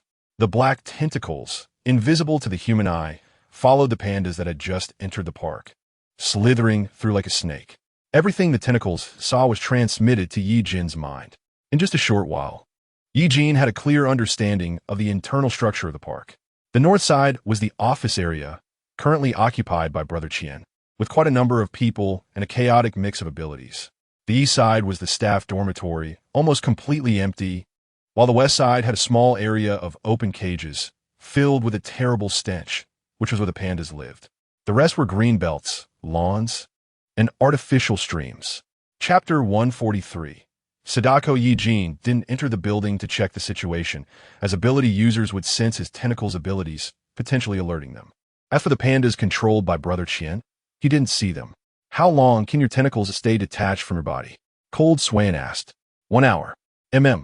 Cold Swain responded quietly, then shifted his gaze to Guyu. Guyu inexplicably felt a sense of danger. Ye Jin's reaction was even greater, directly wrapping his tentacles around Guyu's waist and pulling her behind him. What do you want to do? Lin Hua was startled by Ye Jin, who had just been calmly discussing how to rescue the pandas. Now the atmosphere had suddenly turned tense. He wanted to scoot closer to Wu Shang, but Lin Hua keenly noticed Wu Shang's hand had already reached for the gun at his lower back. Oh no, he thought, mimicking Guyu's tone, his whole body stiffening in place. Why so tense? Cold Swain, however, seemed oblivious to the heavy atmosphere. He smiled and said, I just thought of a plan. No way. Lung Swain hadn't revealed the plan yet when he was directly interrupted by Ye Jin. He lacked empathy and didn't even understand why Guyu and the others would sympathize with those pandas. The world was a place where the weak were preyed upon by the strong. Being weak meant inevitably being exploited and controlled by others. They could help for a moment, but not for a lifetime. Killing one Qiange would not eliminate the countless others with dirty thoughts. Human desire was like that. You couldn't kill them all. It was a pity. Lung Swain smiled regretfully at Guyu, who was protected behind Ye Jin. He had thought of a good plan that could solve the problem in the shortest time possible. Kill that Qiange quickly, and then they could swiftly pass through the nature reserve to reach the city. However, he didn't say the last part out loud. It's okay, take your time. There will always be a way. Seeing the expression on Guyu's face, Lung Swain added fuel to the fire. It's okay, Mr. Lung, please share your thoughts. Indeed, Guyu, in order to help the pandas being abused by humans, finally asked. How kind, yet somewhat foolish. Compared to this Guyu, Lung Swain preferred the previous version, who was emotionally detached and seemed a bit cruel towards others. Tomorrow, the pandas will move the off-road vehicle into the reserve, and Miss Guyu can sit in the car without a signal jammer. Lung Swain paused, and Guyu immediately understood what he meant. Without the alpha ray jammer, she was practically a large humanoid catnip. She could affect all superhumans, driving them crazy and losing their rationality. At that time, no matter what Qiange used to control the superhumans in the reserve, they would go wild because of Guyu. Wu Sheng, what is a signal jammer? Lin Hua, who had always been detached from the conversation, took the opportunity to quietly ask while Guyu was deep in thought. Don't ask what you shouldn't see. Wu Sheng's mouth was like iron. Don't think you can extract any useful information from him. Good. No way. Guyu and Ye Jin's voices sounded simultaneously. Ye Jin's face was so dark it could drip water. Mr. Lung has never made a mistake. His plan can surely be described as perfect. You flatter me. Lung Swain slightly nodded. Miss Guyu is my friend, my teammate. I certainly won't let your life be threatened. Besides, there will be Crow following you. If any danger arises, Crow will take you out. Hearing someone mention him, Ling Feng flapped his wings, sweeping the fallen leaves on the ground, and approached Guyu with a gait reminiscent of Ultraman holding a fish. Caw! Yes, my big son is amazing. Guyu patted Crow's head. That night, they slept in the woods outside the reserve. Guyu quietly persuaded Ye Jin, using every possible argument, and after swearing, Ye Jin finally reluctantly relented. Then I'll go with you. That won't do. If they see how capable you are, they'll be on guard. Guyu felt a pang in her heart. After all that talking, it was as if nothing had been said. Ye Jin was very stubborn. Like this, you follow me with your tentacles. You're so powerful. But a single tentacle can protect me well. Besides, Guyu lowered her voice. I'm not an ordinary person, am I? Lung Suiyan is a brain-type superhuman. Whose mind is stronger, his or yours? Guyu employed both hard and soft tactics. The next morning, the reserve was noisy, filled with Qianji's curses, the crackling of electricity, and the calls of the pandas. This time, it was still the panda that had almost turned Guyu into mush before. Only this time, it wasn't followed by the few panda cubs. It caught the scent of humans from yesterday and merely shifted its pupils to glance this way. Pandas are incredibly intelligent, having even evolved to possess a certain level of intelligence. Looking at the massive off-road vehicle, Chinga couldn't hide the smile on his face. Wow, this car is really big. The off-road vehicle was pushed into the reserve by Ye Jin's eyes, and he clenched his fists, sending a tentacle to wrap around Guyu's wrist. Ha ha! Big Brother is really impressive. Such a big car has been brought in by Big Brother. What superpowers? It's all nonsense. Just look at our Big Brother. The panda pushed the off-road vehicle directly to the office area, where all of Qianji's underlings surrounded the vehicle, constantly flattering him. Ye Jin's tentacle tightened slightly, causing Guyu's wrist to ache. He was acting very impatiently, as if urging Guyu to do something.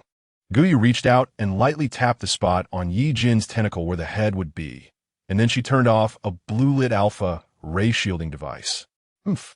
Outside the car, Qiange was being praised to the point of floating, almost forgetting his own surname. His clumsy body struggled to hang onto the car, and as he attempted to climb up, he directly pulled open the driver's door, intending to show off in front of everyone, when he caught sight of a woman inside the car out of the corner of his eye. Chapter 144. Sister's Charismatic Attribute. Qiange lost his balance and fell directly from the car. His underlings hurried over and struggled to catch him, who weighed nearly 200 pounds. Brother, what happened? Someone asked. Chang'e finally recovered, coughed, and slapped that person in the face. Damn it, why didn't you go see for yourself? What the hell are you doing? Letting someone sneak in without knowing. The person who was innocently blamed was stunned by Qianji's slap, and thinking of Qianji's strength. He gritted his teeth and endured it, forcing out a smile. What Qiange said is true. It's the little ones who weren't paying attention. He then raised his voice and scolded those behind him. Damn it, none of you have eyes, disturbing Qiange. Who the hell can bear it? I wonder how many worthless lives you have that can last for how long. This sounded a bit like a veiled threat. And he casually grabbed a man with a lower level of superpower and kicked him in the butt. Damn it, get your ass on the ground and go take a look. That man, estimated to have a level 1 superpower, stumbled and reluctantly approached the off-road vehicle while rubbing his butt. Damn it, who the hell knows if there's a person or a zombie inside the car? Are you trying to get me killed? He cursed inwardly, not knowing if it was due to the emotional fluctuation or some other reason. The man felt his blood boiling, and his spirit was abnormally active, as if he had taken a stimulant. Even his body, corroded by alcohol and meat, became much more agile, and he could even feel his sluggish superpower continuously growing, hinting at a breakthrough to level 2. Damn, this is really exciting. Those who had been dawdling before leaped onto the car, but Ye Jin's tentacle was faster than him, slapping down on the lock button with a bang. The man could see Guyu's figure through the glass, and he frantically pulled at the car handle, making a clicking sound. What is wrong with Songo? Why is he going crazy, trying to break my car? Qiange complained unhappily to the people beside him. Yes, just then, that little underling jumped onto the car and was about to pull Songo down when he suddenly felt his spirit slipping out of control. Guyu could see clearly inside the car, without the shielding device. The rays in her body were rapidly enveloping the people below. Aside from Qiange, the others had red eyes and couldn't control their actions. Mr. Long, I've taken care of things on my end. Guyu picked up the intercom and spoke. Received. Lung Suiyan's warm voice came through. Action. Everyone split into 2 teams. Guyu used the rays in her body to control the minds of those people, while the remaining team rushed to the employee dormitory, keeping those superhumans confined within the dormitory area to avoid being disturbed by the alpha rays. Ye Jin didn't join them in the employee dormitory. Instead, he quickly ran towards the office area in the north. In just about a minute, the minds of those superhumans were completely controlled, and Guyu felt as if she was surrounded by zombies. The powerful abilities users were crazily smashing the windows, relying solely on their physical strength, leaving a layer of red blood stains on the car windows. Are you all crazy? Brother Qian attempted to speak, but someone pushed him aside, causing him to roll on the ground several times. A woman quickly ran over to help Brother Qian up. "Brother, those people seem off." "I'm not blind. Mr. Lung, are you done yet?" Gu Yu's voice came through the intercom, mixed with the sound of the windows being smashed. "Hang in there. Ye Jin has already gone to support." The fact that Lung Suan and the others had not finished meant that the Ray device could not be activated. Otherwise, once so many abilities users regained their senses, it would hinder their rescue efforts. Gu Yu could only grit her teeth and endure, hoping for quicker action from the other side. Suddenly, a hand slammed heavily against the car window, causing the entire vehicle to shake violently. Gu Yu's heart jumped to her throat, and then the people surrounding the window were yanked away and thrown to the ground. It was Ye Jin. Just seeing the outline of that hand, Gu Yu confirmed that the person was Ye Jin. For some unknown reason, Ye Jin was unaffected by the alpha rays and would not lose his sanity in front of Gu Yu. Gu Yu crouched in front of the window, seeing Ye Jin guarding her in a completely protective stance. When that group saw someone blocking their way to Gu Yu, they became frantic and started unleashing their abilities at Ye Jin. Water, fire, metal, earth, wind. Ye Jin dodged continuously in midair, his dark tentacles deftly weaving through the crowd, striking heavily at the back of people's necks. Some were fortunate enough to faint, while others were unfortunate enough to have their spines broken by Ye Jin, lying on the ground with their limbs paralyzed, only their heads able to move. Even so, they still pushed their heads against the ground, moving toward Gu Yu. The crazed expressions in those people's eyes made Gu Yu's stomach churn, feeling inexplicably nauseous. Gu Yu's gaze had been following Ye Jin all along. Although he was powerful, he couldn't withstand so many ants crawling up to bite him. Suddenly, her peripheral vision caught sight of a fat man trembling on the ground, slowly moving to the side. Ye Jin, Brother Qian is trying to escape. Gu Yu pulled open the sunroof without hesitation and shouted loudly to Ye Jin. Immediately, a tentacle wrapped around Strong Brother, tightening continuously. Even from this distance, Gu Yu could hear the sickening crunch of bones being crushed. At this moment, Gu Yu no longer placed her hopes on Lung Suan. As long as Ye Jin was there, difficulties would be easily resolved. The tentacle accompanying Gu Yu seemed to sense her thoughts, rolling around her feet like a dog seeking affection. Bang, bang, bang. A bloodied finger gently tapped on the window, and when Gu Yu rolled down the window, she saw a handsome face smeared with blood. Ye Jin's chest was imposing, his massive pectoral muscles nearly dazzling Gu Yu's eyes. Ye Jin, you shouldn't have listened to Cole. Before he could finish his sentence, Gu Yu suddenly leaned out most of her body, wrapped her arms around Ye Jin's neck, and kissed him, cutting off his remaining words. Ye Jin's Adam's apple bobbed up and down, the adrenaline from the slaughter making him extremely excited. Their lips pressed together, and Ye Jin quickly took the offensive. His kiss, much like himself, carried a strong sense of conquest, tangling with Gu Yu's tongue, making her almost unable to breathe. This kiss was incredibly sticky. After a long time, Ye Jin sensed that the person beneath him was struggling to breathe, her intermittent whimpers sounding like pleas for help. Chapter 145. The cruel truth. Ye Jin couldn't hold back and pecked Gu Yu's lips again. "First, let's handle the main business." Gu Yu spoke in broken sentences, her hands clutching Ye Jin's neck as he carried her directly to Brother Qian's side. The woman beside Brother Qian had been frightened into a stupor, curled up and sitting helplessly to the side. Ye Jin did not put Gu Yu down. He maintained the princess carry position, allowing Gu Yu to look down at the two of them. "Where's the panda?" The Gu Yu who had just been acting coy with Ye Jin now spoke coldly, her gaze toward Brother Qian as if looking at a pile of trash. "Ah, useless people should just die." A cruel smile suddenly appeared on Gu Yu's face as her gaze slowly shifted to the woman. "Don't you think so?"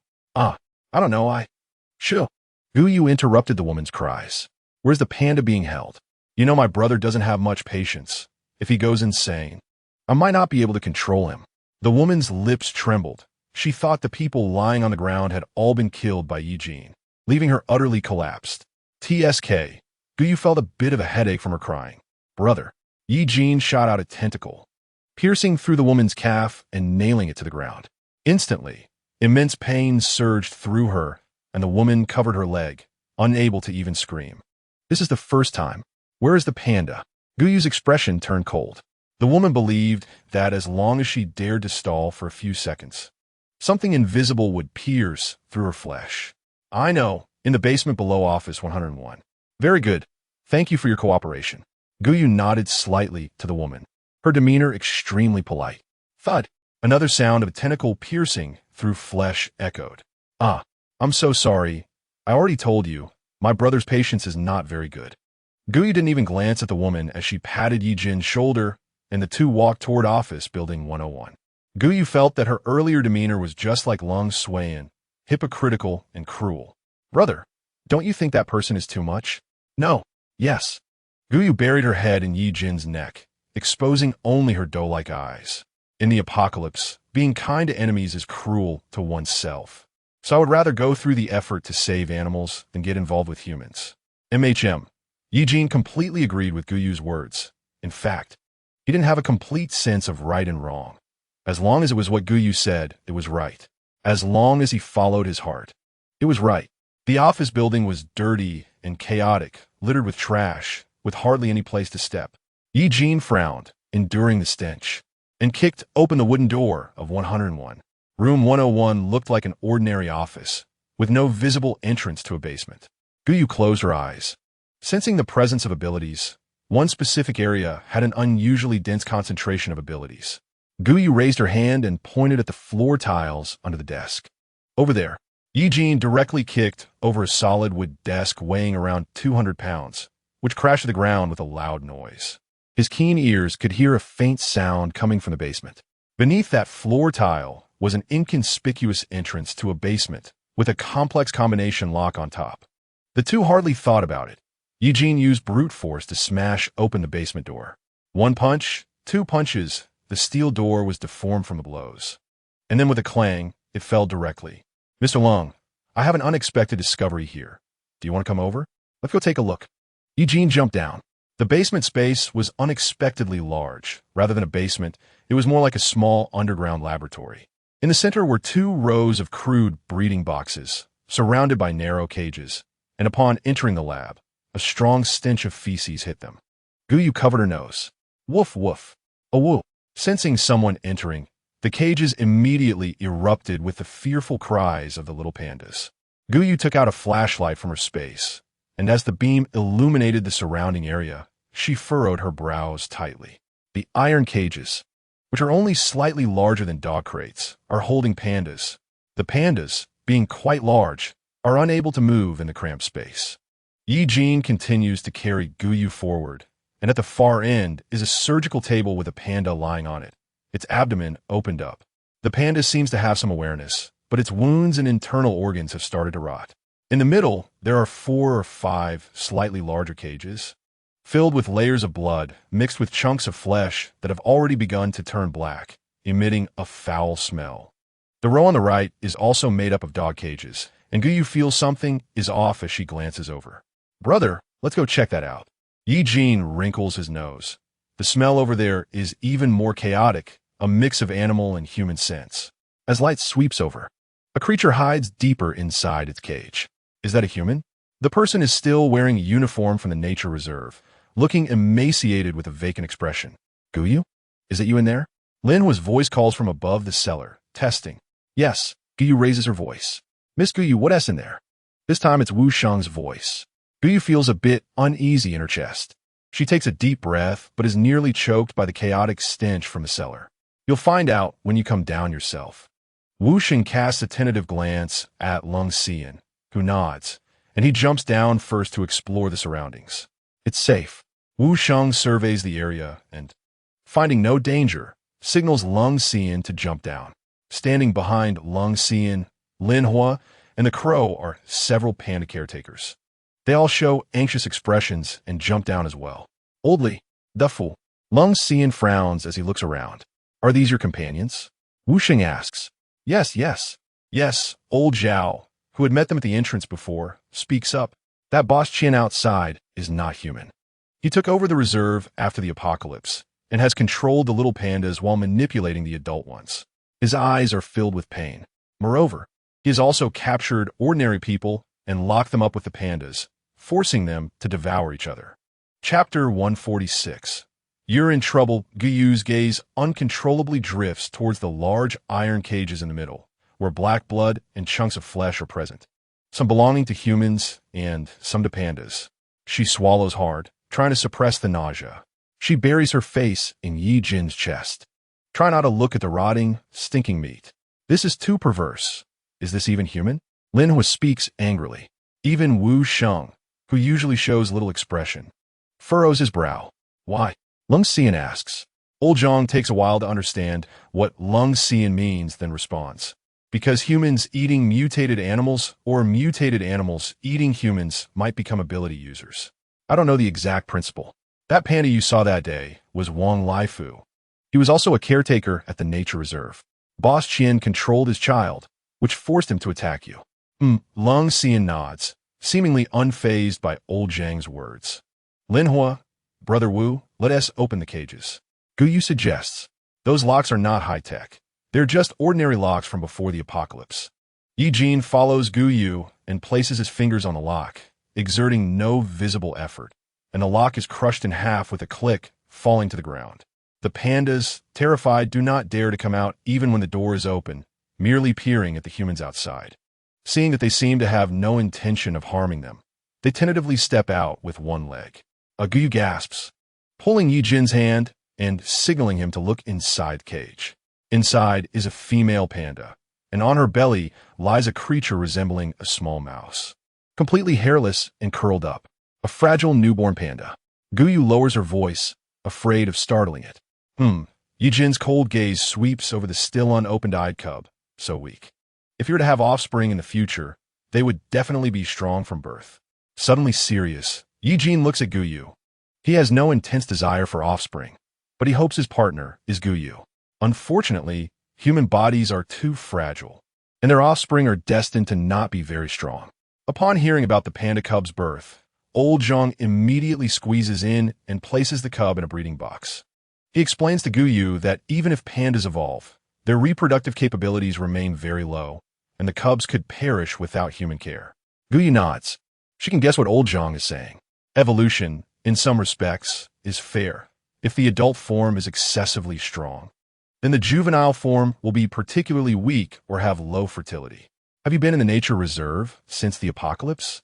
Lung Xian watches old Zhang's actions. Speaking in a casual tone, old Zhang continues his work, nodding, yes, we stayed here after the apocalypse. Luckily, we had plenty of supplies, and we dealt with a few mutated zombie tourists at the beginning.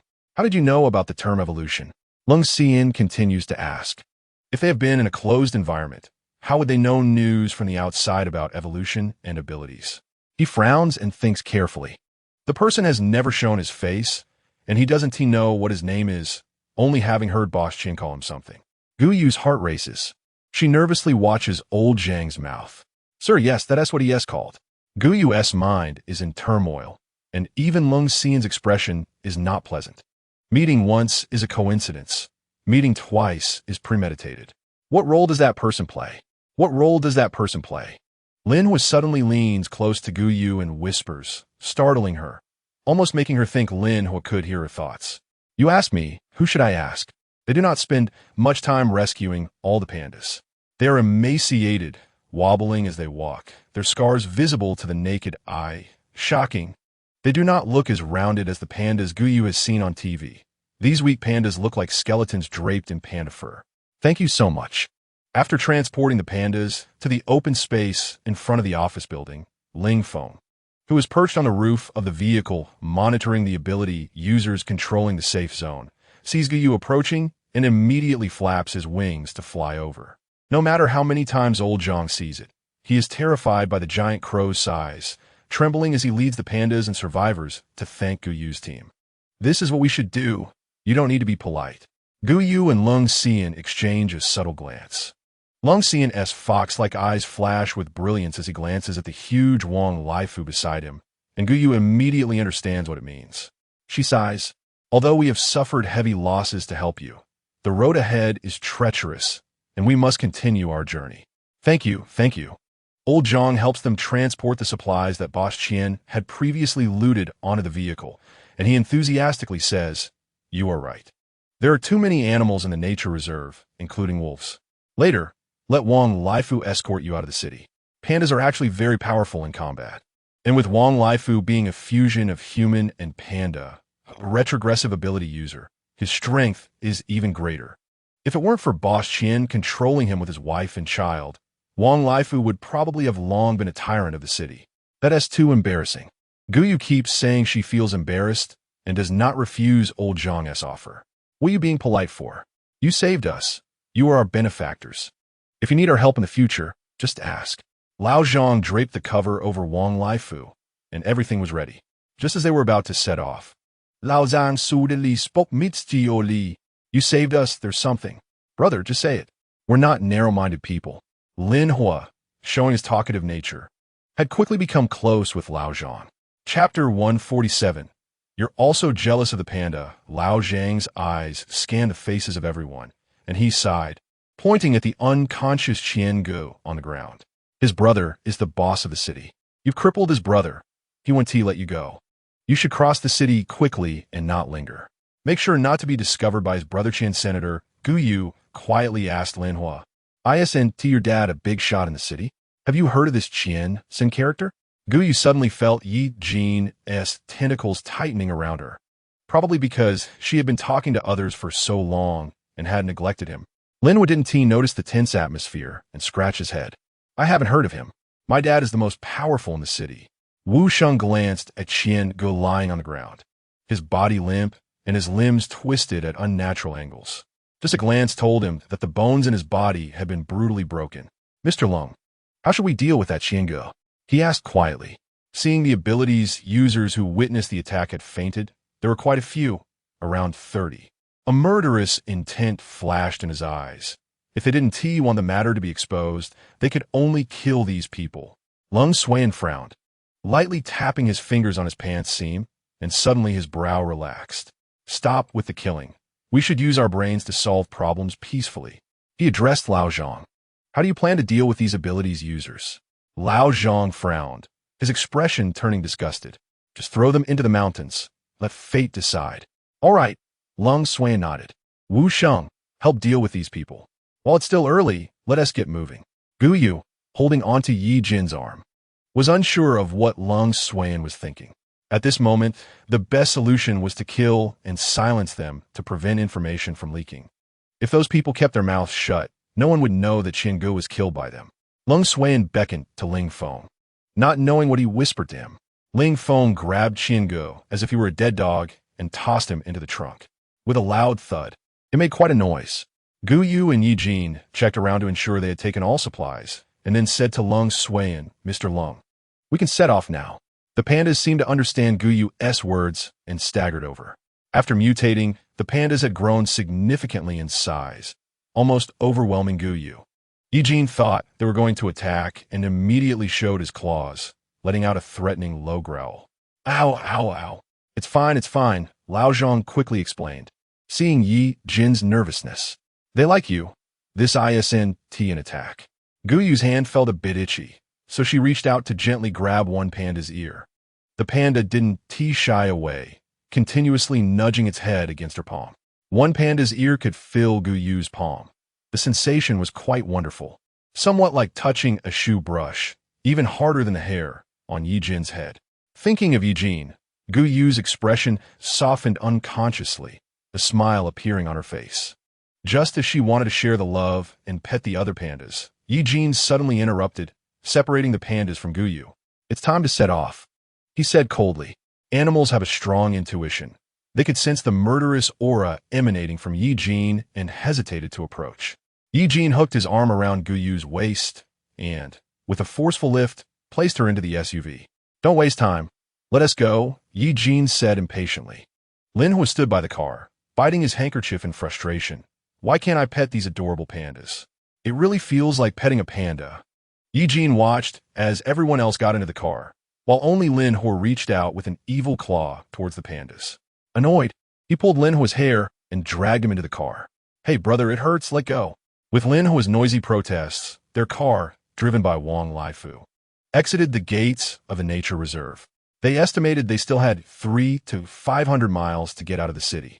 Lao Zhang, sitting on Wang Laifu, shouted back. With the pandas leading the way, we felt countless presences around us, but they didn't dare approach, reluctantly wandering around before leaving. As for those abilities users who abused the pandas, they were piled on the roof of the car and fell to the ground with the bumps of the ride. Life and death depend on fate. Whether they could survive would depend on their luck. As night fell, Wang Laifu stopped. Guyu looked ahead and could see the city below through the gaps between the trees. We can't go any further. Lao Zhang jumped off Wang Laifu and solemnly addressed everyone. Thank you all for your assistance. If you need anything in the future, come find me in the city. Safe travels. Brother Zhang, you too? Guyu lowered the car window as Wang Laifu passed by, brushing against the SUV. The vehicle shook, almost tipping over from Wang Laifu's nudge. With Ling Feng's grumbling voice, the massive panda figure disappeared into the forest. City. Lung Suiyan adjusted his golden eyes, which sparkled with sharpness. Lin Hua, too excited to hear Lung Suiyan's night watch arrangements, pointed at the silent city ahead and said, My home is in the provincial capital of the city. We'll reach my home in another 500 or 600 miles. Ugh, so noisy. Ye Jin kicked the iron plate behind him heavily, causing the whole car to shake slightly. Scared, Qiangu in the back of the car didn't dare to make sound. Almost forgetting about Qiangu, Guyu pointed to the trunk. How we deal with this trouble? Let us take him with us. If we can find his family, that would be best, Long Suiyan said. A hint of other emotions hidden in his smile, tinged with a bit of ruthlessness. Guyu shivered. This Qiangu had been schemed against by Long Suiyan, and she didn't know what the final outcome would be. Using such treacherous methods to create abilities users, this Qiangu was indeed insane. Chapter 148. Boss Qiansun Guyu clicked her tongue. While pinching the tip of Ye Jin's tail, she observed Lung Suiyan's expression. Just the fact that the leader in such a remote, protected area knew about these cruel mutation methods was chilling. The thought that many people outside were aware of such brutal evolutionary methods made her shiver. In the apocalypse, humanity not only had to guard against zombie attacks, but also had to fear those around them. What would the world become in the end? Don't worry. Long Suiyan smiled slightly at Guyu. At least the people in the central safe zone won't stand by. Lin was scoffed.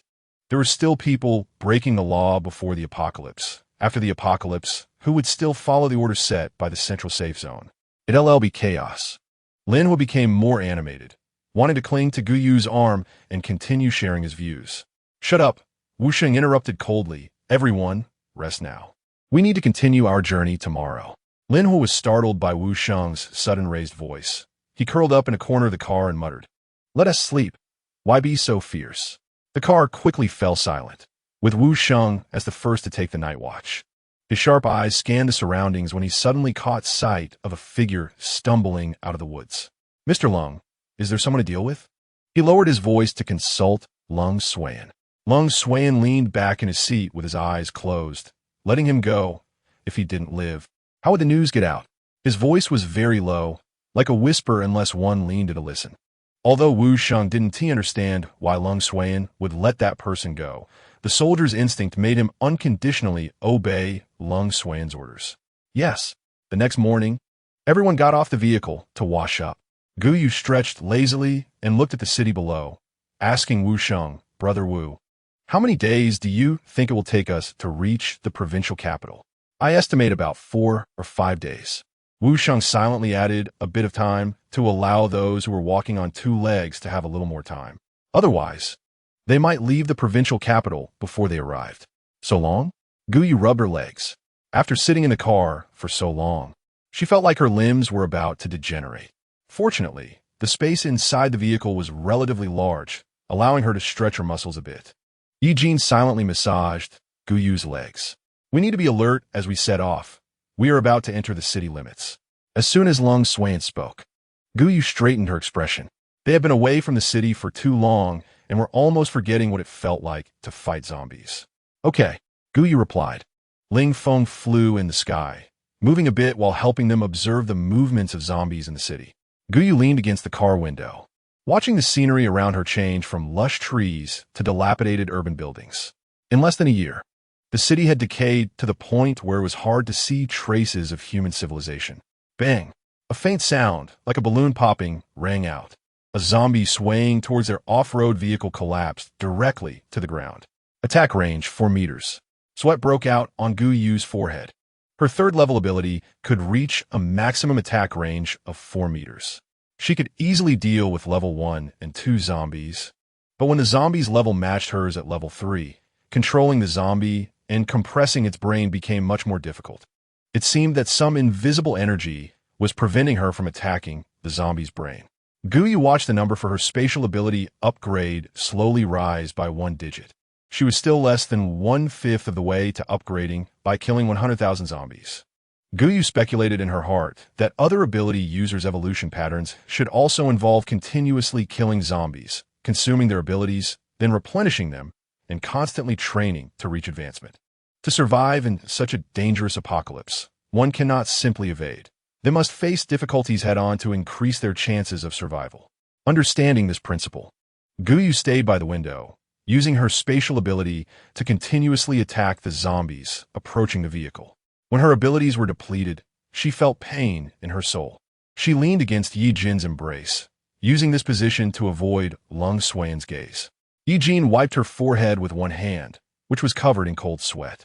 He said nothing, only tightened his hold around Gu Yu a bit more. Over the past 2 days, the vehicle's speed could be described as slow. While they were moving leisurely on the dilapidated road, those ability users that Lung Xuan had deliberately let go had already arrived at the provincial capital in a sorry state. Boss Qian. An ability user stumbled into a medium-sized base, but before getting close, he was shouted at. Stop! Who the hell are you? Come any closer, and I'll blow your head off. It's me, Li Go. I'm Brother Qian's subordinate. Brother Qian was kidnapped by a group of ability users. Li Go spoke anxiously. The ability user looked him up and down, speaking coldly. Wait. In less than 5 minutes, the anxious Li Go was dragged before Qian Sr. Unlike his useless brother, Qian's son sat there like a meat tower, his face full of flesh and a fierce look. What happened to my brother? Qian Sen's voice was like thunder, suppressing Li Go so much that his legs trembled. Qian Sen's ability level was likely at the peak of level 3. Big brother. Li Go directly knelt on the ground. Crying and sniffling, a group of ability users broke into the nature reserve. They incapacitated Brother Qian and kidnapped him. I risked my life to escape and came to report to you. Bang! Qian's son slammed the armrest, breaking the solid wood armrest. Li Go didn't even know what was happening when he was suddenly swept up to Qian Sen's front by a gust of wind. A large hand directly gripped Li Go's neck, making it hard for him to breathe. Qian's son, filled with murderous intent, took several deep breaths to suppress his urge to kill. How many of them? 5. 5 of them, plus an evolved crow. What abilities do they have? Qian's son gritted his teeth and asked. The 2 young men are fire-type ability users. The one wearing gold-rimmed glasses is ice-type. A strong man seems to be wind-type. And the woman can control an evolved crow. Qian's son suddenly threw Li Go to the ground. Is my brother still alive? I'm not sure. Chapter 149. Help. Qiansen glanced down at Li Go with disdain, and Li Go sensed the threat. If he said anything more useless, the next thing to drop wouldn't be the wooden armrest, but his head. Big brother, they're coming toward the city. I overheard them say they are heading to the provincial capital. Li Go spilled everything he knew. Qiansen raised an eyebrow, his facial flesh trembling. Damn it. How dare they? I want you all dead. Big brother, the ability user beside Qiansen also expressed anger. They are shitting on our necks. We can't let them leave the city alive. Otherwise, how will we survive in the city later? Lingo will definitely take the opportunity to suppress us. I don't fucking know, Qiansen said coldly. Wang Bin, a man stepped out of the darkness. Although his features were human, for some reason, it felt like he moved like a hyena. Senga, he spoke in a hoarse voice. What do you need? Let Li Go lead the way to find the ones who kidnapped my brother and test their strength. Yes. Before Li Go could fully realize that he was temporarily alive, a pair of cold hands landed on his neck, and a chilling voice made him shiver. Lead the way. Okay, Bingu, it's just ahead. Li Go pointed to the outer ring road of the city. Caw, caw, caw. The enormous raven circling above let out a sound warning its companions on the ground that a large number of zombies were approaching, urging them to prepare early. Gu Yu frowned at the sound and looked outside. She saw many humanoid creatures rolling and crawling towards them on the horizon. Whether it was Guyu's illusion or not, the speed at which these zombies moved was increasing, already reaching the speed of a human running. The off-road vehicle drove straight through the edge of the city, and the sound of the engine attracted the attention of many zombies. Countless zombies surrounded them, making hissing noises. Even the vehicle, weighing dozens of tons, shook a bit from the impact. "Mr. Lung, there are too many zombies around. Hememe, Lin Huo, Ye Jin. Get on the roof with me and clear the surrounding zombies." The off-road vehicle was also equipped with a Gatling gun and some firearms, but these weapons were limited in use. In comparison, ability users were still more cost-effective. "All right, I was just thinking my abilities have grown a lot. I was worried I had no place to use them." Lin Huo was quite excited, opening the sunroof first and climbing up the ladder. The zombies below caught the scent of humans and became even more excited, pressing tightly against the moving off-road vehicle, frantically pounding on the metal shell of the vehicle. A huge sound suddenly erupted beside Qianji's ear, causing his legs to tremble, and a stream of yellow liquid flowed down between his legs. The zombie raised its hands high, its expression becoming increasingly ferocious, reminiscent of scenes from the 18 levels of hell. "Stay in the car," Guyu pouted, muttering softly. I know, there's always a zombie-killing event that never lets me participate. How can I become strong?" Ye Jin completely ignored Guyu's complaints. When he stepped out of the car, he was immediately hit by a stench that made him frown. Among the horde of zombies, there were also a few zombie dogs, which had astonishing jumping ability. Before Ye Jin could steady himself, a rotting zombie dog lunged at him midair. "Watch out," Lin Hua exclaimed. But he didn't have time to help Ye Jin and could only shout a warning. Ye Jin didn't even lift his eyelids. Lin Hua saw Ye Jin slightly raise his hand, and the zombie dog was flung away, crashing heavily against the guardrail, its head getting stuck in the railing. Black and white brain matter and blood pooling on the ground. "Awesome, bro, focus," Lung Suan coldly reminded, kicking a zombie that was climbing up the off-road vehicle down. Guyu squeezed into the passenger seat, able to see outside through the large front windshield, where bursts of high-temperature flames and icy blades flickered.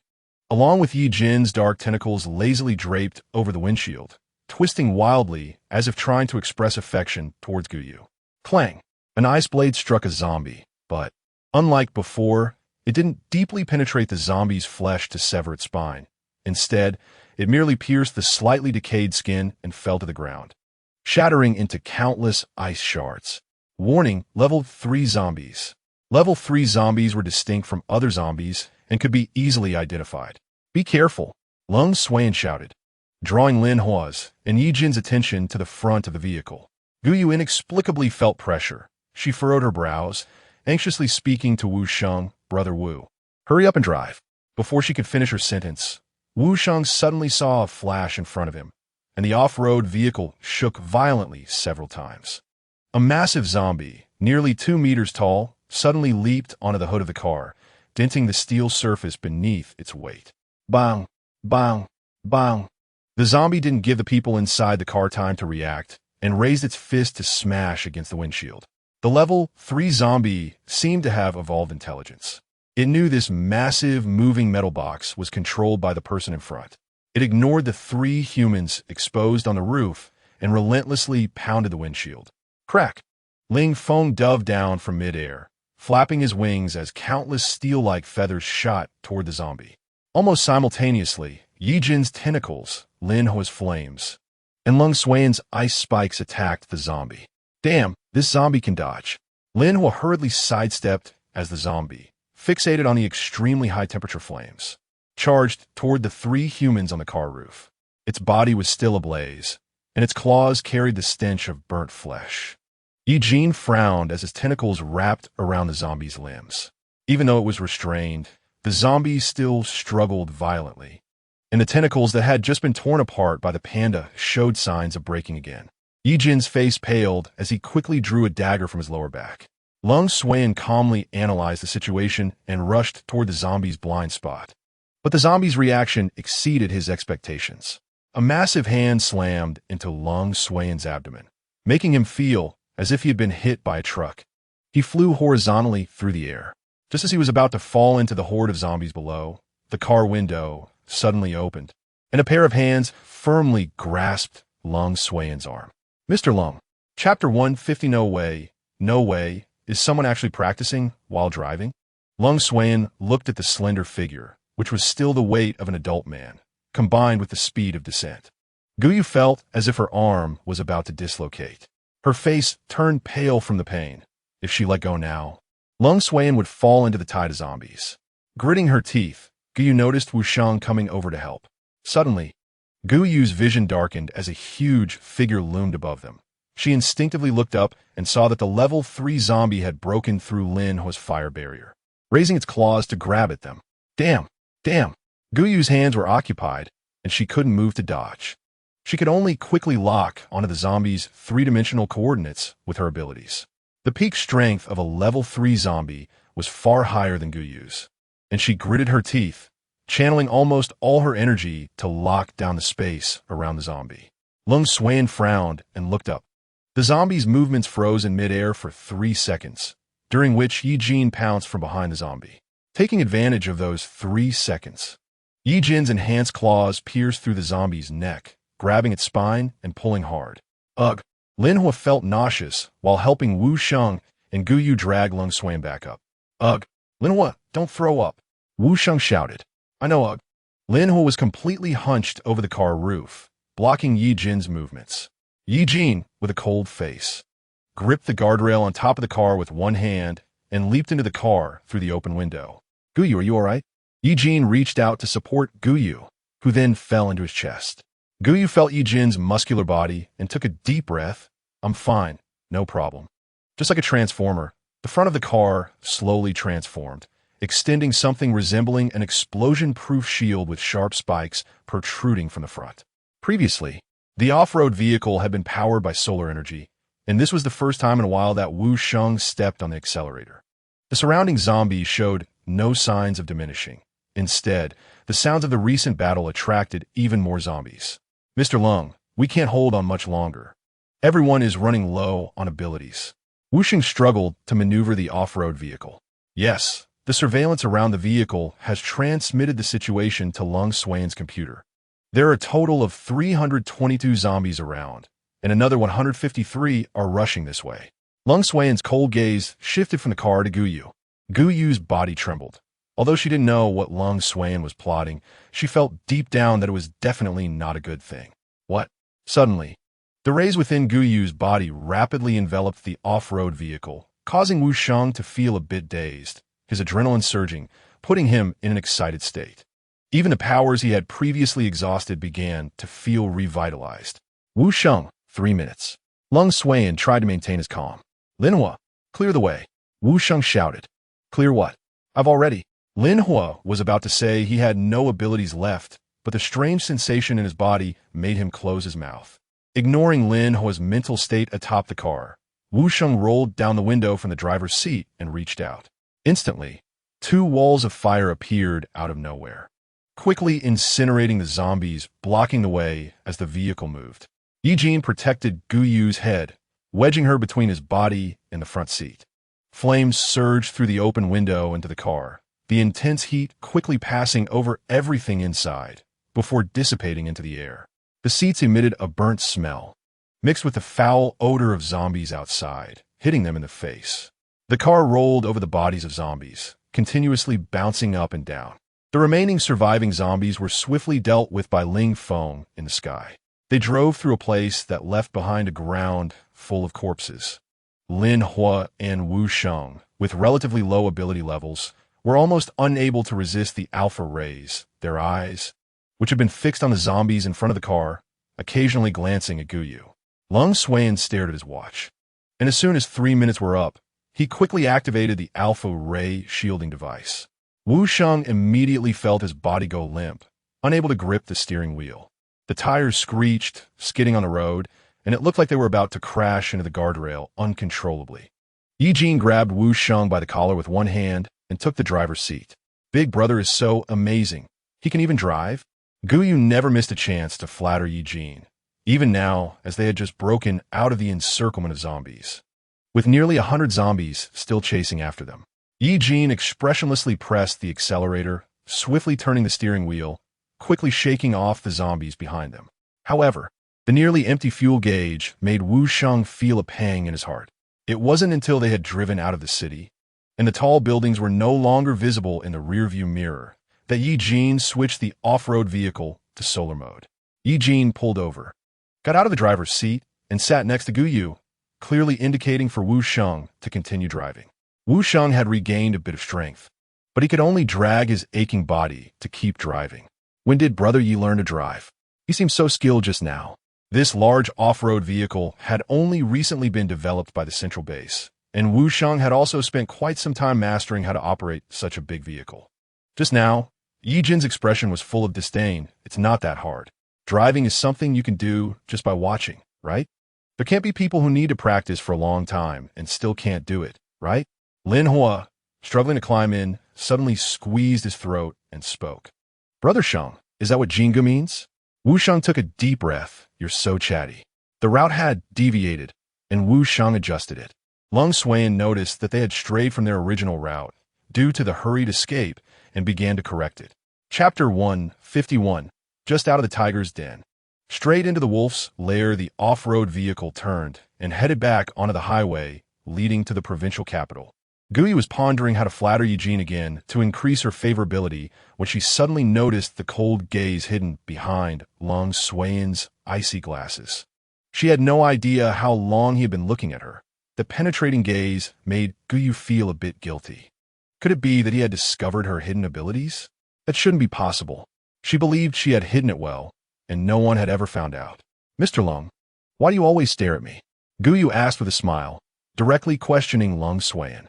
Ye Jin shot her a strategic glance, and Lung Suan, instead of showing any signs of guilt for being caught peeking, nodded to Guyu, wanting to thank her for saving him earlier. If it hadn't been for Guyu pulling him back, he would probably have become one of the zombies by now. Isn't that for the sake of all humanity? If Mr. Lung became a zombie, he would definitely be a high-intelligence zombie, making human survival even more difficult. The topic ended when Lung Suan gave Guyu a gentlemanly smile. Everyone in the car had nearly exhausted their abilities, especially Ye Jin, whose tentacles had been torn off twice in a short period. If Ye Jin didn't have a monstrous physique, he would have fainted by now. The car fell silent. Even Lin Hua, who had been chattering nonstop, leaned against the burnt car and closed his eyes to rest. Wu Sheng forced himself to stay awake as he drove for 4 or 5 hours. By now, it was getting dark. He parked the car under a tree on the side of the road, the drooping branches just enough to cover the off-road vehicle. Mr. Lung, there are only 50 kilometers left to the city. Let's rest here tonight. The off-road vehicle turned off. Dinner consisted of compressed biscuits, hastily eaten. Is that them? A man who looked like a hyena crouched in the bushes, his eyes glowing with a faint green light. Behind him were several men, their faces exhibiting animal traits. This man was Wang Bin from the provincial capital, and in just one day, they had found Guyu's team. It's Brother Wang, that's them. Ligo stammered, looking at the massive off-road vehicle with fear in his eyes. That particularly strong man inside can kill from a distance. Brother, you all must be careful. Wang Bin didn't seem to pay much attention to Ligo's words and snorted coldly.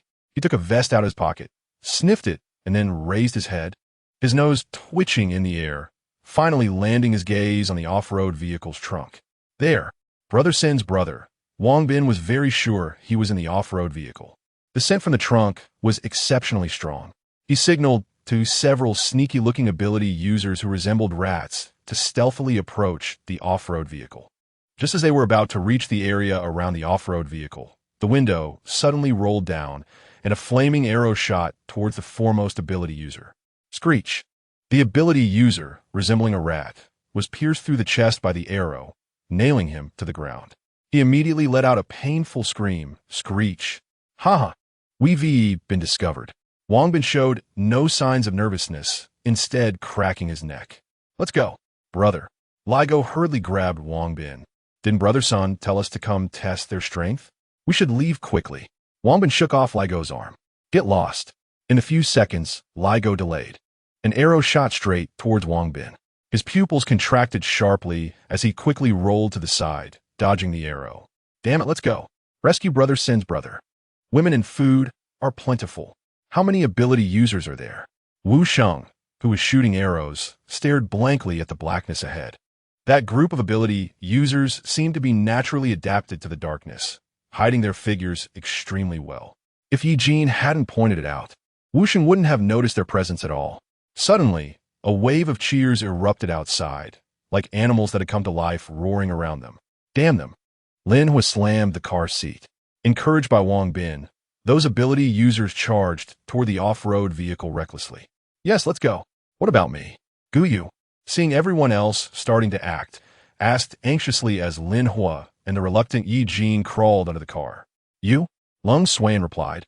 Miss Guyu is an ordinary person. It's safer to stay in the car. Boom. Flames erupted outside as Lin Hua took the lead in launching an attack, illuminating the darkness. The ability users who had been hiding in the shadows were suddenly exposed. Wu Sheng drew his bow and shot arrows enveloped in flames downward. Ling Feng grabbed Wu Sheng's collar and quickly circled around the forest. Wu Sheng's arrows were quick and fierce, piercing through the abdomen of a rat beast man, breaking flesh and nailing him to the ground.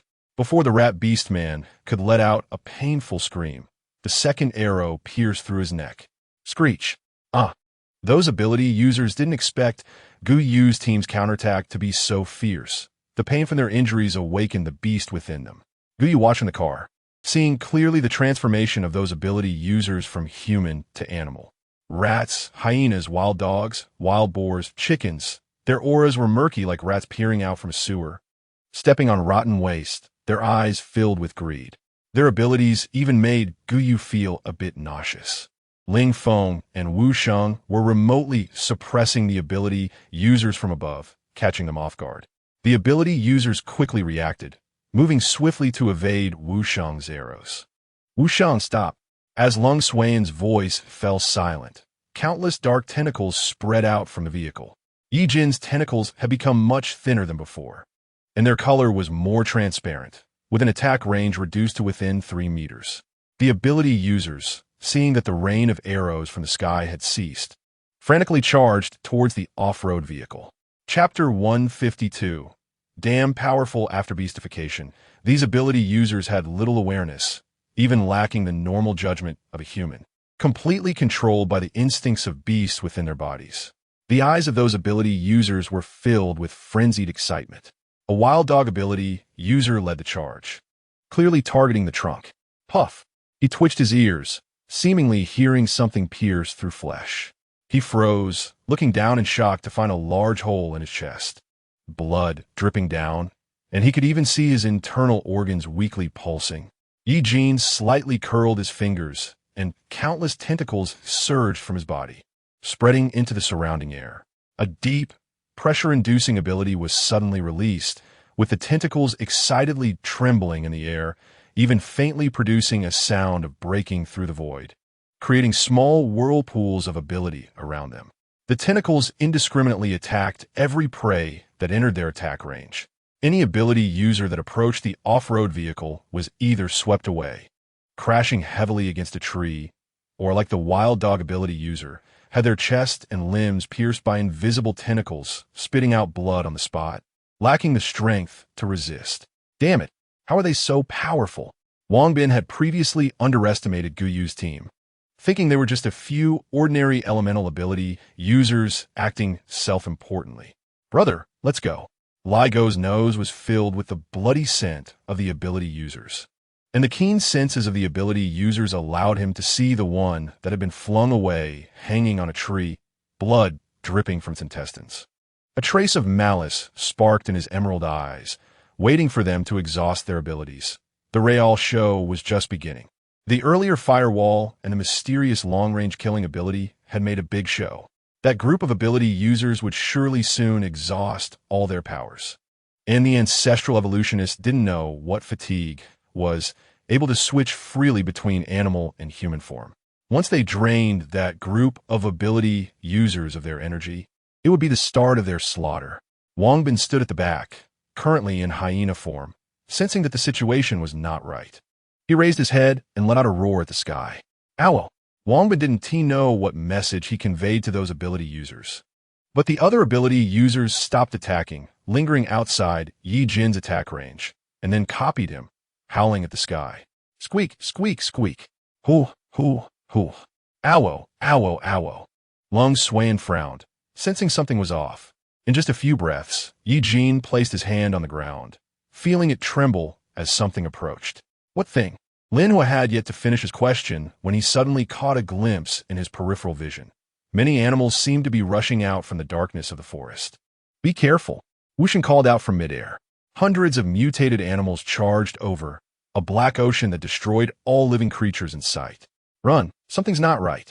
He rolled and crawled towards them, the wave of animals behind him moving faster than he was, about to swallow him whole.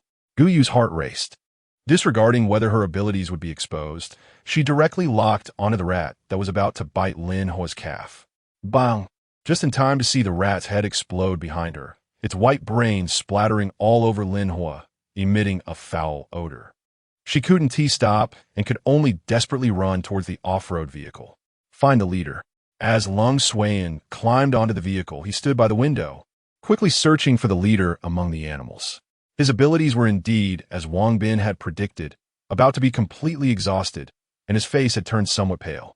Wu Sheng still had a few arrows left, all aimed at the ability user about to pounce on Lin Hua. Just as Lin Hua was about to be overwhelmed by the animals behind him, Lung Swain's sharp eyes quickly scanned the ability users and soon noticed Wang Bin lingering at the back. That hyena. Good.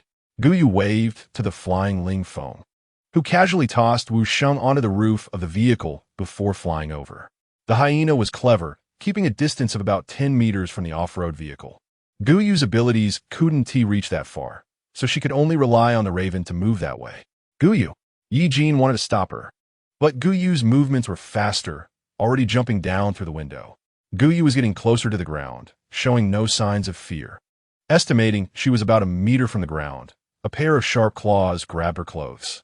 Ye Jin frowned, wanted to jump down with Guyu, but suddenly a swarm of rat ability users burrowed in through the window, the squeaking sound sending chills down their spines. Ye Jin and Lung Swain inside the vehicle were nearly overwhelmed by the rats, quickly pushing themselves into a corner of the vehicle. An ice wall appeared out of thin air, blocking a wave of attacks and trapping Ye Jin, unable to rush out immediately to follow Guyu.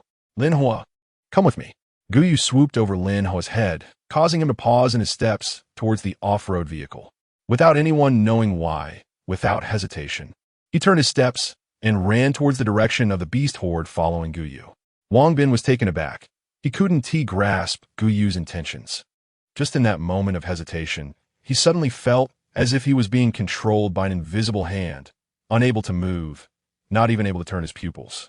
Cold sweat drenched his body as he helplessly watched Lin Hua rush over. Kill the hyena. Guyu gritted her teeth, leaving behind a sentence, and exhausted her abilities to solidify the space around Wang Bin, fixing him in place. Wang Bin was also a level 3 ability user. Guyu could only control him for 3 seconds.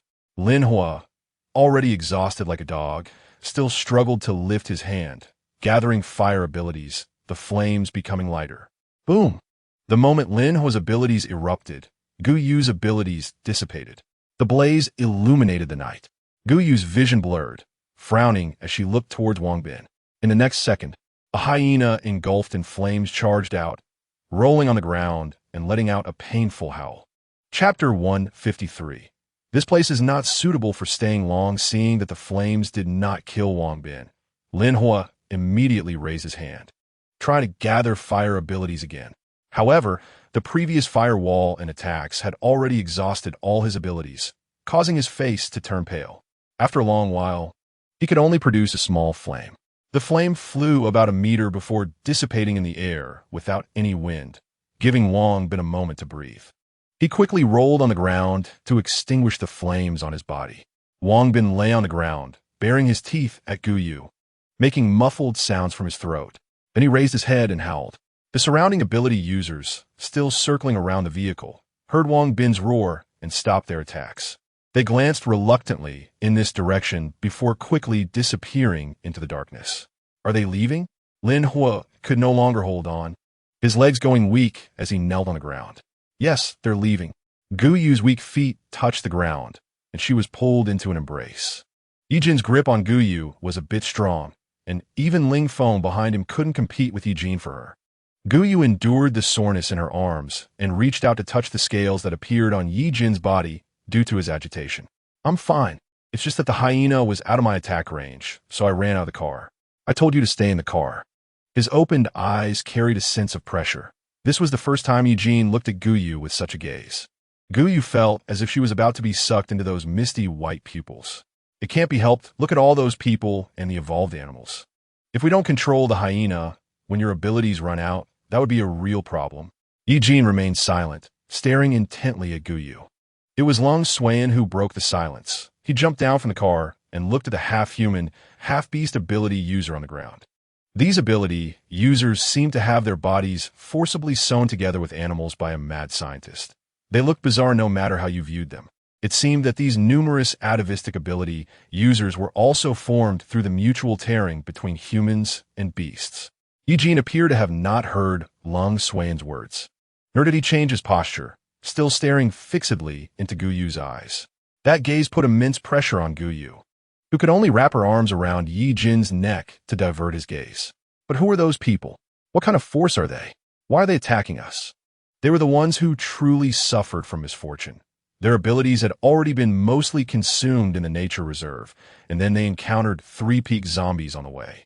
Just after hastily recovering half a night's abilities, they ran into these atavistic ability users again. Earlier, I saw an ability user next to the hyena in midair. I had seen him in the nature reserve. Wu Sheng pondered for a moment before speaking. Guyu suddenly remembered what old Zhang had said. Could they be related to Brother Qian? Who exactly is this person? I don't have any impression of him at all. The raven pecked Lin Ho's head hard, waking him from his unconscious state. As soon as he opened his eyes, he heard people around him discussing this matter. So he propped himself up and began to join the discussion with the team. I don't even know that guy's name. Maybe I can remember him. Ye Jin's lips moved, uttering two words, Sun Gu. Sun Gu. Qian Senator, everyone's gaze fell on Lin Ho, who felt a surge of pressure. He muttered the name, climbing onto the car behind Guyu. The surrounding area was filled with a bloody scent, and Ye Jin could already sense that many animals were approaching. They had to leave first. Guyu's vision brightened slightly as the sun climbed above the horizon, casting an orange light around them. It's a new day. They were one step closer to the city. She wondered if those clever brain-type ability users could figure out a way to extract that damned elf from her body once they arrived in the city. Guyu always felt anxious in her heart and unconsciously looked at Ye Jin. Ye Jin had a stern face, his eyes almost clearly stating, I'm not happy. Brother, when you jumped out to catch me just now, you looked so handsome. You shouldn't be called Ye Jin. You should be called Ying Jun. Guyu showered him with compliments, and under her relentless flattery, Ye Jin's expression gradually softened. He excitedly leaned over from the back seat, squeezing into the small gap between Guyu and Ye Jin. His face was right in front of Ye Jin's, mere inches away from that fiercely intimidating expression. Even Lin Ho, who had little emotional intelligence, sensed that something was off. He slowly pulled his head back.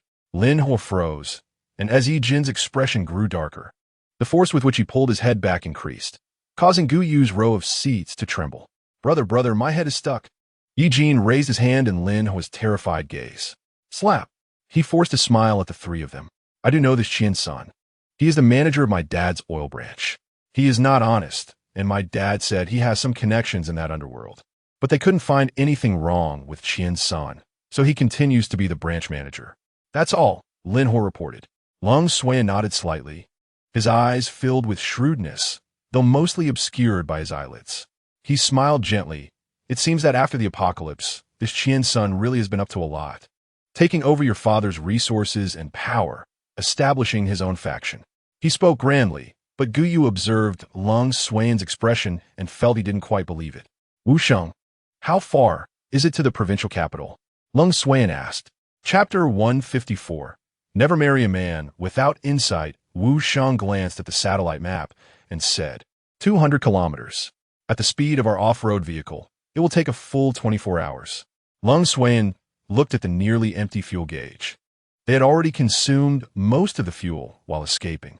He fiddled with the map on the computer and found a gas station not far ahead. To avoid any long nights, let's head to the gas station ahead for fuel. We won't rest tonight, and we'll get to the provincial capital as soon as possible. Understood. Guyu looked ahead and could faintly see the red gas station sign peeking through the branches, regarding Lin Hua's inexplicable desire to take on work. Ye Jin expressed his dissatisfaction. "It's you, not us." "Brother," Lin Hua whined to Ye Jin, remembering how Guyu always spoke to Ye Jin like this. And it always worked. He even deliberately blinked his eyes, but Ye Jin wore an expression like an old man on the subway, looking at his phone, as if to say, "Are you an idiot? You can't even speak properly at your age." Ha ha ha. Even Ling Feng, who had been huddled in the corner, loudly mocked Lin Hua. "The young master speaks extravagantly. He gives gasoline by the ton." Wu Sheng parked the car about 500 meters from the gas station. As Guyu opened the car door to get out, Ye Jin grabbed her arm. "What are you going to do?" "Just stretching my muscles." Guyu said softly to Ye Jin, "I've been in the car every day. I feel like I'm about to stiffen up." She glanced at Lin Hua and raised her voice, deliberately using a tone that Lin Hua could hear. "Lin Hua is my friend. How can I let him go alone to find gas?" Lin Hua immediately showed Guyu "I'm really touched" expression. Ye Jin, displeased, fixed his misty white pupils on Lin Hua, but ultimately couldn't refuse Guyu and jumped out of the car. Wu Sheng and Lung Xuan stayed inside. One was the driver, and the other was the strategist. The three of them and a raven walked towards the gas station. After a year of the apocalypse, Guyu felt an otherworldly sensation. Walking on the road, she felt no traces of human construction. The grass was overgrown, and plant roots were breaking through the asphalt, making each step forward extremely difficult. The 500 meters felt like a kilometer of hardship for Guyu. Seeing how hard it was for Guyu to walk, Ye Jin simply lifted her by the collar with one hand, his powerful arm effortlessly raising her off the ground. "Brother, you really are loyal. From now on, you are my brother, Lin Hua." Lin Hua chattered away while continuing to move forward. Once they entered the gas station, Lin Hua immediately shut his mouth and cautiously surveyed the surroundings. The gas station was unusually dilapidated, with an unidentifiable thick black liquid all over the ground, and two emaciated zombies resembling skeletons were stuck between the counters. A zombie that heard the sound of humans struggled madly, managing to get its body stuck in two halves, dragging its rotting upper body while its lower half remained in the counter, rushing over with a hoarse sound. It was just a level 1 zombie. And without needing Ye Jin to intervene, Lin Hua picked up an iron pipe from a nearby shelf with one hand and thrust it violently into the zombie's head. In just a few seconds, Lin Hua had already dealt with 2 zombies. Guyu cautiously patrolled the gas station, checking all the rooms and corners, big and small. Ye Jin spoke up, "There are no more zombies. Hurry up and get the gasoline. This space stinks to high heaven. Hey, let me handle it. Such heavy work shouldn't involve my brother." Lin Hua, without the arrogance of a rich second generation, actively opened his backpack and started loading bottles of gasoline from the gas station supermarket into it, quickly filling the large black backpack. He was worried that the off-road vehicle would consume too much fuel and that the gasoline wouldn't be enough. So he picked up several more bottles until he could barely carry them. Watching Lin Hua busy, Lung Xian coldly observed, showing no intention of helping. He frowned. "You're too slow. Hurry up." I know. Lin Hua gritted his teeth, carrying gasoline that was almost heavier than his own body, swaying as he followed behind Ye Jin. Breathing was a bit difficult, but he still managed to speak to Guyu. "That pretty boy of yours has no sense at all. If you marry him in the future, won't you be working like a horse? As the saying goes, once you become a bride, you'll be busy like a mother-in-law afterward." Guyu found it a bit amusing. "Wasn't you who told him to stay out of it?" "When did I say that?" Lin Hua disagreed. "I meant for my half-brother Guyu to stay out of it." "Who said anything about Ye Jin?" Ye Jin gently placed one hand on Guyu's neck, while his other hand covered Lin Hua's face, his hand large enough to block half of Lin Hua's face. Lin Hua was unable to breathe and struggled, his vision going dark as he almost passed out. "Someone's coming." Only then did Ye Jin slowly speak, releasing his grip. Lin Hua immediately took a deep breath and quickly lowered his body to look outside through the gas station window. He frowned for a long time before he finally saw a group of people rushing out from the bushes in front of the gas station. They looked extremely disheveled, covered in wounds of all sizes, especially the leading person whose clothes were almost soaked with blood. Caw! Seeing people approaching, Ling Feng didn't know their intentions. So he spread his wings and let out a warning cry. "Be careful." The man waved his hand, and the ability users behind him also stopped in their tracks. There was a chaotic sound of footsteps behind, and the man glanced back, looking up at the huge evolved raven circling in the sky. He made up his mind. Get into the gas station. The warning was ineffective, and Ling Feng's gaze sharpened as he flapped his wings, sending countless sharp feathers shooting down from the air directly at the group.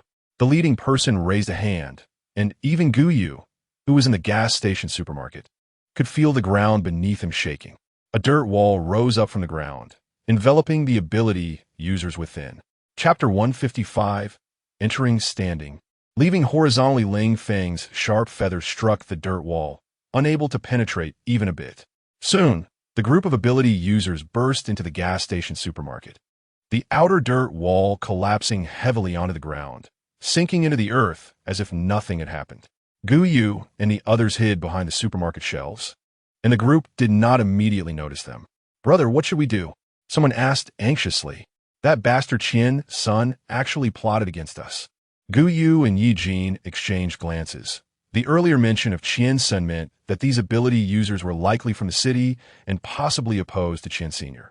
The group did not hurry to stand up, hiding behind the shelves and preparing to observe. The ability users outside surrounded the small supermarket of the gas station. "I advise you to come out quickly. If I'm pleased, I might leave you with a whole corpse." Laughter erupted from outside. Gu Yu peeked through the gaps in the shelves and saw that the people outside were wrapped in colorful energy. However, that energy was similar to the ability users who attacked them last night, with dark impurities mixed in, making it ominous and uncomfortable. "Damn it, even if Zhang Lei is dead, I won't let you beasts threaten us." The leading Earth-type ability user spat outside. Zhang Lei, not to be outdone, shouted back and quickly mobilized his abilities, using dirt walls to block all the windows and doors. The supermarket was instantly plunged into darkness. Zhang Lei was also nearing his end. After doing all this, he leaned weakly against the counter. His hand touched something sticky, and he cursed, pulling out a lighter from his pocket. The faint light from the lighter illuminated a small area where Zhang Lei saw a zombie with a punctured head lying on the counter. The sticky substance he touched was the zombie's brain matter. "Damn it," Zhang Lei cursed, suddenly realizing something was off. The zombie's brain matter was still fresh, feeling moist, clearly having just died not long ago. "What's wrong, brother?" an ability user asked. Zhang Lei's eyes, filled with murderous intent, quickly scanned the supermarket. "Damn, there's someone in here." Lin Hua, already tense, was startled by Zhang Lei's words and let out a hiccup. "Who's there?" Ye Jin pulled Gu Yu to roll on the spot, ducking behind the shelves, and Gu Yu rolled her eyes, thinking that everyone she encountered had the traits of a silly, sweet female protagonist. Bang! The ability users outside crashed into the dirt wall, while the wind-type ability user inside overturned a shelf. Lin Hua was exposed, holding gasoline bottles in both hands and wedged one between his legs. "Damn, there really is someone." Zhang Lei was furious, suddenly reaching out his hand towards Lin Hua, dirt shooting up from the ground, compressed into sharp spikes, rushing towards Lin Hua with a whoosh. The spikes moved incredibly fast, and Gu Yu didn't even have time to control Zhang Lei's actions. "Damn it!" She pushed Ye Jin, ready to let him protect Lin Hua, but suddenly Lin Hua shouted loudly, "Brother, you are my brother." The earth spikes halted just 2 centimeters away from Lin Hua's eyes. Zhang Lei uncertainly spoke. "Young Master Lin Hua, it's me, my brother." Lin Hua's voice trembled. "This works too." Gu Yu watched as Lin Hua was lifted in the air by Zhang Lei, further confirming her belief in his silly, sweet female protagonist attributes. "How about we stop spinning?" Gu Yu suggested, and Zhang Lei's movements froze, the earth spikes hovering in the air again. "Who's there?" Lin Hua, being quite righteous, didn't he hold a grudge against Ye Jin for abandoning him earlier, hurriedly explained for both of them. "Benefactor." Zhang Lei quickly stepped forward, extending his hand towards Gu Yu. He originally wanted to shake hands with Gu Yu, but Ye Jin interpreted this action as a threat. He pressed down on Zhang Lei's wrist, and Zhang Lei didn't even see how the man opposite him used force before he was thrown to the ground, knocking over several shelves. The ability users behind Zhang Lei immediately became alert, and countless energy abilities clashed in the small supermarket. Gu Yu pointed to the already cracked dirt wall behind. As soon as she finished speaking, the dirt wall collapsed with a loud crash. A wind-type ability user controlled their ability, and the wind blew through the cracks in the dirt wall, quickly forming a whirlwind, the wind carrying blades, leaving deep marks wherever it passed. Ye Jin frowned and looked over. The wind-type ability user was only at the second intermediate level. He immediately unleashed his tentacles. The wind ability user, who had initially looked smug, suddenly realized that his companions were staring at him in shock. Following their gaze, the wind ability user looked down and saw a gash in his chest, with his heart being pulled out by a pair of large hands hanging outside his chest cavity. PFF. He spat out a mouthful of blood and weakly collapsed to the ground. Who? What the hell kind of ability is this? Back off. Back off. Hurry up and retreat. Something is wrong with the person inside. The ability users under Zhang's son retreated in fear, and suddenly, the one who had just been making threats felt the cold steel of a car against his back. He instinctively looked up and saw a 4 to 5 meter high SUV that had seemingly appeared behind them, with the evolved crow they had just seen perched on top. The car window slowly rolled down, and in full view of everyone, a person suddenly leaned out halfway from the window. He lowered his head, obscuring his face.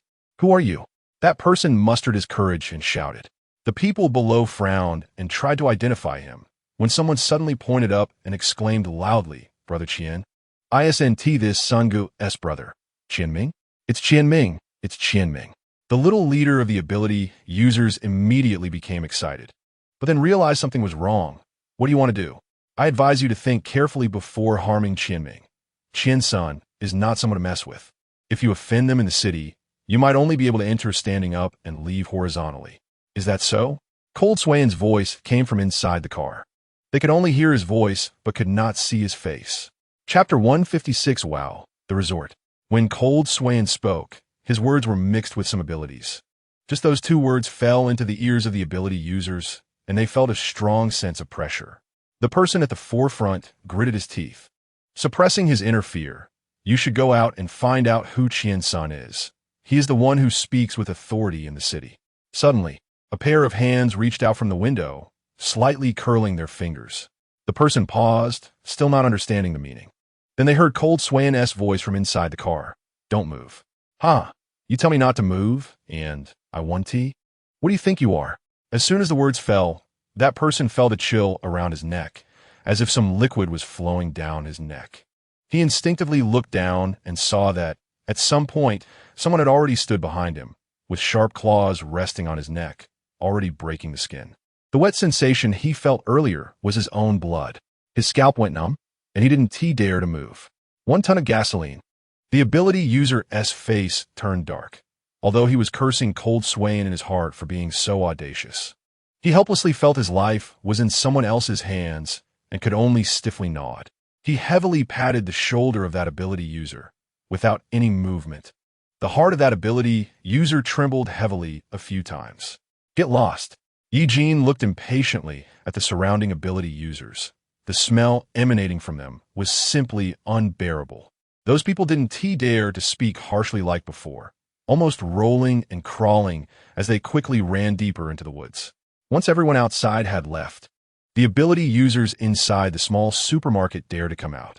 Zhang Lei looked up at the tall SUV and the half-dead Qianming hanging from the window, narrowing his eyes. So the powerful team everyone in the city was talking about refers to you guys. Zhang Lei seemed to think of something, clapped his hands, and spoke loudly. Oh, Gui was interested in Zhang Lei's words and asked, how do they spread the word about us? They say you are particularly powerful.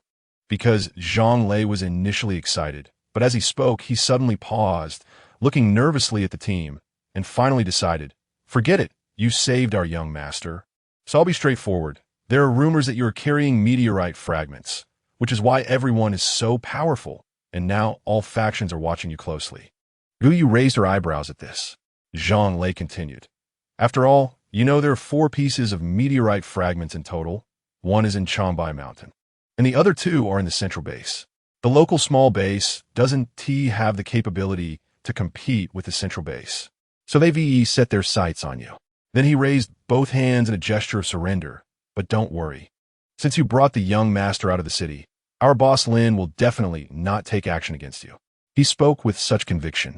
But who can say for sure in the face of interests and temptations? Guyu instinctively looked up towards Cold Swain's direction. Although Cold Swain was treacherous and adept at schemes, his decisions were generally the ones with the least losses and the best options. Then he revealed his head and showed a very friendly smile to Zhang Lei. We naturally trust Lin Hua's father. I wonder if this brother can lead the way. Zhang Lei wasn't too trusting of this team either, but he nodded, of course. Lin Hua winked at Zhang Lei from the side. My brothers are super powerful. You know, we encountered a peak third-tier zombie in the city before. As he spoke, he pulled Zhang Lei onto the SUV. Zhang Lei's team wasn't small, and the SUV could accommodate more than 10 people. They curiously looked around, as this kind of technology could only be seen in the central base. Zhang Lei and Lin Hua squeezed into the passenger seat, directing Wusheng. During this time, Cold Swain didn't say a word, allowing Zhang Lei to command Wusheng. The vehicle turned at a fork in the road and drove along a narrow country road, winding and occasionally scraping against tree branches hanging over the road. After driving for about half an hour, Guyu looked out the window and saw the surroundings resembling a resort. To the left of the small road was a huge lake, and at the end of the road, the outline of a large villa could be seen. How embarrassing. Guyu smiled and said, We still owe you a wild chicken. How can we impose on your hospitality? Lin Hua waved his hand dismissively. Stop. Who are you? That person squinted to identify them, and suddenly a look of excitement appeared on his face. Soon someone ran into the resort to relay this good news to old Master Lin. The people at the entrance didn't obstruct them much and immediately opened the large gate. The ability users from Lin Hua's family jumped out of the car. Seeing that only their own people were left inside the car, Guyu lowered her voice. We still have Qianming with us. With the Lin family, Guyu's voice trailed off, almost bumping heads with Cold Swain. Ye Jin grabbed Guyu by the collar with one hand and pressed her down into the seat. Guyu's words were interrupted, but Cold Swain still understood the unease in her heart. Mutual restraint is what will allow us to leave the city safely. Isn't it? The city isn't dominated by one family. The Lin family and the Qian family restrain each other. When the two factions have conflicts, it is this outsider force. The team rumored to have meteorite fragments that can escape amidst the chaos. Cold Swain's goal was never the 2 tons of gasoline, but whether they could withdraw unscathed. Guyu felt a chill all over her body. The issue she only thought of at the last moment was something Cold Swain had almost predicted and acted upon as soon as he stepped into the city. Someone is coming. Ye Jin suddenly spoke coldly, interrupting the conversation between the two. Guyu instinctively looked down at the car and saw a man who looked about 80 to 90% like Lin Hua forcefully patting Lin Hua's shoulder. Lin Hua seemed to say something to that man, and the man lifted his head to look over towards the SUV's window. Chapter 157, Which Rascal Wants to Harm Me? Although Guyu knew this was one-way glass, when she suddenly made eye contact with the man, her heart skipped a beat. Let us go. We can't keep others waiting too long. That is not how a gentleman behaves. Cold Swain stood up, straightened his clothes, and then opened the car door. Boss Lin saw the team members coming down, and his sharp gaze quickly swept across everyone, even not missing Ling Feng, who was leaning against Guyu's leg. As expected of a businessman, Boss Lin's eyes were shrewd, yet he lacked the displeasure that Wang Hu showed when he scrutinized them. Dad, it's them. Lin Hua raised his hand, pointing at the team, looking just like a victim identifying a suspect. Oh. Boss Lin raised his hand and walked straight over, accurately shaking hands with Lung Swain first. He shook Lung Swain's hand vigorously, bending slightly, looking extremely respectful. Thank you, heroes. Truly, heroes emerge from youth. I tried to find many people for the nature reserve in the city before, but no one could get through. Boss Lin sighed heavily and patted Lung Swain's hand, unwilling to let go, making it seem like Lung Swain was his son. We were just lucky. It was only when we ran into Qian Sen's subordinates that we realized that the nature reserve is the Qian family's territory, Zhang Lei said angrily from behind Boss Lin. All right, Boss Lin frowned. Let's not bring up the past. Dad, Lin Hua interrupted their conversation. My friends are exhausted from the journey, and we didn't eat dinner last night. Our families cook. All right, I know. Boss Lin laughed and scolded lightly, standing at the entrance without any airs. He reached out to shake hands with each member of the team as they passed by. We got a Guyu. Just as he was about to lift his head to shake hands with her, Ye Jin suddenly leaned in from behind, briefly touching a human palm, then wrapped his arm around Guyu's shoulder and walked forward quickly. Boss Lin's hand awkwardly hovered in the air, and Ling Feng hopped forward, slapping Boss Lin's palm with his large wings. A sharp pain instantly shot from Boss Lin's palm to his brain. Lin Hua led everyone to sit in the cafeteria of the resort. The cafeteria was large and exquisitely built, showing no signs of having experienced the apocalypse. It resembled a dining table in a European palace, and the crystal chandelier, hanging from the ceiling, made Guyu feel a bit dizzy. The tables and chairs were extraordinarily luxurious, with about a meter of distance between each chair. Even the crow, Ling Feng, had his own golden chair. Ye Jin dragged a solid wood chair to sit beside Guyu, completely ignoring the glances from others due to the noise made by the chair scraping against the floor. Guyu exchanged a glance with Ye Jin, who twitched his nose, sniffing the food on the table, then lightly pinched Guyu's palm onto the table, signaling her that the food was safe to eat. There were even several bottles of juice on the table, as expected of the city's boss. This life was no different from before the apocalypse. The people at the dining table were divided into two groups. One was gathering intelligence, while the other focused on eating. Boss Lin was engaged in a seemingly polite conversation with Lung Suan, with every word carefully considered. Wu Sheng and Zhang Lei sat together, pretending to casually inquire about the city's situation.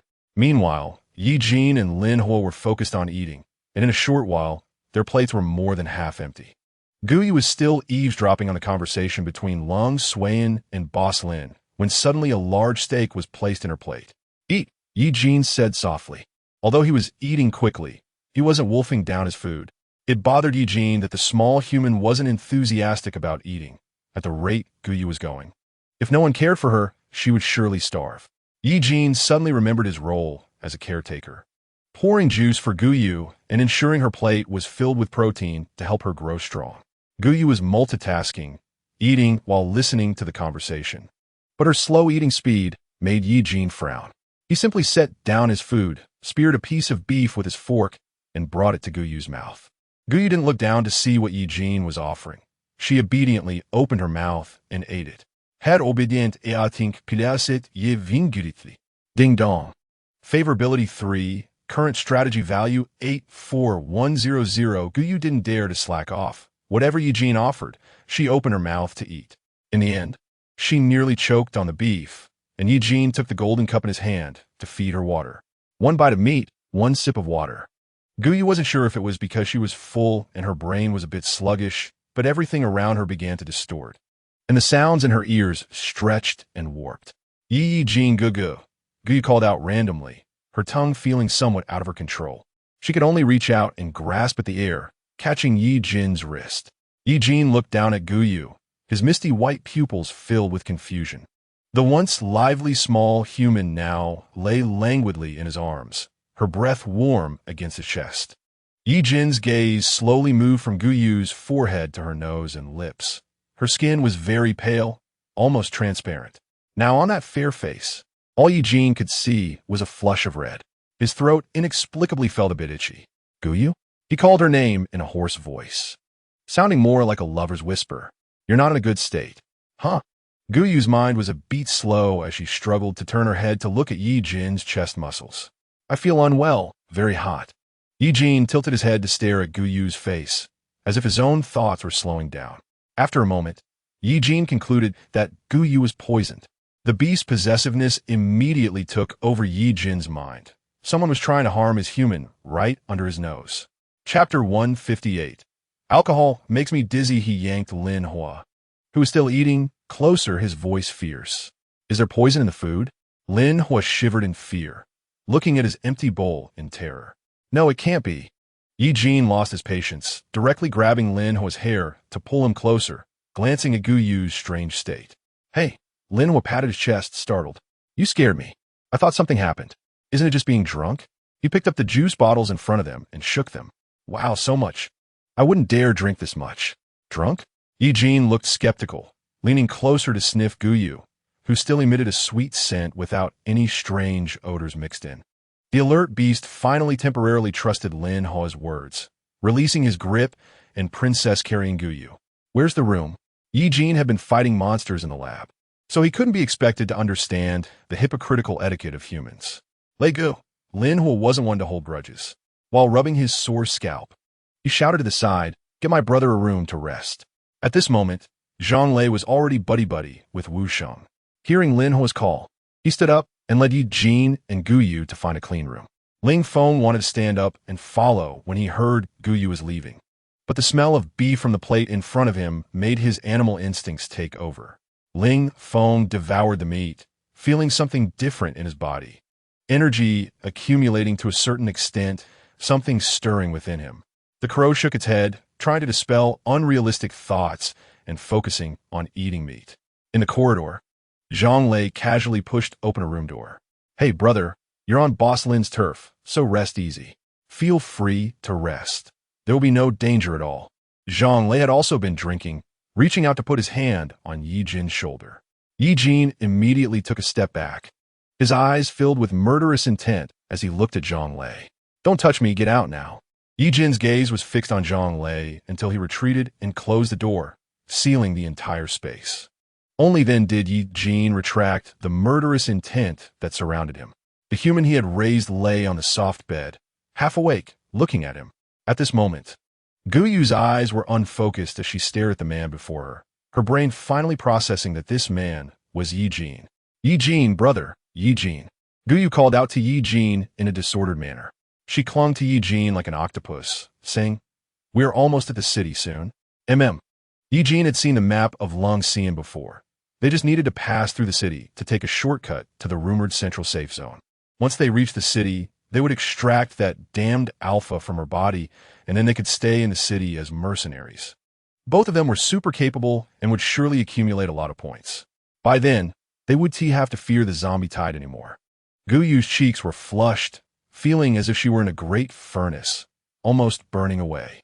She was dazed and struggled to plan their future days with Ye Jin. Ye Jin didn't think it was a good choice to entrust their future to the central base. Humans are the most evil species in this world. However, he still needed to rely on these repulsive humans to extract that strange thing from Gu Yu's body. Ye Jin's large hand gripped Gu Yu's brow and eyes, pressing her down onto the bed. The human beneath him was exceptionally soft, like a cloud in the sky, as if a gentle touch could break her. Ye Jin unconsciously softened his breathing as he gently kissed Gu Yu's crimson lips, infused with the reverence of a believer on a pilgrimage. "You are mine, my private possession." He longed to consume Gu Yu, to swallow her whole, so that no one could covet this treasure through her skin. Ye Jin seemed to understand the state of those who had come into contact with alpha rays. Their actions, thoughts, and behaviors were beyond their control, only desiring the person before them. Bang! Gu Yu's clothes were half loosened, revealing her snowy chest. She resembled a doe pressed beneath the paw of a beast, trembling and gazing at the creature that could take her life at will, clumsily and futilely trying to please the predator. Deep bite marks covered Gu Yu's body, causing her to tremble involuntarily from the pain. Ye Jin seemed to have become a different person, ferocious and stubborn. No matter how Gu Yu pleaded softly, he remained unmoved. "I'm sorry." Ye Jin raised his hand and quickly wrapped Gu Yu in the blanket. "Someone's coming in." "What?" Startled by Ye Jin, Gu Yu sobered up significantly. She propped herself up on her arms and followed Ye Jin's gaze toward the window, where lush trees were visible. Frowning, she suddenly spotted several figures sneaking quickly through the gaps in the grass. "Brother, is this okay? This is Zhang Laoda's territory. Stop talking nonsense. If this messes up again, even the King of Heaven can't save us." Wang Bin and several other ability users transformed into animals, carefully crossing the base's walls. A wild dog ability user sniffed the air, catching the scent of Qianming. "Boss, Qianming is over there." He immediately scampered over to Wang Bin, a flattering smile still on his face, but suddenly his expression froze. In the air, besides Qianming's scent, he detected a terrifying smell. That ability user who could kill from afar. Before he could warn Wang Bin, he suddenly felt a powerful ability sweeping toward them. Chapter 159, Enemies Approaching. In the air, besides Qianming's scent, he detected a terrifying smell. That ability user who could kill from afar. Before he could alert Wang Bin, He felt a powerful ability sweeping toward them. Ye Jin had taken a break for a while, and his abilities had recovered significantly. The incoming attack was swift and urgent. With a loud bang, trees the thickness of a basin were swept down, crashing to the ground and causing the earth to tremble. The quick-reacting ones barely dodged, while a few slower ones were sliced in half by the tentacles. The air was filled with the smell of blood, and the loud noise attracted the ability users from Lin Laoda's side out of the house. Enemies approaching. Enemies approaching. Ye Jin watched as other ability users gathered around, and he took a lackluster step back, his gaze landing on Gu Yu standing at the back of the crowd. Just as he was about to retreat, an ability user with a fierce look charged straight at Ye Jin. Ye Jin didn't even glance at him, sidestepping the attack.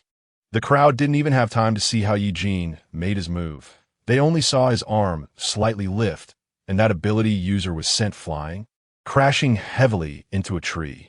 Ye Jin clicked his tongue impatiently, moving with an eerie grace as he casually picked up a long stick, skillfully flipping backward to avoid the dagger thrust by the ability user. He placed his legs on the ability user's neck and exerted a slight force. With a crack, the person's head was left at an unnatural angle on their shoulder, lifeless. The entire set of actions was seamless. Ye Jin did not stop but continued to swing the long stick into the group of opposing ability users. To others, this was undoubtedly a suicidal move. Zhang Lulei frowned. Support. The ability user protected by Wang Bin at the back of the crowd had his mouth stretched to the limit, the corners of his mouth splitting down to his ears. Boom! A fire dragon was expelled from his mouth, seeming to have a life of its own. Everyone could even hear the roar of the dragon. The fire dragon circled in the air before swooping down, burning everything it passed with its white flames, leaving ashes in its wake. Be careful. Zhang Lei paused, erecting a dirt wall out of thin air to protect the people around him. Crack! The dirt wall, created by the third-level ability user Zhang Lei, only held up for 3 seconds under the fire dragon before it began to crumble. The seasoned warrior's face also showed signs of fear. 10 meters. Is this the strength of a peak third-level ability user? TSK, you really are troublesome. Ye Jin originally wanted to say, go die, but suddenly recalled Gu Yu's previous admonitions and changed his words to, please go die. Gu Yu silently screamed from the back of the crowd, wondering why he was being polite now. Take advantage of his illness to take his life. Ye Jin's gaze settled on the fire ability user, who shivered, instinctively sensing danger. He turned to face Ye Jin, and the fire dragon in the sky shifted direction, charging straight at Ye Jin. The flames had reached a high enough temperature to appear white. As it approached Ye Jin, it even scorched his hair from several meters away. Sensing the smell of burning hair, Ye Jin's tentacles quickly gathered around him, forming an invisible black shield that protected him. Ye Jin showed no signs of fear as he charged toward the ability user with the highest temperature, thrusting the long stick directly into the mouth of the one continuously supplying energy to the fire dragon. Thin black smoke billowed from the ability user's mouth, even scorching the area around the stick. The white flames quickly burned along the stick, but Ye Jin did not dodge. Instead, he forcefully jabbed the stick into the soft throat of that person. With a splat, the fire dragon in the sky let out a wail before rapidly dissipating, turning into sparks that fell to the ground. Playing with fire? Ye Jin scoffed, releasing his grip as the other ability users looked on in terror. The fire ability user's body slowly fell. Having resolved this major trouble, Ye Jin turned and left directly, wrapping his arm around Gu Yu, who stood at the back of the crowd. Who are they? Gu Yusin asked with lingering fear. A few small bugs. Lung Xian also walked out of the house, his eyes scanning the various animals on the battlefield, his tone carrying noticeable pleasure. It was Qian Sin's people who had arrived. This was a statement of certainty. Everything was progressing according to his expectations, and even the ability users from Qian San had taken the initiative to come to them, saving them a lot of trouble. Truly youthful and reckless. If only the energy used to deal with me was directed towards killing zombies, it would benefit humanity. Boss Zhang shook his head, his tone regretful. Yet his eyes flashed with a murderous glint. On the open ground of the base, various colors of abilities flickered, accompanied by the painful howls of people. Gu Yu's team stood together with Boss Zhang on the viewing platform, seemingly indifferent to the slaughter below, if it weren't for the strong smell of blood wafting up. Gu Yu would have thought it was all an illusion. This group of ability users seemed to have pinned all their hopes on that third-tier fire-type ability user. Once the fire-type ability user was dead, they would collapse. Soon, Zhang Lei regained control of the situation, binding the surviving ability users and throwing them onto the open ground of the base. Boss Zhang snorted coldly, standing in front of Wang Bin. Qian Sun is becoming more and more unruly. Does he not know what can be done and what cannot be done during this time? Wang Bin snorted coldly. If you want to kill, then kill. Stop whining like a woman. You. Zhang Lei glared angrily. Wang Bin. Have you lost your mind to speak to Boss Lin like that? Boss Lin waved his hand, signaling Zhang Lei not to get angry. Lung Xian smiled as he stepped forward. He didn't say anything directly to sow discord between the two, but his words implied that. We are all city dwellers and should unite to resist the zombies and protect humanity. We shouldn't let such trivial matters lead to mutual destruction. Chapter 160. I like you. Wow, what you people? In this city, our boss's strength is unmatched. Who doesn't rely on Boss Sun to make a living here? That third-tier peak zombie was killed by our boss. Wang Bin spat at Lung Xian, who calmly stepped aside, the bloody spit landing on Boss Lin's shoe. Wang Bin's face was filled with disdain. Qian Sun is a third-tier peak, while Boss Lin, according to reliable information, is just a mid-tier ability user.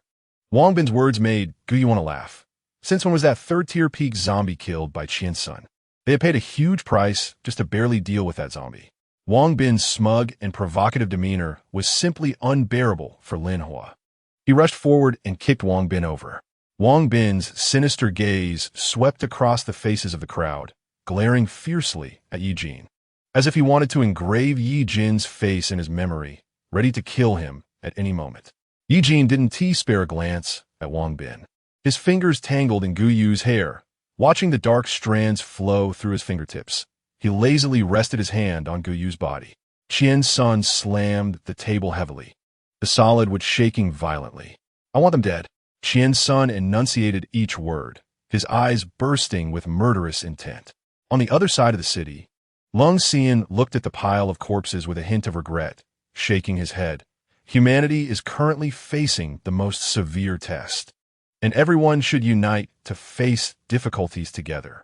Why is the first thought to turn on each other? Cough, perhaps this is human selfishness, no matter when. It's always about their own interests first. Boss Lin also sighed, and the two looked up at the sun in the sky, their faces filled with concern for the nation and the people. Simply hypocritical.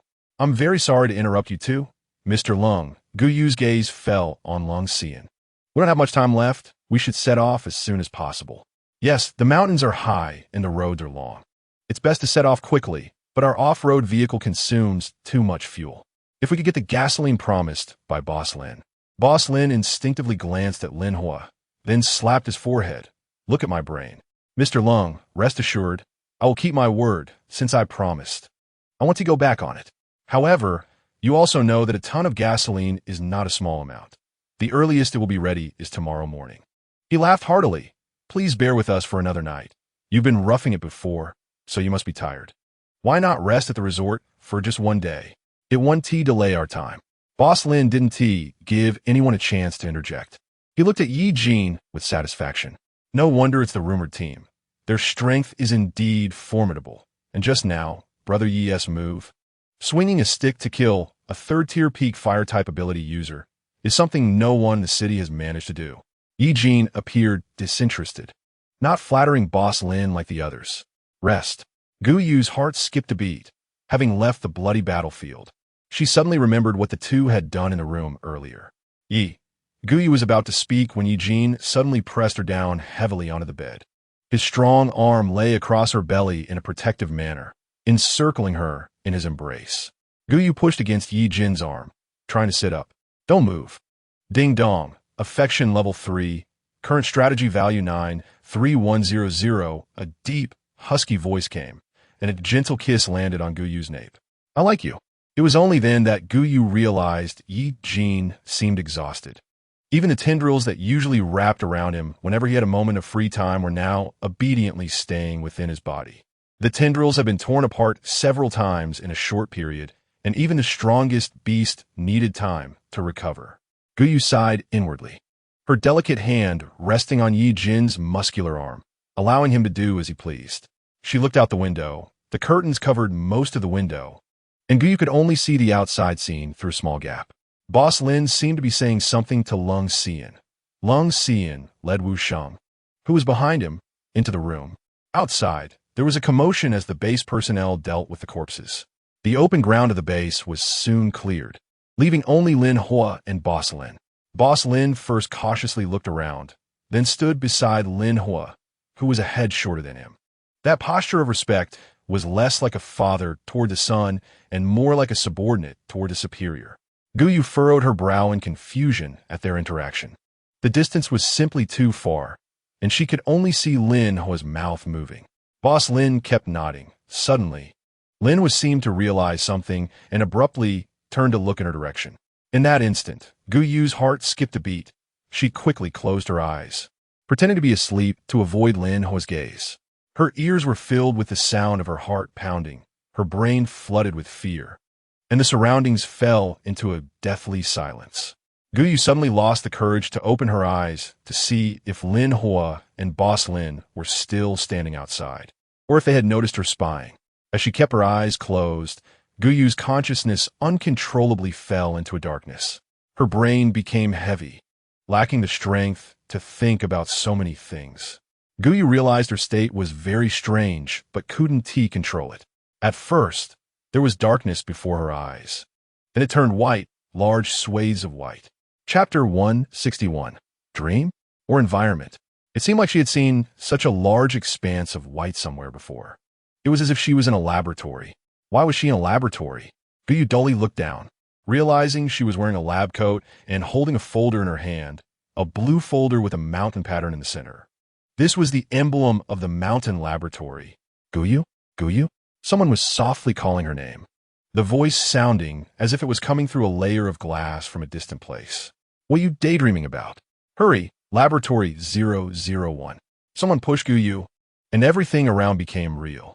The bustling laboratory staff, the noisy footsteps, the sounds of painful wails. The glass columns, standing in the laboratory hall, were filled with preservative liquid, soaking some mutated animal corpses inside. Guyu glanced quickly and saw mosquitoes, mantises, and... Hurry! Guyu, Ye Jin is in trouble. Ye Jin? Dr. Kelly? What happened? Kelly looked at Guyu suspiciously, nervously glancing up at the camera above, and pulled Guyu to a secluded corner. A meteorite fell to Earth, was shattered by the Space Department personnel, and the fragments were ominous. The lab staff found the core of the meteorite, naming it Alpha. Guyu's head buzzed, nearly unable to hear Dr. Kelly's words. She seemed to be trapped in some kind of illusion, alive, yet speaking of the past. The military sent Ye Jin over. Alpha might have some rays that alter human genes. The special forces went crazy on the spot, and Ye Jin was injured. Dr. Kelly took a deep breath.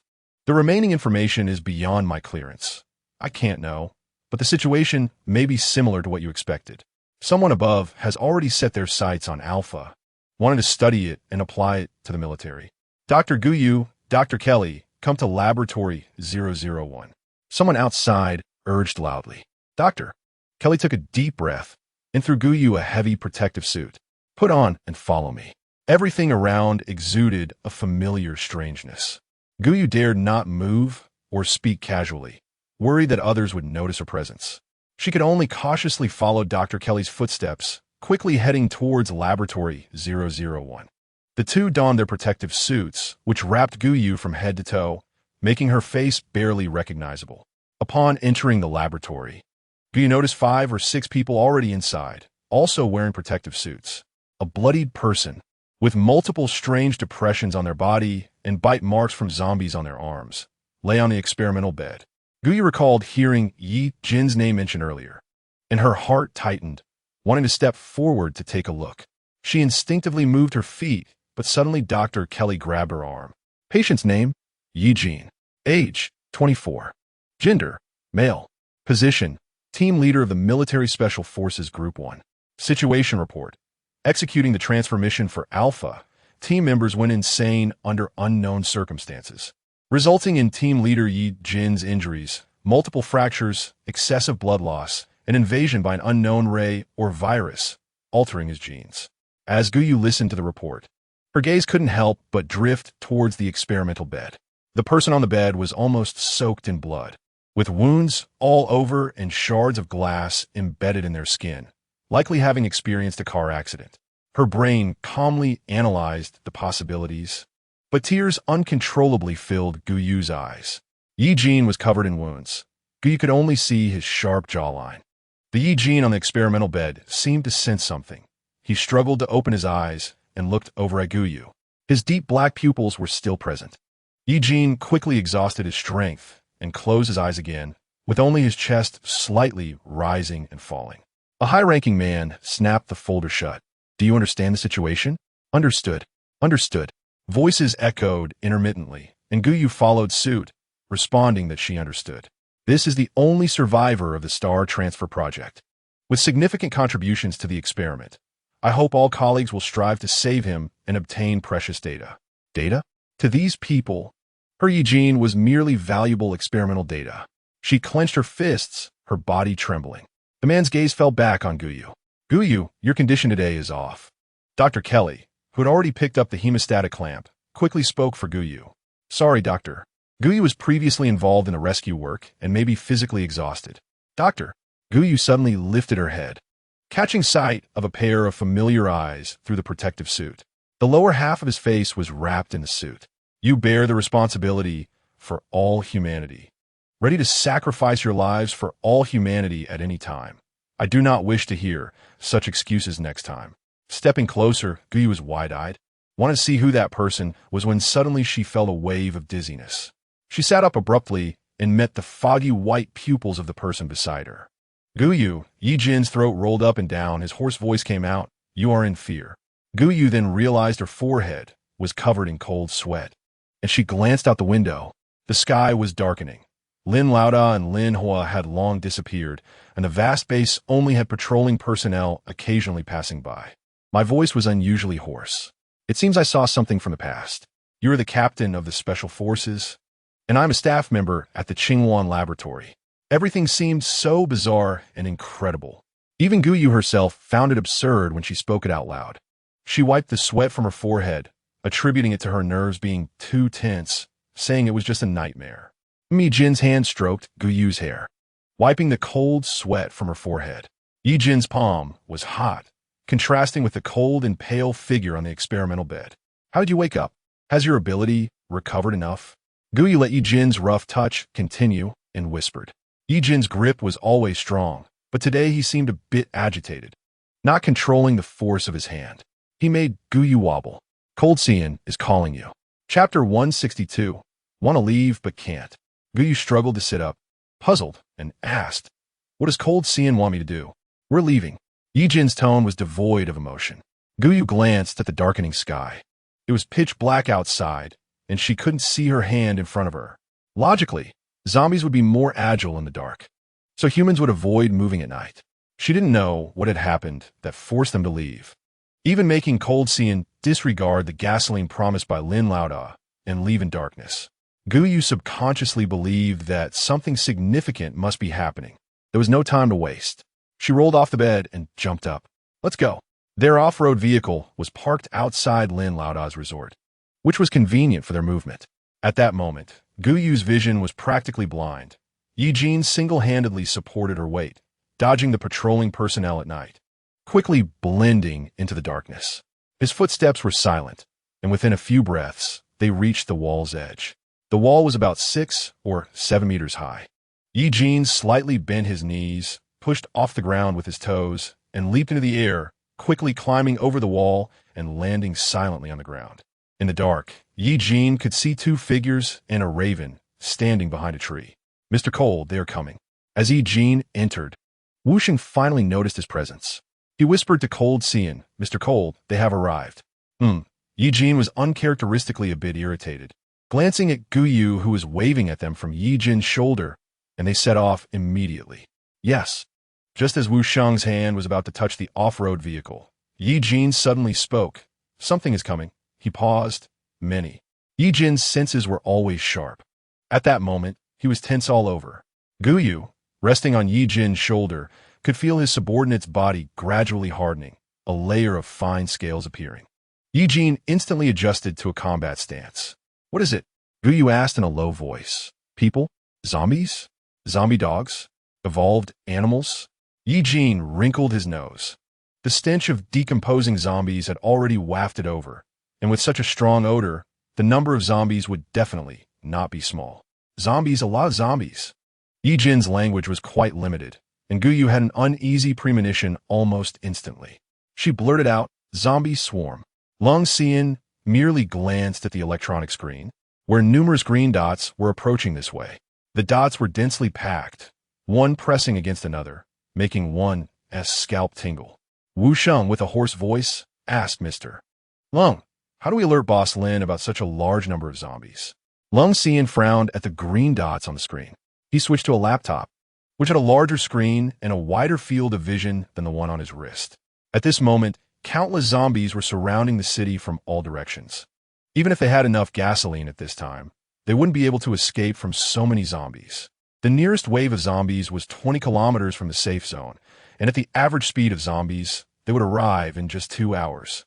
The farthest from the base would also arrive within 5 hours. Lung Xian spoke coldly. Guyu held Ye Jin's hand, her nails digging into Ye Jin's flesh due to the heightened tension. This was considered a medium-sized zombie swarm, arriving much earlier than Guyu remembered. She distinctly recalled that the first wave of zombies in the south, which was just a medium-sized swarm, had overrun a medium-sized base. Boss Lin's resort was even smaller than a medium-sized base. Ye Jin didn't pull away and held Guyu's hand back, saying, "Don't be afraid. This matter must be reported to Boss Lin. We must prepare in advance. Otherwise, judging by the number of zombies on the screen, this base definitely wouldn't hold out." Guyu felt cold sweat all over her body and forced herself to calm down, saying, "We need to alert them, but how should we do it?" Lung Xian frowned. "Have a few zombies brought over so that the patrolling people can notice their presence." "Okay." Guyu nodded in agreement, and then waved at the strangely quiet raven nearby. Ling Feng's gaze increasingly resembled that of a person. He looked at Guyu for a moment before hopping forward. "Grab a few zombies and throw them at the door. They need to be alive. If anyone could stealthily throw zombies at the door, it would have to be the flying Ling Feng." Ling Feng nodded, flapping his wings, and disappeared into the darkness. The room was eerily quiet, and suddenly Guyu turned her head to look at Ye Jin seriously. Her gaze was so focused as if this might be the last time she could see him. "Ye Jin," Guyu suddenly called out his name very solemnly. Ye Jin, who had been intently staring at the dark outside, slightly turned his head upon hearing Guyu's voice. He didn't speak, but simply looked at Guyu with his misty white pupils, as if asking, "What's wrong? Have I ever told you that I really like you?" The sudden confession made Ye Jin's heart race. Ding dong, favorability level 3, current strategy value 96,100. The favorability value increased directly to 96. "It's not because you're strong, nor because you look good, but because you're Ye Jin. Perhaps I've liked you for a long time." Guyu slowly blinked, expressing the love in her heart. They had been through so much together, and Guyu feared that if she didn't express her feelings now, she might not have the chance later. A wave of anxious emotion enveloped Guyu. Ye Jin, sensitive to Guyu's emotions, squeezed her palm. Just as he was about to speak, he was coldly interrupted by Lung Xian, who was watching them. Ye Jin frowned and looked outside. It was pitch black, with no sign of the raven. He stared at Lung Xian.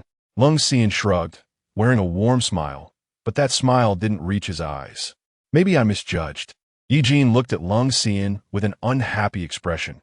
He had a beast-like intuition that always felt that this person before him was heavy-hearted, plotting something unknown. He instinctively loathed Lung Xian.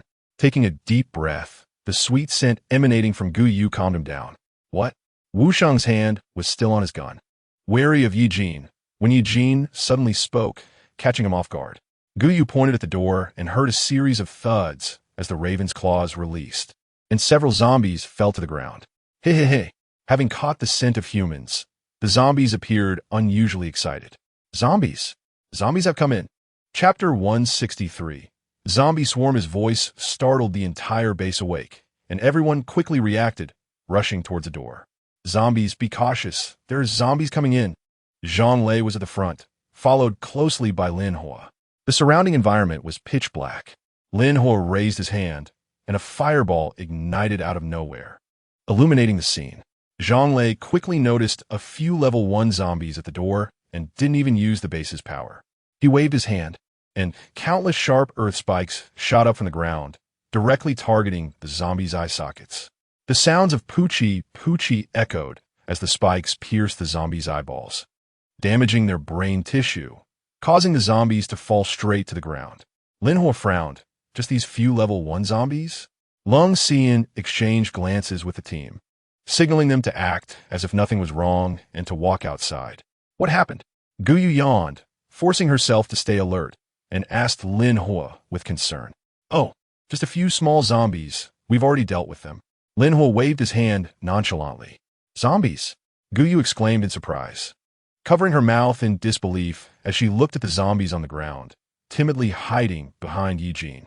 This is too terrifying. Haven't you cleared the zombies near the base? How did they get in? It shouldn't be. What is going on? Guyu looked up for help at Lung Xian, Mr. Lung, since Brother Zhang said they were cleared, why did zombies suddenly appear? Lung Xian's brow furrowed tightly. He pondered for a moment before suddenly looking up, his expression serious as he stared at Zhonglei. Then there can only be one situation, a zombie swarm.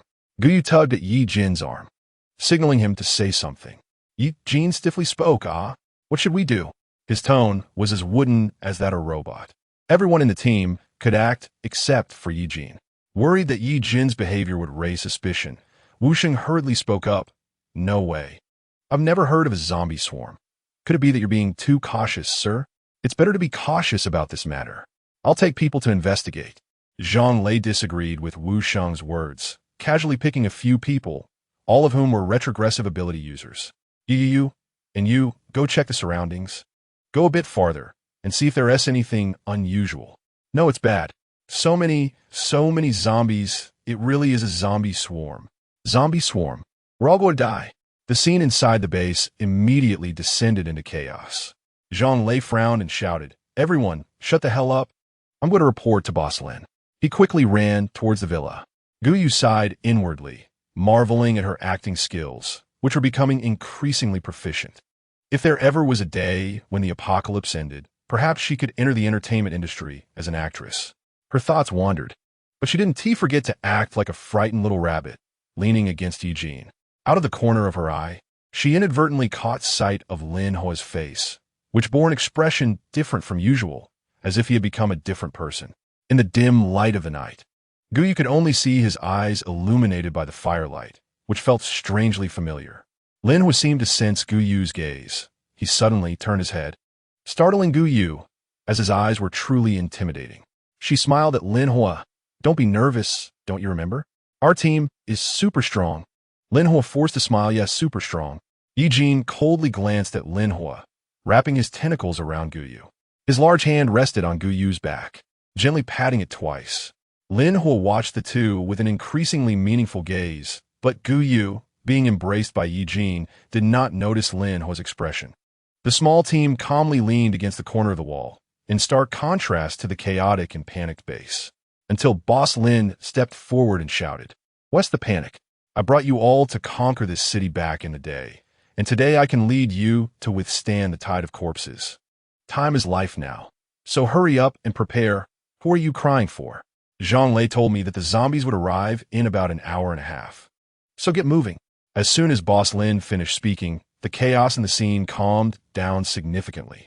I helped build a safe zone when I was in the city. Our team can help.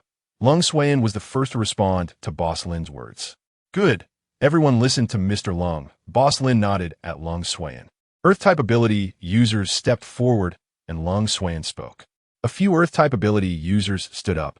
Dig deep ditches around the base as wide and deep as possible. Yes. Lung Xuan continued. Wood-type ability users set up spikes under and around the deep pit to increase the height of the walls and create a large number of wooden spikes. Yes. The remaining ordinary people will wrap the wooden spikes in cloth soaked in gasoline. Yes. Water-type ability users Take gasoline and spray it 500 meters away from the base to create a gasoline barrier. Yes. In a short time, Lung Xuan arranged everyone properly. The entire base became busy, and Lin Hu took a few people to the warehouse at the back, placing boxes in the open area of the base. Ye Jin's gaze initially fell carelessly on the boxes, but when he saw what was inside, Guyu felt his eyes light up. All the savings I've had over the years are in here. Anyone who can use a gun, come over. Boss Lin shouted, opening a box. Inside were various firearms and grenades, resembling a weapons depot. Ye Jin's fingers glided over the cold surface of the firearms, and countless scenes flashed rapidly in his mind. Too fast for him to catch. Ye Jin casually picked up a submachine gun, expertly chambering a round and flipping the safety, the whole set of actions flowing smoothly. The base was noisy at this moment, with the sounds of earth moving and trees being accelerated. The base preparing in a chaotic yet orderly manner for the impending battle in an hour. Meanwhile, at the other end of the city, Qianxin kicked over an ability user, cursing, "Can you do your job? I told you to lure the zombies to Boss Qian's base. How did you end up causing a zombie tide?" Qianxin was exerting his strength, and the ability user was immediately knocked down, spitting blood on the ground. Boss son, I really don't know what happened. I indeed lured about 100 zombies from the city center to Boss Lin's base nearby. Chapter 164. Groveling for peace. This ability user had unspoken grievances. He had only lured about 100 zombies to the nearby farmhouse, but unexpectedly, the zombie horde began to stir and did not follow the route he had set. Sensing something was off, the ability user trailed behind the uncontrollable zombies. He followed at a distance, but the scene before him made his legs feel a bit weak. The zombies quickly merged into a massive horde, their heads tilted back, with decaying yellow eyes staring at the sky, emitting rhythmic hissing sounds. Damn it. The densely packed zombies stretched endlessly, the sheer number making the ability user's legs tremble uncontrollably. The zombies had a clear objective, heading straight for their base in the city. Wangbin had just been humiliated by Guyu, standing behind Qianxin with injuries, and quietly asked, "Boss, what should we do?" "What to do? I want to know too." His strongest subordinate was the one who could unleash fire dragons, but he had fallen to Boss Lin's side, and his subordinates were all weaklings. They could scheme against people, but were insufficient against zombies. Wang Bin's eyes turned, and an idea formed. He leaned over and whispered in Qianxin's ear for a while, causing Qianxin's brows to furrow, then relax. "All right, let us do it that way." Guyu and Ye Jin were also busy, assigned tasks by Lung Xuan, standing on the wall, watching the Earth-type ability users dig ditches. When their abilities were nearly depleted, they would close the alpha shielding device to stimulate the secretion of adrenaline in the ability users. Guyu's finger hovered over the switch of the alpha shielding device several times, and the Earth-type ability users below also sensed something was wrong. Some murmured, "Strange. Why does it feel like our ability consumption is slower today? I can't believe I dug such a deep ditch." Guyu felt guilty upon hearing this, while Ye Jin remained expressionless. Zhang Lei cursed, "If the zombies rush over now, never mind the ditch, you could even build an underground villa directly. Stop whining and get to work." Guyu let out a sigh of relief upon hearing this and loudly encouraged everyone. "You guys are amazing. If all ability users were as strong as you, we could definitely withstand the tide of corpses." The hands of the Earth-type ability users paused for a moment. Then their ears turned slightly red, and they inexplicably found more strength. One shouted, "Miss Guyu, don't worry, we are strong." Watching the ability users who seemed energized, Ye Jin snorted from his nose. "Foolish humans." "Brother," Guyu hurriedly stopped Ye Jin. "A few good words, and they'll willingly dig, but if they hear you, they might refuse. I can't bear for you to do such hard work." Guyu soothed both difficult individuals on either side. Out of the corner of her eye, Guyu inadvertently caught sight of dozens of figures quickly flashing through the woods. Her eyesight wasn't as sharp as Ye Jin's, and she suspected she might have seen it wrong, so she nudged Ye Jin's finger. "Brother, are there people approaching over there?" At this moment, Ye Jin's keen nose was almost overwhelmed by the increasingly strong stench of decay in the air, and he turned to look in the direction Guyu was pointing. The figures were agile, adept at avoiding obstacles. Guyu was puzzled. It was early morning, and it wasn't bright yet. Why were people moving quickly towards them? Looking at their direction, Their destination was Boss Lin's farmhouse. Guyu frowned and shouted to the Earth-type ability users below, "Be alert, someone is coming." Linho was not far from Guyu, and upon hearing the voice, he jumped up onto the wall. In just a short moment, that group of people was almost at the base of the wall. "Who?" Lin Hua shouted sharply, and a fireball flew out, hitting the ground beneath that group, igniting instantly and burning the nearby grass until the fireball slowly extinguished. It's me, Qian-san." The person at the front hurriedly spoke, and Lin Hua, using the remaining light from the fire, recognized the familiar face. He frowned. "What the hell are you doing here? You're not welcome."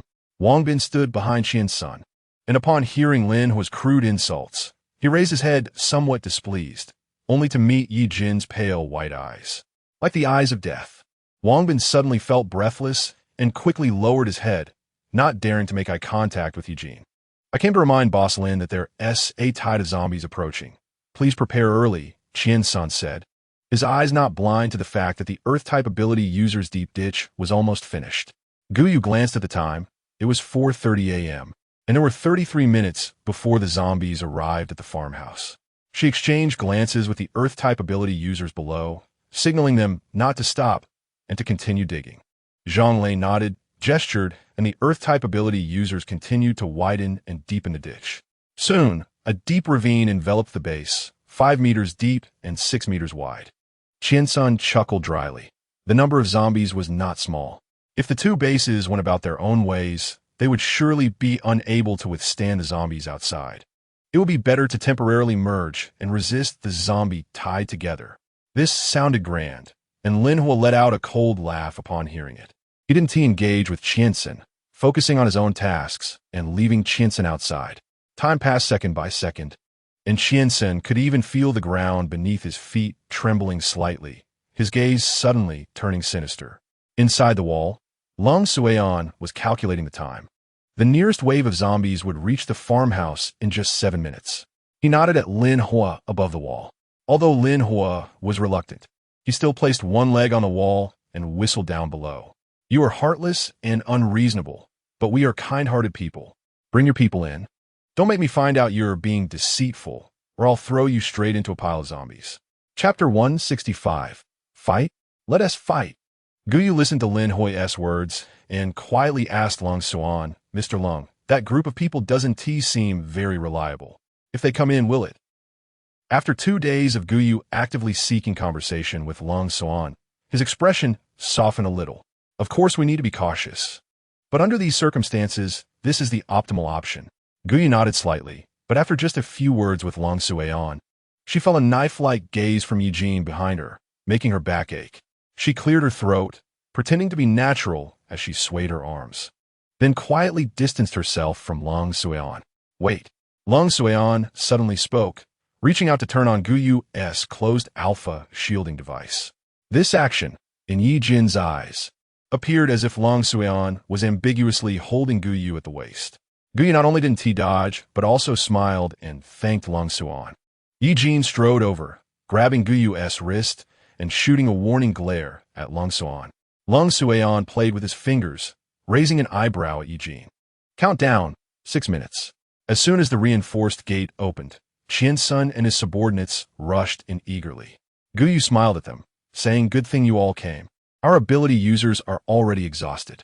Could I trouble your metal and wood ability users to create sharp obstacles around the farmhouse?" Those ability users initially planned to slack off, letting Lin Hua's ability users exhaust themselves, and once the zombie tide passed, they could easily deal with those who had depleted their abilities. The city would then be theirs. They didn't expect this beautiful person, who they didn't know whose lover she was, to dare to ask them to expend their powers. Qian-san's face darkened, and a metal ability user behind him snorted. "Who do you think you are to command, brother son? Just focus on warming the bed for your rich master." Laughter erupted around them, and Wang Bin joined in with a sinister grin. Suddenly, his expression stiffened as he saw Ye Jin, who had previously left a significant psychological shadow on him, standing behind Guyu, towering over her. Ye Jin's expression didn't change, even as his gaze fell on Guyu, not giving them even a glance. But those people felt like little chicks with their necks grasped, unable to laugh. "Want to die?" Ye Jin's voice was low. Can we go now? Guyu, like a dog clinging to Ye Jin's golden thigh, raised an eyebrow at everyone. Shinsen laughed heartily. Of course. Let us unite and fight against the zombies together. He signaled to the ability users behind him, even if they were reluctant. The metal and wood ability users climbed onto the wall and created obstacles about 10 meters from the ravine. Heavy logs lay across the path, about 1.5 meters high, with sharp spikes wrapped around them, making one's scalp tingle just to look at. Countdown, 3 minutes. The ground shook more violently, and Shinsen's subordinates worked swiftly, completing the obstacles as they felt their limbs grow weak and climb down from the wall. Good, as long as we unite. You're my good brothers. Lin finally arrived late, heavily patting Qiansun on the shoulder. Qiansun, also a metal ability user, turned pale, nearly toppled over from Lin Hua's slap. He cursed the old fox in his heart. Everyone, follow the plan. With Lin Hua's command, everyone began to move. Lung San dispersed Qiansun's subordinates, blending into Lin Hua's team, making it hard for anyone to carry out their schemes. Qiansun's face was exceptionally cold, and he couldn't refuse. The teams dispersed. Lung San was in charge of the north, where the zombies were most numerous. Wu Sheng was responsible for the east. Lin Hua and Lin Laoda took the west, while Guyu and Ye Jin covered the east. Guyu was half held by Ye Jin as she lightly jumped onto the wall, standing alongside other ability users. The sun slowly rose, bringing bright hope. The entire land was enveloped in the orange dawn, like blood. Guyu's heart raced. Ye Jin held her hand and whispered, I'm here. Their hands briefly touched before separating, Ye Jin's warmth lingering on the back of Guyu's hand.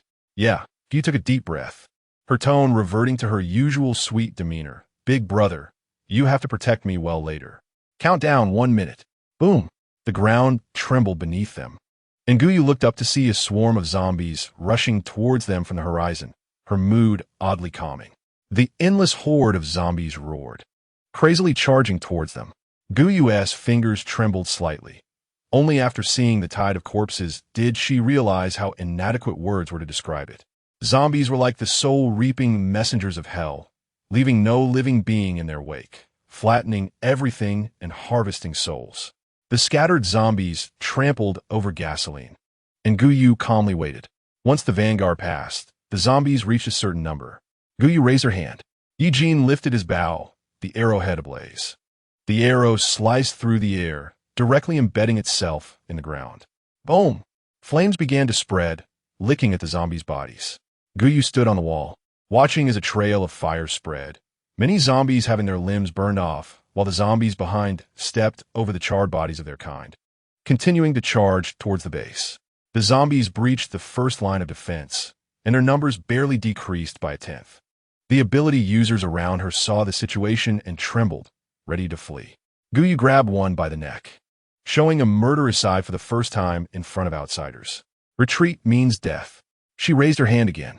Bang! A massive stone rolled down, crushing countless zombies in its path.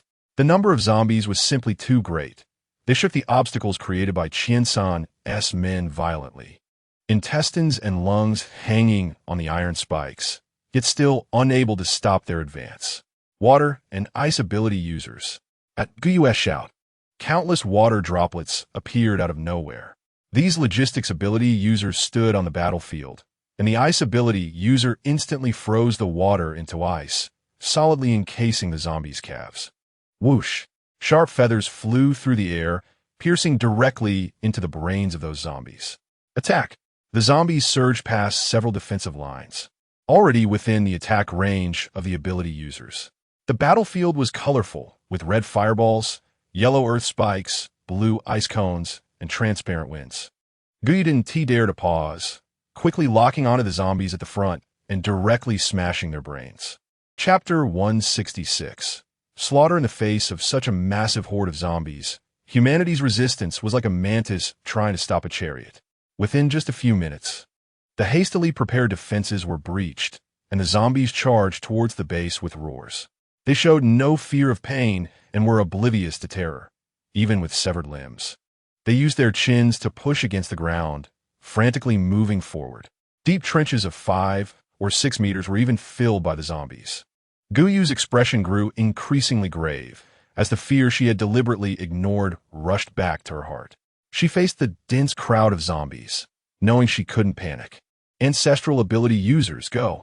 Several ability users jumped down from the platform, their bodies quickly transforming and growing larger midfall.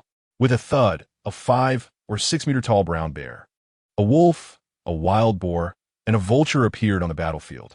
Ye Jin placed one foot on the wall for leverage, and the bullets in his hands seemed to have eyes, forming a fan-shaped arc to temporarily provide fire cover for the ancestral ability users. The ancestral ability users quickly engaged in combat with the zombies, their massive sizes allowing them to crush 3 or 4 zombies with a single blow, soon piling up a small mound of corpses at their feet. The zombies were like ants. When one fell, another immediately took its place, making it an endless slaughter. Ye Jin threw his gun to the ground, his form expanding several times over, with fine black scales sprouting from his limbs. His long tail impatiently thumped the ground.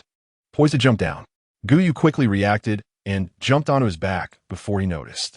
Down! Ye Jin's voice was low and muffled after his transformation. Together, follow me. Attack ability users pair up with ancestral ability users. Guyu shouted over the rumble of battle and the roars of zombies. She picked up a long knife and brought it down with force, decapitating a zombie that had climbed up the wall. Driven to desperation, humanity began to unleash a courage born of desperation. Especially when they saw Guyu, a woman, fighting so fiercely, they immediately shouted and jumped down from the wall. Down! Ye Jin repeated, his tail, exceptionally agile, wrapped around Guyu's waist to pull her down. Stop nagging. Guyu insisted, forcing her voice to soften. Do you really think it's safe for me to stay close to them? None of them are stronger than you. Guyu was now straddling Ye Jin's back, her long legs wrapped around his slim waist. She squeezed tightly, urging, hurry down, I'm not a delicate princess. With 2 grenades in hand.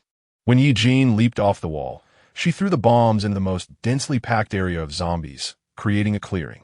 Ye Jin was a perfect weapon for battle, now augmented with human intelligence. Invisible tendrils spread out from his body as he charged towards the encircled snow wolf, plowing through numerous zombies. The tendrils wrapped around a zombie's neck and, without much effort, snapped it cleanly. A wind ability user seized the opportunity to leap onto the snow wolf's back. With a pop, a zombie dog's head exploded just 30 centimeters away from Guyu, splattering her with brain matter and black blood. Be careful. They're not just zombies, but also zombie dogs. Guyu's heart raced as she quickly scanned the battlefield, suddenly hearing Ling Feng's raspy voice above her. She looked up. The situation in the sky was dire as several decaying, featherless birds tangled with him. The zombies' brains, like bowls of tofu pudding, instinctively took a few steps forward before collapsing heavily to the ground. The ability users' powers weren't limitless under such intense conditions. They quickly became exhausted within just 3 to 5 minutes. Guyu. The voice of Lung Xian came through the radio at Guyu's waist. Received. Ye Jin didn't linger on the battlefield. While battling, he intentionally moved towards the ability users. Those who had exhausted their powers suddenly felt a rush of excitement, as their abilities seemed to replenish. Their consciousness became slightly hazy, but that feeling dissipated quickly as Guyu moved away. There was no time to ponder the situation as zombies began to climb over the wall.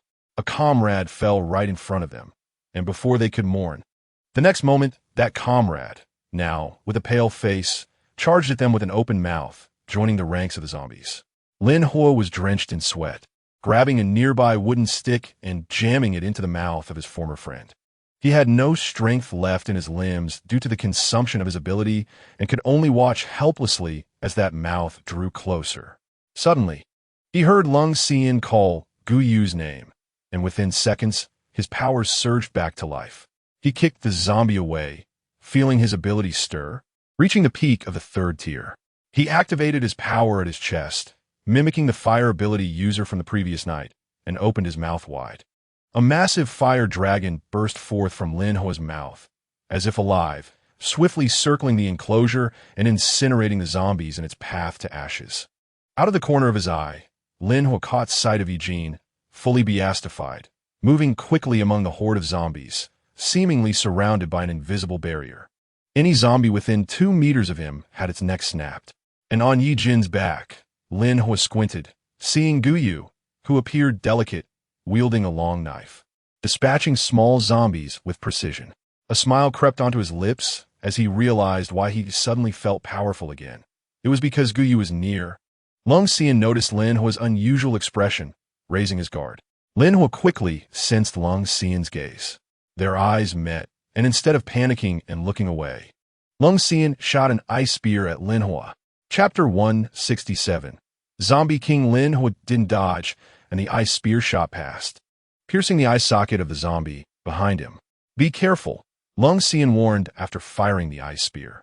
"Thanks, Mr. Lung," Lin Hua said, cutting off the fire dragon and donning the innocent mask he had worn earlier. Guyu was like a moving power bank, circling around the perimeter of the base. She could energize other ability users, but the alpha within her was ineffective against Ye Jin.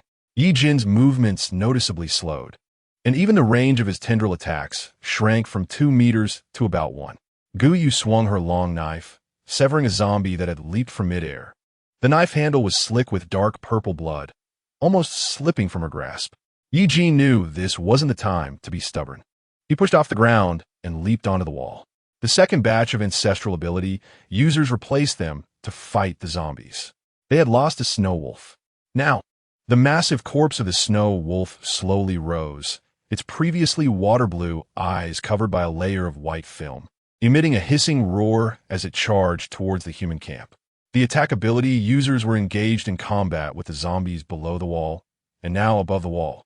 Aside from auxiliary ability users and regular people, only the attack ability users who had expended their powers were left.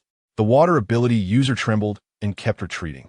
She was just a girl of 14 or 15. The snow wolf's claws scratched at the wall, its massive mouth reeking as it roared at her. The girl was on the verge of tears when suddenly, a pair of hands landed on her shoulders. Guyu's gaze was resolute. This snow wolf was a mid-level 3-tiered ability user. She could control the snow wolf for 10 seconds, but compressing the snow wolf's zombie brain required too much ability energy. And Guyu's ability was already running low at this moment. "Attack! I am a water-type ability user. I can't." The girl screamed in despair. "I can control it for 10 seconds. You inject water into its brain." Guyu's tone was too calm, inexplicably calming the girl's heart. In the brief moment of speaking, the snow wolf zombie had completely jumped onto the wall. It quickly ran towards them, causing the entire wall to tremble. Suddenly, its movement halted, as if the game screen had suddenly paused. The girl flashed a look of surprise, and then followed Guyu's instructions, injecting water into the snow wolf zombie's body, especially into its brain. In less than 5 seconds, the snow wolf zombie's head grotesquely swelled up and then exploded with a bang. The massive corpse fell heavily beneath the fence, taking down several zombies that were trying to climb up the wall. The water-type ability user seemed to have found a way to attack. She continuously extracted water from the zombie's brain and poured it back in. Surprisingly, she managed to kill quite a few zombies. Time passed second by second, and the number of zombies below showed no signs of decreasing, still stretching endlessly. Humanity had shifted from a spirit of desperation to a feeling of hopelessness. "No, we won't be able to kill them all like this." Guyu pressed her hands on her knees. They say it's hard for a healer to heal themselves. She was like a power bank that couldn't recharge itself. "Guyu, come here, I have some findings." The communicator at her waist chimed again with Lung Xuan's voice. His tone was still commanding, but without a hint of annoyance. "Received." Guyu glanced towards the wall, where Ye Jin was operating a submachine gun, shooting at the zombies. The zombies on their side were the second most numerous, and Ye Jin couldn't break away. "Lung Xuan called me." Guyu shouted. "I'll go with you." Just as Ye Jin's submachine gun stopped, the zombies behind charged forward madly, and the hard-won line of defense became chaotic again. "No need." Guyu quickly grabbed Ye Jin's hand and placed it on the submachine gun. "The Raven and I will go." The massive raven hovered in the sky. It had just finished battling several zombie birds. Hearing Guyu's whistle, it flapped its wings and landed on the eaves behind her. Ye Jin coldly glanced at the zombies below and, although reluctant, had no choice but to let the raven follow Guyu. Guyu quickly walked towards the wall where Lung Xuan was stationed, not noticing that the raven's gaze behind her was becoming clearer, filled with painful struggle as it watched her. The raven flew above Guyu's head. Its uninfused feathers brushed against Guyu's face, leaving a faint scar on her neck in an inconspicuous spot. Guyu didn't even feel the pain. She spotted Lung Xuan in the crowd at a glance. She raised her knife and chopped off a zombie's head. The zombie, having lost its brain, lost its ability to move and vitality, and its body toppled towards Guyu. Guyu coldly kicked the zombie's corpse off the wall and spoke flatly to Lung Xuan. "Mr. Lung, you called for me." The number of zombies around Lung Xuan was the highest, densely packed, making one's scalp tingle. "Look at that." Lung Xuan flicked the blood off his hand and quickly typed several characters on the computer keyboard. The screen zoomed in continuously, revealing a zombie at the back of the horde. This zombie was different from the others. It showed no signs of decay. Its eyes were clear, covered only by a thin white membrane. If it weren't for the white membrane over its eyes and its excessively pale face, Guyu might have mistaken it for a human. The zombie coldly stared at the base in front of it, and suddenly its pupils shifted, locking onto the drone in the sky. That cold gaze startled Guyu. The zombie looked somewhat familiar to her. She frowned, preparing to scrutinize it closely. The raven behind her reacted strongly, flapping its wings and leaning toward the screen, blocking Guyu's face. When Guyu struggled to push the raven's head aside, she had not yet seen the screen when suddenly the zombie lifted its head. Guyu was still unaware of what was happening when Lung Xuan's computer screen went black, completely losing contact with the drone. Lung Xuan's expression darkened. The zombies had gathered together under the control of the Zombie King, forming a tide of corpses. He stood on the wall, his eyes sharply fixed on the back of the zombie tide. Lin Hua also stood beside them, ducking to avoid the claws of a level 2 zombie, and shouted loudly, "What level is the Zombie King, and how do we deal with it?" Chapter 168. Old acquaintance Lung Xuan's expression was somewhat grave. Guyu saw uncertainty on his face for the first time. "At least level 4. What?" Guyu exclaimed in surprise. Up until now, she had never seen a level 4 zombie or ability user in the entire world. She looked towards the back of the zombie horde, her heart pounding. 4-4, Guyu repeated in her mind several times. "If we don't kill the Zombie King, the tide of corpses will never stop." Lung Xuan growled, shooting countless ice spikes from his hands into the heads of the zombies. The ground of the entire wall became slippery, covered in zombie brains, human blood, and the corpses filled the deep pits created by the Earth-type ability user earlier. "I understand." Guyu spoke, quickly running towards one side of the wall. "What do you understand?" Lin Hua shouted at Guyu's direction while fighting fiercely. Guyu completely ignored Lin Hua's words, and even failed to notice the raven's unusual expression behind her. She hurriedly ran towards Boss Lin. "Boss Lin." Guyu placed a hand on Boss Lin's shoulder, and his reaction was intense. He suddenly jerked his shoulder, one hand gripping Guyu's neck while the other brandished a knife, ready to sever her slender neck. "It's me." The bloodthirst in Boss Lin's eyes faded somewhat as he pushed Guyu away. He swung the knife, hacking at the zombies climbing the wall, and impatiently said, "What is it?" "We found a Zombie King controlling the tide of corpses. We need the highest level ability user in the base to come with us to the back of the horde. If we don't kill the Zombie King, the tide of corpses won't stop." Guyu pointed at the zombie horde outside. They had held out for 2 hours. It was now bright enough to clearly illuminate everything around them.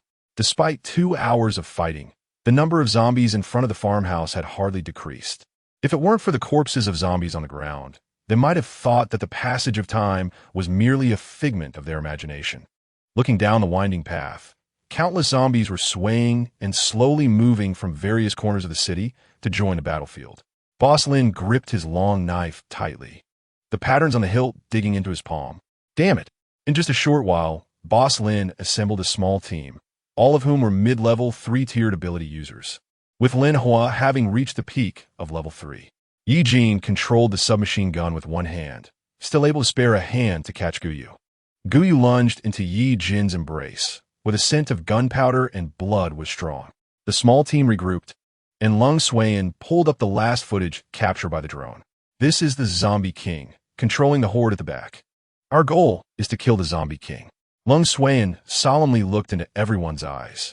Success means survival. Failure means death.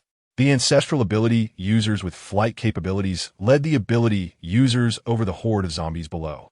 Hearing the commotion above, the zombies raised their heads stiffly and hissed towards the sky. Even after seeing so much, Gu Yu's heart still skipped a beat in this situation. Ling Feng's ability had also consumed quite a bit, not to mention he had to bear the weight of both Gu Yu and Ye Jin. Gu Yu curled her legs up. The zombie shark claws were just a palm's distance from her calf. So close. She could even smell the stench of decay emanating from the zombie. Ye Jin freed one hand, grabbing Gu Yu's legs and wrapping her long, fair legs around his waist. Ye Jin's fingers were icy, with a strange, snake-like sensation. You shouldn't have come here. His voice was hoarse, his eyes looking past Gu Yu's shoulder towards the back of the horde. I'm also an ability user, and I'm very important.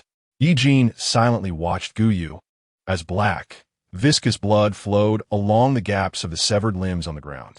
The once controlling humans of Earth were now grotesquely following their most primal instinct to feed, aimlessly attacking their own kind.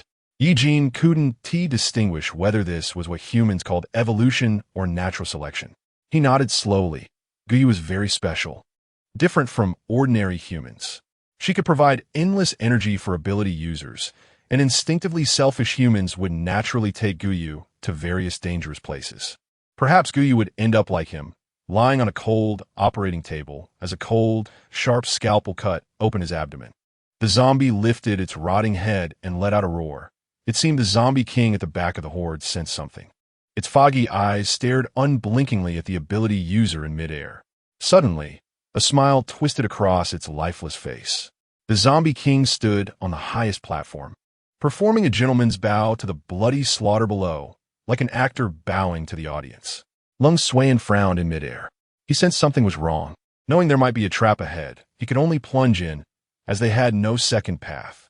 Soon, the ability users approached, and the ancestral ability user released its claws, throwing the ability user down from low altitude. They rolled on the ground, exchanging glances to confirm the zombie king's position. Gu Yu was half held by Ye Jin, landing lightly on the ground. Ye Jin had completely beastified. His eyes were gradually turning cold. He stared intensely at the zombie king on the mountaintop, clearly sensing the overwhelming oppressive ability emanating from the zombie king's body. This was the oppression of levels. The zombie king's lifeless gaze swept over the lush forest, suddenly fixing on a direction, with a stiff smile tugging at the corners of its mouth. Gu Yu felt that smile sent chills down her spine. She frowned and looked over, and suddenly her mind exploded with a loud bang. A pale, bloodless face appeared. Ling Li waved at that direction, and Gu Yu thought she had been exposed. She gripped Ye Jin's tail tightly. Ye Jin remained hidden in the dark corner when suddenly, the sound of flapping wings echoed above Gu Yu's head. She looked up to see a black figure rapidly moving towards the zombie king. The raven. Gu Yu gritted her teeth, forcing herself to suppress the call for the raven that was about to escape her lips. Chapter 169, Left Gently. Without a cloud in the sky, they watched as the massive raven landed beside the zombie king. The zombie king lowered its gaze to meet the raven's eyes, and then it seemed the raven let out a painful cry from deep within its throat. Calm down. Ye Jin warily watched the level 4 zombie king, his tail tip trembling with excitement. I know. Gu Yu's eyes were fixed on the mountaintop when suddenly the raven moved, soaring high into the air and spinning. Countless black feathers fell from the sky, obscuring the vision of the ability users.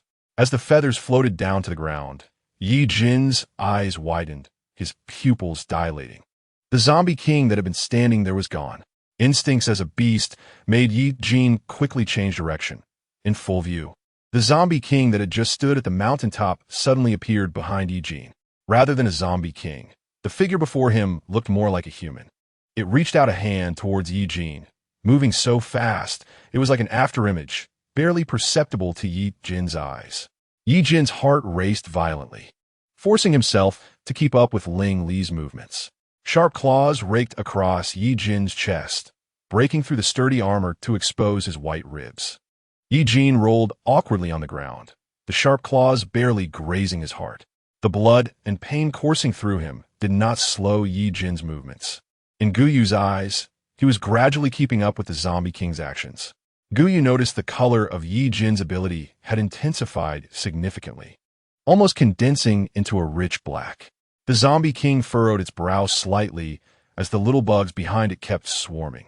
Ling Li merely waved his hand, sending Lin Hua, a peak level 3 ability user, flying. The lifeless eyes slowly turned, landing on Ye Jin. At that moment, Guyu was certain that Ling Li meant to kill. The instant Ling Li lifted his leg, Guyu quickly locked onto his location, pouring almost all the ability she had into controlling the space around Ling Li. Just for a second, Guyu felt a sweetness in her throat, blood trickling from the corner of her mouth. Ye Jin jumped onto a branch. Seizing the moment Ling Li's movements halted, quickly moving down from the tree, swinging his beastified arm forcefully against Ling Li's temple. Just hold on for one more second. Just 1 second. Controlling Ling Li was much more difficult than Guyu had imagined, against the level 4 Zombie King. She could only maintain control for a second and a half. Ye Jin's beastified claws reached for Ling Li's temple, the nails slicing through flesh. Just as he was about to strike deeper into the brain, Ling Li suddenly grabbed Ye Jin's wrist, throwing him out directly. Ye Jin flew out, crashing through several trees. Facing the annoying little bugs, Ling Li nonchalantly wiped the sticky liquid oozing from his wound. The ability users saw Ling Li standing still and thought Ye Jin's attack had worked. They rejoiced and surrounded the Zombie King. Suddenly, the sound of flapping wings echoed above them. Lin Hua looked up warily and realized it was the Raven. The base members all knew the Raven was Guyu's evolved beast and didn't think much of the commotion. The Raven flapped its wings, a huge figure shifting under the sunlight, and suddenly multiplied into many ravens, blocking out the sun, casting shadows of ravens all over the ground. Lung Xuan frowned as he stood at the back, carefully observing the Zombie King's actions. His handsome brows furrowed, since the Zombie King possessed intelligence and could control the zombies' actions. Why didn't it command the zombies to protect it when danger approached? No, retreat, Guyu shouted. As soon as her words fell, the ravens began to indiscriminately attack everyone on the ground. She quickly ran towards Ye Jin, her hand slicing through the air with a whoosh. Ye Jin suddenly ducked, avoiding this attack. Others were not so lucky. A wind-type ability user was directly pierced through the head by a sharp feather. A feather the length of a forearm protruding from the forehead, stained with blood. No, the Zombie King has other motives. Lung Xuan's mind raced. He also recognized that the Zombie King was the previous Ling Li. The obsessions from his life might also affect the zombies' persistence. But there were no meteorite fragments around them. Lung Xuan frowned, thinking quickly unless there was something in the farm that attracted the zombies. Something that could make them even stronger. Ancestral spirits. Think of a way to escape. Guyu, covered in dirt, barely managed to stand up from the ground. She touched the gun that Ye Jin had given her, which was tucked at her lower back, and vaguely remembered the instructions Ye Jin had shared. She disengaged the safety, held her breath, and positioned her arms and shoulders parallel. Bang! Ye Jin crouched down and slipped past the Zombie King's armpit, while simultaneously raising both hands and grabbing the Zombie King's lower back forcefully. Their positions switched, and just as Ye Jin steadied himself, he frowned. This time the Zombie King's attack felt trivial, allowing him to evade easily. The tentacles, which had been severed multiple times before, took the opportunity to wrap around the Zombie King's arms and thighs.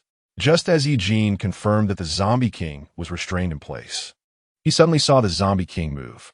It wasn't towards Ye Jin or the other superhumans, but towards Guyu. Ye Jin hurriedly pulled the tentacles, trying to control the Zombie King's speed as it lunged towards Guyu. The tentacles began to deform, making a ripping sound as if clothes were being torn. Ye Jin gritted his teeth, disregarding everything else, and moved in Guyu's direction. Suddenly, countless crows descended from the sky, circling around the Zombie King and Guyu. Ye Jin had seen this move before. When the crows dissipated, the person they had surrounded also disappeared. Guyu.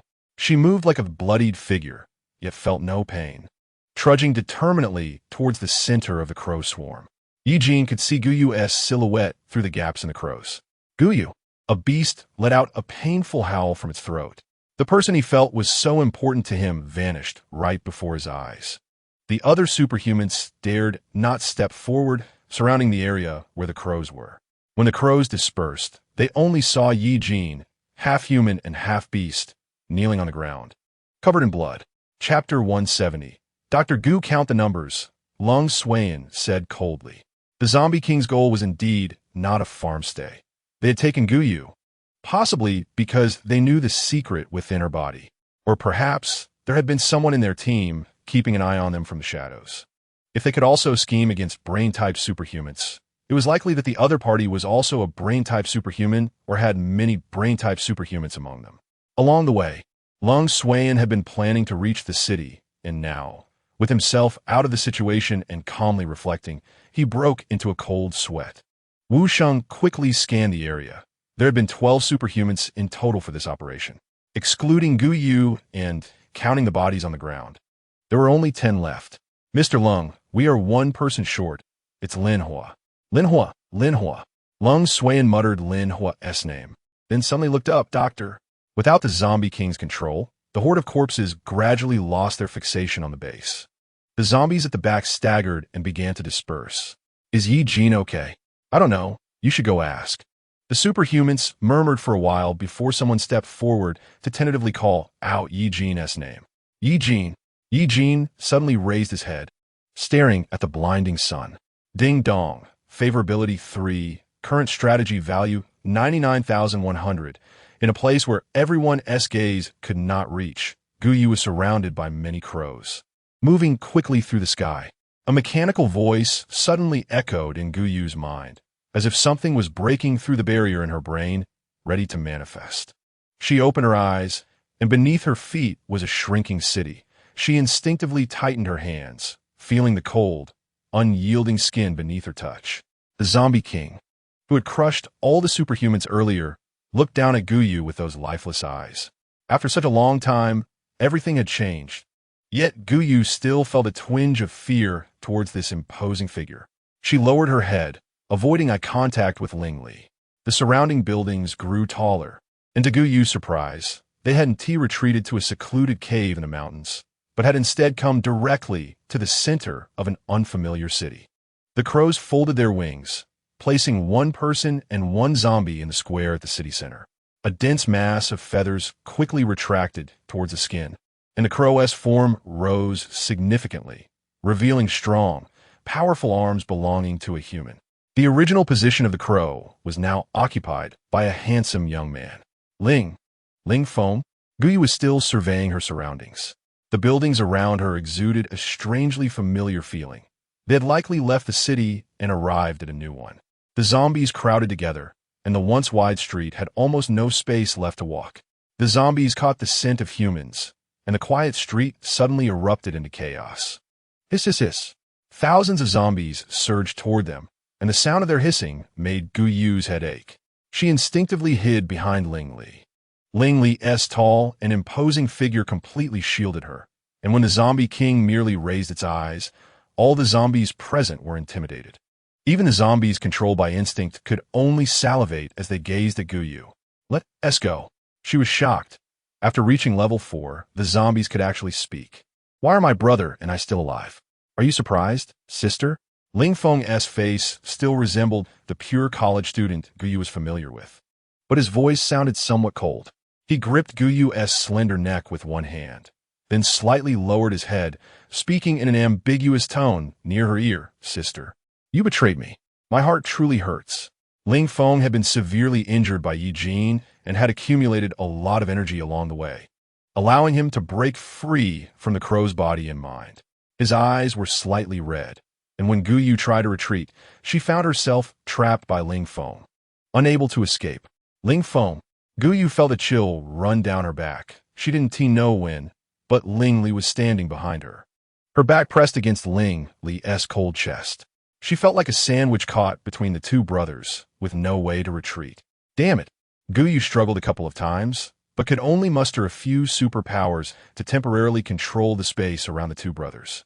Just as she activated her powers, Ling Li's cold fingers rested on her Adam's apple, making Guyu nervously swallow. The icy fingers slowly moved down her throat, collarbone, and chest. Guyu had no doubt that the zombie king was familiarizing himself with her body beforehand, ready to slice open her chest with ease. Guyu's tense demeanor pleased Ling Feng. It seemed the more pain Guyu felt, the happier he became. His fingers lingered on Guyu's abdomen, and Ling Li's sharp nails tore through her clothes, exposing her snowy skin. A faint scratch mark was left on her pale skin. If that mark were any deeper, Guyu feared she would be assimilated into their kind by Ling Li. Ling Li's fingers deftly hooked the alpha signal blocking device stuck at Guyu's waist, and his pale fingertips pressed the switch of the prototype, bathing Guyu in a blue glow. "Sister, your anxious look is really amusing," Ling Feng teased as he lifted Guyu's hair, damp with cold sweat from her nervousness. "Sister, it's time to go." He grasped Guyu's wrist, almost dragging her into a nearby building. The exterior of this building looked like an ordinary shop, but after passing through a secret door, the dim light suddenly brightened.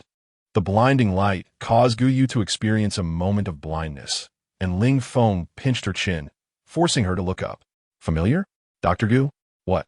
Guyu struggled to open her eyes, only to be met with a large mountain-shaped pattern. Without thinking, she blurted out, "Qingwan Laboratory." "Yes." Ling Feng's mouth curled into a pleased smile. They didn't linger at the entrance, heading straight to the deepest part of the corridor. Every place they passed felt very familiar to Guyu, as if she had seen it somewhere before. It wasn't until they passed a row of specimens in the hall that Guyu finally understood why she felt so familiar with this place. In the hall stood a row of glass columns reaching up to the ceiling, inside which floated countless strange creatures, their enormous eyes fixed on the corridor, as if watching every human who entered the hall. Chapter 171, I Am the King. Ling Feng's movements did not stop. He quickly walked deeper inside. The laboratory looked somewhat dilapidated, with solidified bloodstains all over the floor. In the empty corridor, only the footsteps of 3 people could be heard. Guyu bit her lip and spoke. "I didn't mean to deceive you before. I really considered you as my brother. I didn't expect things to turn out this way." Ling Feng seemed to have not heard her, striding forward and pulling Guyu along clumsily. Seeing that Ling Feng ignored her, Guyu could only tentatively ask, "How do you know about the Qingwan Laboratory? It's definitely not a good place." She frowned slightly. "Did someone tell you something? Don't be too gullible." "That's enough." Ling Feng, visibly agitated, pinned Guyu against the wall. "I am indeed too easily deceived by others. Because I trusted you, my brother became a zombie. Because I trusted you, I nearly lost my life." He tightened his grip around Guyu's neck slowly, love turning into a twisted, rotting hatred. He hated Guyu. His thumb pressed heavily against Guyu's lips, and with great force, he crushed her pink lips until they turned a deep red.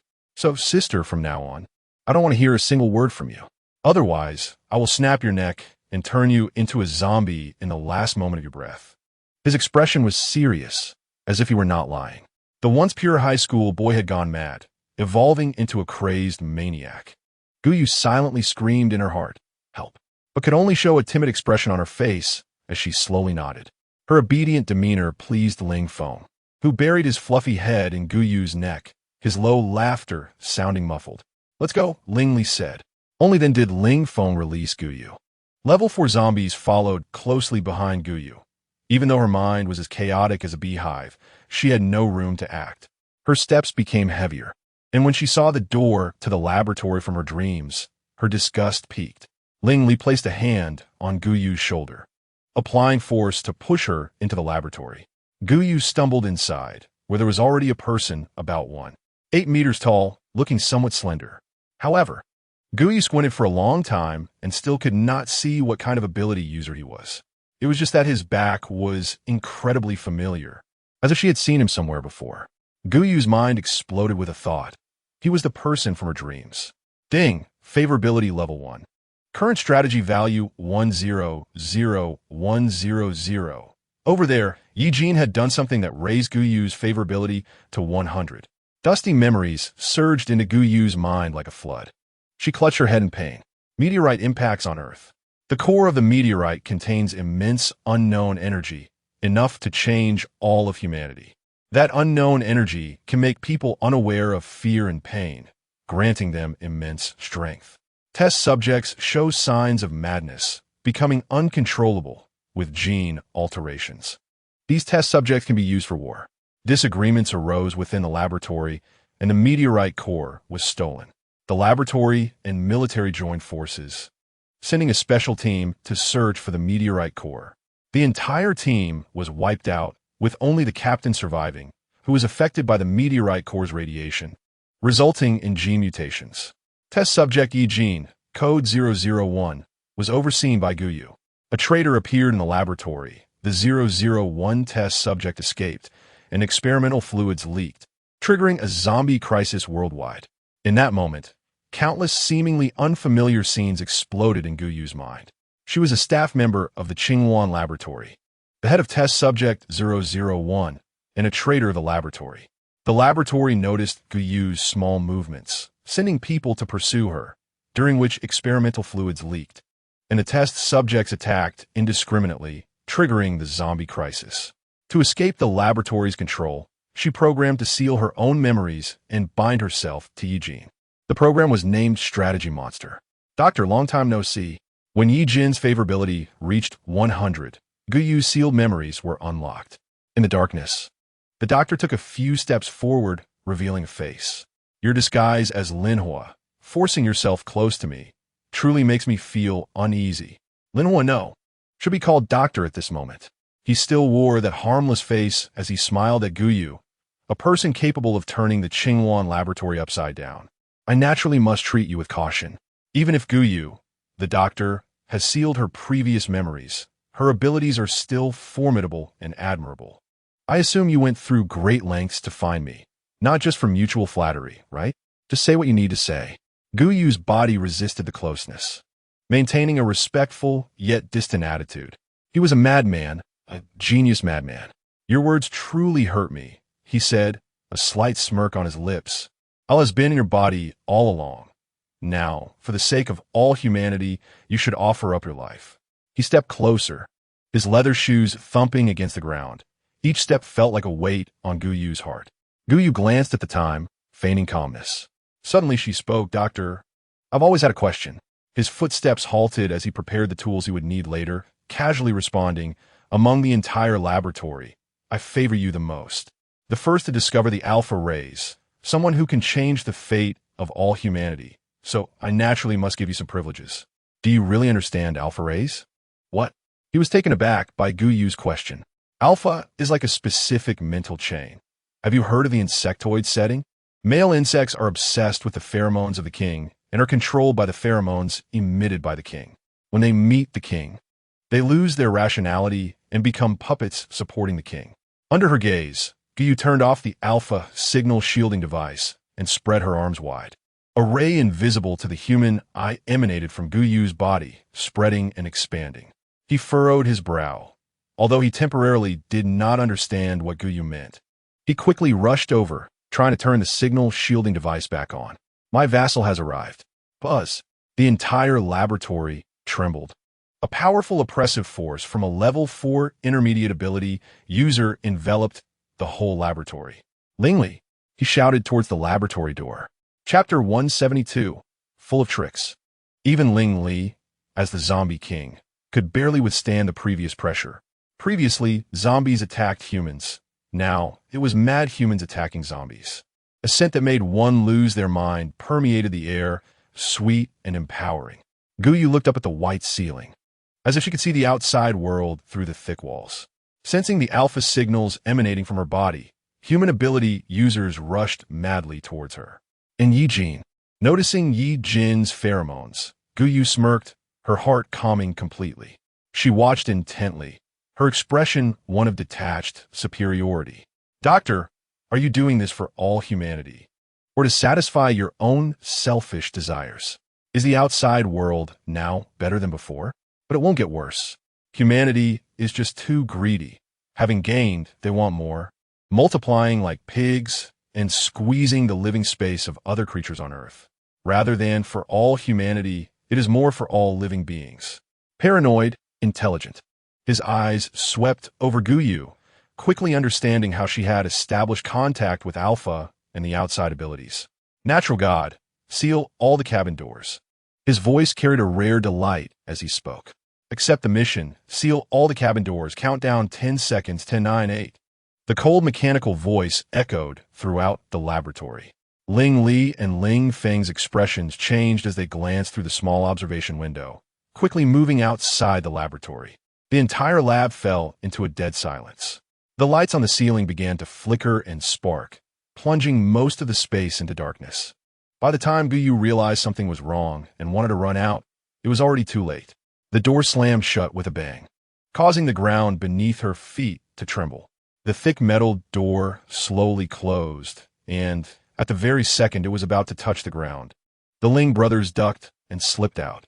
Ye Jin stood at the highest point in the city, overlooking the position of a laboratory. A viscous feeling enveloped him, as if something was drawing him in. Even the powerful Ye Jin could not resist this feeling, which seemed to be a guiding call from deep within his soul. Even though he had no contact with Guyu and hadn't seen her enter the building, Ye Jin was certain that his favorite human, the one who emanated a fragrance from deep within their soul, was inside. The slender fingers of the human at his side began to stretch and deform, the nails sharpening, a layer of fine black scales covering the smooth lines of his arms.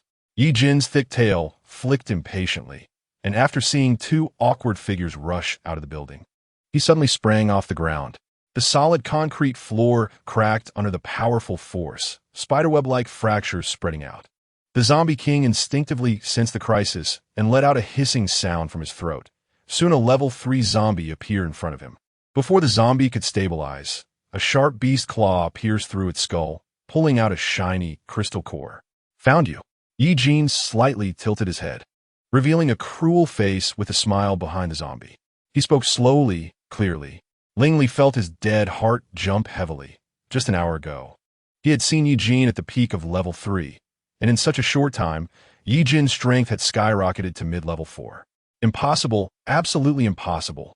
He let out a sharp scream from his throat, and countless zombies crawled out from every corner of the city. Zombie dogs and zombie birds suddenly dashed out, biting through the throats of humans. The irrational humans and zombies were no different, and soon the two groups clashed together. Ye Jin's powerful pressure seeped from his body. He could sense the king's restless aura within the laboratory, which made his heart unusually irritable and uncontrollable. His attacks became increasingly fierce, even with the Ling brothers joining forces. Ye Jin still left numerous scars on them. The air was filled with the smell of blood, thick and suffocating. Guyu pressed her back against the cold wall, her eyes warily watching the man in front of her. What do you want to do? To create a new kind of human. A stronger, purer human without evil desires. With a smile on his face, Guyu felt a chill run through her body. He placed his palm over the screen. Blue light flashed, scanning his palm print and pupils, and then with a ding, a wall opened. Inside the wall were complicated procedures, ignoring the increasingly violent trembling of the laboratory. He clicked on the screen leisurely. With a loud bang, the ceiling shattered, large chunks of concrete crashing to the ground. Guyu pressed her back against the corner, a beam of sunlight shining through the hole. Ye Jin. Guyu's eyes were so stimulated that she could see nothing. Yet she was certain Ye Jin had come to find her. Bang! A monster's figure crashed to the ground, resembling a legendary dragon. The cold, emotionless gaze swept through the laboratory, a gaze that felt strange to Guyu. Her dry throat rolled. This Ye Jin did not seem like the one who had experienced the apocalypse with her, but rather like the previous experiment number 001. Ye Jin stiffly turned his head, his misty white pupils landing on Guyu. As their affinity reached its peak, something seemed to quietly change between them. Ye Jin did not care about the other person in the room. The pheromones in the air that caused agitation only told him to find Guyu, take her away, and hide her. With a creak, a hidden door opened. Guyu instinctively sensed the danger, and without thinking, she shouted, Ye Jin, stop him. Ye Jin was the coldest and most precise execution machine. He was faster than the wind, appearing behind him in an instant. His sharp claws, capable of piercing steel, were just a centimeter away from the fragile neck, but suddenly, Ye Jin stopped. Ye Jin, kill him. Guyu furrowed her brows, calling out Ye Jin's name. Ye Jin's massive figure froze in midair. Another figure staggered and fell from the ceiling to the ground, wobbling as it stood up. You truly are cruel. wanting to kill me. It makes me very sad. After all, we were once very good colleagues. He covered his heart, feigning sorrow as he spoke. In his hands was a stone glimmering with a lustrous sheen, the radiant light spilling through his fingers like stars in the sky. Guyu's heart sank to the bottom. Chapter 173. True and false alpha. The design of that stone was far too familiar to her. After hundreds of days and nights studying that stone, it was alpha. Why was alpha? Guyu's mind fell into chaos, even ignoring the awkward figure who was struggling to stand. She waved to that person, following closely and looking terrified at Ye Jin, who had frozen in place. I'm one of the first batch of brain domain evolvers. I'm not foolish enough to let you plot against me. He gentlemanly bowed to the woman in front of him. Beautiful lady, please come to my side. Guyu's gaze fixed on the two of them. Guyin? Guyin no longer possessed the arrogance she had at the beginning of the apocalypse. She leaned against him, her face full of flattering expressions. Hearing Guyu call her, a look of disgust and hatred appeared on her face, which she quickly covered up. Pretending to be terrified as she spoke, Sister, I was wrong. Please don't bully me. That perfectly timed fragility could maximize the man's instinct to protect her. Back then, Guyin had used this green tea image to steal Guyu's boyfriend. Her eyes darted between Guyu and the previous figure, thinking that this handsome man was Guyu's new wealthy boyfriend. Guyun's eyes shifted, and her tears fell as she pleased. She once again, like before, shifted all the blame to Guyu in just a few words. But this time, Guyun miscalculated. In this situation, no one cared about the nonsense she uttered. Gently patting Guyun's head, what a pitiful child. From today on, you will say goodbye to your tragic past. Sir, Guyun dragged out her voice, leaning against him like a soft flower, casting a smug glance toward Guyu. Look, whether before or after the apocalypse, no one will ever like you. Everyone will love her. Guyun did not notice the emotionless gaze behind her. Even the action of him stroking her head felt like he was inspecting whether this container was qualified. Sir, don't blame my sister. It's all my fault. If I could be a bit stronger, my sister wouldn't have fallen out with Mom and Dad over some food, and she wouldn't have kicked me out of the car. He responded softly, you are a family, blood-related, and look alike. What? So your sister can control the replicas, then you must be able to do it too, right? This is the only alpha in the world, so be sure to use it well. Guyu watched as the fist-sized stone was stuffed into Guyun's mouth. She couldn't think too much, directly controlling the surrounding space to try to immobilize his movements. Buzz! A rumbling sound rang in Guyu's ears, and the world before her spun. Her brain felt like it had been thrown into a washing machine, making it impossible for her to stand. Stupid human, he sighed and continued his actions, the stone distorting Guyun's beautiful face as if he hadn't seen it, forcefully shoving the stone into Guyun's stomach. Guyun choked, struggling to breathe, her legs thrashing, her nails scratching against the wall, leaving bloody marks. Do you know? The more pain Guyun showed, the bigger his smile grew. He looked past Guyun's face, which bore an 80% resemblance to Guyu's, and thought back to the laboratory where he liked her the most, although she wasn't the smartest. She listened to him the best. Guyu, you really disappoint me like this. Wouldn't it be better to obediently be my dog? Heh. Guyu propped herself up to stand. Who wouldn't want to be human rather than be a dog? She maintained a calm expression while calling out to Ye Jin in her heart. In front of the real alpha, this imposter seemed so out of place. She hadn't expected that before the apocalypse, this plan would have already been laid out, pretending to trust her while hiding the real alpha away, only giving her a counterfeit. Now, the scales of victory were slowly tilting toward that side. Guyun's body convulsed, racked with pain. Her abdomen swelled and fell, as if the stone had a life of its own, rampaging within her body. After a while, under the gaze of the alpha, Guyun calmed down. Now, your species has two kings, but I'm more curious. In front of the genuine article, can you still control your subordinate? He half-held Guyun, his hand gripping her neck. Guyun finally managed to pull herself out of the earlier pain, but her breath caught again, unable to breathe. Good child, now order them. Order what? Guyun asked intermittently, frowning. The woman who resembled Guyu was truly foolish. For the target in his heart, he still endured, you know? He tightened his grip, the feeling of suffocation triggering Guyun's survival instincts. A strange sensation enveloped Guyun. Almost instinctively, She sent a signal to the people transformed into superhumans by meteorite fragments. The noise outside gradually ceased, and the entire city fell into silence. He smiled with pleasure, blocking Gu Yu's senses, plunging her into darkness except for her hearing. The old things in a laboratory are opposing me. I need new blood. If you can join me, I can overlook past grievances. He squatted in front of Gu Yu, reaching out to lift her chin. The light enveloped both of them, making it look like a scene from an idol drama. Gu Yu's eyes were vacant, but she never stopped calling for Ye Jin. Ye Jin, Ye Jin, Ye Jin. Ye Jin instinctively submitted to the alpha. That was his king. A faint pheromone kept calling to him, the voice pleading, painful, filled with love. Ye Jin's hands trembled as two pheromones threatened to tear him apart. Ye Jin, Ye Jin, Ye Jin. The call never ceased. Ye Jin's eyes, like a pupil sealed in cement, slightly turned and landed on the vacant-eyed Gu Yu. The scent emanating from Gu Yu awakened his senses. The one on the ground was the human he raised, not his king. Reason and instinct clashed, and suddenly Ye Jin moved. A sharp hand struck toward Gu Yun's chest, startling her into screams. Sensing the murderous intent emanating from behind, he dodged to the side, avoiding the fatal attack. Ye Jin's hand pierced through his shoulder, white blood staining the research suit. Chapter 174. You will betray me. A wave of intense pain struck, twisting his face momentarily. He couldn't care less about the bone-deep pain as another gust of wind rushed toward him. He rolled to the side, forcefully pulling Ye Jin's hand from his wound. Gu Yun, hut, hut, hut. The sound of footsteps echoed through the ceiling. Countless superhumans were approaching this way. Shadows rushed down through the ceiling's hole.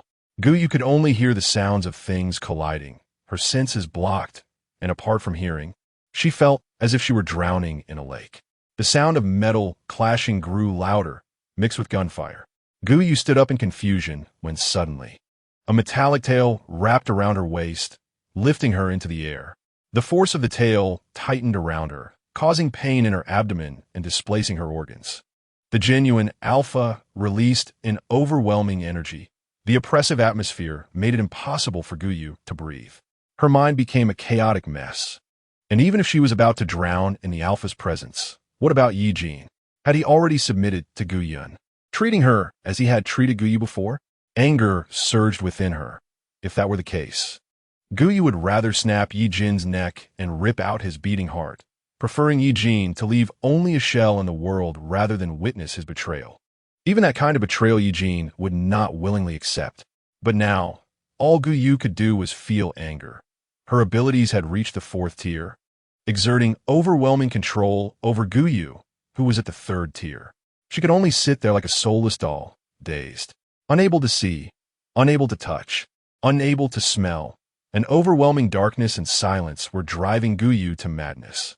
Sir, Gu Yun spoke in a sweet tone, her gaze following Ye Jin, who was leaping on the ceiling.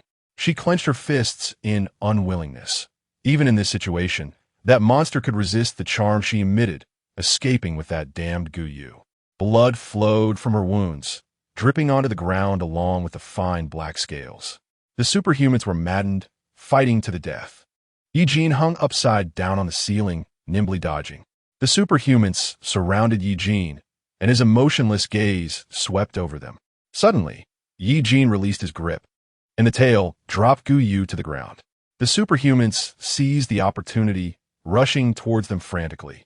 Gu Yun's smile had not yet faded when she saw Ye Jin step on a superhuman's head, the skull grotesquely caving in, crashing heavily to the ground and kicking up a cloud of dust. As the dust settled, Ye Jin, once surrounded, had vanished from sight. Sir, what should we do? They ran away. Hearing Gu Yun's shrill voice, he frowned but quickly concealed his emotions. It's okay, with such a beautiful lady by my side. I believe that under your charm, even a monster as powerful as a god cannot escape. Such gentility made Gu Yun's cheeks flush, and she was even more determined to cling to this golden thigh. Don't worry, sir. Although my sister betrayed you, I am different from her.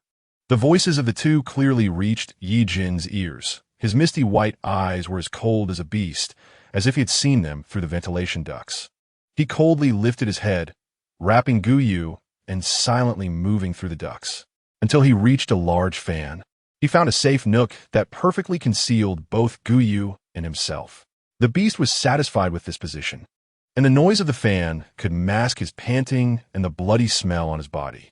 His sharp fingers hooked into his wound, expressionless as he pulled it apart. A round device had been buried in the flesh, unbeknownst to him, by Ye Jin. With a thud, the device fell onto Ye Jin. It was the blue glowing alpha signal blocker. Ye Jin lowered his head, staring at Guyu in his arms with no hint of emotion. He scrutinized her for a long time, lost in thought, before closing his eyes. The ventilation duct was dark, the fan shredding the only beam of sunlight that fell on Guyu.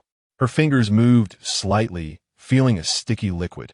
She shifted her fingers, touching the hard, metallic-like scales beneath her, which were covered in a gooey substance that seemed like blood. Ye Jin was injured. Guyu struggled to turn her body, pressing her hands against a bulging muscle in his chest, her slender fingers gliding up along the perfectly shaped muscle to his neck. A flash of killing intent crossed the beast's eyes. His muscles tensed, and reason told him that he should snap this human's neck, but his hands refused to obey. Even his spiked tail betrayed its master's will, gently retracting its sharp spikes and wrapping around Guyu's slender waist. Ye Jin. Guyu's lips moved, but no sound came out. Ye Jin stared at her writhing lips, realizing that she was calling his name. Guyu anxiously pressed her hands against Ye Jin's wound. The monster's healing ability was astonishing. In less than half an hour, the horrifying wound was already showing signs of healing. Ye Jin, don't betray me, or I will kill you, and then myself, and our blood will merge, and our bodies will turn to scorched earth. The words slipped out, and Guyu felt like she was going insane. Since she saw Guyun, all the deliberately forgotten memories returned. Her parents' favoritism, her boyfriend betrayal. Even though she had grown stronger and tried her best to act innocent, the moment she saw Guyun, she crumbled. If Ye Jin betrayed her too, she would truly have nothing left. You will betray me.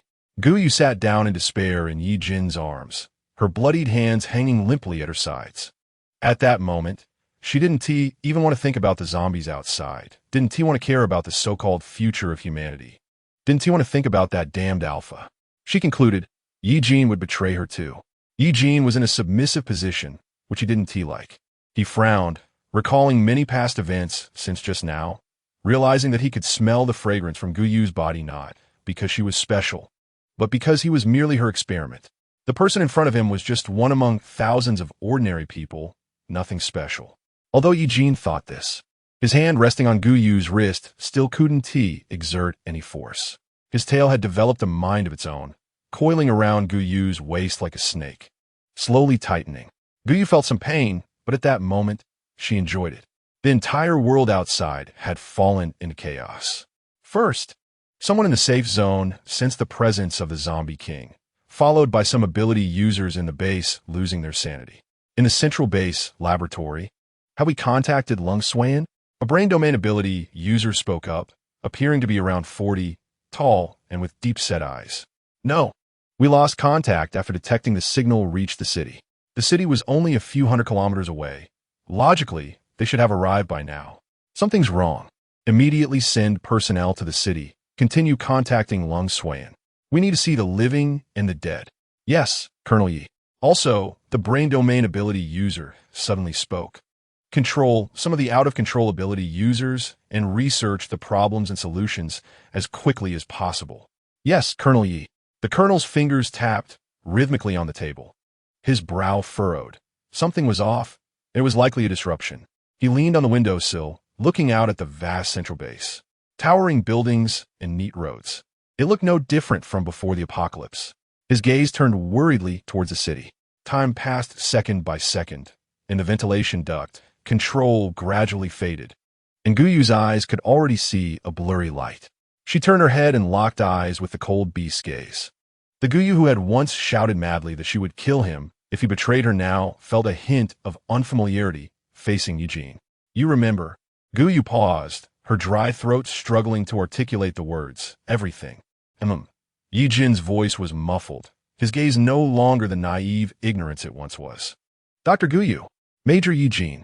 Guyu had used Ye Jin many times before, and after Ye Jin was infected, she became his supervisor. The suffering Ye Jin endured was mostly inflicted by Guyu. She didn't know what attitude to adopt in front of this person now. Maybe she should apologize first, then act cute, and then shift the blame, pretending to be innocent like a scheming girl. Brother, Dr. Guyu, the situation is not optimistic. It's chaotic, even aiming to destroy current humanity and create a new one. As of now, in the ventilation duct above the laboratory. If we don't come up with a response plan quickly, humanity will be in a passive position. Ye Jin spoke more fluently now, no longer stuttering as before. He straightened his body, standing like a tall pine tree.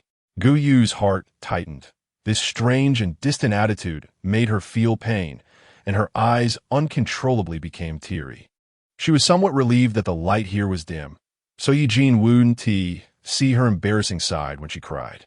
Guyu clenched her fists tightly, her nails digging into her palms, the pain calming her emotions. Major Ye Jin, you have a point. The urgent task is to leave the laboratory as soon as possible. Reach the central base, hand over the information to the higher-ups, and find a solution to buy time for humanity. Her heart ached like being twisted. Guyu even suspected that the psychological suggestion placed on her had not yet been lifted. Only those transformed into ability users by meteorite fragments would be unable to resist the control of alpha rays. Guyu felt around her body, and, thank goodness, she found an alpha signal blocker. It's now 4:52 p.m. I can sense that those people haven't left yet, and there's still a zombie king. I suggest we leave at 2 a.m. That's when people are most fatigued. The two drafted a plan in a businesslike manner, and then the space in the ventilation duct fell into darkness again. Since Ye Jin had remembered, Guyu couldn't just comfortably nestling in his arms. They each occupied a side of the space, sitting silently across from each other. Suddenly, there was a tremor beneath them, and Guyu lost her balance. Ye Jin instinctively reached out to support her, but Guyu was a second faster, gripping the raised part of the ventilation duct tightly. Boom, boom, boom. 3 consecutive loud explosions erupted nearby. Guyu furrowed her brow, unsure of what was happening, as the walkie-talkie at her waist crackled with static. Miss Guyu. A familiar voice rang out, startling Guyu. It was Lung Swayan. How could she have forgotten about him?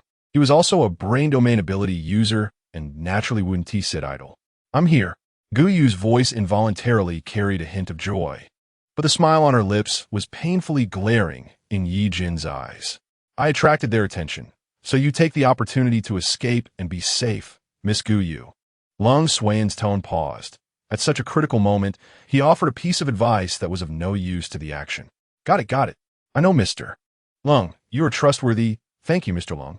Dr. Guyu said, this is not the time to seduce men. Can we take action now? Ye Jin leaned most of his body over, making the already cramped space feel even more oppressive. He frowned slightly, his tone so cold that Guyu could hardly believe her ears. What? Leave now?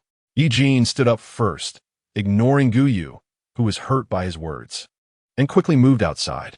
Guyu stood there dazed, the drastic change hitting her so hard that she swayed. She randomly wiped her eyes, which were becoming increasingly red. She stumbled to catch up with Ye Jin. When Ye Jin said to leave, he really didn't wait for Guyu. The ventilation duct was dark and complicated, and Guyu gasped for breath as she followed Ye Jin. She didn't know what she stepped on, and suddenly her foot slipped, causing her to uncontrollably slide deeper into the duct. Ye Jin's tail did not wrap around her waist as usual, pulling her into that familiar embrace. Guyu knew she could only rely on herself at this moment, so she quickly reached out to grab a protrusion. Due to inertia, her palm was deeply cut by the metal. Chapter 176. Trouble ignoring the sharp pain in her palm. The blood made the steel duct even more slippery, and Guyu had to exert more strength to control her body from sliding down further. She used her hands and feet to climb up with great effort, releasing her strength, her hands hanging by her side trembling. Ye Jin, she felt inexplicably anxious, unconsciously beginning to guess what expression Ye Jin had on his face at this moment. Was it tension, concern, impatience, or disgust? Trouble. Ye Jin frowned tightly. His senses very sharp, able to smell the blood in the air, and see Guyu's hands were wet, as if stained with blood. Clearly, Guyu was also an ability user, so why was her strength so weak? He didn't know how she had survived in such a dangerous apocalypse. I'm sorry.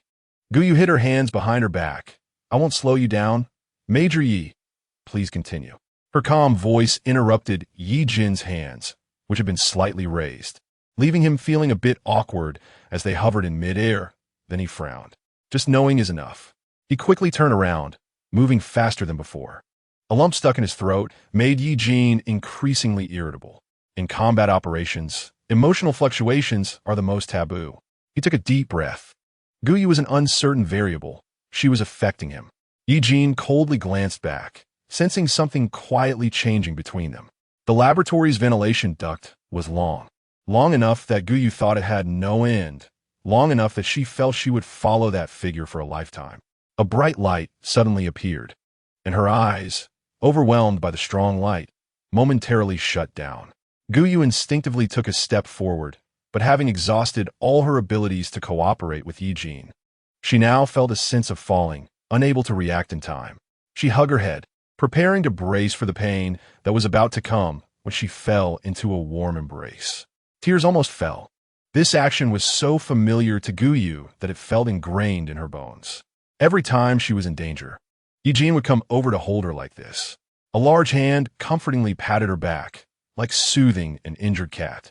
He wore a carefree smile, the same familiar look Guyu had seen when she first met him in the city. What's wrong? Miss Guyu, do you miss me that much? Can't wait to throw yourself into my arms as soon as we meet.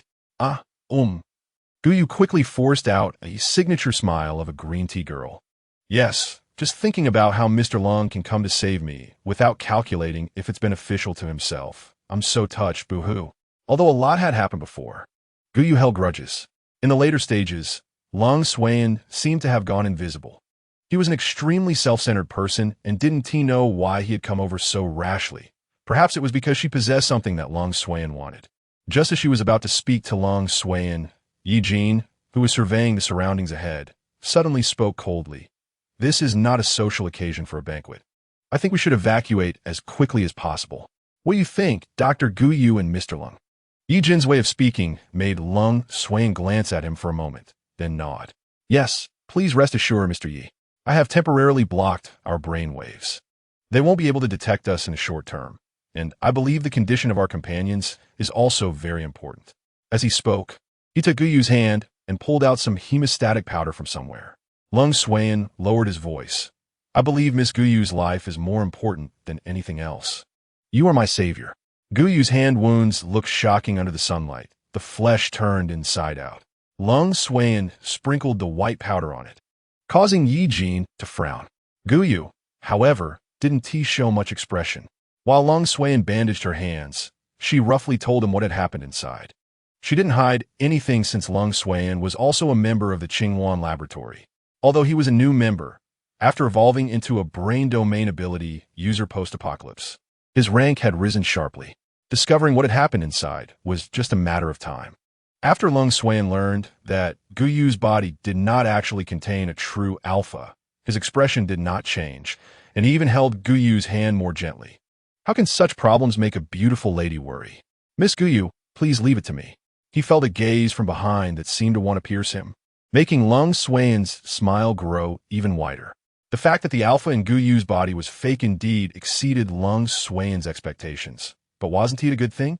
After all, this meant Guyu would transform from an experimental subject into something controllable and private.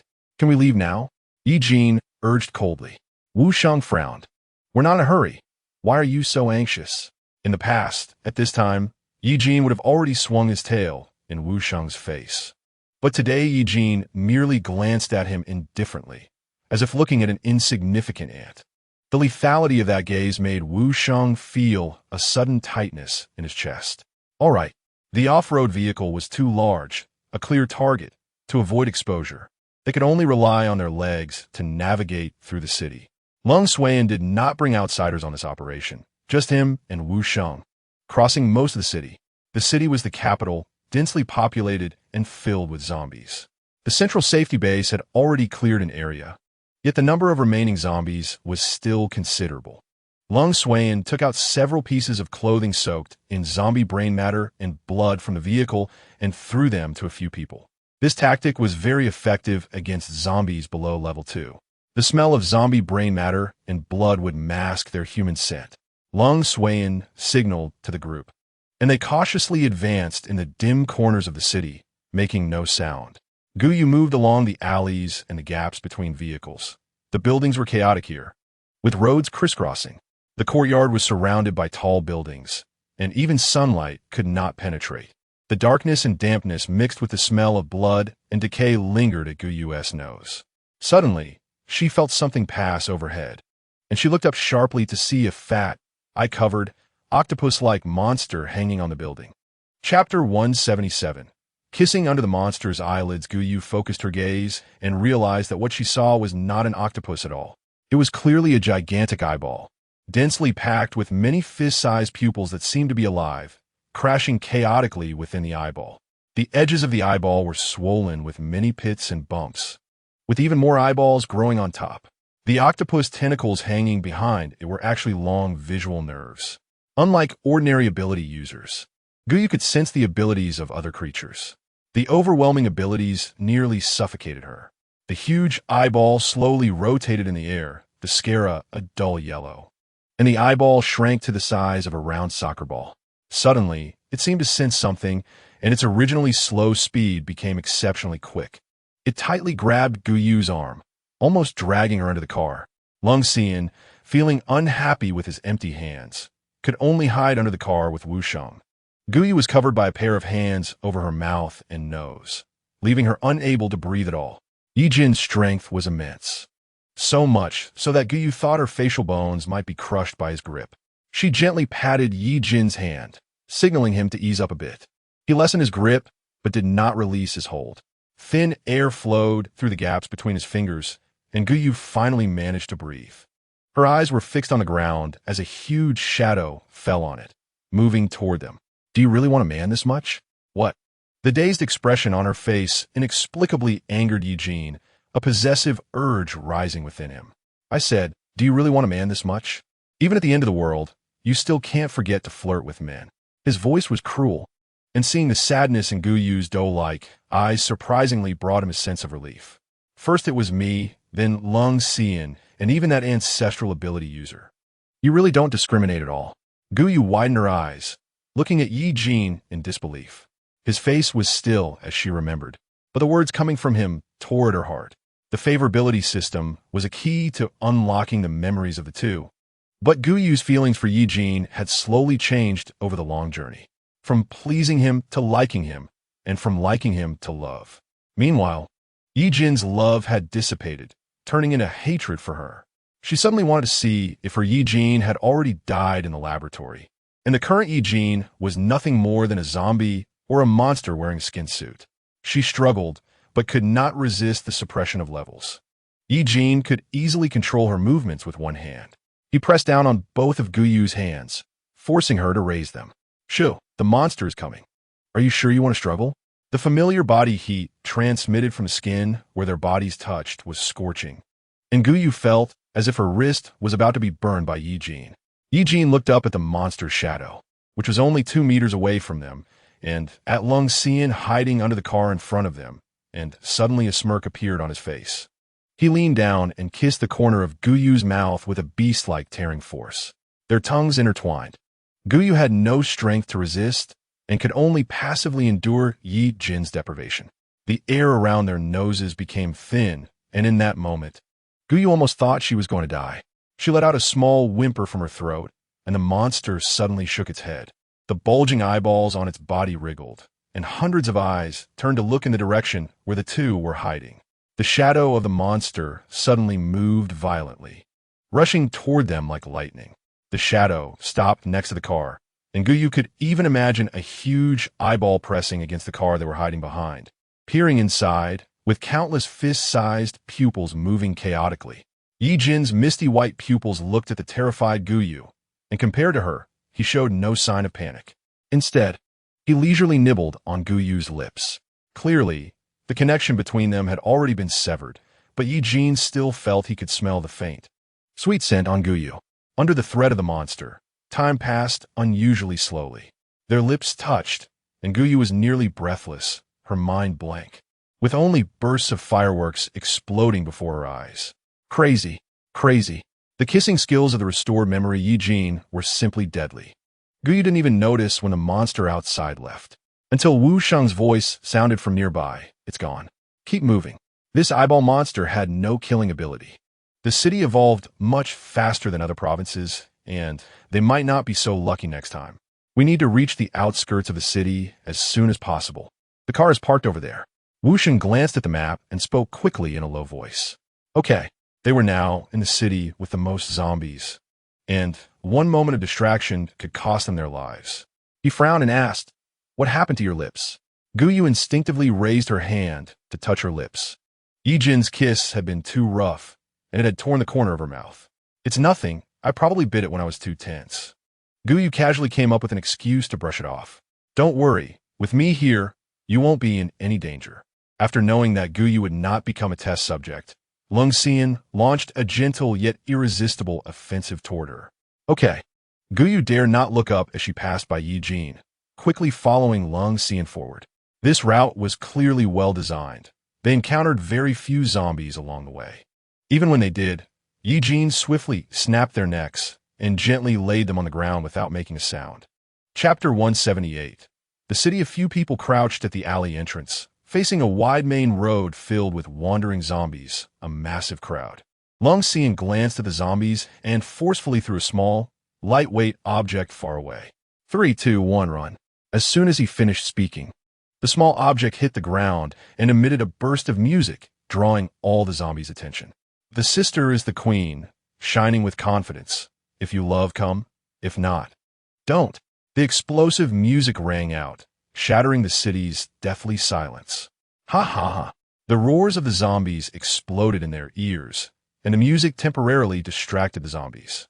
They lost their rationality and rushed toward the source of the music, the ground trembling beneath them. Guyu followed Ye Jin's pace, stepping carefully. With a large population in the city, the zombies had plenty to feed on, and under continuous consumption, many had reached level 3. Even the flayed zombie dogs looked more ferocious than those from other provinces. One zombie dog sniffed the air, its body blood red and completely hairless. Huh. The zombie dog bared its teeth and lowered its body, issuing a threatening growl toward Guyu and the others. Many higher-level zombies reacted, smashing the heads of the zombies in their way with a slap and charging toward them with roars. Hearing the unusual noise behind him, Lung Xian frowned and shouted in a low voice, "Speed up, we've been spotted." The distance from the road to their off-road vehicle was about 1,000 meters. Suddenly, a strong wind swept from behind, mixed with powerful energy pressure. Guyu quickly used her spatial ability to freeze the zombie's body for 2 seconds. Taking the opportunity, she rolled forward, narrowly avoiding the zombie's claws. She could even feel the stinking claws brushing against her nape. Level 3 Intermediate. Lung Xian and Wu Sheng also noticed Guyu's difficult situation. A fireball and an ice spike shot past Guyu, landing among the group of zombies behind. Buying her a little time. Even Wu Sheng and Lung Xian noticed, and Guyu steadied herself, ignoring the pain in her ankle. Her eyes fixed on Ye Jin's figure ahead as she gritted her teeth and followed. Guyu felt warmth in her eyes, reminding herself repeatedly in her heart that the person in front of her was no longer the past Ye Jin. Not the Ye Jin who was full of her in heart and eyes. He should even hate her, right? The car started with endless zombies roaring behind, trying to catch up to tear them apart. Wu Sheng slammed the accelerator to the floor, and the tires screeched loudly against the ground. Guyu watched as the zombies rushed toward them at a speed close to that of a human sprinting at full force. One high-level zombie leaped and grabbed the bumper of the car tightly. Wu Sheng suddenly felt a strong resistance. Looking in the rearview mirror, his scalp went numb. A long string of zombies hung from the back bumper, extending 3 to 4 meters wide, and more zombies were continuously leaping up. The zombies behind stepped on the bodies of those in front, quickly closing in on the car. He jerked the steering wheel, but the zombies clung on tightly, only a few falling off. TSK. Lung Xian frowned in displeasure. Everyone had almost exhausted their abilities just now. The fake alpha in Guyu's body faced the genuine article, and the only advantage of stimulating ability users to generate abilities had disappeared. Damn, Guyu was closer to the zombies. So she crawled directly from the back seat to the trunk, where a strong smell of rot lingered, and Qianming lay lifelessly in the compartment. Guyu kicked Qianming aside and opened the trunk. Even though she was mentally prepared, when she opened the trunk and faced the rotting faces of dozens of zombies, she still frowned at the stench. The scent of humans was right in front of them, making the zombies even more excited.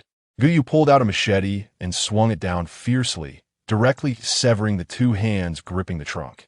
The zombies fell like kites with broken strings, rolling in clusters on the road. Wu Shang swerved to avoid the zombies in front, causing the vehicle to jolt unexpectedly. He was caught off guard, almost rolling off the car, but in a critical moment, she grabbed the edge of the vehicle. Exhausted, most of her body dangled outside the car, her fingers gradually losing strength, and she uncontrollably slid toward the ground. Guyu! Lung Suan saw Guyu's figure dip from the rear window, and then her silhouette vanished from sight. He frowned and called out her name, while Ye Jin, seemingly indifferent, watched him squeeze through the narrow gap. At that moment, Guyu's arms and fingers trembled uncontrollably, the pain from her injured palm piercing through her, blood soaking the white gauze, making the steel she gripped even more slippery.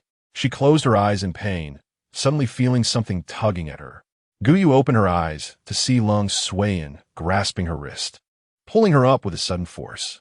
Her muscles trembled physiologically, and she draped her arms over Lung Suan's shoulders as he single-handedly closed the trunk and slowly patted her back with the other hand. "I'm here." Guyu, covered in cold sweat, took a moment to nod slowly. "I saved your life. You saved mine. We're even now." Hearing Guyu still had the energy to discuss these matters, Lung Suan knew she wasn't seriously hurt. A low chuckle rang in Guyu's ears as Lung Suan gentlemanly lifted her and helped her crawl back into the car through the trunk's gap. People say that a life-saving grace should be repaid with devotion, but why could it be so easily offset between Miss Guyu and him? Guyu's hands were so painful they felt numb, her palms pressed against the leather seats as she dropped heavily into the car. Her mind raced faster than her brain. Could it be that Mr. Lung wanted to marry her? A psychic like him was so precious, the betrothal gifts would take her a long time to save up for. "Please spare her." As soon as she spoke, she looked up to meet Ye Jin's gaze. Ye Jin slightly lowered his eyes, noticing a damp spot on the black leather seat, all soaked with Guyu's blood. Chapter 179. Something seems off between you and Guyu. Wu Shang slammed the accelerator, quickly shaking off the zombies behind. By the roadside, two tall men stood in the shadows, surrounded by zombies, but they showed no signs of fear. Ling Feng's gaze was different from usual, revealing a ruthless glint. They let them escape. Guyu is an uncertain factor. She should be killed. The huge eyeball was the zombie king's sharp surveillance, seemingly having detected Guyu and the others' presence, prompting the brothers to rush over. Ling Li calmly pressed down on his brother's head. "Calm down." "Oomph." Ling Feng snorted. "How can you be calm? If it weren't for them, you wouldn't have turned into a zombie or been controlled by that thing. One day, I'll make everyone pay." Ling Li's tone was devoid of emotion, sounding mechanical like a robot. Ling Feng resentfully watched the massive SUV drive farther and farther away, finally shrinking to a small before reluctantly turning away. Inside the car, once close companions now faced each other, creating an inexplicable awkwardness. Guyu averted her gaze first, not noticing that the moment she looked away, Ye Jin's expression darkened. He casually pulled out a hemostatic powder from his seat, just as Lung Suan emerged from the trunk. He immediately noticed Guyu's wound had reopened. "Your hand."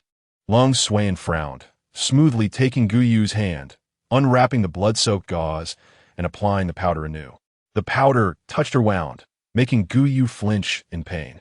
Ye Jin gripped the small medicine bottle tightly, veins standing out on the back of his hand. Though he wanted to express concern for Guyu, his words came out laced with sarcasm. "Your strength is too weak." Guyu pursed her lips, not looking up, staring at her bloodied palm. "I won't drag you down." Ye Jin frowned deeply. He wasn't worried about Guyu dragging him down, but wanted to urge her to become stronger to increase their chances of survival in the apocalypse. It wasn't always guaranteed someone would help her through crises. Guyu clearly misinterpreted his intentions, just as Ye Jin was about to explain. Lung Suan seemed to read his mind and spoke up before he could. "Ye Jin doesn't mean that. Miss Guyu has never been a burden without you. The team might not have made it this far. A glint of brilliance passed through his eyes. Even without the alpha, Guyu still held many secrets. Thank you, Mr. Lung. Guyu forced out a smile. They were not far from the central safe base. She vaguely remembered that Ye Jin's father, Colonel Ye, was a high-ranking manager at the central base, and she was merely a container for the fake alpha. Once they stepped into the central safe base, she and Ye Jin would head in opposite directions. Their fates would never intertwine. Her heart ached painfully, and when facing Ye Jin, her tone grew increasingly distant. Please rest assured, Major Yi, once we enter the base, I won't trouble you anymore. Even Wu Xing noticed something was off between the two. When the vehicle pulled over for a break, he jumped out and rummaged around to pull out a crumpled cigarette pack. He offered a cigarette to Ye Jin, who used to be a non-smoker but took it today, feeling agitated. What's going on between you and Guyu? It seems a bit off.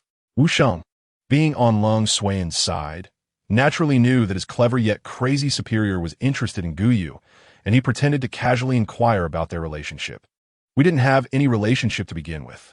Ye Jin took a deep breath, the smoke swirling in his lungs before he lightly exhaled, just like his previous words. Is that true? Wu Sheng looked at Ye Jin in disbelief. Previously, he had been unhappy whenever others looked at Guyu, even hanging Lin Ho outside the car window. He stared into Ye Jin's eyes, trying to discern any emotion. However, Ye Jin's pupils were too light, and Wu Sheng couldn't see anything. He tentatively spoke up. Why do I feel like you hate Guyu a bit? Not really. Ye Jin's ears twitched. He heard the rustling sound behind the car. I was a test subject, and she was a researcher. That's all. And after that, Wu Sheng couldn't help but ask. Ye Jin's sharp gaze shot over, and Wu Sheng realized he had overstepped. Some things weren't meant for someone of his level to hear, possibly involving secrets. Just as he was about to change the subject, Ye Jin suddenly said, "It's just influenced by alpha." Guyu was somewhat self-destructive, fiddling with a wound on her palm. Pain could, in some circumstances, make her brain calm down. She stared at the blood seeping through the newly changed bandage, her brain not receiving the pain signals from the nerve endings. A zombie was approaching. It was time to leave. Just as Wu Sheng felt the task of gathering information was too heavy and he could barely breathe. He heard Guyu's voice over the intercom. Wu Sheng wanted to tell Ye Jin it was time to leave. But Ye Jin ignored him and had already leaped into the off-road vehicle. Guyu's mind was telling her that they wouldn't be allowed to leave so easily. Throughout the journey, Guyu remained extremely vigilant, until Wu Sheng spoke up, saying they were only 100 miles away from the central safe base. Only then did her heart settle. 100 miles should be within the central safe zone, and they probably wouldn't attack. Just as this thought arose, the ground suddenly trembled violently, and the nearly 100-ton off-road vehicle was tipped to the side. Guyu's ears were filled with a deafening roar of animals. The central safe base, not far away, also detected the energy fluctuations and dispatched their most elite supernatural beings to support Guyu's team. Guyu was knocked unconscious by the sound, and when she regained consciousness, more than half of the supernatural beings from the central safe base had been injured or killed, and Ye Jin had numerous wounds, blood rushing out from them. He single-handedly controlled a giant insect, while Lung Xian commanded the remaining supernatural beings to attack the mouth of the Earth Dragon. The Earth Dragon was covered in what seemed like armor, with its mouth being its only weak spot. It struggled violently, its massive body slamming against the ground, and the dust it kicked up blinded everyone. Guyu saw clearly that the Earth Dragon seemed intelligent, directly targeting the strongest among them, Ye Jin. Its sharp mouth opened, and rows of sharp teeth lunged towards Ye Jin. Chapter 180. I won't drag you down. Guyu's heart tightened, and she didn't even consider the power gap between herself and the Earth Dragon. She immediately poured all her supernatural powers into locking onto the massive Earth Dragon's coordinates. Almost in the first second, sweat began to bead on Guyu's forehead, her entire body pale like a corpse. After realizing it couldn't move, the Earth Dragon began to struggle madly. In the second, the third second, time stretched infinitely. All Guyu could hear was the buzzing in her ears. Ye Jin's vision was blurred by the dust raised by the Earth Dragon, and he only then noticed that the massive creature was rising up, about to smash down on him. If the Earth Dragon hadn't paused in midair for 2 or 3 seconds, Ye Jin would have likely been crushed into a meat pie. Ye Jin gripped his long knife, seizing the fleeting moment to leap high, infusing his supernatural power into the blade. With the knife empowered, he swung it down in a sweeping motion, slicing open the Earth Dragon's mouth and splitting its head in half. The Earth Dragon sensed the danger and began to struggle violently, emitting brainwaves with attack capabilities. This wave was imperceptible to ordinary people. The supernatural beings from the central safe zone surrounded Ye Jin, protecting him while vigilantly watching the lifeless Earth Dragon. However, no one noticed that, 300 meters away from the battlefield, Guyu was thrown off by that wave, crashing heavily against the car door. Her internal organs felt like they had shifted positions, and her brain throbbed painfully. At that moment, Guyu felt pain so intense that she contemplated death.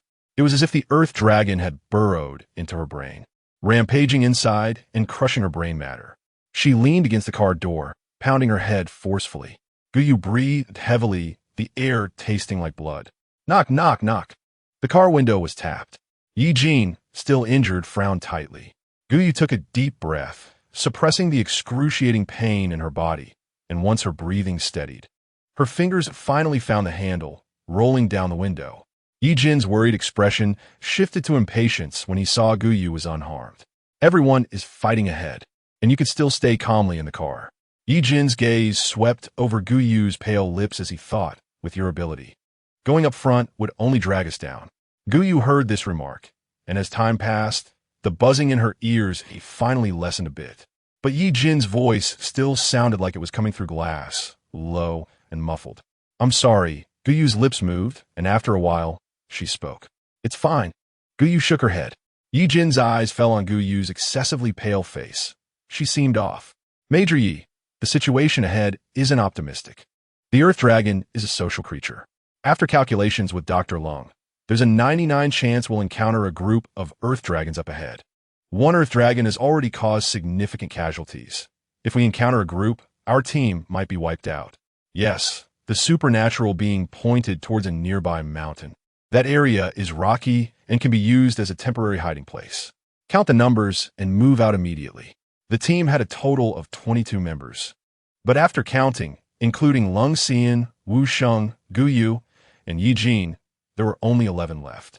Ye Jin's gaze swept over the survivors. Let's go. Lung Xian looked around and didn't see Guyu, frowning as he asked, Where's Guyu? Wu Sheng scanned the surroundings. She might be up front with Major Yi. I'll go check. Lung Xian was about to go look when a supernatural being held him back, discussing the action route and plan with him. Ye Jin's ears perked up, hearing the conversation between two people. The footsteps of those in front paused as he spoke to the nearby supernatural being. You're familiar with this area. You lead the way. After saying that, he intentionally slowed his pace and walked towards the off-road vehicle.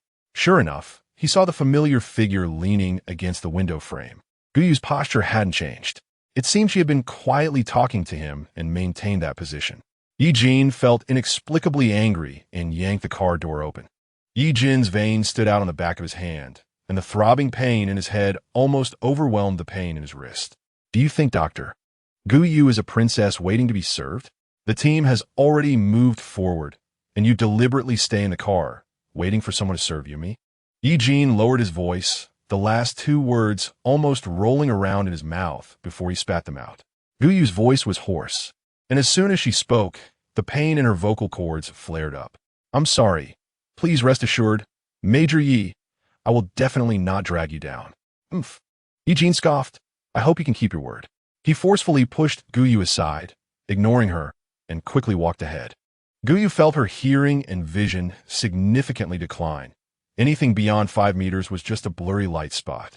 Ye Jin, with his broad shoulders and long legs, quickly widened the distance between them. If Guyu didn't catch up soon, she wouldn't be able to see the direction Ye Jin was heading. She took a deep breath, suppressing the metallic taste of blood in her nostrils and the pain in her body, trembling as she struggled to keep up with Ye Jin.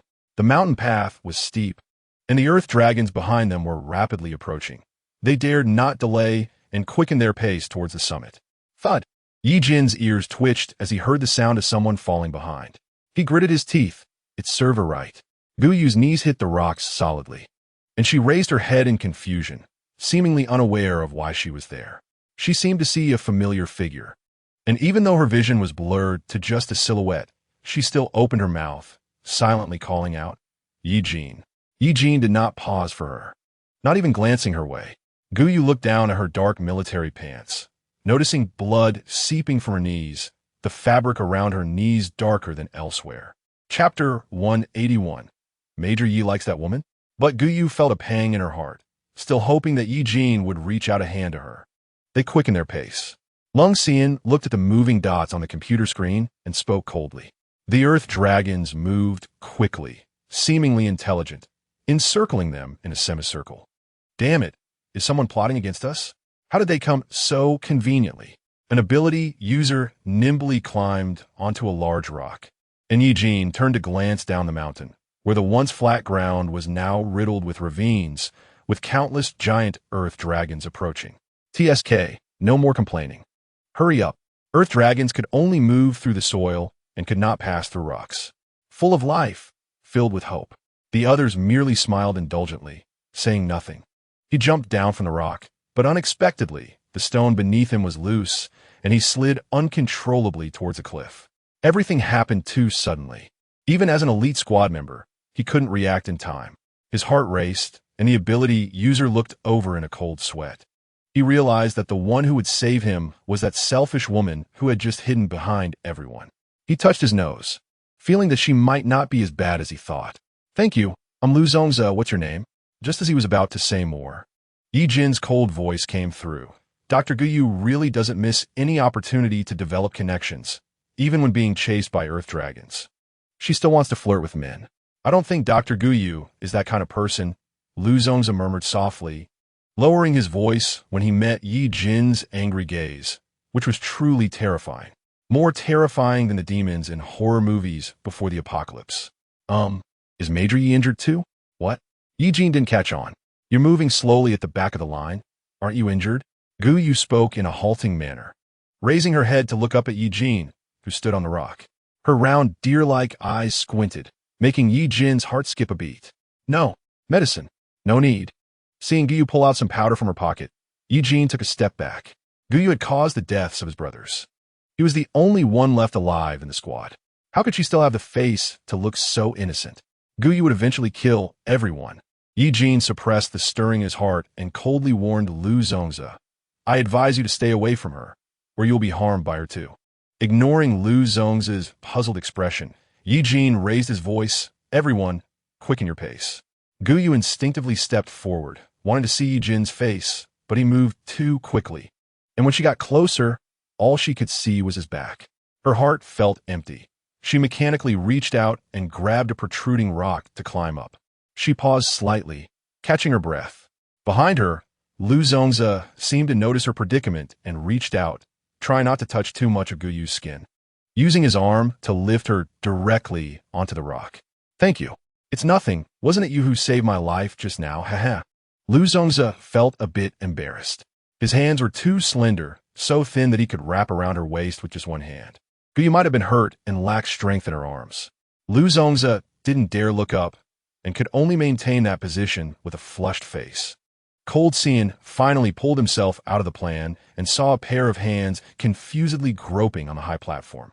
He quickly stepped forward, grasped Guyu's hand, and effortlessly pulled her up. "You look like something's wrong. Are you injured?" "I'm Yufine." Guyu smiled at Cold Xian. "Mr. Lung, are you concerned about me? If the plan is delayed for a while, I can't take that responsibility." Guyu's tone remained light, even teasing Cold Xian, and it seemed she had no serious problems. "The plan is important, but Miss Guyu is also important." A smile involuntarily appeared on Cold Xian's face. "But please rest assured, Miss Guyu, I will certainly devise the plan perfectly, so it won't fall on your shoulders." "Then I thank Mr. Lung."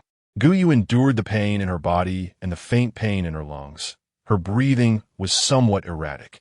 After years of researching biology, Guyu clearly knew that her body was likely malfunctioning under the Earth Dragon's brainwave attack. The Earth Dragons were also products of the Qingluan laboratory, but she didn't remember them being able to attack living beings with brainwaves. She briefly reassured Cold Xian and even coaxed Lu Zongzi to move ahead. The officer beside Ye Jin couldn't help but glance at Ye Jin, following his gaze to look back at Guyu's figure. Does Major Yi like that woman? The officer nimbly jumped onto a rock and tentatively asked. Ye Jin's expression suddenly darkened. Who would like a woman who caused the deaths of all her teammates? The officer froze, and his gaze towards Guyu turned to disgust. No wonder Major Yi had called her Dr. Guyu earlier. It seemed Guyu was indeed the infamous experimenter from the Qingwan laboratory. The current state of the world was entirely due to that laboratory's doing. He muttered a curse under his breath. Damn it, looking at that delicate little girl. How could she be so malicious? Ye Jin's face showed no expression as he quickened his pace, moving to the front of the line. The other ability users heard the officer's curse and curiously gathered around, whispering, Officer Zhang, what's that woman's background? Why does it seem like she has some emotional entanglement with Major Yi? Everyone's faces flashed with gossip. Ye Jin had always been like a hard stone in the base and military. When girls threw him flirtatious looks, he would frown and ask, what's wrong with your eyes? Do they cramp? Chapter 182. She doesn't deserve it. Relying solely on his own strength, he severed countless peach blossoms. Officer Zhang didn't enthusiastically share the gossip about the commander as usual. Instead, he wore a grim face and coldly snorted at Guyu, who was walking at the back. She doesn't deserve it. That woman is a lunatic from the Qingwan laboratory. How could our Major Yi have any emotional entanglements with her? Don't spread these rumors. The others exchanged glances, unsure of what had transpired between the two, yet they instinctively distanced themselves from Guyu. If it were the old Guyu, she would have surely sensed the shift in atmosphere immediately, but now she could only focus all her energy on climbing. Guyu breathed heavily, her nostrils filled with the taste of blood. The mountain was high, but fortunately, they had reached halfway up, where the soil beneath their feet had turned mostly to stone. The Earth Dragon group could only linger at the foot of the mountain, unable to follow them up. Only then did everyone's pace relax a little as they squeezed into a crevice in the mountainside. They had exited in a hurry, and many of their supplies had fallen off.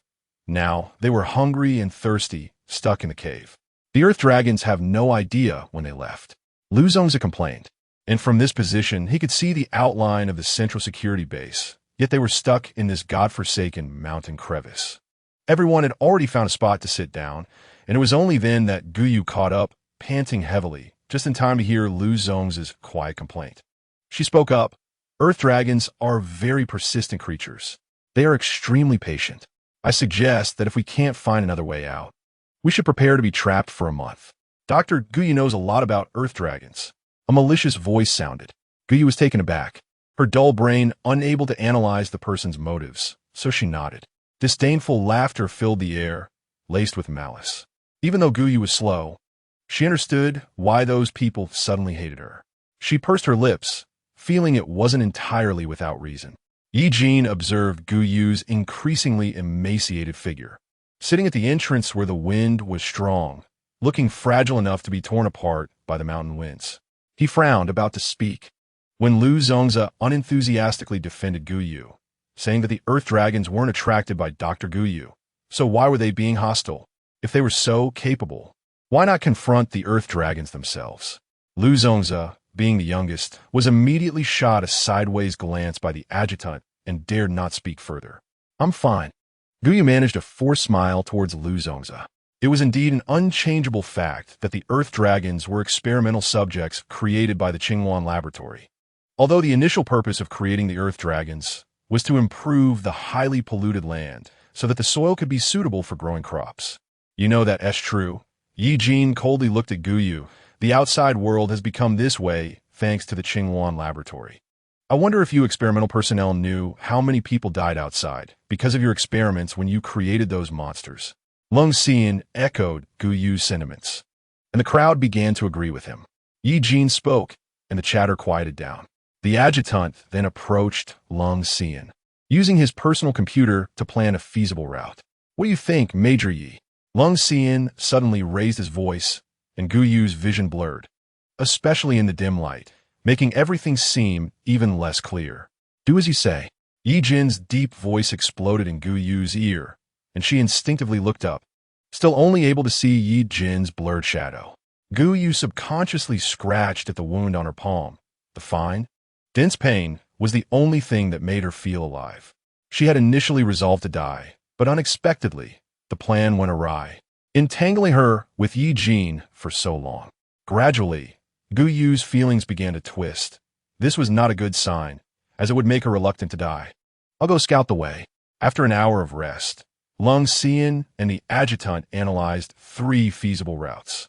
This satellite map was from before the apocalypse, and no one knew what the road conditions were like now. There were a total of 11 survivors. 5 people would explore 2 routes, and she would scout 1 route alone. Stop! Ye Jin suddenly called out to Gu Yu, who halted her movement, waiting a long time for Ye Jin's next words.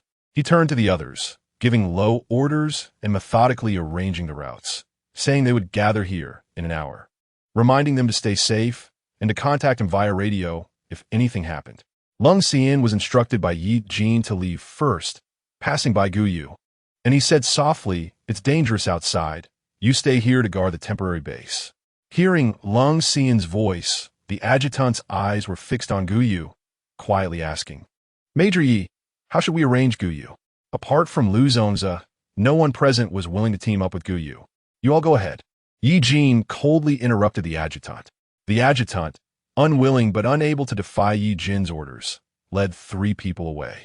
Lu Zongzi rubbed his hands together, showing a flattering smile. "Major Yi, can I team up with Dr. Gu Yu? The situation in the mountains is so complicated, and she's just a girl." Ye Jin shot him a cold glance, indifferently passing by Gu Yu go. Lu Zongzi showed a happy expression. "Dr. Gu Yu, don't worry with our Major Yi. You'll be very safe. Major Yi is coming with me?" Ye Jin was going to accompany her. "Thank you, Ye Jin." Gu Yu stumbled to keep up with Ye Jin's pace, surrounded by dense branches and the suffocating smell of decay. Ye Jin led the way, snorting coldly. "You think I want to be with you? I'm just afraid you'll cause harm to others." Gu Yu's heart ached. It seemed that the more familiar someone was, the more they knew how to hit the sore spots. I won't harm anyone." Gu Yu stubbornly looked up at Ye Jin. The person in front of her seemed to fade in and out of view, perhaps because the sunlight outside was too glaring. Tears streamed from the corners of her eyes, but were quickly wiped away.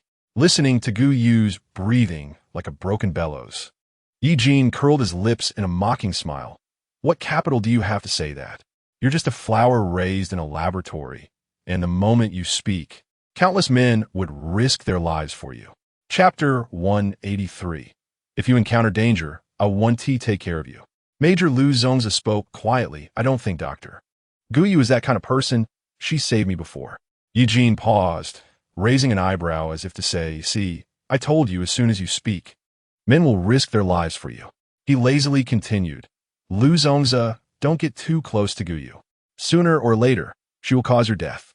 Lu Zongzi fell silent, neither refuting Ye Jin nor agreeing. The atmosphere along the way was somewhat tense. Gu Yu whispered, "I won't." Lu Zongzi stopped in his tracks. "What?" Gu Yu looked up at Ye Jin's back, unsure if she was speaking to Ye Jin or Lu Zongzi. "I won't harm anyone in the future." Lu Zongzi scratched his head, lowering his voice. "Dr. Gu Yu, Major Yi is actually a good person. He has a sense of responsibility towards his teammates." Gu Yu released her ability, feeling the changes in the surrounding environment. She knew Ye Jin was a good person, just with a harsh attitude towards her. Ye Jin's figure stopped, his ears slightly twitching. Although he rejected Gu Yu, he was secretly listening to the conversation between the 2 behind him. He snorted coldly, unsure if it was dissatisfaction with Gu Yu or with someone getting too close to her. "Be aware of your surroundings. You're not out here for a picnic. If you encounter danger, I'll 1T take care of you." He coldly interrupted Lu Zongzi, who was trying to comfort her. "Yes." Lu Zongzi sensed the sourness of jealousy in Ye Jin's words. "What are you dawdling for? Hurry up," Lu Zongzi urged from the back. Ye Jin turned and frowned at him. "Yes." Lu Zongzi stepped back a bit, allowing Gu Yu to stand between the 2. He secretly rolled his eyes at this position. Major Yi said he didn't care, but when something happened, he still made sure Dr. Gu Yu was in the safest position in the group. "Major Yi, if you continue to act this way, you won't be able to catch a wife." That brain domain ability user clearly has some interest in Dr. Gu Yu. Watching Ye Jin and Gu Yu's figures, Lu Zongzi felt he was worrying too much. He met Ye Jin's gaze and quickly looked away, feeling a bit guilty. Ye Jin frowned, unsure what unreliable thoughts were going through Lu Zong's mind. He didn't have much time to investigate. His gaze fell on Gu Yu's pale face. After resting for an hour, her face was still so pale. The weak were just weak. She should stay back at the mountain crevice to guard the temporary base, rather than tagging along with these rough men. Ye Jin's expression grew darker, and even Gu Yu could feel it. Major Yi? She tentatively spoke. Is there danger ahead? I can scout. Umph. Ye Jin snorted coldly. He still remembered the time when he lost his rationality. Gu Yu had been very timid before, always hiding behind him in fear when faced with danger, calling him brother repeatedly. Why was she trying to act tough now? Don't get in my way. Your abilities are so weak. Just stay behind me and don't cause me trouble. He quickly turned around, not noticing that Gu Yu's face had turned a shade paler. This route was very flat. There was no need to climb up and down like before. However, the air was stagnant and breathing felt heavy. Gu Yu couldn't tell if it was pain or exhaustion. Her sweat had soaked through her short sleeves. She felt drenched, as if she had just been pulled out of water. They had already covered more than half the distance without encountering any creatures, not even a single zombie. Suddenly, Gu Yu paused, as if sensing something. Lu Zongzi, distracted for a moment, bumped straight into Gu Yu. Dr. Gu, what's wrong? He started to ask, but before he could finish, Ye Jin took a defensive stance, releasing the powers within his body. Bang! Lu Zongzi widened his eyes in confusion. He couldn't see any figure, but he saw Ye Jin leap into the air, seemingly dodging something. A fierce wind swept past, and a tree, as thick as a barrel, was smashed down beside Ye Jin. Be on guard. Ye Jin nimbly jumped onto a branch of a large tree, his misty white eyes scanning the forest quickly. Just now, it was his sixth sense as a test subject that had allowed him to narrowly evade that attack. What is that thing? Lu Zongzi asked, holding a short knife, unable to see the enemy's figure. Suddenly, a pair of hands forcefully grabbed his collar, and he stumbled back 2 steps. Bang! A deep pit was smashed into the ground where he had just stood, causing him to break out in a cold sweat. That thing might be invisible. Be careful. Lu Zongzi, lacking combat experience, nodded blankly, only realizing that it was Gu Yu who had pulled him. Thank you, Dr. Gu. No time for chit-chat. I found it. Gu Yu locked onto the creature's position and sprayed the fluorescent green paint into the air. Soon, a glowing green outline appeared before everyone. The creature was over 2 meters tall and very muscular. Ye Jin. Gu Yu didn't linger. After spraying the fluorescent liquid onto the monster, she quickly retreated. The creature immediately noticed Gu Yu's figure. A strong wind rushed towards her, carrying a strong stench. Gu Yu wanted to dodge, but was already too late. A thick, long object slammed into her chest. It felt like a runaway truck crashing into her, sending Gu Yu flying.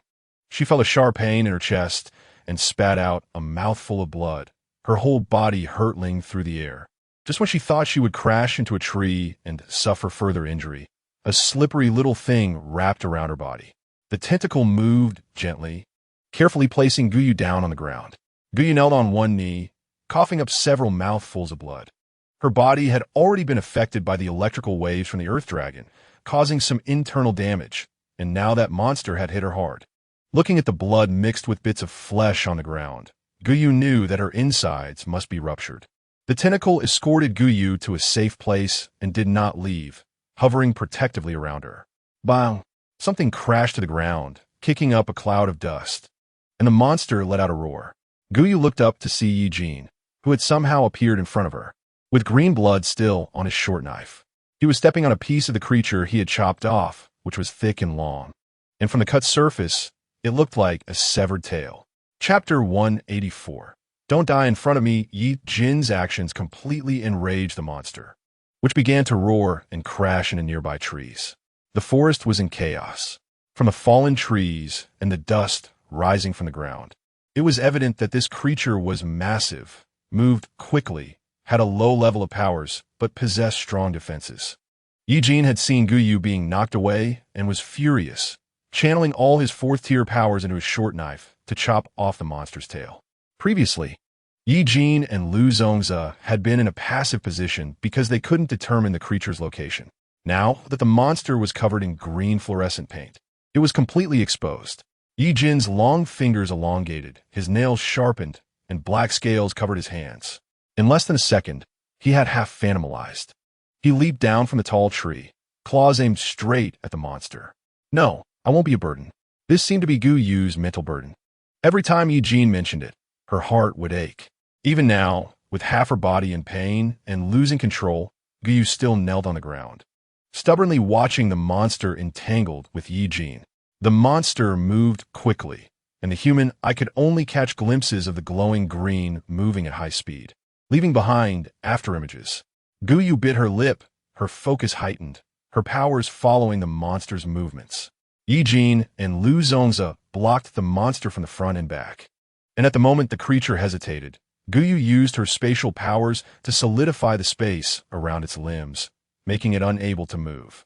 Seizing this brief moment, Ye Jin's sharp claws tore through the monster's flesh, starting from the back of its neck, creating a bloody gash in the air, revealing its white spinal column.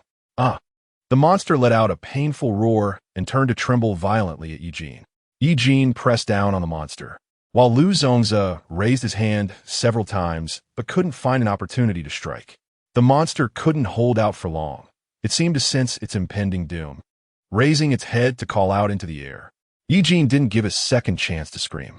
His sharp claws grabbed the monster's throat, and with a simultaneous force from both hands, he tore the flesh of its throat apart. Watching the rich green blood pooling on the ground, Lu Zongzi swallowed hard, inwardly relieved that he was on Ye Jin's side. Otherwise, he wouldn't even know how he would die. The monster swayed a couple of times before crashing heavily to the ground. Gu Yu let out a breath of relief, her strength drained, and only then did she realize the pain, collapsing to the ground. She nervously looked up, suddenly frowning and shouting, "Be careful, there's another one." Lu Zongzi was caught off guard and was directly knocked away by something. He wasn't as lucky as Gu Yu, who had the tentacle protecting her. He crashed into a tree, creating a deep pit in the trunk. Gu Yu endured the dizziness from the depletion of her powers, leaned against a nearby tree to stand up, and, suppressing the pain, infused her powers into every part of her body, blocking her pain nerves. There was still half a can of green liquid left. Gu Yu shook the can in her hand. "That's enough. Gu Yu, stop." Ye Jin seemed to know what Gu Yu was planning. The creature in front of them was too agile, given Gu Yu's speed. She would just be serving herself up as bait. Gu Yu acted as if she hadn't heard, even quickening the flow of her powers, concentrating them in her feet. She gripped the spray can tightly, the protruding part digging deeply into her palm. Ye Jin clenched his fists, his misty white eyes tinged with blood. He gritted his teeth and quickly moved toward Gu Yu. Gu Yu swiftly retreated, leaping onto a tree, and then, in Ye Jin's shocked gaze, like a diver from a high platform, she jumped down from the branch without any defense. Ordinary humans cannot control their movements in midair and cannot react in time to sudden attacks. Gu Yu's eyes showed no fear as she raised her hand and sprayed a fluorescent green mist into the air below. The mist fell from midair, outlining the shape of a monster. Feeling a chill above her head, the monster lifted its head and spotted Gu Yu. Roar! It let out a roar that made Gu Yu's heart constrict again. The dots of green were getting closer to Gu Yu, and her powers were depleted. Gu Yu's hand relaxed, and the canister fell to the ground with a thud. What awaited her would be a skull crushed to pieces, which was even the best way to die that Gu Yu could imagine. She even wore a faint smile on her face, spreading her arms to welcome death. Suddenly, a pair of hands wrapped around Gu Yu's waist, followed by a feeling of weightlessness. She opened her eyes to see Ye Jin's handsome face. How long had it been since she had seen Ye Jin so closely? "Do you want to die?" Ye Jin frowned and shouted loudly to the ground, "Lu Zongzi." Lu Zongzi released his powers for the two of them, and a gust of wind dragged Ye Jin down quickly to the ground. "Don't die in front of me. Do you want me to feel guilty? Stay here." Ye Jin placed Gu Yu behind a tree, his voice filled with anger.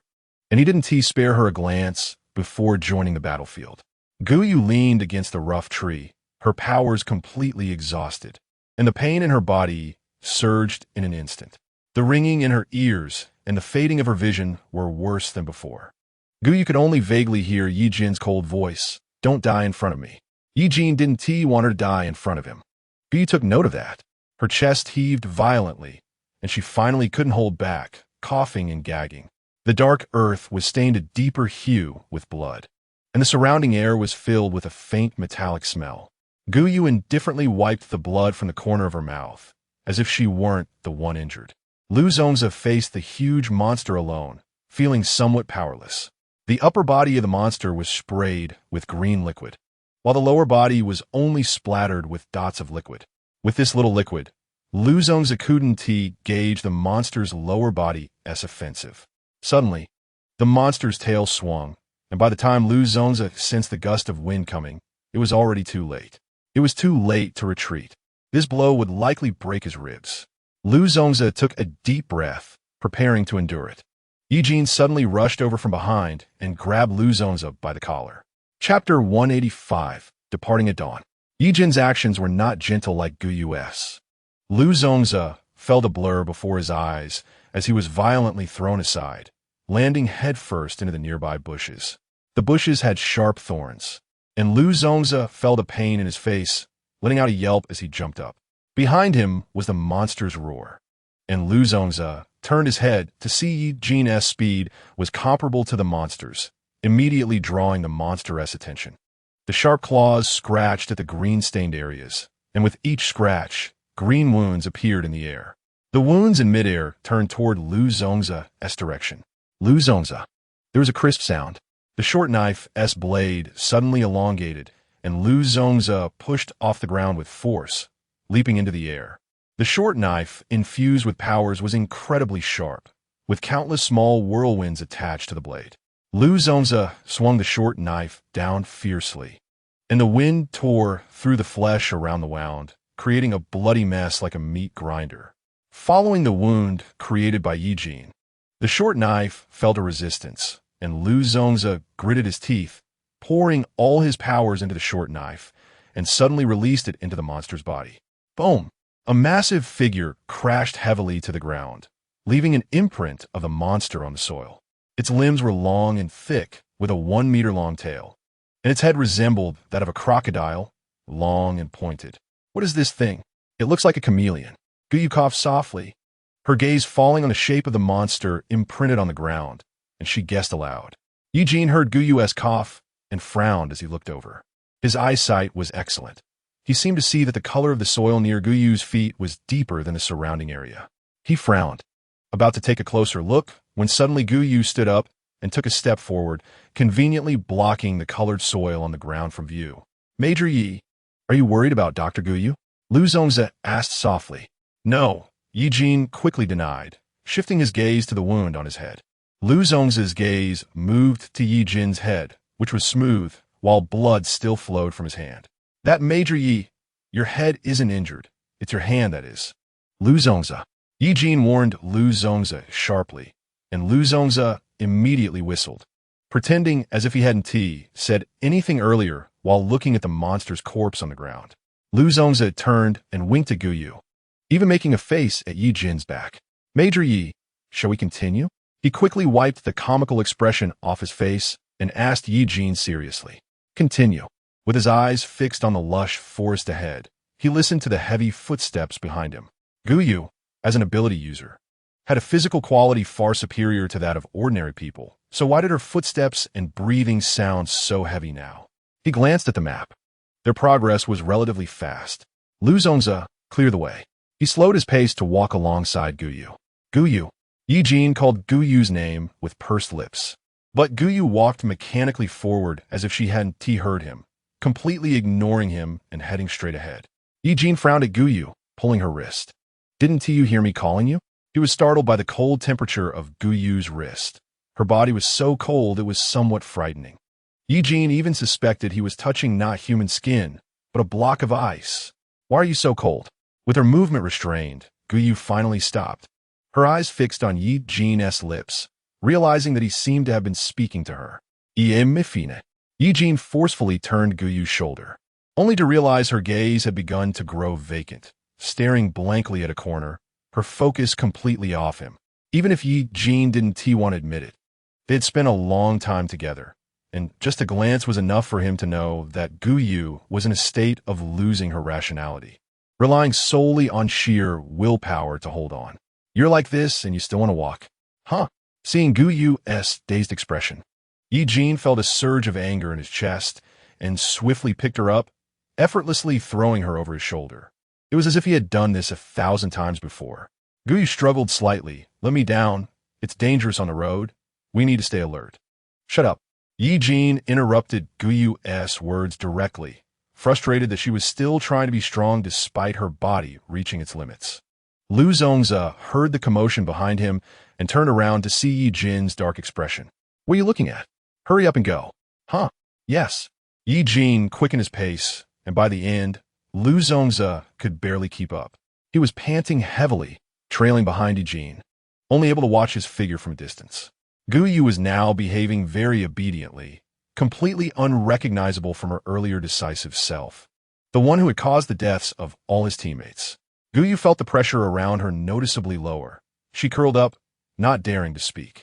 Finally, Ye Jin shifted his deadly gaze away from Gu Yu and turned to ask Lu Zongzi. Gu Yu no longer had to resist the immense pressure. She silently communicated to Ye Jin that she wouldn't be a burden to him. The earth dragon at the foot of the mountain had not left. As Gu Yu had said, it lingered at the foot of the mountain, showing no signs of leaving. An hour passed, and the remaining team members finally arrived. They looked disheveled, each bearing some wounds. No good. Major Yi, line 1 is down. Same here, line 2 is also down. After much deliberation, only Gu Yu's line 3 was passable. Ye Jin nodded. They would rest in a mountain crevice tonight and set off at dawn tomorrow. Chapter 186. Hate me, will you? The noisy mountain crevice fell silent, and Gu Yu could hear the crackling of burning wood. Her abilities had been nearly exhausted, yet she still forced herself to take out food and some medicine from her space, packing them into her backpack. A group of people was gathered around Ye Jin, discussing the route and strategies for later, and upon sensing Gu Yu standing behind them, they immediately halted their conversation. Becoming wary, only Lung Xian smiled at Gu Yu and asked what's wrong. Food, medicine. Gu Yu placed a large black backpack at their feet and turned to leave without another word. Someone muttered under their breath, "What a strange person. I wonder if she put anything in the food." Lung Xian frowned, and Ye Jin's lazy voice rang out. "Having food is good enough otherwise. Do you want to go down a mountain to find us some?" The person who had complained in front of Gu Yu could only force a smile upon hearing Ye Jin's words. "That's not what I meant." Ye Jin ignored his nonsense and opened a can, shoving a piece of luncheon meat into his mouth. "Major Yi." The adjutant stopped Ye Jin. "Let me eat first. Let's talk." Ye Jin paid no attention to their worried looks and quickly finished a can. "Aren't you eating?" The others swallowed as they looked at the meat cans on the ground, unable to remember the last time they had such good food. Seeing them gobble it down, Ye Jin scoffed coldly.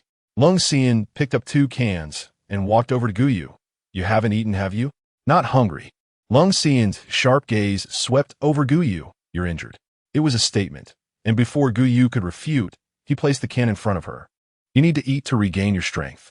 Gu Yu opened the can. The smell of meat made her nauseous, but she still forced a small piece in her mouth, chewing it into smaller bits before swallowing. She could distinctly feel the meat sliding down her throat, causing a sharp pain. Her body felt like a shattered porcelain, cracks running all over. It was just one blow away from breaking, and she felt that her death was just one attack away. It was better to tell Lung Xian everything she knew before she died. Perhaps this new genius from the lab could turn things around. The alpha in her body was a replica. The original was placed in Gu Yun's body. Gu Yun was a person who valued profit above all. As long as there was enough benefit, he could be swayed, and he was not one to back down upon encountering setbacks. He had not acted yet, perhaps brewing something significant. She took a deep breath, intending to contact all the mind domain ability users as soon as possible, thinking of countermeasures, so she wouldn't be caught off guard when the crisis arrived. Gu Yu's voice was low, and Lung Xian had to lean in closely to hear. Lu Zongzi was feasting nearby when he suddenly noticed Ye Jin's gloomy expression. He sighed inwardly, wondering what Mr. Lung and Dr. Gu Yu were discussing, and if they could let them listen too. For a moment, everyone's gaze fell on the two in the corner. Lung Xian stood up with a smile. "I'm just discussing some professional knowledge and future plans with Gu Yu. It might be a bit dull. Everyone should rest early to reach the central safe base as soon as possible." "Yes, Mr. Lung is right. Let's hurry and rest to conserve our strength." Lu Zongzi said, while glancing at Ye Jin's expression. Seeing his frown ease, he finally breathed a sigh of relief, secretly thinking he had worried a lot for Major Yi. As night deepened, Guyu could no longer bear the pain and leaned against the mountain wall, closing her eyes, and unknowingly fell asleep. In a half-dream, it seemed a pair of familiar large hands brushed against her cheek. The palm was hot, and the skin felt rough, with a thin layer of calluses. Even without opening her eyes, Guyu knew who the owner of the hands was. Ye Jin tightly embraced her, his tail wrapping around her like a dragon guarding its treasure. A smile involuntarily appeared on Guyu's face. How wonderful it would be if time could stay at that moment, so she wouldn't have to open her eyes to meet Ye Jin's cold, disdainful gaze. But this was fine too.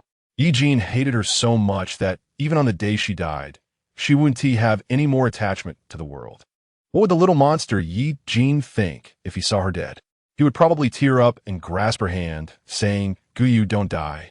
Stay by my side." Guyu's eyelids twitched. She opened her eyes, and in the glow of the fire in the cave, she saw Ye Jin sleeping next to the fire, covered with a coat, unlike the way he had stood in front of her earlier. So it was just a dream. Guyu turned her head to look outside, where darkness loomed, sensing danger approaching stealthily. She didn't notice that at the moment she shifted her gaze. Ye Jin suddenly opened his eyes, his gaze clear as he fixedly stared at Guyu's figure. The next morning, everyone moved towards the central safe base along Line 3. The chameleon corpse from yesterday had been completely devoured by some large animal, leaving only green blood and a pile of broken bones on the ground. In the hot, stuffy weather, the flesh had begun to rot, emitting a foul smell. Guyu wrinkled her nose. Her abilities were still projecting outward, covering a radius of about 3 to 4 meters around her. After passing the chameleon's corpse, Guyu felt that the rotten smell was different from the usual scent of decaying animals, but she couldn't pinpoint what it was. Seeing no unusual expressions on the others' faces, Guyu assumed it was just her body suffering from severe damage, possibly even affecting her sense of taste. Unlike before, the journey ahead was surprisingly smooth. They didn't encounter any zombies or evolved animals, and soon they could clearly see the outline of the central safe base. Lu Zongzi was ecstatic and turned to Guyu. "Dr. Guyu, look up ahead is the largest and safest central safe base in all of Huagua." Chapter 187. Central safe base, yes, it's great, Guyu remarked as she gazed at the towering central safe base. Once they entered the safe base, she and Ye Jin would no longer meet again. He was the son of a high-ranking colonel in the base, with a bright future ahead, while she was just a traitor who had betrayed all of humanity. The group hurried toward the central safe base, and, as they approached the gate, the guarding soldiers recognized Ye Jin's face. Their inspection even took them through the back door, quickly passing the body check for the zombie virus.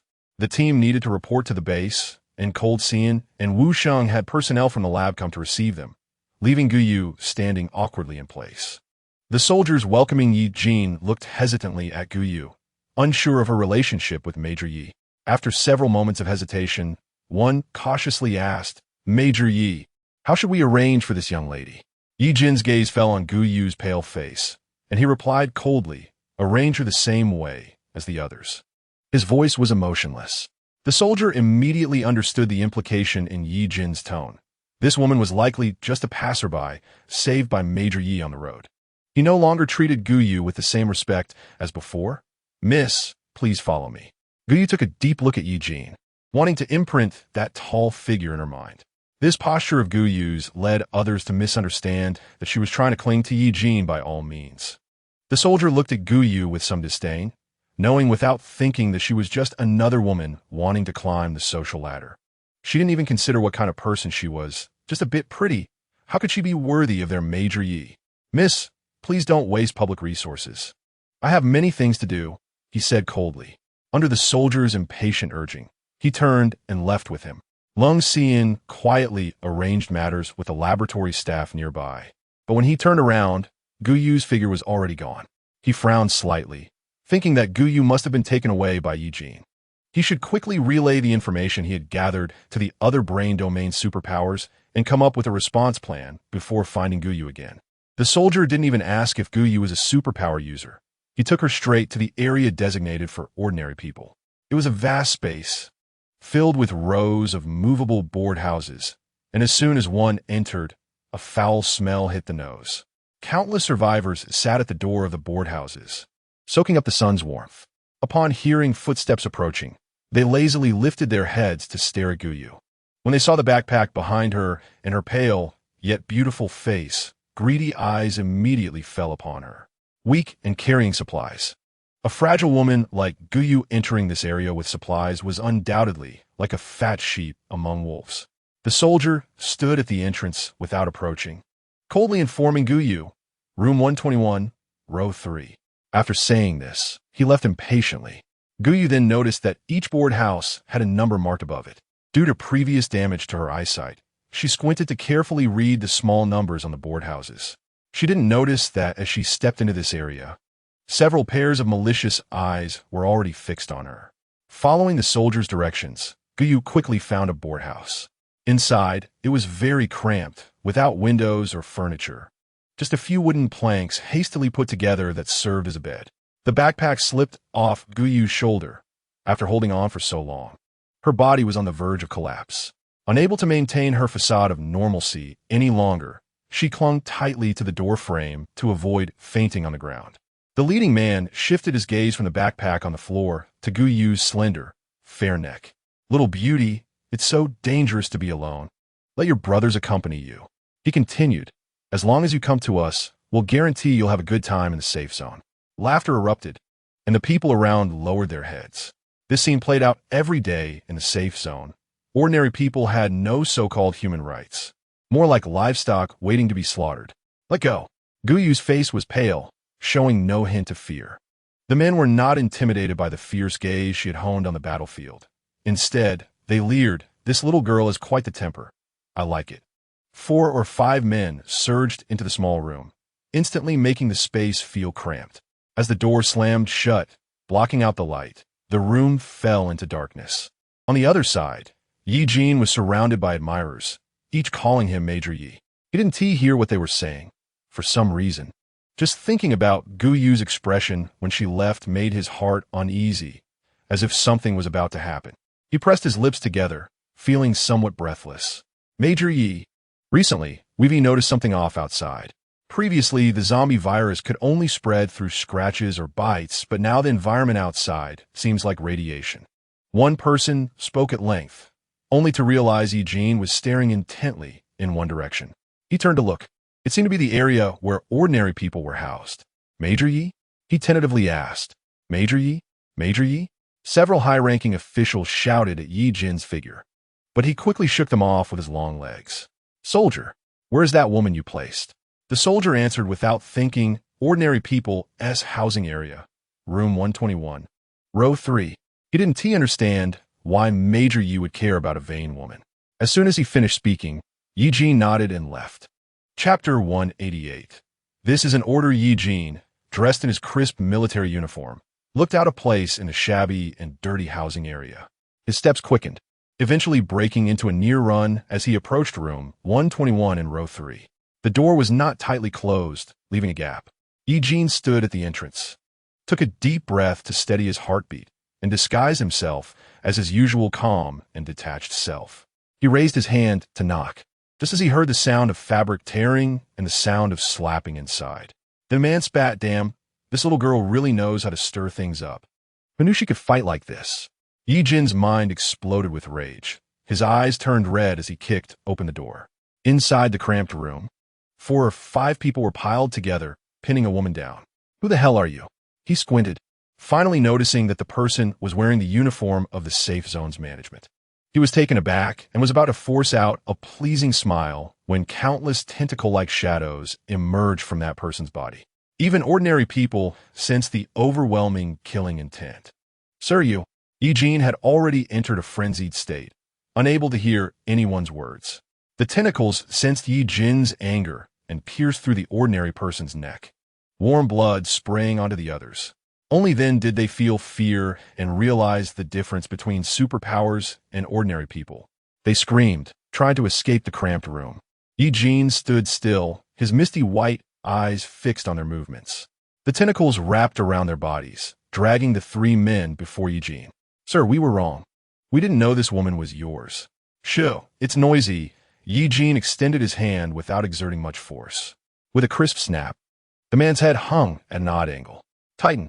His thin lips moved slightly, and the tentacles tightened like pythons, crushing every bone in their bodies. When the tentacles released, they lay on the ground like limp mollusks. Ye Jin's pupils slowly moved, landing on the only two living beings still able to breathe in the room. Guyu was pale to the point of near transparency, accentuating the handprint on her face, making it appear even more grotesque and terrifying. Her mouth was cracked, and bright red blood flowed from the corner of her lips.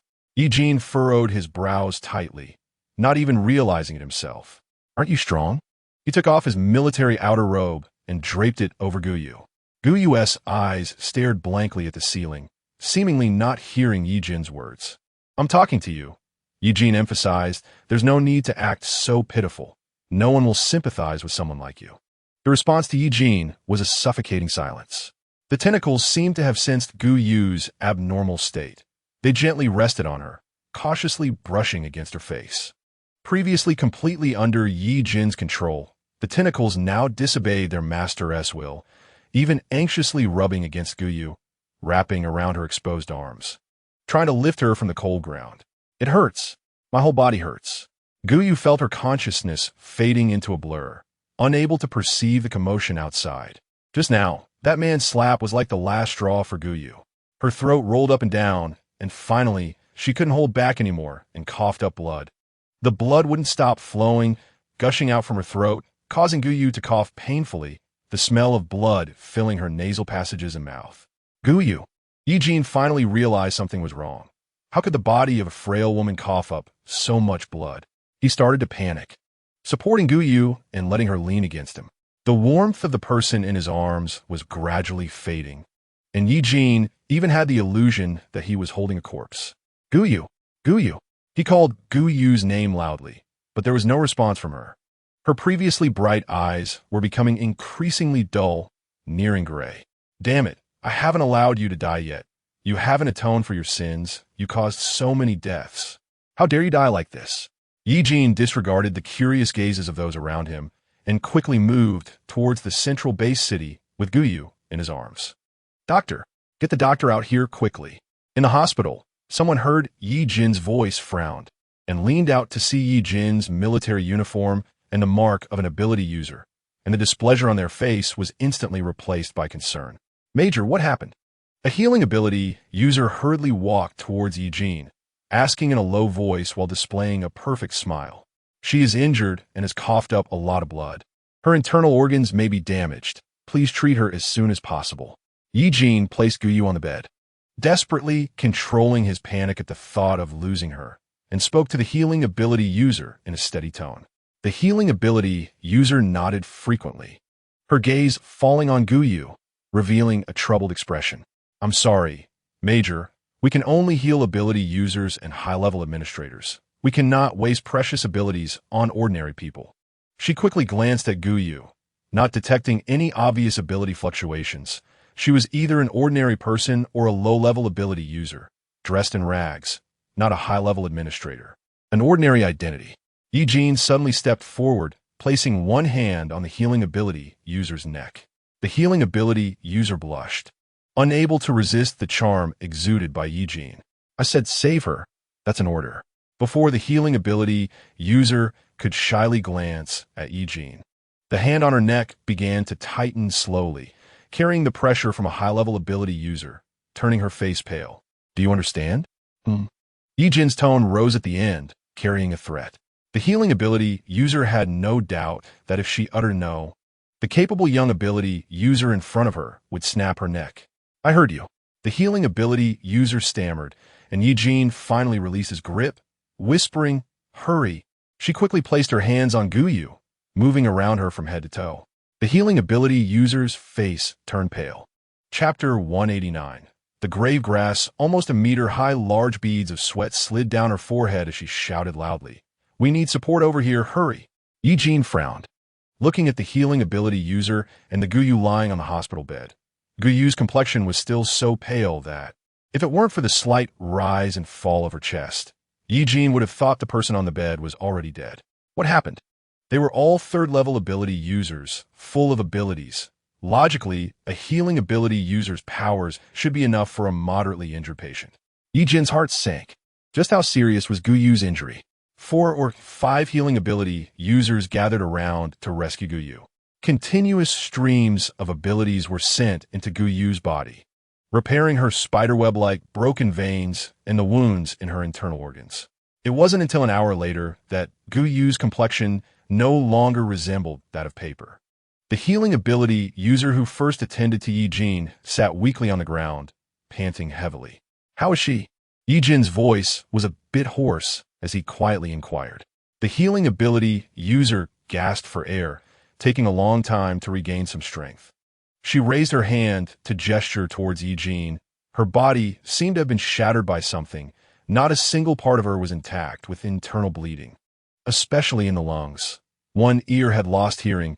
Her eyesight had greatly deteriorated. If she were an ordinary person, the grass on her grave would be a meter high by now. The fact that she could still breathe is truly a miracle. The healing ability user no longer harbored any flirtation towards Ye Jin. As soon as the words left her mouth, she realized something was amiss. After all, he was a major and a high-level administrator of the base, especially since this high-level administrator's expression was somewhat frighteningly grim. Then what about her body? Ye Jin had just started to speak when several high-level administrators from the base rushed into the hospital. One person approached Ye Jin, speaking seriously in a low voice.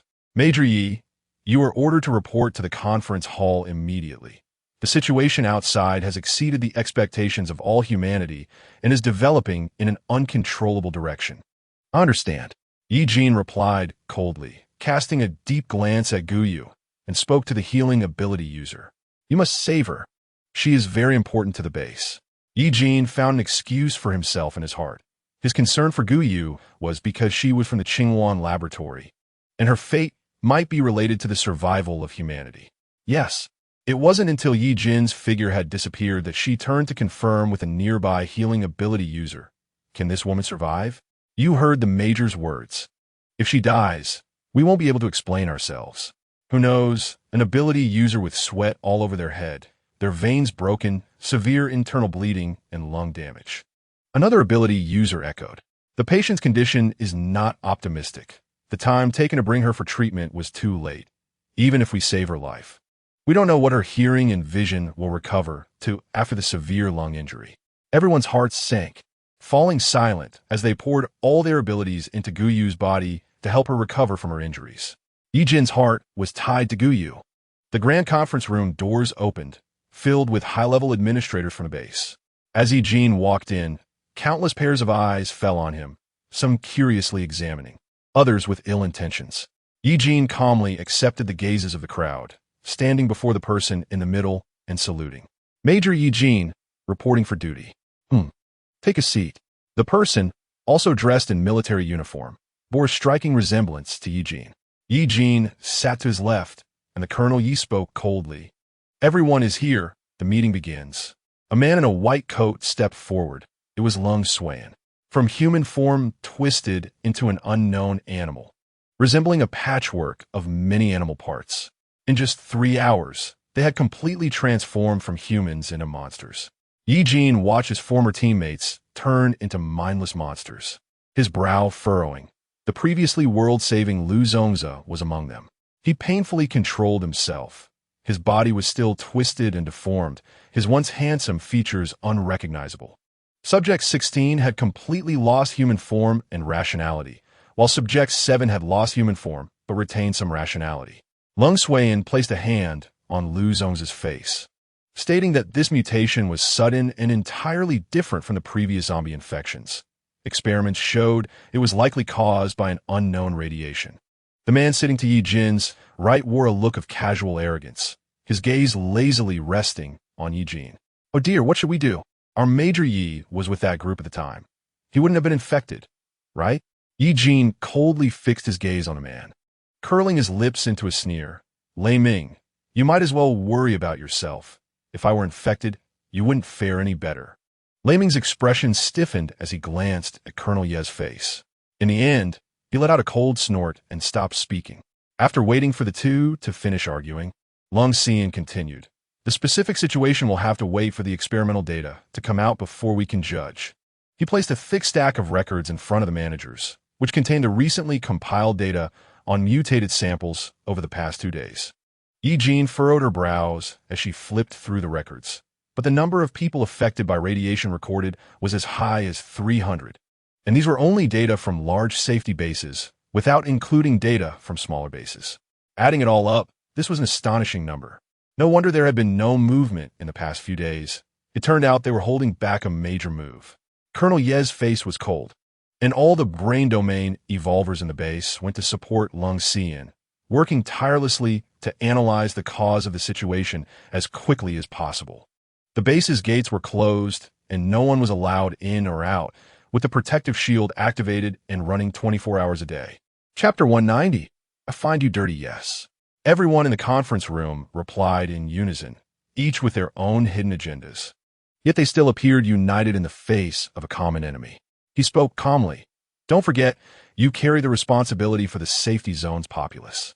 You're not a child anymore. Don't do anything that will disappoint me.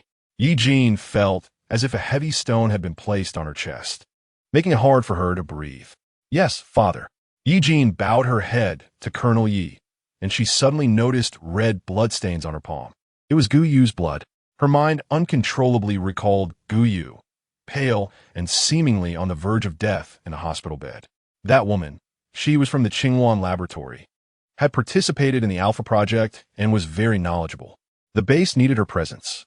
As soon as Colonel Yi mentioned Gu Yu, Ye Jin interrupted, his sharp eyes fixed on Ye Jin, as if he could see through her flesh and grasp her innermost thoughts. Whatever you do, don't create trouble for me. Ye Jin heavily threw herself into a chair, feeling cold sweat soaking her back. She instinctively didn't want Gu Yu to be exposed in front of her emotionless father, who was a brain domain evolver. I'm only doing this for the base. Ye Jin didn't know who she was speaking to, or if she was just trying to convince herself. She stood up, her gaze firm. It's only for humanity.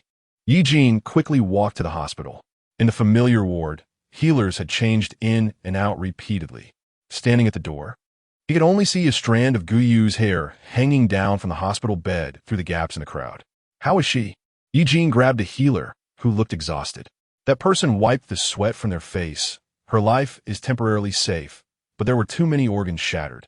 It will take some time to heal. Ye Jin's anxious heart finally settled in his chest. This was troublesome. The sun slowly sank below the horizon, plunging the surroundings into darkness. The lights in the vast safety zone were all out, as the brightness of the night would attract zombies. It hurts. Every part of Gu Yu's body ached. She frowned, the pain awakening her consciousness.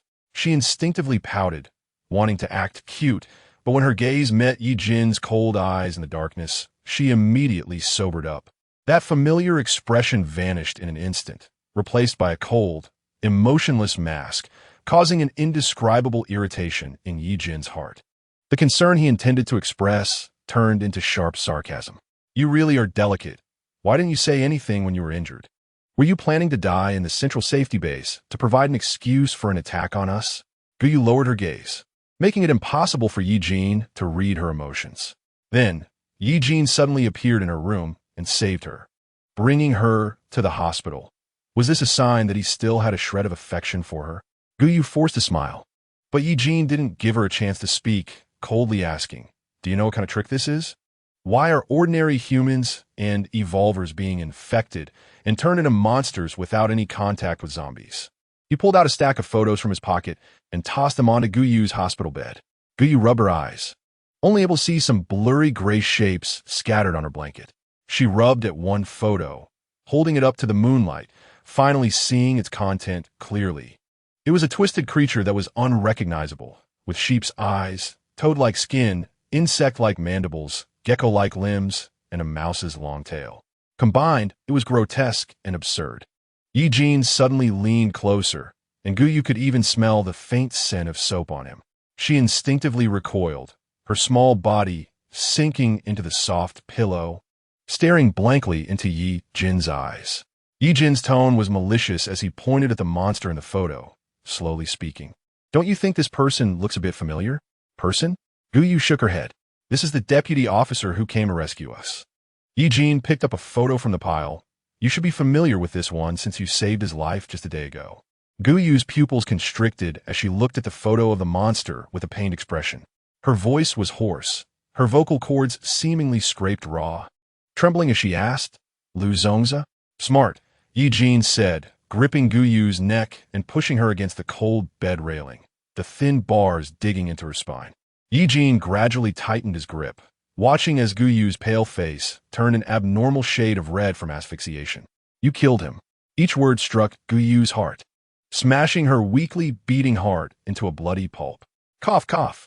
Gu Yu looked at the photo that was so close to her, as if she could hear Lu Zongzi's pained moans in her ears. Tears plopped onto Ye Jin's hand, and Gu Yu's slender fingers grasped his wrist. Ye Jin seemed to be burned by Gu Yu, quickly shaking her off and calmly taking out a handkerchief to meticulously wipe his palm. Don't touch me. I find you dirty. Air rushed into Gu Yu's lungs, which couldn't handle so much, causing more tears to flow. Her body trembled from the pain, and the pressure in her head increased, making her ears buzz. Gu Yu buried her entire face in the blanket, confirming that the rough fabric absorbed the moisture from her face. After enduring the pain in her body, she sat up straight. She couldn't let Ye Jin see her cry. He thought her tears were dirty. This might be related to the research project. Radiation could to some extent reorganize the human body, manifesting animal characteristics in humans. Gu Yu's tone was very calm, as if the death of the person in front of her and Lu Zongzi's mutation couldn't shake her cold heart. Ye Jin clenched his fists, staring at the woman in front of him, who was frighteningly indifferent. I speculate that the experiment may have been upgraded. That day there were a total of 11 of us. The photos Major Yi gave me contained 7, and since Yu I, Lung Xian, and Wu Sheng did not mutate, we need to find the differences between us and the mutants. The brain domain evolvers had already deduced this. Ye Jin's gaze towards Gu Yu grew increasingly cold. Chapter 191. You really have a bodhisattva's heart. It turned out Ye Jin was not worried about her health, but rather because she still had utility. Gu Yu's expression showed no change. After all, for someone like her, this was her only value, wasn't it? Please rest assured, Major Yi. I will tell the base everything I know without any concealment. Gu Yu didn't know why she said that. Ye Jin still looked angry. The Ye Jin who had become Major Yi was truly difficult to deal with. She somewhat missed the previous little monster. Forget it. Do as you please. After all, it was you who made a mistake before. Now it's just atonement. He randomly stuffed the photos on the bed into a bag. Not noticing that one of the 7 photos was missing, Gu Yu pressed Lu Zongzi's photo under the pillow. It wouldn't kill anyone. At least Lu Zongzi shouldn't die. Major Yi. Gu Yu suddenly spoke up. Ye Jin looked impatient. What is it? Don't you feel like something is off? Gu Yu's voice was very soft, light enough to be carried away by the wind. Ye Jin listened intently and suddenly realized something was amiss. It was quiet. Too quiet. There was no sound of conversation, no wind, and it seemed like only their breathing could be heard in the large hospital. Ye Jin abruptly raised his head. Countless tentacles spread out from his body, lying on the ground, occupying every inch of the ward. A pair of sharp eyes swept across, and in the moonlight, Ye Jin saw a pair of eyes stuck to the window, a pair of goat-like eyes. He pulled out the gun from his waist and threw it to Gu Yu. This gun has special abilities. Don't move and cause trouble for me. As soon as he finished speaking, a tentacle shot out, shattering the glass and piercing into the animal's eyeball. Huh! A painful howl erupted, and the monster's figure appeared in the darkness. It was estimated to be 4 or 5 meters tall, covered in slimy goo, its skin hanging down like rotten mud. The pain instantly enraged the monster. It looked clumsy, but was actually very fast. A stream of green slime spewed from its gaping mouth. Ye Jin's pupils constricted as he turned his body, managing to change direction in midair. The slime landed next to his feet, instantly corroding a deep pit in the marble floor. Ye Jin rolled several times, barely dodging the unknown monster's attack, with its weaknesses and race unknown, and its defense unknown. Then attack its eyes. Ye Jin tentacules. Countless translucent black tentacles swirling in midair, purposefully attacking the monster's eyes. His tentacles were transparent, never seen by anyone before. The monster tilted its head, and countless tentacles brushed against its scalp. A layer of excess flesh was sliced off, and the white fat fell to the ground, trembling twice. Huh! The monster cried out in pain, its eyes turning red, and its attacks became increasingly fierce. Pet, pet, pet. Countless streams of slime attacked Ye Jin in a circular motion, blocking his escape route. It leaped high, trying to crush Ye Jin with its nearly 1-ton weight. Everything happened in an instant. Ye Jin gritted his teeth and prepared to rush through the slime, willing to sacrifice his flesh. Just then, accompanied by the sound of a gunshot, the monster let out a painful howl, its massive body seemingly kicked away by a powerful force. Guyu trembled as she held the gun. The bullet infused with special abilities struck the monster's head, burying itself deep.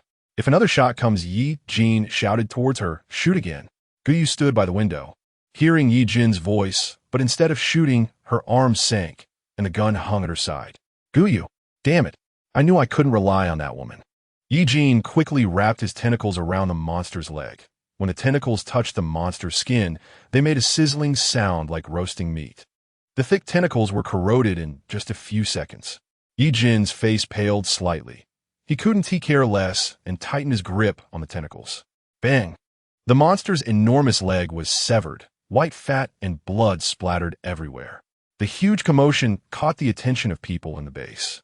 Seeing the corrosive blood and flesh about to hit him, a white ice wall appeared out of nowhere, blocking the flying debris. Ye Jin's heart skipped a beat as the monster rolled on the ground, quickly stabilizing its body and pouncing towards the crowd, launching indiscriminate attacks. Major! The ice-type ability user from earlier hurried over, pulling Ye Jin to hide in a corner. Major, are you okay? I'm fine. Ye Jin's chest heaved as he tried to suppress the nausea in his stomach. Damn, this thing's blood and flesh smell terrible. Like stinky tofu, soaked in a latrine for a year. Yet Ye Jin's nose was extremely sensitive. The close contact with that blood and flesh almost rendered his sense of smell useless. He didn't know if that thing would be contagious. It couldn't be allowed to reach the base S settlement area. Ability users, quickly stop that monster. Ye Jin took a breath and shouted to the ability users rushing over from behind. The military district's ability users, well-trained, quickly surrounded the monster, blocking its path to the settlement area. Seeing the monster was contained, Ye Jin leaned against the wall. Oh no, Guyu. If this is a feint, then Guyu. Ye Jin stood up quickly, looking toward the ward. A frail figure stood by the window, still maintaining the same posture as before. The gun was in Guyu's hand, the safety catch off. Ye Jin moved forward to dodge the gun in Guyu's hand, and only then did Guyu realize. Lifting her head, "Are you hurt?" "Huh." Ye Jin scoffed inwardly. Who was Guyu trying to fool with this act? So hypocritical. "Sorry to disappoint you. I'm not dead." "Your arm." Guyu's eyes went unfocused for a moment before finally focusing on Ye Jin's arm. He was wearing a dark coat, and the injury wasn't obvious, just that the fabric on his arm was a bit darker than elsewhere. Guyu took out hemostatic powder and bandages from her space. Repeating, "You're injured, stop the bleeding. What are you pretending for?" Ye Jin looked at Guyu, feeling inexplicably angry. "Weren't you just standing there, watching the monster attack me? I didn't know Dr. Guyu had such a compassionate heart, treating all living beings equally." "Sorry, I can't see." Guyu's vision was impaired. In the dark, she couldn't see anything at all. Hearing the violent sounds outside, worried that Ye Jin was hurt, she covered her eyes with her abilities, which allowed her to see the monster's position clearly. A shot rang out, but Guyu no longer had the ability to fire a second shot. Chapter 192. Space exposed. Guyu had no energy to explain, or rather, Ye Jin probably wouldn't believe her. Prejudice was like a mountain, pressing down on Guyu, making it hard for her to breathe. The wound. Many people pushed Guyu aside, surrounding Ye Jin and looking at his injury with concern. The healing ability user placed their hand over Ye Jin's wound, and in just a few breaths, the bloody, mangled arm returned to its original skin appearance, showing no signs of injury. Guyu tightened her grip on the hemostatic powder. So it turns out it wasn't necessary. Of course, with a healing ability user who would still use such slow-acting powder. She rubbed her dry eyes, feeling indescribable emotions in her heart, inexplicably feeling like she was just like this bottle of powder. Both unnecessary, both an eyesore, both unwanted. Before and now. Ye Jin looked impatient. Seeing Gu Yu's dazed expression made him feel irritated. The powder. His tone wasn't too good. Resources are scarce now. I don't need the powder. It's better to give it to someone who does. All right. Suddenly, Ye Jin felt a weight on his hand as Gu Yu placed a large box of supplies from her space into his hands. These are supplies we collected a month before the apocalypse. Gu Yu no longer concealed her identity as a space ability user. In the astonished gazes of everyone, boxes of precious medicines, food, and clean bottled water were laid out on the ground. Soon, the ward was nearly filled to capacity, and Gu Yu belatedly realized there was no room to step down before she stopped. She looked up at Ye Jin's face, but found that the man's expression was so dark it seemed like it could drip water. Gu Yu tilted her head in confusion. Hadn't she given the supplies to those in need? Why does Ye Jin still look unhappy? Could it be that the supplies he brought out are not enough? Just as Gu Yu was about to continue moving supplies from the space, Ye Jin's large hands clasped her wrist, and he whispered, "That's enough." Then, as if speaking to someone, he raised his voice. "All the supplies in the space have been moved out. This is enough." The people around looked at Gu Yu with ulterior motives.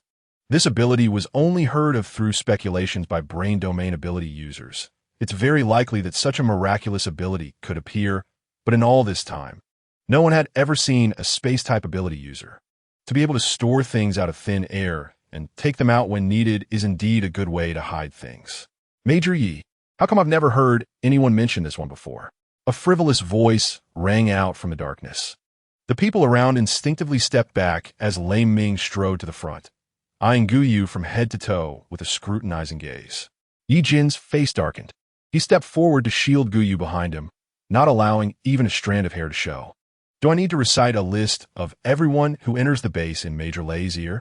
Major Lei really has too much free time." Lei Ming's eyes turned cold as he glared at Ye Jin, not hiding the hatred he felt towards him. "This one is very important to the base. I'll take her to the lab first." Ye Jin looked at Lei Ming mockingly. "Move aside. Don't keep Major Yi waiting." With Ye Jin mentioning Major Yi, Lei Ming could only force a dark smile and step aside. He cast a venomous glare at Ye Jin's departing figure and spat on the ground. "Tisich, what's there to be proud of? This base will one day be surnamed Lei." Ye Jin took large strides, pulling Gu Yu along as she stumbled behind him. As they abruptly exited the building, the temperature difference between indoors and outdoors caused Gu Yu to cough softly. She didn't realize that Ye Jin had suddenly stopped, and she instinctively took a few steps forward before bumping into his back.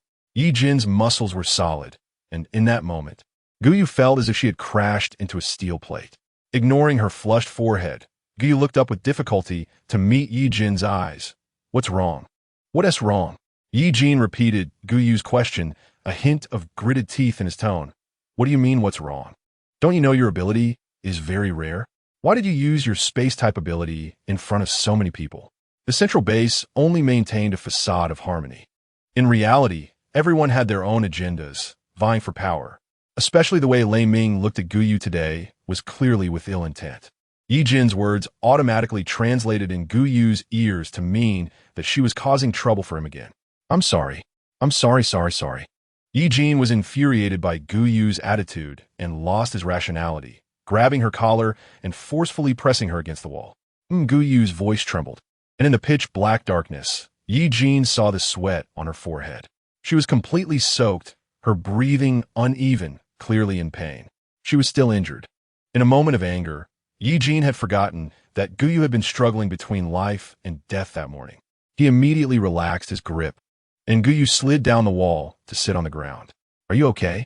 "I forgot." Ye Jin's voice was hoarse. "I'm sorry for causing you trouble." Gu Yu stood up numbly. "Aren't we going to the lab?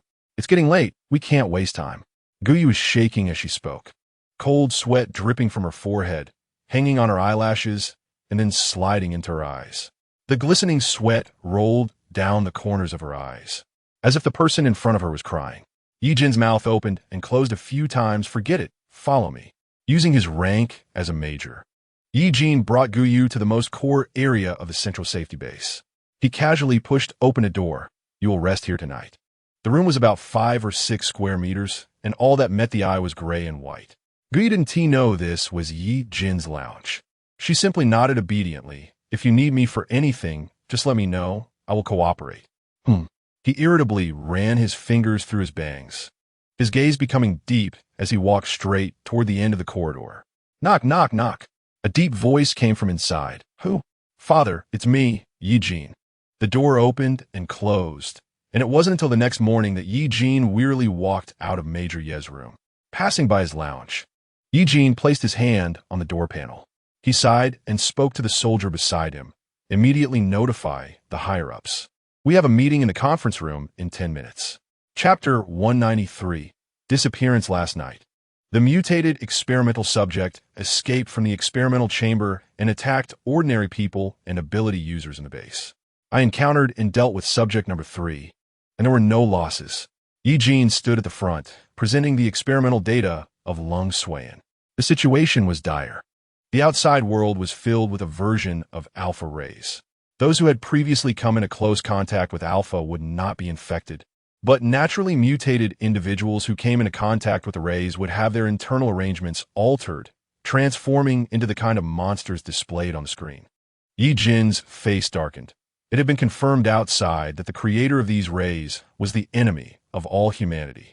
They had blocked all paths for humanity. Artificially intervened ability users would be tempted by alpha, losing their sanity and becoming monsters that only kill, while naturally mutated ability users would be disrupted by the rays and become those indescribable monsters. Just as he had said, his goal was to kill all of humanity and create a new type of human species. Truly a madman.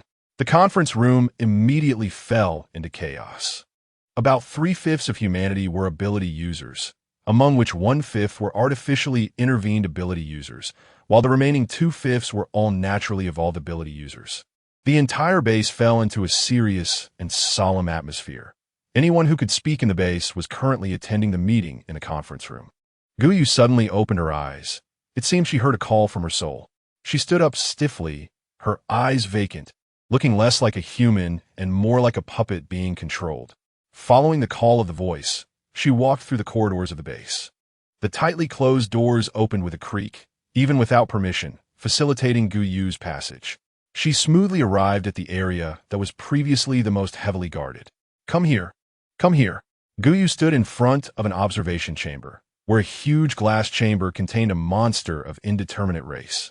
Sensing someone standing before it, the monster suddenly raised its head, its human-like face displaying an indescribable expression. There was pain, struggle, and excitement. Bang! Until the afternoon, this long meeting finally ended. Ye Jin felt a throbbing pain in his temples. He irritably rubbed his prominent nose and asked the soldier beside him, "What happened to that woman in my lounge? What a waste. That clean food left in the outdoor area caused quite a stir, and that woman actually wasted it, not eating a single bite." The soldier complained in his heart, and when he looked up, he suddenly found Ye Jin standing still, frowning at him. Did she not eat? His heart sank, and he tentatively nodded. No, she didn't eat. Ye Jin suddenly thought of something and kicked the door open with force. The room inside was empty, with only a small corner of the bedsheet wrinkled. And Guyu, who was supposed to be sleeping here, was nowhere to be found.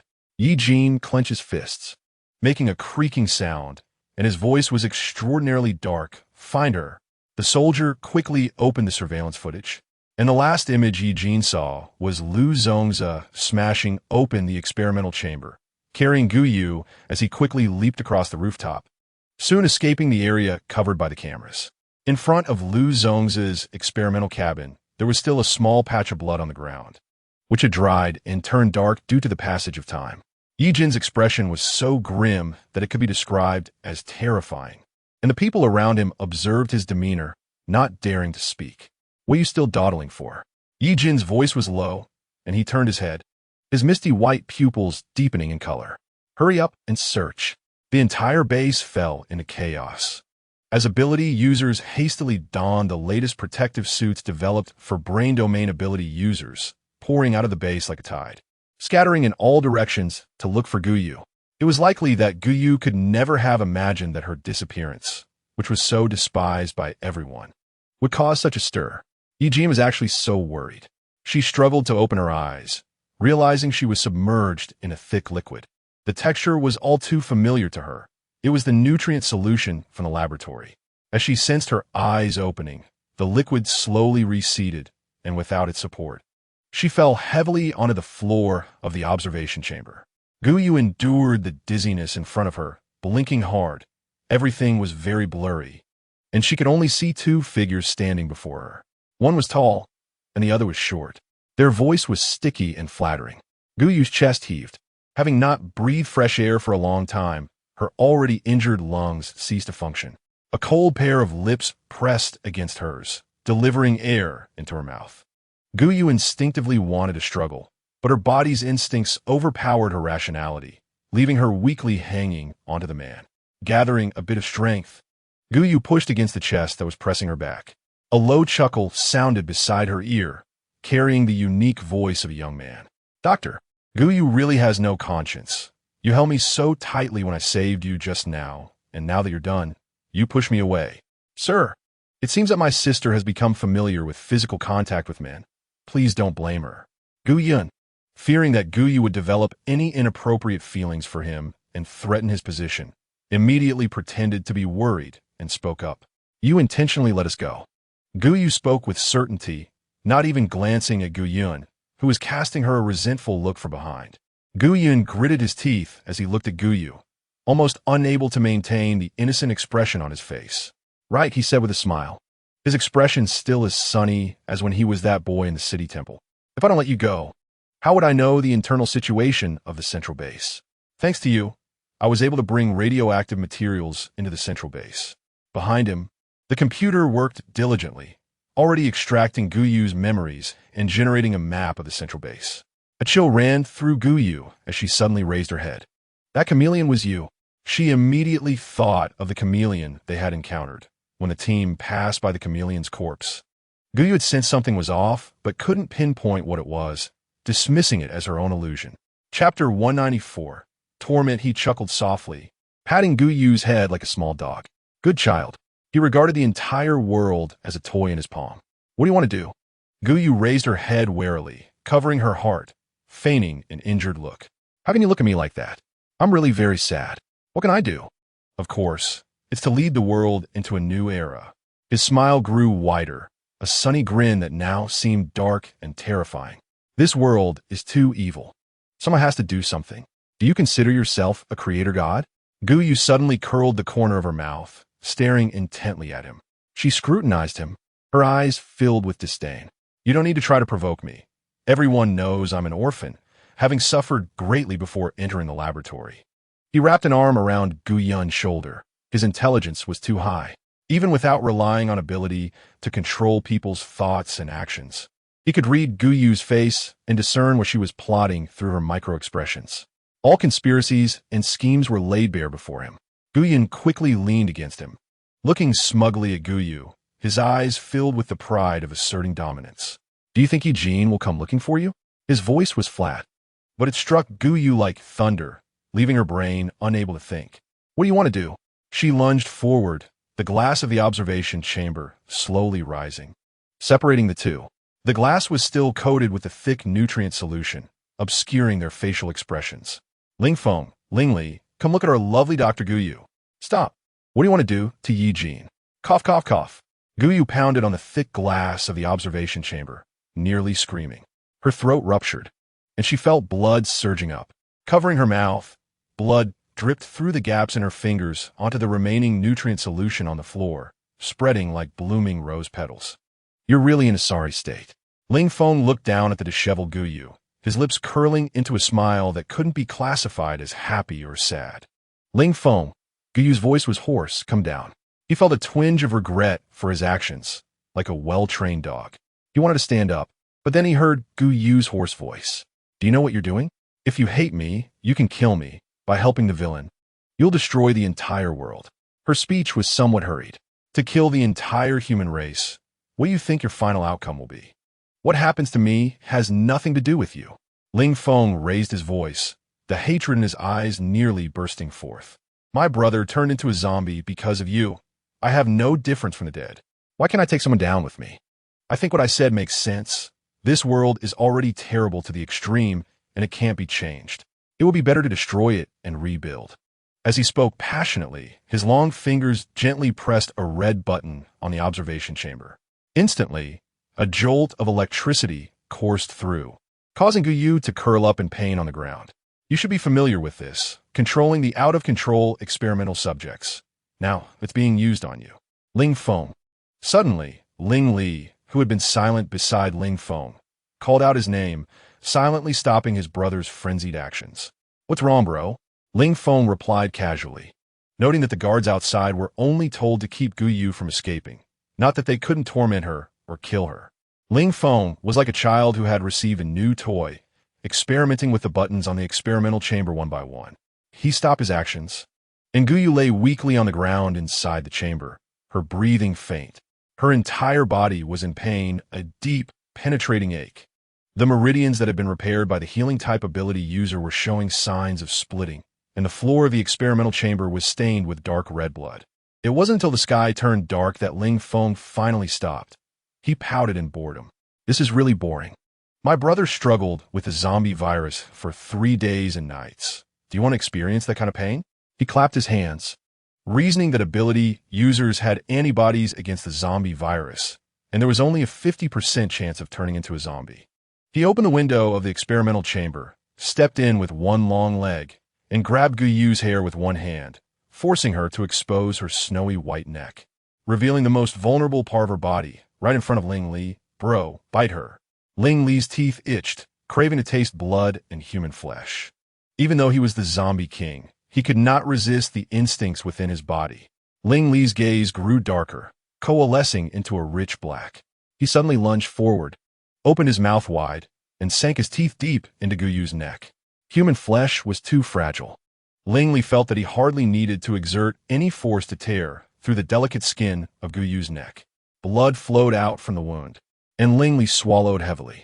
The human in front of him grew increasingly pale, and Ling Feng released his grip, causing Guyu to fall heavily into Ling Li's cold embrace.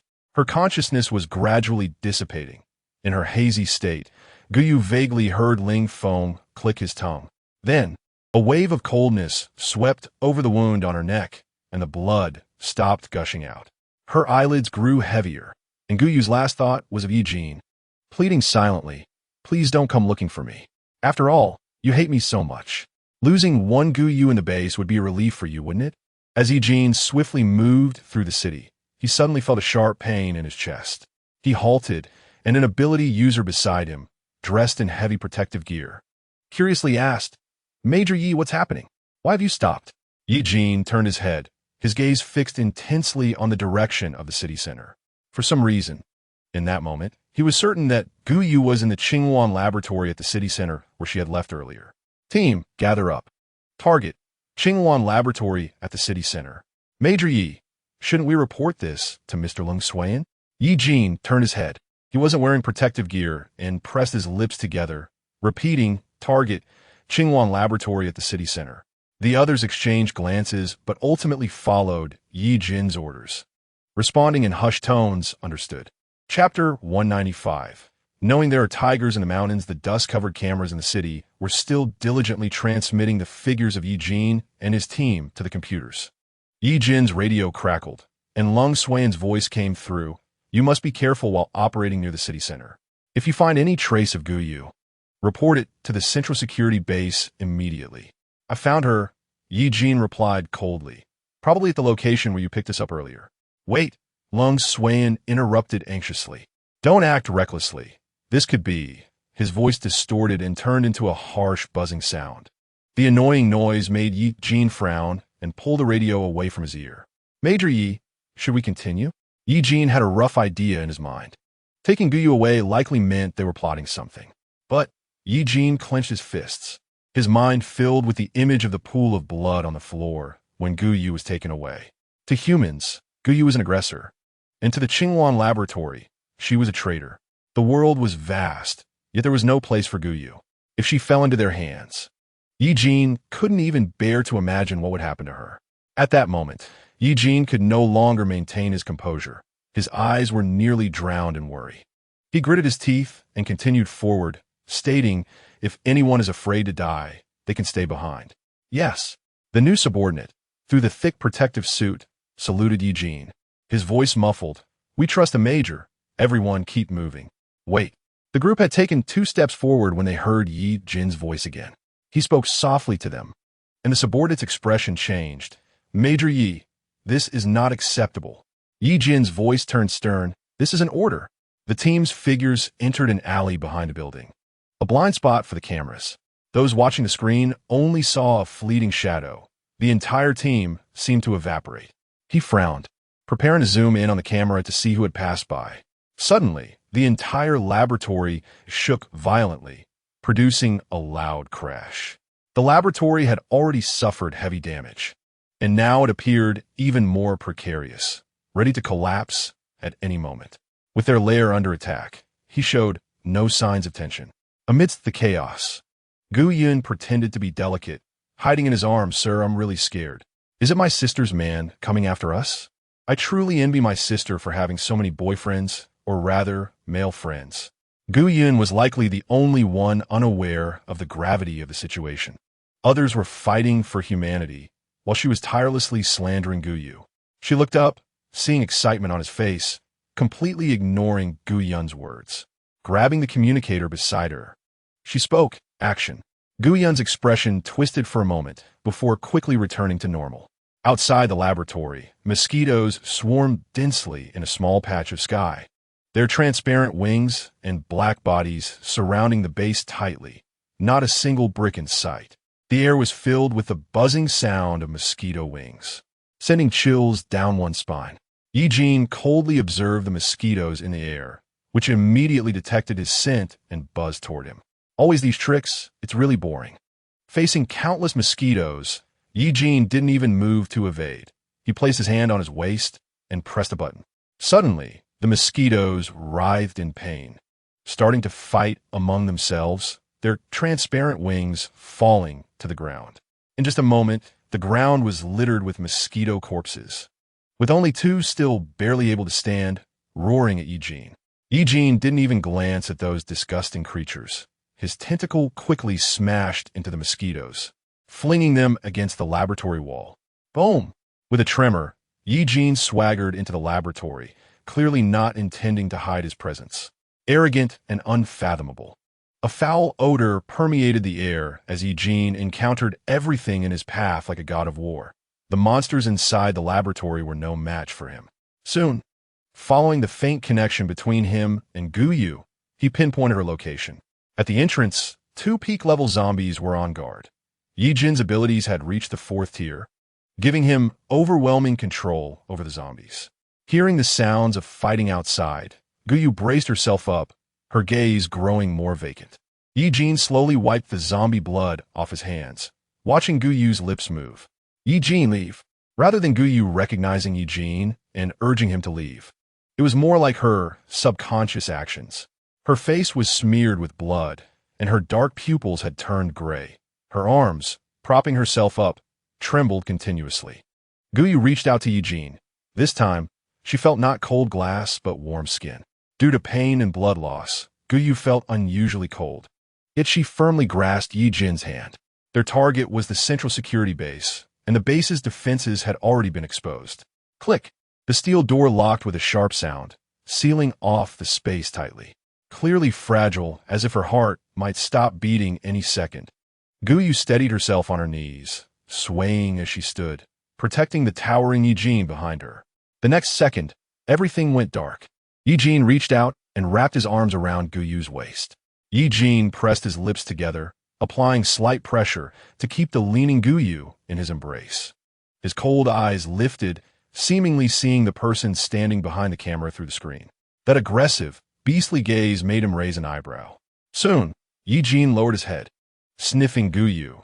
The faint fragrance on her was overpowered by the smell of blood, and as he got closer, he could detect a subtle metallic scent of rust. "You really are a hassle. Now we're both trapped here." He frowned, looking at the screen where Ye Jin held Gu Yu, sitting in the corner. Did he seem resigned to his fate? Chapter 196. Going toward the tiger's lair, the Ling brothers stood behind him. Ling Feng watched the 2 embracing figures on the screen. clenching his fists in anger. Behind him, Langley sensed his brother's agitation and placed a cold hand on his wrist. Action. After a moment's thought, he commanded. Ye Jin could feel the monsters in the laboratory quickly retreating outside, with very few abilities detectable throughout the entire building. Ye Jin hergaze. Her eyes landing on Guyu's neck, where there should have been a patch of snow-white, soft skin that could emit a faint fragrance.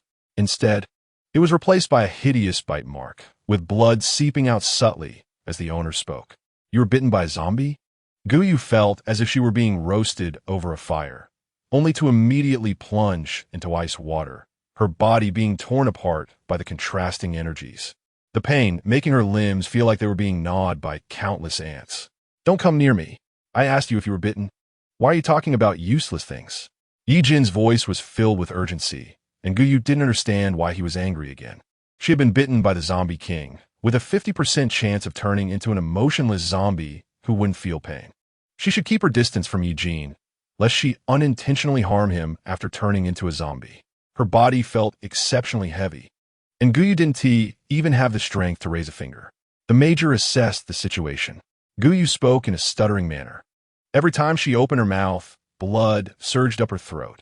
The significant loss of blood made Ye Jin increasingly anxious. Stop talking, shut up. Some people are just obstacles. You should abandon them for the sake of all humanity. At first, Ye Jin thought Guyu had some important information to convey at the risk of her life, and he patiently listened to her fragmented expressions until he finally understood her meaning. Guyu's trembling fingers grasped Ye Jin's sleeve, her eyes filled with urgency. Go. Go where? Do you know you're about to die? Go. Guyu's chest heaved, her face growing paler. All right, let's go. Ye Jin didn't dare to argue with Guyu. His deep voice reached her ears, and her emotions finally calmed down a bit, her hand that held Ye Jin's sleeve dropping weakly. She couldn't harm Ye Jin. She had made mistakes before that she couldn't atone for. This life was not worth much. If she could exchange her insignificant life for Ye Jin's safety, then Guyu thought it would be worth it. A faint smile finally appeared at the corners of her mouth. The person in her arms was growing colder, her breathing becoming weaker. Unconscious, Guyu did not know that this was a trap specially set for the base. Ye Jin was the only son of Colonel Ye, the actual power holder of the central safety base. As long as they controlled Ye Jin, they effectively held the central safety base in their hands. Ye Jin looked down at Guyu's pale face, his fingers gently brushing over it, afraid that even a little more force would shatter her. You're really a hassle. His tone lacked any emotion, more like stating a fact. Ye Jin pressed his lips tightly together. After a long time, he managed to say, Don't die. Don't die without my permission before you've atoned for your sins. His voice trembled, tightening his arms around Guyu. There were no medicines here, no healing-type superhumans. Ye Jin tore off his own clothes to wrap around Guyu's hideous wound. The blood wouldn't stop, quickly dyeing the white fabric red. Damn it, that group is taking too long. Why aren't they here yet? Ye Jin cursed anxiously, glancing up at the camera. Major Yi, are you all right? The garbled words faded, revealing the face of Long Swayan. Behind Long Swayan stood another Ye Jin, who met the gaze of the Ye Jin in the laboratory and slowly blinked at him. This was Ye Jin's new skill after reaching level 4 superpower, allowing him to create another version of himself using his powers for a short period. Did you get all the intel? Ye Jin stood up, holding the blood-soaked Guyu, staring directly at Long Swayan. Countless high-level managers stood behind him. Long Swayan dared not delay, having already obtained it, monitoring that they were rapidly moving towards the central safety base, accompanied by a large number of radiation-affected superhumans. After examination, it was determined that the superhumans had been affected by radiation, requiring close contact with the radiation source. Through the deductions of brain domain superhumans, the objective was to reach the currently largest gathering of humans in the central safety base, where radiation superhumans were, to enhance their own power. Everything is proceeding as planned. Ye Jin stood up, leaving only a sentence behind, then carrying Guyu out of the laboratory. The laboratory's defense system had been cracked by Long Swayan. All the doors wide open, and the strange smell inside attracted many zombies.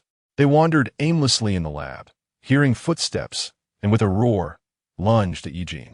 Ye Jin kicked over a zombie, using a bit of force, the steel-toed shoes smashed down on a zombie's head, splattering blood and brain matter. The entire process took only a few seconds. Without the zombie king's presence, the laboratory located in the city center quickly fell. Zombies and mutated animals swayed towards this direction, blocking the entire street. Ye Jin had to fight off zombies while paying attention to the Guyu on his back. Those mutated animals were evolving too quickly, almost reaching the strength of level 4 superhumans. Ye Jin swung his knife, covered in blood and brain matter, the slick liquid flowing down to the handle, making it slippery enough for him to nearly lose his grip. He flicked the knife, shaking off the disgusting liquid, when a zombie dog lurking among the horde seized the opportunity, growling lowly and lunging at Ye Jin. By the time Ye Jin sensed the foul stench, it was too late. The zombie dog's gaping mouth, filled with sharp teeth, was only half a meter away from the artery on his neck. Damn it, there's no way to dodge.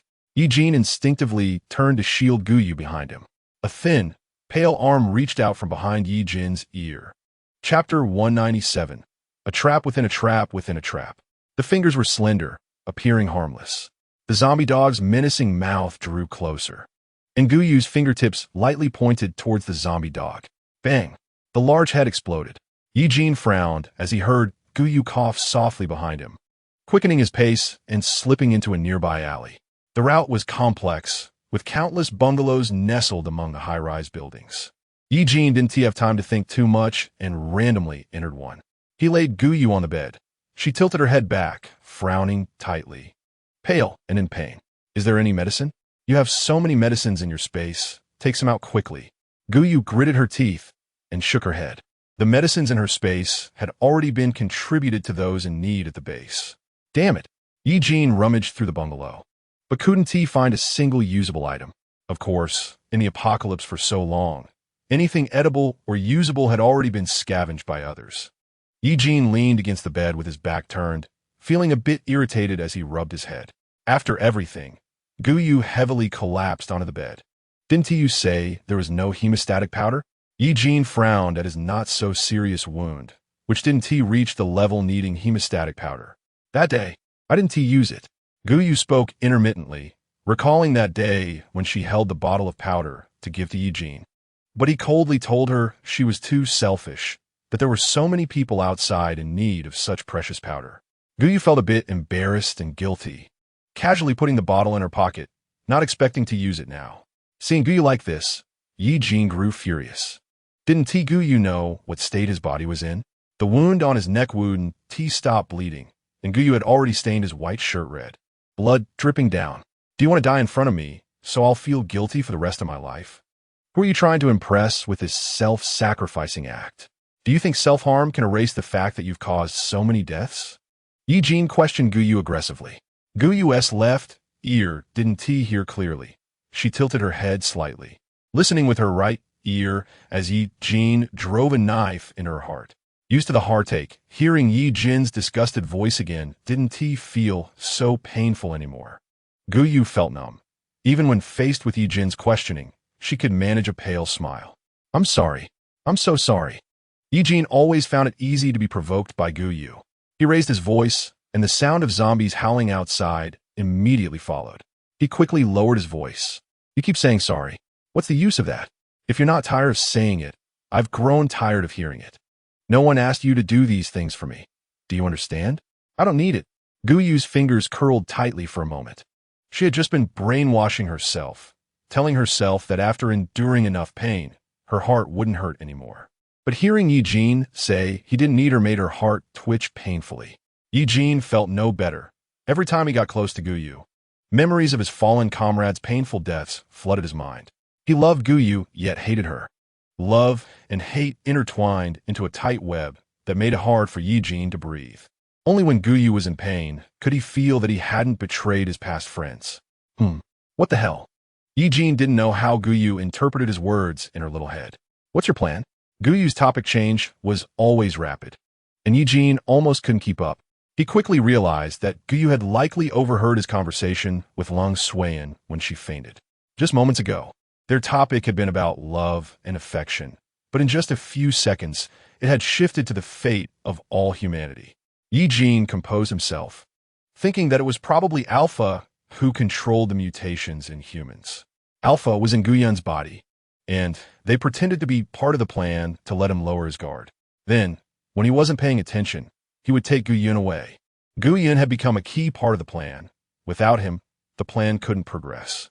The Central Safety Base could uncover the secrets that changed humanity if they obtained Guyun.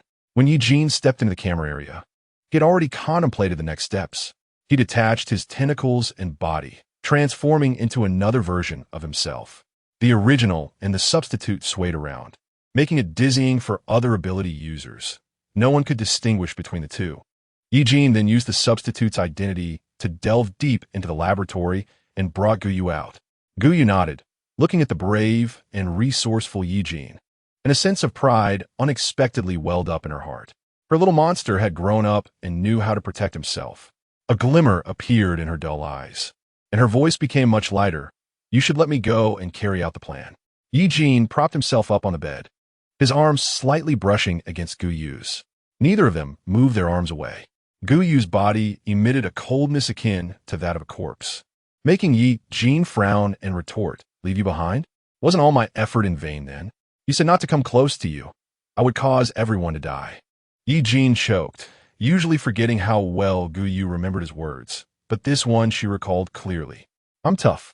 Ye Jin wanted to shout that out if he weren't worried his voice would attract the zombies outside. He carefully gathered the powder from the small vial and sprinkled it on Guyu's gruesome wounds. It was barely a drop in the bucket, and he gritted his teeth, shaking off the powder that hadn't touched his own wounds onto Guyu's injuries. "Waste." "Shut up," Ye Jin snapped. "It's all for the injured. Where's the waste?" Guyu had always been excessively delicate. Even with a single wound, she would come crying into his arms seeking comfort. Why was she so tough now?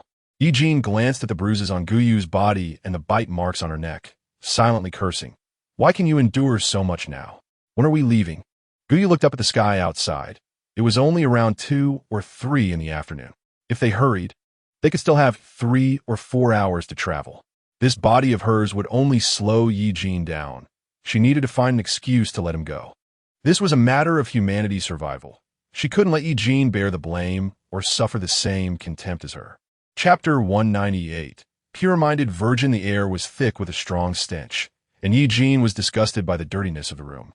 Squeezed beside Guyu on a single bed, the space on the bed was very narrow, with their arms touching and legs pressed together. Ye Jin found a comfortable position, but felt the distance between them was too close.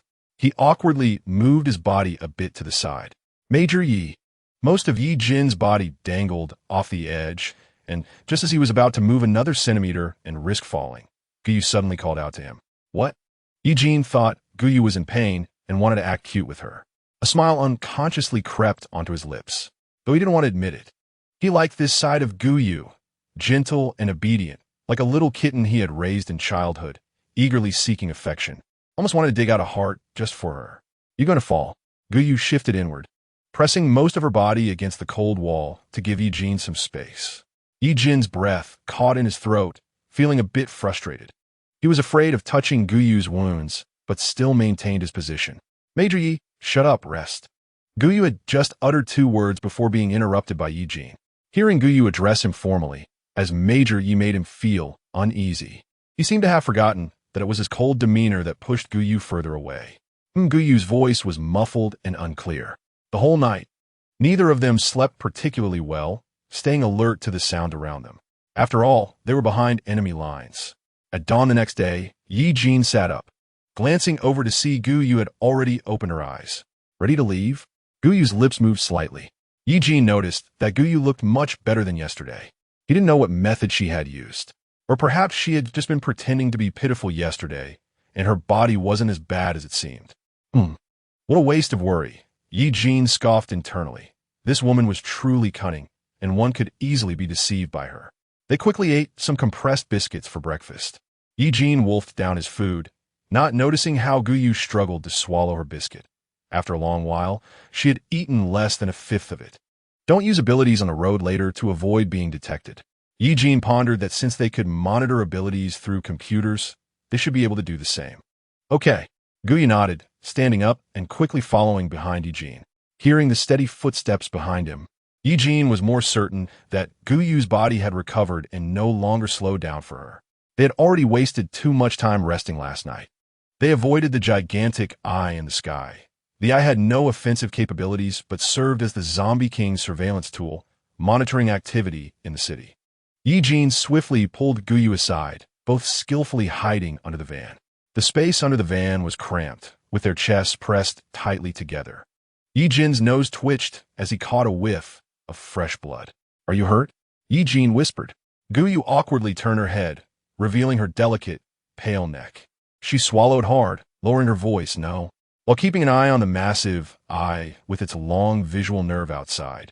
She also had to respond to Ye Jin in a low voice, her heart racing. "Why do I smell?" The eye seemed to sense their hiding place. And while Ye Jin was still leaning in, puzzled, he paid no attention to the sounds outside. Guyu anxiously wanted to cover Ye Jin's mouth with her hands. Her hand was stained with blood oozing from her wounds. She remembered Ye Jin saying her blood was dirty. Guyu could only lift her head. She intended to block Ye Jin's mouth with her cheek, but unexpectedly, Ye Jin turned her head and wanted to sniff closer to the place with the strongest scent of blood.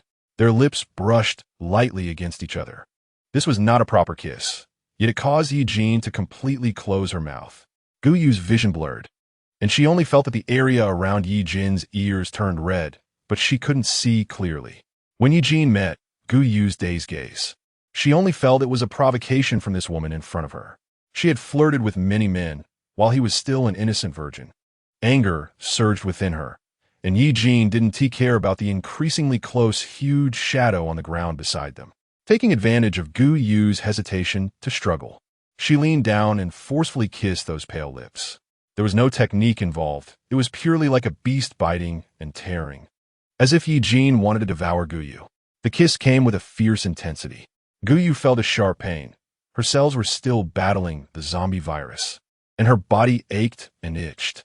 The virus still lingered in her blood, and if Ye Jin consumed it, she would likely have to endure the same suffering again. No, Ye Jin really couldn't. The eyeball beside them had unknowingly moved away, and Ye Jin released the grip on Guyu's chin, standing up coldly. It seemed as if the intense kiss just now was merely a figment of Guyu's imagination. "Everyone can, but I can't," Guyu murmured, but no sound came out. It wasn't true. Ye Jin didn't wait for the answer she wanted, snorted coldly, and took long strides ahead. In a fit of rage, she swung a knife that severed the zombie's head. And only after she had walked several steps did the zombie's head begin to split and slide down from the center of its eyes. The head, like a bowl, spilled half a bowl of brain matter at Guyu's feet, venting Ye Jin's irritation and anger. Guyu paused in her steps, and suddenly Ye Jin stopped, roaring and looking down. Her body moved faster than her mind, and by the time Guyu reacted, Ye Jin's long knife had swept back against her body. There was a soft sound as the knife sliced through flesh. Guyu felt a warmth on her back and ran 2 steps forward. The creature behind her was faster. Disregarding the wounds Ye Jin had inflicted on it, it extended its slimy arm and grabbed Guyu by the neck, violently throwing her back against the wall. In front was the monster's large hand, and behind was the hard wall. Guyu was trapped between them. The pressure so great that she spat out a mouthful of blood. The bright red blood was so glaring that it made Ye Jin widen her eyes. Guyu. He gripped the long knife tightly, his consciousness concentrated in the central safe base, unable to provide Ye Jin with any power. He gritted his teeth and was about to rush forward. "Don't come over, or I'll kill her." The voice was hoarse and terrifying, like nails scratching a blackboard. Chapter 199. Infected. It was then that Guyu finally saw the full appearance of the monster. It had a huge lizard-like body, insect-like compound eyes, and toad-like skin seeping with slime. Its mouth moved, producing a human voice. "Where's my brother? Who is your brother?" Ye Jin scanned Guyu briefly, then spoke to the monster to divert its attention. "Heh," the monster sneered, increasing the pressure on Guyu. Guyu grimaced in pain, but managed to keep silent. "Don't move, just talk," Ye Jin urged anxiously. "Lu Zongza, Lu Zongza. How come I've never heard Zongza has a brother?" The monster didn't expect Guyu to speak, and her tone suggested she was very familiar with Lu Zongza. One of its compound eyes turned to stare at Guyu, while the other kept its focus fixed on Ye Jin. Hith, don't you know? You hypocrites are the ones who captured me and turned me into this inhuman, ghostly figure. The monster's emotions became increasingly agitated as it spoke. Ye Jin felt like he was sitting at home while the pot fell from the sky. I don't know what you're talking about. It's thunder. What are you pretending for? You transformed living humans into these inhuman monsters. Don't you open your eyes and see how high the bodies are piled near the central safe base? Thunder. Gu and Ye Jin exchanged glances. It seemed they both shared the same goal, which was to create a new type of human. And while one aimed to transform the Earth, Thunder's goal was likely to create soldiers with greater combat capabilities. The monster became more agitated, pressing down on Guyu's neck, causing a strong sense of suffocation that made her vision blur again. The patterns on the hilt of Ye Jin's long knife dug deeply into his palm, the intense pain keeping him rational. Yet on his face, he displayed a look of extreme disdain. Just her? You think you can threaten me with a woman I don't care about? He scoffed, casually swinging the long knife in the air. If you want to kill her, then please do it quickly. Don't waste my time. The monster, seeing Ye Jin's reaction, even began to doubt whether the concern Ye Jin had shown for this woman during the time he had been following them was genuine. Don't lie to me. Don't think I dare to kill her. Guyu's eardrums throbbed. The pain from the monster's grip on her chest was nothing compared to the discomfort caused by Ye Jin's words. She glanced at Ye Jin, and that look nearly made him lose his indifferent attitude. He's right beside you. Guyu looked down at the monster, forcing the words out. What? Both of the monster's eyes landed on Guyu, and it yelled, Where's my brother? Buffed. The response came as a long knife pierced through the back of its head. Warm liquid sprayed onto Guyu's face as she opened her eyes, and she saw the tip of the long knife protruding from one of the monster's eyes. The monster's grip loosened, and Guyu fell to the ground, staring into the intact compound eyes. The monster's mouth opened and closed. My brother, he is right in front of you, but you will never see him again. Her tone was so calm that it felt like the words could be blown away by the wind. The monster's pupils dilated, filled with unwilling hatred. Guyu didn't know whether that sentence was directed at the monster or at herself, until a pair of large hands lifted her off the ground. Are you okay? Are you hurt? Guyu, can you hear me? Guyu stiffly moved her pupils to meet Ye Jin's eyes. That gaze was filled with boundless despair, startling Ye Jin. He moved his lips, trying to explain awkwardly. I said that on purpose earlier, just to make the monster. Guyu seemed not to hear Ye Jin's words and took 2 steps forward. It doesn't matter anymore. Major Yi, it's time to move on. Guyu was on the brink of collapse, knowing that hearing was different from seeing with her own eyes. Previously, she had heard Ye Jin say that his experiments had caused the deaths of many, but now, witnessing a living person transform into a monster before her eyes, Guyu finally realized what she had done. She caused Lu Zongzi to lose his brother. She caused Lu Zongzi to become a monster. It has to end. This absurd farce had to come to an end. Guyu, Ye Jin's strength was gone. He could easily pass the long knife through the monster's sturdy skull, but he didn't even have the strength to hold on to Guyu. Guyu seemed to have lost the courage and reason to live in this world. Her gaze withered, her soul exiled in the apocalyptic wasteland, leaving only a shell barely surviving in the world. He would lose her. Ye Jin didn't know why this thought arose, but he knew he would definitely lose Guyu. I hate you, but I also love you. I don't want you to leave my side. Ye Jin took a deep breath. You're right. It's time to leave. The monster just released its powers and will soon notice us. They had to act before being discovered. Ye Jin caught up with Ye Jin, supporting her knee with one hand while carrying Guyu on his shoulder. He moved swiftly through the city, dodging zombies and avoiding unnecessary conflict. Guyu quietly lay on his shoulder like a delicate and fragile ice doll. If Ye Jin spoke too loudly, Guyu might shatter. You deceived me. A hoarse voice echoed behind them. Ye Jin's eyes widened, his footsteps quickened, and he suddenly lunged to the side, narrowly avoiding the monster's attack. The monster had a pitch-black hole in its eyeball, through which one could see the buildings behind it. It blinked casually. Where's my brother? It roared, the sound wave knocking over a nearby trash can that was already teetering. Ye Jin positioned himself in front of Shunyu, blocking part of the attack. Guyu's view was completely obstructed by Ye Jin in front of her. She twitched her nose and caught a whiff of a scent similar to that of a chameleon corpse. Get out of the way. Guyu suddenly burst with immense strength, pulling Ye Jin's arm to roll to the side. Just as their feet left the ground, a viscous liquid sprayed toward them. The slime shot out like rain. Ye Jin's pupils constricted, and he covered Guyu's back with his large hand, barely managing to stop after retreating over 10 meters. Chapter 200. Unable to escape infection. Guyu's face went pale. She could only vaguely see the outline of the monster. The liquid on it could infect normal humans, turning them into monsters. I understand now. Ye Jin's face turned serious as he fixed his gaze on the monster. It showed no fear of Ye Jin's murderous glare and let out a sneer. You turned me into this, killing countless ability users under the guise of saving humanity. And now you want to turn your back on me? Let me tell you, there's no way. The monster's emotions grew more agitated, and the aura it emitted was so intense that even a first-tier ability user could sense it. They were too close. They needed to end this quickly. Ye Jin acted swiftly, channeling his ability into his long knife. The monster didn't even have time to register Ye Jin's movement before it felt a flash before its eyes and a sharp pain in its head. A long knife plunged straight into its forehead. Ye Jin, wary of the monster's terrifying recovery ability, pressed his lips together and twisted the knife, mashing the monster's brain matter. After sensing that the monster had stopped breathing and had no heartbeat beneath him, Ye Jin jumped down from his massive body and shook off the brain matter from the long knife, pulling up Guyu. Let's go. We can't go. What? Ye Jin's body stiffened, and he turned to see the monster he had just mashed to pieces standing up again. It cackled ominously and charged toward them. Ye Jin couldn't shake the feeling that with each time the monster died, its power increased by a level.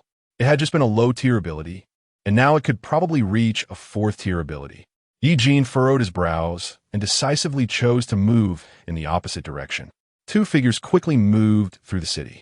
The ground trembled violently, and in a wide square, the monster surpassed Ye Jin's speed, leaping directly in front of him. Damn it, too fast. The monster sneered, saying hypocritically, "You're no better than zombies."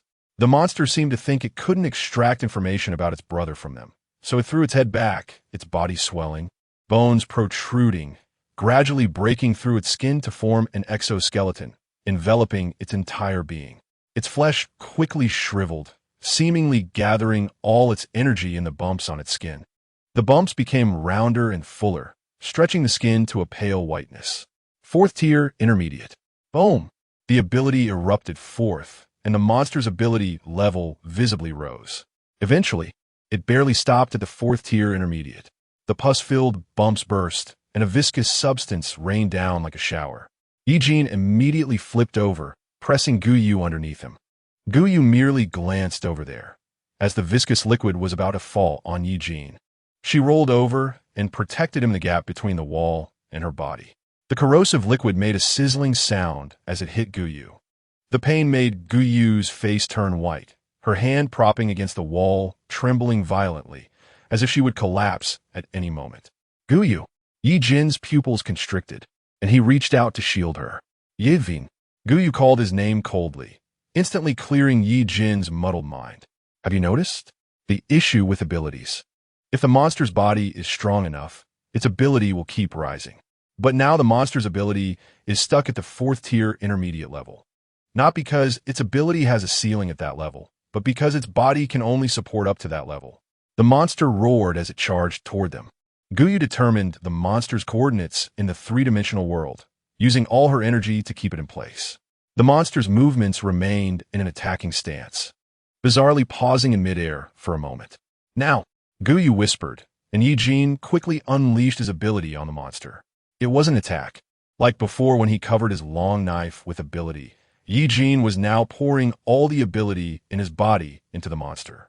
Guyu couldn't hear anything. She could only hear her heart beating heavily and slowly. Ye Jin's mouth moved, and Guyu tilted her head to discern the repeated shapes of his lips. It seemed Ye Jin was calling her name. Something seemed to explode behind them, warm blood and flesh splattering onto Guyu, quickly growing cold due to the surrounding temperature. Welly sticking to her. The forced activation of abilities caused the previous false recovery of her body to shatter. Guyu trembled all over, shaking violently. Her arms could no longer support her weight, and she fell heavily onto someone. There was a lot of blood on her, as if she had made Ye Jin dirty again. She felt so cold and so much pain. Among her senses, only her sense of smell remained. She detected a familiar scent and felt a bit wronged. Little dog, I really hurt so much. If it were the Ye Jin from the beginning, he definitely wouldn't let her suffer such grievances. The sound of footsteps echoed, and a clear voice rang out in the dim alley. Ye Jin suddenly looked up, meeting those smiling eyes. Stepping casually beside Ye Jin, it felt like an old friend not seen in a long time, speaking in a familiar tone. Look, humans are so fragile. They must be carefully looked after. In such a cruel apocalyptic environment, how can these lovely and weak little beings survive? Without feeling embarrassed, he even let the horde of zombies wait at the alley entrance, not entering. You see, in terms of raising humans, you can't compare to me. The humans I raise are strong and powerful. Even if they die once, they can come back to life. Isn't that impressive? Guyu curled up in his embrace. Her entire body coiled into a ball, her body stiff and cold. She had curled up to defend herself, merely leaning against Ye Jin's leg. What a pity. Life signs are gradually declining. Guyu is going to die. Ye Jin finally reacted to the words, suddenly raising his hand and tightly gripping the monster's neck. The body, drained of energy by the monster, had long lost its strength, and even under Ye Jin's grip, it could still laugh. You had it all planned out. You knew from the start that Ye Jin would go save Guyu and take her away. Yes, Guyu is a truly remarkable human. She can merge with the replica alpha, can scheme little plans under the brain domain ability user, but thank her for it. Without her, I wouldn't have been able to merge the replica alpha and the mutated ray so perfectly. The replica alpha can greatly slow down the mutation rays that change the combination of superhumans. Guyu is the biggest stumbling block on the road to success. Calculating precisely, Guyu would resist his great experiment, so he deliberately set a trap for her. Chapter 201, Sacrifice. Then I'll take Guyu away. Humming a tune happily, he reached out and grabbed Guyu's arm, roughly pulling her out of Ye Jin's embrace. Stop! Ye Jin reached out, but was blasted away by Lin Ho's powers, crashing heavily against the wall, and fell silent. Ye Jin's vision went black, plunging him into complete darkness. Major Yi? Major Yi? Someone urgently called out Ye Jin's name. He struggled to open his eyes and met Cold Swain's gaze. He was scanning him with a device, extracting a tube of blood and placing it in a medical box. Seeing Ye Jin open his eyes, Cold Swain asked, "Did you see her?" Ye Jin's brain sluggishly processed the question, and he nodded. Guyu was taken away too? What does that mean? Ye Jin sat up, staring intently into Cold Swain's eyes. It means nothing, just a routine inquiry to see if the plan is progressing as we scheduled. Cold Swain also brought someone who looked exactly like Ye Jin. As he approached Ye Jin, his body suddenly began to dissipate, transforming into dark tentacles that drilled into Ye Jin's body. Major Yi, don't worry. If Guyu has been taken away, it means the plan is still going smoothly. Cold Swain collected samples from the monster and Ye Jin, then spoke to someone in the shadows behind him. Lu Zongzi, it's time to leave. Ye Jin's head rang, losing its ability to think. The transformed monster, Lu Zongzi, now stood before him in human form. How could this be? He muttered. Cold Swain grabbed his arm and shoved Ye Jin into a nearby tank, heading towards the central safe base. The city was desolate, and the tank crushed through the zombies blocking the way, the sound of crunching bones echoing inside. Healers have been waiting inside, immediately beginning to treat Ye Jin's wounds. Guyu. Ye Jin's throat was exceptionally dry, his atoms apple-bobbing as he struggled to utter those two words. Mentioning Guyu's name caused Cold Swain to pause in his handling of the sample tubes, his expression unusual. Don't worry, we can't achieve our goals using Guyu. Ye Jin was already losing patience with Cold Swain's vague words. He pushed past the healer blocking him and spoke coldly. Blood seeped from his wounds, staining the white sheets of the makeshift medical bed red. Lu Zongzi closed his eyes and took a deep breath. The brain domain superhumans had roughly calculated the plan. During the meeting that morning, Dr. Guyu had already extracted the alpha from her body. What? Ye Jin understood every word they said, but when put together, he didn't know what they meant. Before him was a sea of white, the laboratory of the central safe base. Many brain domain superhumans surrounded an experimental bed, where Guyu lay. She blinked her eyes, seemingly still conscious. The monitors were silent, and Ye Jin saw Guyu nodding at them. Then a massive machine enveloped her. Numerous long needles and tubes extended from the machine, piercing deeply in her body while she was fully conscious and without anesthesia. Guyu struggled violently, her body restrained, unable to move even a finger. The entire experiment lasted nearly an hour, and as the meeting was ending, the machine completed its operation. Guyu fell heavily to the ground, and all the brain domain superhumans were busy around the machine, no one noticing Guyu lying on the cold floor. Ye Jin's heart sank heavily, and he gripped his portable computer tightly, the metal frame cracking under his grip. He wished he could rush into the monitor and hold Guyu, who was in pain and unable to sit up, whispering comfort to her. After a while, Guyu finally stood up, trembling on her legs. She moved her mouth, whispering something to a brain domain superhuman, but that person waved her off impatiently. Guyu wanted to ask something else, but Ye Jin's eyes were fixed on the screen. The familiar lip movements seemed to be Major Yi. The brain domain superhuman appeared to be enraged, grabbing Guyu by the collar, disregarding the pain she had just experienced from the alpha extraction, and slammed her against the wall. After shouting a few angry words at Guyu, he pushed her out of the laboratory. Guyu fell to the ground, too weak to stand again. She curled up in the corner of the monitor's view, her body twitching slightly, pulling out something from the space, looking down at it. And after regaining her strength, she put it away and shakily stood up. Ye Jin's fingers were wet with cold sweat or blood. He swiped the screen several times before zooming in on the area where Guyu was, under the dim light. He looked for a long time before recognizing what the silver object was. It was his iron chain. He had thought it was lost during a battle, but it turns out Guyu had kept it safe. Ye Jin watched helplessly as her figure disappeared from the monitor, and as the progress bar reached the end, he reluctantly pulled his gaze away from the screen. Who allowed this? Who allowed this? The healer was so frightened by Ye Jin that he stepped back, not daring to approach. Cold Swain directed Wu Sheng as they maneuvered through the city, casually uttering, "Major Yi." Ye Jin felt as if all his strength had been drained. Crashing into the chair, his arm covering his eyes. Right? Major Yi was their brain domain evolver, the hope of all humanity. How could he be so easily toyed with? What about Guyu? Ye Jin maintained his position and asked aloud, "Who cares about Guyu? Who cares what will happen to her after being taken away without the alpha?" The monster's infectious liquid had just sprayed on Guyu. Would she also be assimilated into a monster? No one cared about her. Ye Jin sneered, "Cold Swain, don't you like Guyu? Can you just watch her go to her death?" Cold Swain pursed his lips. "This is for all humanity. A single person's sacrifice is insignificant for all humanity. It can even be considered a suitable transaction." Chapter 202, The Ruler of the World. Ye Jin took a deep breath. Does he know that Lei Ming is a traitor? He knows. As expected. He was the only one treated like a fool from the beginning, while everyone else knew the truth, watching him jump around like a fool. Don't worry. Major Yi has considered everything. Cold Swain glanced at Ye Jin in the rearview mirror, trying to comfort him. He too felt uneasy. Reason told him that this behavior was cruel, but rationality compelled him to execute Major Ye's plan. This concerns all humanity. What about Guyu? Ye Jin leaned back against the chair, pressing on the wound on his back, which began to ooze blood again. It was as if he felt no pain at all. His gaze fixed on Cold Swain. "I'm sorry, it was her own choice." Her own choice?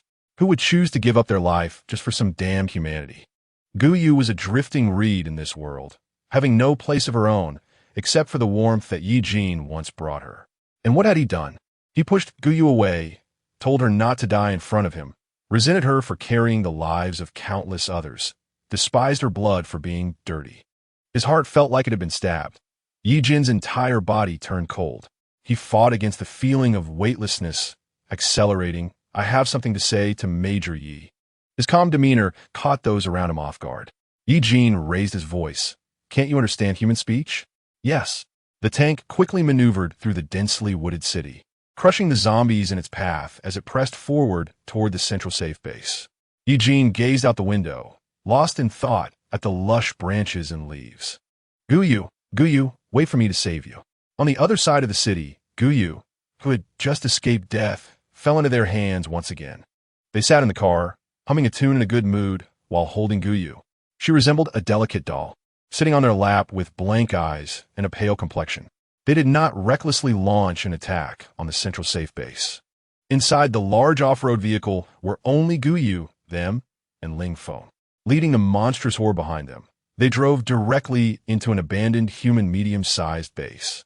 The walls had collapsed, leaving only ruins, and the surviving humans were imprisoned like pigs and dogs in cages, their eyes filled with terror as they surveyed the outside. The roles of humans and zombies seemed to have reversed. In this base, the zombies and monsters held the power over life and death. Look, this is the first step in creating my happy Earth. Knowing that Guyu had lost most of her vision and could barely breathe now, he kindly lifted her chin to show her his new base. Sensing the human scent, the zombies in the base became restless. My dear Guyu, fate is a strange thing. You are the witness to my world transformation. Guyu stared blankly at a certain spot in front of her, her eyes devoid of the previous vitality, and unable to see her reaction. He felt a bit bored. He tossed Guyu to Ling Feng, watching her, waiting for tomorrow when they would extract the virus mixture from her body and begin their grand plan. Ling Feng had no correct judgment of the situation. He did whatever his brother told him to do. Now that his brother had turned into an emotionless zombie, he simply obeyed. Okay, sir. Ling Feng steadily caught Guyu, not confining her in an observation chamber like before in the laboratory. He carried her and, in a somewhat cheerful tone, spoke to the zombie king behind him. Brother, soon the humans who caused you to become like this will pay the price. Ling Feng casually found a clean room and walked in, throwing Guyu onto the bed, resting one hand beside her ear and looking down at her pale face from above. Suddenly, he smirked. Guyu, you're quite hard to kill, but that's okay. Living is more painful than dying. I remember you cared a lot about that man named Ye Jin, right? Guyu's pupils quivered. Ling Feng was pleased with her reaction. I want you to witness that man turning into a zombie, then being infected by the radiation, becoming as terrifying as those new species outside. His voice carried a naive cruelty. Ling Feng grabbed Guyu's neck with one hand, choking her fragile windpipe, making it impossible for her to breathe. She opened her mouth in pain, gasping for air like a fish out of water.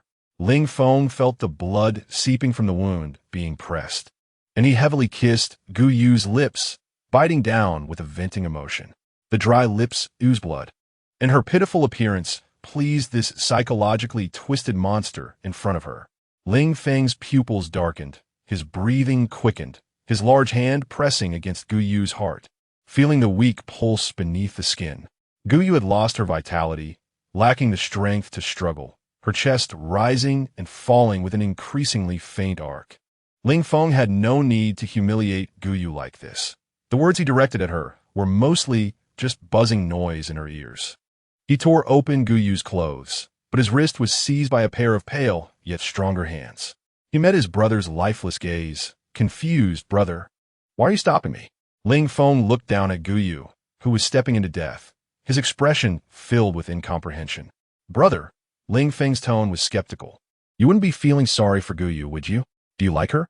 Ling Li released his grip, standing tall in the dark corner of the room, not speaking, just calmly watching Ling Feng. Ling Feng couldn't stand his brother's gaze on him.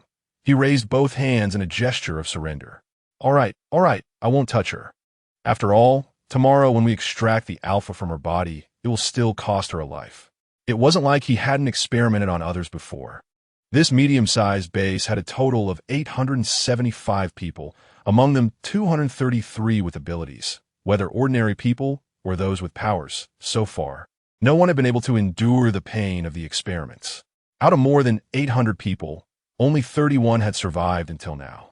With such astonishing data, Ling Feng did not think Guyu was special. She was most likely part of the 800 who would die. He pinched Guyu's chin, forcing her to look at him. Poor Guyu, do you know how painful it is to extract the alpha? It's like tearing out every bone in your body, pulling them out one by one. Chapter 203. You're really hard to kill. What Ling Feng didn't know was that the kind of pain he spoke of, Guyu had already experienced not long ago. Even now, her body was still screaming in agony. That pain seemed to come from the depths of her soul, making every inch of her flesh unbearable. Guyu instinctively trembled, sensing the man above her moving away. A pair of cold hands covered her with a thin blanket.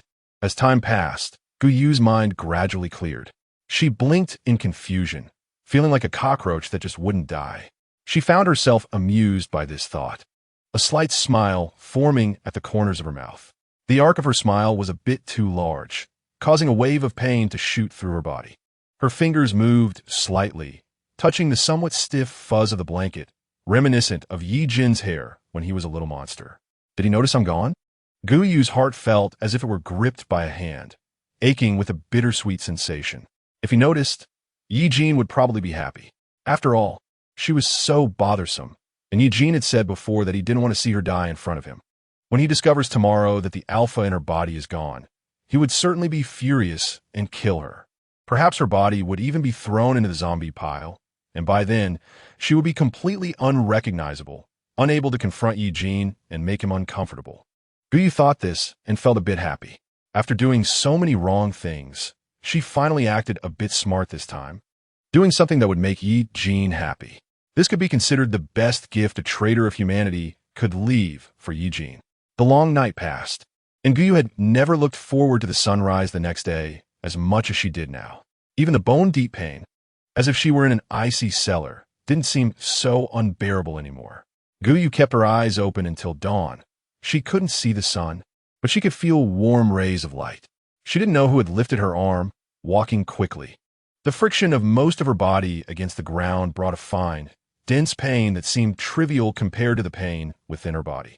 Her chest heaved as she breathed heavily, the smell of blood filling her nostrils. The sound of her labored breaths was mixed with a low chuckle. Ling Feng, dragging Guyu, began to doubt his ears. He looked down in confusion, seeing Guyu's face already devoid of expression, pale and lifeless. Ling Feng, quickly bring my dear Guyu over. I can't wait any longer. The largest room in the base had been converted into a laboratory, a complete replica of the city center's lab.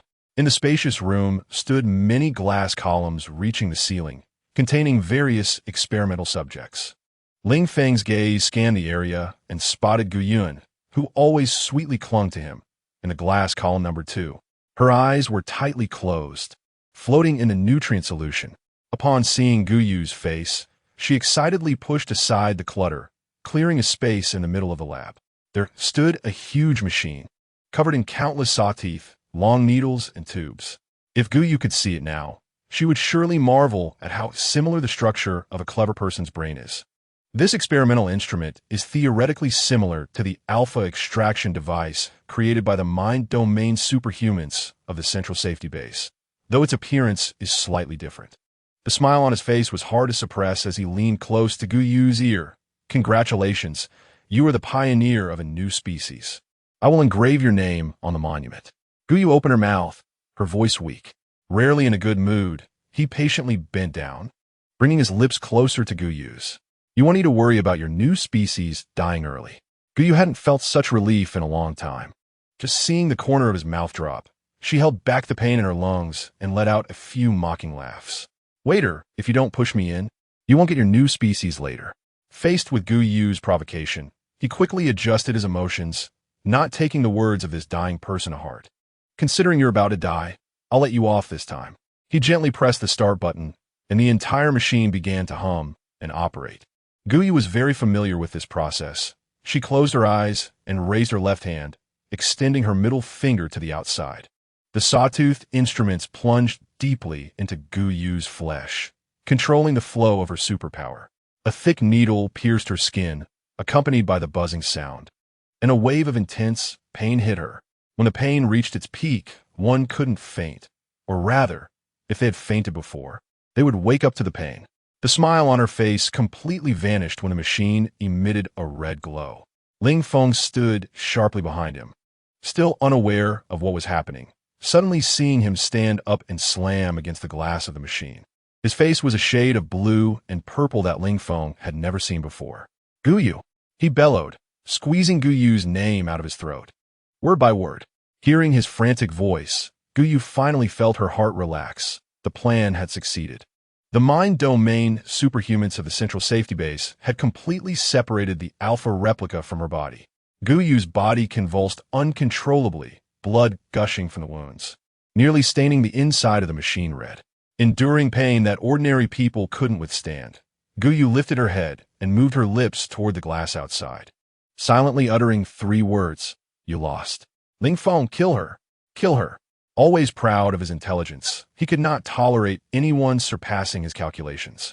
Things had gone beyond his control. At that moment, he just wanted to tear apart this damned Guyu. Though Ling Feng spoke of killing her easily, when it came to actually doing it, he hesitated. In the midst of a murderous gaze, he sidled up to the machine and reached out, pulling the nearly bloodied Guyu out from inside. Guyu turned her head and spat out a mouthful of blood, the warm blood seeming to scald his hand. "What are you stalling for?" Before he could finish his sentence, the entire base shook violently. Small pieces of debris fell from the ceiling, interrupting Ling Feng's murderous intent. Ling Feng breathed a sigh of relief, feeling somewhat fortunate for the sudden interruption. He rolled protectively around Guyu, hiding beneath the machine. The intense shaking brought a thick fog, so dense that one couldn't see half a meter ahead. Startled, he already knew who was coming. Ye Jin from the central safety base. He instinctively guessed that they had come for Guyu, so he moved his feet, following the direction he remembered, and grabbed Guyu's cold wrist, which was pale from blood loss. Chapter 204. Miscalculation. His hand tightened around Guyu's neck, squeezing hard. Guyu was dragged along, turned into a human shield. He hid completely behind Guyu, his forehead veins bulging. Ye Jin, get the hell out here." The response was silence, so quiet that they thought the earlier tremors and smoke were just a coincidence. Coincidence? Huh. Realizing he was not so naive, his grip on Guyu's neck did not loosen at all. Until the smoke cleared, his gaze quickly scanned the room. The laboratory still looked as it had moments ago, with nothing damaged or lost. Wait. His eyes widened. The glass tank that had held Guyu was now empty, with only a damp trail on the ground where someone had walked. Chase. The people from the central base took Guyu. This was the second time, the second misjudgment. He blamed his frustration over the mistake on Guyu. "You sacrificed so much for the central safety base, and, in the end, they would rather take Guyu than choose you. That little monster who has been following you abandoned you." This was the truth. Ye Jin had chosen the option most beneficial to herself between her and her sister, which was the right choice. Guyu's gaze fell to the blurred floor tiles at her feet, her heart repeatedly whispering, "This is right, this is right." But why? When Ye Jin chose the most correct option, did her heart feel so heavy? Guyu's heart ached, even overshadowing the pain of the second extraction of Alpha. Bang! She was slammed hard against the machine, the protruding corner digging into her flesh. Guyu let out a muffled grunt. Let's die together, you and I." "What?" Before she could react, Guyu suddenly raised her hand, a syringe embedded in her arm. Guyu unleashed her strength, disregarding the pain, tearing open the stitched wound, and quickly jabbed the needle into her shoulder. A few milliliters of light green liquid instantly entered her body. By the time he realized and pulled the needle out, it was too late. All the liquid in the syringe had already entered him. "What is this? What is this?" Furious, he grabbed Guyu's neck, shouting repeatedly. With a crack, Guyu's collarbone was broken, and her breathing became increasingly labored, her face flushing abnormally due to lack of oxygen. Even with her neck being squeezed, Guyu struggled to produce sounds. "This is what you wanted." "No." In an instant, he realized what Guyu had injected him with. Coughing. The alpha and radiation hybrid was, of course, meant for the creator to enjoy first. Guyu lay on the ground, her eyes fixed on him. The mocking smile only fueled his anger. He wanted to kill Guyu, but his hand movements were exceptionally slow. No. To his surprise, in just a short time, he had already transformed from a human into a state no different from the monsters outside. "Let's go, we are surrounded." Ling Feng didn't have time to think. Shifting into a raven form, carrying Ling Li and preparing to leave, he heard a low cough behind him. Hesitating for a moment, he reached out his hand to Guyu. "Let go." Ling Feng, in raven form, had already swept away with the mutated Ling Li, but he remained bent over, a powerful superpower pressing down on him. Countless cold tendrils surged toward him, wrapping him from head to toe like a pupating insect. The tendrils were manifestations of superpowers. But Ling Li felt a wave of suffocation, his chest heaving as air failed to reach his lungs. What was meant to be a supportive hand turned into sharp, steel-like feathers, their edges pressed against Gu Yu's carotid artery. "Don't come closer, or I'll kill her." Even his gaze was exceptionally cold, devoid of any emotion. He glanced at Ling Feng, not taking his threat seriously. "What?" "I said don't come over." The feathers pierced the skin, blood flowing out, mingling with the already half-dried blood on Gu Yu's body. Gu Yu was utterly exhausted. She felt like a candle about to burn out, quietly awaiting death's arrival. She desperately wanted to tell the nervous Ling Feng not to use her to threaten Ye Jin. He didn't care about his own life at all. Ye Jin lowered his gaze and glanced at the pale-faced Gu Yu, scoffing as he picked up the radio. With the zombie king nowhere to be found, only Ling Feng was in the laboratory, while the cleanup team entered to clear the area. "What do you mean, Ye Jin?" Ling Feng shouted loudly, suddenly feeling a sharp pain in his chest as a tentacle pierced through him without him realizing. In an instant, countless people surrounded him, placing a supernatural ability suppression collar around his neck and binding his hands and feet. "See, foolish child," Gu said, tilting her head and spitting out a mouthful of blood. She lay on the ground, covered in rubble and dust, as countless people walked past her, not a single one glancing her way. Gu Yu's eyelids grew heavier. She missed the panicked look in Ye Jin's eyes as he struggled to maintain his earlier indifferent expression, a tentacle wrapping around Gu Yu and bringing her into his embrace. Ye Jin's palm was damp, soaked with Gu Yu's blood, a healing-type, supernatural ability user. The medical team heard Ye Jin's voice and rushed over. As one of them placed a hand on Gu Yu, they gasped in shock.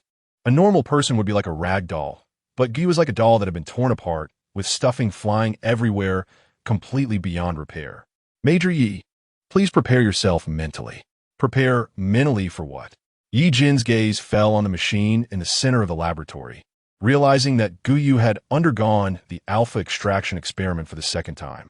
It was the legendary experiment that no one could survive even once.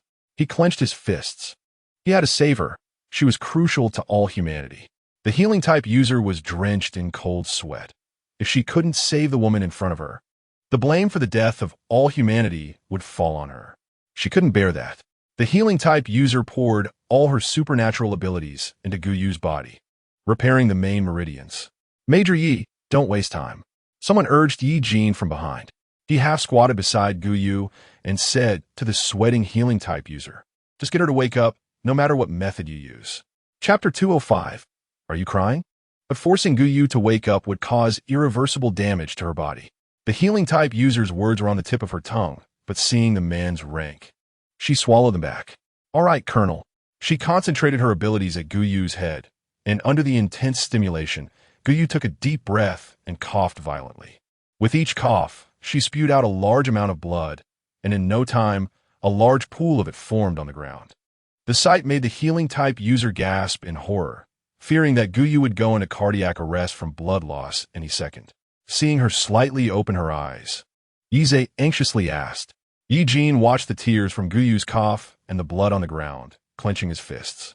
Unfortunately, with his father nearby, Ye Jin couldn't show too much emotion towards Gu Yu. Otherwise, his father would surely take quick action against her. A strong person couldn't have too many feelings. He just needed to be a perfect killing machine. The voice of Ye echoed in his mind, and Ye Jin could only turn his head away, not looking at the pitiful Gu Yu.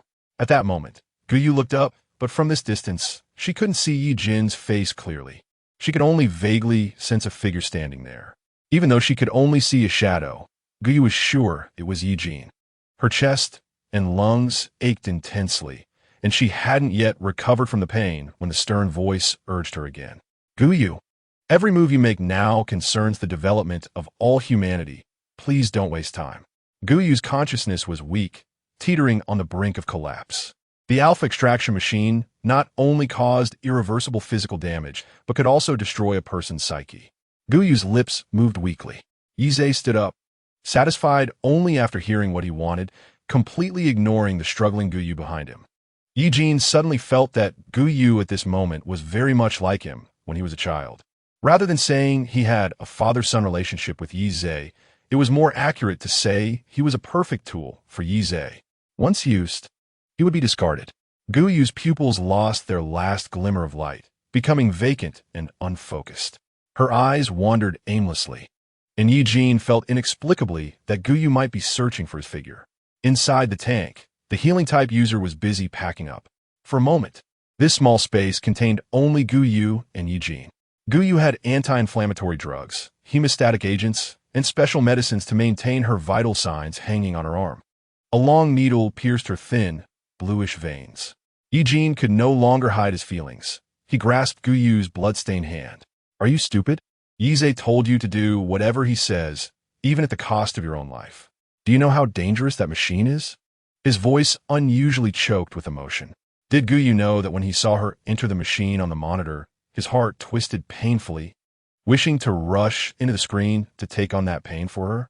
Ye Jin gently supported Gu Yu's hand, but even this small movement brought her a wave of pain. The pain awakened Gu Yu. She turned her head and, after a long struggle, finally squeezed out a curse from her throat. Gu Yu remembered every word clearly, even at this life-threatening moment. She was still concerned about whether the blood on her hands would dirty Ye Jin's hands. "I'm sorry. What happened to the plan?" Gu Yu didn't care about her own injuries. She didn't hold a grudge against Ye Jin. If you make a mistake, you must make amends. You must atone. And Ye Jin was right. The Central Safety Base had already predicted the plan and determined that some people in the base had been infected by the mixed injection you administered to them. The injection could significantly disrupt their judgment, and it was currently uncertain how many people had been infected. This battle had to be fought. You don't need to worry. The brain domain ability users have made several backup plans, and they should be able to. Ye Jin's throat tightened, and he found it hard to continue. Gu Yu was burning up, and with her ear injury, she could only vaguely hear Ye Jin's voice. Ye Jin's voice trembled, as if he were crying. Gu Yu quickly denied her thoughts. How could it be? How could such a powerful person cry in front of her? Her mind was in chaos, and the clarity she had gained from the pain began to fade again. "Little dog Ye." Ye Jin buried his head by Gu Yu's hand, wanting to touch her, but worried that his actions would hurt her. A somewhat unfamiliar title rang out. Not the cold Major Yi, not calling Ye Jin out of urgency. Ye Jin raised his head. "I'm here." Gu Yu pouted, looking somewhat wronged. Her mind was already in disarray, thinking she was still in the villa area during the extreme cold. It hurt so much. With each word she spoke, her heart ached, and she dared not say more, only letting out whimpers. "I'm sorry, I did something foolish. When I was in the Qingwan laboratory, it didn't actively harm me, right?" Ye Jin's eyes blurred with tears. As a key investigation target of the safety base, almost every detail of her life had been investigated. The young boy was not favored at home, working and studying part-time.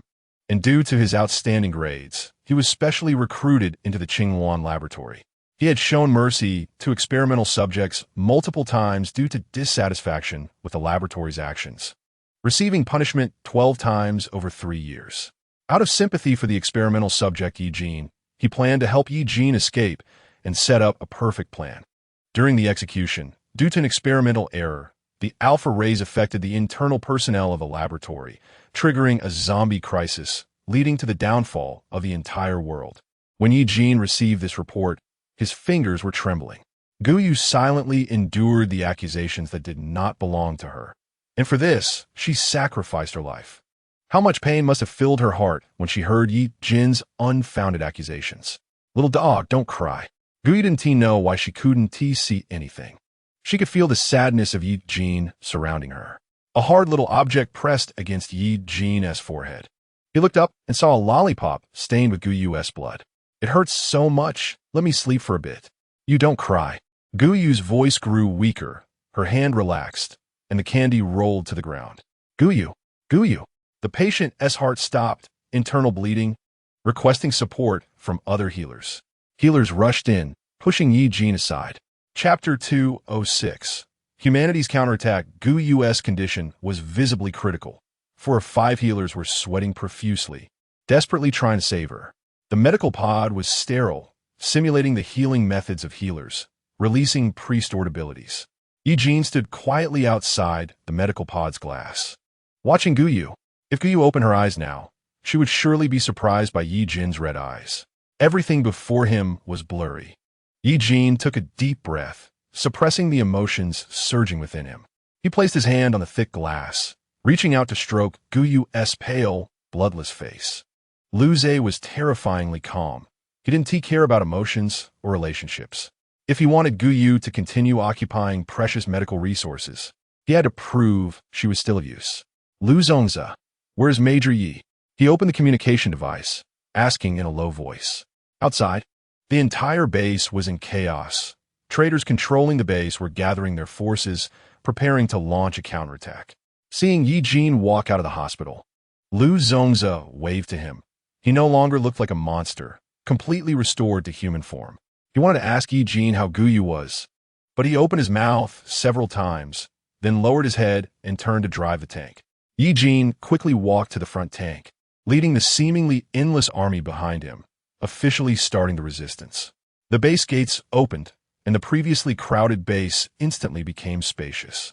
Almost as soon as Ye Jin left the base, a mind domain ability user entered the hospital. The healers tried to stop them, but the mind domain ability user looked down into her eyes. Where's Guyu? Major Yi just ordered that no one. The mind domain ability user frowned, unwilling to waste time, and repeated, which room is Guyu in? The base's orders far outweighed Ye Jin's, and the healers could only lead the group of mind domain ability users to the room in the far corner of the third floor. In the 5 or 6 square meter space, there was only one medical pod, glowing with white light. Get out. Someone pushed the healer, then closed the door, isolating the countless probing eyes outside. What do we do now? What can we do? The base's administrators have come. We can't disobey the base's orders. Then shut up. Act like you didn't see anything. The probing voices outside did not penetrate the thick door. The mind domain ability users stood in front of the medical pod, watching the current treatment progress. Too slow. Increase the energy. But will Guyu's body be able to handle it? One mind domain ability user cautiously asked. Ridiculous. This is a critical moment for all of humanity. How can we still be constrained by those ridiculous morals? The leading mind domain ability user pushed aside those standing in front of the machine and quickly adjusted the values to the maximum. The originally soft white light became more dazzling, and Guyu furrowed her brows, struggling in pain. The restraints held her down on the bed, and she could only passively accept the abilities repairing her body at a domineering speed and intensity. The pain was even comparable to what she felt when entering the extraction alpha machine earlier. Blood clots expelled from her internal organs clogged her throat, turning her face purple as she finally broke free from the restraints and turned her head to spit out the blood clots. Guyu's gray-white eyes were confused, her pupils dilating. A sinner like her should have died in that machine just now. She could not let Ye Jin see her. She should die. As this thought arose, Guyu's vital signs rapidly declined, and the machine emitted warning beeps. Guyu, the mind domain ability user who had just increased the machine's settings, clenched his fists, punching the glass. You can't die. You haven't atoned yet. You caused the deaths of so many people. Guyu, open your eyes and look. The world has lost more than half its population because of you. There are only a few million people left on the entire Earth. Get up. The mind domain ability user knew this was not Guyu's fault, yet he threatened her with all humanity. Sir, it's not working. The vital signs are still declining. Someone said anxiously. The mind domain ability user punched the glass again. Ye Jin, if you don't open your eyes soon, you'll be the one to die because of her. Those words struck Guyu's heart like a hammer, causing her already slow and no longer beating heart to tremble violently. The mind domain ability user saw that mentioning Major Yi was effective, and he immediately raised his voice. Major Yi said your worthless life must be sacrificed for all humanity. If you continue to live like before, he will hate you for a lifetime. She has opened her eyes. She has opened her eyes. The mind domain ability user disregarded Guyu's pain from just waking up from a coma. His face pressed against the glass, shouting loudly, Guyu, I need you to listen to me. You're a space ability user. On the road, Ye Jin's heart skipped a beat, as if something bad was about to happen. Distracted, he glanced at the direction of the central safe base in the rearview mirror. Lung Swain frowned. Major Yi, please focus. We are fighting against the new humanity he created. I know, Ye Jin said in a deep voice. I'm just worried he will turn Guyu into something else, something that threatens the central safe base. Lung Swain enlarged the map on the electronic screen, observing carefully. Guyu was fine, and the central safe base was very secure, unless someone in the base caused trouble for her. The traders in the base had already been controlled. The current central safe base was safer than anywhere else. Ye Jin casually replied, his heart beating irregularly, still feeling uneasy. All teams, be aware. We've discovered new humans ahead, patrolling in a specific area, seemingly on a lookout. The voice of the lead soldier came through the communicator. Understood, don't alert them. Ye Jin forcibly pulled himself out of that state, focusing on the various emergencies before him. Chapter 207. The final trump card. They stopped far away in a forest, with lead soldiers sneaking past the patrolling new humans deep into the city. Lung Swain tapped the edge of the screen with his fingers, and only relaxed when he saw a flickering light on the screen, indicating a rhythmic pattern. Confirmed, they were inside, along with a large number of zombies and new humans. Now they just had to wait. Ye Jin pressed his lips together. I need to communicate with the base. Lung Swain shot him a glance, but handed him the communicator. What's the situation at the base? After a few seconds, the voice of a high-ranking leader from the base came through. Everything is normal. What about that important human? Ye Jin paused, still feigning nonchalance as he mentioned Guyu. Are her vital signs still normal? There was a moment of silence on the other end, and just as Ye Jin furrowed his brows, preparing to urge them, a vague voice finally came through. Normal. Major Yi is also on the channel. TSK, I know. Ye Jin impatiently handed the communicator back to Lung Swain. The coordinates of the main force were confirmed. Not far from Ye Jin, in a temporary control room, sat a person in a wheelchair, incongruous with the surrounding soldiers in military uniforms. The mind domain ability user heard that there was no sound of food from that direction and let out a sigh of relief. He confirmed again with the person in the wheelchair. Guyu, you confirm that as long as you kill enough zombies or mutated creatures, you can level up your abilities, right? Guyu leaned back in her wheelchair, her face pale, and a large oxygen mask covered most of her face. The breath she exhaled condensed into water vapor as she gasped for air, her lungs working overtime. She nodded weakly. Speak. Confirmed. Good. The mind domain ability user instructed the people around him. Let Guyu launch the missile in a moment. Understood. Fingers flew over the computer, and the speed of these mind domain ability users was quick, soon confirming the bombing range. Someone roughly grabbed Guyu's hand and placed it above a red button. Guyu had no strength left to press the button, and the person impatiently lifted her hand higher and suddenly let go at the highest point. Guyu's bony arm slammed down, barely activating the button. The missile soared through the air and crashed heavily into the city. Flames shot up to the sky, devouring everything in their path.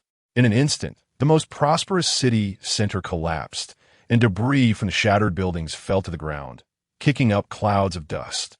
Even the forces far away in the forest felt the intense tremor. She leaned weakly against the back of the chair, and in her mind, the still operating system showed her that the numbers in the level evolution column were continuously rising. Ding dong. Ability level reached level 3. Space size expanded exponentially. Ding dong. Ability level reached level 4. Space size expanded exponentially. Ding dong. Ability level reached level 5. Space size expanded exponentially. The space in her mind expanded at an extremely fast speed, and cold sweat seeped from Guyu's forehead. The speed of the space expansion was too rapid, causing her brain nerves to ache with every pulse.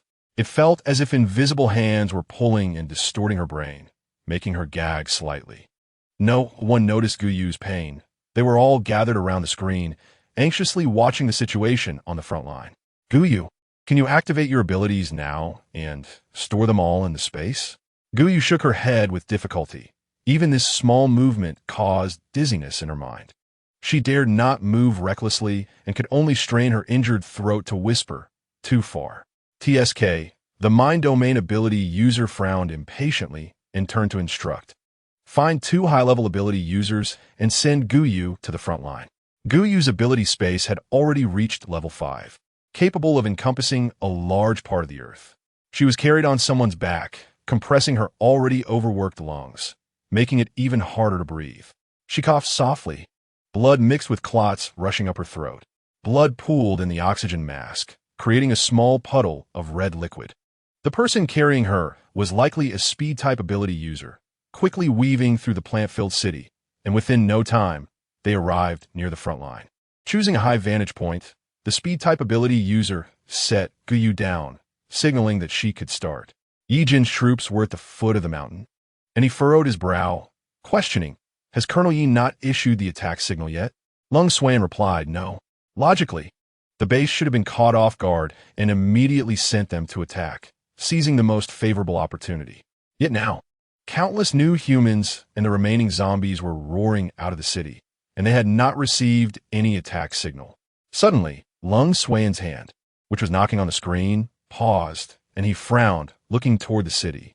It couldn't be his illusion. The number of new humans and zombies in the city was decreasing at a slow but orderly pace. The dense points of light on the screen suddenly vanished by more than half. In just 4 or 5 minutes, all the points of light on the screen disappeared. What is going on? Did Colonel Yi formulate a second plan without telling us? Ye Jin frowned and asked. Lung Xuan also expressed he was clueless. I don't know. Let's wait and see. The group waited patiently for a while. Covered in blood, many new humans and zombies burst out from the city's buildings, surrounding him. He roared, Ye, get out here. I want to kill you. He looked almost monstrous, with only his face still resembling his appearance during the Linhui incident.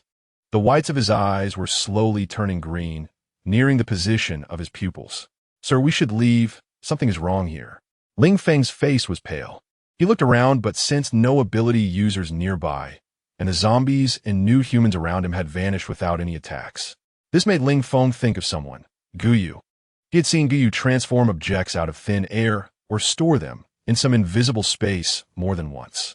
If the central safety base did something to Guyu, expanding her abilities, Ling Feng pursed his lips. He couldn't care about being reckless anymore. He prepared to transform into his second form, ready to use the same trick again, to take his brother and leave. His arms sprouted a layer of black feathers, falling from the air and covering him. Suddenly, the surrounding space became distorted. Chapter 208. The final battle. It felt as if an immense force was pulling him, and a sense of weightlessness struck his feet as everything in front began to twist, eventually plunging into darkness. The commotion over there was not small. He clung tightly to a nearby billboard, veins bulging on his face, his already unclear eyes tinged with green. Yize, Guyu, Yize. He called out names randomly, ultimately unsure why he was so fixated on these two individuals. Ye Jin suddenly stood up, knocking over the weapon rack in front of him, making quite a noise. The heavy firearms crashed down on him, but he seemed to feel no pain, his gaze fixated on the commotion ahead. Lung Xuan frowned and stood up as well, shocked as he spoke. The space is distorted, as if it's transporting these monsters and zombies to an unknown space. This is bad. Guyu. Only Guyu is a space-type ability user. Yize definitely doesn't know what he did to Guyu, drastically boosting her abilities in short time, trying to suck all these zombies into Guyu's space. Ye Jin's eyes widened in fury, as if the two had some kind of connection. He suddenly looked up, staring straight toward the mountaintop. Up there. Wait, Major Yi. Before the people around could react, Ye Jin had already run toward the mountaintop. His speed was fast, being the one with the highest ability level present, and in an instant, no one could stop him. Not knowing how to crawl out step by step from the strong suction of the distorted space. He had completely lost the proud brain and calm judgment he had as a human. Kill them. Kill everyone. Only one thought resided in his mind. As his hands dug deep into the ground, disregarding the pain of his lower body being torn apart, he struggled to break free from the twisted space and lunged toward the nearest human. His mouth, split to the ear, opened wide, tearing off a piece of flesh with the trachea, instantly spraying warm human blood onto his face, igniting the zombie's instinctual craving for blood and flesh within him. Roar. D. Kill everyone. Ye Jin watched as he charged into the human ranks, slaughtering them, and he cursed under his breath. As the leader of the squad, he could not abandon his comrades nearby to selfishly pursue his own desires. He began the massacre alongside the new humans hiding under the buildings. Ye Jin activated her abilities, and black tendrils wrapped around the neck and limbs of a new human, temporarily controlling his movements. The tendrils retracted, distorting and deforming the new human's neck. Yet he showed no signs of being affected at all, reaching out with a large hand towards the void of the tendrils. Damn it! These new humans possessed both human intelligence and the evolutionary abilities of animals. Almost every new human in sight could reach the fourth tier of abilities. Soon, the battlefield was dominated by the new humans, with severed limbs and blood everywhere, staining the ground a deep crimson. Ye Jin could only resort to her old trick, pouring all the abilities from her body into the monster. The monster absorbed her abilities like a sponge, regardless of how much she transmitted, and its ability level even showed faint signs of breaking through. Ye Jin, what are you doing? Cold Swain dodged awkwardly and saw Ye Jin's frantic actions. No time for nonsense. Transmit your abilities. I can barely hold on. Cold Swain thought Ye Jin had gone mad. He steeled himself and stood behind her, pouring all the remaining abilities from his body into the monster in front of them. Soon, the monster could no longer withstand the ever-growing abilities. Deep green blood seeped from its slimy, toad-like skin, and its flesh and bones burst like an overinflated balloon with a loud bang. The brain domain ability users, who thought the situation was resolved, were caught off guard by this turn of events, and someone angrily slammed the table. Guyu, what is Guyu doing? The furious shout from a brain domain ability user echoed through the communicator, and when he slammed the table, he seemed to accidentally press a button, making his voice audible to all the communicators. Ye Jin, who was fighting the new human, paused for a moment, and the new human seized the opportunity, raising his hand to smash Ye Jin into a pulp. Ice crystals formed around the new human's ankles, freezing most of his body. Gu Yun was in tears and immediately recognized who held the highest rank among those present. She quickly ran from behind and wrapped her arms around Ye Jin. Brother, I'm scared. Save me. The word brother reminded Ye Jin of Gu Yu from before. Back then, she was so delicate, never rushing to the front when danger arose. But instead, she would tug at his sleeve and say sweetly, "Brother, save me. I'm scared." Bang! A massive monster exploded before Gu Yun, showering her with flesh and blood from above. Ah, shut up. Gu Yu scream nearly drowned out the voices coming from the communicator. Ye Jin sternly reprimanded her, and Gu Yun timidly closed her mouth. On the mountaintop, the speed-type ability user was in a dilemma. On one hand, there was the pressure from above, and on the other, Gu Yu was kneeling on the ground, continuously spitting blood. Gu Yu was forcibly raised to a higher tier of abilities, and her body and mental strength could not match the abilities. Previously using her spatial abilities had already pushed her to her limits. It felt as if a blender was continuously stirring her brain, and the world spun around her, accompanied by intense pain in her body. Almost every sense had begun to fail due to overload. Her arms, which had been propping her up, lost strength, and Gu Yu collapsed into the blood she had vomited. The speed-type ability user pulled Gu Yu up, wrapping his arm around her waist and placing her in a wheelchair. He then hesitantly spoke to the others. "Report, sir. Gu Yu's body can no longer withstand the fifth-tier abilities. Her condition is poor, and she is spitting blood. Continue using your spatial abilities. Do not stop." A cold voice from the brain domain ability user interrupted the speed-type ability user's words. The brain domain ability user did not expect their conversation to reach Ye Jin's ears. He clenched his fists and smashed a new human's brain with a punch. A gigantic figure emerged from the ground, dragging more than 10 people down, burying them underground before they could even scream. Chapter 209, Last Resistance. Earth Dragon. It's an Earth Dragon. Run. Even though the speed-type ability user felt sympathy for Gu Yu, he did not dare waste any time. He hoisted Gu Yu onto his shoulder. She was frail, her ribs protruding, causing his shoulder pain. "Gu Yu, can you hang on? There are Earth Dragons below. Many have died. Please, for all of humanity, hold on a little longer." The wind brushed against Gu Yu's face, lifting her scattered hair. Today's sunlight was truly warm. She smiled faintly. The speed-type ability user's loud voice allowed Gu Yu to clearly hear what he was saying. She nodded, her voice weak and feeble. Okay. Moreover, She hoped she could see Ye Jin one last time. In Guyu's memory, Ye Jin's appearance was still frozen at the moment she first saw him. On the street near the villa area, the weather that day was just as beautiful as today, with bright sunlight and Ye Jin's warm hand. Before she could pull herself away from her memories, the speed-type ability user skillfully dodged zombies and new humans, avoiding the crumbling ground beneath them, and dashed to the front, carrying Guyu. Guyu felt like a rag doll, easily maneuvered by others. She leaned against the speed-type ability user, struggling to stand. In front of her were countless zombies and monsters, their roars deafening.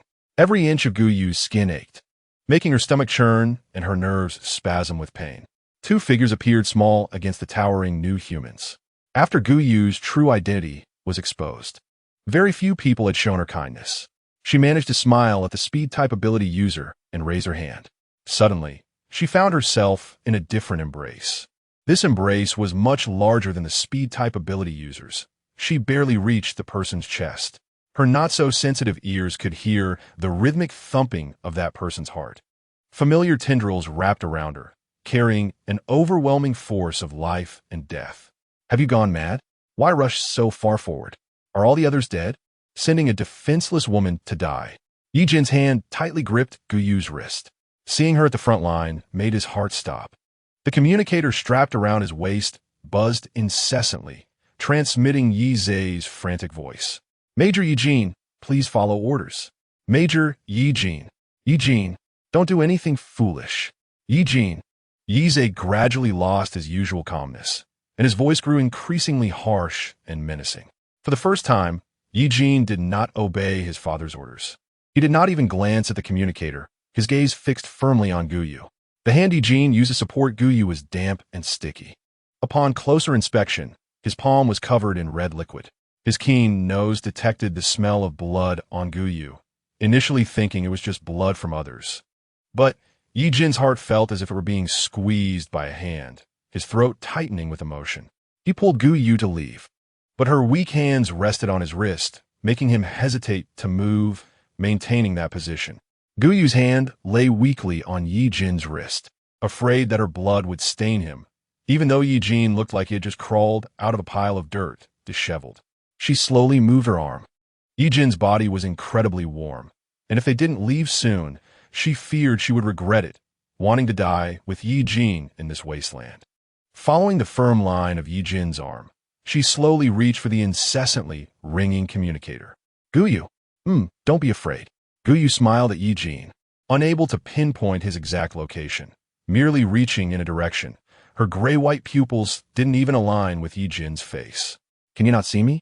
Guyu tilted her head, using her still somewhat functional left ear to face Ye Jin's direction. No, it's fine. Colonel, Yi has already made plans. There won't be too many casualties. But would Major Yi, who obeyed military orders, ensure that there wouldn't be too many casualties, including Guyu? No. Boom. Just as Ye Jin uttered a word, the building they were in began to shake violently. Instinctively, he held Guyu and rolled to the corner of the wall. A new human being clung to the balcony with one hand, slowly revealing a pair of green eyes. It seemed as if countless maggots were writhing inside his eyes, as if they would break through the thin membrane of his eyeball at any moment. Got you, Guyu.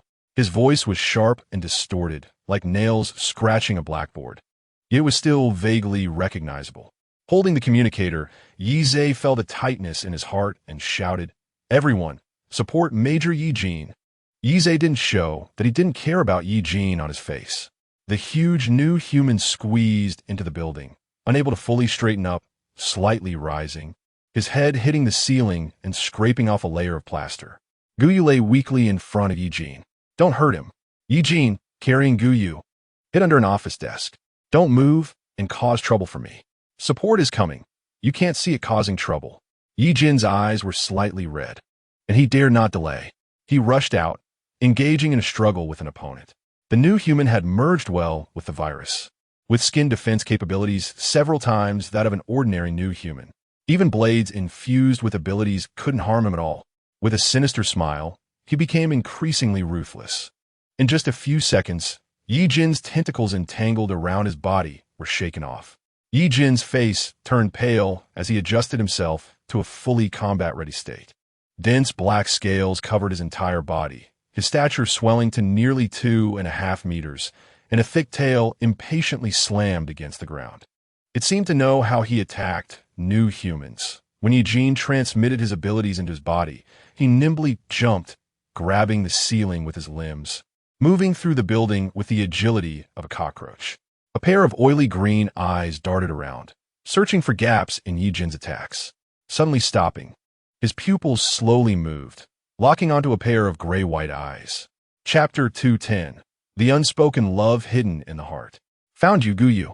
Gritting his teeth, Guyu was the only variable in his plan. If he had killed her when she harbored ulterior motives, that damned humanity would have long since disappeared from Earth. Hatred peaked in an instant.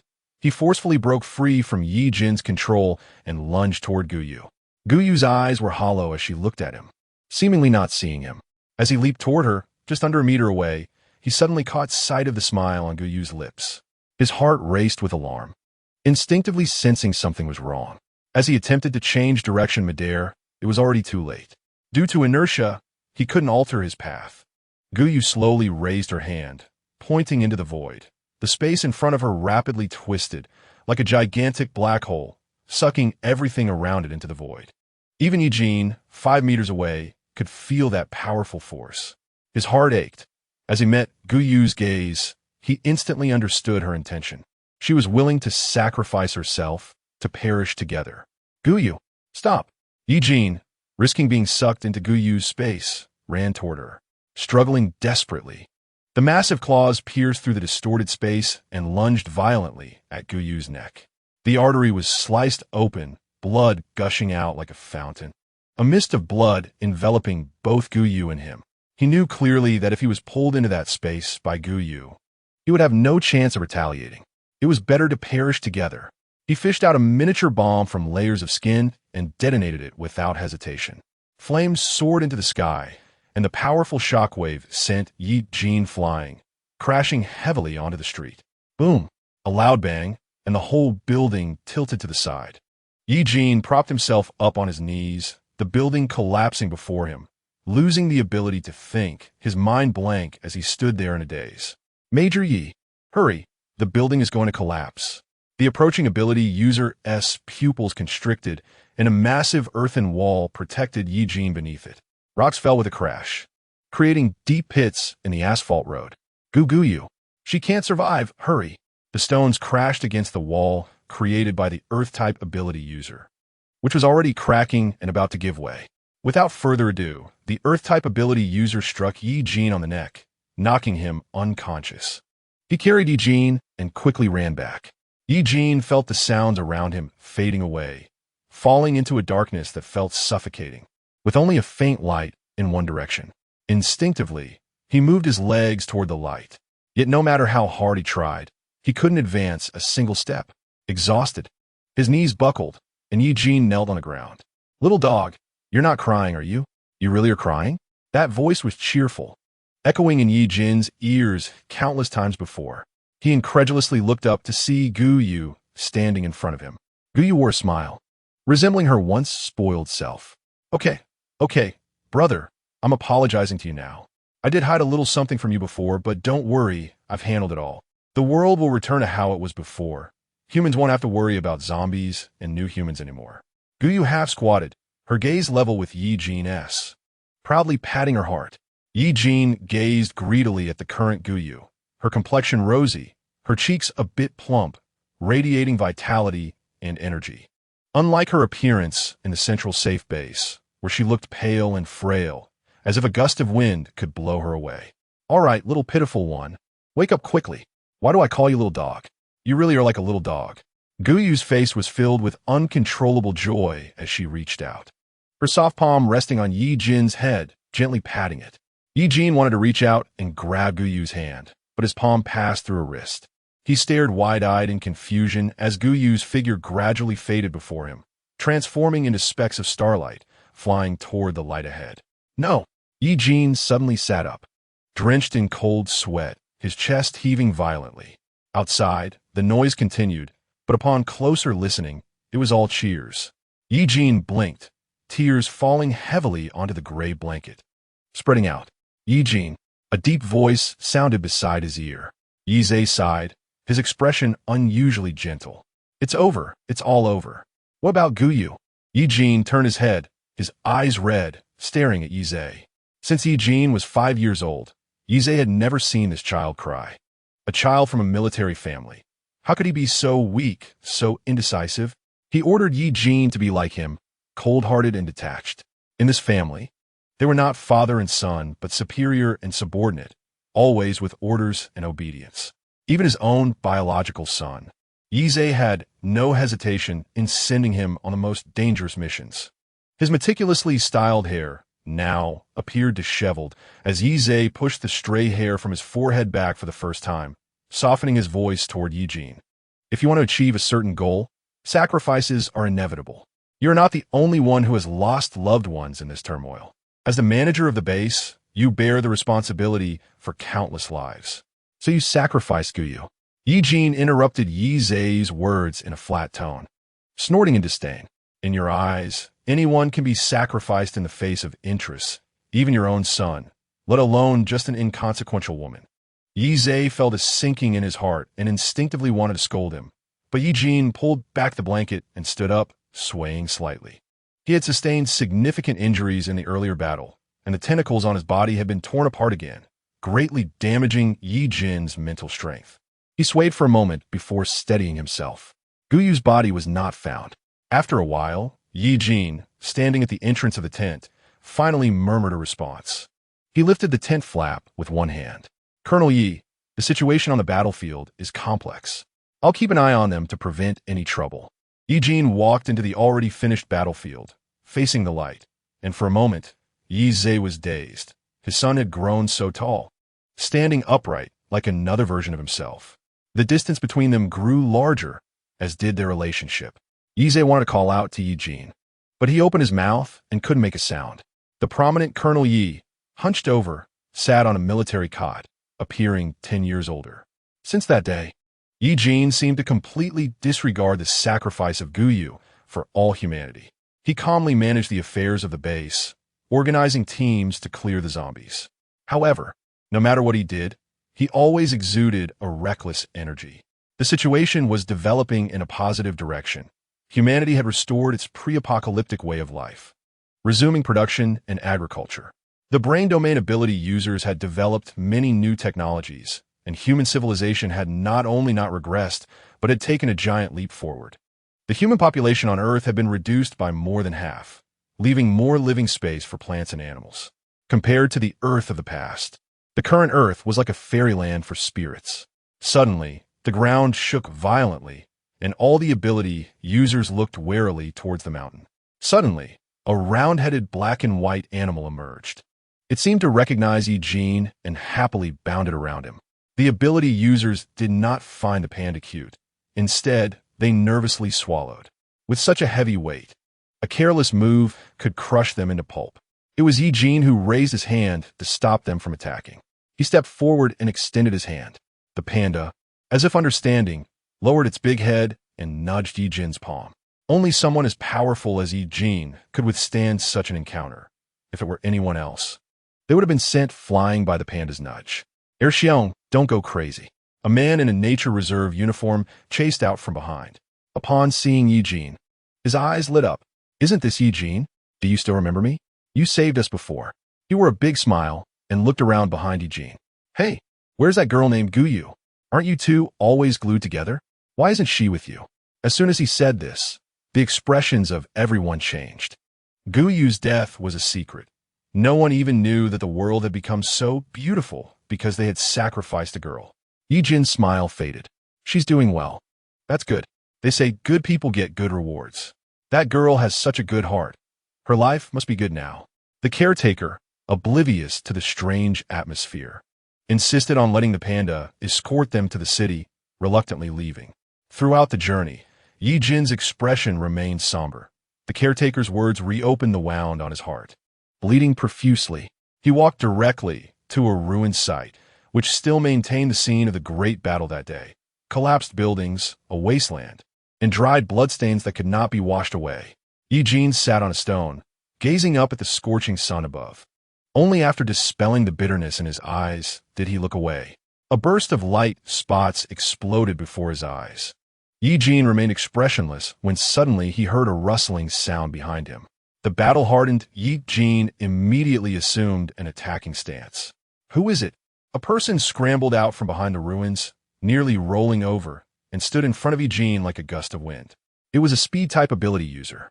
Ye Jin frowned, scrutinizing him. "What are you doing here?" The speed-type ability user stammered, "Major Yi? It's me." The speed-type ability user displayed a look of relief. "I finally found you. My status is low. I tried to find you several times, but was stopped by the guards. I knew you occasionally come here, so I specifically came to wait for you." He chattered on, pulling out a cloth bag from behind him. The bag jingled, sounding like metal. "During the battle, I was with Guyu. When we received orders to go to the front lines, Guyu handed this to me, telling me to pass it to you when I had time. If it causes you any trouble, just bury it somewhere." He rambled, handing the cloth bag to Ye Jin, then deeply bowed to him and turned to leave. He didn't dare look at Ye Jin's expression, the human war god. The hope of humanity had his eyes suddenly turn red the moment they met the cloth bag. The speed-type ability user worried he might be silenced, quickened his pace to leave. Ye Jin lowered his gaze at the worn bag, which had deep brown bloodstains at the opening, hurriedly wiped but not cleaned properly. He tremblingly opened the cloth bag, revealing a long chain inside. It was his previous weapon, always wrapped around his arm, later stored by Guyu in her space, and taken out during his most painful moments to hold close. Guyu. The speed-type ability user ran far away, but it seemed he could still hear the sobbing sound carried by the wind, drifting far away. A massive, unmarked stone tablet stood at the entrance of the base, inscribed with the names of all the ability users who sacrificed themselves in the great battle. At the top, there was a crooked name carved by hand, incongruous with the others. Guyu. As long as someone remembers, the soul will not dissipate. As long as someone cares, the deceased will live on in the world.